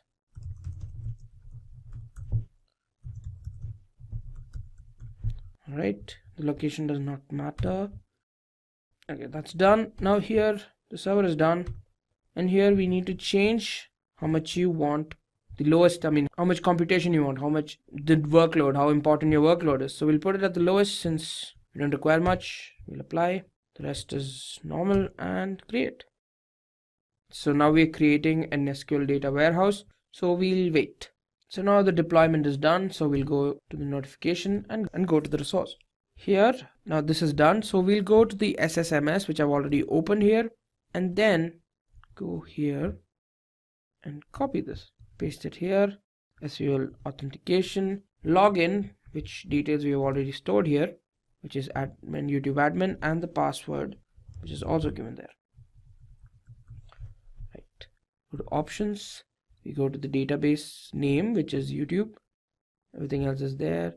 You need to change it to TCP/IP and connect. We sign in. We'll add the password. Again, we're going to sign in now. Right. So now that that's completed, you can see that this is what will pop up. So this is the name of the server we've given, as you saw earlier. You go to databases, and here you have the YouTube database that we just created. Right click this and add a new query. I already have a code for this program. It's a very simple program, so copying and pasting this. Now, if you need the code for this program, let us know in the comments below. It's very simple. What we're doing is creating a table called demo tab with first name Clark Kent and last name is Bruce Wayne, and the table that's created will have these 2 rows. So now we're going to execute this. There you have it. 2 rows have been affected. So now let's have a look at our table. Execute this line, and there you go. The table's here. So now that this is done, we're going back into Azure, and we need to create a storage account. So that's where the blob storage is going to happen. So we're going to storage accounts and click on add. So here it's a free trial. Resource group is YouTube. Storage account name is Simply Store. That's all. Okay. US performance is standard. General purpose you can do locally, since we don't need it to be very reliable, at least for this one. Advanced is fine. View and create. That's done, and we create. Now we'll wait for the deployment to finish. And that's it. The deployment is done. So we'll go to the resource and go to blobs. So this is where the storage is happening. We need to create a blob. Simply blob, which does not exist. And okay, it has been created. Now for the next bit, we need to create the data factory now. So we go to all services, search for data factory.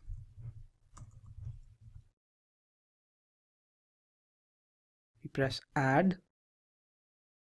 So here we'll free trial, use existing, which we have YouTube, East US, and create. So now we've created a new data factory. Now we'll wait while it's being deployed. So now it's created. So we'll go here, and here we click on copy data, and this opens up. We'll name it. Our description, run once now. Okay. Right, so we press next. So we need to connect to a data source. So what you need to do is select Azure SQL data warehouse. So one second, go to previous.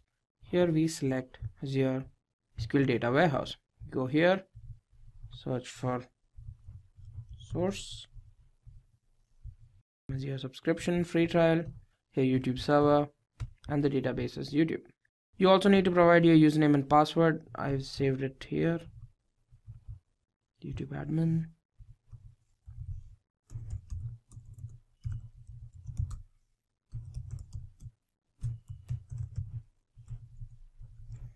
Right. Okay, now we can select the table, which is demo tab. Next. And now for our destination. So where are we going to connect this to? We're going to Azure Blob Storage. Next, destination, Azure subscription free trial, and Simply Store. Now we need to name our storage path. Next, all of this can be passed on. So here's what we're doing. We're copying whatever is inside this to the Azure Blob Storage. That's what's happening right now. All of that is set, and next, it's validating, and we'll wait now. It's registering connections, creating database, and in the end it's creating a pipeline.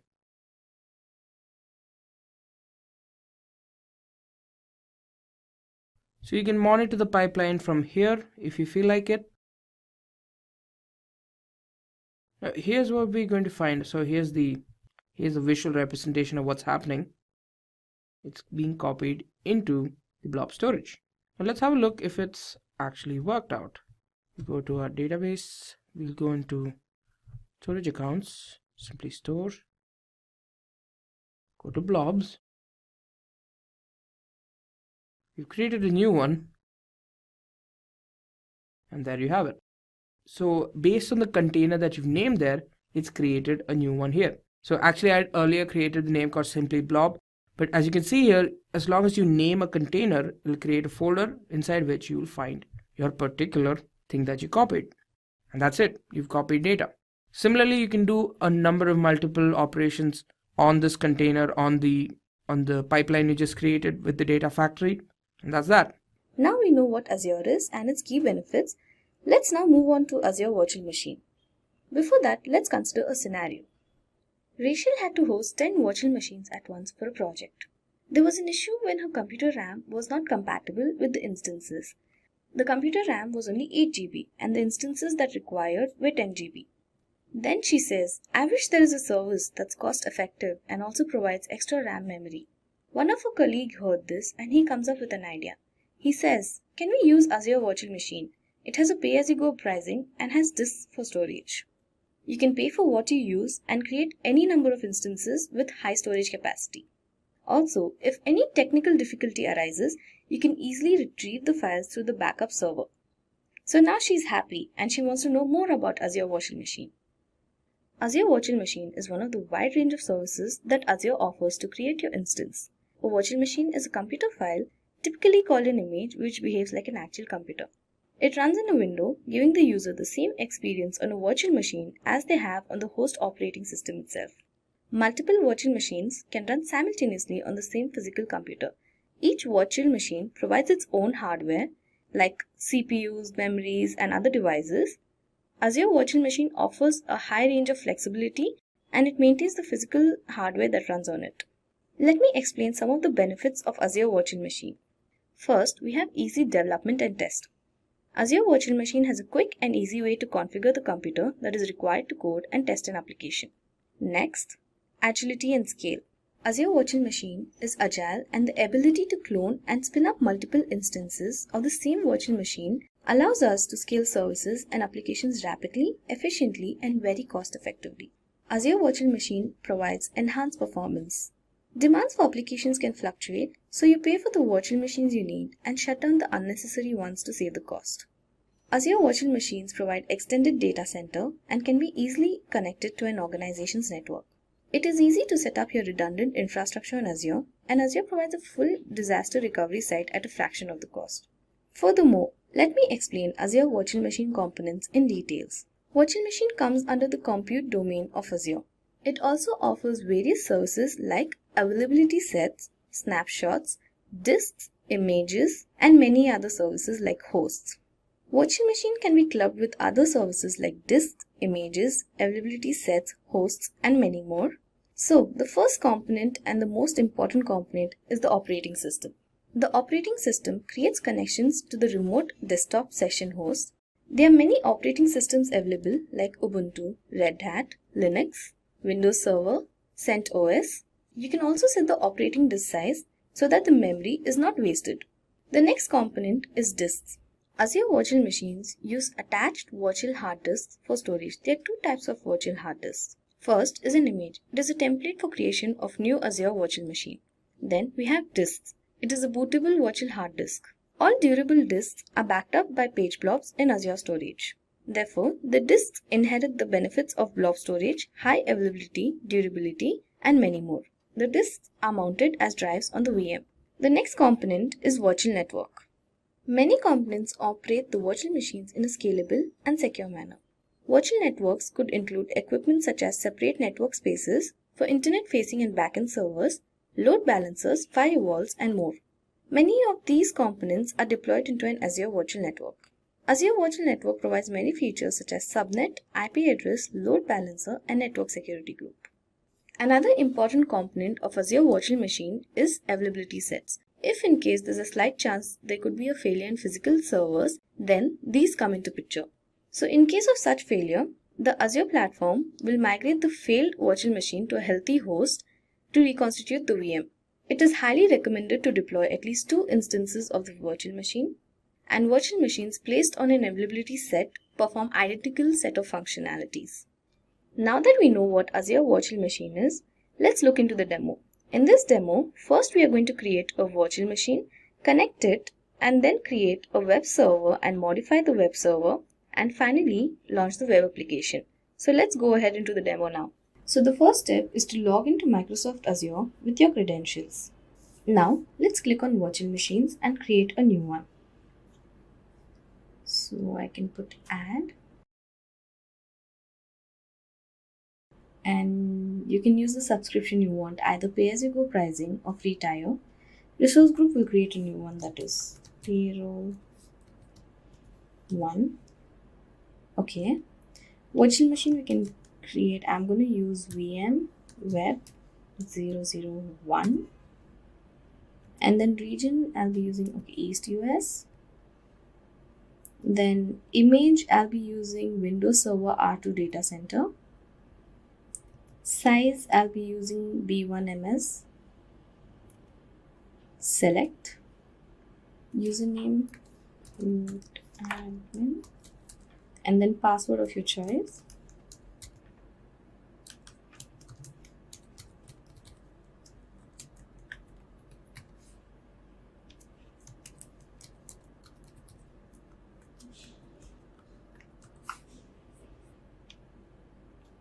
And then I'm going to allow selected ports and choose RDP 3389 and next.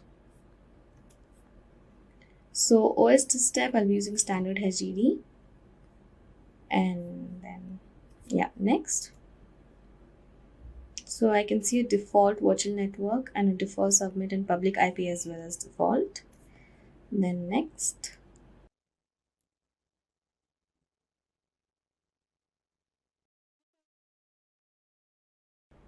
You can allow for auto shutdown, but again, it's entirely your choice.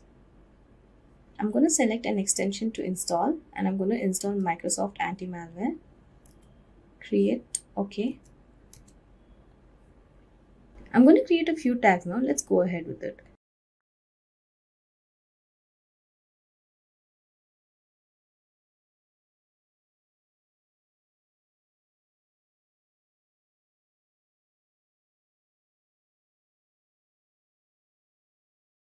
So I've created 5 tags. Now review plus create. Okay, so everything seems good. Let's create now. So the deployment is going to take a few minutes. Let's wait for it.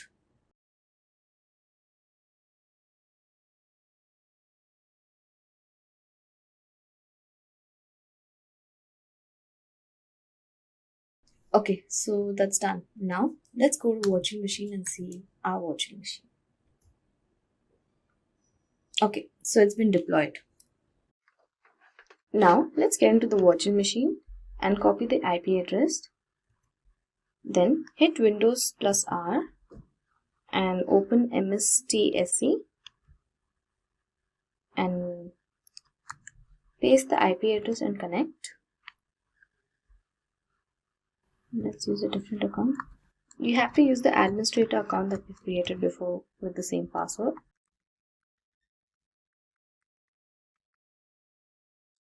Click OK.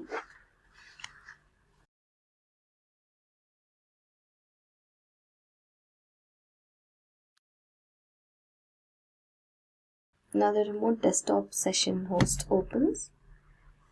The next step is to click on Server Manager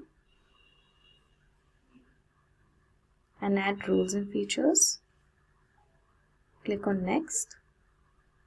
Select role-based or feature-based installation and click on Next. Then select the virtual machine you've created and Next. And then we are going to select Web Server IIS. Next.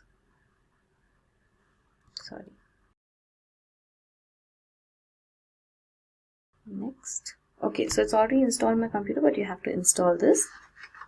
Then let's close this and open Internet Explorer.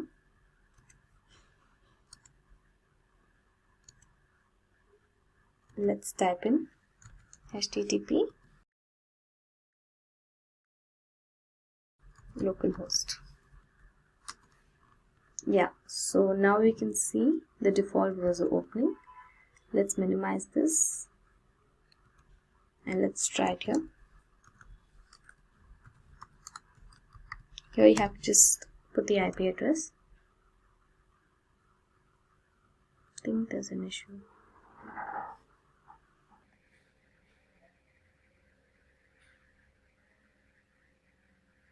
Okay, so let's add an inbound port. Networking, select networking and add inbound port.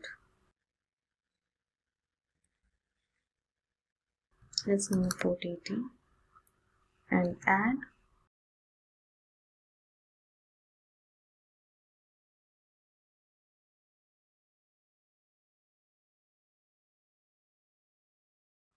Okay, so it's added. Now let's go and refresh it.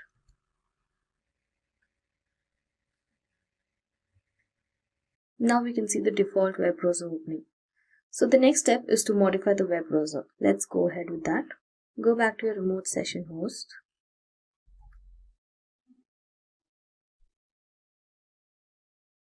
Let's go to File Explorer. So certain folders are created in the C drive. Let's open that.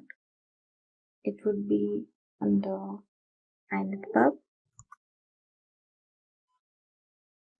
So this is where the default browser is coming from. Now let's make a new text document.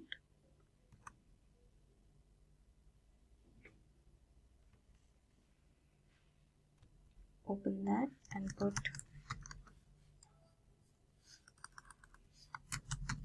hello,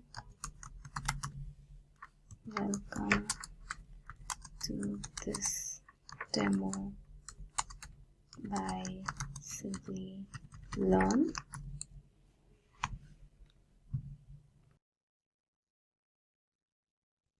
Save it, close it. Let's rename this as index.html.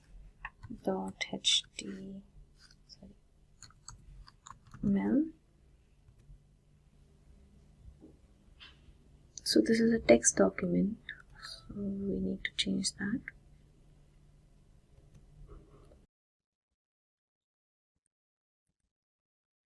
Okay, let's remove this. Okay, that's done. Now let's go back to our Internet Explorer and hit F5. Let's refresh this.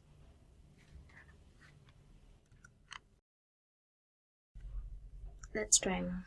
Okay, so let's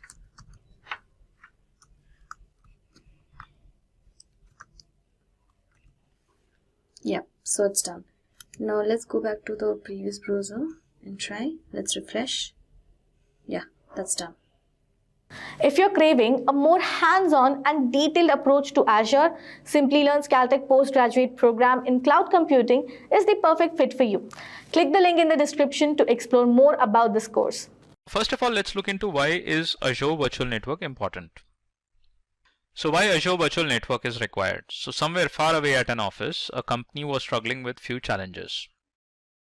The company got a bigger projects which lead to the following challenges. That includes poor network connectivity, time-consuming process in building network topologies, could not divert network traffic to its destination on time. So these were a couple of challenges the company was facing. So the employees thought that what could be the possible solution to these challenges?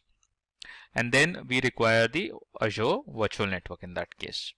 So first of all, let's understand what is Azure Virtual Network is. An Azure VNet or a virtual network represents your network or environment to run VMS and applications in the cloud. When it is created, the services and virtual machines within the network interact securely with each over the internet. So virtual network, you can consider it as a virtual cloud, which is basically kind of a cloud space virtually assigned to the users or to the organization, which they can dedicatedly use for their purpose. So for example, if you have to create some instances or virtual machines onto the Azure cloud and you want to connect it with the on-prem servers, for example, then you might require the virtual network in that case. Let's assume that those instances that are created in the virtual network require the range of IP addresses that you want to allocate to them, and that is something you can customize using the Azure Virtual Network. How do you want that the traffic should be routed to your instances in the virtual network, how the firewall securities should be applied, everything the end user can control in the virtual network. So it seems like that you are working in your own data center. Ideally, you would be working onto the Azure cloud using the virtual network. Now, what are the advantages of using the Azure virtual network? So a couple of them are, it provides an isolated environment for your application. So as I said that it seems like that you are working in your on-prem environment. That means within your data center. But ideally it is a virtual space that is allocated to you, which is a kind of an isolated environment that is specifically designed for your task and the activities. Generally a subnet in a VNet can access the public internet by default. So we create a subnet inside the virtual network which can access the public internet. So there is a public network connectivity that is enabled in the virtual net so that a subnet which will be created in the VNet can be accessed. Traffic can be easily filtered from different resources. So you can have some control lists defined, you can have some security groups created, and how do you want to allow the traffic onto the servers or the application, that is something which you can control. It is a highly secure network, and the security groups and the policies are basically implemented by the end user. So you can design how the security should be implemented. High network connectivity, so you have a higher bandwidth as compared to the normal internet connection you might be having in the data center. Compared to that, you use the Azure network only, which gives you the higher network connectivity. It builds sophisticated network topologies in a simple manner and which is easily manageable, as well as there are less troubleshooting issues that we would encounter. Now, what are the components of Azure Virtual Network? One of them is the subnets. Then you have routing. Then you have network security groups. Now, what do we mean by subnets? The subnet is one of the major or a prime important component in the virtual network. So what you have to do is, first obviously you would be creating a virtual network. Inside that you can create the subnets. Subnets, you can consider it a logical partitioning or virtual partitioning inside the virtual network. Subnet lets user segment the virtual network into one or more subnetworks. For example, let's assume that you're working in an organization, and in the organization there are different departments. For every department there should be some set of IP addresses that you want to allocate to the machines that the employees are using. Or all the departments should be isolated. That means that they should have their own network IDs and the network addresses allocated to their machines. And in that case, what you would do is you would create the subnets and the subnet IDs that would be allocated to those departments. These subnetworks can be separated logically, and each subnet consists of a server. So what you do is, when you create a subnet, you can create a server or an instance inside that subnet, and how do you want to give an access to that instance depends on criteria or the requirement. Hence, a subnet can further be divided into two parts, one as the public subnet and the other one as the private subnet. These are the naming conventions of the subnet. Then how do you want to give the internet connectivity depends on how the public subnet should be interacting with the internet. And for the private subnet, as the name suggests, that the internet is blocked. So that means it is completely isolated in the virtual network. The private instances, though, if you want that any instance created in the private subnet should have the internet connectivity or an access, you can primarily go with the NAT gateways in that case, which is a network address translation or kind of a translator which converts the private to public and vice versa. And that would actually enable the internet connectivity to your subnets. Then in the public instances, they can directly access the instance. As the name suggests, public instances, that public subnets, that means they have the direct internet connectivity. Next component is routing, and the routing is primarily a routing rules, you can say, that are applied, and those are actually applied to the routers only. So since on the cloud we cannot have a direct router access, and hence using the routing as a component, we can define some routing rules which are directly applied to the router in the infrastructure. It delivers the data by choosing a suitable path from source to destination. for each subnet, Azure Virtual Network automatically routes traffic and creates a route table. When you create a virtual network, automatically a route table is created, and that basically is required to route the traffic, and that can be used by every subnet. That doesn't mean that you only have to create a single route table in the virtual network. You can have multiple route tables also created, which can be associated with different subnets as well. Then you have the network security groups. It is kind of a firewall that protects the virtual machine by limiting the network traffic. It restricts inbound and outbound network traffic depending upon the destination IP address, port, and the protocol. So it is basically the network security group sits on the instances and or virtual machines, and they basically define that how the traffic should be reaching to the ports onto the virtual machine. So how do you want to open up the ports, and for which IP addresses you want to open up the ports? That is something the end user or the administrator has to specify or design. So they act as a kind of a firewall rules only that protects the virtual machines. So how to launch an instance using Azure VNet? So first of all, you have to create a virtual network. So virtual network act as a container for subnets. So first thing is that you would be creating a virtual network.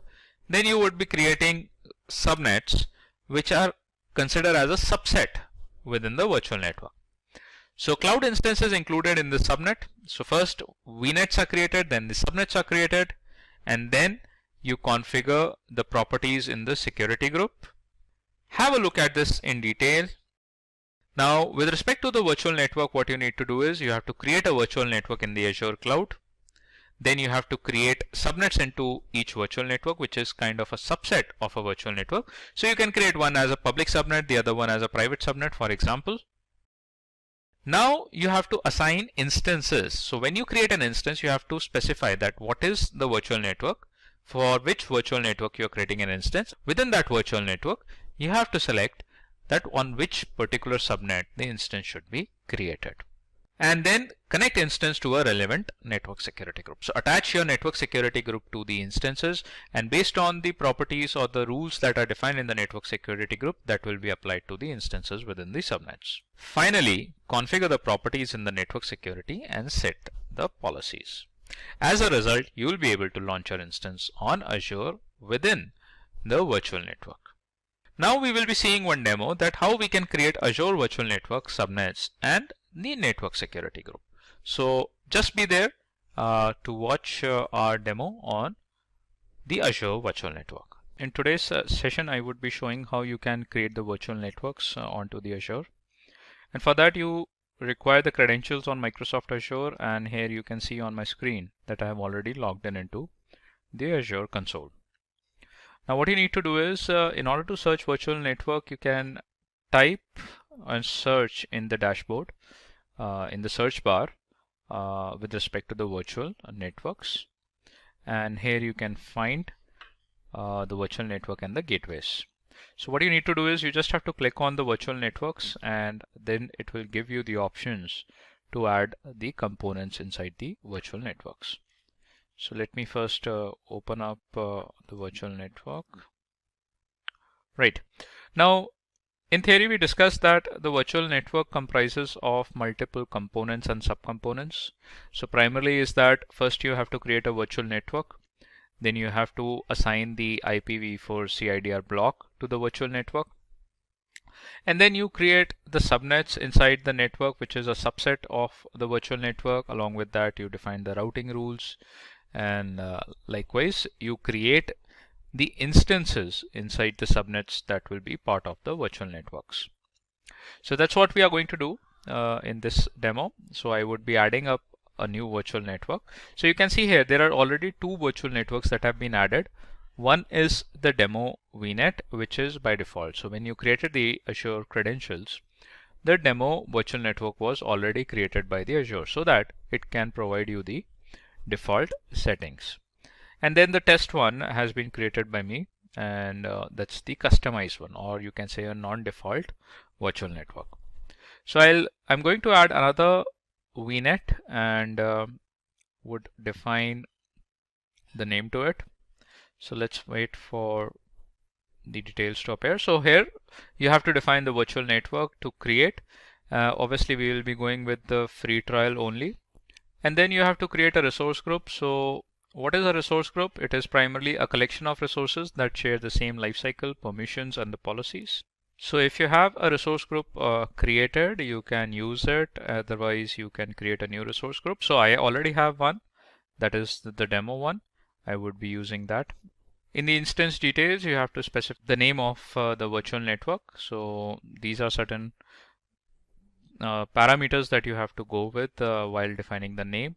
So let's say I put something like test vnet as the virtual network that I want to create, and that is, you have to select a region where you want to get that created. So these are the available regions that you can select. I would go with US East US only, and then we have to define the IP addresses also. So in the IP addresses, the CIDR blocks are allocated to the virtual networks, and that becomes a fixed IP address for that VNet. So what you can do is you can specify a range of IP addresses. Now whenever we talk about a virtual network and the IP addresses, we primarily focus on the private IPs only. So this is the private IP that we are actually talking about. So I can reserve some IP address CIDR for our VNet, and that is the range of 40.0.0.0/16 I'm going to reserve. So now we'll create one subnet, and we'll name that subnet. So as we discussed, that subnets are the subcomponents of the VNet. So here you can see we have already created one subnet with the name public subnet. So likewise we can add another subnet also, and let's name it to something like demo subnet. Right, and the subnet should have the IP address range, and that IP address range should be part of the VNet only. In V18, so same subnet address range you would be defining in the subnet as well. So that will be 40.0.1. or we can select 2.0/24. The rest of the things would be default. We are not attaching any route table as of now. So just click on OK, and here you can see that the subnet is created. Now once the subnet is created, now we are going to create a virtual machine inside that subnet, and for that we'll go to the search bar, and here we'll type virtual machines.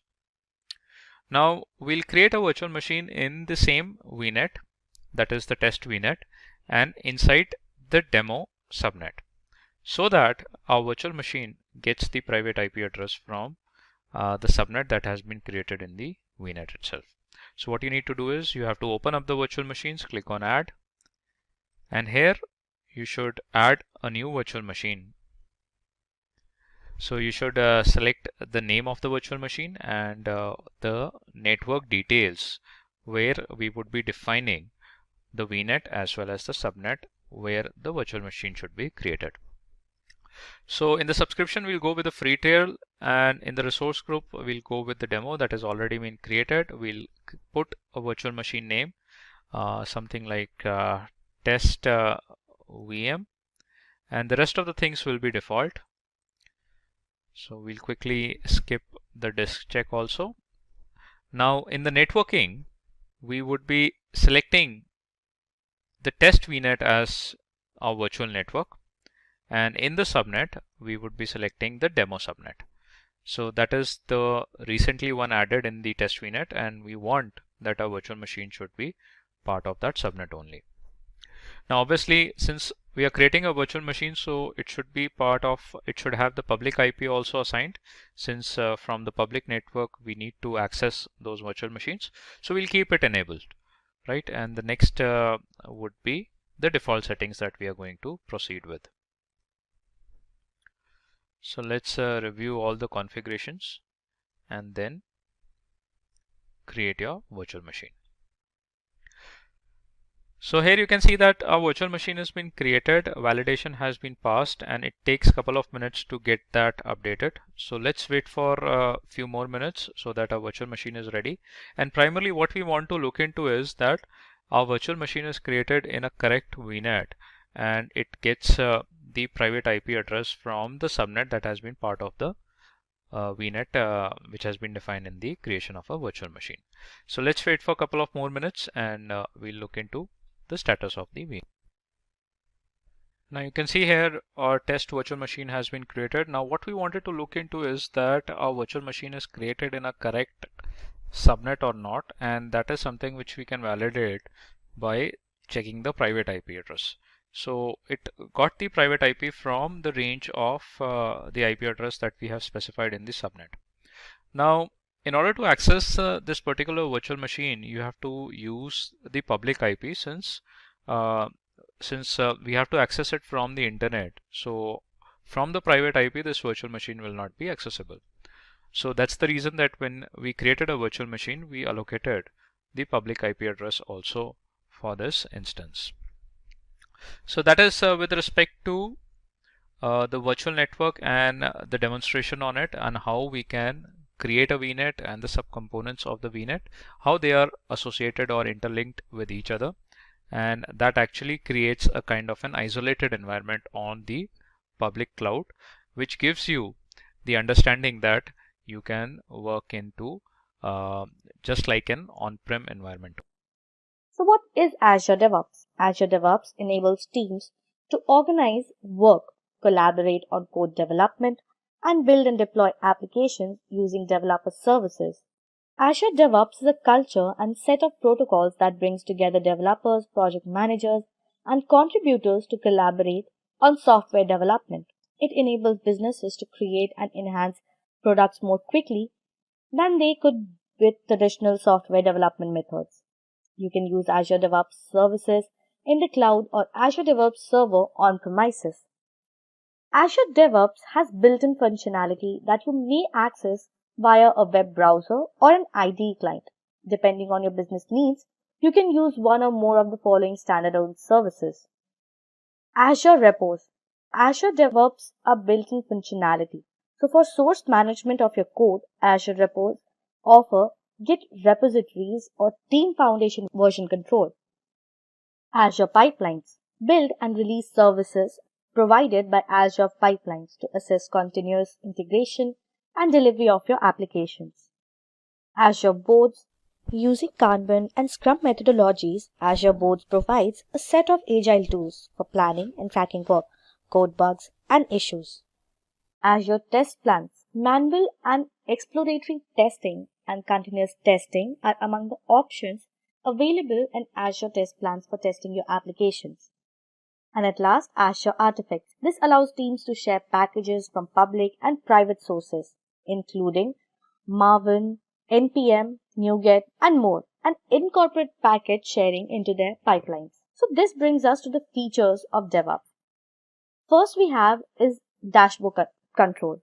You can rapidly navigate to different regions of the project, build and manage dashboards, and set dashboard widgets using the DevOps dashboard functionality. Then we have improved source control. Git and Team Foundation version control, a centralized client-server system, which are two prominent methods of source control supported by Azure DevOps Solution. To observe change history, you can add and manage Azure Git tags, reviews, downloads, and modify files. Following that, we have plan and track your work. You can utilize Azure DevOps systems to track features, requirements, user stories, tasks, issues, and more using a variety of work items. Then we have integrated collaboration servers, a tool that allows teams to collaborate throughout the whole Azure DevOps feature set, including team dashboards, project wiki, discussion within work item forms, and many others. Then we have support for exploratory testing. Manual exploratory and continuous testing are made easier with Azure DevOps, which include workflow customization, end-to-end traceability, criteria-based selection, and real-time visualization that show the test activities. And at last comes continuous integration and deployment. Many developers use CI/CD, and Azure DevOps makes it so easy to do so.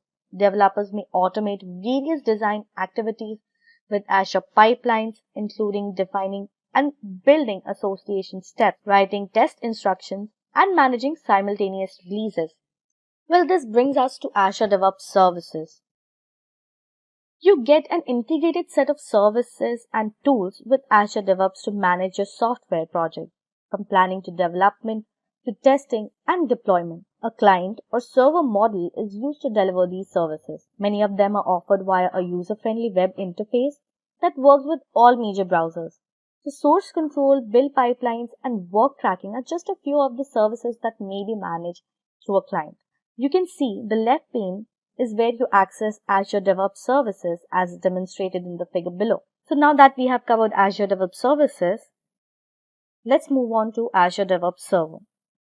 Version control, reporting, requirements, management, project management, automated builds, testing, and release management are all capabilities of Azure DevOps Server, a Microsoft product. It provides DevOps features and spans the complete application cycle. So now that we know what Azure DevOps Services and Azure DevOps Server are, so let's have a crisp comparison between them to know how exactly they differ from each other. Despite the fact that Azure DevOps Service is a hosted version of Azure DevOps Server, there are several features that differ. Some functions of Azure DevOps Server aren't available in Azure DevOps Services. So when deciding which platform to use or considering a transition from on-premises to the cloud, keep the following points in mind: scope and scale data, authentication, users and groups, and manage user access. So first is scope and scale data. Azure DevOps Services and Azure DevOps Server are slightly different. Organizations and projects are currently the only alternatives for scoping and scaling data. Azure DevOps Services organization get their own URLs and always have exactly one project collection, whereas deployment, project collection, and projects are the three methods for scoping and scaling data in Azure DevOps Server. Then we have authentication. To connect to Azure DevOps Services using the public internet, depending on your organization's arrangement, you can use Microsoft account credentials or Azure AD credentials to log in. You can also configure Azure AD to require multi-factor authentication, IP address restrictions, and other security features. But you connect to an intranet serving using Azure DevOps Server. Windows authentication and your Active Directory domain credentials are used to log in. So this method is completely open and you will never be asked to sign in. Next we have users and groups. You may use a similar technique to grant access to groups of users in Azure DevOps Services. Azure AD groups can be added to Azure DevOps Services group. So you must add users one at a time if you utilize Microsoft account instead of Azure AD. On the other hand, by adding Active Directory groups to multiple Azure DevOps groups, you may grant user access to deployments in Azure DevOps Server. The membership of AD groups are kept in sync, so users gain and lose access to Azure DevOps Server as they're added and withdrawn in AD. And at last, there is Manage User Access. You manage access to features in Azure DevOps and Azure DevOps Server by assigning users to an access level. Each user in your Azure DevOps Services organization must be assigned an access level. As usual, as Visual Studio subscribers sign in, Azure DevOps Services verifies them. So without a Visual Studio subscription, you can give basic access to 5 users for free. Whereas all use of Azure DevOps Server is on the honor system. Specify the access levels on the administration page to set access levels for users based on their license and assign unlicensed user stakeholder access only. So now that we have covered all the important features and concepts of Azure DevOps, now let's move on to the next very important aspect of Azure DevOps, which is Azure DevOps Lab. The Azure DevOps Lab is a place where you can learn about software development and operations with Azure DevOps services. You can simplify and speed up the DevOps process. It explains how to use Azure DevOps services to automate software delivery and satisfy business requirements. So to understand it in a better way, let's have a demo of Azure DevOps Lab. So let's start with our Azure DevOps demo. So first, what we need to do is navigate to this website, azure.microsoft.in, or we can directly log in through dev.azure.com also. So first, what we need to do is sign into a Microsoft Azure account. So after signing in, you'll be led to this page that you just need to click on continue, And here what you need to do is create an organization under which you're gonna create your projects, multiple projects, and you're gonna attach your team members to it or group members to it whom you want to give the access to your projects. So what is the difference between organization and project is, if you have given anybody access to your organization or somebody is a part of your organization, then that particular individual will have access to all of your projects. But if you have given somebody only access to your project, then he'll be only restricted to that particular project.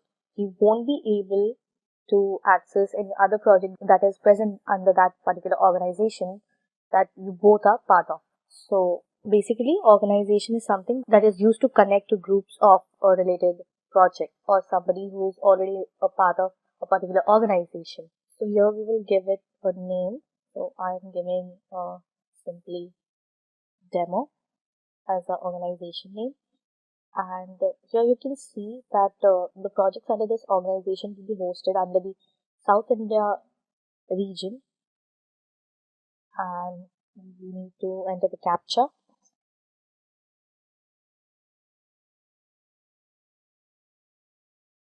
And click on continue.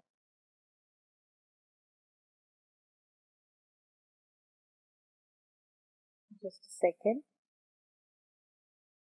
So now you can see it is saying that it is taking you to an organization. Okay, so we already have an organization of the same name. So let's just change it to something else. Let's give it simply demo org.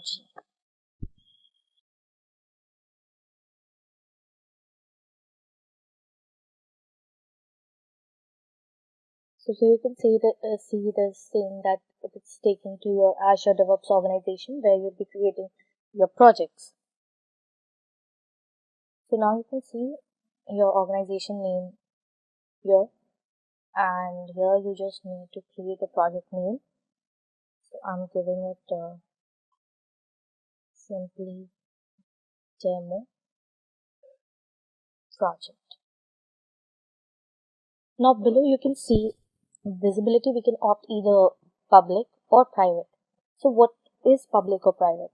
So basically, if you keep the visibility of the project public, then once you copy this URL, so as I was saying, once you copy this URL into some other browser or incognito mode, you will be able to have the access to the project. But if you keep its visibility private, then only the people who have real access to your organization or to your project will be able to access that project or will be able to see that project or work on it.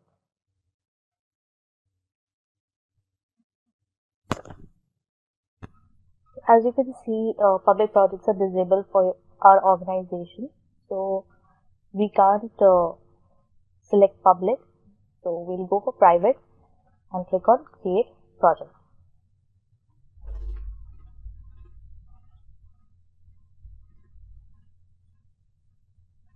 Now here you can see the home page of your organization where you have this project, and here you can access the statistics of project, how it is performing, how much time you have contributed to it, or what all services you have added to your project. And down below you will be able to see that there is just one member, which is the root user of this project. And once you start adding more members to your project, their details will be added to this particular block. So now here you can see these are the services, boards, repos, pipelines, test plans, and artifacts services that is provided to you to add to your project. So now let's have a look at them one by one. So first one is boards. As we click on boards, you can see multiple options, your work items, boards, backlogs, sprints, queries, delivery plans. Here you can see it is all empty as we haven't added any service or we haven't worked on a project yet. So let's just click on new work item. So here you can see one is epic, issue and task. So epic is an option that is, you can see a pro option for work items. So basically epic represents business initiative to be accomplished, and it is basically available for basic, agile, scrum and CMMI process templates. So what it exactly does is increases customer engagement, that whatever your project is, if it's the engagement of your project, that how it's performing and how it is performing towards the people whom you have given access to the project. Also helps to create new architecture to improve the performance of your project, and it also supports mobile applications. So basically when you're deploying any mobile application in your project or creating a mobile application as a project, so it will be able to support that as well. Let's click on Epic. So here you can see you need to enter a title for your Epic option. So here you need to add the title of your Epic, like for say we are creating a healthcare or an e-commerce application. So obviously it will be segmented into different parts. Like you'll be having search options or support options or home page. So we just need to give it a name. And here you can see its state is to do. For now we just have to do because we haven't actually created anything in our project and we haven't given any input. So it's in to-do list, and once we start working on it, we can change the state. It can be in progress or completing. So there are multiple states for your Epic. And here you can see the area is simply demo project. That means that we want to assign this search new Epic into this project. And we can also click description over here, that what exactly our new Epic is about. Like for search options, we need to specify or give a description that this is for searching options related to our application. Like for healthcare, one can type medicines or doctors or slots. So that is thing that we can add in our description, that it will help the user to understand what this feature is about.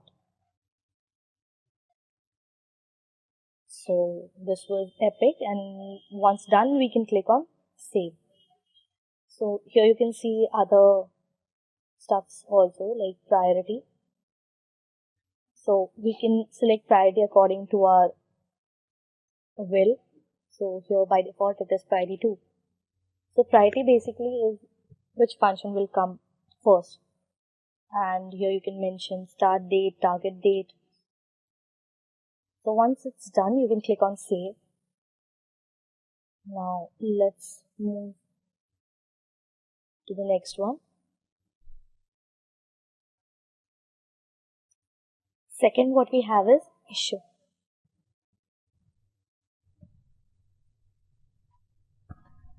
So basically issues are for you to track your work, and epics are used to track the group work and the large scenarios. But this is track like we saw the project statistics, so it will help you to understand the individual progress. So basically issues are raised when you find any obstacle in your progress or in your work. So it can be compared to impediments also.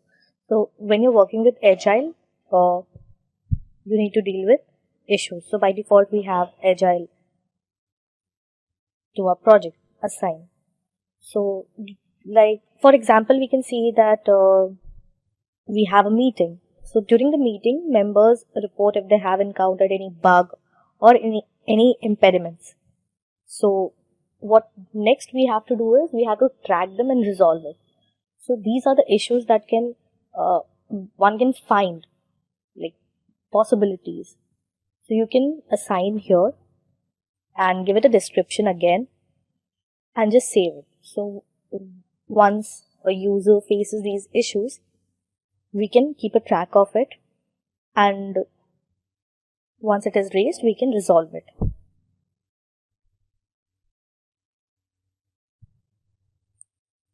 Coming to the next one. Next we have is task. So by the name only we can well understand what task is. So a task is a smaller item or smaller segment to track activity that contains all the information needed to accomplish a part of an issue, or you can say user story requirements. So this option is available for basic, agile, Scrum and CMMI process templates. So again we can give it a name, what task we want to assign, and give it a description, and according to that we can select the priority and save it. So the task will be added to your project. We are not assigning any task right now because, as I said, we haven't added any particular project or particular details or application, or we haven't deployed any application yet in our project. So that is why we are not adding anything over here again, because first we need to understand what these services are and what these services are used for.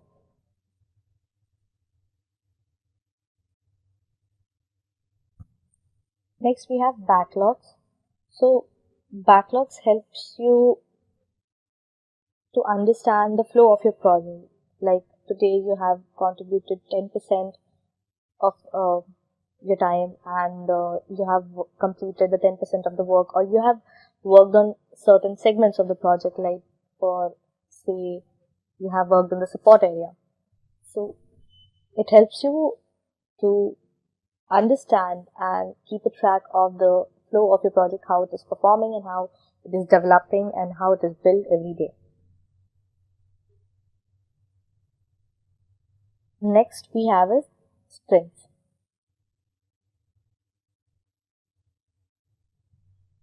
So sprints are basically a time box intervals that supports your team's ability to work using the agile processes and tools. So what you can do is, whether you're having, let's say you're having a healthcare application, so you just need to have a segment of it and drop it over here. So what it will do is it will get the attention of all the team members. So basically what it does, it makes your project more manageable. It increases the quality of your project and also makes it work even more faster and more frequently once you add the segment to the sprint. So you can say it in one way, it gets the priority and people need to work on it, and it gives your project more flexibility to adapt to change. Now sometimes what happens is many associate Scrum sprints with agile software development. So sometimes agile are often thought to be the same thing. Coming to the next one, we have queries.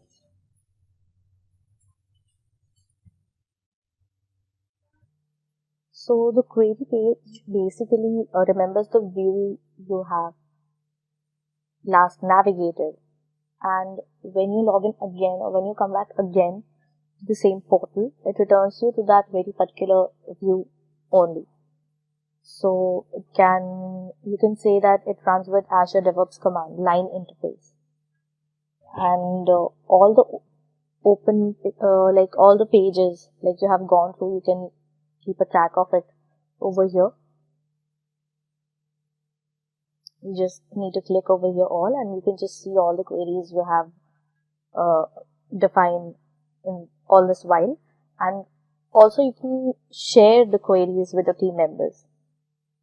So they can also know that where you have been working lately, or which segment you have been working on, or what was the last navigation which you have been going through in this whole project. So it can help you manage your project in a more efficient way and keep a track of how and what all segments you have been working on and what all segments you need to work on in your project. Coming to the next one, we have delivery plans. So here you can see we haven't created any plan yet. So basically, delivery plans are a calendar view of multiple teams or team backlogs or individual backlogs from different projects. So basically, it replaces the delivery plans marketplace extension, and it is only available for Azure DevOps services. So here you can say it's a summary or time summary of all the projects you have been working on in a particular organization. So now that we have covered both, let's move to the next one, which is repos. So with the name itself, we can well understand that repo stands for repositories. So basically, it is a set of repositories that allows you to control and manage your project code. Like, for say, you're deploying a healthcare application. So these repos options help you create repositories and manage your code of that particular application in a more efficient way. So what you can do is you can connect project solutions by using the repos link. As you can see here, it is shown. So let's look into its option one by one. First, we have files. So in files, your project solution will be available in this section. So repositories can create, manage, and import those solutions. Okay, so you just need to upload your solutions of your code or your project here, and it will just create repositories for it, and it will help you manage those solutions in a better way. And you can see these clone to your computer, push an existing repository from command line, and import a repositories if you want to import any solution. Like here, you can just click on import and add the solution to a repository. So this is what files do. Basically, you can see it's like a physical folder itself where you have all your mini files or repositories or solutions, you can say, of data. So basically, it functions like a physical folder itself. So it helps you keep a track of your codes and everything. Next comes is commits. So in commit section, we can manage commit history for your repositories that you have created in files. So it just commits those repositories with author details from branches. Like, for say, we have a team, one from support branch and one from management branch. So whoever creates that repositories and adds the solution, it commits that repositories under that particular member of the team with the branch name. Then comes pushes. So push histories are available in this section from each pull request done by the developers. Developers, for say, the team members who have been working on this particular project and creating repositories and solutions. So what is pull request? So pull request or PRs are a way to change or review or merge code in our repositories. So basically, team uses these PRs to review code and give feedbacks or changes, whether, like, for say, you are deploying a code or a solution So one can review them, what all changes needs to be made or what all upgradation needs to be made, or whether the code is already fine or not. So basically teams use these PRs to review the solutions and codes stored in these repositories, or you can merge multiple solutions or multiple codes into the main branch. So basically reviewers can step through the proposed changes and leave those comments and vote to approve or reject that particular code, or you can say to upgrade or what all changes you want to make it. They vote for it, that whether that needs to be made to that particular solution or not. So these are the PRs. Next, we have branches. So we can manage multiple branching information in this particular section. You can create or release branches from master to dev. Okay, so all users can actually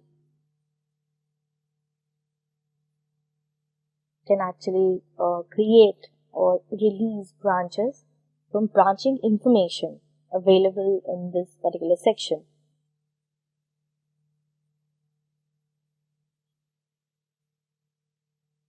Next come tags. So tags are used to point out specific commits, like giving message tags and data information to branches. You can create your naming conventions to branches by using commit tags. And the next one is pull request, which we have already discussed. The PRs that are basically used in pushes. So now we have completed repos also. So let's move on to the next one, which is pipelines. So here you can see that we don't have any pipeline created for us yet. So let's have a look at the provided options one by one. So the first one is environments. So basically it is a collection of resources where you actually deploy your application that you're working on. So you can say it contains one or more virtual machines, containers, web apps, etc. Whatever resources you have actually used for deploying your application, or what all services you have used for creating the environment for the deployment of your application. For say we need to deploy our application and it needs an Windows Java environment. So whatever resources you need to create that environment, that will be added to this environment list. It will be listed over this section. Next we have releases option. So basically this pipeline stores the data of your pipelines or stages or tasks and deployments in Azure pipelines, that deployments you have done so far in your applications, for your applications actually. So you can say that it helps your team continuously deliver software to your customers at a faster pace with a very minimum, you can say lower risk. So you can fully automate the testing and the delivery of your software or applications on multiple stages. Or you can also set up an automated process with approvals and on-demand deployments. Then comes library.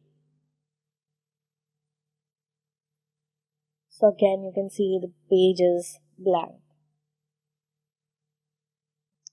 From the name itself you can scrutinize that it will be a collection of assets from Azure DevOps projects. So basically it is a collection of build and release assets of a particular project. So assets defined in a library can be used in multiple builds and multiple releases pipelines of the project. Okay, so all assets that are defined in a library share a common security model. So you can control who can define new items in a library and who can use an existing item that you have already added in this library. So roles are defined for library items. For say you have added a particular asset or particular item to this library segment, and you can assign a particular member who will be working on this item. Okay, so roles are defined here for these, and these governs the operation you can perform on those items. That person will be keeping track of whatever changes have been made or whatever upgradation has been made to the particular item that has been added to this segment, library segment. So then comes task groups. So task groups are a way to standardize and centrally manage deployment steps for all applications in your projects.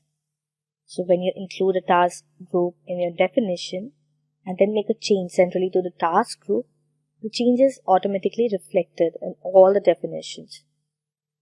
So we can conclude with this that a task group allows you to encapsulate a sequence of tasks already defined in, you can say, build or a release pipelines or into a single task group. So it just encapsulates all those sequence of tasks. So you can choose to extract the parameters from those encapsulated tasks as configured variables and abstract the rest of the task information. So what happens is the new task group is automatically added to the task catalog, and it is ready to be added to other release and build pipelines. So task groups are stored at the project level and are not accessible outside the project scope. So the task groups will be only limited to the members who you have assigned in this project, and it won't be accessible to the other people or other team members from different projects, even though they are the member of the same organization. So you can say it's more of a private segment. Now that we have covered task groups, next we have deployment groups. So deployment groups are only available with classic release pipelines, and it is totally different from the deployment jobs. It is basically a collection of deployment related steps defined in a YAML file to accomplish a specific task. So in nutshell, it is a logical set of deployment target machines that have agents installed on each one. The deployment groups represent the physical environment, for example, testing or development or production environment. So a development group is just another grouping of agents, much like an agent pool, you can say.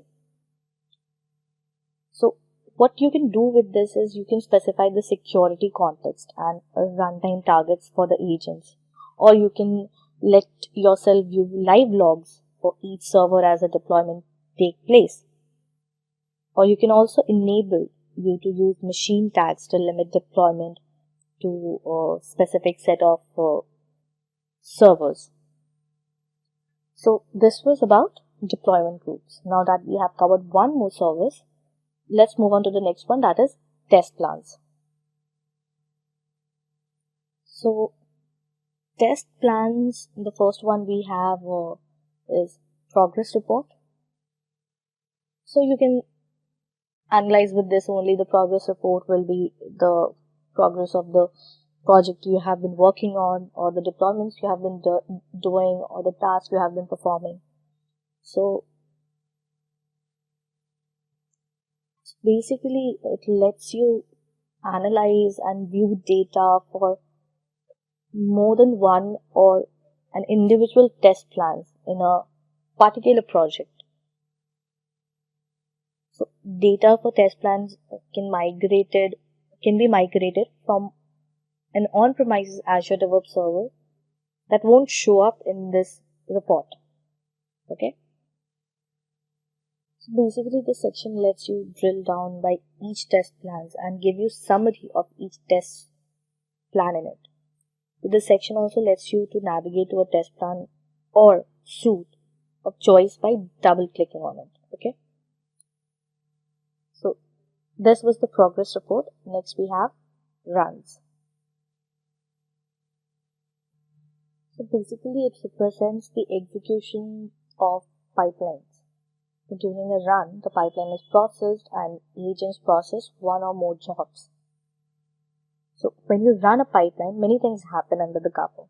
While you often won't need to know about them, occasionally it's useful to have the bigger picture, right? So Azure pipelines will get processed under this test runs segment.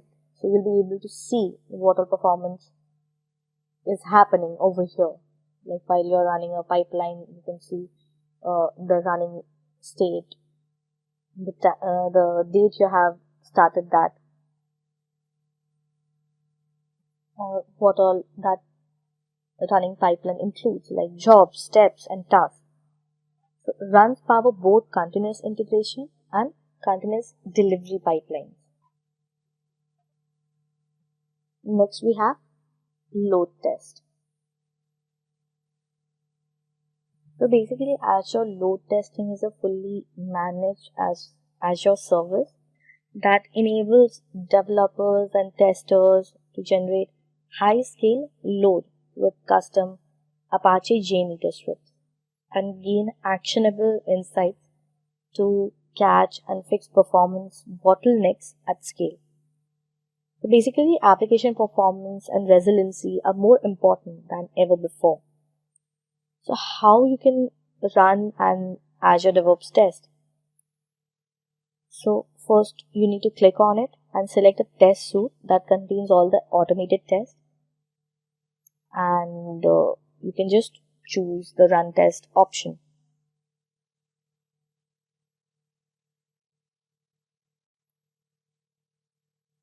And it will start processing it.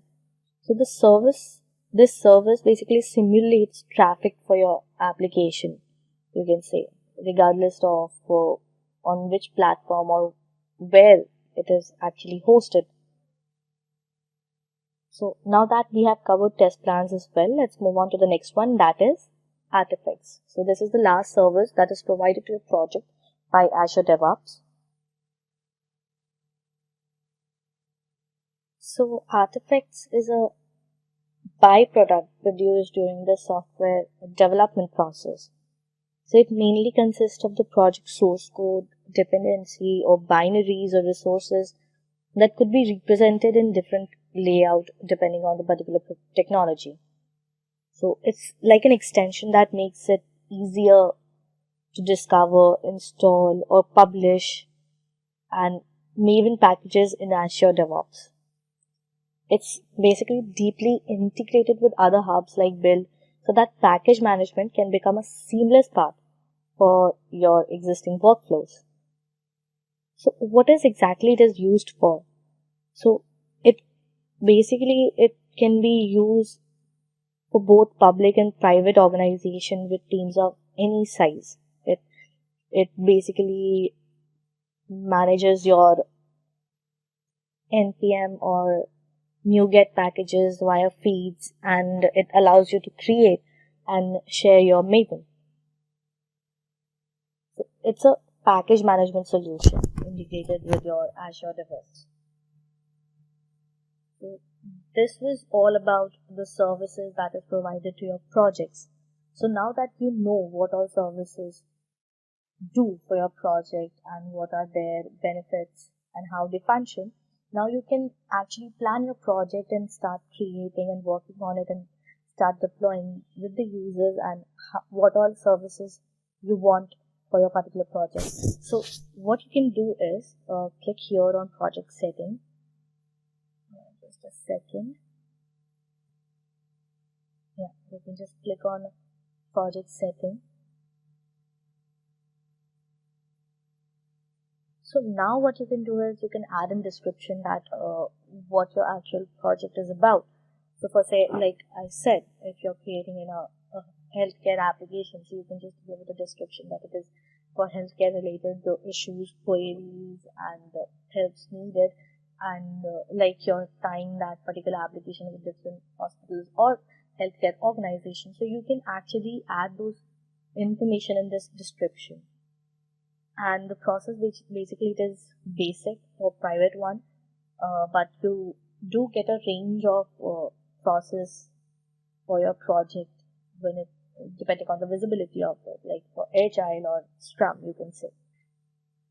So now here you can see that only my ID is attached to it, as I'm the only member here and I'm the administrator.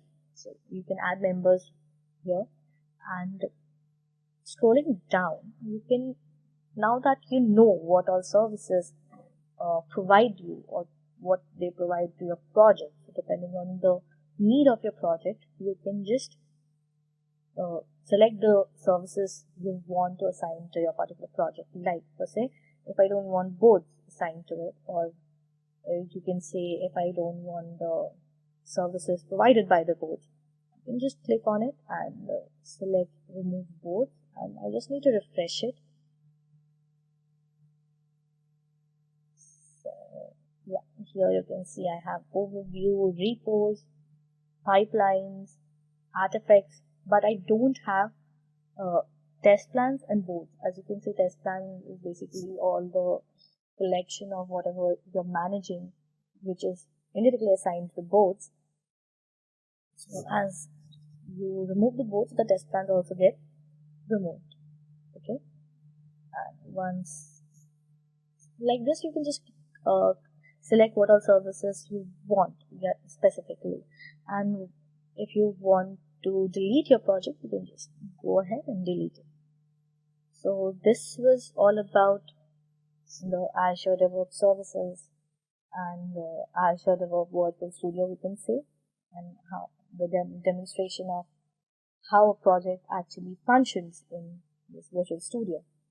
If you're craving a more hands-on and detailed approach to Azure, Simplilearn's Caltech postgraduate program in cloud computing is the perfect fit for you. Click the link in the description to explore more about this course. Azure certification path. We'll go over the Microsoft Azure certification test in this video and present useful information to assist you to decide on a career path. Microsoft offers 3 certification paths for a variety of technical jobs. To gain certification, you must complete a series of exams, and the first one is Fundamentals Certification. These certifications are suitable for those who are just getting started in technology or considering a career shift. Second is Role-Based Certification. To begin acquiring valuable job role abilities, choose a role-based certification. Third is Additional Certification. Examine Microsoft Office technical qualifications as well as Specialist and Microsoft Certified Educator certifications. Now in each category, we have sorted the certifications for your better understanding. In the first category, Fundamental Certification, are Microsoft Certified Azure Fundamentals, Microsoft 365 Certified Fundamentals, and Microsoft Certified Power Platform Fundamentals. In the second category, role-based certifications are Microsoft 365 Certified Security Administrator Associate, Microsoft Certified Azure Developer Associate, and Microsoft Certified Dynamics 365 Sales Functional Consultant Associate.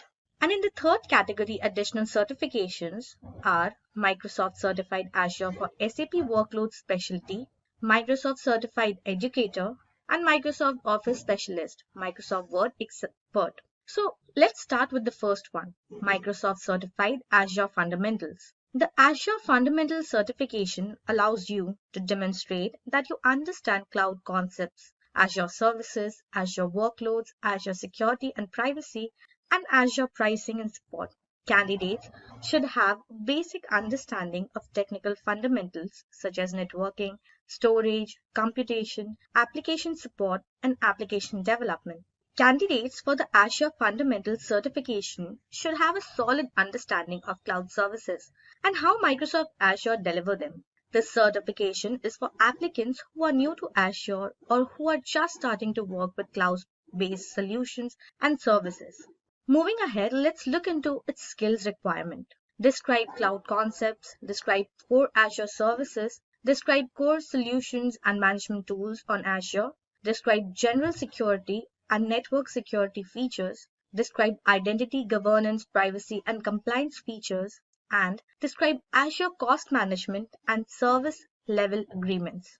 This certification is suitable for job roles like administrator, business user, developer, student, technology manager, and its exam code is AZ-900. Price of this examination is 99 USD and the renewal time is 2 years. Coming to the next one is the Microsoft 365 Certified Fundamental Certification. It verifies that you are familiar with Microsoft 365 feature and benefits, as well as the advantages of using cloud services, the software as a service, cloud model, and the Microsoft 365 cloud service. These are the skills required to earn this certification. Describe cloud concepts, describe core Microsoft 365 services and concepts, explain security, compliance, privacy, and trust in Microsoft 365, and describe Microsoft 365 pricing and support. This certification is apt for job roles like business user and administrator, and the exam code for this examination is MS900. The examination fee is 99 USD and the renewal time is 2 years. Next is Microsoft Certified Power Platform Fundamentals. If you're a student, a business user, or a new technical professional using your Microsoft Power Platform skills to better your team's efficiency, this certification can help you advance your career.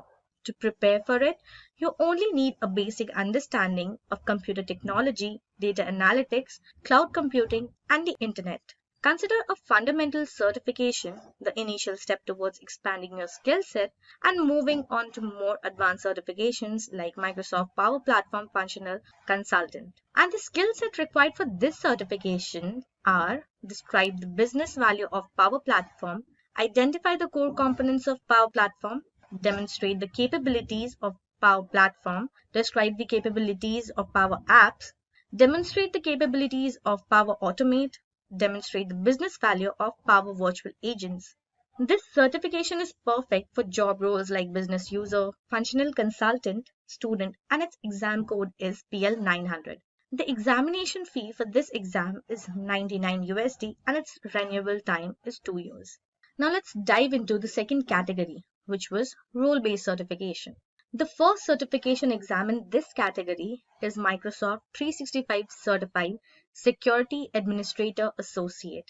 Microsoft 365 Security Administrators protect Microsoft 365 enterprise and hybrid environments by proactively securing them and implementing and managing security and compliance solutions, responding to threats, and enforcing data governance policy.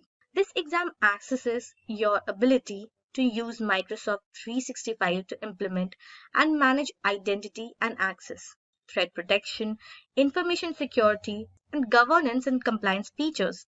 The skills required for this certification are: implement and manage identity and access, implement and manage threat protection, implement and manage information protection, manage governance and compliance features in Microsoft 365. Now, this certification is perfect for the administrator role, and its exam code is MS500. Its examination fee is 165 USD and its renewal time is again 2 years. Then comes Microsoft Certified Azure Developer Associate. Candidates for the Azure Developer Associate certification should have experience designing, developing, testing, and supporting Microsoft Azure cloud applications and services, participating in all aspects of cloud development from requirements, definition, and design to deployment and maintenance, as well as performance tuning and monitoring is part of its role responsibilities. Now, the skill set essential for this certification are: develop Azure Compute Solutions, develop for Azure Storage, implement Azure Security, monitor, troubleshoot, and optimize Azure Solutions, connect to and consume Azure services and third-party services. Now, this certification is for a job role like developer, and its exam code is AZ-204. Its examination fee is $165 with the renewal time of 2 years. Moving on, next is Microsoft Certified Dynamics 365 Sales Functional Consultant Associate. This certification could help you advance in your career. If you're a functional consultant, a Microsoft Dynamics 365 sales professional, or a developer wishing to improve your consulting skills, it enables you to better pitch yourself for projects and demonstrates to your company how Dynamics 365 sales can be used to empower salespeople.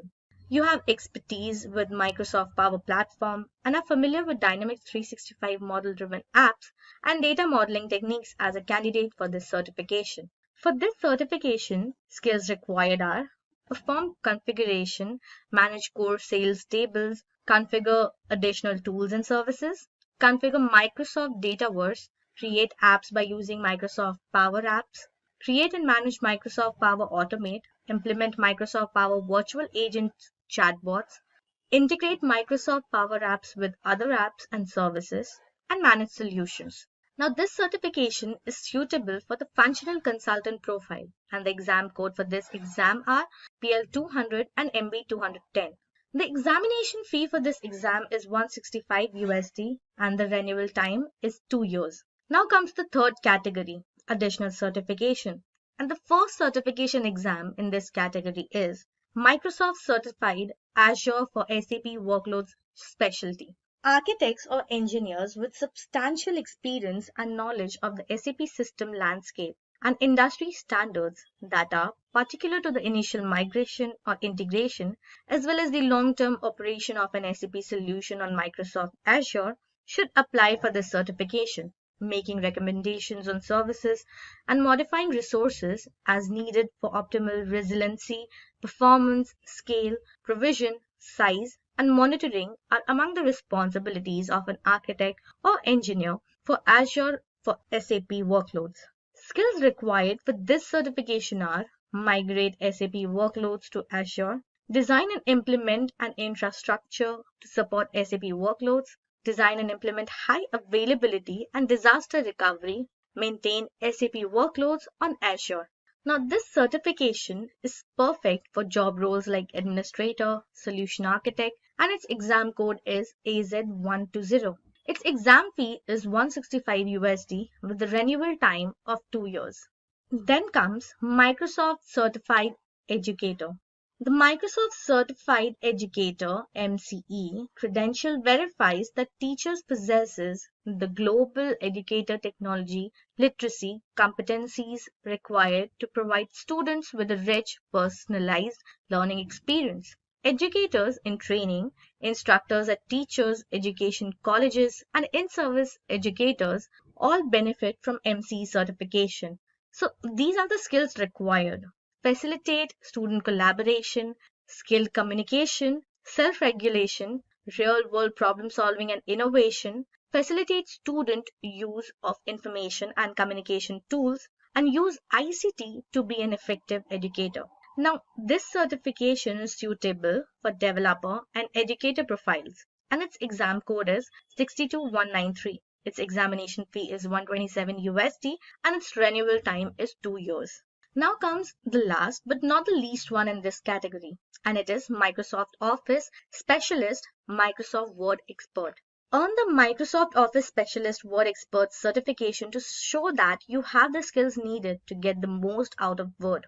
This credential demonstrates proficiency in the creation and management of professional papers for a variety of purposes and scenarios.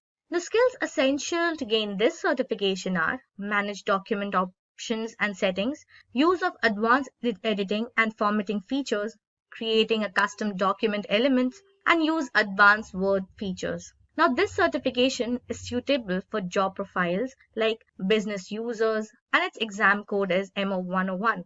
The exam fee for this certification is $100 and its renewal time is 2 years. So this was all about Azure certification part.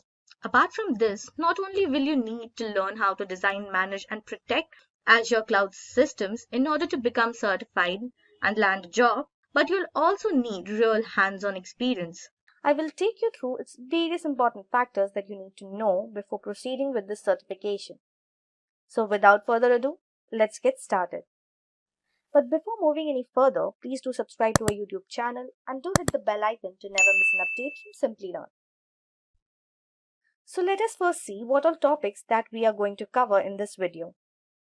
First, we will explore the basics and understand what Azure certifications are. Then we will explore what Azure Administrator Certificate is about. After which, we will look into who can take this certification.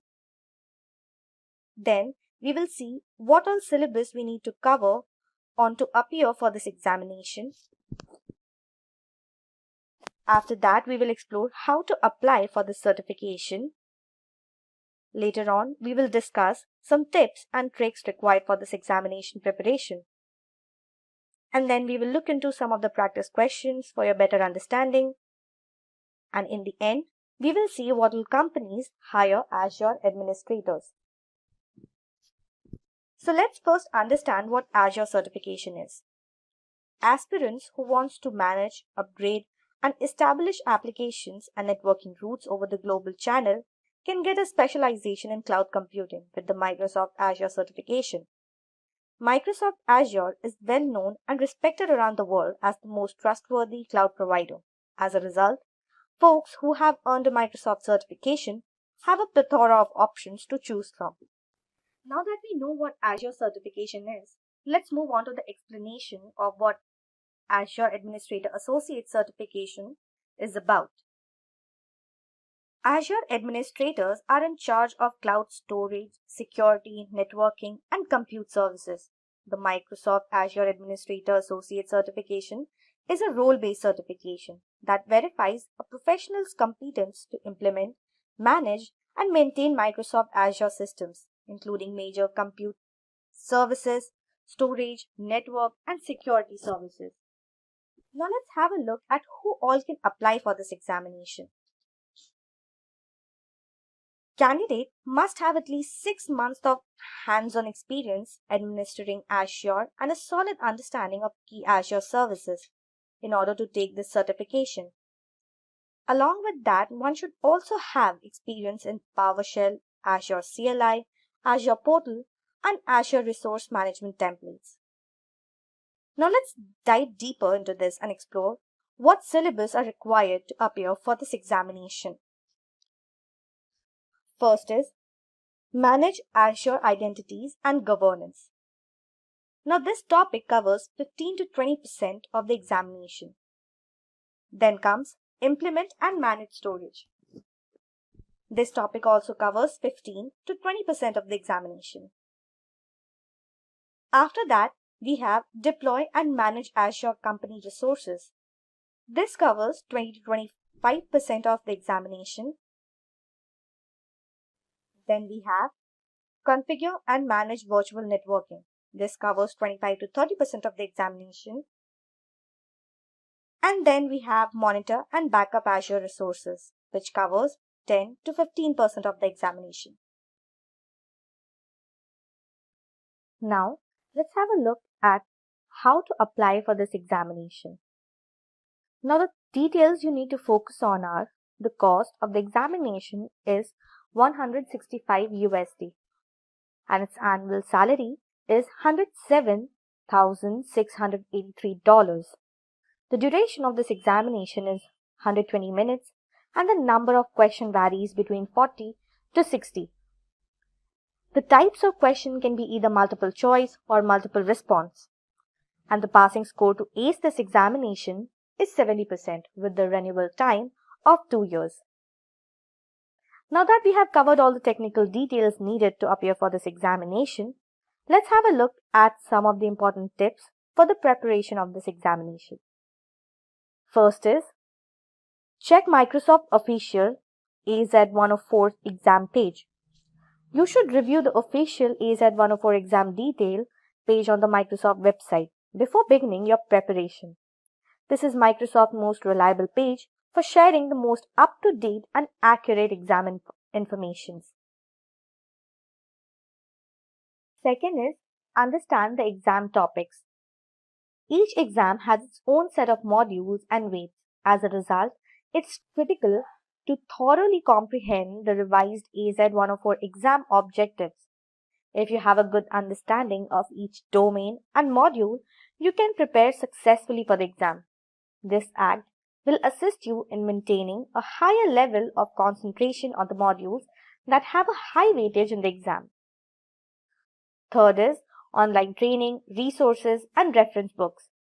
Online training is one of the simple and convenient training techniques that can help you prepare for the exam.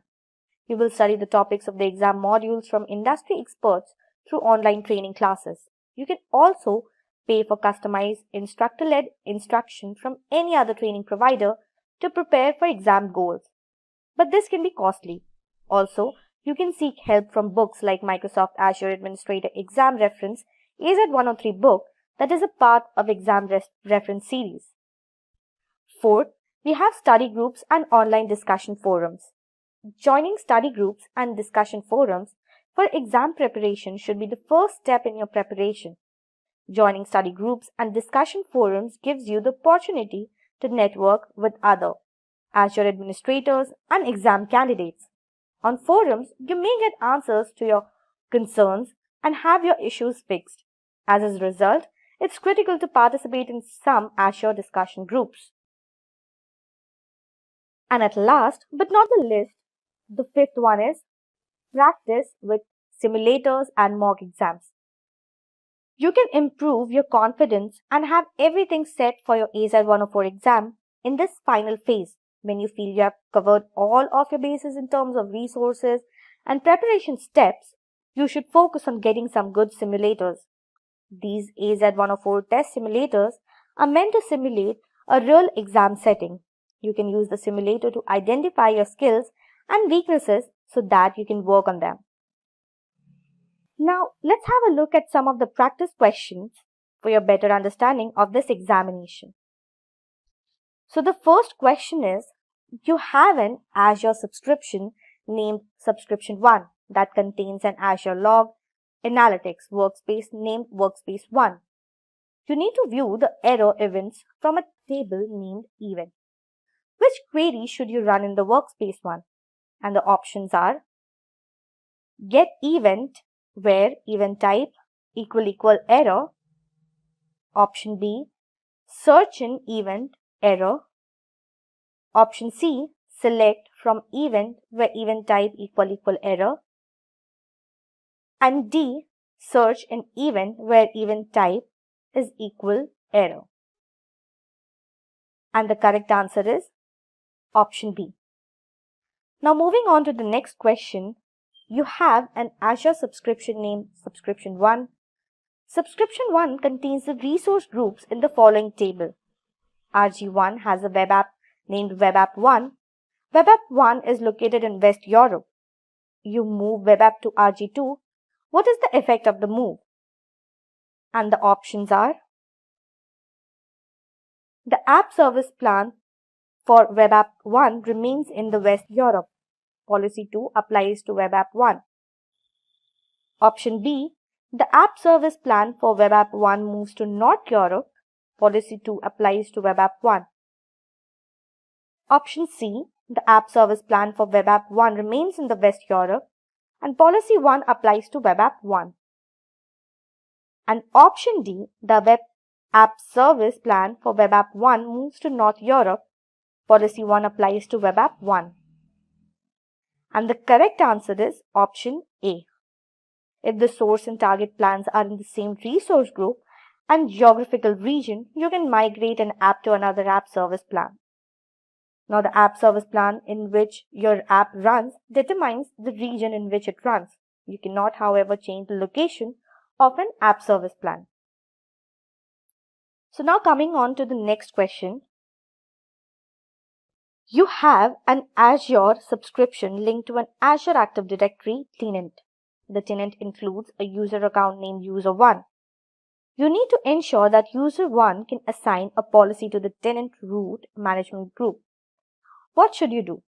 And the options are Assign the owner role for the Azure subscription to user 1 and then modify the default conditional access policies. Option B.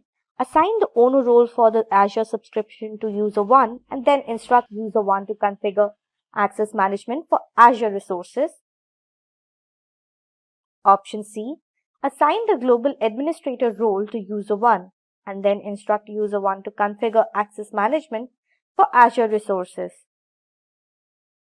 And option D. Create a new management group and delegate user 1 as the owner of the new management.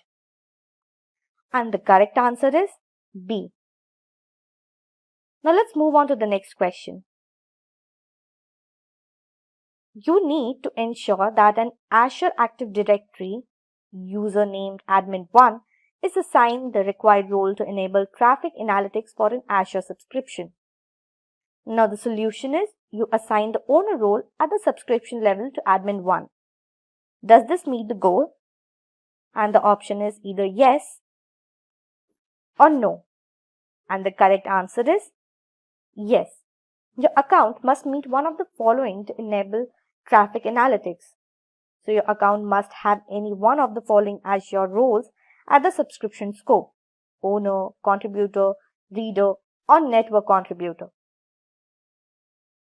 Now the next question is, you have an Azure subscription.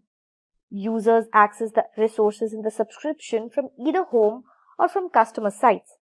From home, users must establish a point-to-site VPN to access the Azure resources. The users on the customer sites access the Azure resources by using site-to-site VPNs. So you have a line of business app named App1 that runs on several Azure virtual machines. The virtual machines run Windows Server 2016. So you need to ensure that the connections to App1 are spread across all the virtual machines. So what are the two possible Azure services that you can use? And the options are A. An internal load balancer, B. A public load balancer, C. An Azure Content Delivery Network or CDN, option D. Traffic Manager, and option E. An Azure Application Gateway. And the correct answer is A and E. Network traffic from the VPN gateway is routed to the cloud application through an internal load balancer. The load balancer is located in the front-end subnet of the application. Now let's have a look at the companies that hire Azure Administrator Associate. Exilion, NCR Corporation, Cognizant, Bosch, Microsoft, and Yahoo are some of the great companies that hire Azure Administrator with great amount of packages and good amount of salary. Imagine you're the owner of a small software development firm and you want to scale your business up. However, a small team size, the unpredictability of demand, and limited resources are roadblocks for this expansion. That's when you hear about cloud computing. But before investing money into it, you decide to draw up the differences between on-premise and cloud-based computing to make a better decision. When it comes to scalability, you pay more for an on-premise setup and get lesser options too. Once you've scaled up, it is difficult to scale down and often leads to heavy losses in terms of infrastructure and maintenance costs. Cloud computing, on the other hand, allows you to pay only for how much you use, with much easier and faster provisions for scaling up or down. Next, let's talk about server storage. On-premise systems need a lot of space for their servers, notwithstanding the power and maintenance hassles that come with them. On the other hand, cloud computing solutions are offered by cloud service providers who manage and maintain the servers, saving you both money and space. Then we have data security. On-premise systems offer less data security, thanks to a complicated combination of physical and traditional IT security measures, whereas cloud computing systems offer much better security and lets you avoid having to constantly monitor and manage security protocols. In the event that a data loss does occur, the chance for data recovery with on-premise setups are very small. In contrast, cloud computing systems have robust disaster recovery measures in place to ensure faster and easier data recovery. Finally, we have maintenance. On-premises systems also require additional teams for hardware and software maintenance, loading up the costs by a considerable degree. Cloud computing systems, on the other hand, are maintained by the cloud service providers, reducing your costs and resource allocation substantially. So now, thinking that cloud computing is a better option, you decide to take a closer look at what exactly cloud computing is. Cloud computing refers to the delivery of on-demand computing services over the internet on a pay-as-you-go basis. In simpler words, rather than managing files and services on a local storage device, you'll be doing the same over the internet in a cost-efficient manner. Cloud computing has two types of models: deployment model and service model. There are three types of deployment models: public, private, and hybrid cloud. Imagine you're traveling to work. You've got three options to choose from. 1. You have buses, which represent public clouds. In this case, the cloud infrastructure is available to the public over the internet. These are owned by cloud service providers. 2. Then you have the option of using your own car. This represents the private cloud. With the private cloud, the cloud infrastructure is exclusively operated by a single organization. This can be managed by the organization or a third party. And finally, you have the option to hail a cab. This represents the hybrid cloud. A hybrid cloud is a combination of the functionalities of both public and private clouds. Next, let's have a look at the service models. There are three major service models available: IaaS, PaaS, and SaaS. Compared to on-premise models, where you'll need to manage and maintain every component, including applications data, virtualization, and middleware, cloud computing service models are hassle-free. IaaS refers to infrastructure as a service. It is a cloud service model where users get access to basic computing infrastructure. They are commonly used by IT administrators. If your organization requires resources like storage or virtual machines, IaaS is the model for you. You'll only have to manage the data, runtime, middleware, applications, and the OS, while the rest is handled by the cloud providers. Next, we have PaaS. PaaS, or Platform as a Service, provides cloud platforms and runtime environments for developing, testing, and managing applications.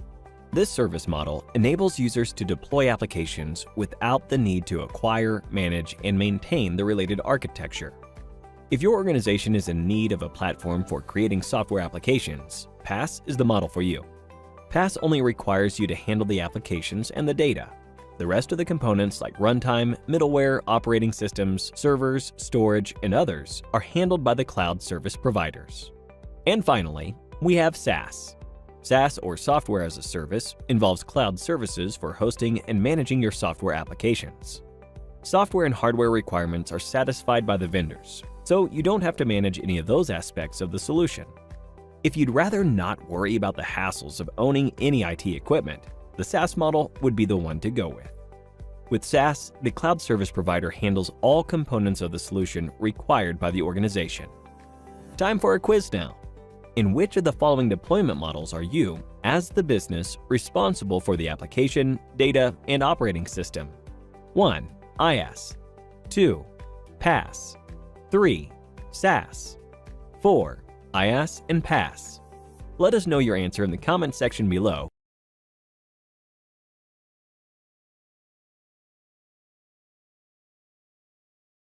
Everybody likes stories, so let's get started with a story.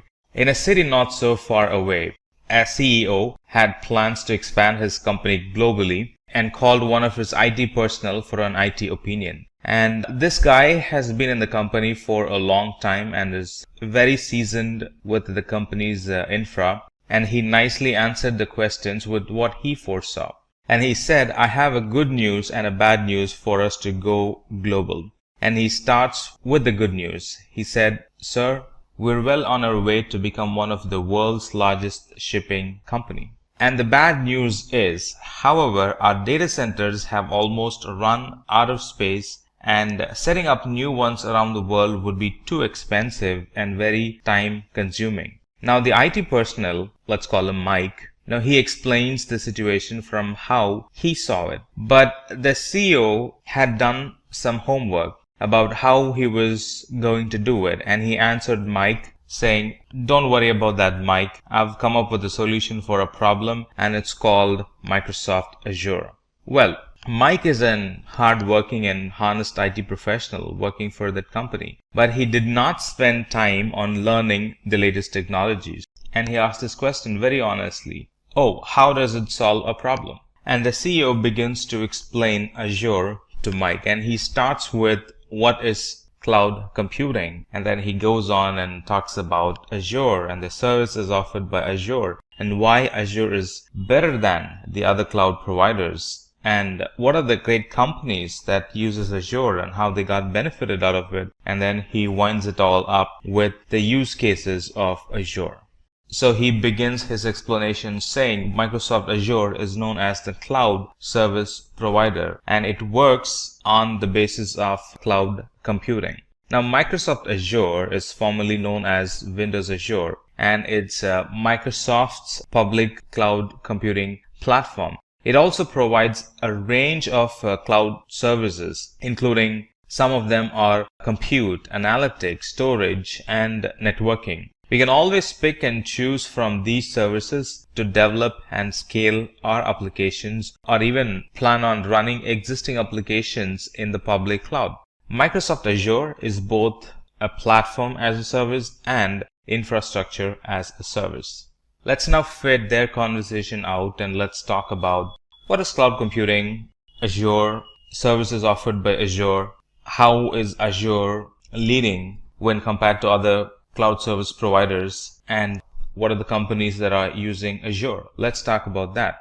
In simple terms, cloud computing is being able to access compute services like servers, storage, database, networking, software analytics, intelligence, and a lot more over the internet, which is the cloud, with the flexibility of the resources that we use. Like anytime I want a resource, I can use one and it becomes available immediately. And anytime if I want to retire a resource, I can simply retire a resource and not pay for it. And we also typically pay only for the services that we use, and this helps greatly with our operating cost to run our infrastructure more efficiently and scale our environment up or down depending on the business needs and changes.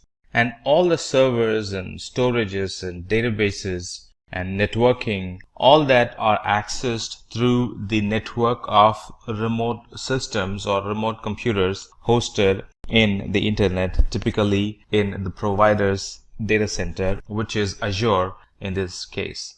Now, we don't use any physical server or an on-premises server here. Well, we still use physical servers and VMs, hosted on a hardware or a physical server, but they're all in the provider's environment and none of them sit on premises or in our data center. We only access them remotely. It looks and feels the same, except for the fact that they are in a remote location. We access them remotely, do all the work remotely, and when we're done, we can shut it down and not pay for them.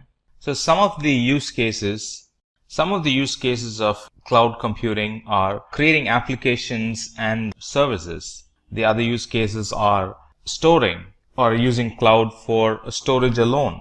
If there is one thing that ever grows in an organization, is the storage. Every new day there is a new storage requirement, and it's very dynamic. It's very hard to predict, and if we go out and buy a big storage capacity upfront, until we use the storage capacity fully, the empty storages, we're wasting money on them. So instead, I can go for a storage which scales dynamically, that's in the cloud. Put storage or put data in the cloud and pay only for what you're storing. And for the next month, if you have deleted or flushed out some files or data, pay less for it. So it's a very dynamic storage in the cloud, and a lot of companies are getting benefited from storing data in the cloud because of its dynamic in nature and the cost that comes along with it, the cheap cost that comes along with it. And also they give a lot of the providers like Azure, they give data replication for free. They promise an SLA along with the data we store in the cloud. So there's an SLA attached to it. And they also provide data recoveries as well. If in case something goes wrong with the physical disk where our data is stored, Azure automatically makes our data available from the redundant or other places where it had stored our data because of the SLA they wanted to keep.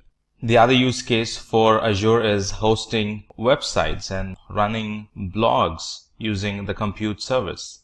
Be it storing music and letting your users stream the music, Azure is a good place to store music and stream the music with the benefit of CDN, Content Delivery Network, which allows us to stream video or audio files with great speed.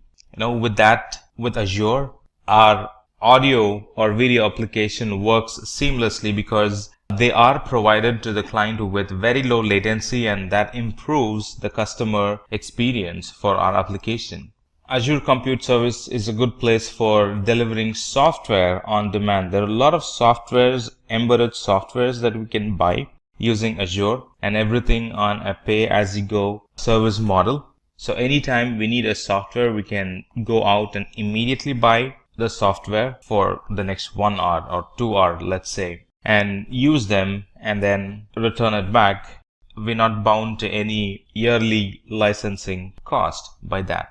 Azure Computing Services has analytics available for us with which we can analyze, get a good visualization of what's going on in a network, be it logs, be it the performance, be it the metrics. Instead of looking at logs and searching logs and trying to do manual things over the heaps and heaps of logs that we have saved, Azure Analytics Services helps us to get a good visual of what's going on in the network. Where have we dropped? Where have we increased? Or what's causing? What's the major driver? What is the top 10 errors that we get in the server, in the application? Stuff like that. Those can be easily gathered from the Azure Analytic Services. Now, cloud is really a very cool term for the internet. A good analogy would be looking back anytime we look at a diagram. When we do not know how things are transferred, we simply draw a cloud, right? For example, a mail gets sent from a person in one country to a person in the other country. There are a lot of things happening in between from the time you hit the send button and the time the other person hits the read button, right? And the simple and the easiest way of putting it in a picture is simply draw a cloud, and on the one end, one person will be sending the email, and on the other end, the other person will be reading the email. So a cloud is a really cool term for the internet. Now that's some basics about cloud computing. Now that we've understood about cloud computing in general, let's talk about Microsoft Azure as a cloud service. Now, Microsoft Azure is a set of cloud services to build, manage, and deploy applications on a network with the help of Microsoft Azure's frameworks. Now, Microsoft Azure is a computing service created by Microsoft basically for building, testing, deploying, and managing applications and services through a global network of Microsoft managed data centers. Now, Microsoft Azure provides SaaS, which is software as a service, and PaaS, which is platform as a service, and IaaS, infrastructure as a service, and they support many different programming languages, tools, and framework. And those tools and framework include both Microsoft specific and third-party software. Now let me pick and talk about a specific service. For example, management. Azure Automation provides a way for us to automate the manual, long running and frequently repeated tasks that are commonly performed tasks both in cloud and enterprise environment. It saves us a lot of time and increases the reliability, and it kind of gives a good administrative control and even schedules the task automatically to be performed on a regular basis. To give you a quick history of Microsoft Azure, it was launched on 1st February 2010, and it was awarded, or it was called an industry leader for infrastructure and platform as a service by Gartner. Now, Gartner is the world's leading research and advisory company. This Microsoft Azure supports a number of programming languages like C#, Java, and Python.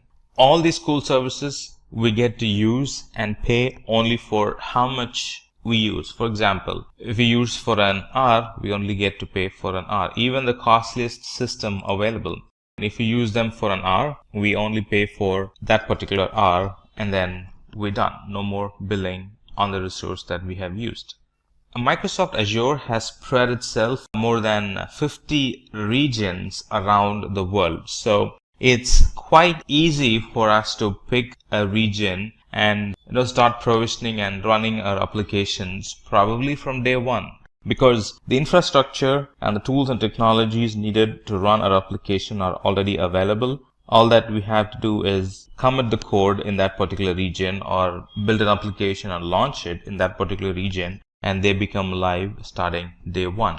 Now, because we have 50 regions around the world, we can very carefully design our environment to provide low latency services to our customers. All right, instead of in traditional data center, let's say, customers will have to, or their request will have to travel all the way around the globe to reach a data center which lives in the other side of the planet. And this adds more latency to it, and it is really not feasible to build a data center near each customer location because of the cost involved. But with Azure, it's possible. Azure already has data centers around the world, and all that we have to do is just pick a data center, build an environment there. They're available starting day one, number one. And also the cost is considerably saved because we are using a public cloud instead of an physical infrastructure to serve those customers from a very local location.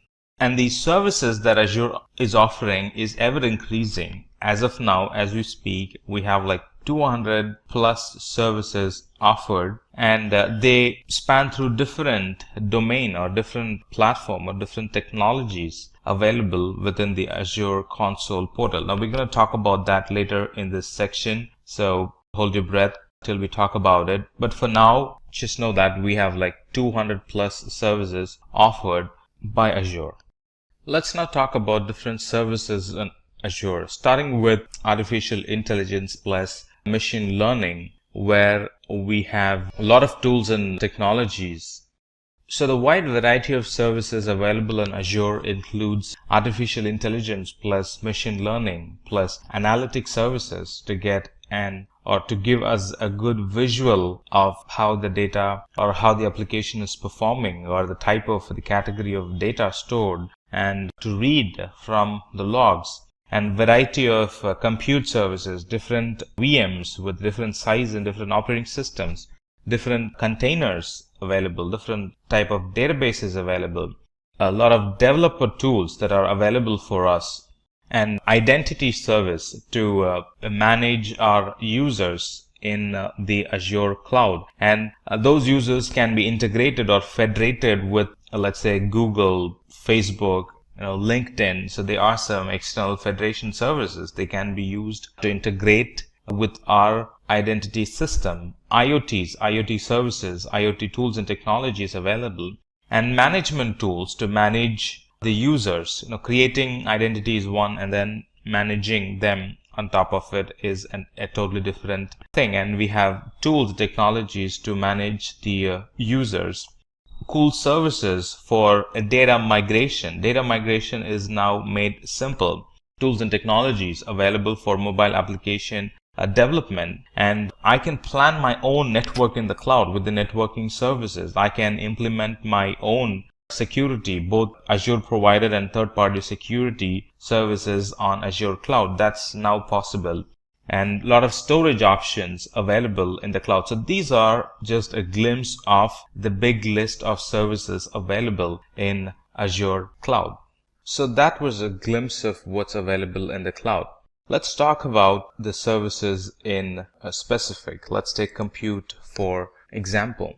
Whenever we're building a new application or deploying existing ones, the Azure Compute Service provides the infrastructure we need to run and maintain our application. We can easily tap in the capacity that Azure Cloud Service has, and we can scale our compute requirement on demand. We can also containerize our application. We have the option of choosing Windows or Linux VM machine and take the advantage of the flexible options Azure provides for us to migrate our VMs to Azure and a lot more. And these compute services also include a full-fledged identity solution, meaning integration with Active Directory in the cloud or on-premises, and a lot more. Let's look at some of the services that this compute domain provides. Some of the services the compute domain provides are virtual machines. And this Azure Virtual Machines gives us the ability to develop and manage a virtual computer environment or a virtualized environment inside Azure's cloud environment, that too in a virtual private network. Now we will talk about virtual private network at a later point, but as of now just know that there are a lot of services available in Azure Compute Service that we can get benefited from. We can always choose from a very wide range of compute options. For example, we have an option to choose the operating system. We have the option to choose whether the system should be in on-premises or in the cloud, or do we want to maintain the environment both in on-premises and in the cloud. We have the option of choosing the operating system, whether we want to use our own operating system with some software attached to it, or do we want to go and buy the operating system from the cloud, from Azure Marketplace. And these are just a few of the options available for us when we want to buy the compute environment. And these compute environments are easily scalable, meaning we can easily scale our VM instances from one instance to thousands of virtual machines in a matter of minutes, or simply put, in a couple of button clicks. And all these services are available on a pay for what we use model, meaning there is no upfront cost. We use the service and then pay for the services that we have used. There is no literal long-term commitment when it comes to using virtual machines in the cloud. And most of the services are built on a pay-per-minute billing basis. Alright, and at no point, because of the pay-per-minute billing model, at no point we will be overpaying for any of the services. That's attractive, isn't it?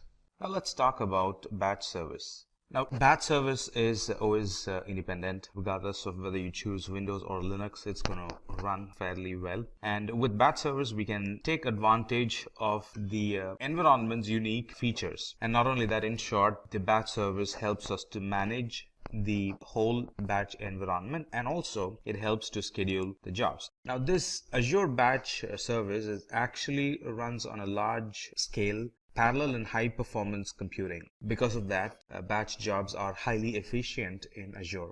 And when we run batch services, this Azure batch creates a pool of computer nodes and installs the needed applications that we want to run, and then it schedules jobs to those individual nodes in those pools. As a customer, there is no need for us to install a cluster, or there is no need for us to install a software that actually schedules the jobs, or even to manage or even to scale those infrastructure or the software, because everything is managed by Azure. And this batch service is a platform as a service. There is no additional charge for using this batch service, except for, the only charges that we'll be paying is for the virtual machines that the service uses, and the storage that we will be using, of course, and the networking services that we will be using for this batch service.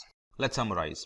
This batch service, we have a choice of operating system that we can pick and use, and it scales by itself. Now, the alternative for the batch would be queues, but in queues, we'll have to pre-provision and pay for the infrastructure even if we're not using it. But with a batch, we only pay for what we use. And this batch service helps us to manage the application, manage the scheduling as a whole, as if they are just one thing. As next thing in the compute domain, let's talk about this Fabric service. Now, this Fabric service is actually a distributed system platform that helps us to package, deploy, and manage a scalable and a very reliable microservice and containers. And what does it help? This Azure Fabric service helps us, or it helps the developers and administrators so they can avoid the complex infrastructure problems, and they can focus only on implementing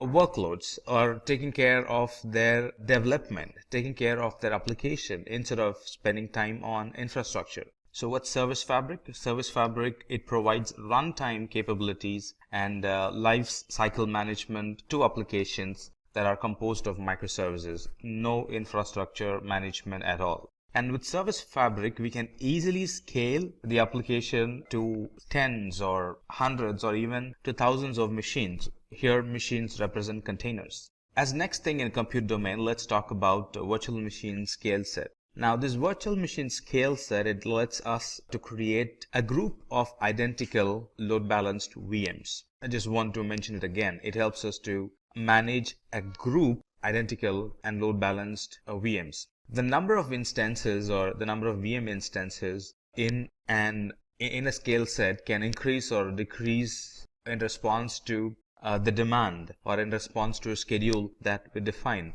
The resources needed on a Monday morning is not the same as that would be required on a Saturday or a Sunday morning. All right. And even within the day, the resources that would be needed in the beginning of the business hour is not the resources that would be needed at noon or, after 8 or 9 in the evening. So the demands could actually vary in the environment, and this scale set helps us to take care of the varying demand or take care of the different infrastructure requirement at a different schedule throughout the day, throughout the week, throughout the month, or could be throughout the year as well.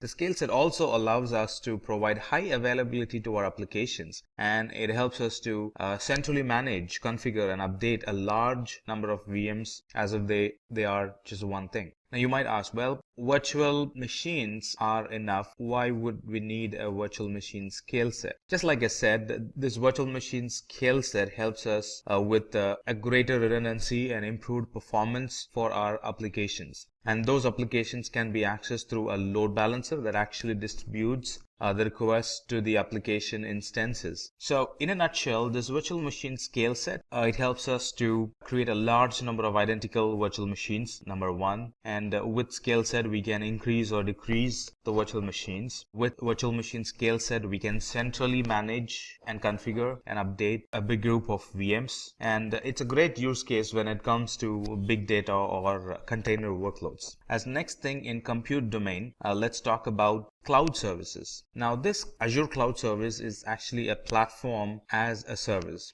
and it's very friendly. In fact, it is designed for applications that support scalability or an application that requires scalability or reliability, and on top of it, you want them to be very inexpensive to operate. So Azure Cloud Service provides all these. So where would this cloud service run? Well, it runs on a VM, but it's a platform as a service. VMs are infrastructure as a service, and when we run applications on VM through cloud service, it becomes platform as a service. So here is how you got to be thinking. With infrastructure as a service like VMs, we first create and configure the environment, and then we run applications on top of it. Let's look at the responsibility. The responsibility for us in VM is that we manage everything end to end, like deploying new patches, picking the versions of the operating system, and making sure they are intact and all that stuff. It's all managed by us. But on the contrary, with platform as a service, it's as if the environment is already ready. All that you have to do is deploy your application in it and manage the platform. Manage the platform not as an administrator, because all the administration is taken care by Azure, like deploying new versions of the operating system. It's all handled by the Azure. So we deploy the application and we manage the application. That's it. Infrastructure management is handled by Azure. So what does cloud service provide? This cloud service provides a platform where we can write the application code, and we don't have to worry about hardware. Simply hand over the code and cloud service takes care of it. So no worry on the hardware at all. So responsibilities like patching, what do we do if something crashes? How do I update the infrastructure? How do I manage the maintenance or the downtime in the underlying infrastructure? All that is handled by Azure. It also provides a good testing environment for us. We can simply run the code tested before it's actually released to the production. I want to expand a bit on these testing applications. So this Azure Cloud Service, it actually gives us a staging environment for testing a new release without it affecting the existing release, which actually reduces the customer downtime. So we can run the application, test it, and anytime that's ready for production, all that's needed for us to do to move it to production is simply to swap the staging environment into the production environment, and the old production environment will now become the new staging environment where we can add more to it and then swap it back at a later point. So it kind of gives us a swappable environment for testing our applications. And not only that, it gives us health monitoring alerts. It helps us to monitor the health and availability of our application. And there is a dashboard we can benefit from when we use Azure Cloud Services, and that shows the key statistics all in one place. And we can also set up real-time alerts to warn when a service availability or a certain metrics that we are concerned about degrades. As next thing in compute domain, let's talk about functions. Now, functions are serverless computing. Now, many times if you've heard about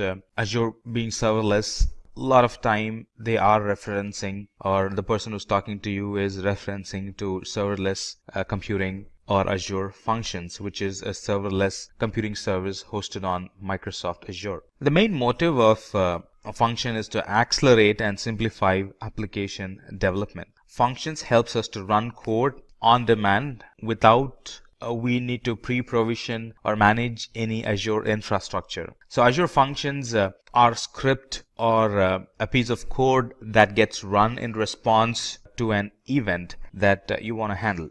So in short, we can just write a code that you need for a problem at hand without actually worrying about the whole application or the infrastructure that will be running that code. And the best of all the best is when we use functions, we only pay for the time that our code runs.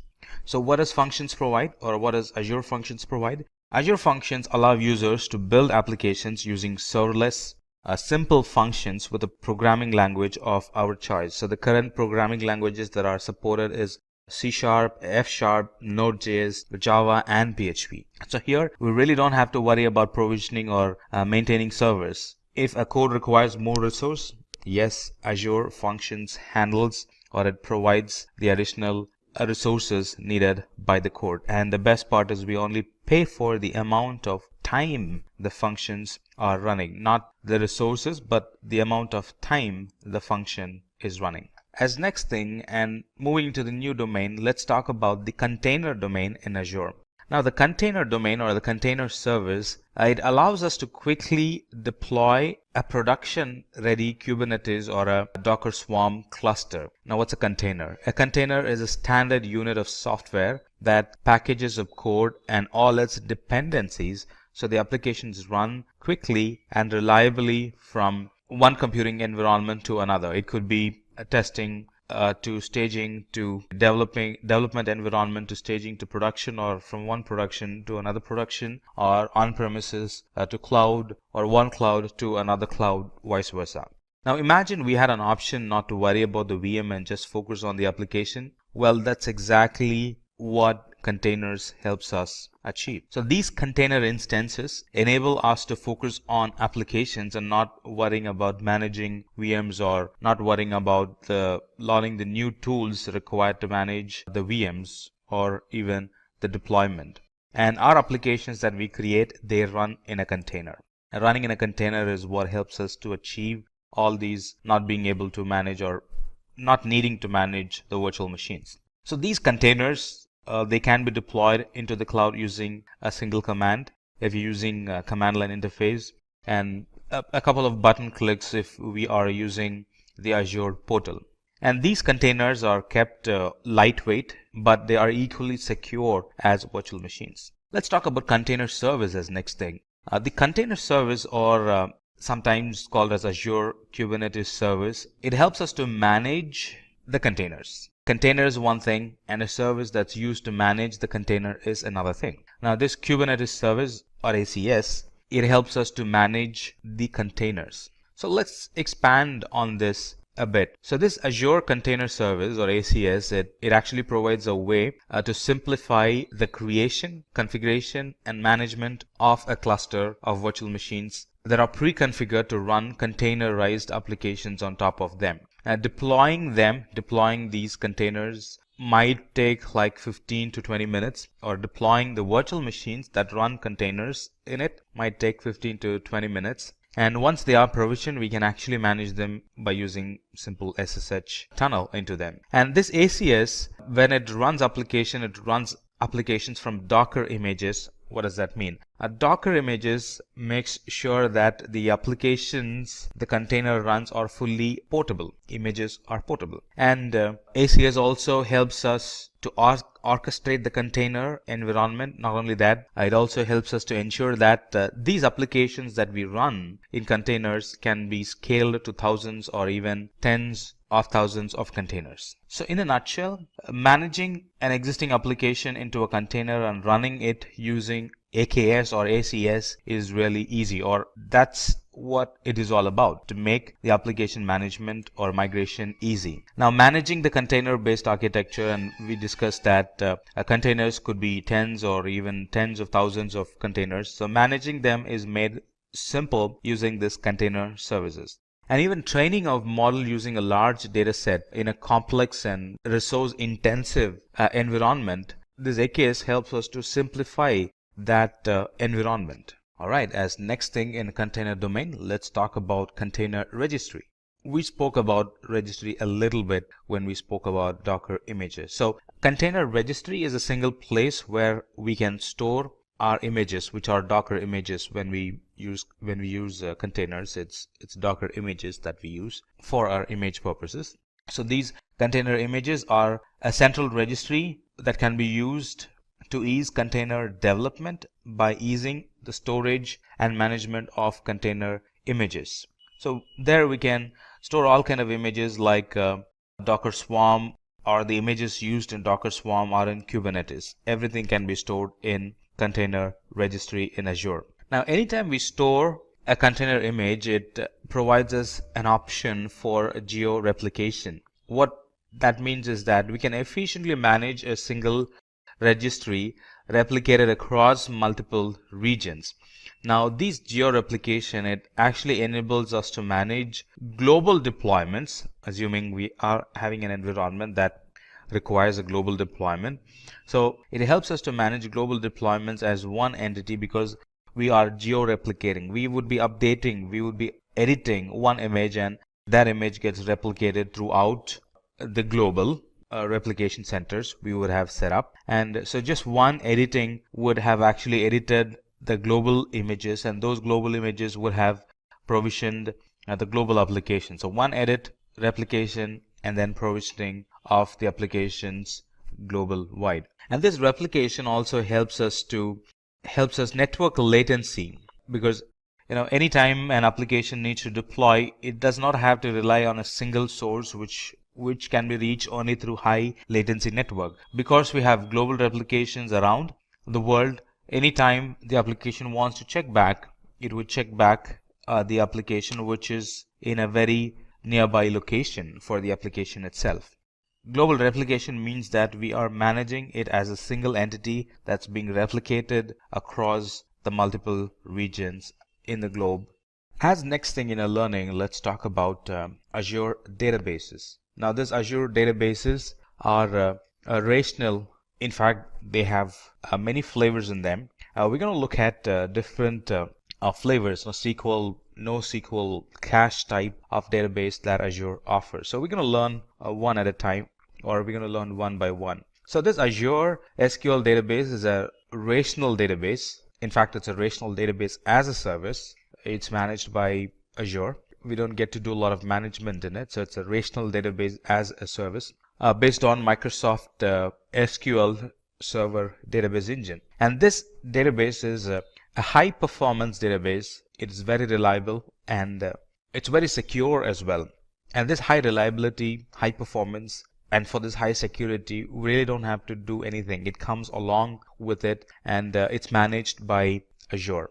And there are two things that I definitely need to mention about Azure SQL database. That is, It's an intelligent service, number one. It's fully managed by Azure, and it also has this one good thing, which is it has built-in intelligence that learns app patterns and adapts to maximize performance and reliability and data protection of the application. That's something that's not found in many of the other cloud providers that I'm aware of, so I thought I'll mention it. So it uses built-in intelligence to learn about the user's database patterns and helps improve performance and protection. And migration or importing data is very easy when it comes to Azure SQL database. So it can be readily or immediately used for analytic reporting and intelligent applications in Azure. As next thing, let's talk about Azure CosmoDB. Now, Azure CosmoDB is a database service that is for NoSQL type, and it's created to provide low latency and an application that scales dynamically or that scales rapidly. Now, this Azure CosmoDB is a globally distributed service, and it's a multi-model database. This can be provisioned in a click of a button. That's all we got to do if we need to provision an Azure CosmoDB in the Azure. It helps with scaling the database. We can elastically and independently scale throughput and storage across this database and in any of the Azure geographic regions. It provides a good throughput, it provides good latency, it provides good availability, and it provides, or Azure promises, a comprehensive SLA that no other database can offer. That's the best part about CosmoDB. So this CosmoDB was built with global distribution in mind, and it's built with the horizontal scale in mind.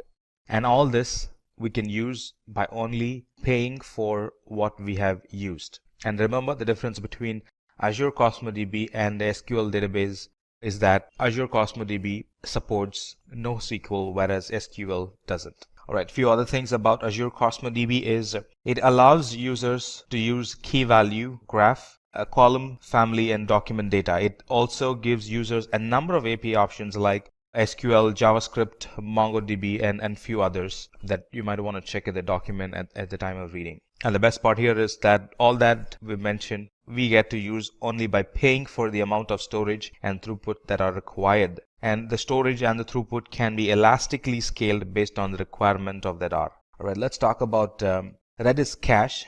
Discussion about Azure database won't be complete without we talking about Redis Cache. Now, Redis Cache is a secure data cache. It's also sometimes called as messaging broker that provides high throughput and low latency access to data for the applications. Now, Redis Cache is based on a popular open source caching product, which is Redis, sometimes called as Redis Cache. Now, what's the use case? It's typically used to cache to improve the performance and scalability of a system that rely heavily on backend data stores. Now, performance when we use Redis Cache is improved by temporarily copying the frequently accessed data to a fast storage located very close to the application. Now, with Redis Cache, this fast storage is located in memory with Redis Cache instead of being loaded from the actual disk in the database itself. Now, this Redis Cache can also be used as an in-memory data structure store. Not only that, it can be used as a distributed non-relational database and a message broker. So there are a variety of use cases for this Redis Cache. And by using Redis Cache, the application performance is improved by taking advantage of the low latency and the high throughput performance that this Redis Cache engine provides. So to summarize, this Redis Cache, when we use Redis Cache, data is stored in the memory instead of the disk to ensure that there is high throughput and low latency when the application needs to read the data. It provides various levels of scaling without any downtime or interference. Now, this Redis Cache is actually backed by Redis server, and it supports string, hashes, linked list, and various other data structures. Now let's talk about security and identity services. Now, identity management in specific is a process of authenticating first and then authorizing using security principles. And not only that, identity management involves controlling information about those principal identities. You might ask, now what's a principal identity? Now, identity or principal identity are services, applications, users, groups, and a lot more.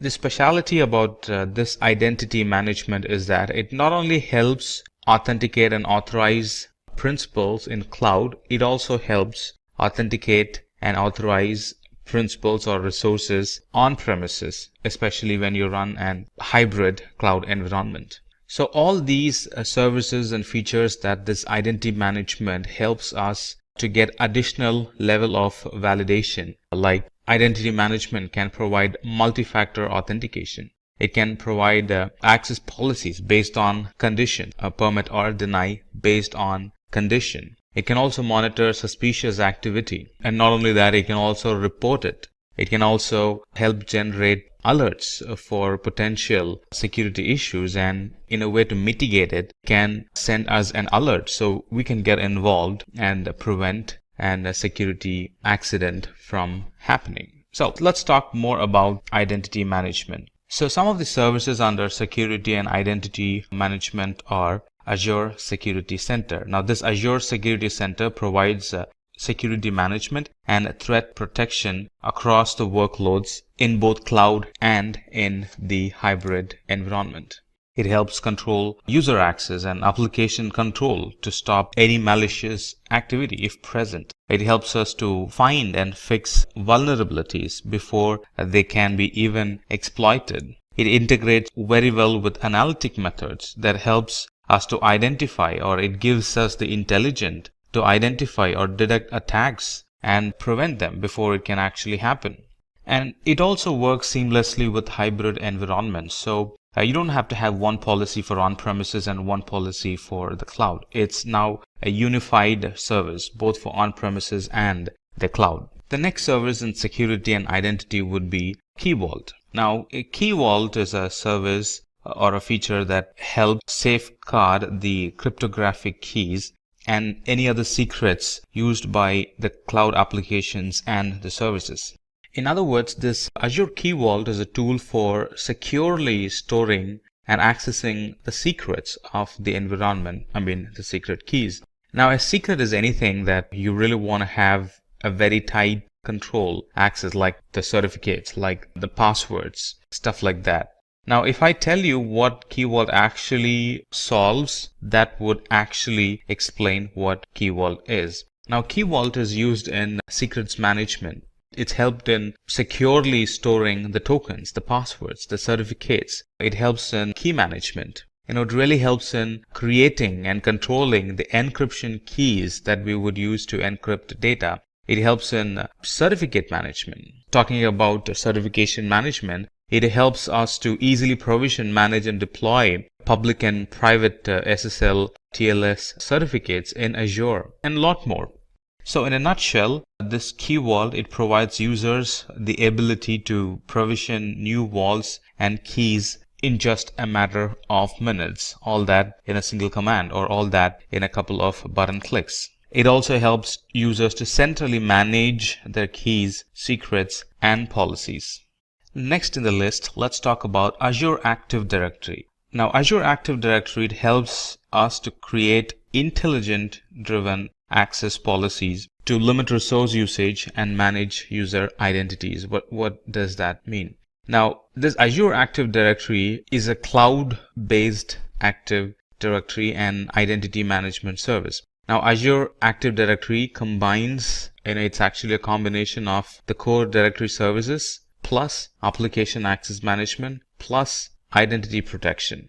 And one good thing about this Azure, in fact, there are a lot of good things, but especially when you're running hybrid environments, you might wonder, well, how this Azure Active Directory is going to behave. Now, this Azure Active Directory is built to work on-premises and cloud environment as well. Not only that, it also works seamlessly with mobile applications as well. So in a nutshell, this Azure Active Directory, it acts as an central point of identity and access management for our cloud environment. It also provides good security solutions that protect against unauthorized access of our app and the data.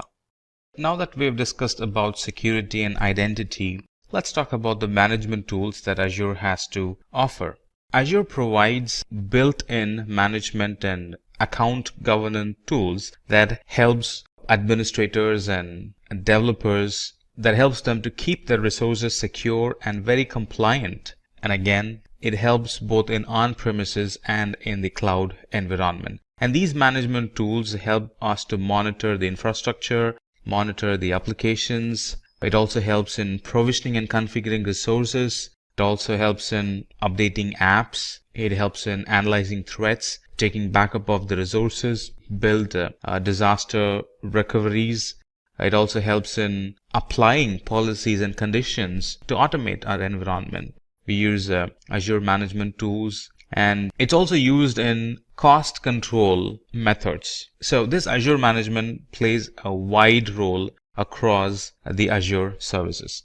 And in the management tools, first comes the Azure Advisor. Now this Azure Advisor, it acts as a guide to educate us about Azure best practices. It throws recommendations that we can select on the basis of the category of service, and it also provides the impact it can have, or the impact that would happen in our environment if we follow the recommendations given. And recommendations are, first one is the recommendations are kind of templatized, and it throws the templatized recommendations. Not only that, it also provides customized recommendations on the basis of the configuration, on the basis of our usage patterns. And these recommendations are not hard. It's not like something that it recommends and then just leaves us hanging there.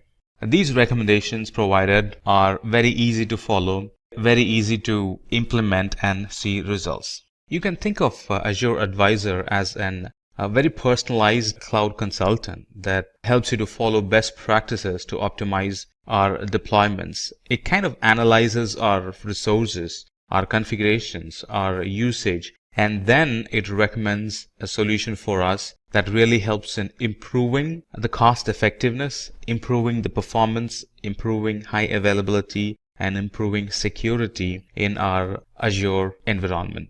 So with this Azure Advisor, we can get a proactive, actionable, and personalized best practice recommendations. Now, you don't have to be an expert. Just follow the Azure Advisor and your environment is going to be good. It also helps in improve the performance, security, high availability of our environment.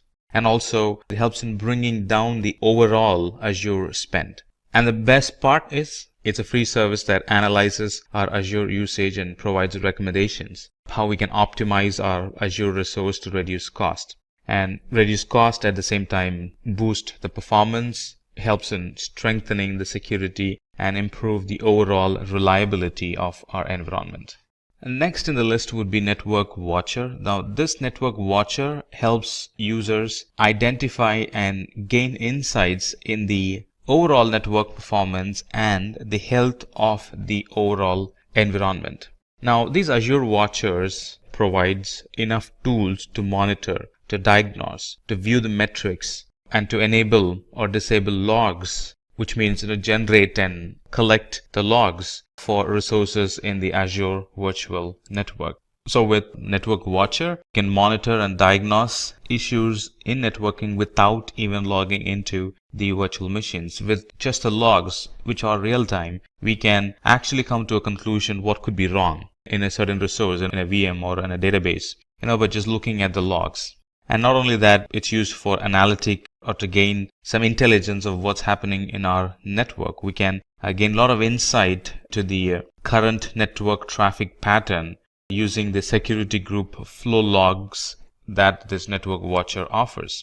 It also helps in investigating VPN connectivity issues using detailed logs. Now, you might or might not know that VPN troubleshooting requires both parties, or it involves two parties. The person, the network administrator on this side and the network administrator on the other side. And they will have to check logs in their end, and we'll have to check logs in our end, stuff like that. But with the Network Watcher, it kind of takes it to the next level. The logs itself, we could easily identify which side is having the issue and suggest an appropriate fix.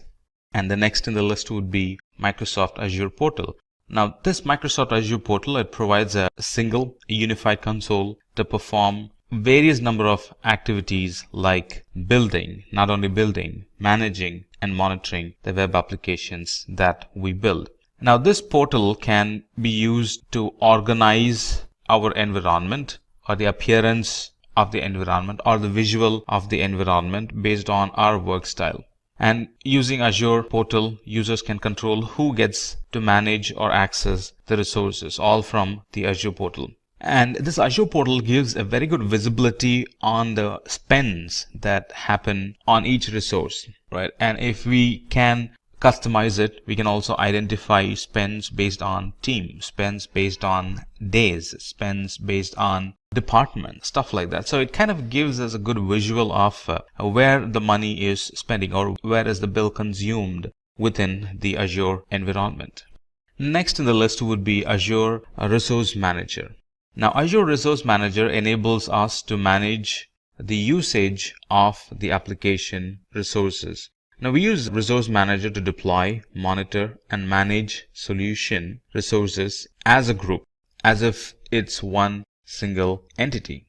Now, the infrastructure of our application is typically made of various components, which includes virtual machine, storage, virtual network, web app, database servers, some other third-party services that we might use in our environment. And they are by nature separate services. But with Azure Resource Manager, we don't see them as different components or different entities. Instead, we see them as related services in a group that supports an application. Now, we kind of get the relation between them. Instead of, letting them spread, Azure Resource Manager identifies the relation between them and helps us to visually see them all as one or single entity. Not only that, Azure Resource Manager helps or it ensures that the resources that we provision are deployed at a constant rate along with the other application. It also helps users to visually see their resources and how they are connected, and that helps in managing the resources a lot better. Resource group also is used to control who can access the resources within the user's organization. Kind of gives you the fine-grained control over who gets to access and who does not get access. And the last one in the management tools would be automation. And this automation gives us the ability to automate, configure, and install upgrades across hybrid environments. It provides a cloud-based automation and configuration service. Not only that, this can be applied for non-Azure environments as well, which is on-premises. So some of the automation we could do is process automation, update management automation, configuration features automation, stuff like that. And this Azure automation provides complete control during the deployment, operation, and also during the decommissioning of the workloads and resources. With automation, we can actually automate time-consuming or mundane or any task that's error-prone because of human errors. Those things can be automated. So irrespective of how many times you run it, it's going to run the same way. And that really helps in reducing the overall time and also the overhead cost, because a lot of the things are automated, which means it's human error-free, which means the application is not going to break and keep running for a longer time. With automation, we can actually build a good inventory of operating system resources and configuration items all in one place with ease. And this really helps in tracking the changes and investigating the issue. Let's say something happened. Because we have automation, because it's logging the configuration changes, it's easy to track, easy to identify what has changed lately that has broken the environment, go back and fix it or kind of roll it back. That solves the problem. And that actually summarizes the Azure management tools or management services. Now let's talk about the networking tools or the networking services available in Azure. There are a variety of services, especially networking services, that Azure offers, and I'm sure it's going to be an interesting one. Let's begin our discussion with Content Delivery Network. Now, the Content Delivery Network, in short, CDN, it allows us to perform secure and a very reliable content delivery. Not only that, it also helps in accelerating the delivery time, or in other words, reducing the delivery time, also called as load times. It also helps in saving bandwidth and increases in responsiveness to the application. Let's expand on this. The content delivery network is actually a distributed network of servers that can efficiently deliver web content to users. Now, CDNs, we're going to use the word CDN here. CDNs store cached content on global edge servers, also called as POPs, point of presence locations, that are very close to the end users, so the latency is minimized. It's like taking a copy of the data or taking a multiple copy of the data and storing it in different parts of the world, and whoever is requesting it, the data gets delivered to them from a server which is very locally to them. So this CDN offers developers a global solution for rapidly delivering high bandwidth content to users by caching the content in a strategically placed location which is very near to them. So these content delivery networks, it really helps in handling. That's one advantage you get for content delivery network, that's we can handle spikes and heavy loads very efficiently. And we can also run analytic against the logs that gets generated in content delivery network, which helps in gaining good insight on the workflow and what would be the future business need for that application. And this, just like a lot of other services, this is on a pay as you go type. So you use the resource first and then you only pay for what you have used. The next one in networking would be ExpressRoute. Now, ExpressRoute is actually a circuit or a link that provides a direct private connection to Azure. And because it's direct, it gives low latency link to Azure. It gives good speed and reliability for the Azure data transfer. It could be on-premises to Azure. So it gives very good speed. It gives increased reliability and low latency for that connection. Let's expand on this a bit. Now, this ExpressRoute is a service that actually provides a private connection between Microsoft data center and infrastructure in our premises or in a different co-location facility that we might have.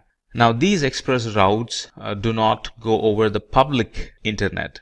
And because they don't go over the public internet, they offer a high security, reliability, and speed and low latency compared to the connections which are in the internet. Because it's fast, because it's reliable, because it has low latency, it can be used as an extension of our existing data center. Users are not going to feel the difference whether they are accessing services from an on-premises or in the cloud environment, because latency is minimized as much as possible. Users are really not going to see the difference. And because it's a private line and not a public internet line, it can be used to build hybrid applications without compromising privacy or the performance. Now, these virtual private cloud, these ExpressRoutes can be used for taking backups. If assume a backup going through the internet, that would be a nightmare. If you use ExpressRoute for backups, that's going to be fast. And imagine recovering a data through the internet, from the cloud, through the internet, to the on-premises in a time of disaster. That would be the worst nightmare. So these ExpressRoutes can be used not only to backup, but also to recover the data. Because it provides good speed, low latency, recovering the data is going to be a lot sooner. The next product or service we're going to discuss in networking is Azure DNS. Now, Azure DNS allows us to host domain name in Azure, and these domain names come with an exceptional performance and availability. Now, Azure DNS is used to set up and manage DNS zones and records for our domain name in the cloud. Now, this Azure DNS is a service for DNS, just like the name says, and it provides name resolution by using Azure's infrastructure. And by using this domain, we can actually manage the DNS ourselves through the Azure portal with the same credential. Imagine having a DNS provider which does not even belong in our IT. Imagine that environment. We would have a separate portal to manage the DNS environment. Now, those are gone. And now we can actually manage the DNS in the very same Azure portal where we use the rest of the other services. And this Azure DNS very much integrates with other DNS service providers. It uses a global network of name servers to provide fast response to DNS queries. And these domains are having additional availability compared to the other domain service providers' availability promises. These are going to have more availability than the rest because most of the servers are maintained by Microsoft, and it helps resolve sooner. It helps resyncing. Let's say a server fails, it kind of helps resyncing with the rest of the servers. So all the Microsoft's environment, all the Microsoft's global network of name servers kind of ensures that our domain names are resolved properly, not only properly, but also are available most of the time. Right, next in the list in networking services is virtual network. I'm sure this is going to be very interesting, and I'm sure you're going to like it.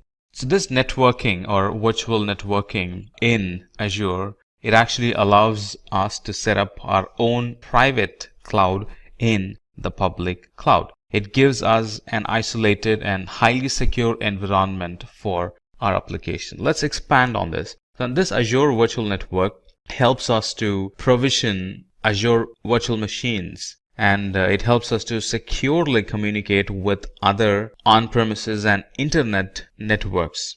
It also helps in controlling the traffic that flows through or flows in and out of this virtual network to other virtual networks and to the internet. Now this Azure virtual network, sometimes called as VNet, is actually a representation of our own network in the cloud. It's actually a logical isolation of the Azure cloud dedicated to our subscription. All our environments are provisioned in a VNet that is separate from another customer's VNets. That way we have that logical separation there.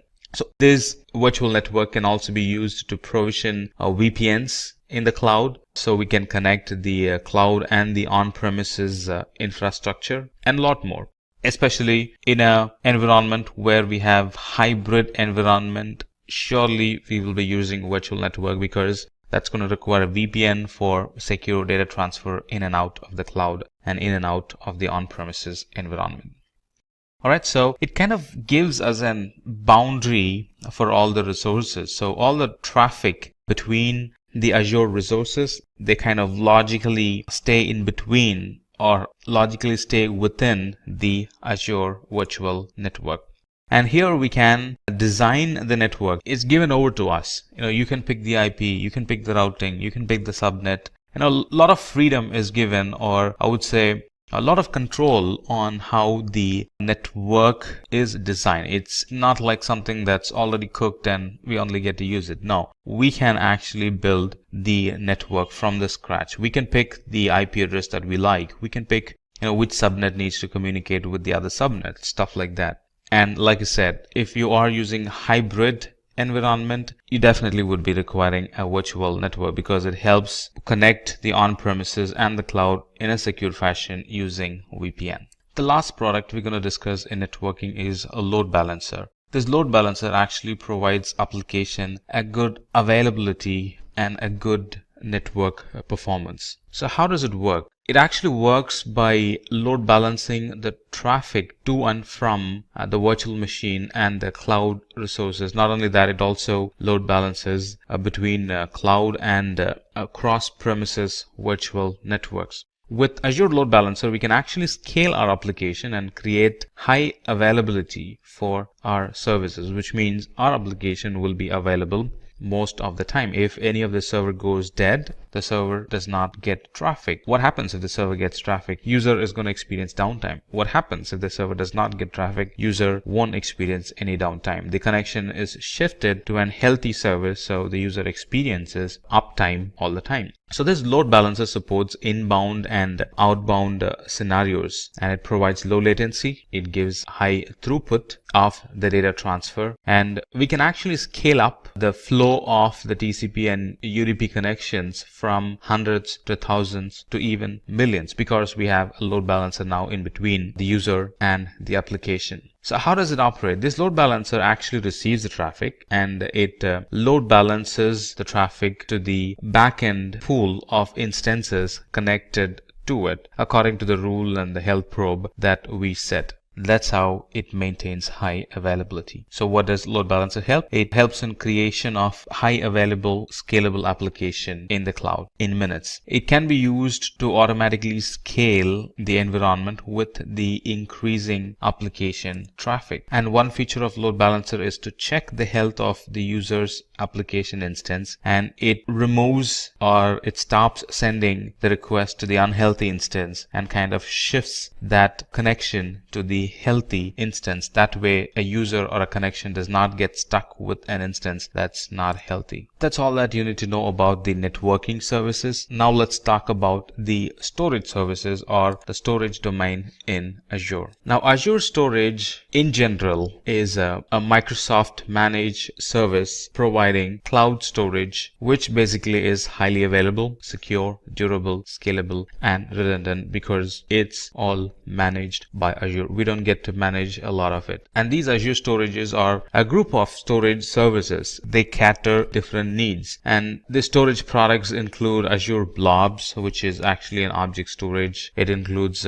Azure Data Lake. It includes Azure Files. As you see, it includes Azure Queues. It includes Azure Tables and a lot more. But let's start our discussion with Azure Store Simple. Azure Store Simple is an hybrid cloud storage solution that actually lowers the cost of storage to nearly 60% of how much you would be actually spending without using it. So Azure Simple Storage or Store Simple is an integrated storage solution that manages the storage task between on-premises and the cloud storage. What I really like about Azure is that it's built around a hybrid environment in mind. There are a lot of other cloud providers that are there where running an hybrid environment is a big challenge. You know, it has some compatibility. You won't be able to find an hybrid or a on-premises and cloud solution for your need, stuff like that. But with Azure, especially when it comes to storage, a lot of the things that we're going to see, it clearly is designed with hybrid environment in mind. All right, so let's come back and talk about Store Simple. So Store Simple is an very efficient, cost-effective, and a very easily manageable SAN, storage area networking solution in the cloud. I thought I'll throw in this information. The reason why it got Store Simple is really because it uses Store Simple 8000 series devices, which are used in Azure Data Center. And this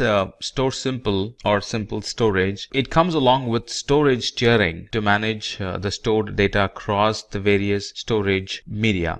So the very current data is actually stored in on-premises on solid state drives, and data that is used less frequently is stored in HDDs or hard disk drives. And the data that requires archived or that needs to be archived, very old data, let's say less frequently used data, candidate for archive, they are actually pushed to the cloud. So you see how this storage tiering automatically happens in Store Simple. And another cool feature of Store Simple is that it enables us to create an on-demand and scheduled backups of data and then store the data locally or in the cloud.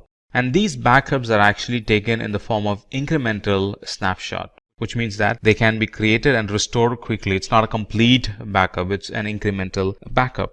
And these cloud snapshots, they can be critically important when there is a disaster and when there is a disaster recovery scenario, because these snapshots can be called in and they can be put on storage systems and then they become the actual data. So recovering is faster if you have proper scheduled backups or if you have frequent backups. And this Storage Simple, it really helps in easing our backup mechanism, which means it kind of eases our disaster recovery steps or procedures as well. So this Store Simple, it can be used to automate data management, data migration, data movement, data tiering across the enterprise, both in cloud and on premises. It actually improves the compliance and accelerates the disaster recovery for our environment. And if there is one thing that's increasing every new day in our environment, that would be storage. And this Store Simple addresses that need, and we really don't have to pre-plan or think in deep for having a proper storage, because now we have a simple storage available in the cloud, and moreover it's on a pay-as-you-go type. So not much pre-planning on storage is needed. Yes, there will be a need, but not as much as I would without the cloud or without the simple storage. And the next service under storage that we would like to discuss is the data lake store. This data lake store or storage, it's a cost-effective solution for big data analytics in specific. So let's expand this. So this data lake storage is an enterprise-wide repository for big data analytic workload. Now that's the major service that's dependent on this data lake store. And this data lake enables us to capture data of any size, of any type, and of any ingestion speed, and it kind of collects them in one single space or in one single place for operational efficiency. And for analytic purpose. Hadoop in Azure is very dependent on this data lake storage. And this data lake store is designed with performance for analytics in mind. So anytime you think of, or anytime you're using analytic in the cloud, or anytime you're using Hadoop in the cloud in Azure, we are definitely using, or we will be, to the most part, or the normal procedure or the right storage to pick would be data lake store in Azure. It's designed with security in mind. So anytime we use Azure storage, we can be rest assured that we are using storage from within a data center which was built with security in mind. So this data store also uses Azure Blob storage behind the scenes for global scale, durability, and for performance. Let's talk about blob storage. Now, blob storage provides large amount of storage and scalability. Now, this blob storage is the object storage solution for Azure Cloud. Let's expand a bit on blob storage. Azure Blob Storage is Microsoft offering for object storage. Now, this blob storage is optimized for storing massive amount of unstructured data, which could be text or binary data. It's designed and it's optimized for rapid reads. If I explain to you on what scenarios we would be using blob storage, that might help you get a good understanding of what blob storage is. So it's designed, as of now it's being used in many IT environments to serve images or documents directly to the browser. It helps in storing files for distributed access. A lot of fetchers can fetch data from Azure Blob Storage. And it's currently helping users stream video and audio. It's currently being used for writing log files. It's currently being used to store data as backup and restore at a later point in times of disaster recovery. It also is used as an archiving storage in a lot of cloud IT environments. It's widely used in storing analytic data, not only storing but also running analytic query against the data stored in it. So that's a wide use case for blob storage. Not only that, in addition to all that we mentioned, it also supports versioning. So anytime somebody updates an data, a new version gets created, which means at any point I can roll back as and when needed. And it provides a lot of flexibility on optimizing the user's storage need. It also supports tiering of the data. So based on need, when I actually explore, I would find a lot of options I can pick from that suits to my unique storage environment or unique storage need. And like I said, it stores unstructured data, and this unstructured data is available for customers through REST-based object storage environment. The next product and storage service would be queue storage. Now, queue storage provides durable queues for large volume cloud services. It's a very simple and a cost-effective, durable messaging queue for large workloads. Let's expand this queue storage for a moment. Now, this queue storage is a service for storing large amount of messages that can be accessed from anywhere in the world through HTTP and HTTPS calls. a single queue or a single queue message can be up to like 24 KB in size, and a single queue can contain millions of such 24 KB in size messages. And how much can it hold? It can hold up to the total capacity of the storage account itself. So that's kind of easy to translate. How much would it hold? And this Azure Queue Storage, it provides an messaging solution between applications and components in the cloud. What does it help? It helps in designing an application for scale. It helps in decoupling the application, so it's not very dependent, or sometimes it's not at all dependent on the other application, because now we have a queue in between which kind of translates, or which kind of connects, or which kind of decouples both the environment. Now we have a queue in between, both the environment can scale up or scale down independently. The next in the storage service would be file storage. Let's talk about file storage. Now, these Azure files provide secure, simple, and managed cloud file shares. Now, with file share in the cloud, it actually extends the user server's on-premises performance and capacity. And a lot of familiar tools for the cloud file share management can be used along with the file storage that we're talking about. So let's expand a bit on file storage. Now, this Azure Files or Azure File Storage offers a fully managed file shares in the cloud that can be accessed via the SMB protocol, Server Message Block Protocol. Now, this Azure file shares can be mounted concurrently by cloud or in on-premises deployments. A lot of operating systems are compatible with it. Windows are compatible, Linux is compatible, Mac OS is compatible. In addition to all this being able to run on-premises and on the cloud, or being able to access from on-premises and on the cloud, it can also offer cache for caching the data and keeping it locally, so it's immediately available when needed. So that's some additional feature. I would say that's some advanced feature that it offers compared to the other file shares available in the market. Let's talk about table storage. Now, table storage is a NoSQL key value pair storage for quick deployments with large semi-structured data sets. The difference between one important thing to note with table storage is that it has a flexible data schema,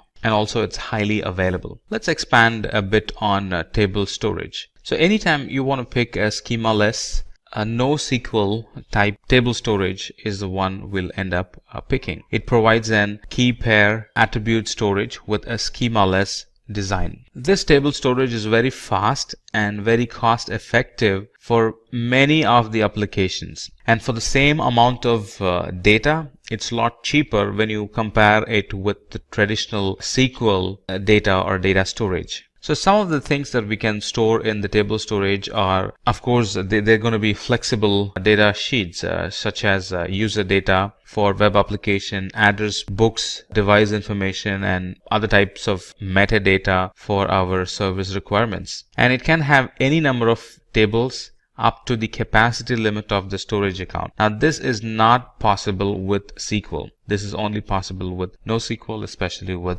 table storage in Azure. Explanation of storage really concluded the length and breadth of the explanation this CEO was giving his IT personnel. But this IT personnel is not done with it yet. He still has a question even after this lengthy discussion, and his question was, well, there are a lot of other cloud providers available. What made you specifically choose Azure? I mean, from the kind of question that he asked, we can say that he is very curious, and he definitely had asked a very thoughtful question. So his CEO went on and started to explain about the other capabilities of Azure, or how it kind of outruns the rest of the cloud providers. So he started, or he again started his discussion, but from a different angle now. So he started to explain what are the capabilities, or how Azure is better than the competitors. So he started with explaining the platform as a service capabilities. And I'm going to tell you what the CEO told his IT person. So this platform as a service, or in platform as a service, the infrastructure management is completely taken care by Microsoft, allowing users to focus completely on the innovation. No more infrastructure management responsibilities. Go and focus on innovation. That's a fancy way of saying it. When we buy platform as a service, that's what we get. We can contribute our time on innovation and not just maintaining the infrastructure. And Azure especially is .NET friendly. Azure supports the .NET programming language, and it is built or designed, or it is optimized to work with old and new applications deployed using .NET programming framework. So if your application is .NET, most of the time you would end up picking Azure. I mean, if you try to compare, most of the time you would end up picking Azure as your cloud service provider. And the security offerings that Azure offers is it's designed based on the security development lifecycle, which is an industry-leading assurance process. When we buy services from Azure, it assures that the environment is designed based on security development lifecycle. And like I mentioned many times in the past, and I would like to mention it again, Azure has well thought about the hybrid environments, which a lot of other cloud providers have failed. So it's very easy to set up an hybrid environment, to migrate the data or not to migrate the data and still run a hybrid environment. They work seamlessly with Azure, because Azure provides seamless connection across on-premises data centers and the public cloud. It also has a very gentle learning curve. If you look at the documentation, it's picture rich, and the documentations are neat and clear. It would encourage you to learn more. It would encourage you to think and imagine and try easily get a grasp of how services work. So it has a very gentle learning curve. Azure allows the utilization of technologies that several businesses have used for years. So there is a big history behind it. It has a very gentle learning curve. The certifications, the documentations, the stage-by-stage certification levels, it's all very gentle learning curve, which is generally missing in other cloud service providers. Now, this would really impress the CTOs or people working in finance and budgeting. If an organization is already using Microsoft software, they can definitely go and avail or be bold and ask for a discount that can reduce the overall Azure spending. In other words, overall pricing of the Azure. So that's what helped, or they are the information that helped the CEO pick Azure as his cloud service provider. And then the CEO goes on and talks about the different companies that are currently using Azure, and they are definitely using Azure for a reason, like Pixar, Boeing, Samsung, EasyJet, Xerox, BMW, 3M. They are major multinational, multi-billion companies. They rely, run, operate their IT in Azure. And this CEO has a thought that his IT person is still not very convinced unless and until he shows him a visual of how easy things are in Azure. So he goes on and explains about a practical application of Azure,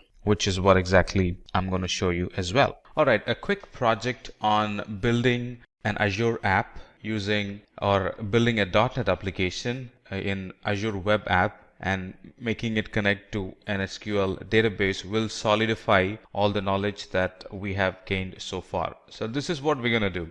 I have an Azure account open, as you see, logged in, and everything is fresh here. Let me go to resource group. There's nothing in there. It's kind of fresh. All right, I'm logged in, and this is what we're going to do.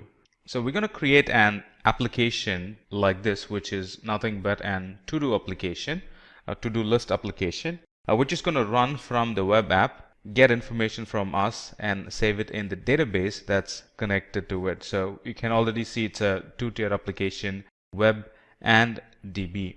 All right. So let me go back to my Azure account. The first thing is to create an resource group. Let's give it a meaningful name. Let's call it Azure Simplilearn. All right. And it's going to be a free trial. And the location, pick one that's nearest to you, or wherever you want to launch your application. Now for this use case, I'm going to pick Central US and create.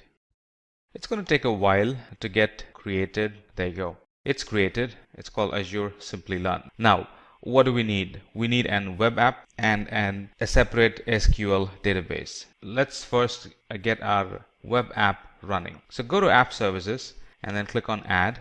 It's not the web app plus SQL that we want. We want web app alone for this example. So let's create an web app. Give it a quick name. Let's call it Azure Simplilearn.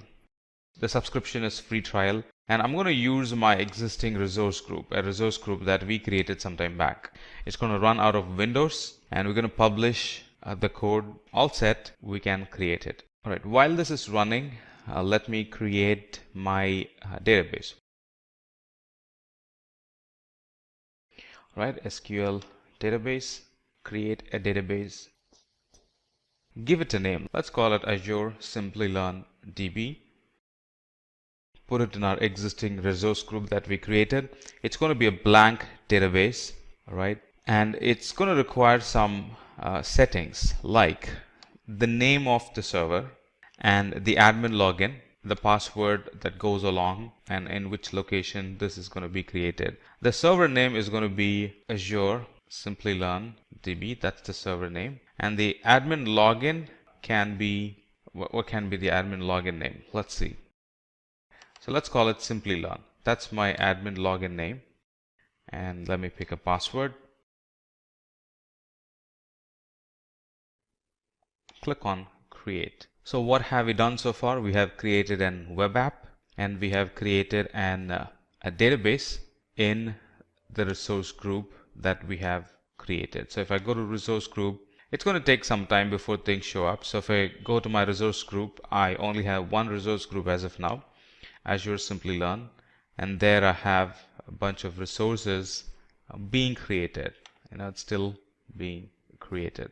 Right. In the meantime, I have my application right here that's running out of or that's in Visual Studio as of now. Right. So once the infrastructure is set and ready in the Azure console, we're going to go back to Visual Studio, feed these inputs in the Visual Studio, so the code knows what the database is, the credentials to log into the database, stuff like that. So we're going to feed those information in Visual Studio. By that, we're actually feeding it into the application, and then we're going to run it from there. Deploying these applications takes quite a while. We really got to be patient. Right, now we have all the resources that we need for the application to run. Here's my database, and here's my app service. There's one more thing we need to do, that is create an firewall exception rule. So one more thing needed is to create an firewall exception rule, right? So the application is going to run from my local desktop, and it's going to connect to the database, right? So let's add an exception rule. By simply adding the client IP, it's going to pick my IP, the IP of the laptop I'm using as of now, and it's going to create an exception to access the database. So that's done. Now we can go back to our Visual Studio. I already have a couple of apps running, or a couple of configurations pushed from Visual Studio. I'm going to clean that up. If you're doing it for the first time, you may not need to do this. Alright, so let's start from the scratch. This is very similar to how you would be doing in your environment. Alright, so we're going to select an existing Azure app service. Now before that, I have logged in. As you can see, I have logged in with my credentials. So it's going to pull few things automatically from my Azure account. So in this case, I'm going to use an existing Azure app. So select existing and then click on publish.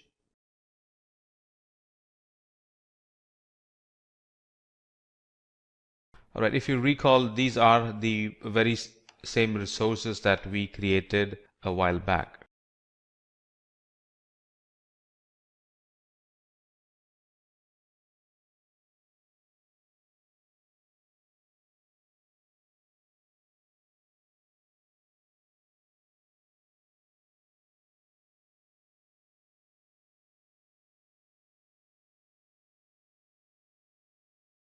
Right, we have clicked on save and it's running, kind of validating the code, and it's going to come up with an URL. Now, initially the URL is not going to work because we haven't mapped the application to the database. So that would be the next thing.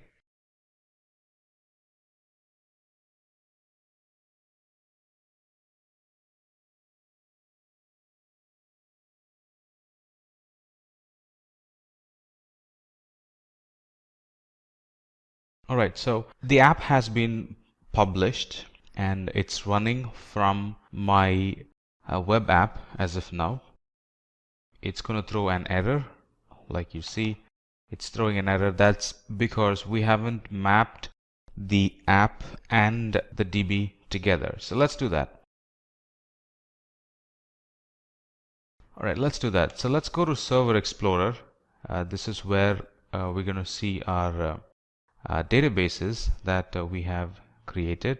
Now let's quickly verify that. Go back to the resource group, right? Appropriate resource group, which is right here. And here I have my database, Azure Simplilearn database.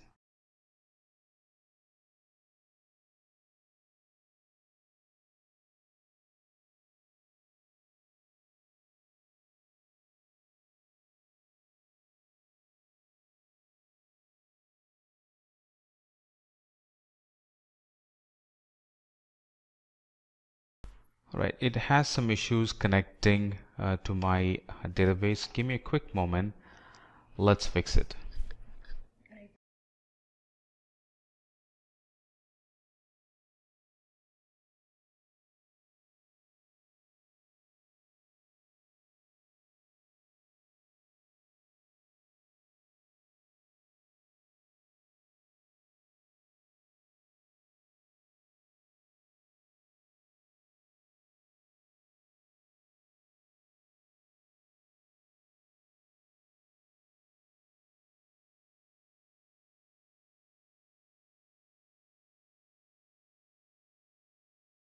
Alright, so we'll have to map the database into this application. Alright, so let's go to the Solution Explorer, click on Publish, and a page like this gets shown, and from here we can go to Configure. Here is our web app, alright, with all its credentials. Let's validate the connection, number 1.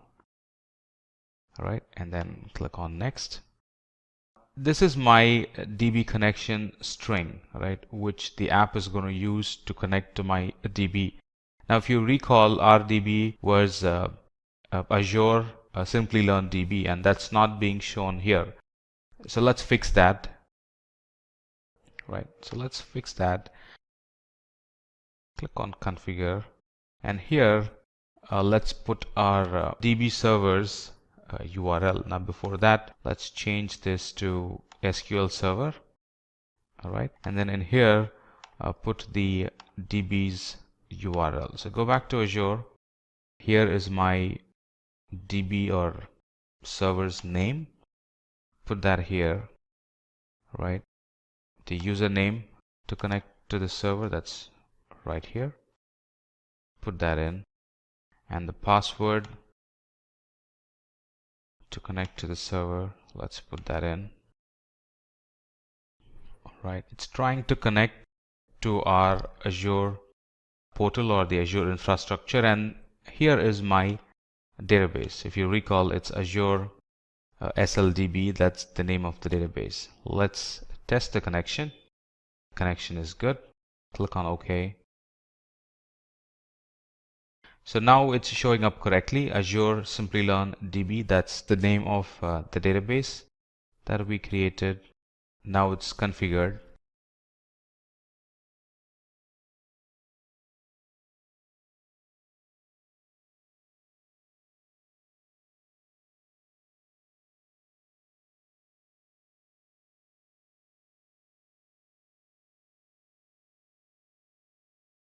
All right, let's modify the data connections.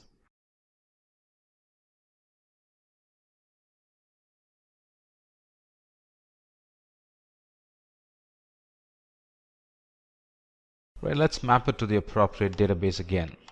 All right, so our name of the database is Azure Simplilearn DB, and then it's going to be SQL Server. That's the data source. The username is Simplilearn, and the password is what we have given in the beginning.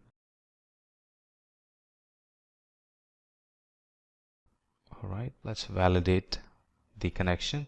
It's good. Click OK. Now we're all set and ready to publish our application again. Now the application knows how to connect to the database. We have educated it with the correct connection strings, the DNS name, the username, and the password for the application to connect to the database. So Visual Studio is building this project, and once it is up and running, we'll be prompted with an URL to connect, and anytime we give inputs to the URL, that's going to receive the input and save it in the database.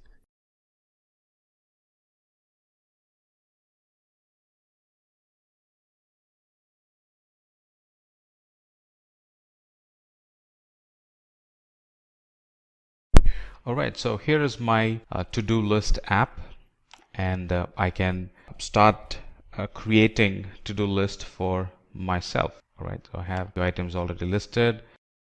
I can create an entry, and these entries get stored in the database. I can create another entry, take the dog for a walk. That's gonna get stored. I can create another entry, book tickets for scientific exhibition, and that's going to receive and put that in the database. And that concludes our session. So through this session we saw how I can use Azure services to create a web app and connect that to the DB instance, and how those two services which are decoupled by default, which are separate by default, how I can use the connection strings to make connection between the app server and the database and be able to create an working app. I strongly believe you enjoyed me walking you through this session. Right from the start, software development comprised two different departments. The development team that develops the plan, designs, and builds the system from scratch, and the operation team for testing and implementation of whatever is developed. The operations team gave the development team feedback on any bugs that needed fixing and any rework required. Invariably, the development team would be idle awaiting feedback from the operations team. This undoubtedly extended timelines and delayed the entire software development cycle. There would be instances where the development team moves on to the next project, while the operations team continues to provide feedback for the previous code. This meant weeks or even months for the project to be closed and final code to be developed. Now, what if the two departments came together and worked in collaboration with each other? What if the wall of confusion was broken? And this is called the DevOps approach. The DevOps symbol resembles an infinity sign, suggesting that it is a continuous process of improving efficiency and constant activity. The DevOps approach makes companies adapt faster to updates and development changes. The teams can now deliver quickly, and the deployments are more consistent and smooth. Though there may be communication challenges, DevOps manages a streamlined flow between the teams and makes the software development process successful. The DevOps culture is implemented in several phases with the help of several tools. Let's have a look at these phases. The first phase is the planning phase, where the development team puts down a plan, keeping in mind the application objectives that are to be delivered to the customer. Once the plan is made, the coding begins. The development team works on the same code, and different versions of the code are stored into a repository with the help of tools like Git and merged when required. This process is called version control. The code is then made executable with tools like Maven and Gradle in the build stage. After the code is successfully built, it is then tested for any bugs or errors. The most popular tool for automation testing is Selenium. Once the code has passed several manual and automated tests, we can say that it is ready for deployment and is sent to the operations team. The operations team now deploys the code to the working environment. The most prominent tools used to automate these phases are Ansible, Docker, and Kubernetes. After the deployment, the product is continuously monitored, and Nagios is one of the top tools used to automate this phase. The feedback received after this phase is sent back to the planning phase, and this is what forms the core of the DevOps lifecycle, that is, the integration phase. Jenkins is the tool that sends the code for building and testing. If the code passes the test, it is sent for deployment, and this is referred to as continuous integration. There are many tech giants and organizations that have opted for the DevOps approach. For example, Amazon, Netflix, Walmart, Facebook, and Adobe. Netflix introduced its online streaming service in 2007. In 2014, it was estimated that a downtime for about an hour would cost Netflix $200,000. However, now Netflix can cope with such issues. They opted for DevOps in the most fantastic way. Netflix developed a tool called the Simian Army that continuously created bugs in the environment without affecting the users.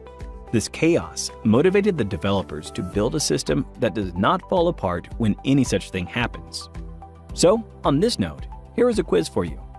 Match the DevOps tool with the phase it is used in. A. B. C. D. None of the above.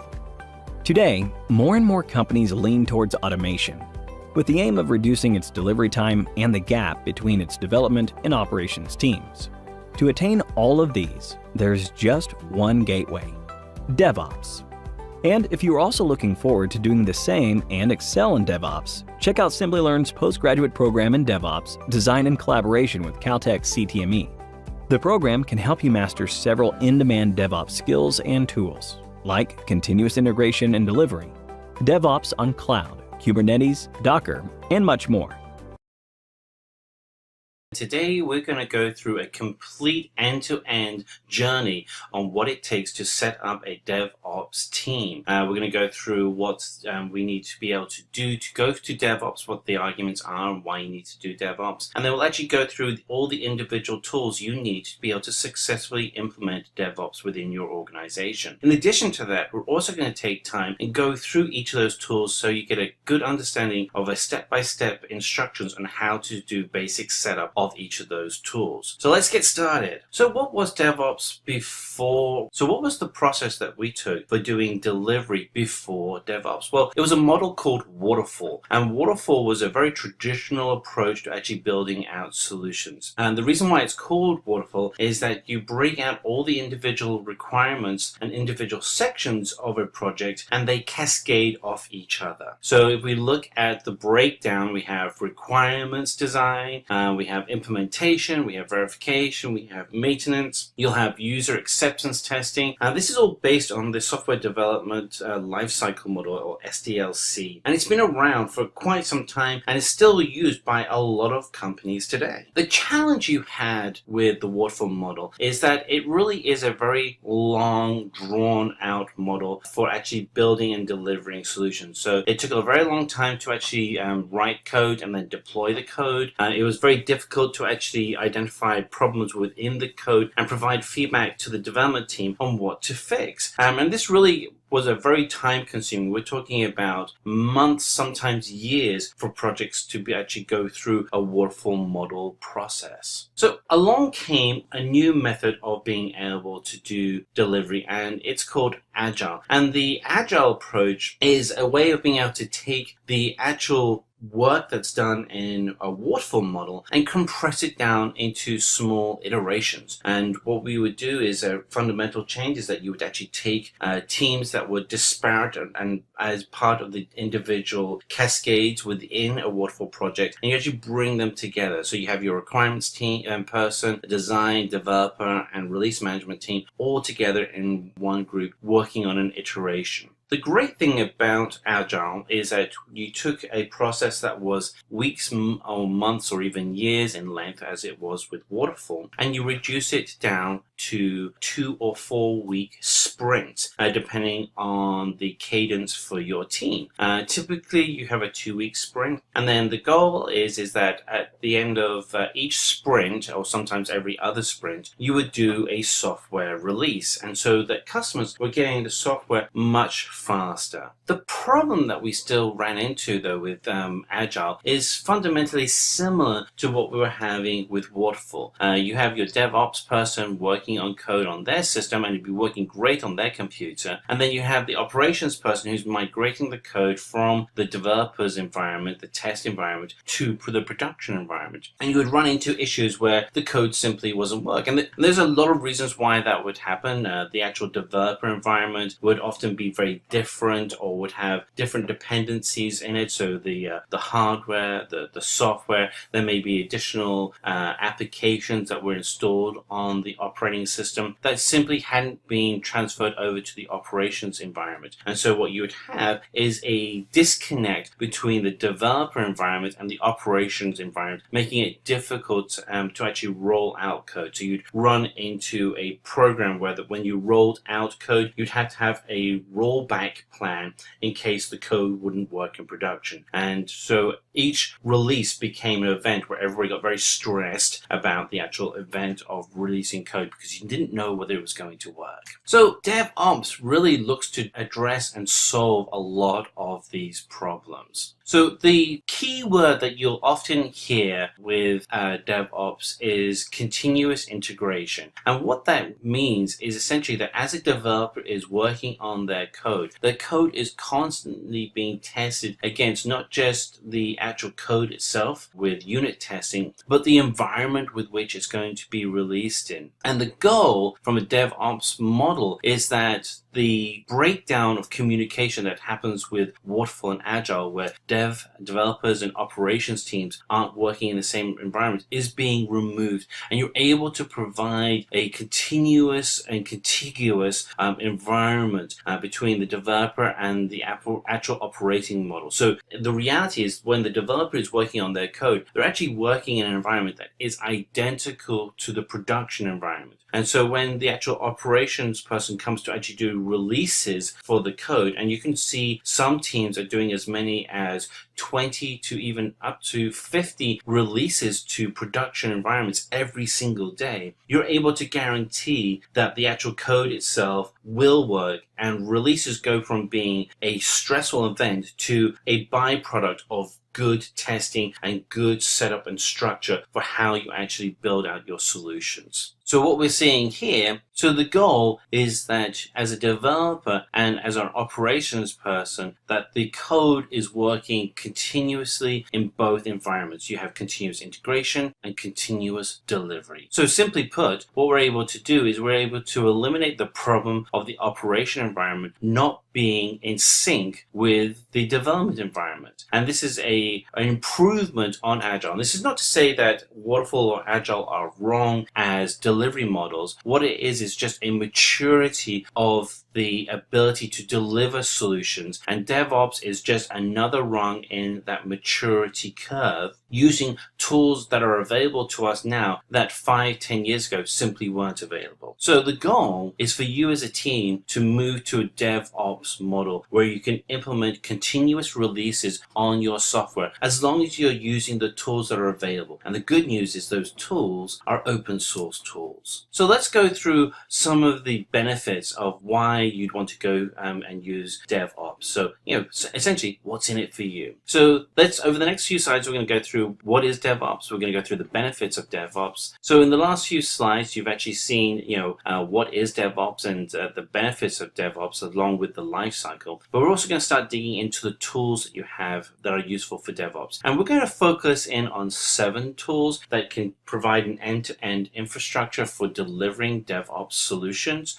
There are significantly more tools available on the market, but these are 7 of the most popular for each of their categories. So DevOps really is an essential collaboration between the development team and the operations team. These are teams that have in past been somewhat at conflict with each other, and what you have now is an opportunity where those teams can now work continuously with each other. The expectation with DevOps is that it will continue to mature. Indeed, you're actually even seeing some groups which are now called DevSecOps, where they're integrating security as part of the delivery between the development team and the operations team. The bottom line is a DevOps engineer is highly in demand. The demand for a DevOps engineer is literally going through the roof, with salaries going up exponentially around that. So let's dig into some of the benefits of DevOps. It's not just a new catchphrase, it's actually got significant value and how you can speed up delivery of your software. So the benefits of DevOps can really be broken up into a number of key areas. First of all, we have continuous delivery of software, which allows you to continuously release new features with the security and understanding that the software going out is of high quality. It allows the teams that are working on the software delivery within your organization to more effectively collaborate with each other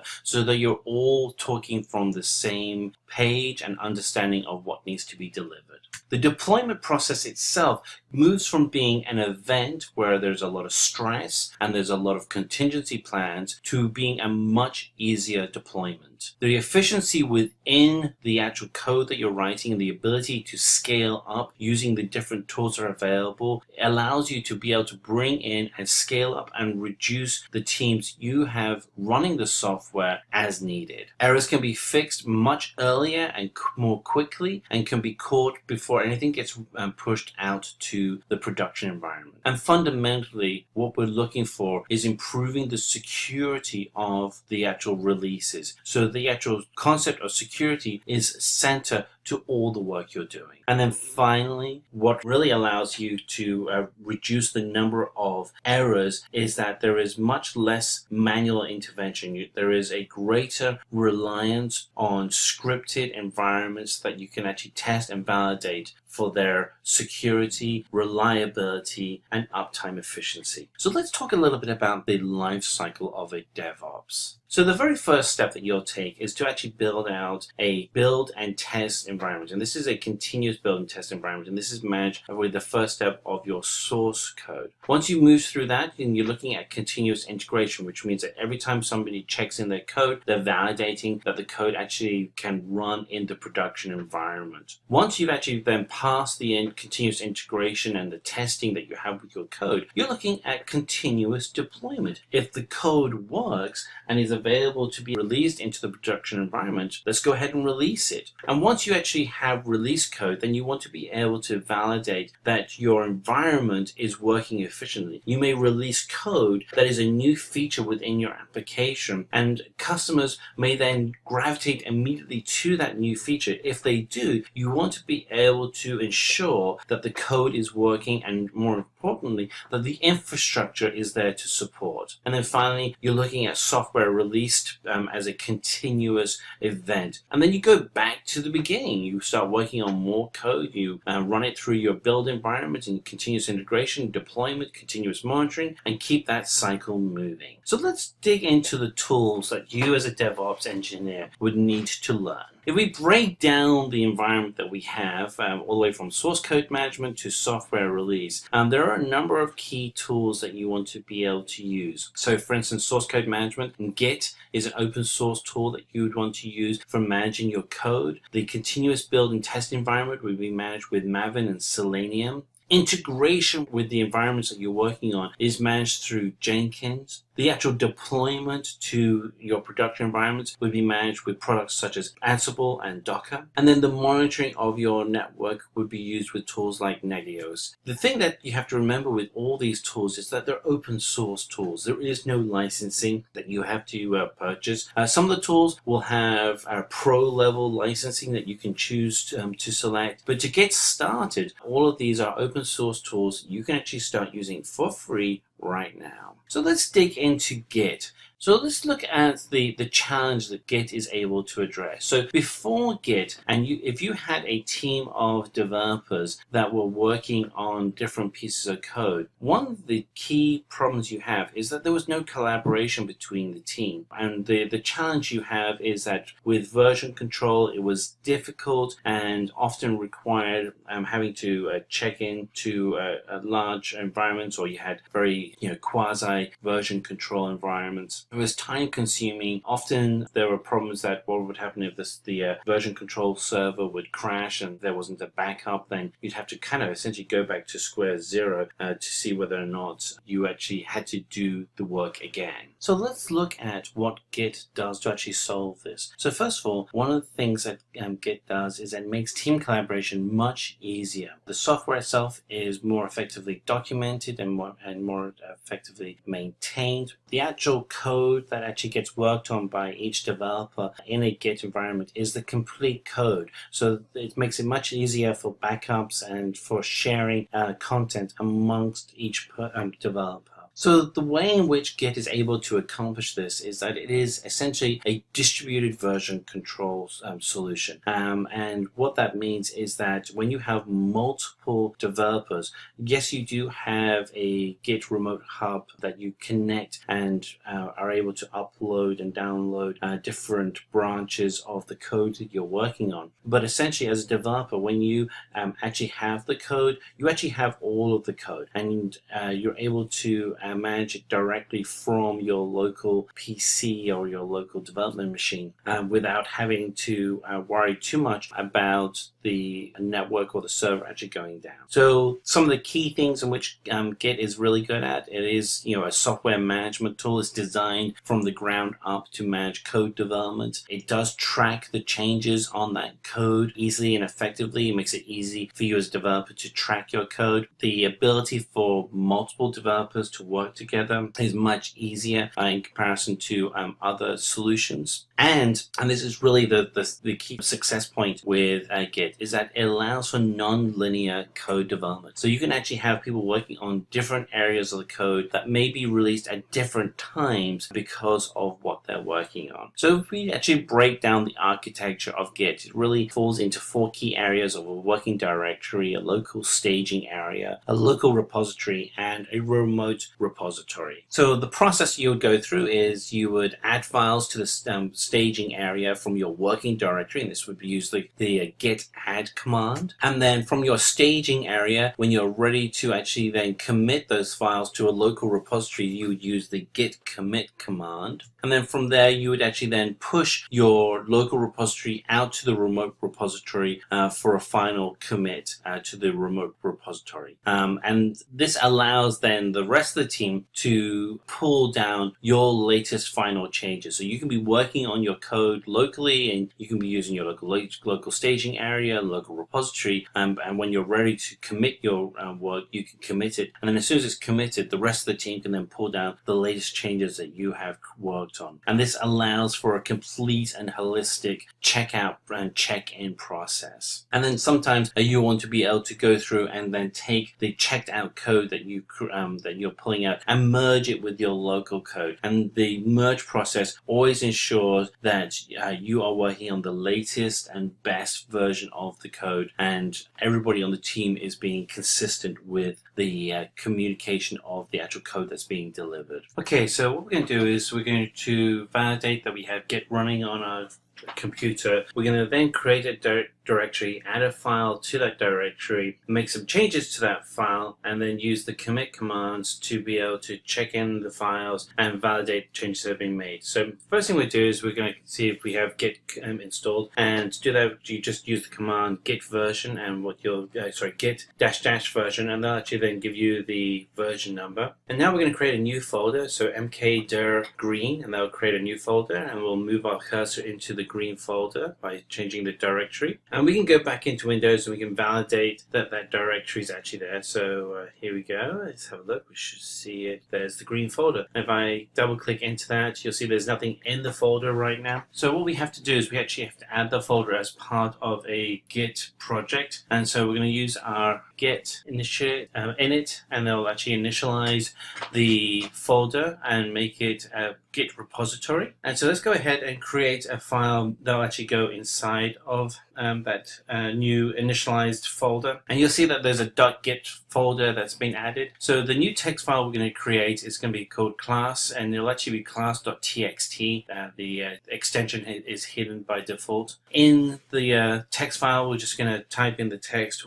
welcome to Simplilearn, and save that. Now let's go ahead and check the status of that file in Git. So let's do git status, and you'll see that it says yes, there's a file there, but it hasn't been committed to the repository. That's why it's in red. So what we have to do now is commit the file to the repository, and it won't be able to track any changes that we do to that file. So let's go ahead and commit the file. So we do commit add class.txt, and they'll add that to the repository, and there we are, it's added. And the final step is we want to do is commit it, and let's do git. So let's do git commit -m, put in, this will be our first commit, and this is the description, and so it actually shows us committing the file. It's the only item in the folder. So now we can go over to the file that we just created, and we can make some changes to it. So let's open up the file. So it says welcome to Simplilearn. Let's put in some text afterwards that says this is my demo, and we'll save that, close that. And now if we go back to Git,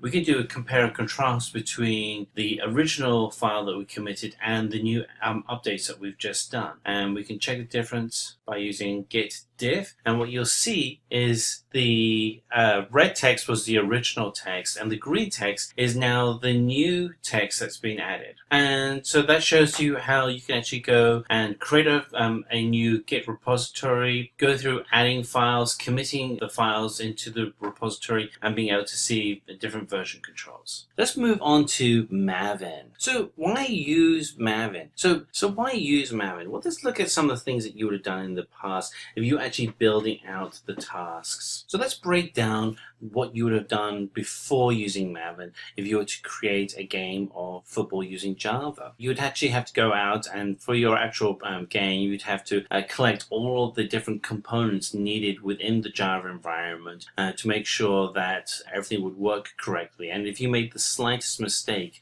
you wouldn't get the right output that you needed. The actual process of building and deploying a project really would take quite a lot of time. After Maven allows you to be able to take templates that are stored locally and be able to use those to be able to improve the efficiency of being able to build out your environment by removing dependencies within the application. It makes it a lot easier for you to be able to focus on just writing the code for your game or your solution rather than having to manage the environment within which that solution would be deployed. Now, the focus within Maven is that it is an automation tool, and it's used for projects that have a short period of time. So as you're starting on your environment for building out solutions, Maven is great to get started with. And then if you need to have longer term projects, then you can look at other alternative tools on the market. So 4 key areas that you want to focus on and why Maven can help you is that it does allow for efficient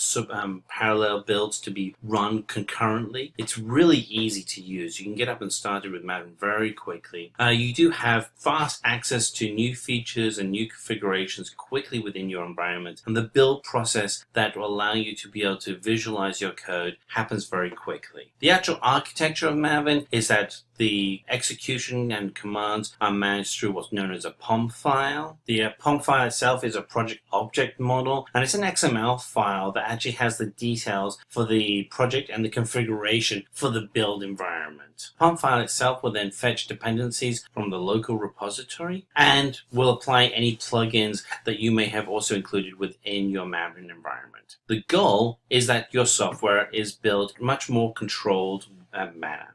So what we're going to do now is we're going to show you how to go through and run your very first project using Maven. The first steps you're going to have to do is make sure that you have the latest JDK installed on your computer. So we're going to go ahead and open up our web browser and get this installed on your computer. So we're going to type in JDK download into our Chrome web browser and go to the Oracle website, which allows us to download the JDK. And because we're running this on Windows, we're going to download the Windows version of the JDK. And once you have that installed, So the next step is to actually then go ahead and download the Maven files. So it's going to take us to the mavenapache.org website, where you can actually go ahead and download the version of Maven that you need for your operating system. We're going to go ahead and download the zip file instead of just an executable file. Now this will give you more control over how you install it onto your Windows PC. After the file has been downloaded, we want to go ahead and extract the entire file, so you have the unzipped folder running on your computer.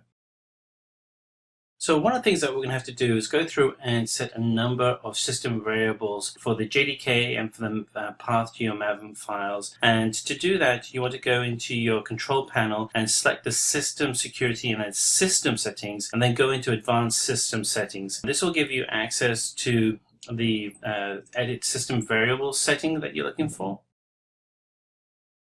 So we're going to go down to the path variable, and you'll see already that we have pasted in the link to the JDK right there underneath the variable value. If you've installed the JDK, it's likely that it's already installed this path for you correctly.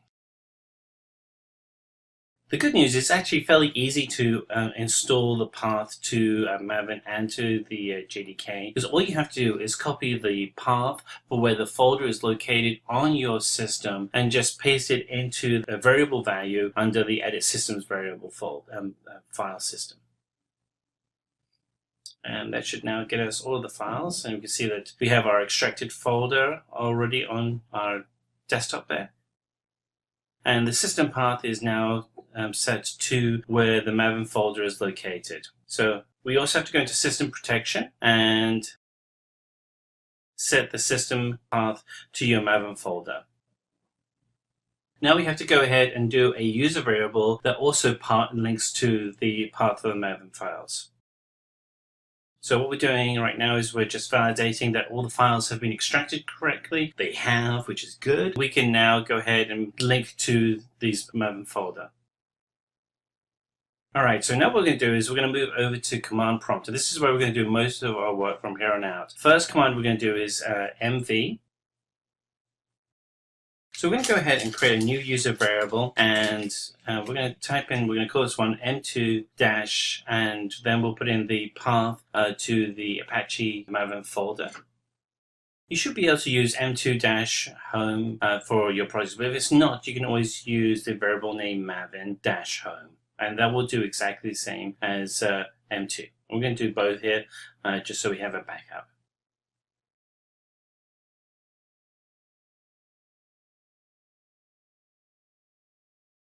So we're going to open up command prompt and we're going to see if Maven is installed. We do that by writing mvn-version. And here we are, yes. So now we're going to go ahead and create our first Maven project. And the first part of creating the Maven project is actually the directory in which we will store the files that will be used to create for our project. So we're just going to go ahead into the folder and we're going to create a new directory, and we're going to call this one, and we're going to call it Simplilearn. And we can just copy the path for that. So I'm going to write the correct path for us. So we're going to change directory, cd, and copy the file location over.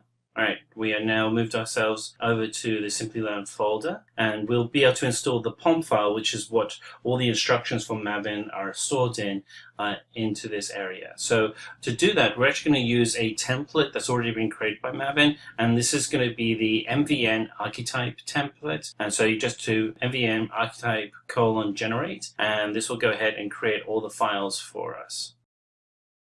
So there can be quite a few files, and they're all being downloaded from the Maven website.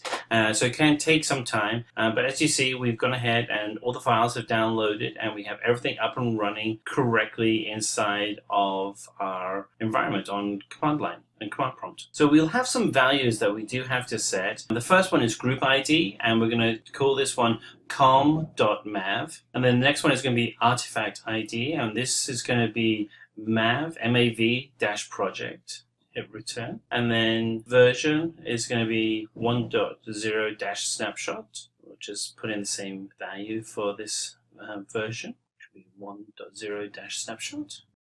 And the package, we're going to call this one com.mav.demo. and then we'll select yes or Y to create the environment, and it will build the environment for us.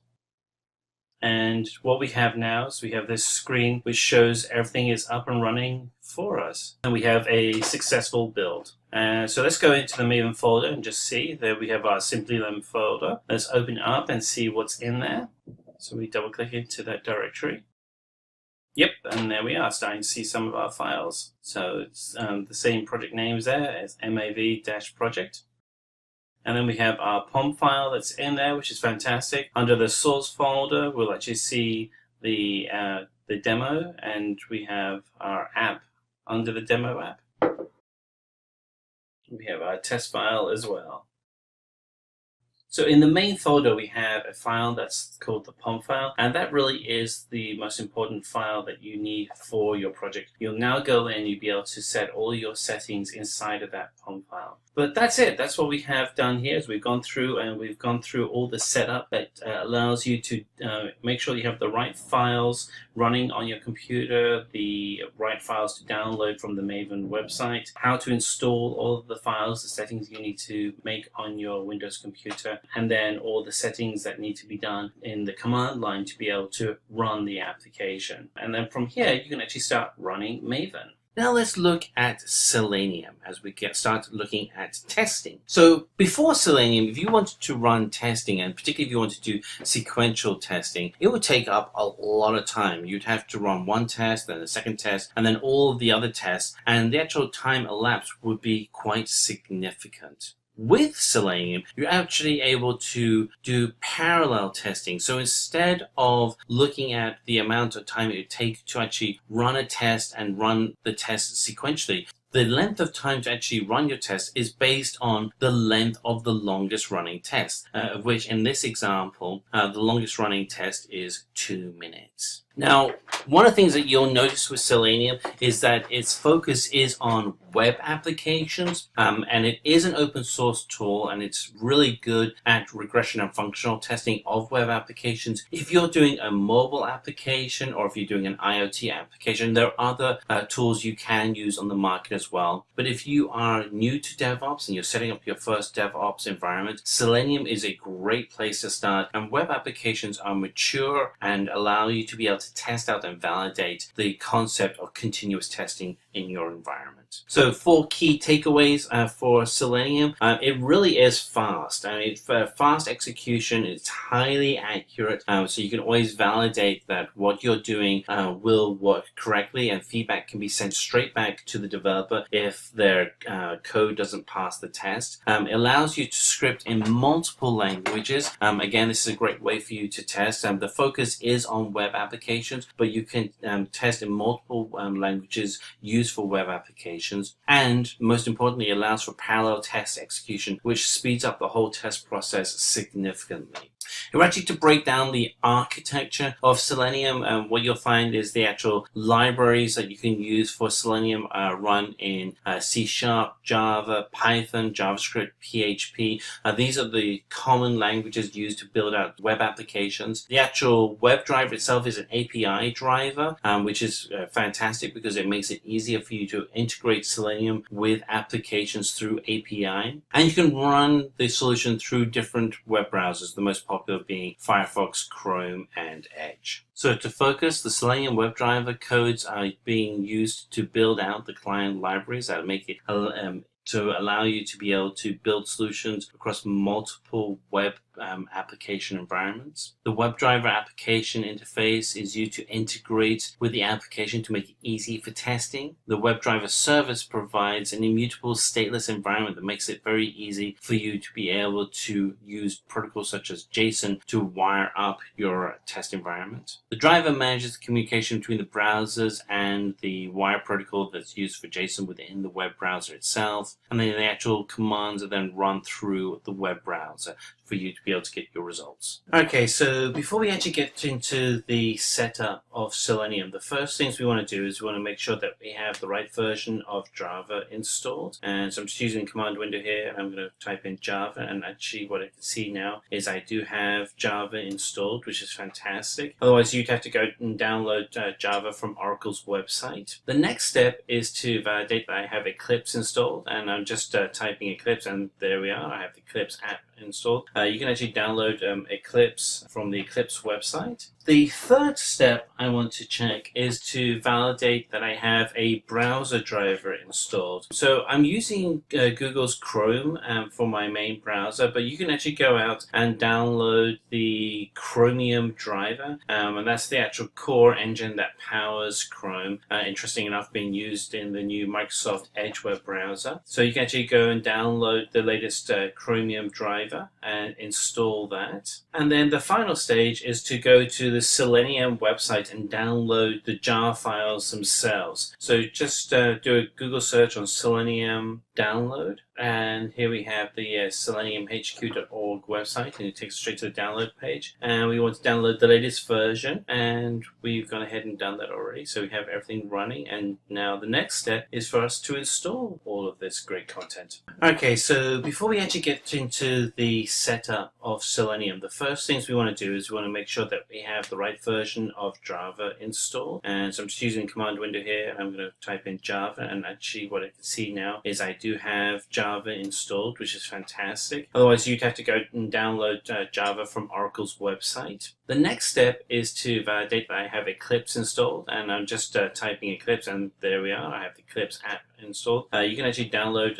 Eclipse from the Eclipse website. The third step I want to check is to validate that I have a browser driver installed. So I'm using Google's Chrome for my main browser, but you can actually go out and download the Chromium driver, and that's the actual core engine that powers Chrome. Interesting enough, being used in the new Microsoft Edge web browser. So you can actually go and download the latest Chromium driver and install that. And then the final stage is to go to the Selenium website and download the jar files themselves. So just do a Google search on Selenium download.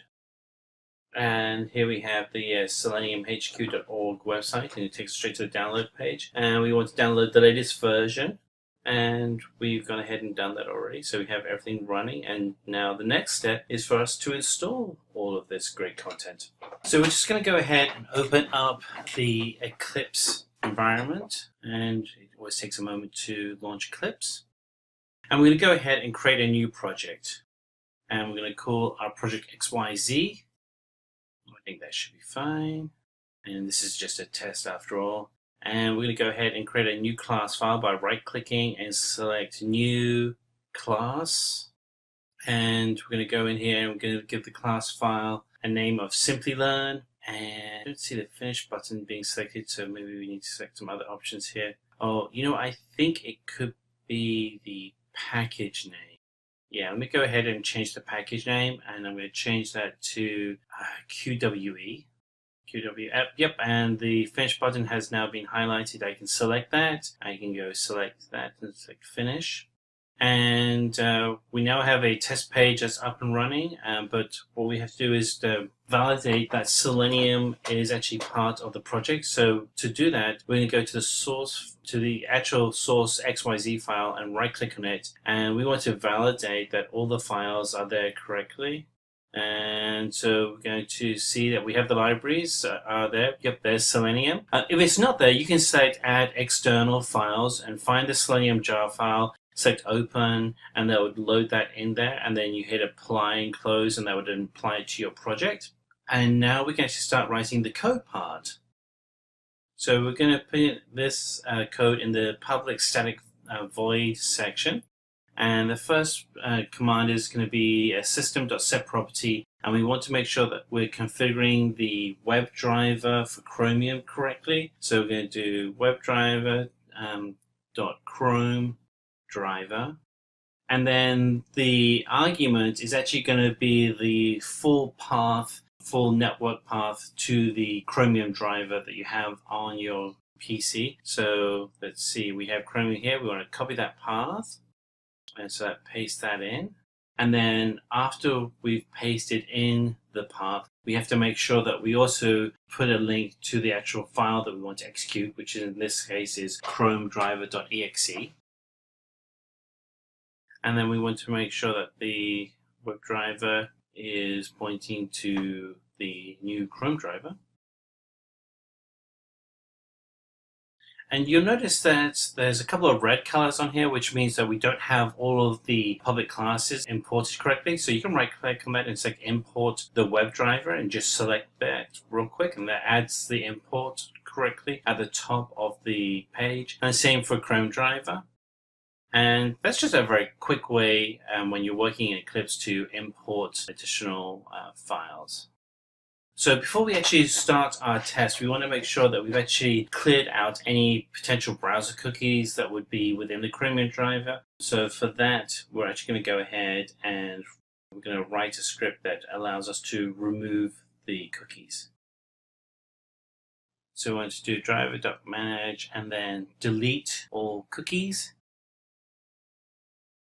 And the next line we're going to do is to actually have the web page that we're going to connect to open up in full screen mode. And for that to happen, we're going to go and actually use the window property, which is what I was writing before by mistake. And so this will allow us to go full screen. And now we need to pull in a web page. So we're going to get the get command.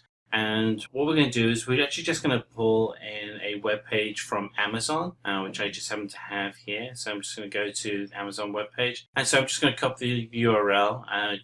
Just need to copy HTTPS www.amazon.in or .com, wherever you're located.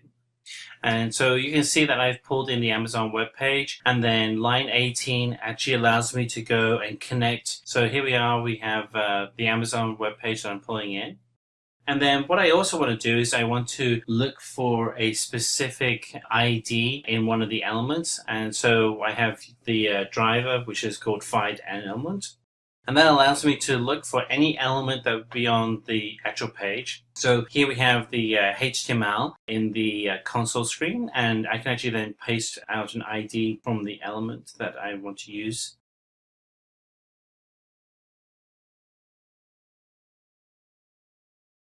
So the find element is just the ID for each element, and most of them have them because they need it for JavaScript and CSS. So let's see, there's quite a few IDs, and we can select any of those.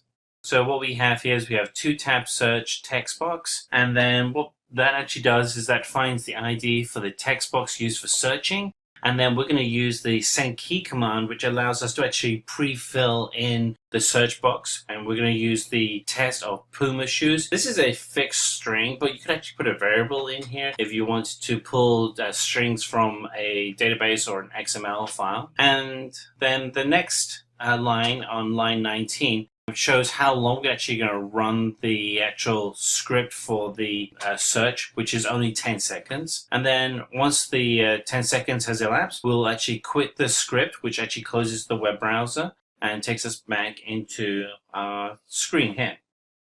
And let's test that, make sure it's working. And everything's looking good. The web browser opens, which is what we expect. It goes to Amazon, fantastic. It now actually goes to the search screen and should fill in the Puma shoes. There we go, Puma shoes. And waits 10 seconds and it closes. And that's exactly what we were expecting. Now you can actually change the unit of time that you would have for the actual test. So if you wanted to see what was happening, so longer than 10 seconds, you can actually change the actual time or the actual metric. So in this instance, we got it as seconds and it's a unit of time, but you could do minutes or hours or microseconds. And you can change the keyword as well, so it could be jigsaws or anything that you wanted to check. But if you're actually building your own application, you want to be able to test your own data against your own application, that's where you put in that specific data. So let's look at the center, the heart of your DevOps environment, and that center is with Jenkins. So before Jenkins, developers would work on their code, and the code would then be checked into a source repository. You would then check for any issues, and then you would then send that code over to the operations team, and there would be a delay for actually delivering software. So the actual challenges developers had is that if they wanted to run any tests, they had to wait until their software was built, and there was a lot of problems in providing feedback, particularly if you had large teams working on software who actually had the error. The actual delivery of software was often delayed because of these key problems. So after Jenkins, what we actually have is the ability to be able to streamline this whole process. The build, test, and deploy happens continuously and are able to then notify developers and the actual specific developer of any errors that are detected, being able to speed up the delivery process much more efficiently. The focus of Jenkins is that it automates a continuous development, testing, and deployment environment. And it's open source. Jenkins is easy to install and configure. It's been around for many years now, and it is very mature. There are many plugins that you can use within Jenkins to be able to have the Jenkins product work with your environment. If there isn't a plugin, you can actually you can actually write your own plugins if a plugin doesn't exist. So you can actually continue and extend and invest in the Jenkins ecosystem, and it can be easily distributed across multiple machines. So let's break out the architecture of Jenkins. So Jenkins starts as a remote source code repository, and it then pulls out the code every time there is a commit from into the server master. The server master will then have a slave that will run on either Windows, Linux, or Mac OS to be able to distribute its load across those environments. And after it's actually gone through and run its test, it'll then send out a report. The goal of the report is to communicate back to the team what has passed and what has failed the actual check-in process. Okay, so we're going to go ahead and show you how to install Jenkins on your local PC. So the first thing you want to do is check that you have Java installed. So we're just going to go into our system and see whether or not we have the Java JDK installed. You can do that by going into System Properties, Selecting Advanced, and then Environment Settings. And there we are. We have Java JDK installed. And you want to just double check on the system variables to make sure that you have the Java_home installed correctly as well. And we have that installed. And under Path, also make sure you have a link to the Java JDK as well. So we have everything installed, and what we're going to do is we're going to open up command window and just do a double check right there. So open up command window, and we're just going to check that we have Java installed. So we do Java-version, and we have a version number that comes back. If we didn't have Java installed, we wouldn't get a Java version number come back. We'd actually have an error. So everything looks good. So the next thing we want to do is to go to the Jenkins website and download the files. So we're going to go to jenkins.io, and that's the official Jenkins website. And if you want to download, you just go to jenkins.io/download, or you can just type into your search bar download Jenkins, and that will give you a link straight to the download page. And one of the things that you'll see is that there's lots of different versions for Jenkins, because Jenkins runs on pretty much most operating systems, including Windows, Linux, and Mac OS. But we want to select the Windows version. So we've already gone ahead and downloaded a zip file which contains all of the files that we need for Jenkins. And so that's the zip file, and we've expanded it. And what we want to do now is double click the installer file, and we'll go ahead and install that. So we've already installed this. So one of the things that we'll get is a message asking if we want to repair. You would actually get a install message because it'd be a fresh install for you. But once you've done that, it has all the files and all the settings correctly installed onto your Windows computer. And we do all of our commands for Jenkins through a web page that's run locally on your PC. And so you're going to type in localhost:8080, and when you do that, they'll actually take you to Jenkins running locally on your PC. And here we have our our Jenkins dashboard. And we've already gone in and created some sample jobs, and you can see those listed on the on the right hand side of the screen. So let's go through some of the things you would want to set up here. So first of all, let's go into the Manage Jenkins screen, and that will actually, so we'll go to the Manage Jenkins tab on the left hand side to do some standard configuration settings. So we'll go into the configuration systems, and if you want to, if you're like remotely connecting to a remote Jenkins environment, you can actually install a JDK remotely on that machine if you want to. We already have the JDK environment already set up, so yeah, that's good here, so we don't need to do that. But you'll also see as you go through the list of applications that you have: Gradle, Ant, Maven, Docker, Git, and other tools that you would use in a DevOps environment. There are many other tools you can install through plugins as well. Let's have a look at one more setting here with the security. The default security is Jenkins' own user database. That probably is not allowed within your company due to security restrictions. So you can choose LDAP, which allows you to connect with your Active Directory configuration. Again, because there are so many plugins for Jenkins, there are plugins for SAML authentication as well as OAuth. So let's go ahead and start a new build job. And so we'll select a new item, and we're going to select demo 1 from that to create a new item. And we're going to use just a freestyle project because I just want to demo how you can actually create a build. Select OK. Description, gosh, what could we write here? We can put in Snippy demo.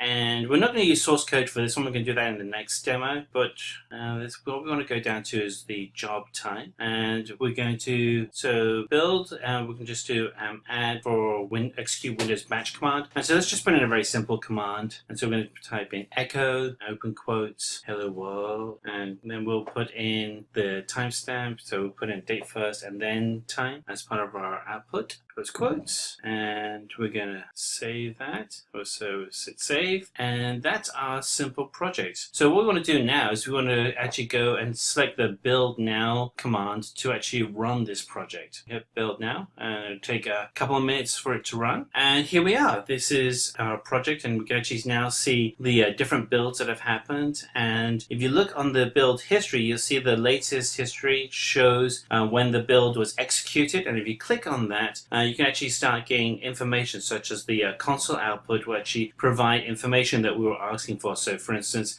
we have, first of all, we can see that the build was successful, and we see the output includes the hello all and date and time. So we're going to go ahead and create one more project where we can actually connect to a GitHub and use the Git command tool to be able to build a real project. So we're going to go ahead and create a new item, and we're going to call this one Jenkins. It's a freestyle project, and our description is demo using Git.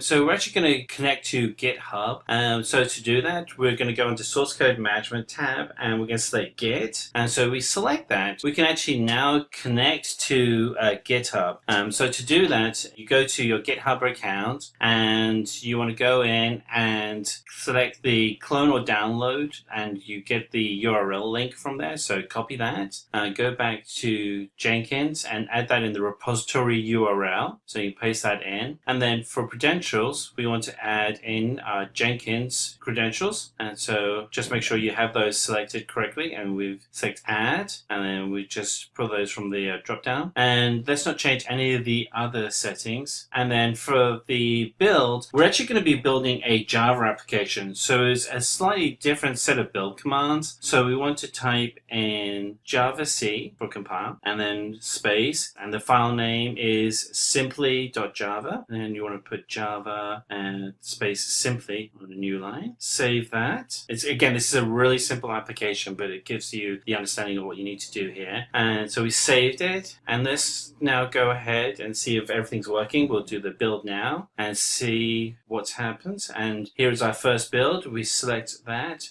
We can go to the console output for details, and what we can actually see if we scroll down is that the finished output at the very end says success, which means everything was built correctly. And so that's how you're able to connect Jenkins with a Git repository. And the thing that's great with working with Jenkins is that it connects to so many different systems and really does become the central point of your DevOps toolset. So let's start looking at the operations side of the DevOps environment, and let's focus in on Docker. So before Docker, the problem you had as a developer, if you're working on a virtual machine, the actual virtual machine was your VM, was a very complex piece of software. So first of all, VMs have not been around for very long, and we're talking about less than 10 years. And the typical way of having a VM is that it's very heavy on usage on your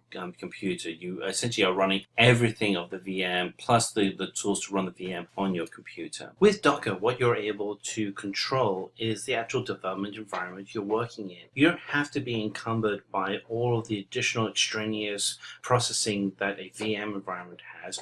You're really stripped down to just the bare minimum that you need to have to run the environment using a containerized solution known as Docker. So Docker is essentially an OS level virtualization software. It is a maturity of the solutions that were started with virtual environments, and there are other solutions out there. Docker has become the de facto container solution that you can use for building out and guaranteeing that what the developer is building is going to be the same as what the operations team will use. So Docker itself is highly scalable and efficient. You can have many Docker environments running on a single piece of hardware. The boot up time is incredibly short. You can reuse the data volumes very, very easily. It's not complicated. And the actual applications are completely isolated. This is like a perfect sandbox environment. So let's dig through the architecture of Docker. So there are really two parts to Docker. There's the Docker engine and there's the Docker client. The Docker engine is comprised of the Docker CLI, which connects with the server daemon. The Docker client will then issue the commands to the Docker daemon. And then the Docker daemon will then interact with your system to be able to provide the tasks and tools needed for you to be able to build out your solution. The actual images that Docker uses are instructions for creating Docker containers. And the actual Docker container itself is a lightweight package that contains all the dependencies needed to run an application. Now, once you have created a container that is of value to your team, you want to be able to store that container so that other team members can use it. And this is where you would use a Docker registry to be able to host and distribute multiple Docker images. So in this video, we're going to go ahead and see how we can get Docker installed and running. So we're going to go ahead and open up our terminal window, and we want to validate whether or not Docker is installed. If you haven't installed Docker, you can actually go ahead and use the following command, and that is to enter in sudo apt install docker, and that will go ahead and run the command to install Docker. I already have Docker installed on my system, so I'm not going to do that right now, so I'm just going to delete that out. But what I am going to do is check to see what Docker images I have installed on my system. And to do that, I'm going to type in sudo docker images. And when I run this will actually show how many images I have. And right now I don't have any images at all. So why don't we go ahead and install an image. There are two ways you can create an image for your Docker environment. One is to get one from Docker Hub, and the other is to create your own image. Let's go ahead and get one from Docker Hub. And so the command line that we'd want to write is sudo docker pull redis colon, and after the colon we're going to actually write the name of the actual file that we're going to be connecting to from Docker. So I'm going to go ahead and go to Docker Hub, and I've already logged in with my user ID and account. So I'm going to go to Docker Hub, and hub.docker.com is the website address, and I'm already logged in with my Simplilearn account. And what you can actually see is different repositories that I have already created below. I'm going to click the Explore button, and I can see the Redis image And these are all the different commands that I can actually use, all the different variations that I can create. So I can do 5.0, I can do a 32-bit version, I can do a 4.0 version or a 3.8 version, or if I select latest, that will allow me to just pull the latest version, even if it's updated. So I'm going to go back to my command line and do latest. And what's going to happen now is that we're actually going to pull the files live over the internet and create the Docker image. So this is going to take just a few minutes. Of course, if your internet speed is faster, then this will happen a lot faster. And here we are. We have everything downloaded, which is great. And so let's just go and check and see if the image has been added to Docker. So we do sudo docker images, and now you can actually see that we have the latest Redis image, and it's given the default image ID, and there's the size of the Docker image. And the tag is latest, so it's the latest version of Redis. And I'm just checking to see if there's any other images running, and no, there isn't. So let's go ahead and now create a container. And so the command for that is sudo docker run -d -p 0.0.0, I think it's .80:80 space Redis latest, and let's run that. Got an error message. Okay, now you know that it's a real demo. This is really live. So I'm just going to clear the screen and let's write that in again. So sudo docker run -d -p, and it's 0.0.0.0:8080 Redis.latest, and there we are. Everything's up and running. Awesome. So let's just go ahead and check that we actually have the image running in Docker. So sudo docker ps, and there you can see that we actually have the latest Redis version, and it was created 16 seconds ago. We have a new container ID for it, and there's our port that we've created. And let's see if we can view all the running containers. And sudo docker ps-a, and there we are. And we created that container 42 seconds ago. But one of the things you'll notice is the name for the Docker is created automatically by Docker. And here we have Stupefied Engelbarts is the name. Let's change that name to something that's more meaningful for the work that we're doing. So that's actually fairly easy to do, and it's going to be our final task here. So we're going to type sudo docker, and the command is rename, and we want to copy over the old name, and then we put in the old name, and then you do a space, and then you put in what you want the new name to be, in which case we're going to make it Simplilearn. We run that command. That's good. Now let's validate that everything has been changed. So we're going to do sudo docker ps-a, just ps. And there we are. Everything has been renamed. And that gets you started working with Docker. Now let's move on to Ansible. So before Ansible, the ability to be able to deploy software across a network was pretty hard. You couldn't guarantee that your web servers were all consistent and that the database environments were consistent. This was okay if you had a small environment, but once you actually start getting into more complex environments, it became very difficult to manage. Ansible is code that allows you to be able to consistently and reliably create and stand up the environments that you need to be able to store your code for production. So whether or not you require one server environment or you need 1,000 server environments, using tools like Ansible will allow you to be able to consistently deploy out environments that all look the same. So essentially, Ansible is a configuration management tool, and it allows you to be able to deploy automatically to a large variety of environments. The actual tool itself is a push-based configuration tool. It is an agentless tool, so there is no communication coming back about the health of the environment. We actually have tools that we'll cover later on in the video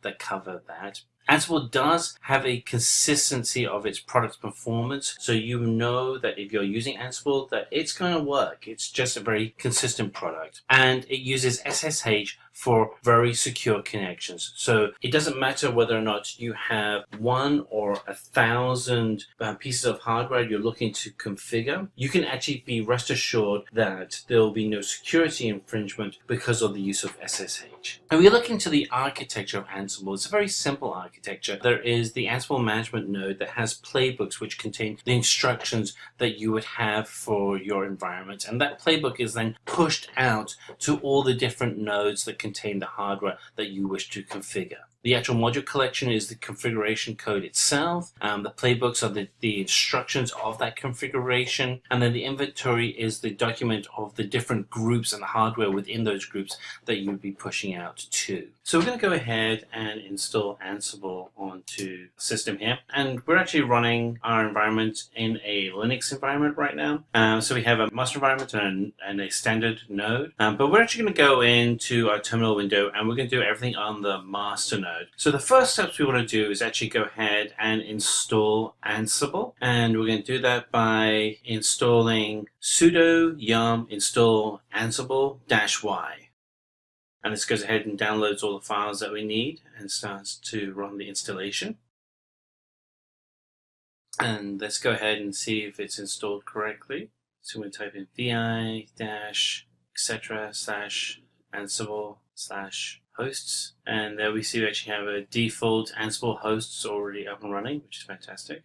And we want to grab this IP address, which is Ansible servers, and then the IP address with the password and root access. And the IP will be specific to your local client. So this is my client system. So if I type in my config, I'll actually see that the IP address matches up. And then you want to make sure that the IP address is correct for your environment. And so this is essentially a node in the Ansible environment, and this is the IP address and the password for that node so we can access correctly. So we're going to hit colon at the bottom of the screen and take ourselves actually into Ansible. And what we're going to do now is create a playbook to be able to run a sample script. So we're going to call it vi sample.yml. And here we have a sample playbook. We have the name, we have the host, we have the root user, and we have the task. And in the task, you actually see that we're looking to create a virtual web page with the content of welcome so that we can actually see that the web page is loading. And all of this is written with a very basic XML format called YML, which stands for yet another markup language. But it's very flexible and it's very easy to learn. So let's see if we can go ahead and actually run this playbook so you can actually see it in action. And so we're going to type in Ansible-playbook sample.yml, and this will run the sample YML script --syntax-check. Then we type in Ansible-playbook sample.yml. So I had some issues there, so I'm going to try that again. And let's go in and write the command again. So Ansible-playbook sample.yml-syntax-check, and then run the actual playbook itself. And let's see if it works. Yes, everything's working. And it'll take a moment for everything to initialize. And now what we want to be able to do is go back to our web browser and see whether or not we were able to create that default web page with the word welcome in it. Because that was the command that we created in our playbook. And there we are. There's the word welcome, exactly as we planned. And we can go back and we can review the playbook that we created just to validate that. So let's go back into screen here and let's go in and look at the YAML page. And there we are. We see that the word welcome is there, exactly as we expected. Now let's step into our final area, which is network monitoring using a tool called Nagios. So before you had Nagios, sometimes you didn't know whether or not your network was working. In fact, the worst case scenario was when your customers called up and said, hey, your website's not working. The challenges you had is that you didn't know how the usage of the server was being managed. You didn't know whether you were up to 80% usage, utilization on that server, or if you were at 50%. It was difficult to get that information easily. With Nagios, you're able to set up email notifications and other notifications that allow you to stay ahead of issues that you would have within your environment. So with this example, if you're looking for memory utilization, you can receive a notification telling you that your memory is almost full on a particular server and that you should be setting up a new server. In this instance, use Ansible to set up another server. So again, as with the other tools that we've been covering, Nagios is an open source tool, and it's specifically for monitoring systems, servers, and networks within your infrastructure. Very easy to use. It has comprehensive monitoring tools that you can set and control. It is highly available, and it is designed specifically problem remediation. You want to set it up so that it is the eyes and ears of your network without you having to constantly monitor your network. So the way that Nagios works is that it's just constantly checking out your environment. So the Nagios server is constantly checking the status of your systems. It then is able to create visualization tools of that data. So you can actually then make quick responses. Or you can even send out alerts such as an email alert or a push notification alert. In this video, we're going to take you through the steps that you need to follow if you want to set up Nagios and the dashboard Nagios provides to help monitor your network. So the first thing you want to do is go to nagios.com, and you can either download the application, or you can actually do what we're going to do here is actually just log into the actual application running on the Nagios website. So for that, you want to go to nagios.na.demos.nagios.com, and you can use the administration or normal user access IDs that Nagios provides. And we've gone ahead and we've actually pre-filled in our ID with Nagios admin and Nagios admin for the user ID and password. Of course, you wouldn't do that in normal real life. So that brings us into the Nagios dashboard. And what you're going to notice is that there are three distinct areas that you should want to focus on. You have the fixed sources, which is all your actual physical hardware that you're monitoring. You have alert summary and abnormal behavior. So let's go and check out the fixed sources. And so we have two default fixed sources here, and one in Chicago, one in Tulsa. And you can go ahead and set up additional sources, but what you'll see is that this provides a quick dashboard of the activity in the last 30 minutes, the amount of usage on the disk. You can go ahead and to the behavior tab, and you can modify how you're monitoring and updating the actual source itself. And then the data from these reports will be from these sources will actually be then used in reports, queries, and alerts that you'll use. So we're going to go back to the board, and here you are. Here's our two fixed sources. So let's look at alert summary. We're going to expand that out, and the alert summary provides just an overview of the alerts that are being managed. The alerts that you see here are the default alerts that have been created as part of the test environment. It's very easy to create alerts, and in this instance you can see that the Chicago source is being used to manage the alert. What you can do is when you're actually setting up your own sources, you'll see that the alert will then point specifically to the source that it's pulling the data from. So in the PowerPoint, in the presentation that we just went through, you actually see how Nagios actually is the center of collecting all the information, but it's actually pulling the information from the different networks and environments that you have, and then it stores that data locally to be able to create the visualizations and the alerts. And we have here just a quick overview of an alert here inside of the summary, which actually shows green, which shows that the alert is actually good. Now there are three different types of colors. There's green, yellow, and red, but as you can see we have no critical alerts right now. And you'll see the same thing happening in abnormal behavior as well, where it actually goes ahead and shows you the different colors that are available. The thing that's great is that as soon as a warning status is created, then it allows you to trigger an email notification that gets sent out to you and has information in the email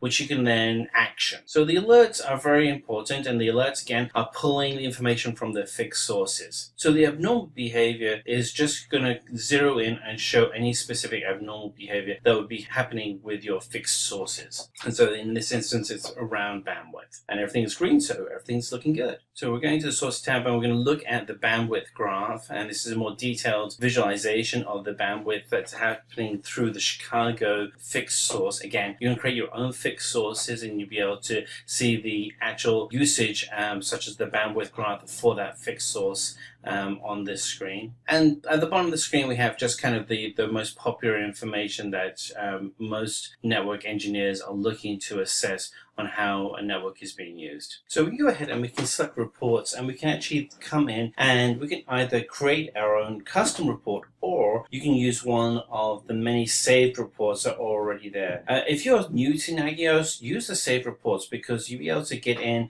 and get the great visualization tools that Nagios provides insights very quickly and be able to then action the information visually from what you're looking at. These reports are absolutely fantastic, and they're also really good to send to other team members that would have an interest in understanding the network usage and the different areas that you're managing. Now, if you want to get really specific on the type of data that you want in the report, you can actually go in and create a query, and the query can be customized to really however you want it to work. The points of view are very specific insights into different data points that interact, and they're very easy to create. A lot of them have been created, as you can see on the screen already, and as you can see on the left hand side, there is an edit button that allows you to edit and modify those points of view very quickly. Now we're going to go ahead and create one right now, and we're just going to put one in. We're going to put the limiter for an IP address. We're going to change the data lifetime. We can either do hours, days, or weeks. We do 24 hours, that's fine. So we'll just go ahead and we'll see what we have on the screen, and as you can see, there are just a lot already created. Select one, we'll edit the FTP, and we'll see what the data lifetime for that is, and it all looks good. So a query will show all of the saved queries you've created, but you can actually go in and modify a query very easy. You can go in and create a query and really essentially ask it to pull any kind of information that you would be looking at analyzing that has been captured by Nagios. And there's a dictionary you can use that Nagios has on their website that allows you to get better access and understanding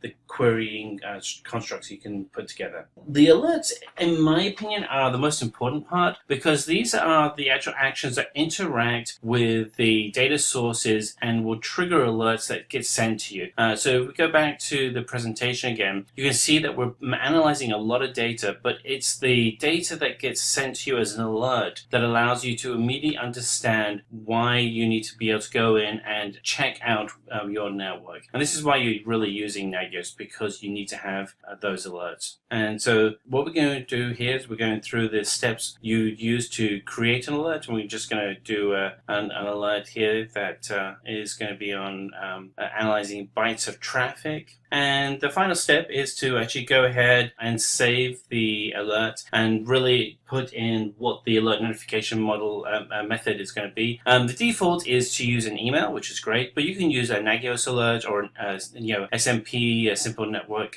protocol alert, or just use a command. Email is definitely the easiest one to use, and so getting started, I would recommend you use email. So we're going to go ahead and we're going to create one. We're going to do one on workflow, and we're going to set up the way in which we're going to manage this. So the threshold is going to be 34 bytes with a critical threshold of 50 bytes, which is very small. I expect an alert to be triggered because of this, and we're just going to use the default emails to send out. And you'll see by default that the new alert is now impending, and the reason why we have it impending is that it's just there to be reviewed by the system to make sure it meets all the standards. I don't think that'd be a problem, and I'm just looking at some of the other different commands we have here. So if we go back, and we can get alerts from other Nagios networks. We connect to different networks right from this configuration screen.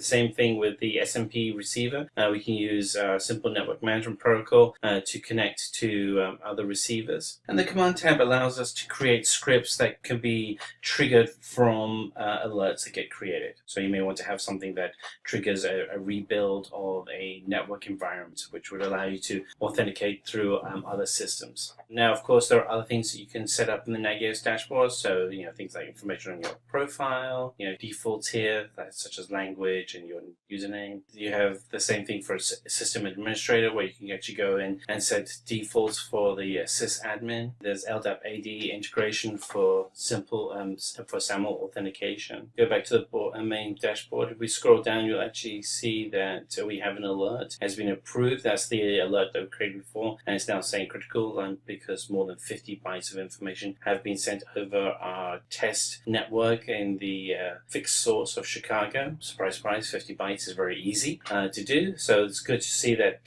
the system is working correctly. And this is how our Nagios environment works. And from here, the next step is for you to be able to set up and configure Nagios to run with your infrastructure. Machine learning's major purpose is to train models and anticipate outcomes that may be used by applications. Scripts are used in Azure Machine Learning to train models using machine learning frameworks that enable us to quickly operationalize diverse machine learning jobs and iterative processes while leveraging Microsoft Azure's massive computational power. But knowing this much is not enough, and therefore here we are. So hello everyone, welcome to this new video of Simplilearn on Azure Machine Learning. In this video, we'll go through Azure Machine Learning in detail, including its capabilities, the Azure ecosystem that supports machine learning, and the various ways we train and build models, starting with what is Azure Machine Learning, followed by who is machine learning for. Then we will look into its infrastructure, readiness, and security. Then we will dive into machine learning project workflow. Following that, we will understand MLOps, DevOps for machine learning. And at last, we will explore the Azure Machine Learning Studio. After that, we will have a demo too. So without doing any further delay, let's start with the video. So what is Azure Machine Learning? Azure Machine Learning is a cloud solution that helps you speed up and manage your machine learning projects. It can be used by machine learning specialists, data scientists, and engineers in their daily workflows. Models are trained and deployed, and MLOps are managed. You can use an open source platform like PyTorch, TensorFlow, or scikit-learn to build a model, or use one created in Azure Machine Learning. Model monitoring, retraining, and redeployment are all made easier using these tools. But this brings us to a question that who exactly machine learning is for? So individuals and teams deploying MLOps inside their company can use Azure Machine Learning to move machine learning models into production in a safe and auditable environment. Data scientists and machine learning experts will find tools to help them speed up and automate their daily tasks. Tools for embedding models into applications or services will be available to application developers. Platform developers will find a strong set of tools for constructing advanced ML technology underpinned by resilient Azure Resource Manager APIs. Now that we know the basics of Azure ML, let's have a look at its infrastructure readiness and security. So Azure Machine Learning is an Azure cloud platform that adds security to machine learning projects. So integrations for security include the following: network security groups in Azure Virtual Networks. Azure Key Vault is a vault where you may store security secrets like storage account access details, and set up an Azure Container Registry behind a VNet. So now let's dive down deep and explore its project workflow. Models are usually created as a part of a project with a specific goal and objective. Multiple people are usually involved in these projects. Iterative development is used while experimenting with data, algorithms, and models.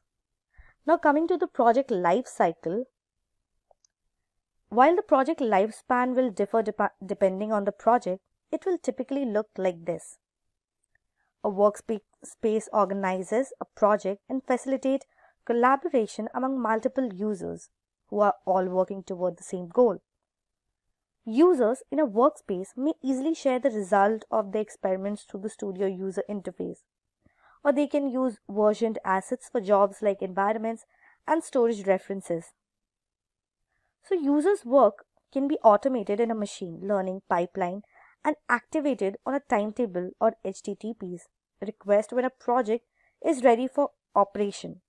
Therefore, models can be deployed to the managed inferencing solution in real time or batch, abstracting away the infrastructure management that is traditionally necessary for model deployment. Now let's proceed further and understand the concept of MLOps, that is DevOps for machine learning. MLOps or DevOps for machine learning is a process for generating models for production use. If not reproducible, the lifetime of a model from training to deployment must be auditable. MLOps or machine learning operations is based on DevOps principles and methods to improve workflow efficiency. Continuous integration, delivery, and deployment, for example. These ideas are applied to the machine learning process by MLOps with the purpose of experimentation and model deployment can be done more quickly, and quality assurance and end-to-end lineage tracking are more efficient ways to put models into production. Now, let's explore what is Azure ML Studio. So, Azure Machine Learning Studio is an online service that includes low-code and no-code alternatives for project development and asset management in Azure Machine Learning. Basically, it is a workspace where you can create, build, train the machine learning models. For an inclusive data science platform, the studio integrates no-code and code-first experience. So now that we have covered all the important concepts of Azure Machine Learning, let's have a demo for a better understanding of how machine learning is used in Azure. So let's start with a demo. First, you need to browse the link studio.azureml.net, and here you need to log in with your Azure account. So once you have logged in, you will be led to a new window. This is the new window. Here you can see a few options. So let's start and see one by one what these options are. So the first one is projects. Basically, this gives you a list of all the experiments that you have already worked on. So here you can see we haven't worked on any experiment yet. Then comes experiment. Experiments are all the programs and codes that you have worked on to create it or deploy a model that you have just created for an experiment. So as I said, we haven't created any experiment yet, so the list is null over here. When you click on samples, you can see a few sample experiments provided to you by Azure portal by default. And following that, we have web services. So we all know, since Azure is a cloud computing platform, so all the data gathered from our experiments needs to be uploaded to the cloud. So web services gives you a list of all the experiments that you have in the cloud, so you can access them from anywhere. So when you create an experiment and work on it, when you add it to the cloud, that data is stored here. So then comes data sets. It gives you all the data sets you have in your Azure portal. When you click on the samples option, again you can see all the data sets provided to you by default in your Azure portal. Then comes train models. So while working on an experiment, you will come across a point where you need to train your model. So basically, this gives you a list of all the models that you have trained in your experiments or Azure programs. And in the last comes settings. Any changes that you want to make to your workspace is done under settings. Here you can see this is your workspace name, workspace description, which is by default, and all the details is provided here only. So whatever changes you want to make to your workspace, you will be doing this over here. So now let's start with a demo. So down below you can see the add or new option here. So click on it, and then you can see there are a few templates provided to you by Azure itself. So we'll click on blank experiment. Once you click on the blank experiments, you'll be guided to a new experiment window. So this is the new window, and this window is divided into three parts. These are the components where you will plan your model. This is the canvas to design your model, and then the properties of the model. In the components section, you can see samples already present there. So you can select any one of them according to your requirement. So here, when I'm typing samples, I'll work on airport codes datasets. So I just need to drag this option over here. But before starting with our experiment, let's change the name. So here I'm changing it to airport codes demo model. So now you can see the name of the experiment is changed. Now when you click on it and select visualize, just a second, you can see the number of rows and columns provided to it, the data which is required for its dataset to be created and for its model to be created. So the 4 rows, 4 columns are airport ID, city, state and name. Now we will move towards the part where we define the field we need to make our predictions for. So type columns in the search bar.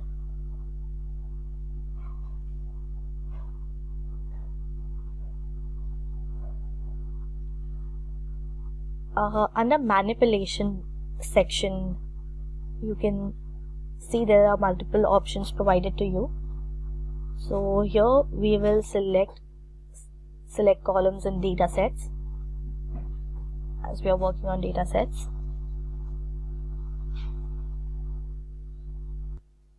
Now connect your data set with this option.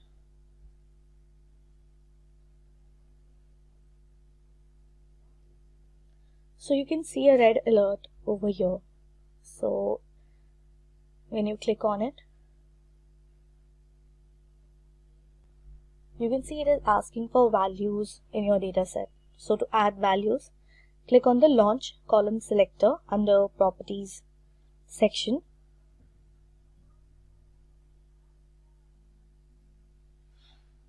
So once you click on it, here you need to select all the options needed for your required values. So for my experiment model, I need all these datasets. So I'll add all of these and then click on the save option. So let me just add these.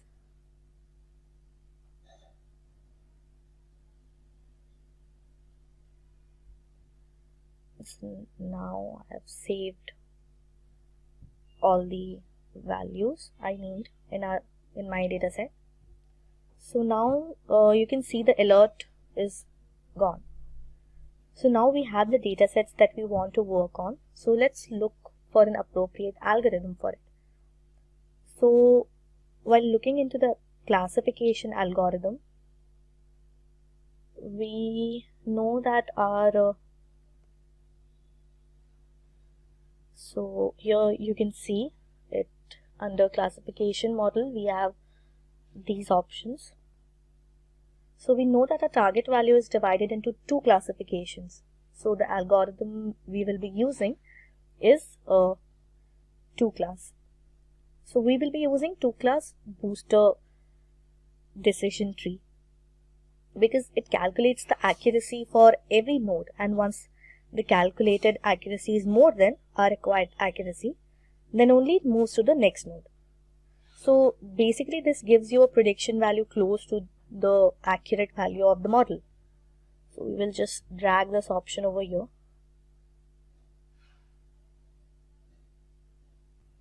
So now the next step we have is to train our model. So we just need to type train over here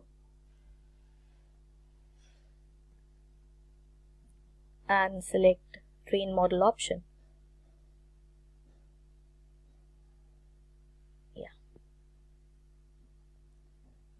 So just drag it to the canvas. Now connect the 2 booster decision tree to the train model. Now you can again see the red alert for required data, as it doesn't have any data to work on. So our next step is to split the data. So we'll type split and drag the split data option on our canvas. as you can see, this is also saying it needs an input port data set. So we'll connect a data set with it so that it is provided with the data. So when you click on it, you can see it is asking for a split percentage. So you split the data into training and testing, where 80% goes to training and 20% to testing. So we will mention 0.08 over here, and so now we will just connect the 80% data to the train model. As we said, the 80% goes for training. But you can still see the alert in the train model because it is not aware of the column it needs to train on. So we will click on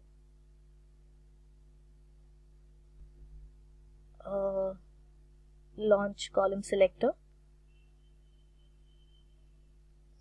Now you just need to select all the columns you need to work on. So I'm selecting the airport ID number.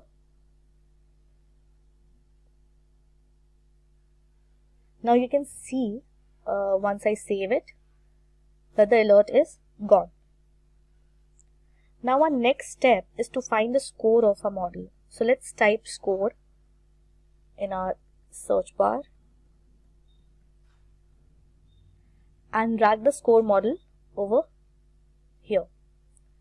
Let me just reduce the size of the canvas. Yeah.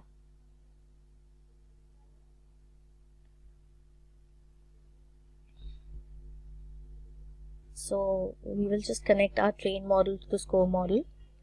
So again you will see the red alert as it doesn't know the data it needs to test on. So for that we will connect the remaining testing data in the split data option to the score model. Now you can see the alert option is gone. Now coming to the final step, that is evaluation of the model. So let's type evaluation, and here you can see the evaluate model option. We just need to drag it to the canvas. Yeah. So let's connect it with our score model. Now your model for the airport code dataset is complete. So this is the whole model. Now you need to save the model and then click on run option. So here I have saved it, and you can see it's running.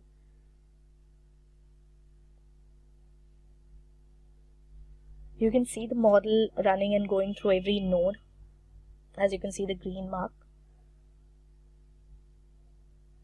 as it's verifying through every node.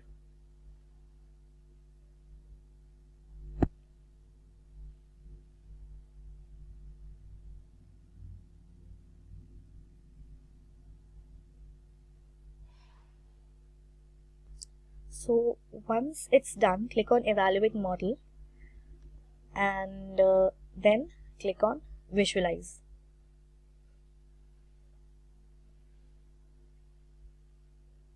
Now you can see the accuracy is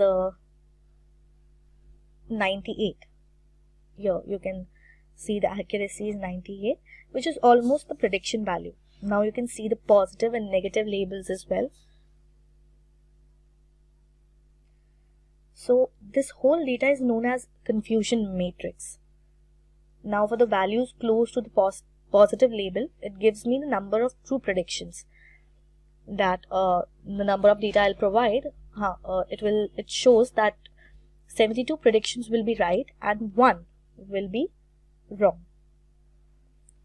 Now let's go back and run this model over the web.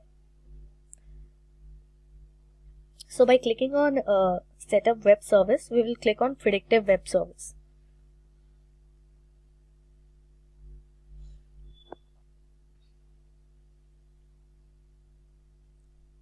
Now we will just connect web service input to the score model.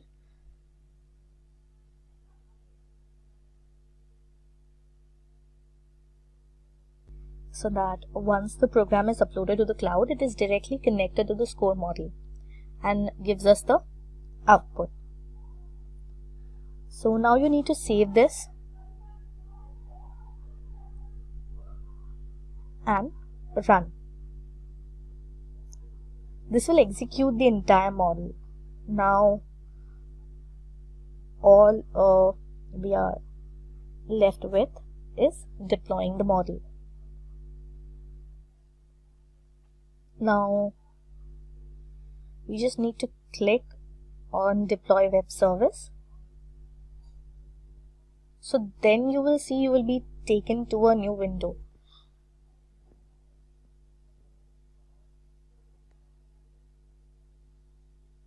Here you can see the response page where it's showing the test option. You need to click on it. So here you can see a new window has popped up. So you just need to mention the details. Like for city I am mentioning Bangalore.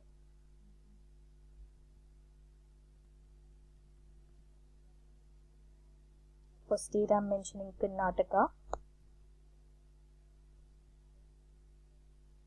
And name of the airport is Kempagoda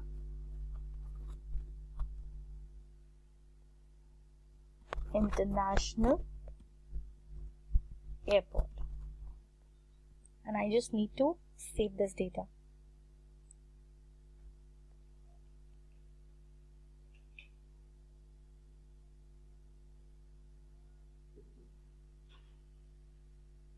So now down below you can see it gives me predictive values, and this is the airport ID for my mentioned details. So the accuracy of this ID will be 0.98, which is 98%, which is almost accurate to the 100%. So this was our experiment, and this is how we can use ML in Azure. Thank you. Moving ahead, so I told you that we can deploy Linux workload or Windows workload depending on what kind of VMs we are targeting, and what are infrastructure as a service V2 virtual machines. I told you that the machines that we create from manage.windowsazure.com, these are what are machines that you create from this classic portal.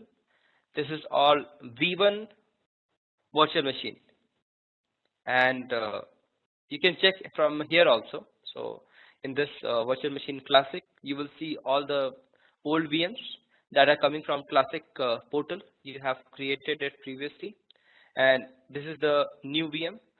So what I mean to say over here is that this is this particular icon is giving you V1, and this is actually showing you V2. So this is your V1, that is your classic machines that are created, and these are like your new ARM based VMs that have been created. Okay, so now here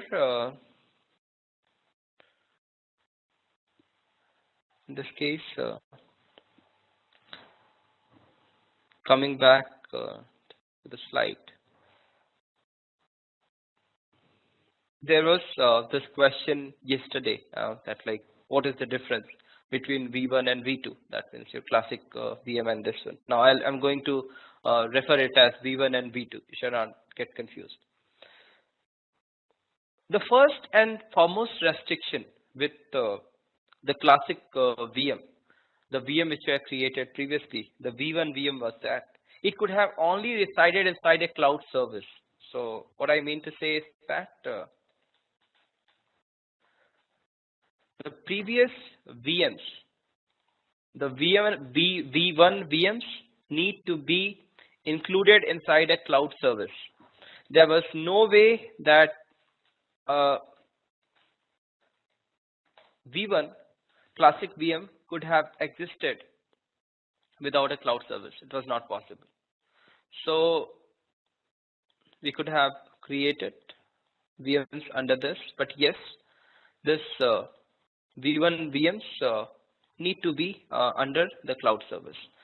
Now in this case, right now when we are doing it through the this new portal, there's no dependency on cloud service. Actually, there's no cloud service itself in new portal. There's no cloud service. So now cloud service was something which used to control the traffic to your VM. If at all there was any load balancing which we would actually require to do with our virtual machines, it was always through the cloud service. If you need to create any like endpoints so that like other services can connect to the VM, in that case everything used to happen at cloud service level. It was not at the virtual machine level. So now when we are creating V2, that is the new VMs, when we are creating, we have much more flexibility. When I say much more flexibility, it means that there's no clear dependency on cloud service. We can define the endpoints, connection endpoints directly on the virtual machine. So a virtual machine becomes entirely independent. So here, if I have, so this is something which I'm like creating in the new portal. Okay, good. Here, the V2, the new virtual machine, can have different other like services of infrastructure can directly be associated with this V2. That means this virtual machine can directly attach, we can attach storage,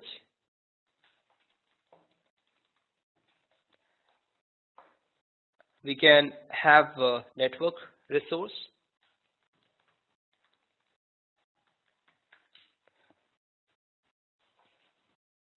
we can even like other things like if there's any VM extensions that we are planning to deploy, these all things can directly be done. Even like the role based access control, that RBAC, we can directly define at virtual machine level. This was not possible in your old virtual machines. Okay. So in this slide, it is mentioned that the virtual machine can be directly associated with network interface. You can have an IC network interface card associated with a VM. You can directly attach it to the VM, and we can define endpoints. That means we can have public IP and private IPs defined directly for the machine. There's no need for us to go via cloud services. Okay.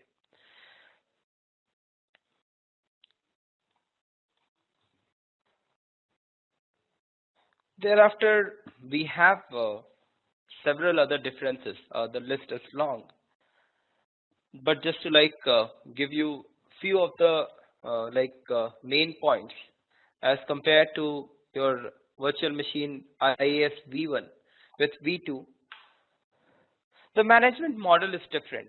I told you that the version 1 VMs were created with the help of Azure Service Management. So here, this is entirely dependent on Azure Service Management.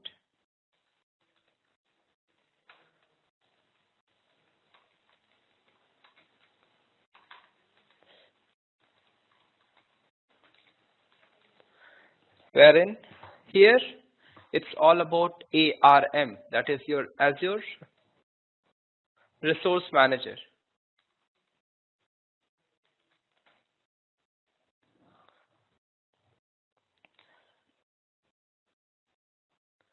Here in case of V1, cloud services was a mandatory container for the virtual machines. But that is not the case with the new generation VMs, the V2 VMs. For like availability set, we'll discuss about it. Availability set from high availability point of view. Again, the fault domains, the number of fault domains which we could have associated here was only 2, which has increased to 3 over here. And also the update domain has also changed. And again, I told you that the static mode public IP address can be assigned to the VMs directly, which was not possible in the V1 VMs. And again, the endpoints previously we used to define at cloud service level, but now this inbound NAT rules we can directly define at on machine level when we are doing it through the ARM. Okay.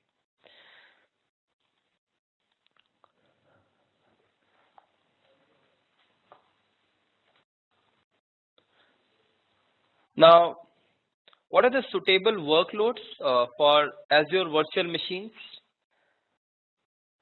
Here you can see that there are some recommendations.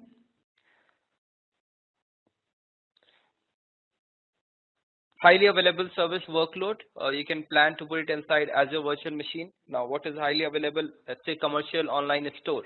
We are using so many e-commerce portal. Those can be put on the Azure virtual machine. We can again thereafter configure availability set over there, and scalability algorithm we can put over there just based on like the spike that we get on our application that is running on a standalone virtual machines.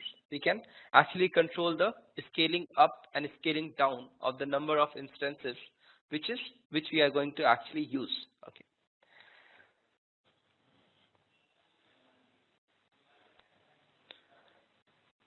Regulated environment, if there's like not huge workload that you are expecting, then you can plan to use platform as a service options which are available. I gave you one example that if there is any machine level configuration that you want to change for, let's say, SQL Server on the database front, we have some machine level changes that we want to make. Then in that case, I would like to purchase a new virtual machine and thereafter install SQL Server on that machine so that I have end-to-end control of the overall customizations and configuration.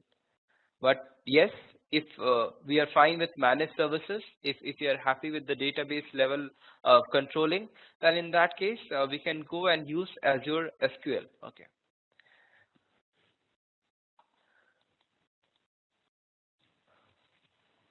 Virtual machine sizing, I already showed you that we have overall chart available. You can go into MSDN, go to MSDN and see what are the various series which are available. And Microsoft gives a cost estimated tool. You can Google it. You'll get the link. There's this Microsoft Azure cost estimated tool. What it does is that it will scan your hardware and resources, and thereafter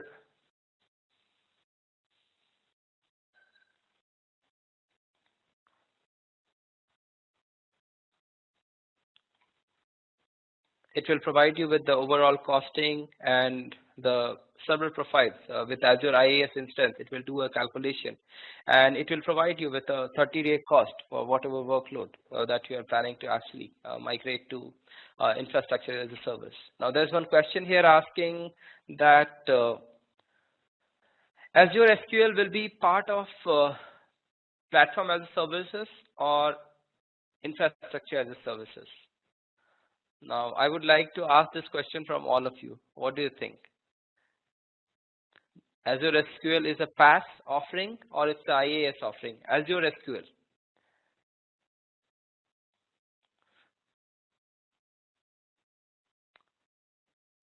Yes, it's a platform as a service offering. Okay. So because the managed environment, yesterday I discussed about this, that if you come to your portal, you can see that these are the SQL databases. You can come here and create your database directly from here, but you do not have access to the machine, right?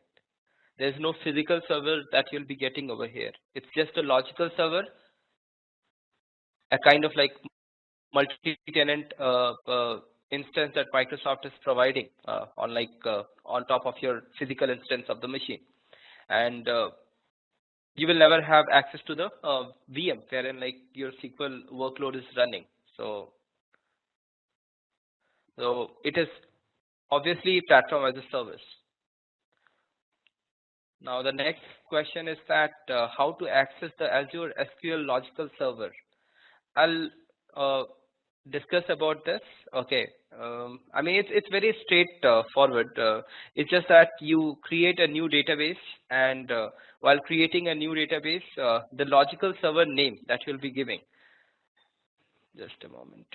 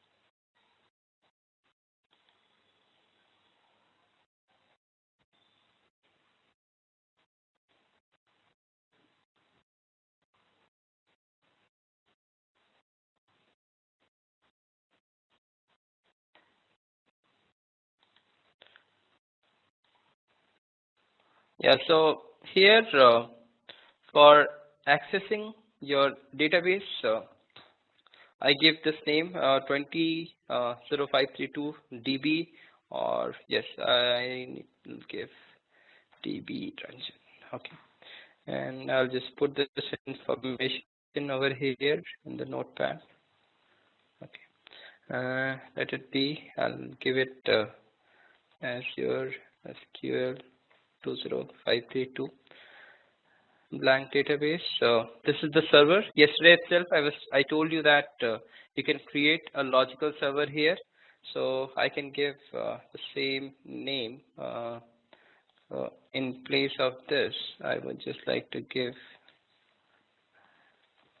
server, okay, DB server. Okay.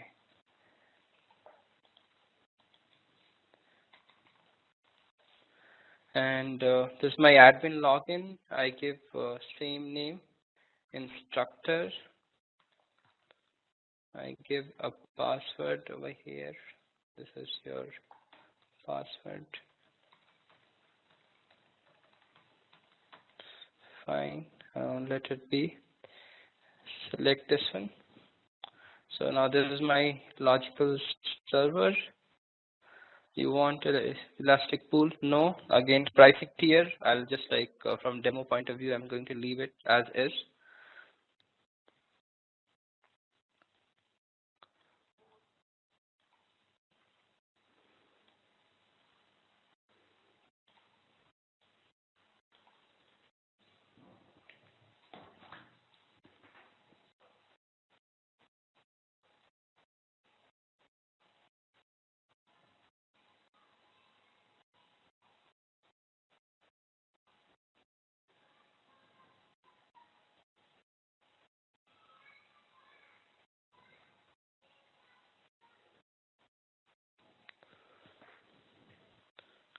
Let it get provisioned.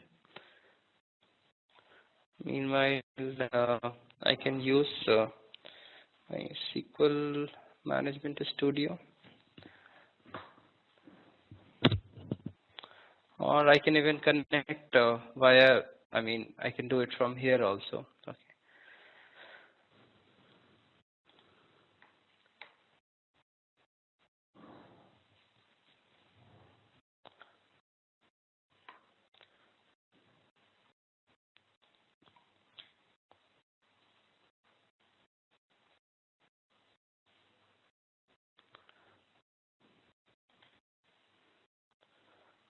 You can see that this is, previously I was just like trying to connect.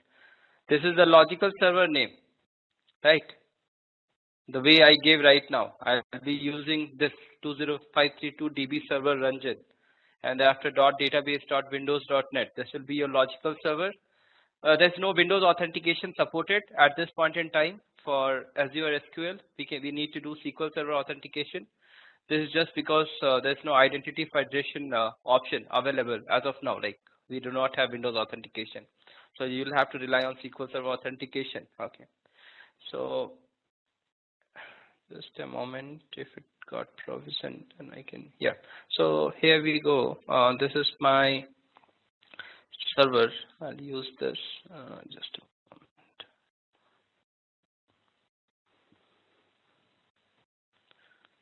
So I'll use this.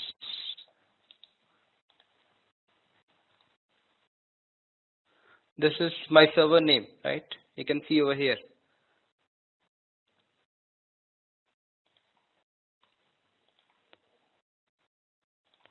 This is your logical server name. This is your logical server. And this is your connection string. The connection string for connecting to your database. So I'll take this. I'll copy my server and I'll put it over here. And I gave a different account, so I gave instructor, right?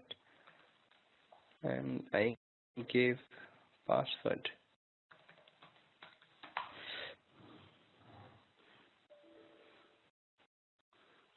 Yeah, now see, what is the message it is giving? It is giving a message that you cannot connect to this particular SQL server. The reason being that it is not included in your exception or this list. This IP address is not included to access the service from here.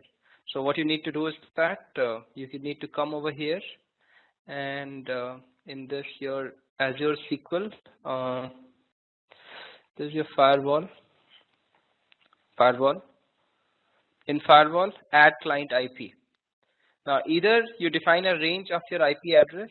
Obviously, we will not be having any static IP, if at all, like we are doing from development point of view. In production environment, obviously, we'll be having a static IP.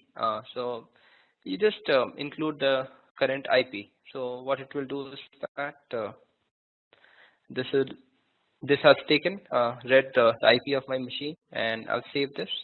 So it is updating the firewall rule for my SQL this thing, and now I should give it another try.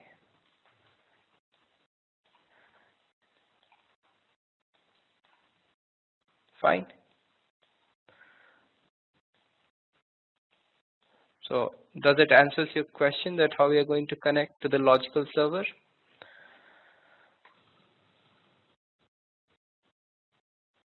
Okay, so for others also, you can just follow the steps to connect to your server.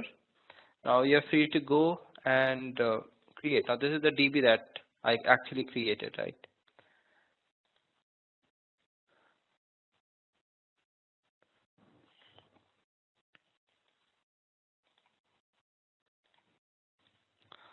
I told you that for creating a V2 virtual machine, we can actually use either Azure portal, or we can use PowerShell, or we also have Azure your command line interface which we can use. Okay, this is all you have already seen. Now this is a sample your PowerShell code which is actually talking about how exactly you can create a new virtual machine. For the people who are pretty new to PowerShell, it may not be very clear to you. So the only thing which you should understand at this point of time is that I'll just show you how to connect to the VM environment with the help of PowerShell. So the people who are completely new to PowerShell, you need to install PowerShell on your machine, and for that you need .NET Framework 4.5. Though right now we are going to do an exercise today in which you'll be provisioning a machine from scratch, and all of the configurations you'll be doing on that machine for that would be the development machine which we are going to use across in this entire course. Okay, so this is your PowerShell. Now PowerShell does not give you the option to do scripting, we cannot do the coding over here. So for doing the coding, we need to rely on integrated scripting environment. If you have PowerShell installed, then in that case you will also get Windows PowerShell ISE. The way you have Visual Studio is called as IDE, Integrated Development Environment, very much similar to that. Here this is called as ISC, Integrated Scripting Environment. So whenever you want to create a script, you will have to code over here. Okay. Now, to show you a very basic operation at how exactly we can connect to the environment. Okay. So I'll increase the font. I'm not sure it's visible to you clearly. Okay. So this is Windows PowerShell. You will have to install Azure this package. Okay. If you Google it, how to install Azure this package for Windows PowerShell, you will get the setup file. Just need to run through it, and you also need to have Framework 4.5. Now here in this case, I'm interested in connecting to my Azure account. Okay, so I'll do login and Azure RM. Yesterday I told you that most of the command has been modified depending on whether you are working with the resource manager, that is new portal, or you are working with the old portal. In classic portal we used to use login Azure account. RM you will see everywhere. In all of the commands that you want to use with the new portal, you will have to use the RM this thing. Okay. So I give my account details over here. Okay.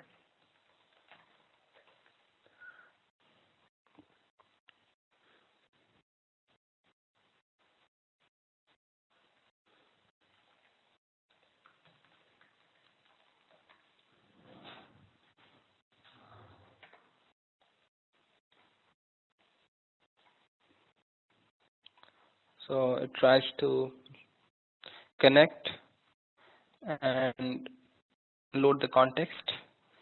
Now here it is saying that okay, we have got connected. So if we have got connected, then in that case I would like to see a few things what are the subscriptions that are actually available over here, right? So what I can do is that I can do get Azure RM. Okay, there are several things.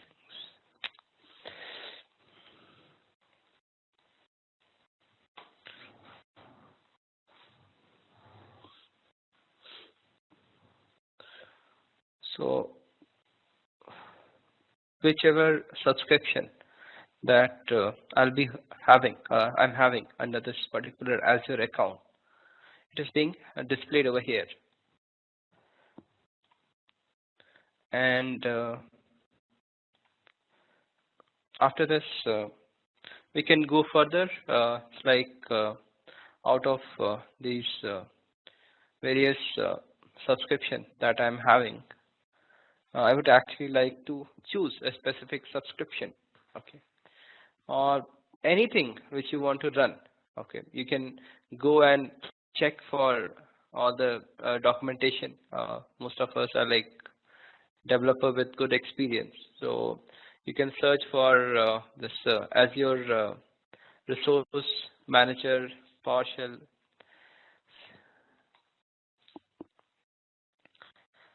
And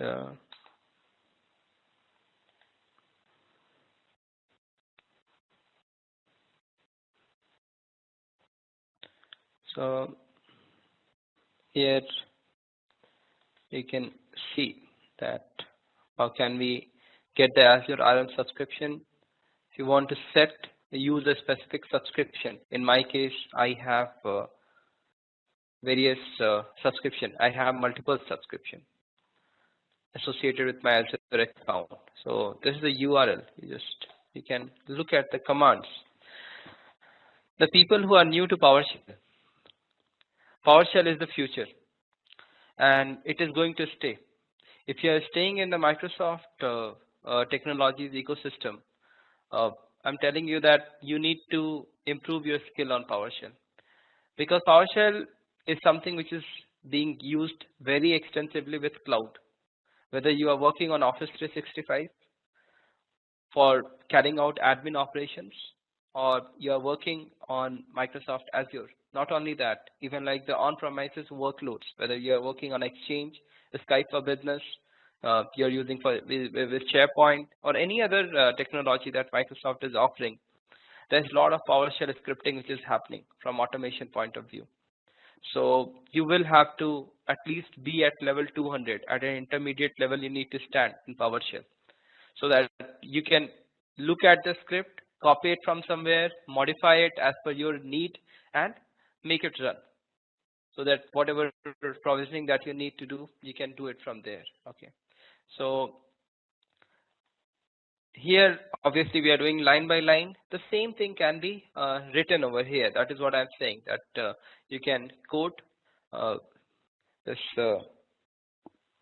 thing over here, and thereafter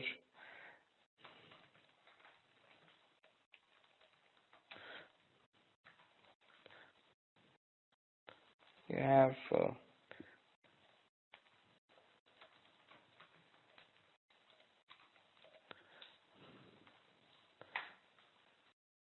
you want to create filters again. We'll discuss again about like pipes and all those things, how exactly you can choose a specific property. But the only thing which I want you to get acquainted with is that this is the extension file which you're seeing over here. This is the PS1 file which will get created. You can do a whole set of programming over here. We can create functions, we can call functions and everything the way we do in C#. And we can store this PS1 file, and we just need to call it from the PowerShell. This PS1 file can also be used for automation requirement in Microsoft Azure. In the coming modules, we are actually going to again unearth more about PowerShell. Most of the things parallelly you can try to do it through PowerShell.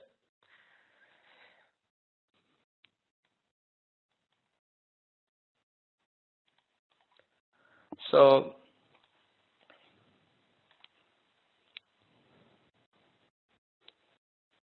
this is basically taking all this whatever we are giving through the portal. It is taking everything in like from the script. It is creating a new VM configuration. It is passing on the VM size. What would be the VM size? Standard A1, standard A2, every single template that we have in the portal. There's a corresponding VM name, virtual machine, this name, which is available. You need to pass on that string as is over here. Thereafter, you can see that which is the operating system that you are planning to use.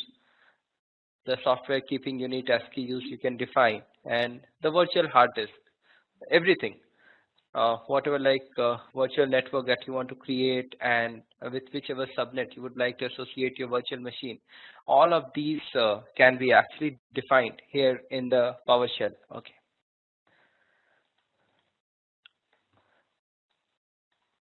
If you have a template, if you have created a JSON template for deployment, or the deployment template, then again we have command available through which you can actually call that deployment template, and the provisioning of all the resources that are defined under the template will be done.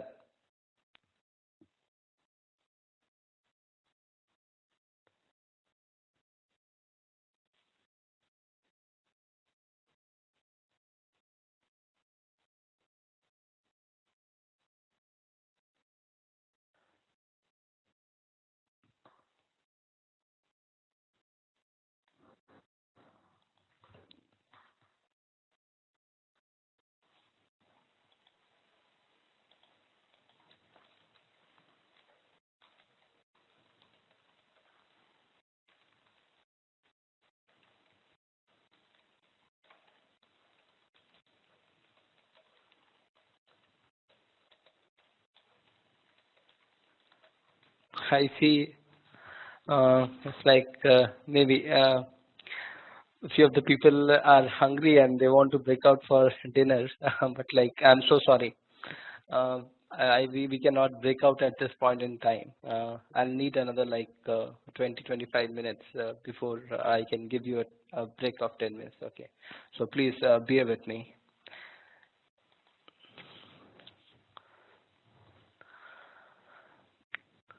Okay, so as I already mentioned that we can have workloads, various workloads which we can put on the virtual machine.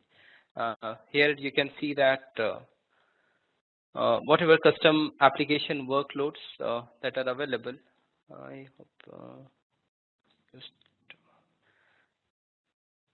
it's like if you want to deploy your IaaS, you want to put your web applications over here, then in that case you can create an array of VMs in web application tier, and similarly you can have your services tier and database tier. Okay.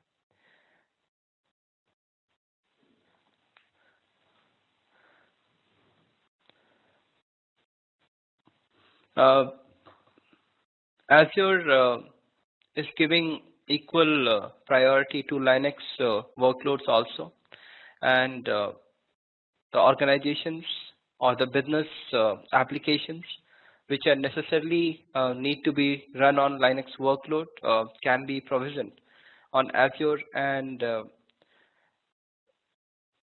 whatever standard this Linux OSs are available, and whatever workload that has been that is available as a standard workload in the market, we can actually create it in Azure. There's no restriction that no, we can only create Windows workload over here. Okay. I would like to welcome you to this Azure interview preparation session. Knowing Azure is one thing, having worked on Azure is another thing, and being able to answer interview questions in Azure is a totally different thing. Although one helps the other, it's still different skills. And our aim through this video is to prepare you with common product and scenario based interview questions. So why wait? Let's get started. A common cloud interview question is, what's the difference between SaaS, PaaS and IaaS? We all know that a software as a service is thin client model of software provisioning, where client in this case usually is simply a web browser providing the point of access to softwares running on the servers. Now SaaS is the most familiar form of cloud service for customers. SaaS moves the task of managing software and its deployment to third-party services, meaning the vendor actually gets to manage all that. So SaaS is software as a service involving applications being consumed and used by organizations. So it's generally using an application, and usually organizations pay for their use of this particular application. Now, some examples of SaaS would include Office 365. Salesforce is another very good example of SaaS, and a lot of Google apps and storage solutions like Box and Dropbox are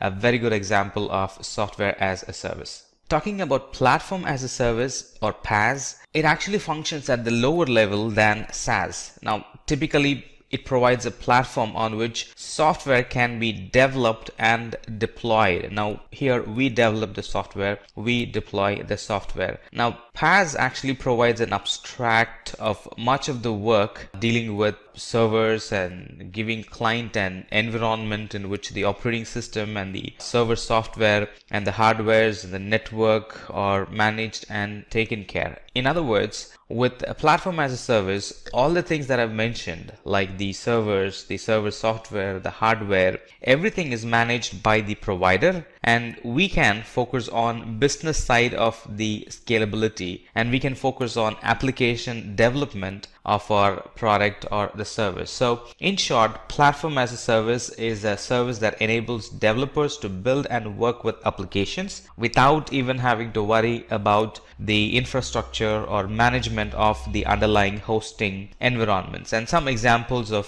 PaaS in Azure is SQL and Azure Storage. Talking about infrastructure as a service, IaaS, now this is moving down the stack even further. Now we get to the fundamental building block of the cloud service, which is infrastructure as a service, IaaS. Now IaaS is fully of highly automated, scalable computer resources. IaaS is full of storage. IaaS is full of the network capability. That's what IaaS is. Now, IaaS clients have direct access to the servers and storage, just as they would to do traditional servers. But in this case, it's going to be in the cloud. In this case, it's going to be more scalable. So IaaS is very similar to what you would do in your on-premises physical data center. But when we talk about IaaS, we get to do everything, but it's stored in the cloud. So if we need to build a definition around IaaS or infrastructure as a service provides users with components. It provides components. It does not give us a built environment. It simply provides a component such as operating system, networking capabilities, and a lot more. Now this is a paid for based on the usage and can be used to host applications. In other words, this is pay as you go type. The more you use, the more you pay. The less you use, the less you pay. And some of the examples of IaaS in Azure is virtual machine. That's a great example for IaaS, and VNets for networking. That's another good example for IaaS in Azure. Another common question in Azure interview is, what are the instant types offered by Azure? The main intention of this question is, how well have you understood the different offerings in Azure, and how well are you trained to pick the right offering for the right service? Now, one size does not fit all, and there are a lot of services in Azure that under the carpet it does the same thing, but depending on how different your requirement is, we'll have to pick the appropriate service. So this question, what are the different instant types offered by Azure, it's to test how well have you used the product and services available in Azure, and how well have you applied them for the given requirement. You shouldn't be provisioning more, you shouldn't be provisioning less at the same time. So it's kind of matching the right service to the right requirement. So what are the instant types offered by Azure? As you see in the list, we have general purpose, compute optimized, memory optimized, storage optimized, GPU virtual machines, and high performance compute virtual machines. Now, answering just the names won't be enough in an interview. You'll have to go further and explain why and in what scenario you would use general purpose, and what are the use cases, what type of servers is a good fit for a general purpose, and what type is a good fit for compute optimized, so on and so forth. And that's exactly what we're going to do now. So the general purpose VMs they provide a balanced CPU to memory ratio, and it's very good for testing, very good for a development environment, very good for small and medium databases, and also for low to medium traffic web servers. And some of the use cases are, like we said, test servers, low traffic web servers, small to medium databases, some enterprise grade applications. It's also good for relational database. It's also good for servers used for in-memory caching. It's also good for some small analytic database, very good for microservices. And if you're trying to build a proof of concept for an idea that you just have or just parked, this is another good server for doing proof of concepts, because you're not going to send actual traffic to it. I just want to show that your idea works. So general purpose server is a very good use case for those scenarios. And the largest instance size we can get in general purpose is standard D64 v3. Which comes with 256 gigabit of memory and 1600 gigabit of SSD temporary storage. On the other hand, compute optimized VMs have a high CPU to memory ratio and are very good for medium traffic web servers, very good for batch processing servers, very good for application servers. Now, because it's compute optimized and compute means a CPU, it's an excellent choice for workloads that demand faster CPU but does not need as much memory or temporary storage virtual CPU. Some of the workloads that run very well on compute optimized are analytic workloads, gaming servers require more CPU, they run really well. Batch processing are some of the applications that can be placed in compute optimized, and by doing that we get the actual benefit of the compute optimized instance. And the largest instance size or the largest instance size type is standard F72's v2, and here we get 144 gigabit of memory and 576 gigabit of SSD temporary storage in compute optimized VMs. In the same lines, memory optimized VM, they offer high memory to CPU ratio and that are great for databases. Databases require more memory, so it's a great fit for a database, and it's a great fit for medium to large scale caches, applications that require in-memory analytics. So this memory optimized, memory is more, so it's very good for in-memory analytics applications. And the largest instance size we get here is standard M128M, and look at the gigabit of memory. It's 3892 gigabit of memory, and look at the temporary storage. It's 1400 gigabit of temporary storage. On the same lines, storage optimized. Now I guess I don't have to explain to you what storage optimized is used for. You might have easily guessed looking at the flow.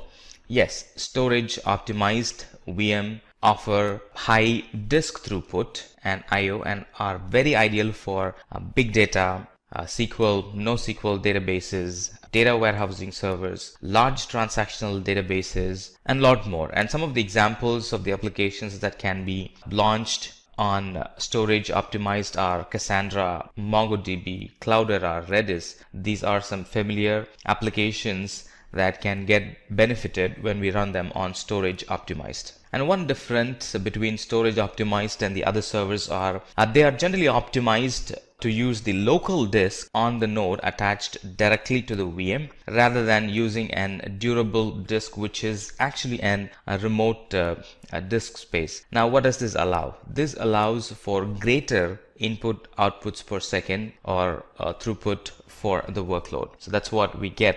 A greater throughput, a greater input outputs per second is what we get when we use storage optimized. And the largest instance size available in storage optimized is standard L32S, and the memory is 256 gigabit, and look at the temporary storage. It's 5630 gigabit of temporary storage. GPU type VMs, easy to guess. GPU optimized VMs are specialized virtual machines available with multiple GPUs attached to them. Now these sizes are designed for, or these VMs are designed for compute intensive, graphic intensive visualization workloads that require a lot of graphical processing unit attached to it. So in short, These are virtual machines that specialize in heavy graphic rendering and video editing. It also helps with model training and interferencing with a standard ND24RS, which has 448 gigabit of memory and 2948 gigabit of temporary storage. And the last but not the least, but the best, is high performance compute or Azure H series virtual machines. Now, they are the latest in high performance computing VMs and are aimed to handle workloads like batch processing, analytic, molecular modeling, and fluid dynamics. A lot of complicated applications in this VM. And this is the fastest and powerful CPU virtual machine with optional high throughput interfaces. And the largest instance size that's available is the standard L32S, which comes with 224 gigabit of memory and 2000 gigabit of SSD temporary storage. And a third common question is, what are the deployment environments offered by Azure? There are two main deployment environments. One is the staging environment and the other one is the production environment. Now, in staging environment, let's talk about staging first. So when you're deploying a web app or web app on Linux, you can deploy them to a separate slot instead of the default production slot when running them in standard premium or isolated app service plan tiers. Now, the deployment slots are actually live app with their own host name. And at a later point, the staging environment can be swapped with the production environment. So why do we need a staging environment? What are the benefits of it? So the benefit of deploying our application to a non-production or staging environment, it provides a platform to validate changes to our application before it can be made live in the production environment. And in the staging environment, the app can be identified using the Azure's global unique identifier, also called as the GUID URL. And it's very similar to the production URL, except that it has a custom name in front of it that identifies it as the staging environment. And for production environment, this is the live production environment that's serving customers' requests, that's serving the customer content. Now, it can be slightly different from the staging environment in a way that the URL that's used to identify the production environment, that's more of an DNS friendly name, like the name of the actual service.cloudapp.net. That way it differs. In case of staging environment, you have a custom name right before it, so the custom name and then the cloudapp.net, but in this case you get the direct service name as the name of the URL. So this is live production environment which receives and handles and serves customer traffic. Another commonly asked question in Azure is what are the advantages of scaling in Azure? The actual thought behind the question is to see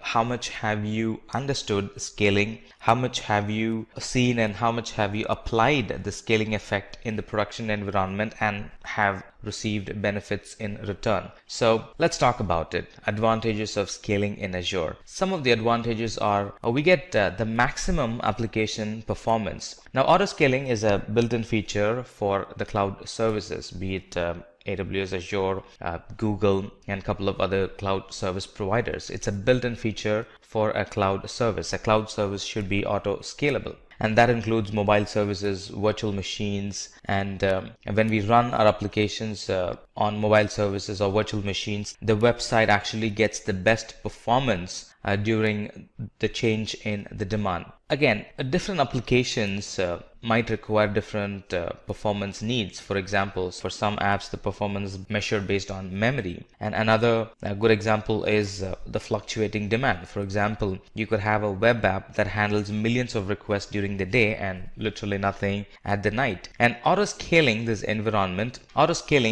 any of these environment will automatically scale or fatten your environment so to receive all the incoming traffic, and during lean period it actually gets slimmer and slimmer so to help you with the cost. So it actually maximizes the performance. That's what auto scaling does. And like we said, auto scaling scales up and scales down based on demand. It not only scales up but also scales down so to help you with the cost. And if you know the particular pattern in which the application is going to receive traffic, then we can very well go ahead and schedule scaling to our application or schedule scaling that infrastructure based on time. If we already know that Monday to Friday, that's the traffic that I would get, and it's a constant one. It's not a public facing, but it's an internal application. So I know all the 500 users or the 1,000 or the 5,000 users who will be using it. So at any given point, it's just 5,000 users. It's not going to go beyond that. And during Saturday and Sunday, literally nobody's going to be in office. So no load at all. So in that case, I pretty much know how the pattern is going to be. I can go for scheduled scaling if I know the pattern. And auto scaling, like I said, not only helps with keeping the application highly available, it also helps with the cost effectiveness of our infrastructure. So anytime there's a VM or a group of VMs running on less CPU, auto scaling is going to actually get the environment slimmer and slimmer, so we're not unnecessarily running any resources and paying for it. If you're being interviewed for the infra side in Azure, this is another common question that gets asked. How are Windows Active Directory and Azure Active Directory different? Let's talk about the Windows Active Directory first. The non-cloud Windows Active Directory the service was released along with Windows 2000 Server Edition, and this Active Directory is essentially a database that helps organizations to organize the users, organize the computers, and a lot more. It provides authentication and authorization to the applications. Not only to the applications but also to file servers, to printers, and a lot of other on-premises resources. That's what the basic non-cloud Active Directory does. On the other hand, the Azure Active Directory is not designed to manage web-based services. The Azure Active Directory, on the other hand, was designed to support web-based services that use REST API interfaces for Office 365, Salesforce.com, etc. Unlike the plain Active Directory, this uses a completely different protocol. So protocol wise, it's different, and the services that it supports is quite different. Now besides that, it also has a couple of other differences as well, and let's look at them. So the actual Active Directory or the Windows Actual Directory is a directory service that facilitates working with interconnected, complex, and different network resources in a very unified manner. On the other hand, Azure Active Directory is Microsoft's multi-tenant, cloud-based directory and identity management service. And the Windows Active Directory has 5 layers to store data, to store user details, and to issue the management certifications. On the other hand, Azure Active Directory integrates or compresses the 5 layers into just 2 layers. Here, Windows Active Directory works with on-premises servers like applications, file servers, and printers, etc. On the other hand, Azure Active Directory, it works on web-based services that use RESTful interfaces. If you're being hired for the development environment or for the cloud DevOps support environment, or even for the production support environment, you might find yourself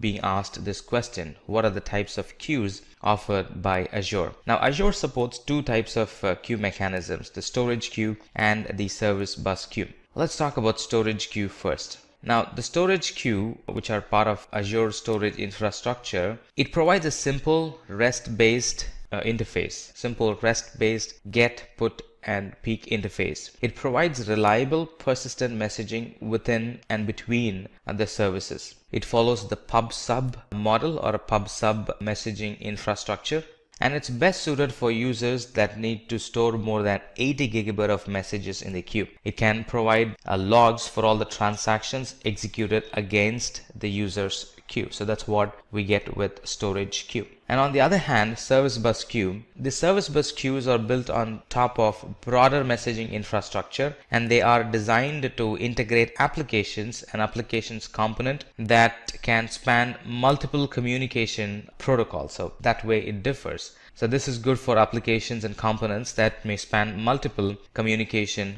protocols and even totally different network environments. So in short, these service buses or the service bus queues in Azure are part of Azure's messaging infrastructure, and they integrate applications or application components that can actually span multiple different protocols and multiple different network environments. It also provides an first in first out style for delivery, and the user's queue size has to remain under 80 gigabit.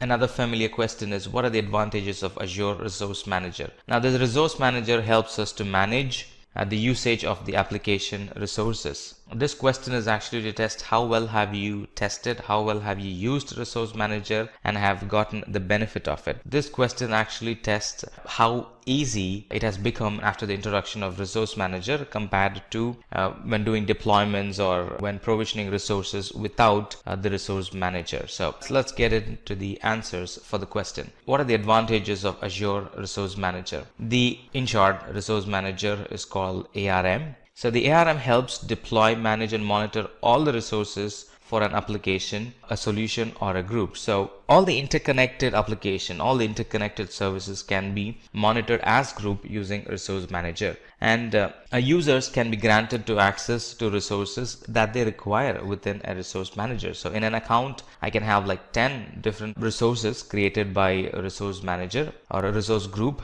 created by Resource Managers, and I can allow, deny connection to those services or only to those services based on whether the user should be accessing one and not accessing the other. So that way it becomes easy to give access to a group of application. It helps in getting billing details for the group of resources. Now, which group is using more, which group is using less, and which group has contributed more to this month's bill, stuff like that. So those details can be obtained using Azure Resource Manager. And provisioning resources is made much easier with the help of this Resource Manager. Another question is, how has integrating hybrid cloud been useful for Azure? Well, with the use of hybrid cloud, we get the best of both the worlds. So what's hybrid cloud? It's nothing but combining the public cloud and the private cloud and allowing data and applications to be shared between them. So whenever the compute or the processing demand fluctuates, hybrid cloud computing gives businesses the ability to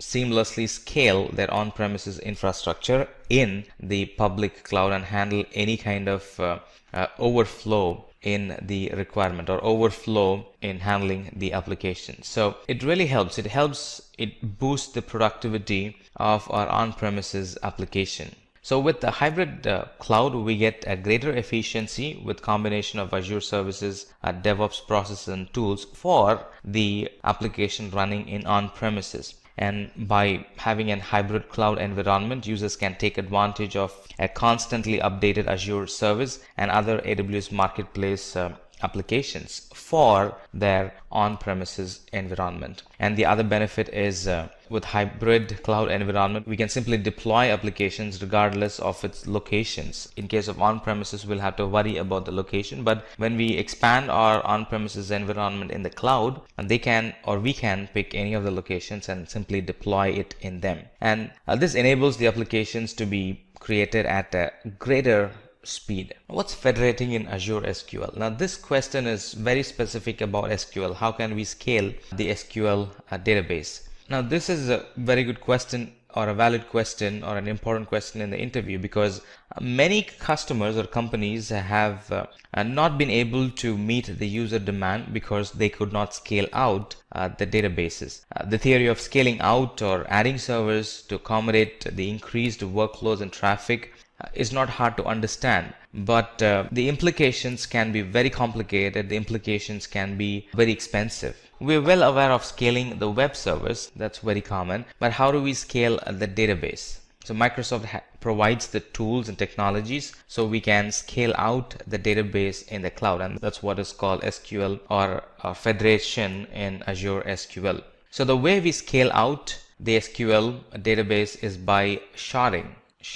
the database. So sharding actually enables users to take advantages of the resources in the cloud. Not only that, it allows users to have their own database or a shared database amongst each other. Because we're creating a highly available database, because we're having shards in a database, it actually reduces the possibility of a single point of failure for our database. And more importantly, because we're sharding, because we're using federation in Azure SQL, it provides a cost-effective scaling of our databases by using cloud resources or by using billing only for the cloud resources that we have used. So no pre-provisioning, no over-provisioning. It provisions the right amount and we pay the right amount. Let's talk about this one. What are the different types of storage offered by Azure? Now, the different types of storage offered by Azure are, as you already know, and as you can see, they are Azure blob storages, table storages, file storage, and queue storage. So let's expand one after the other.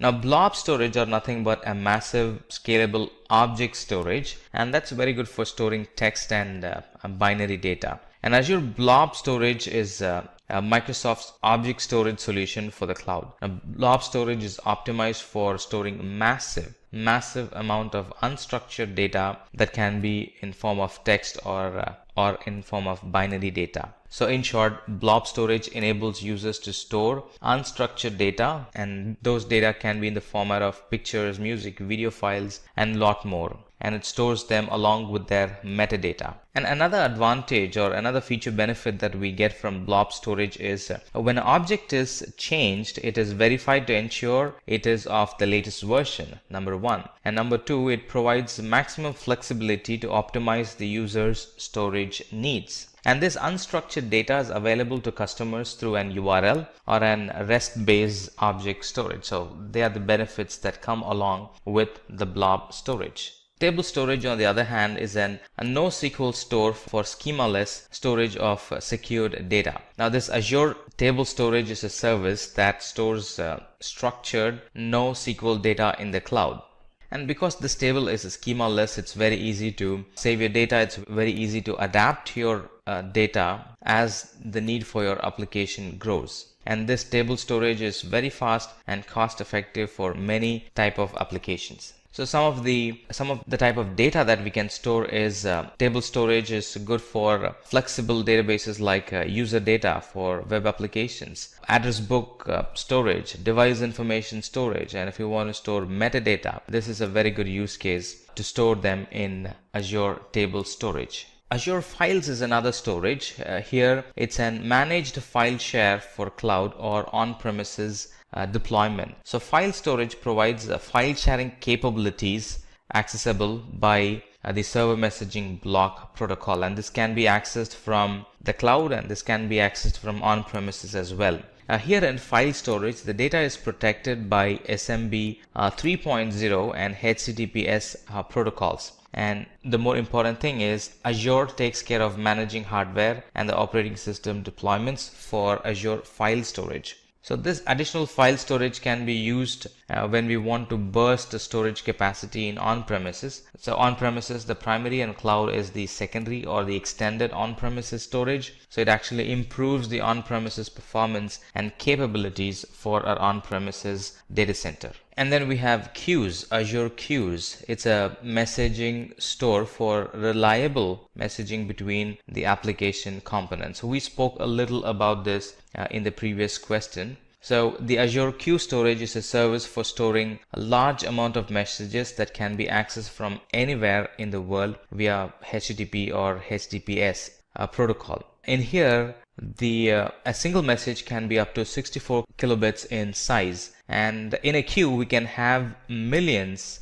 of messages, and the limit can actually go up if we have not reached the limit of the storage account. So it's millions and millions of requests that can be stored in the storage queue or the queue storage. So the queue storage, in short, provides message queuing for large workloads, and it enables users to build flexible applications and separate the functions one from another, so one failing doesn't affect the other application which is running healthy. And this queue storage, it ensures the application is scalable and less prone to individual component failures because they are decoupled, separate now. It also helps in monitoring the queue, which ensures the customer's demands are met. So queue is a great place to monitor, or a great component to monitor, so we understand how much peak have we reached for a particular application, service, or a container.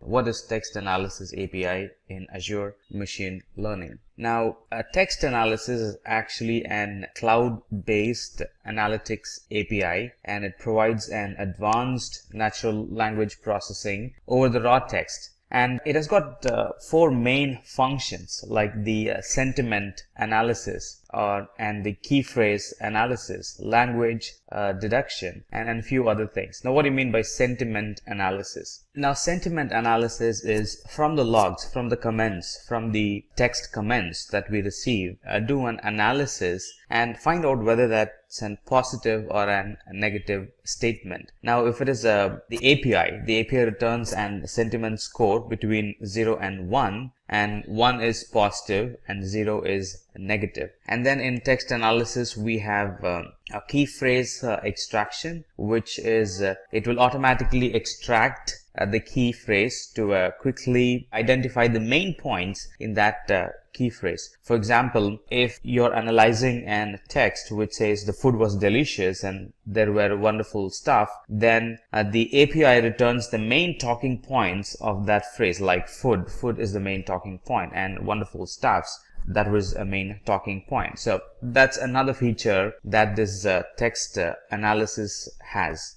And then we have language deduction in text analysis, right? Irrespective of what you paste, it can try to gauge and try to align it to the 120 or up to 120 languages that it supports. So I can simply take text from the internet and I can paste it, and text analysis software is going to identify the language and then can run phrase and sentiment analysis on those texts. Right. So in short, text analysis is an API, a set of web services that can be used for text analysis. It can be used to analyze unstructured statement, sentiment analysis, key phrase extraction, and a lot more. And the results are generally between 0 and 1 being positive and 0 being the negative sentiment. There is no much training, or in other words, this is not as complicated as a couple of other text analysis softwares are available in the market. We can simply paste, we can simply upload the text, and we can call the service and it runs a sentiment analysis on it all by itself.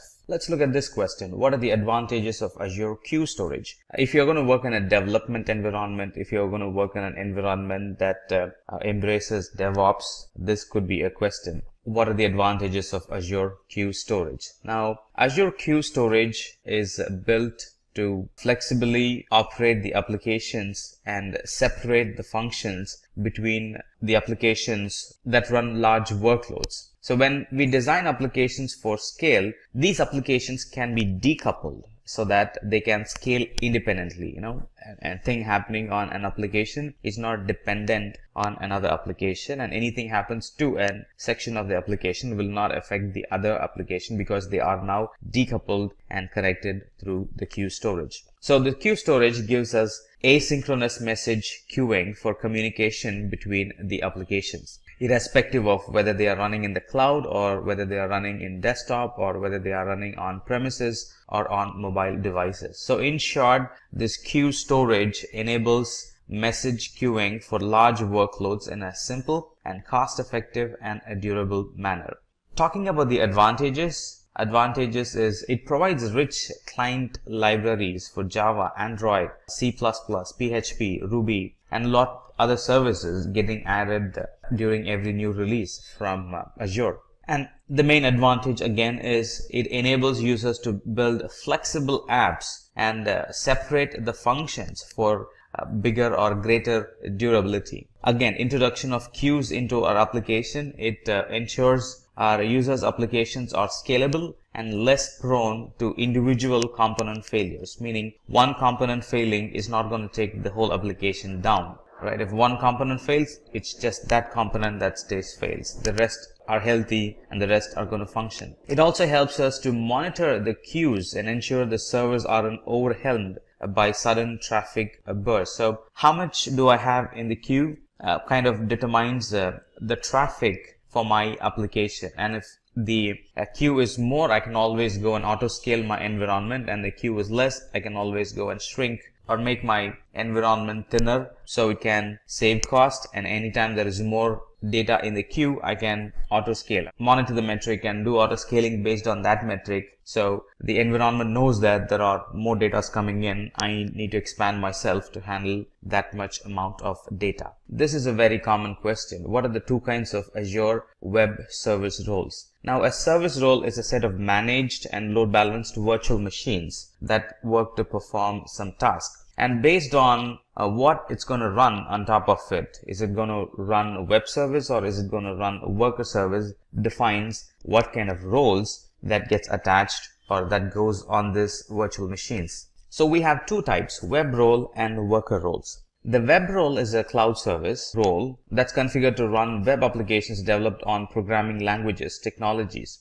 And majorly they support IIS, Internet Information Service, and they support ASP.NET, PHP, Windows Communication Foundation, and so on. So that's web roles. And these web roles, it automatically deploys and hosts application through the user's IIS, Internet Information Service. On the other hand, worker roles are roles that runs applications and service level tasks which generally do not require IIS. So IIS is actually the differentiating factor. So in worker roles, IIS is not installed by default. The worker roles are mainly used to perform supporting background process along with web roles and do tasks automatically compressing or uploading the images, running scripts, and or doing some changes in the database, getting new messages from the queue and processing, and a lot more. You know, the work, the applications, or the work that does not require IIS. That's what this worker role does. Again, the main difference between the web role and the worker role is that the web role automatically deploys and hosts your application through IIS, whereas the worker role does not use IIS and runs our application as standalone. This is another classic question. What is Azure Service Fabric? So Azure Service Fabric is actually a distributed system platform that makes it easy to pack, deploy, and manage scalable and reliable microservices and containers. Now, Service Fabric also addresses some of the significant challenges in developing and managing cloud-native applications. And the problem that it addresses and fixes is, now developers and administrators can avoid complex infrastructure problems and focus on implementing mission-critical and demanding workloads that can be scaled and that can be managed through the console or from the single place. In short, Service Fabric provides a platform that makes the process of developing microservices and managing application lifecycle a lot easier. And the advantages of Service Fabric is that now we can produce application with faster time to market because all the worry about the infrastructure is taken away from us. We don't have to design an infrastructure. All that we need to worry about is simply the application and the application lifecycle. Again, the advantage is it supports Windows, it supports Linux. Not only that, it supports servers on premises and in the cloud. With Service Fabric, we can scale up our environment to even 1,000 machines in just a single command. Or if there is an immediate need for 1,000 machines, I can immediately scale them up to 1,000 machines. That's possible with Service Fabric. Now let's look at this question. You can expect this question if the customer is running hybrid environment, meaning having some of the applications in on-premises and running some of the applications from the cloud. And for some reason, when classifying the application that goes to the cloud and that stays on-premises, they have decided to keep the database in-house. So in that environment, a lot of customers do that. So in that environment,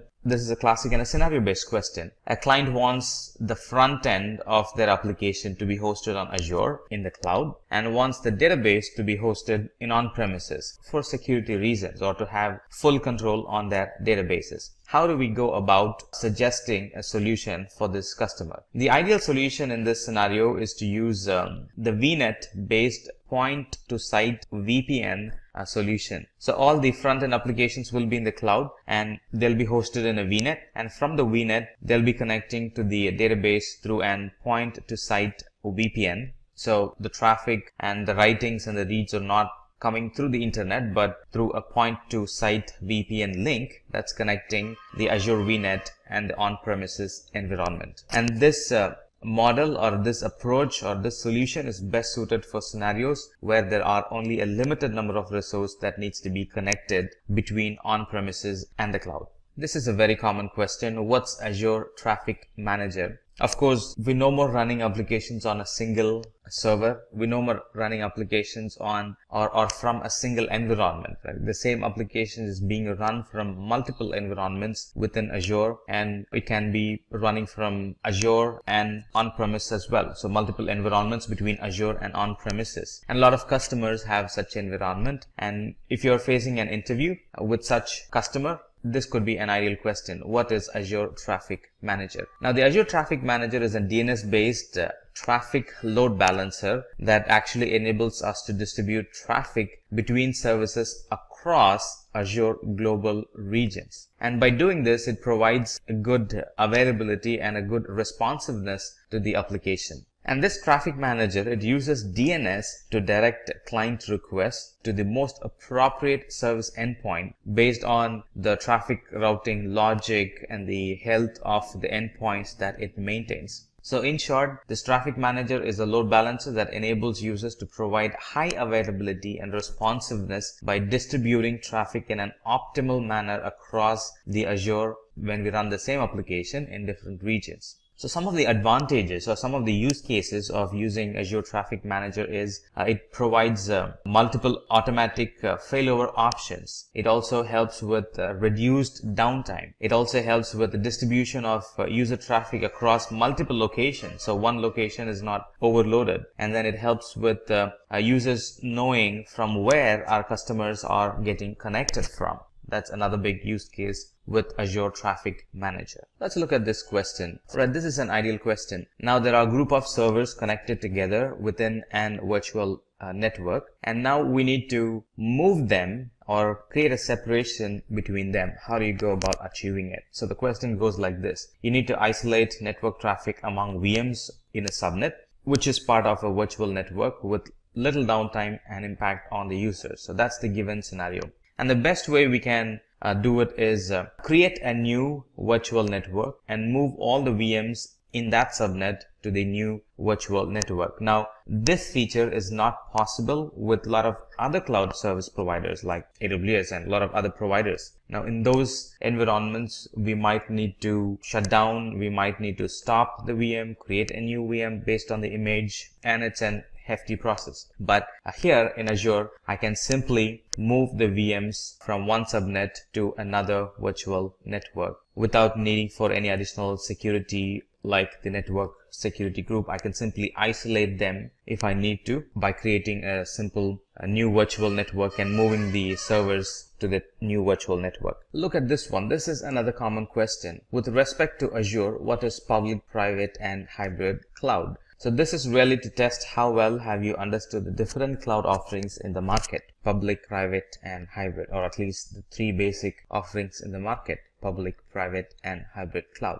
Now, the public cloud is the most common way of deploying cloud computing applications, and it has resources like servers, storage, and are owned and operated by third-party cloud service providers like Microsoft Azure. Microsoft Azure is a very good example of public cloud. So here, every component that the user is using is running only on Azure. That's public cloud. Right, let me talk to you about some of the advantages of public cloud. Some of the advantages is low cost because there's no need to purchase hardware or software, and we pay only for the services that we use in public cloud. And there is literally no maintenance because the service provider maintains the environment for us. And with public cloud, we have nearly unlimited scalability, meaning we can get resources on demand and can meet our business requirements on demand. And the public clouds are very highly reliable because they have a vast network of servers and they ensure that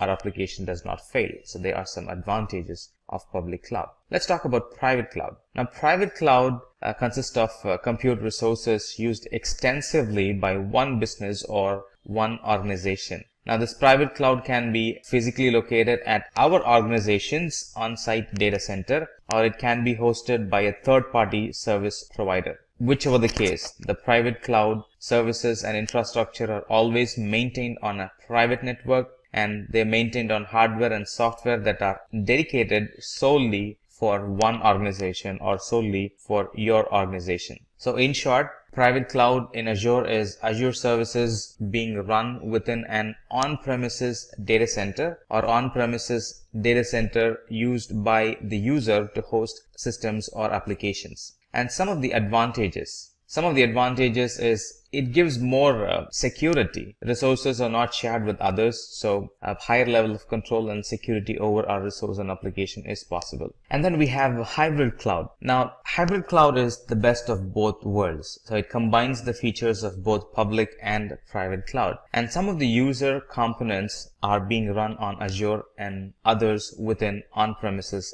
data center. So they kind of share the resources.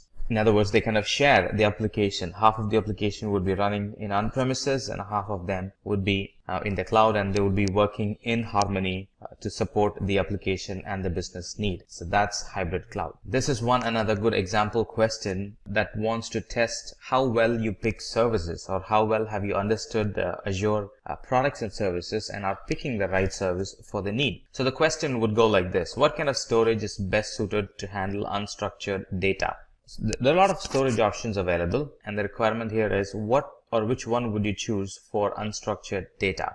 The answer for that question is blob storage, because blob storage is designed to support unstructured data. It works in this way. It places the data into different tiers based on how often they are accessed. Different tier means different performance. Different performance means different cost associated with it. So a lot of add-on advantages will we get when we use blob storage for unstructured data. In addition to it, any type of unstructured data can be stored in blob storage. This is not true with a couple of other storage options that we have in Azure. Only with blob storage we can store any type of unstructured data. And the data integrity is maintained every time an object is changed in the blob storage. And the best part is the blob storage helps increase applications performance and reduces the bandwidth consumption for that application. So they are the benefits that we get for blob storage, and blob storage are the ones that are well suited for unstructured data, and that's what your answer should be. It's really an 5-step process, and if we have done some basic labs with Azure, you can easily answer this question. So it's a 5-step process. First step is to log into the Azure. The second one is to create an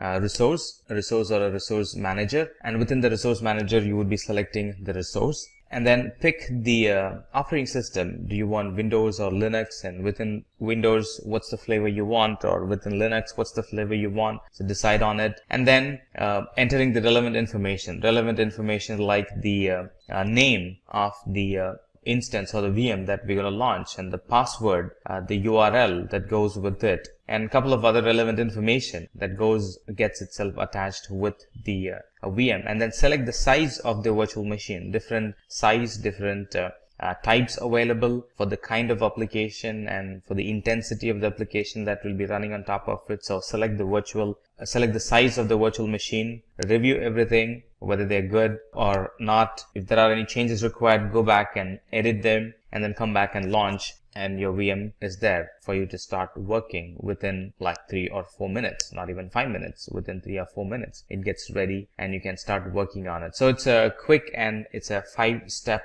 process, and you should be able to answer it easily if you have done a few labs in Azure. Let's now look at some scenario-based question. You've been posed with a scenario. So we thought through it and we picked some common scenario-based questions that are being asked in an interview, and I thought we'll present it for you with the answers, with explanation, so you can get benefited through it. So let's look at this question. You're asked to make sure your virtual machines are able to communicate securely with each other to ensure security or to have good amount of security. What would you do? And the correct and the best answer for this would be using virtual network in Azure, which enables us to communicate with the internet securely, which enables us to communicate with the on-premises data center in a secure fashion. So the advantage of using virtual network is users can create their own private network, users can pick their own private IP ranges, users can create their own subnet, users can create their own routing between those two subnets. lot more goes into that virtual network. So it's very customizable, and the users are provided with an isolated and highly secure environment for applications. It's completely isolated from other customers. It's completely isolated from other applications that are running in other virtual network that we own. So within our account, we can have multiple virtual networks, and one application running on a virtual machine is completely isolated from other applications running on other virtual machines. And of course, all traffic stays within the Azure network, Azure virtual machine, or within the Azure network, depending on how you set up the routing. If you have set up a routing to go or reach the internet, it's going to go, otherwise it's going to stay within Azure. If you have set up routing to reach on premises, then it's going to go and reach on premises, otherwise it's not going to go and reach on premises. It's going to stay within the Azure. And it also allows users to design their own network, like we already discussed, picking up IPs, picking routing, picking subnets, how many servers should be present in that particular subnet, or how many servers should that subnet accommodate, the size of the subnet, the IP ranges, the NATing, the masking of IPs, creating of VPN. All that's possible with the virtual network. So it really allows users to design their own network, and using virtual machine is how we secure applications in the cloud. Let's look at this other scenario. How do you ensure that every time a user logs in, they are not asked to re-enter the password as part of authentication? So you really don't want your users to re-enter the password every time they log in to a different application. Well, all the applications have their authentication mechanism in place. All of them wants to authenticate the user before they log in. Ensuring the user does not log in every time does not mean that wiping away all the authentication and authorization that's present in that application. You still need that in place, but how do you make the user hassle-free so they're not asked to re-enter the password or the same password again and again? Let's look at the options available. The first one is to enable Microsoft account authentication. Well, it's not going to fix, because with that the user will still need to re-enter the username and password. Deploy Express Route. It's not going to fix either, because Express Route is a network level service that connects on premises to the cloud. So that has got nothing to do with prompting or not prompting for password. And then we have set up VPN between on-premises data center and Azure, set up AD domain controller in VM, and implement integrated Windows authentication. Well, you can use the same username and password for on-premises and the cloud, but this setup, the VPN and the AD controller setup, it's not going to stop you asking for repeated passwords. So this is all about using the same password in on-premises and in the cloud, and this has got nothing to do with not prompting the user to re-enter the password. All right, so that's same password is different from not prompting the user to re-enter the password. They are two different scenarios, so that is also out of the equation. And the last one is configure AD sync to use single sign-on. That's the right one. So when we configure the AD to use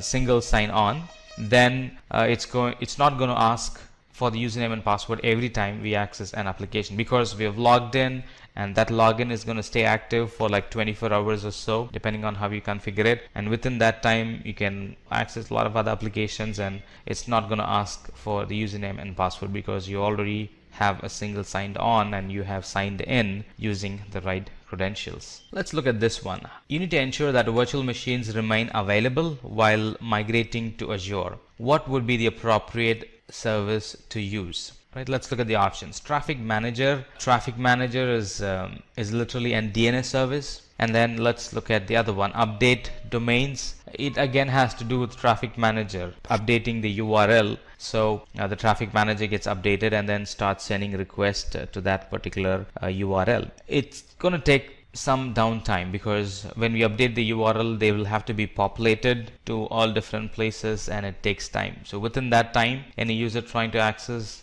it's going to fail. And then we have Express Route and Cloud Services. Express Route could be in fact, it's the right answer, because Express Route, it's an extension of our on-premises and cloud environment. And in this question, it really comes out from a customer who's having an hybrid environment. So they have applications running in on-premises, they have applications running in the cloud, and they want to have a way to migrate applications from on-premises to the cloud. In other words, kind of do a cutover between on-premises and the cloud. And this express route is a service that connects between on-premises and the cloud. So when you do the cutover, the traffic is now sent to the cloud instead of being handled in on-premises. In fact, the services and the application is getting down or getting shut down in on-premises. So the request will come in the same pattern. Instead of they being handled in on-premises, they are now routed to the cloud using express route, and the API calls get addressed or the queries gets answered in the cloud through the express route service. Look at this question. You are an administrator for a website called WebGame, and you are required to validate and deploy changes made to your website by your development team with minimum downtime. So the real question is, how do you validate the deployment changes that's made by the development team? Let's look at the options. Create a new linked resource, create a staging environment for the site, enable remote debugging on the website, and then create a new website. Well, why would you want to create a new website? Just to validate the changes. And doing a remote debugging is not going to help, because debugging only captures logs of the changes happening. It does not do anything with validating the changes. Create a staging environment could be or is the right answer, because when we have staging environments, anything that we run on production can be run on staging environment, and any failures that would happen in production, if we simply run it in production, can be captured when we run the application in the staging environment. So that way, staging environment is a very helpful and useful service, and that way I can catch any errors. In other words, I can validate the changes that were done by my development team before I move it to production, and that reduces the downtime in the production environment. Look at this one last question that we have for you. It's a standard tier application is used across the world and uses Azure Website Standard Tier. It uses large amount of image files, so you can get it. This could be an e-commerce website which has a lot of pictures in it, and this is causing the application to load slow. How can we handle this situation? Let's look at the options given. Configure blob storage with custom domain. Well, this application has pictures, but only the pictures is not all that the application has. Right? So configuring blob storage might not help. This could be an very interactive website, and that can't be run from blob storage. Let's look at the other options. Configure Azure Website Auto Scaling to increase instances at high loads. Now, it's the picture that's causing issues for the website. It's not the CPU, or it's not the memory unavailable, memory not enough, that's causing the application to be slow. So we need to identify what's causing the application to be slow. So it's not the CPU, it's not the memory. So configure Azure for auto scaling is not going to help. And then what are the other options? Let's see. Configure Azure CDN to cache all responses from the application's web endpoint. A CDN could be the right answer, but look at that. It says a CDN to cache all responses from the application's web endpoint. CDN is not designed for that. Though it can do it, that's not the best way to use CDN to capture all responses from the application's web endpoint. The proper design for CDN would be to cache the frequently used ones. In other words, cache the static content, which are photos, videos, logos, and pictures, and a lot more. Static content that never changes. Let's look at the last option. Configure Azure CDN to cache site images and content stored in Azure Blob Storage. Absolutely correct. So here we will have to redesign the application to store the pictures, high quality, lazy loading or slow loading pictures, because of the high quality and the bigger size. So store them in CDN, and then the content, let it be stored in Azure Blob Storage. That's the right way of designing the application, and if we do it, this application is going to run faster, or the application is going to respond faster. And with that, we have reached the end of this session on Azure full course for beginners. If you have any doubts or queries, please let us know in the comment section below, and a team of experts will be happy to help you as soon as possible. Until next time, thank you and keep learning. Stay tuned for more from Simplilearn.